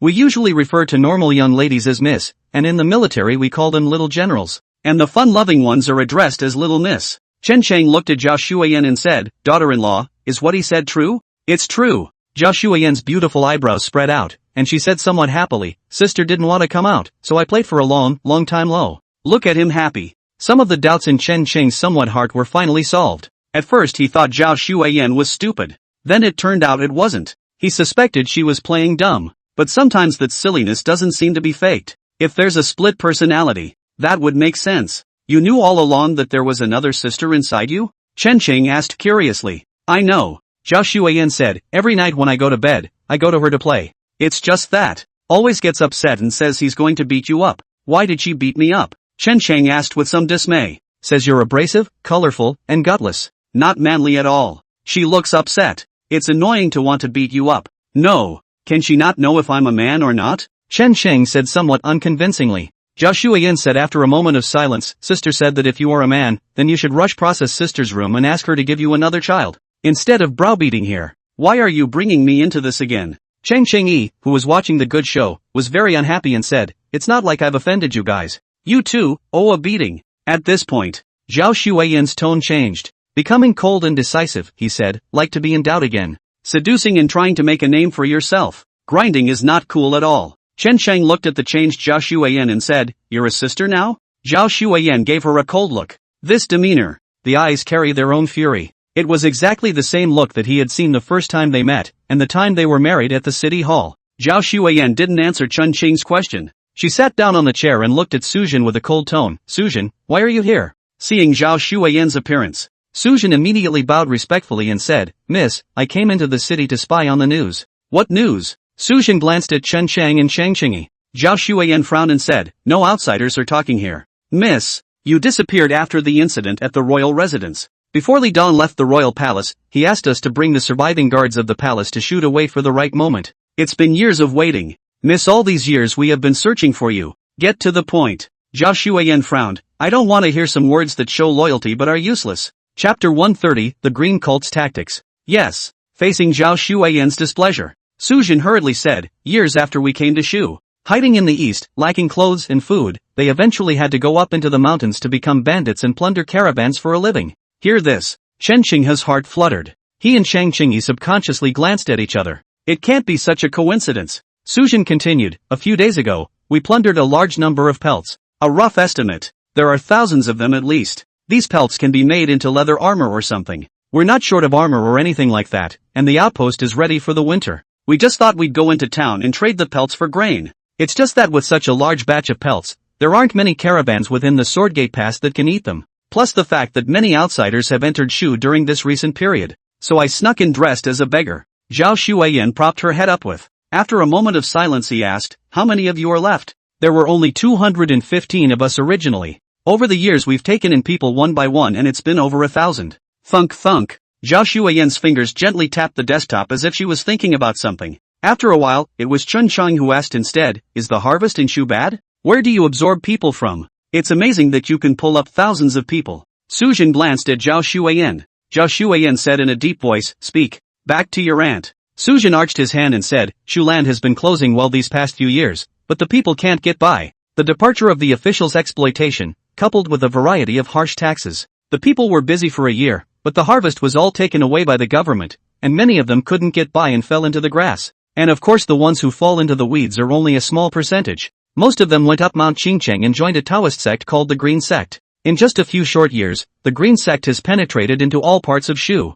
Youth teaching. Chen Cheng heard Master Qin mention it. This guy makes a living as a rebel. Youth teaching. By the way, the fake Tongyu seems to be a hall master of the Green Sect. Is it? Is this how Master Qin judged that the land of Shu was going to be in turmoil? Nope. When his own party entered Shu, the Green Church is still notorious. At the very least, one's out-of-towners don't know. There are other reasons. Chen Qing frowned deeply. What about the reputation of the Green Church? Zhao Shuiyan asked. I'm talking about reputation in the mouths of the people. The reputation is good. Sujin said, they walk the land of Shu, giving charms to save people and help the poor. The people call the god of the Green Church, the Green Saint. The leader in charge of the Green Sect now is Master Cheng Tian. Chen Cheng's face was odd. Isn't this a replica of the Yellow Turbans? Except for the different names, they do all the same things. Give charms to save people and help the poor. Why do you think the Green Cult has grown? At this time, Zhao Shuiyan looked at Chen Cheng and asked, collusion with the government. Chen Cheng said, such an organization wants to grow.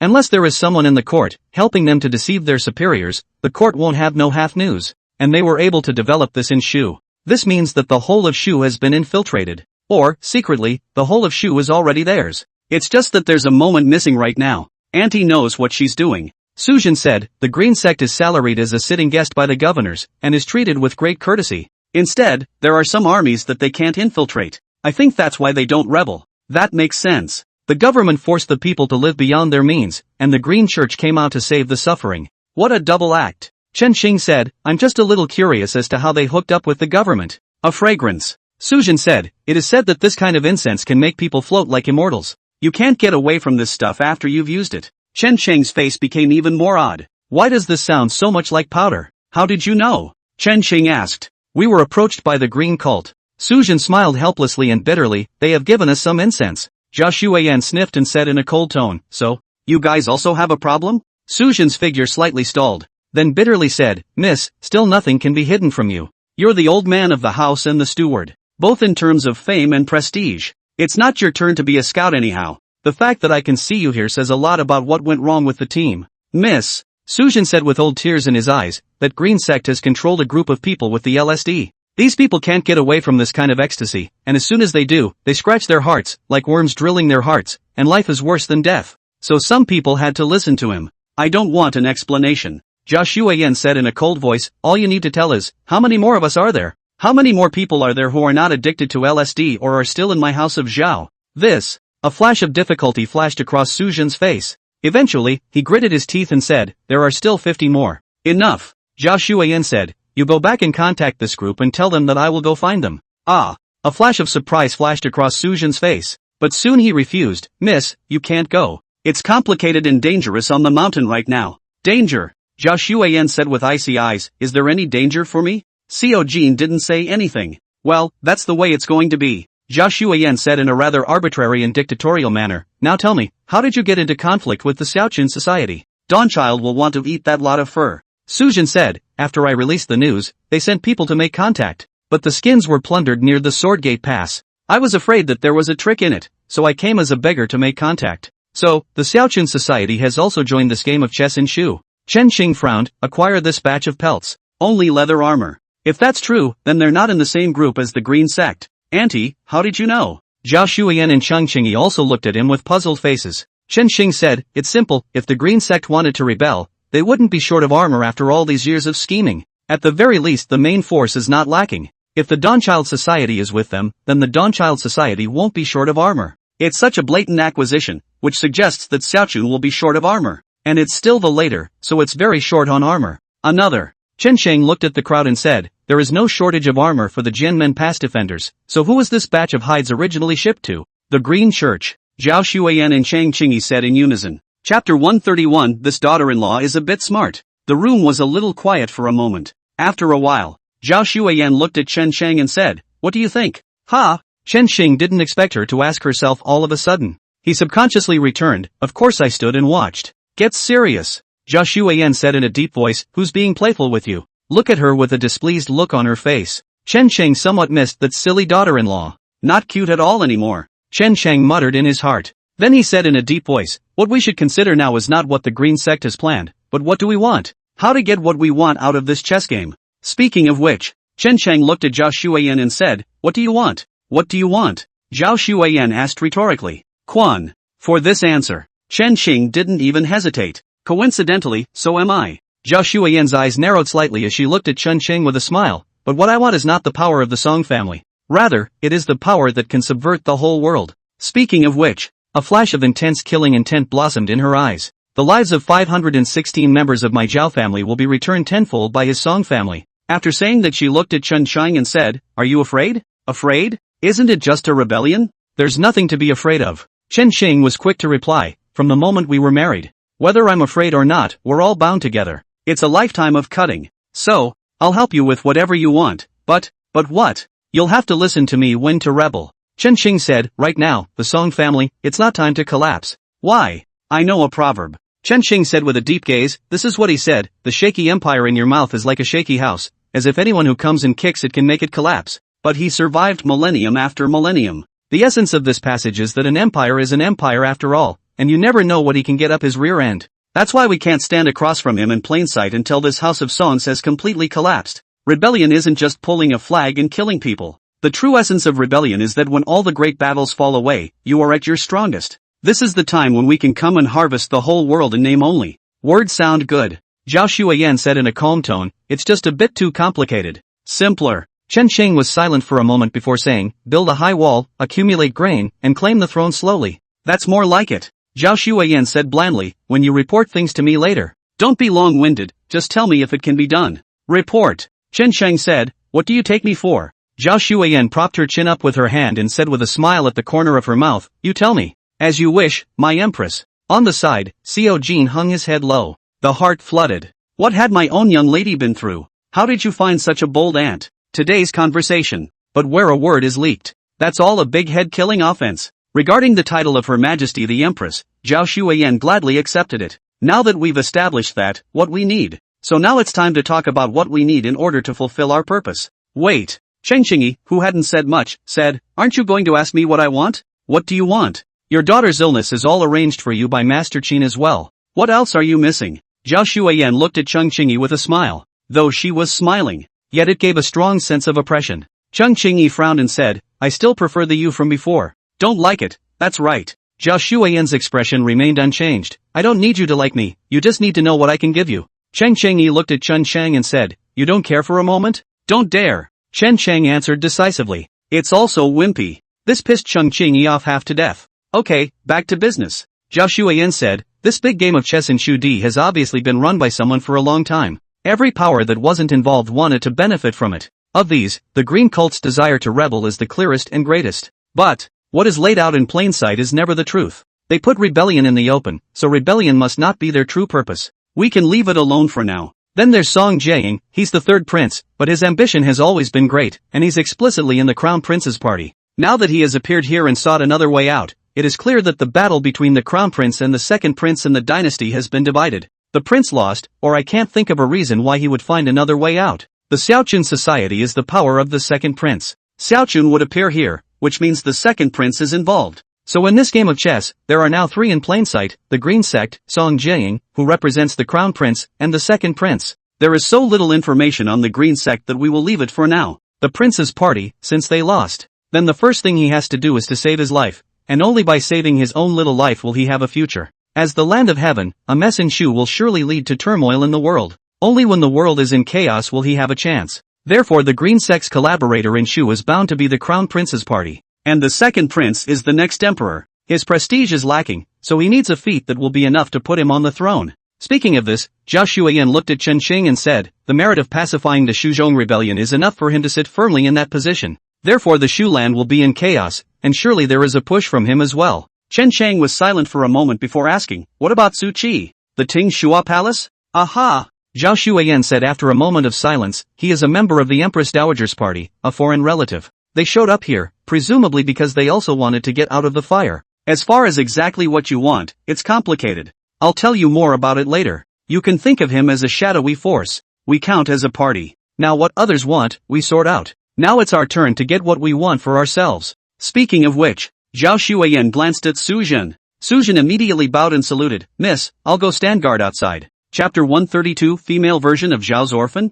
Zhao Xueyan nodded non-committally. Wait until Xiao Jin leaves. Chen Cheng asked, you don't trust him? I don't trust anyone. I only believe in myself. Zhao Xueyan said, that's why I need my own forces. We can't make it with just a few of us. What do you want to do? Chen Cheng asked, calling together the old guard. Zhao Xueyan poured herself a cup of tea and said, it's easy for me to recruit people together, but how to feed them is a big problem. So you need to help me get food as well as military money. That's what we need to get out of this game. After being able to feed these people, I still need a territory, one recognized by the court. Therefore you still have to be the magistrate of Qingzhou. Only in this way can we fulfill the strategic purpose of building a high wall, accumulating grain, and slowing down our claim to the throne, as you said. Chen Qing sniffed. After a long silence, he said, your line of thinking is fine, but where do you recruit the old guard from? Those mountain bandits Su Zhen talked about? That's my business, not yours to worry about. Zhao Xueyan said, you just need to find a way to help me get food as well as military expenses. Chen Xing looked deeply at Zhao Xueyan with a complicated gaze and said, I'll try my best to help you. But I still want to ask, will I ever see her again? This she naturally referred to Zhao Xueyan's other personality. The good person in front of you. The person is still the same though. But the difference in personality always made Chen Xing feel like he was dealing with two people. Zhao Xueyan's resolute, cold eyes softened slightly. She looked at Chen Chang and said, she's tired of playing. There's no way for her to cope with this situation at the moment, so let her rest first. That's what the phrase means. The intellectually challenged Zhao Xueyan from earlier went offline for the time being. Figure it out later. Come out anytime. This was a relief to Chen Cheng. At the very least, his familiar daughter-in-law was still there. Now this. It's not a big deal, it's just role-playing. Just as Chen Cheng was silent, Zhao Xueyan looked towards Cheng Qingyi who was leaning against the window, looking out at the street outside in a daze, and said, I may have to leave for a while next. Husband will have to trouble you for protection. On what grounds? Cheng Qingyi retracted her gaze and said with great displeasure, he is your husband, not my husband. It's okay if you want him to be your husband. Zhao Shuiyan shrugged unconcernedly and said, I have no problem with that at all. Ha! Cheng Qingyi said in a cold voice, what do you take me for? I'm treating you like a human being. Zhao Shuiyan looked at Cheng Qingyi and said in a flat tone, I think you have other pursuits. Or you can leave once your daughter's business is settled. There's absolutely no need to stay here. Since you're staying here, you're asking for something. I have no need. Cheng Qingyi coldly said, I can leave any time. You're not going anywhere. Zhao Shuiyan said, I can probably guess where you came from, it's been hard hiding in the East all these years. Cheng Qingyi stared at Zhao Shuiyan's face was horribly gloomy. To this, Zhao Shuiyan smiled sweetly, got up and stretched out her hand, as long as you join us, I'll make sure that your daughter will be able to live under the sun in the future. No need to hide like rats in the gutter. Cheng Qingyi glanced at Zhao Shuiyan's outstretched hand. She directly slapped Zhao Shuiyan's hand away, then left without looking back. Zhao Shuiyan wasn't angry either, just smiled slightly and resumed his seat. Chen Cheng asked curiously, what is Sister Qing's origin?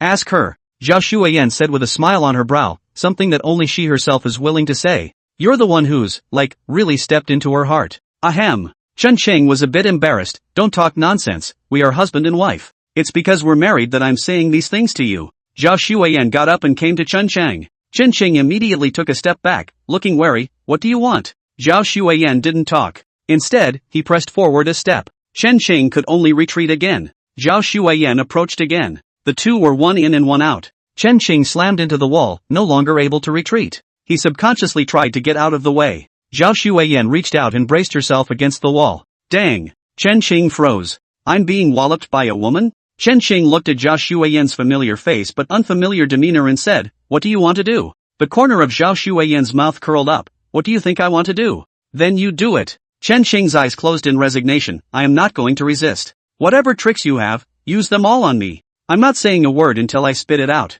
What were you thinking? Zhao Shuiyan reached out and cupped Chen Cheng's chin, staring at him, look into my eyes. Chen Cheng opened his eyes and looked at her, daughter-in-law, so offensive? Do we have to get so high? Zhao Shuiyan stared into his eyes and said seriously, I have something I need to discuss with you. You say. Chen Cheng said, there's nothing we can't say to each other. Zhao Shuiyan pursed her lips and didn't say anything. Like it's hard to say. Chen Cheng laughed, what's the matter, just say it. Zhao Shuiyan fixed her mind and took a deep breath, if we have a child, it can only take my surname Zhao. Ha! Chen Cheng froze for a moment. He thought Zhao Shuiyan was going to say something to him. Make it so serious. I didn't realize it was just the last name. Seeing him freeze, Zhao Shuiyan stiffened her voice and said, I know it's a hard decision. So I have no interference with you having another woman. I don't care who you have kids with. Ha! Now Chen Cheng was completely confused? Daughter-in-law, you're not sick. Chen Cheng reached out and probed Zhao Shuiyan's forehead. That's no fever either. I'm not kidding you. Zhao Shuiyan slapped Chen Cheng's hand away and said somewhat angrily, I have no one in the Zhao family, only my one daughter.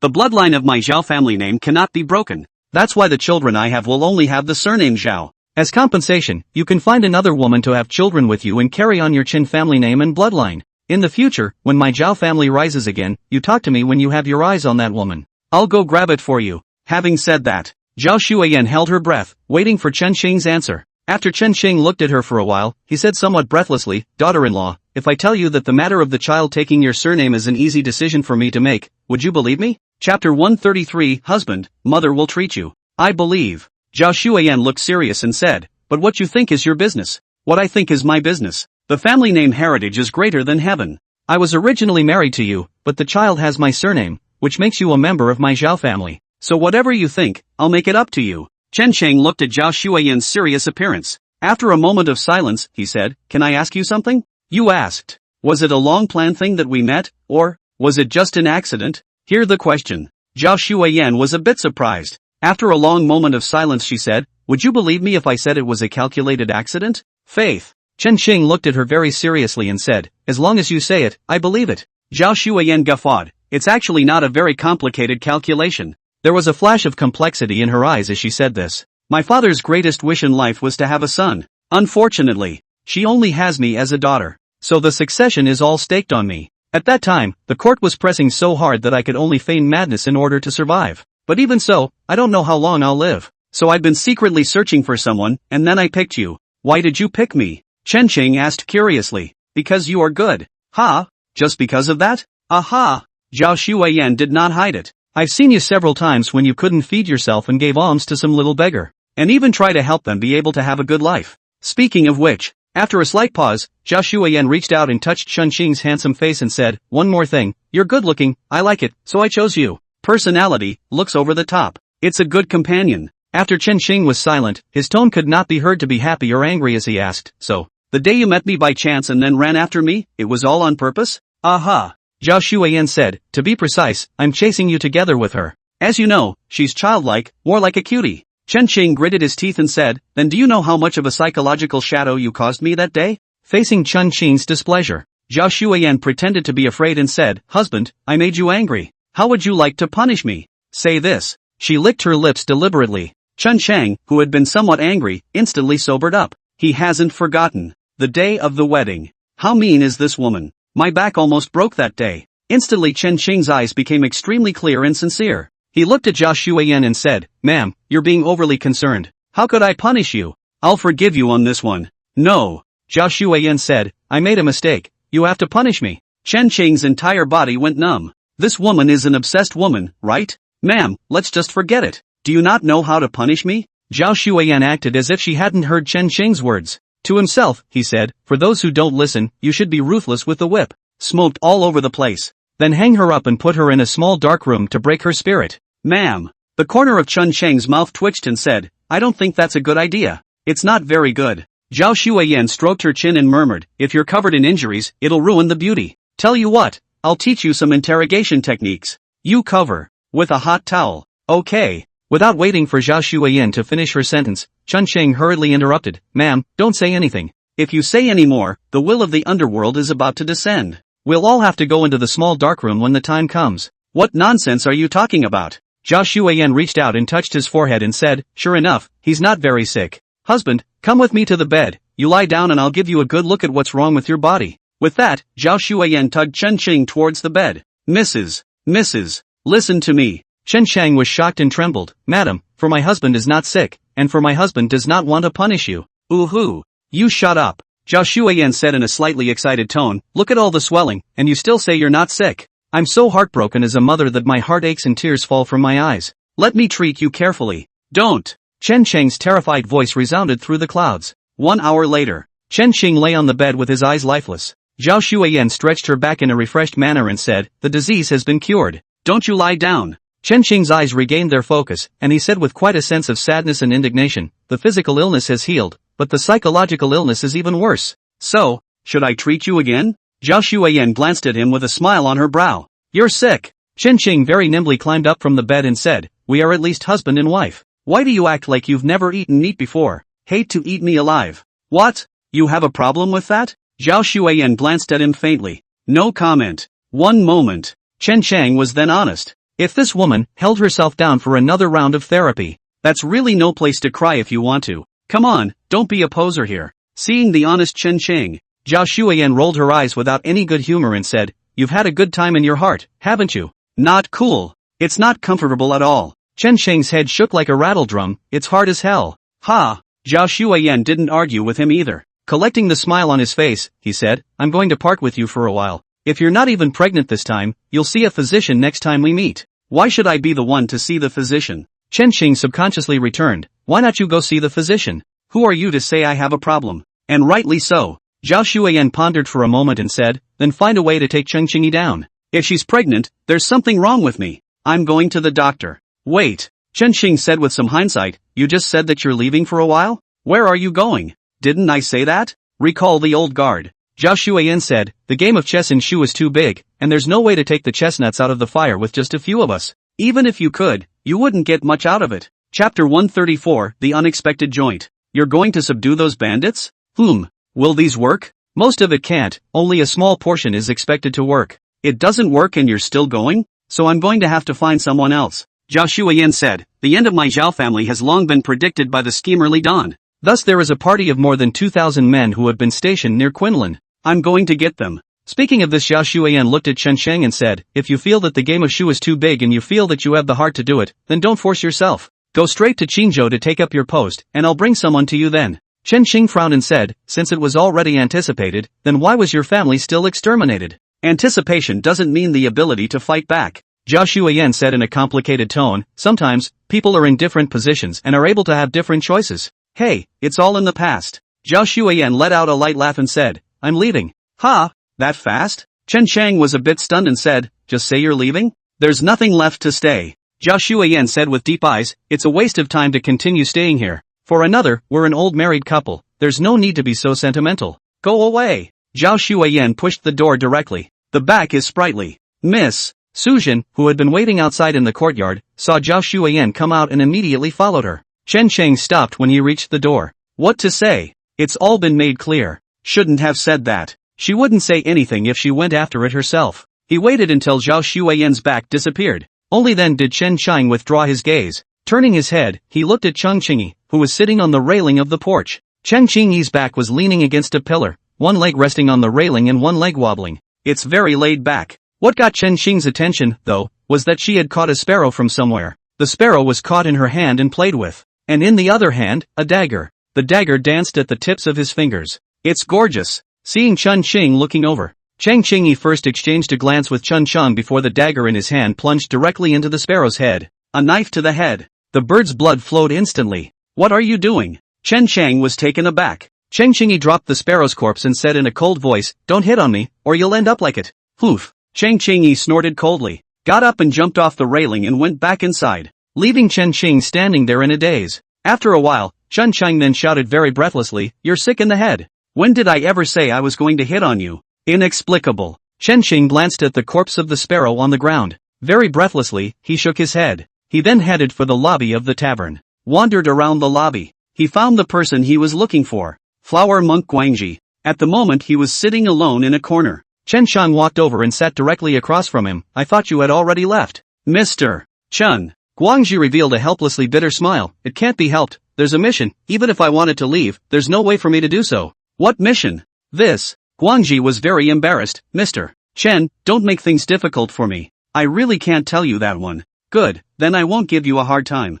Chen Ching took out a token from his body and placed it in front of him. With this, you won't be embarrassed, will you? The moment he saw the token, Hiroki was as if he had seen a ghost. With a face of disbelief, he looked at Chen Chang. How did you get this? The token was the identity that Cheng Qingyi had helped him get at the Xiaochun Society at that time. There are 4 classes of Hiuchun Society members. There are 4 grades of A, B, C and D. The rank names are too simple. Chen Xing suspected that the guy who came up with the idea of replacing the rank with that B, C, D was an uneducated name-taking waste. Otherwise it wouldn't have been made so easy. By rank, Chen Xing's status level is C, and Flower Monk Quang Chi's lowest rank is only D. You don't care where I get my stuff from. Chen Xing retrieved the token and said, all you need to do is tell, are you still in trouble now? No hard feelings. Hiroki was a good sport. He immediately said, Mr. Chen, I won't hide the fact that you're asking. I came to Shu this time to make a connection. Joints? Chen Chang was slightly stunned, then tentatively asked, Sword Up Jianmin Pass? Hiroki was also stunned. Then cautiously said, Swordfall Divine Realm? Sure enough, the letter was written in code for a joint. Just whether there were any secret words behind the joint's secret words, Chen Xing didn't know. In order not to show, he pretended to be high and mighty. Well, it's me. Hearing Chen Xing's words, Hiroki let out a sigh of relief. He looked at Chen Chang with grudging eyes and said, Mr. Chen, you're the connector, you should have said so earlier. Keeps me on my toes. Chen Xing smiled faintly. I can't not laugh. This is a situation where more is said than done. It's better not to talk when you can. See that he doesn't say anything. Hiroki didn't think much of it. He only said after a moment of silence, Mr. Chen, it will take a few more days for the goods to arrive. It's going to take you a few more days. Chen Chang nodded. Then, without moving, he asked, there won't be any problems with the goods. You direction, absolutely nothing can go wrong. Guangji patted with confidence, above for safety, along the way can be called the military escort. As long as the stuff is still within the empire, then nothing can go wrong. Speaking of which, Guangji paused for a moment, then approached Chen Chang and asked in a low voice, Mr. Chen, can you tell me what the escorted goods are exactly? I can't believe you made it so mysterious. Why don't you satisfy my curiosity? Chen Xing glanced at him calmly and said, I don't know, I'm just a minion in charge of the joint, just like you. Let's just stay out of the way and get serious about our own business. You're right, Guangji said, it's better for us to make less trouble. The land of Shu is getting more and more chaotic now. What? Chen Xing pretended to be surprised. Where did you see that? The jungle inquired about it. Guangji whispered, it is said that over at the Bird's Nest Mountain, an immortal's treasure has been found, and there is also an immortal's secret book inside. It is said that as long as one cultivates, not to mention immortality, it is still no problem to dominate the Jianghu. Right now the entire empire's Jianghu people are rushing to Bird's Nest Mountain. The black and white of the jungle are here. We're just minions, in case if we mess with someone we can't afford to mess with, we'll lose our little lives. Still, I have to listen to you, let's cut the crap. Chen Xing didn't listen to a single word of Guangxi's self-talk, because he thought of something. The previous deduction of the rebellion of the Green Church lacked a moment. Now he thought about what the timing was. The timing is the news of the immortals of Tweedledum. Chapter 135. Chen Sheng nodded indistinctly. Then changing the subject, he said, where is the stuff now? He didn't dare ask what the joint was. It's revealing to ask. Guangxi touched his bare head and after a moment of contemplation returned, about 4 or 5 days or so. Okay then, when the stuff arrives, you come find me. Chen Xing got up and said, I'll be staying at the inn. Mr. Chun. Chen Sheng had just gotten up when Guangxi called out to him. Something? Mr. Chun. Guangxi said, I wonder when what I want will arrive. Otherwise I wouldn't be able to deliver. Chen Sheng pretended to ponder for a moment and said, I will naturally hand over the leather goods to you when your stuff arrives. That's good, that's good. Guangxi let out a sigh of relief. Mr. Chen, if you need anything in the next few days, you can just order me. Good. Chen Sheng smiled and nodded, then left without looking back. Wait until after you leave. The smile on Chen Sheng's face slowly disappeared. He glanced back at Hiroshi, who was still sitting there. The look of indifference. Just now this guy asked himself when his stuff would arrive. It's actually testing itself. Doubt that you're not really a connector. Chen Xing frowned and went back inside. What he didn't expect was this. Cheng Qingyi was surprisingly sitting in the room, leaning against the window, carrying a jug of wine, looking out the window in a daze. Why are you here? Chen Xing asked with some surprise. Why can't I be here? Cheng Qingyi retracted his gaze and asked. This is my room. Chen Xing said, of course you can't be here. Did you get me a room? Cheng Qingyi looked out the window again and said, if you have an opinion, then you can go get another room. A man and a woman in a room together. No matter how stupid Chen Xing was, he knew what Cheng Qingyi meant. And he knows it. Cheng Qingyi is not that easy to get. He could sense that the woman was complicated and torn right now. Hence, Chen Xing felt like not messing with her for the time being. Idle. Chen Chang brought paper and pen and ink. Give a list of recent events. See if there's any correlation there. But, Chen Chang studied it for half a day, but couldn't come up with a solution. Solely no more research. Glanced around. He happened to see Cheng Qingyi standing at the window. A green dress, leaning against the window. The jug of wine was in her hand, and the setting sun shone on her face. It's like a fairy. Those story-filled eyes are so full of stories that you can't help but look into them. More importantly, a woman who has given birth to a woman, that feeling of being ripe for the picking. It's extraordinarily intense at the moment. It's like a ripe lychee. Full and hydrated. Seductive. Chen Xing felt that this moment should be recorded. He wrenched the quill, dabbed the quill with ink and started drawing. A knack for drawing. Since crossing over, he would. And the painting is still very good. Soon, a picture of a young woman leaning out of a window and drinking wine jumps off the page. Chen Shang always felt that there was a little bit of meaning missing. If we were to paint black and white stockings again, that would be perfect. Think. A woman, full of charming old-fashioned clothes, leans against the window and drinks. A pair of long legs but wearing a black and white garter stocking. This strong sense of asymmetry. It's just absolutely amazing. Chen Xing hastily drew out a piece of paper again. Seriously, follow the picture you visualized. Painted. Probably got too caught up in the drawing. He didn't even react when Cheng Qingyi walked over. Just look down and draw. Cheng Qingyi saw Chen Xing writing and drawing here for half a day. Thought he was getting something. Just wait until she comes over to take a look. The face instantly darkened. This ing dog. What was painted? Showing off your shoulders and your stomach. And what's that thing on this leg? Black and white. Dog stuff. Who do you think you are? Paint yourself like this. Chen Shang is painting with vigor. Suddenly I felt a chill on the back of my neck. Look up again. Cheng Qingyi, who had been standing at the window, had disappeared. Moments. A bad feeling surged from Chen Xing's heart. He stiffened his neck and turned his head slowly. Then he saw Cheng Qingyi's icy, almost dripping pretty face. Qing. Sister Cheng. Chen Xing squeezed out a smile. Then he hid the painting under the table as fast as he could and said, Sister Qing, what brings you here? Take it out. Cheng Qingyi said with a cold face. What is it? Chen Sheng pretended to be at a loss. Cheng Qingyi was too lazy to pull the plug with this dog. Reach right in and grab it. Chen Sheng naturally didn't give it. That's evidence of a crime. It can't be taken away. 2 for a grab. A dodge. It's just a square-inch fight. Suddenly, both men who had been scrambling stopped. Hence, at this time, the posture of the two people is a little ambiguous. Chen Sheng because he was sitting down. Want to hide the painting. Naturally, it is hidden downwards. Hide it under your legs. Chung Chingy wanted to go and grab it. Because of the location, you can only reach behind and grab it. Hence, at this moment, the position of the two of them became Chung Chingy wrapping her arms around Chung Ching from behind. Chen Xing could even smell the ethereal fragrance coming from between Chung Chingy's hair. Both men realized at that moment that something was wrong. After a moment of silence, Chung Chingy's face flushed red and wanted to draw back. Instead, Chen Cheng tugged on her hand. An unsteady one. Chung Chingyi, who had already left, bumped into Chen Xing's broad back again. What are you doing? Chen Chingyi was a bit flustered. Chen Xing inclined his head, sniffing the body fragrance coming from her neck. Suppressing the tone of his voice, he said, "Ma'am, you smell good." Who is Mrs. Chung Chingyi said in shame, "If you keep talking nonsense, I'll tear your mouth apart." This lady is a lady. Chen Xing explained, "Madam is an honorific title, such as Mrs. Chen, Mrs. Chang. Speaking of which, Chen Cheng deliberately said with odd eyes, "Ma'am, what kind of ma'am do you think I'm shouting at?" Cunning. Get the hell off me. Chen Chingyi was annoyed. "If you don't let go, I'll tear your mouth apart." Ma'am. Chen Xing looked at her and said in a soft tone, "It's been quite lonely all these years as well." Chen Xingyi coldly said, "None of your business."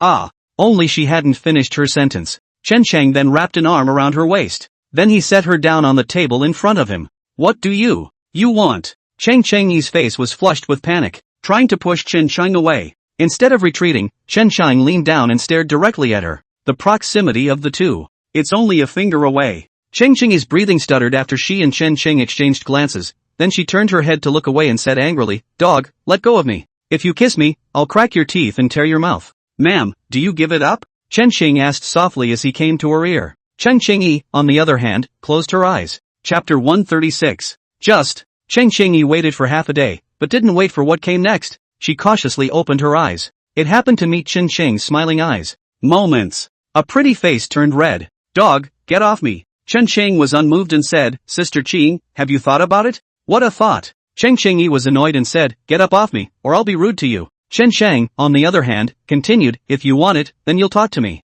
As soon as you say, I want 3 words, I'll continue. Or I'll really let you go. Who wants it? Chen Chingyi said angrily with cold eyes, "I'll count to 3, get up." Sister Chang. Chen Ching came up to her ear and whispered, "You really want me to go away? Can I still hold you down? What's your strength? What's mine? Now answer me, yes or no." The words. It completely broke Chen Chingyi's defense. She threw a heavy punch at Chen Ching's back. Thinking of your mom. Chen Chengyi said angrily, "Get lost." He said that he was about to push Chen Cheng away. The punch was really heavy. Chen Cheng felt like he had been hit by a cement truck. It was so hard to turn my back, but after slowing down, he bit down on Chen Chingyi's collarbone position. Moment. Chen Chingyi, who wanted to struggle up, didn't move at once. This startled Chen Cheng. Thought something was wrong with her. Even looked up. However, he saw Chen Chingyi's icy face turn red. It's not so keen. Chen Cheng hurriedly got up and apologized. "Sister Cheng, I'm sorry." Chen Chingyi didn't say anything. Just closed his eyes in shame.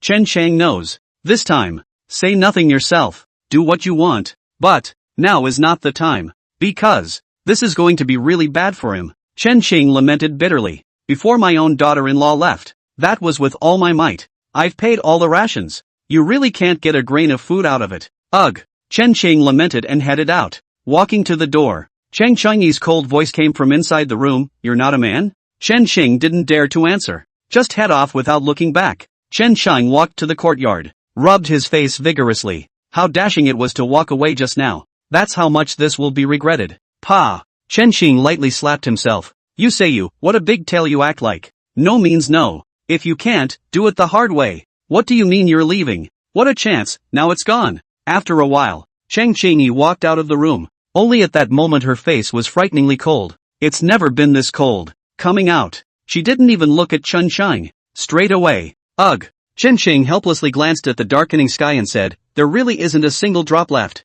Not even a glimmer of an idea." A few days after that, Chen Chingyi looked like he had vaporized. Completely out of sight. Chen Ching was in no hurry. There's no use rushing. She really wants to walk away and she can't stop herself. One's plans must continue. In this game of chess, he was still too weak on his own. Meanwhile, not yet in the heart of the chess game. The central point of this chess game is at Tweedledum. It's the only place that's bursting at the seams. It's the whole of Shu that will be in complete chaos. So he was going to go over and take a look at it by way of the Xiaoqin Society. See the opportunity to act. If there is a profit to be made, make some profit. No profit to turn around and walk away. Just like that Chen Chang waited for 3 days. Late afternoon on the third day. Chang Qingyi is back. Same as when we left. Still cold-faced. Sister Chang. Chen Shang, who was sitting in his room cultivating. Seeing the reappeared Chang Qingyi, was a bit surprised. I thought you had left. Chang Qingyi glanced at him. Didn't say a word. Chen Shang was a bit embarrassed. Sister Qing, it was my fault one day. I was wrong.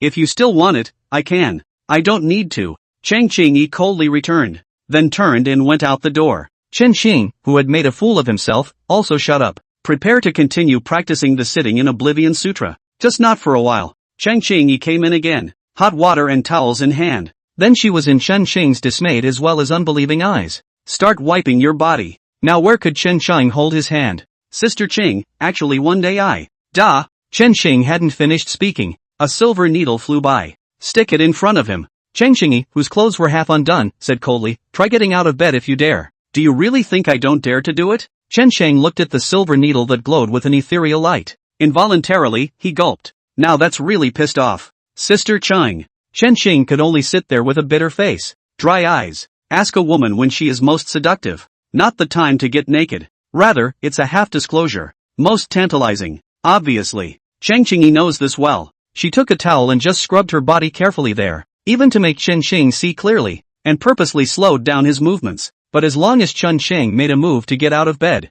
a silver needle came as promised. Retaliation. Naked revenge. Chen Xing gritted his teeth and said, Sister Qing, this is revenge. Give to see, not to use. You are so not human. Oof. Looking at Chen Cheng's exasperated appearance, Chang Qingyi snorted in triumph. Redress. Screwed up the hot water and left triumphantly. But wait a while. She's back in again. Wearing a green-colored singlet. A full head of green hair draped out. Wet. Apparently just went out to wash his hair. Come in after. Chang Qingyi walked to the bedside and said in a cold voice, lie in. Yes. Chen Xing immediately beamed with joy. Lay to the hilt. At the same time, she explained, Sister Qing, that day really wasn't my intention. I've got a hard time too. Chen Xing didn't finish his sentence. He saw Chang Qingyi pull out a dagger. Moment. And he got scared and shut up. Sister Chang. Qing, what do you want? I'm telling you, don't mess around. Chang Qingyi didn't say anything. Just plunged the dagger heavily into the center of the bed and said in a cold voice, cross the line and chop off your hand. When she finished, she lay down on the bed. And no sleep. Smoothly picking up the books Chen Xing had thrown on the bed, he leaned against the bed and read. A pretty, buxom figure. It's on display in this moment. It gave Chen Xing a feeling that it was close at hand. Just impulse yourself. You'll get a delicious piece of fatty, lean pancetta. Just. Chen Shang is not moved at all. As soon as he makes the slightest move across the line, a pair of icy eyes swept over. Alas, sin. Chen Xing sighed deeply. He had a feeling. How dare she stomp her own hand if she dared to cross the line herself? See it, don't touch it. Where is this welfare? It's clearly a naked revenge. This woman is vicious to the core. Chapter 137. Women are emotional creatures. So hot. Just as Chen Xing forced himself to hold back the throbbing in his heart, not to bother with her at all, Chang Qingyi suddenly stretched out, then pulled down the collar on the left shoulder. Scented shoulders are exposed. The mountain peaks are revealed. In a flash, Chen Xing's eyes widened, because he found out. Above the peak of the mountain, a scarlet rose was actually pricked. It's just a shame. The rose was mostly covered up. Only a small portion is exposed, but that's exactly why. Instead, it's filled with reverie. Makes you want to find out. Sister Qing, why do you have a rose here? Rose is so beautiful. Let's see. With that, Chen Xing was ready to get on with it. Just. Chang Qingyi moved faster than him. Directly pointing at Chen Xing's acupoints. Chen Xing instantly froze, unable to move. Can't even talk. You can only roll your eyes. Chang Qingyi smiled out of the corner of her eye. Turning his head to look at him, putting down the book in his hands, he pulled down his collar again, showing the other side of her fragrant shoulder. Bend down. It came to Chen Xing's face. It's a tight fit. Chen Xing could even see the fuzz on the skin of her face. Who? Chang Qingyi blew a breath into his eyes. Then the voice was gentle. Do I look good? Ooh-hoo. An uncontested whimper escaped Chen Xing's lips. It's really hard to say anything. It was hard to see him. Chang Qingyi became even happier. Blink if you look good, roll your eyes if you don't. Chen Xing even winked curtly. The smile on Chang Qingyi's face grew even wider. She whispered, want one? Ooh-hoo. Chen Xing smashed his eyes again. I want to. Chang Qingyi lengthened his tone, then his face suddenly turned cold and his tone was icy. If you want it now, it's too late. I don't want to give. Lay straight down when you finish. Go to sleep. She just wants this ing dog. Visible. Can't eat. Rush him. After Chang Qingyi laid down, she turned to face Chen Shang and said smugly, take your time to look, I'm going to sleep. See you tomorrow. With that, he closed his eyes. Chen Sheng's heart was so miserable. Retribution. Eternal damnation. If I could do it all over again. He swore. He should have run for his medicine that day. Not letting go of this woman. Let him know. What a man. Just a shame. It's all too late now. Chen Sheng looked at the hidden rose. Lamenting. Time passes. Darkness turns to day. Daybreak. Cheng Qingyi slowly opened her eyes. A big stretch. Sleeping so well. Cheng Qingyi curled up lazily. Then he looked at Chen Xing, who was still in the same position as last night, and said with a smile at the corner of his mouth, "Good morning, ah." Chen Qing grimaced. Didn't bother with him. Stay in one position for one night. He felt like his body wasn't his own anymore. Cheng Qingyi saw that he was unhappy. Skimmed. Then glancing downward, he sneered, "Dogs, they are quite spirited." Saying that, she once again nodded on Chen Shang. Chen Shang, who was nailed all night, instantly paralyzed in bed. The blood is flowing at the moment. He felt like half his body was a mosaic.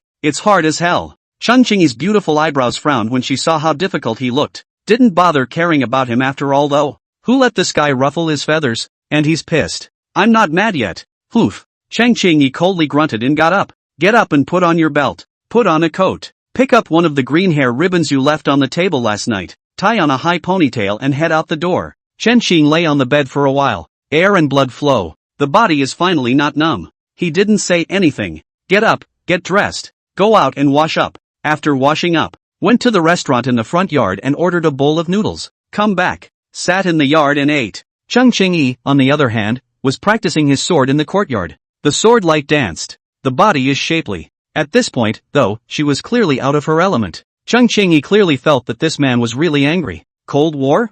Ha! Cheng Qingyi skimmed her lips. The heart was also irritated. Cold turkey with me? Who are you to chill with me? You're the only one who can bully me? Can you with me? Can't I play you? I bully you? What do you take me for? There's still some fire in the mud. The long sword in her hand gradually brought up killing intent. The biting sword intent overflowed in all directions. Like they were going to cut someone to pieces. Early morning. In the courtyard. One sits and eats noodles. One dances with a sword. It was supposed to be a picture of leisure and harmony. At the moment the atmosphere was but full of gunpowder. Chen Xing sat there and finished his breakfast slowly and methodically. Putting down her chopsticks and thinking, she said, Sister Qing, let's make peace. Cheng Qingyi coldly didn't say anything. It was just that the originally harsh sword technique had become a little softer. Chen Xing continued, consider what happened before as the past. Just don't be mad at me. Ha! Cheng Qingyi sneered. Didn't say anything. Turned around and went back inside. Yay! See her back in the house. Chen Shang waved his fist somewhat happily.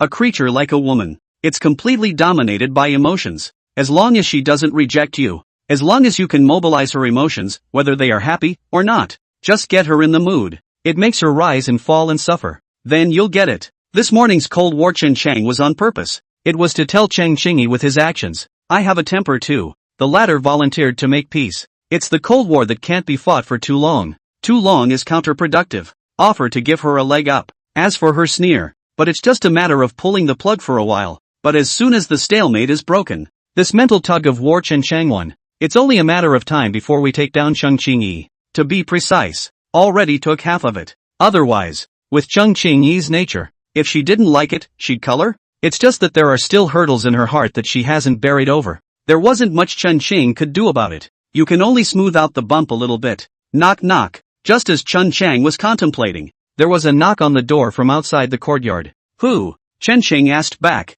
Mr. Chen, it's me. The voice of Flower Monk Guangji came from outside the courtyard. Chen Xing opened the courtyard door and looked at Guangji who was standing outside the courtyard and asked, is there something wrong? Mr. Chen, the goods have arrived. Hiroki said, when do you think you'll arrange the handover? Chen Shang was silent for a moment and said, there's no rush on the handover. You take me to check the goods first. Make sure the shipment is okay, and I'll come back to arrange the handover. This. Guangji was a bit worried, Mr. Chen, this is not in line with the rules. What? You don't believe me? Chen Shang said coldly, do you know how important this handover is? The safety of the 2 prefectures and 13 counties of Shu can all rest on my shoulders. If something goes wrong, can you afford it? Hell, I don't know if this handoff is important or not. It's a scam anyway. Naturally, it's how it's important. It's just a bunch of bull asterisk asterisk asterisk asterisk. Chapter 138, All Killers. This. Guangji heard Chen Sheng's words. It was a difficult time. Because he couldn't fathom whether Chen Sheng's words were true or not. Seeing this, Chen Sheng took advantage of the situation and said, your mission is only to connect the joints, and after the handover is complete, what comes after will have nothing to do with you. What are you hesitating about? What? You're genuinely working for the Xiaochun Society? Hearing Chen Qing's words, after a moment of silence, Wang Ji gritted his teeth and said, Mr. Chen, come with me. I'll take you to the inspection. You wait. Chen Qing said, I'll go back to the house to get something. Back to the house. Chen Qingyi was polishing his own long sword. Sister Chang. Chen Sheng said, we should go. Go get it? Chen Qingyi returned in a flat tone. Reason to talk back. It means the Cold War is over. Chen Shang walked over and tentatively put a hand on her shoulder and said, go check out the goods. Grab it if you can, leave if you can't. We can't stay here any longer. We have to go to Bird's Nest Mountain to find Master Qin. Chen Qingyi glanced at the hand on his shoulder and said in a flat tone, do you still remember our previous agreement? Of course I remember. Chen Qing said, you're making me think clearly about how Master Qin judged that the land of Shu was going to be in chaos. I've figured out the joints. Speaking. Chen Shang saw Chen Qingyi ignoring his hand. He immediately got an inch. It went straight to the inside of the collar. Pa! Only the hand just probed in. He was then heavily hit by Chen Qingyi with his sword sheath. Chen Qing had to quickly withdraw his hand and said, Master Qin was able to tell that it was because of Tongyu. Tongyu is from the Green Sect. And Master Qin has dealt with the Green Sect all his life. Naturally it's easy to tell what they're going to do. I couldn't think for a moment that it was entirely due to a lack of intelligence. How about this answer from me? Chen Shang looked at Chen Qingyi and asked. Not bad. Chen Qingyi got up and said indifferently, let's go. You just organized the trip. Chen Shang was delighted in his heart. Immediately, he and Chen Qingyi packed up their things and left the place. There's really nothing to pack. Money is kept close at hand. Some important items are taken and put into a satchel. Let Chen Qingyi carry it. Although Chen Qingyi was a bit reluctant to carry things, she didn't say anything after all. The two left one after the other. After rendezvousing with Hiroki, the three of them walked directly towards the southern city of Jianmen Pass. 7 turns. After the three entered an unknown alley, it eventually stopped in front of a slightly dilapidated house. Here we are. Hiroki stepped forward. Reaching out, he knocked rhythmically on the door. Soon an older, pockmarked fat woman opened the courtyard door. After sizing up Chen Shang and Chen Qingyi, the woman stepped aside and said, come in. A child in the yard squatted and played with a rattle. An old man sat weaving a wicker chair. An old woman chooses beans. A middle-aged man chopping wood. If Hiroki hadn't brought himself here, Chen Qing quasi thought that this was an unusual family of 5. Chen Qing entered the courtyard. The 4 people in the courtyard acted as if they hadn't seen Chen Shang and his party. Keep your head down and do your work. The woman came over and said, the stuff is in the house, you guys come with me. Chen Shang nodded. Mother. Just then, crouch down and play with the rattle kids. Suddenly he got up and ran toward the woman. But just at the moment of approaching Chen Qingyi a step away, Chen Qingyi unsheathed his sword. A cold light flashed. With no one reacting. Sheathe your sword. The kid, on the other hand, was after taking a step. A line of blood appeared in the throat. A ruptured trachea ensued. Blood sprayed out instantly. Finally, he fell heavily to the ground. The rattle in the child's hand fell to the floor. A sharp spike stabbed out of the top of the rattle. The spikes bloomed with an ethereal light. I don't know if it's poisonous or not. With kids in the end. The woman moved instantly. A dagger slipped out of his sleeve. Straight to Chen Sheng's heart. Chen Sheng didn't have any hesitation. Back up quickly. At the same time, he pinched his belt and drew the soft sword hidden in the waistband of his pants. This time he learned his lesson. The waistband of the pants has 2 layers. Lest there be another embarrassing incident where you draw your soft sword and your pants fall off. After the soft sword was drawn, Chen Sheng stabbed straight at the woman. He also only knows the straight jab move. An inch long, an inch strong. The long sword is longer than the dagger. The woman is also a veteran of the jungle. Seeing Chen Sheng stabbing over, his figure was slightly sidestepped, and the dagger in his hand blocked the blade. The dagger slid quickly down the blade. It went straight for Chen Sheng's palm, trying to cut off Chen Sheng's palm directly. She had forgotten that Chen Sheng used a soft sword. Chen Sheng flicked his wrist slightly. The body of the soft sword directly wrapped around the woman's arm under the operation of the true chi. The woman froze at first. A mournful scream ensued. However, the moment the soft sword wrapped around his arm, Chen Sheng gave a forceful tug. Straight away, they cut her entire arm off. Like peeling an apple. The moment the woman let out a scream, Chen Sheng advances instead of retreating. The soft sword was instantly taut. It went straight through the woman's throat. As Chen Sheng drew his soft sword, the woman fell heavily to the ground. And that's all. It just happened in a few breaths. Until after the resolution of the woman. Chen Sheng froze for a moment at this. Like it just reacted to what was happening. Counterattacking against the enemy just now. Totally instinctive. Before the brain could react to what was going on again, the body had already responded. Chen Sheng slowed down a little. It's too late to think about what's going on now. looking up towards Cheng Qingyi. Cheng Qingyi was already entangled with several people in the courtyard. Chen Qing didn't bother to help, because it doesn't need to be. He turned his attention to Orochi, who was trying to escape. Guangxi saw Chen Cheng lock himself in. Straight away he flopped down on his knees. Mr. Chen, you have to trust me. I really don't know what's going on. Chen Qing didn't listen to his explanation either. Charge forward. One kick and he's on the ground. Rather than kill him. Instead, they removed the waistband of his pants and tied him up. Wait for Chen Cheng to finish doing this. Cheng Qingyi had already taken care of all the others. All dead. Every living soul. Chen Sheng looked at Cheng Qingyi, who had indifferently put away her sword, and said, Sister Qing, what's going on? Cheng Qingyi looked at the corpses all over the room and said, children are not children, they are midgets. Specializes in assassinations in the image of children. The woman and the middle-aged man are the North River twins. Quite famous over on the North River, the couple runs a dark store and makes human buns. The crone and that old guy are both killers too. Not so well known as to be unintroduced. Chen Sheng heard a room full of killers. Moment. His eyes were filled with murderous intent as he looked towards the bound Hiroshi. Guangxi hurriedly explained, Chen Gongzi, you listen to my sophistry. No, you listen to my explanation. I really don't know what's going on. It has nothing to do with him. Right at this moment, Cheng Qingyi said in an indifferent tone, these few people are rushing at me. Chapter 139, The Green Sex Visitors. Hearing Cheng Qingyi's words, Hiroki was like grasping a lifesaver. Hugging Chen Qing's thigh, he wailed, Mr. Chen, young Chen, what happened here really has nothing to do with me. Chen Qing's head was filled with black lines. Kicking Guangxi away, he said, you are at least a big man, what does it look like to cry like this? Guangxi pretended to wipe the non-existent tears and said, Chen Xiao, I can't beat it. It's better to cry and wail than to lie down and listen to someone else cry. You have a point. Chen Cheng rolled his eyes. Then he looked at Cheng Qingyi and said, Sister Qing, how did you know that these people were rushing at you? Killing intent. Cheng Qingyi said, although they cover it up well, they can't hide it from me. And their killing intent is still temporary. Speaking of which, Cheng Qingyi suddenly stopped. Say it again. Involve yourself in where you're coming from.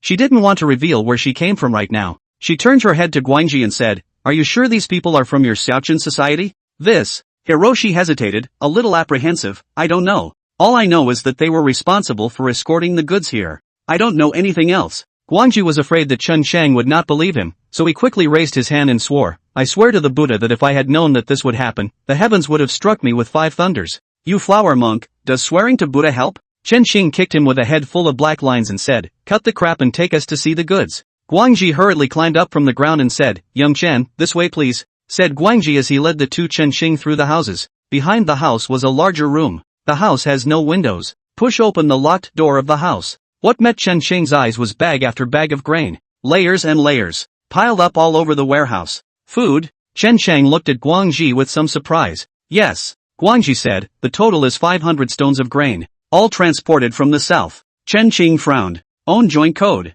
It's from the merchant's side. It's normal for caravans to trade hides for grain. But the skin is also for Qing to teach Ah. Chen Sheng looked at the room full of grain. That means these were also given to the Green Church. Chen Sheng had thought that Guangxi thought of himself as a merchant. I didn't realize that I was thinking of myself as a member of the Green Church. What are you going to do? Cheng Shengyi looked at Chen Sheng and asked. So much food. On the side of my own daughter-in-law. Isn't there a shortage of food? Enough to last her a while. After Chen Sheng was silent for a moment, he looked at Guangxi and asked, how did you transport all this grain? Hire someone. Guangxi said, there are caravans that specialize in helping to escort goods. We just need to send someone along ourselves. Those guys from earlier were the ones who came with the team. Knock knock. Speaking. A silent knock came suddenly. Chen Qing froze. Then he stared sharply at Guangxi with his eyes and said, there are still some of you. Hiroki was also confused. There's no one left. Guangxi said, the goods being escorted this time are not much again, so the Xiaoqun Society side only sent me over.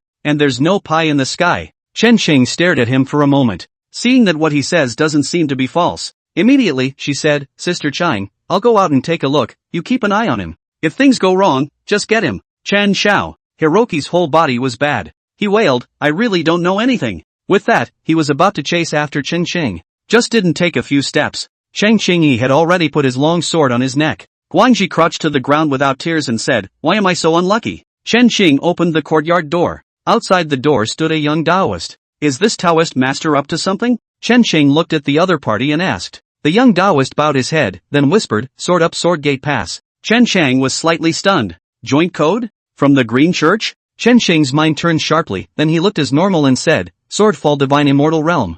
Hearing Chen Chang butt in on the code word, the young Taoist breathed a sigh of relief and said, Guru, I've got a little problem on my side, can we go in and talk about it in detail? Yes. After pondering for a moment, Chen Xing stepped aside and said, it just so happens that there has been a small change on my side as well. The young Taoist entered the compound, seeing several bodies on the ground. Slightly stunned, he then recited in a low voice, Blessed born infinite heavenly Father, Guru. The young Taoist looked at the bodies on the ground and said, Who are they? Chen Xing didn't answer. It's times like these when you can't put words in someone else's hands. Chen Xing looked at him and asked knowingly, You're here to trade, aren't you? Where's the stuff we need? This. Sure enough. Hearing Chen Xing's words, the young Taoist stuttered slightly, then said with a difficult expression on his face, Something was robbed by bandits on the way. Hijacked? Chen Xing immediately raised his pitch and said, Then what are you here for this time? I have come here to discuss with the Guru, so see if you can give us the grain first. We'll make up for what you need later? What do you think? Chen Xing sneered, Who knows if you guys are trying to empty your pockets?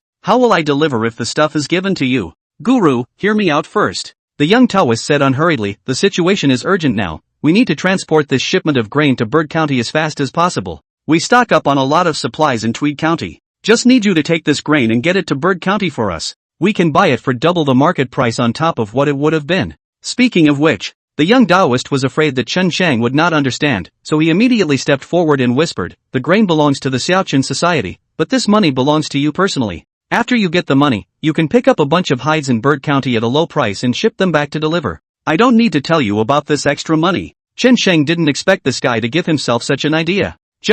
You really need to get the grain to Tweed County yourself, and then it's out of your hands, isn't it? Chen Xing sneered in his heart. On the face, but some intention said, This time is too late. I went back to turn in at the right time. That's a good one. The young Taoist said, The roads in Shu are complicated, and it's inevitable that we'll encounter natural disasters like landslides. There's nothing wrong with being that far off in time. For another thing, we'll testify for you on our side as well. Available. Chen Xing was torn, You don't know, but we've already spent all of the road fees and whatnot to get the grain to Jianmen Pass. Can't afford to hire anyone else either. Trying to transport it to Bird County is just too much to ask. Speaking, Chen Xing's fingers were still rubbing purposefully. Chapter 140 It's just a game between adults. Young Taoist. Watching Chen Xing's movements, the back teeth grooves were crunching. This guy really doesn't see a rabbit in the hat. But there was nothing else one could do. The Tweedledum side is the top priority. If this shipment of grain doesn't make it, I'm afraid something will go wrong. After a few moments of silence, the young Taoist gritted his teeth and said, 200 taels, I'll give you 200 taels first, and as long as you deliver the item, there's another 300 taels for you. Good. Chen Xing said directly, We'll leave in the afternoon, so bring the money over. If you don't bring it here, I'll just leave with the grain. Good. The young Taoist was not ambiguous. It was a straight up yes. After promising to do so, the young Taoist looked at Chen Chang and asked again, My name is Jing Xian, I wonder what your name is? Chen Xingji. Chen Xing directly reported his name in the Xiaoqun Society. The name Chen Xingji is not at all afraid to check. Okay, I'll see you this afternoon then. Meditation after getting Chen Chang's name, turned right around and walked away. After he left, Chen Xing closed the courtyard door and looked at Cheng Xingi, Sister Ching, I need to trouble you to make a run for it. See if you can find Snow Goose. If you can find her, have her lead the men to hijack the shipment of grain halfway across the country. Cheng Xingi frowned and asked, You want to use the identity of the Green Sect and Xiaoqun Society to enter Bird's Nest Mountain? Aha! Chen Sheng nodded and said, Although I don't know the specifics of Bird's Nest Mountain, but we all know at Swordgate Pass that there are immortal treasures out there. It's probably a mess over there. We can't make waves going in there by ourselves.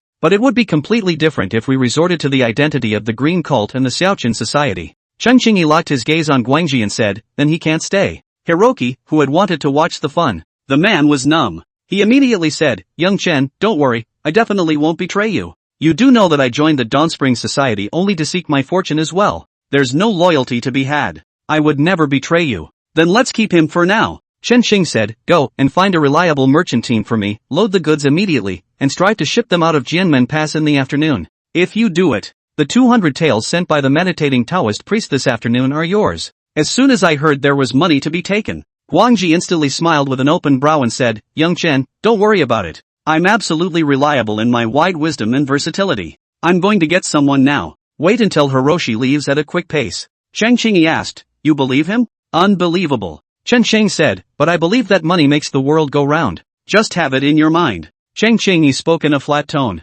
Also left. Chen Sheng, on the other hand, began to dispose of the corpses in the courtyard. There is a well in the yard. After Chen Xing simply scavenged some money from a few people, the bodies were all thrown in. Half an hour later, Hiroki came over with a whole bunch of people. After Chen Xing briefly talked to them about shipping costs, grain began to be loaded. Mules carry them, crates push them, and even manpower picks them. 500 stone of grain disappeared from the warehouse in various ways. Something trivial. Chen Shang left it all to Guangji. This guy is in it for the money. Rather dutifully. By the time the food was moved, it was after 1 p.m. Cheng Qingyi is back. That fast? Chen Shang asked with some surprise. You found my daughter-in-law? Nope. Cheng Qingyi said, I was afraid that something would happen to you, so I found someone else to help me with this. Sister Qing, you're so good to me. Chen Shang was moved. I have to repay you for that. As it happens, I'm good at drawing. That rose on your chest, I don't think it's painted very well. There's still time, come on, let's go inside and I'll help you improve. Draw some better looking patterns.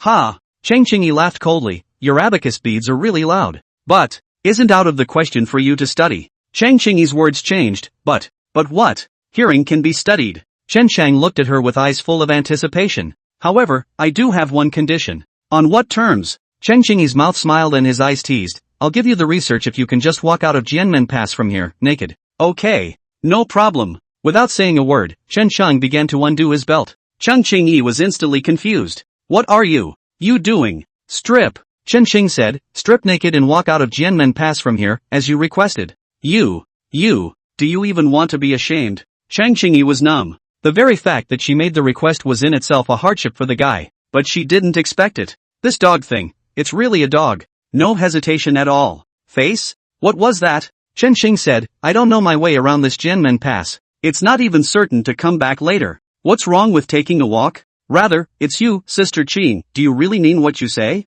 Chen Xing stopped his undressing and said, what if you don't keep your word and don't let me study? The Chongqing clothesman was completely confused. There was no way she was going to let this guy work on any roses, because it was supposed to be her drawing it on herself. Tease this guy. How do you get him to study without it? Ahem. Nope. Even if there was, there's no way this guy would be allowed to work on it. One is just going to hang on to him. It's killing him. Let this guy study it. How else can we get revenge? Available at. Now this guy is obvious. As long as one dares to say yes. He then dared to walk out of Jianmen Pass naked. If promises don't count. With this guy's shameless character, it might get something counterintuitive. Chen Zhu. Just when Cheng Qingyi was in a dilemma. Here comes the meditation that left in the morning. Have I come at a bit of a bad time? Jing Xian looked at Chen Xing, who was left with only a single piece of clothing, and then looked at Cheng Qingyi. I'll go wait for you outside. No need. Chen Xing called out to him and asked, have you brought the money? Bring it on.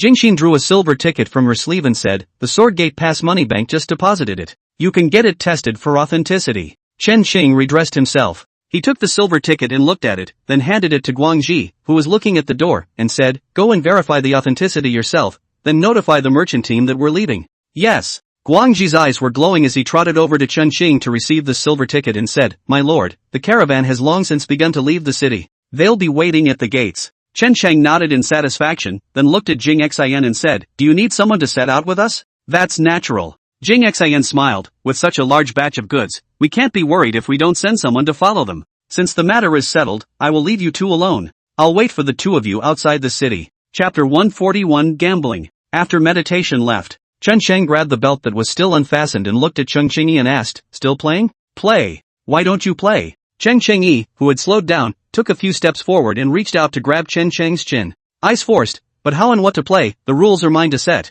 Meeting Cheng Qingyi's eyes, Chen Shang could see flashes of fire in them. Young women with children. Not some innocent little girl. Normally, if you are icy and clean, you will be lonely in a deep room after all. Unfamiliar. She can be holier than anyone. If you're familiar with, can only say, can't color. Chen Xing is also bold. Reaching out and wrapping his arm around Cheng Qingyi's waist, he asked, what about the win-lose reward? What do you think the reward will be? Cheng Qingyi asked rhetorically. Understood. Chen Xing said, when does it start? There's no rush. Cheng Qingyi pushed Shen Cheng away and said, the situation is unclear now. It's not a good idea to mess around now and accidentally gut her up. Wait until the situation is clear. Now pack up and let's get ready to go. There's nothing to clean up. Chen Shang redressed himself and said, let's go. Go straight to the gates. Cheng Qingyi left without saying anything. Chen Qing quickly followed. By the time the two reached Jianmen Pass, the caravan is already waiting at the pass. Hiroki led the way. Chen Xing didn't have to worry about it.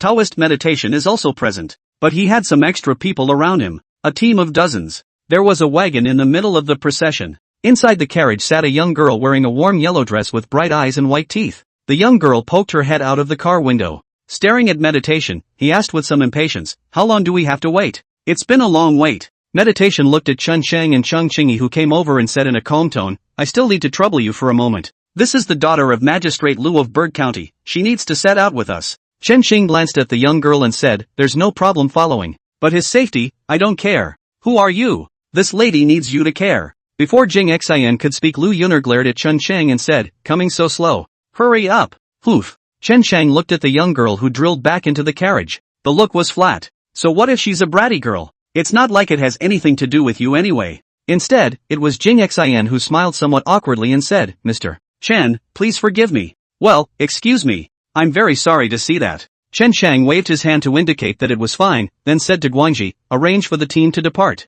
"Okay." Hiroki waved his hand at once. The procession began to move slowly. "Boss." Guangji led 2 short-footed horses to Chun Chang and said curtly, "It's a long way to travel, so I've gotten a horse each for you and madam." "Who's his wife?" Cheng Qingyi said coldly, "Don't kiss ass if you don't know how." After saying that, he turned on his horse and went straight away. Chen Chang, on the other hand, quietly gave Guangji a thumbs up. "Good to hear. Love to hear it. Love to hear it. Tell me more." The caravan had its own guards, so there was no need to worry about their safety. Chen Chang followed the group. The speed is not slow. The next day had arrived at the place where Chen Chang and his group had previously encountered the mountain bandits. A fire was set here. A lot of things have been burned. Chen Chang rode to Cheng Qingyi's side and asked in a low voice, "You asked someone to contact my mother, did you get in touch?" "Wouldn't have failed to make contact?" "It won't." Cheng Qingyi said in a cool tone, "The person I found is absolutely reliable. As soon as I approached them, they had already sent someone off. There should be a problem on your lady's side." "No way."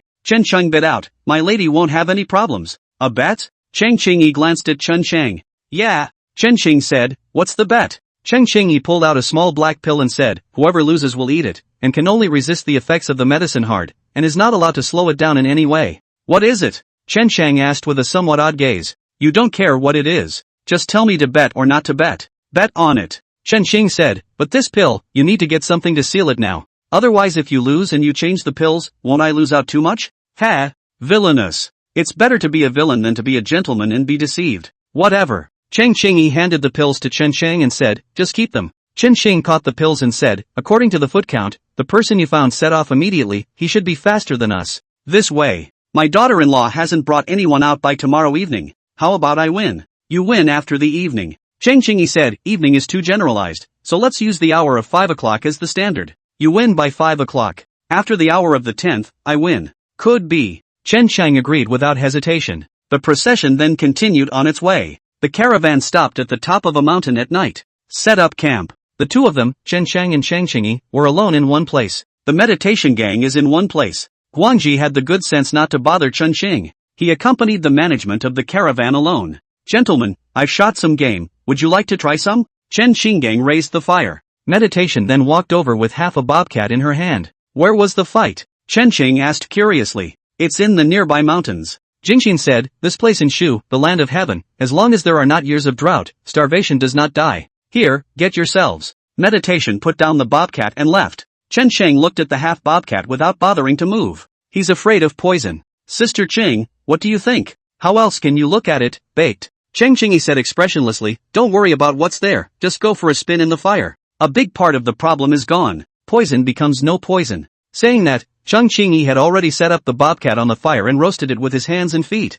Half an hour later, the aroma is overflowing. It wasn't until this time that Cheng Qingyi pulled out a silver needle to test for poison. "Don't worry, it's not poisoned." And that's when it happened. A voice came through. Chen Cheng looked up, but it was the young girl Lu Yuner inside the carriage. Lu Yuner nonchalantly sat down at the fire and pointed at Chen Xing. "You, get me something to eat." Chen Xing frowned. The god said calmly, "Don't you have any hands of your own?" "There are hands, but I just want you to get it." Lu Yuner coldly hummed, "You Jianghu people, now that you're going to Bird County, it's still not for that immortal treasure. My father is the magistrate of Bird County, so you're not going there to curry favor with him. My dad loves me the most. It would be better for you to curry favor with him. If you can make me happy, a few kind words from me in front of my father will trump all your efforts." Chapter 142 Bedtime Game. Chen Sheng and Cheng Qingyi exchanged glances. He thought the girl was out of her mind. "Miss Li." Chen Sheng was about to say something. Jing Xian hurried over. Ms. Lee, what brings you here? You control me.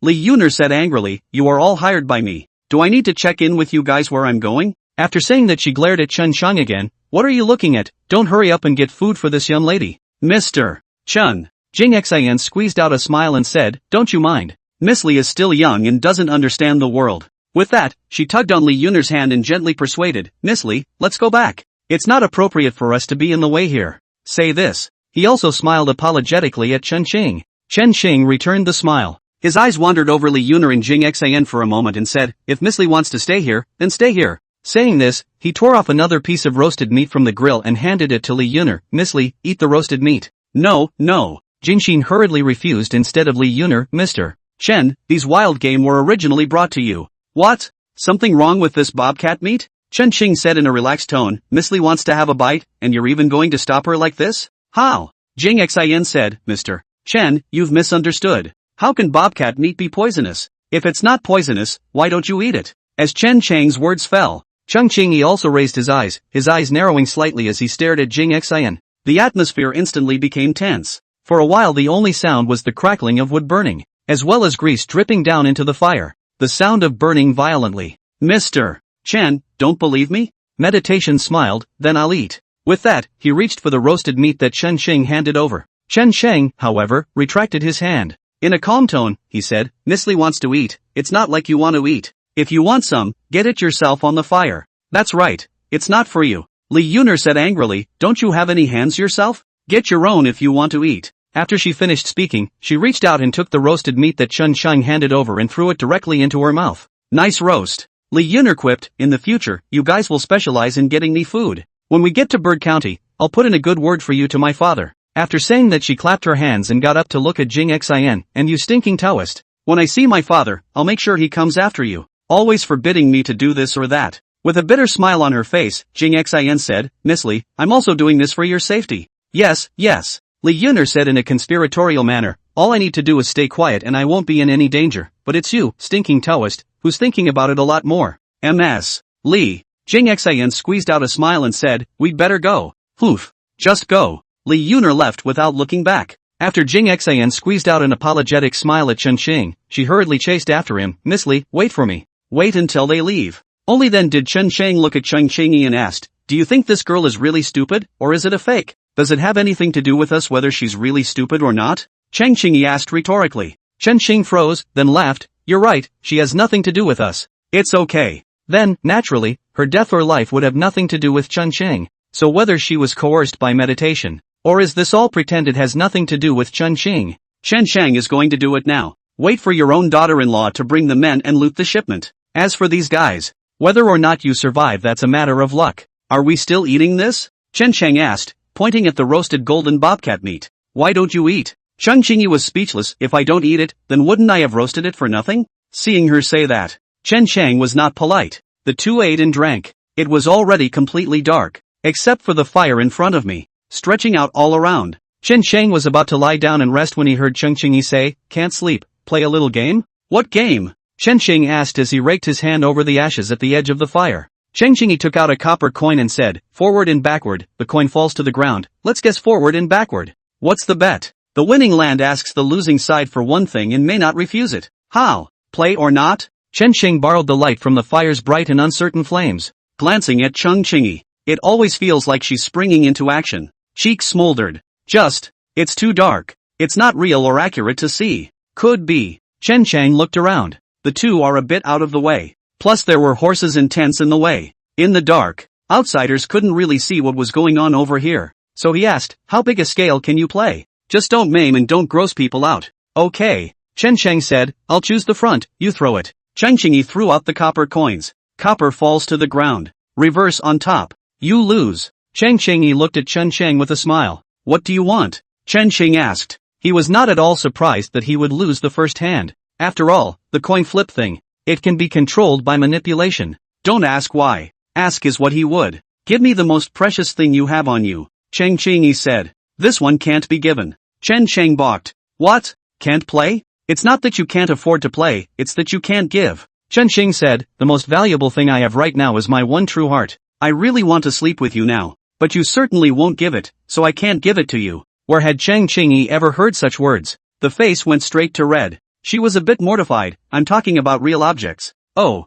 just say it. Chen Sheng pulled out a small porcelain bottle from his body and handed it to her. Immortality pill, you've seen it before. That's the most precious thing I have right now. Copper to me. After Chen Xing threw the porcelain bottle containing the immortality pill to Cheng Qingyi, he reached out his hand and said, now it's my turn to throw it. Cheng Qingyi tossed the copper money to Chen Xing. After catching it, Chen Xing asked, heads, tails. Reverse. Chen Xing threw the copper money into the sky. Copper falls to the ground. Positive. Chen Xing smiled. I won, Sister Qing, you won't back out later. Ha! I'll back out? Cheng Qingyi sneered. It's good not to backtrack. Chen Xing pointed to his heart and said, I want the clothes you're wearing now, the innermost belly band. Instantly Cheng Qingyi's face froze. Chapter 143. What? Can't do it? Chen Xing said slightly conspiratorially, it's okay if you can't do it. I'm one of those vegetable and fun-loving types. Who says I can't do it? Cheng Qingyi's face changed for a moment, and he said somewhat uncomfortably, willing to gamble, it's just that I'd like to come to a final reckoning. It's too much trouble to count them one at a time. Yeah, it's too much trouble. After Cheng Qingyi made an excuse for herself. Instantly energized, she reached out and said, give me the copper and let's continue. Chen Xing didn't give it to her. Instead, he said after a pretense of contemplation, since the rules of the game have changed, I'm going to make a request as well. You say. It's simple. Chen Xing also touched a copper coin from his body and said, there are only 2 results for a copper coin, 1 positive and 1 negative, 1 loser and 1 winner. 2 coppers, that's 1 more variable. 1 positive, 2 negative, 2 positive, 2 negative, 3 choices. How? Agree to this request? Agreed. Cheng Qingyi agreed after a little hesitation. 2 coppers is 1 more variable though, but she was sure she wouldn't lose. Copper to me. Here. Chen Xing handed 2 copper coins to Cheng Qingyi and said, I'll choose 1 positive and 1 negative. 2 sides against. Cheng Qingyi spoke faintly. The copper was then thrown up. Copper falls to the ground. A positive and a negative. Chen Xing smiled. I won. That's impossible. Cheng Qingyi was very dismayed as he looked at the copper coins that fell to the ground.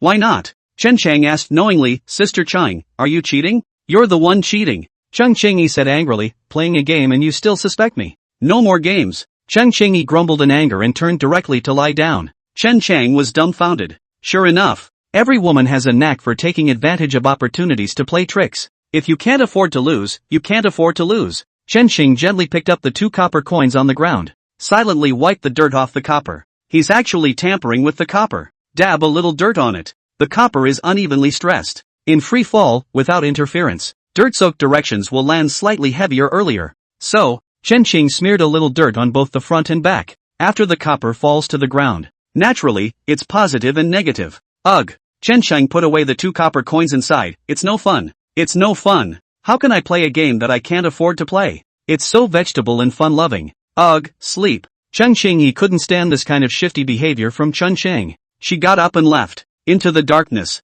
Leaving a dumbfounded Chen Xing lying there. But he didn't think much of it. After coming back to his senses. Turned around and got ready for bed. We've got a lot of traveling to do tomorrow. Just a short while later, Cheng Qingyi walked back. Before Chen Xing could react. She then coldly slammed something onto Chen Sheng and said, dead pervert, something for you. I'll strangle your mouth with a knife if you ever get shifty again. Chen Sheng was a bit confused as he looked at the bandage in his hand. Not a bib? Chen Xing subconsciously asked. Cheng Qingyi coldly stared at the fire and said, no need for that. Chen Xing's gaze fell in front of Cheng Qingyi's body. It was a moment of clarity. It's almost more than double the size. It used to be just A. That's almost AC now. That's the only physical shrinkage a bandage can do. Cheng Qingyi sensed Chen Xing's gaze and said in a grim voice, try looking at it again? Chen Sheng withdrew his eyes. With a serious expression, she said, Sister Qing, I don't mean anything else haha. It's better not to use bandages in the future, you can get cancer if you tie them for too long. The kind that can't be cured by a terminal illness. Ha! Cheng Qingyi sneered, no need, so that you can satisfy your obscene mind right. Sister Chang. Chen Xing looked at her with clear eyes and solemnly said, I'm serious with you, I'm not joking with you. Can't really tie it up for long. Ha! Cheng Qingyi didn't believe his words at all. Coldly sneering, he said, there is one more condition, mention it in a hurry. Don't waste my time. Chen Xing touched the tip of his nose and asked tentatively, can I sleep with you in my arms tonight? What? I said, can I sleep with you in my arms tonight? After Chen Xing finished speaking, he quickly explained, it's just simply hugging you to sleep, absolutely nothing else. Do nothing else? Do you believe that yourself? Cheng Qingyi sneered. Faith. Chen Sheng said seriously, I believe what I said myself. I'm a womanizer and a money grubber, but there's still a bottom line. Cheng Qingyi stared at Chen Xing gazing at him for a while and said, if you mess around, I'll pick out your hamstring. After all was said and done, Cheng Qingyi then lay down. Chen Chang was overjoyed. Hurriedly, he came to Cheng Qingyi's side and lay down. Sister Qing, head up. Cheng Qingyi turned her back to Chen Shang. Silence lifted his head a little. Chen Xing hurriedly reached his hand over and patted it under her neck, sniffing the delicate fragrance coming from between her hair and said, Sister Qing, you smell so good. And a warm, soft flavor. Bang. Chen Xing had just finished speaking. Cheng Qingyi then hit him hard with the back of her head. Shut up and go to sleep. Okay, I'll stop. Chen Xing had the good sense to shut up. He wrapped his arms around Cheng Qingyi and fell into a deep sleep. He went to sleep. Cheng Qingyi, however, did not fall asleep. She opened her eyes and looked out to the branches swaying in the darkness in the distance. The look was complex. With Chen Chang's little gesture, how could she not discover it? But it will be a trick. She doesn't know. Was it the right or wrong decision to do this on your own? This decision to give yourself away. She thought about it a million times but couldn't make up her mind completely. Only with ridiculous games. Little by little, you force yourself to make a decision. One's time is running out. Cheng Qingyi felt the steady breathing coming from behind her as well as the warm heartbeat. Gently exhaled a cloudy breath. Let's hope we made the right decision. Little fisherman wants a father after all. Cheng Qingyi gently closed her eyes, her head leaning against Chen Xing's arms. At this moment Cheng Qingyi felt a rare sense of reassurance. She hadn't actually slept a day's worth of peaceful sleep since her own escape from that hellhole. It's actually kind of nice to be held like this, Cheng Qingyi secretly thought in his heart. But soon her eyes opened. With some irritation she whispered, get your hands out of there. This guy doesn't sleep well either. Got his hand through the collar. Mother, stop. Not only did Chen Sheng not draw back, he instead wrapped his arms tighter around her, while murmuring from the corner of his mouth, let me sleep, I'm too sleepy. Cheng Qingyi's back teeth grooves were about to be gnawed. Wrap your arms around yourself. Yet again, I think of myself as another woman. How does that not make her angry? Chapter 144, so they're all the same. Day 2. Chen Chang woke up. The beautiful woman in his arms had disappeared. Look up. Cheng Qingyi sat in the distance. The face stared at him a little uncomfortably. Sister Qing, why are you sitting there? Pack up and get ready to go when you wake up. Cheng Qingyi said nothing. Get up and go. Chen Shang, on the other hand, was somewhat baffled. Sleeping with a woman in your arms just smells good. Sleep comfortably too. Chen Xing finished cleaning up and ate breakfast. The procession continued on its way. Cheng Qingyi was hanging alone at the end of the group. Slowly follow. Chen Shang found out. It was also deliberately slowed down. Follow her around. Chen Shang asked her what was wrong. Cheng Qingyi was just being dumb. Say nothing. If it wasn't for the fact that Chen Xing couldn't be more familiar with her. Knowing that she's totally stuffy. On the surface. Thought she was one of those high-flying goddesses. But she doesn't say. Chen Xing also stopped asking. Women need coaxing when they are upset. But someone like Cheng Qingyi who has an opinion. People who have their own plans. Coaxing won't work. Just be quiet with her. Noon. Cheng Qingyi who had been silent. Suddenly a kick was delivered to Chen Shang. What are you doing? Chen Shang looked at her in disbelief. Cheng Qingyi said, seeing that you're not happy, I just want to kick you. What's wrong with that? Being unreasonable is also a common move for women. Okay. It's good that you're happy. Chen Shang patted the dust on his body. And don't bother with her. There's a lot of time to be spent together in the future. You're so catty, you can't live with it in the future. Are you still taking advantage? You don't really want to sleep with me that much, do you? Just as Chen Shang was scattering his thoughts, Cheng Qingyi suddenly spoke. Ha! Chen Shang looked at her with some consternation. Cheng Qingyi locked eyes with him and said, last night. If you had been a little tougher and half pushed, I might have obeyed. But you didn't. Sister Chang. Chen Shang said, I am respecting you. Ha! Bull asterisk. Cheng Qingyi sneered. It's not like I haven't seen the man at the top before. That's regardless. Talk about respect, but it's just disinterest. When she finished she gently clipped the horse's belly. Swept past Chen Shang. No more hitting on him. Chen Xing thought for a moment and caught up with Cheng Qingyi. Sister Qing, do you want to hear the truth? Say. Cheng Qingyi spat out a word in an icy tone. Chen Xing hesitated for a moment before saying, actually, that kind of thing is just a shiver. It was comforting at the time, but the emptiness was next. What I enjoy is really the process. The process is more important than the outcome, you know? Speaking of which, Chen Xing stopped. He looked openly for a moment and came to Cheng Qingyi's ear and whispered, compared to possessing you, I'd rather see you sink down a little bit. Let's play the game and advance the progress a little bit. That's what makes it fun. Cheng Qingyi visibly froze for a moment. Then with a disgusted look on his face he said, you sure are disgusting. Yeah, I'm disgusted. I'm obscene. Chen Shang was not ashamed, but rather honored. So is the game still going on? Did I say not to continue? Chung Ching-yi glanced at him lightly and said, actually, compared to that kind of thing, I also enjoy the process. Enjoy training you to be an obedient puppy. Chen Qing froze for a moment. Then he said, Sister Qing, there's actually no need to train. I could be your dog right now, as long as you feed. Chung Ching-yi looked at him with a stunned expression. After a while, she then said, you're even more disgusting than I thought. Do you feed then? Chen Chang said. Not feeding. It was also just as Chung Ching-yi was speaking. There was a sudden commotion up ahead. Come on. Come on. Defense. The bandits are coming. We've been ambushed. Run. Chen Chang and Chang Ching-yi both looked at each other. Immediately hit the front of the horse. Didn't get very far. The merchants were seen scattering in all directions. Meditation line. Surrounding Li Yun'er's carriage for defense. And the surrounding mountains. Mountain bandits armed with swords and carrying basilisk flags kept rushing out. Rumble. Almost simultaneously. Chen Chang heard rumbling hoofbeats coming from behind him. He turned to look. Only a group of cavalry in black armor was seen. Neatly rushed. The man at the head. It was none other than my own daughter-in-law, Zhao Xueyan.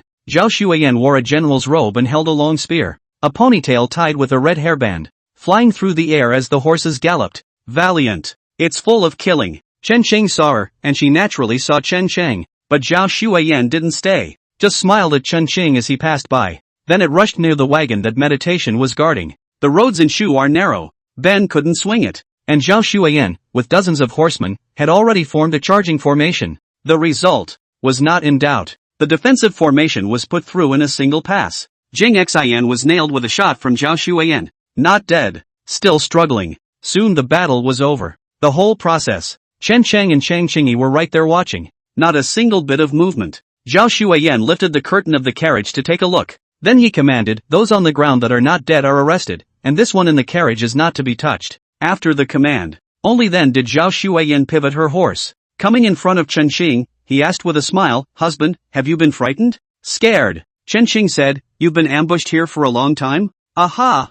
Zhao Xueyan nodded and said, I returned with my men when I received the news. A few hundred stones of grain is a relief for me now. At this point, her words changed. Pointing to the carriage, he said, that woman is not bad looking. Husband has sent you to crush the shock. You see to it that it is disposed of. Whether you take it or get tired of playing with it and kill it is up to you. Don't be so murderous. Chen Chang was somewhat speechless. You really take me for a pervert. Aren't you? Zhao Xueyan looked at Chen Chang with a smile. I don't care about you. Chen Chang rolled his eyes, then looked around and said, how come I don't see Master Su? Here Master Su. Zhao Xueyan's smile, which was still smiling, disappeared. After a while, it was only then that he looked flat and said, dead, I killed him. Ha! Chen Qing said, isn't he an old man in your house? So what? Zhao Xueyan's eyes were ice cold as she said, I remember, inside your box of books, there is a book that has a sentence written in it. Loyalty is not absolute, that is absolute disloyalty. Since he has second thoughts, I naturally have no need to keep him. Her demeanor was bland though. However, Chen Qing could still hear a strong sense of resentment as well as helplessness in her tone.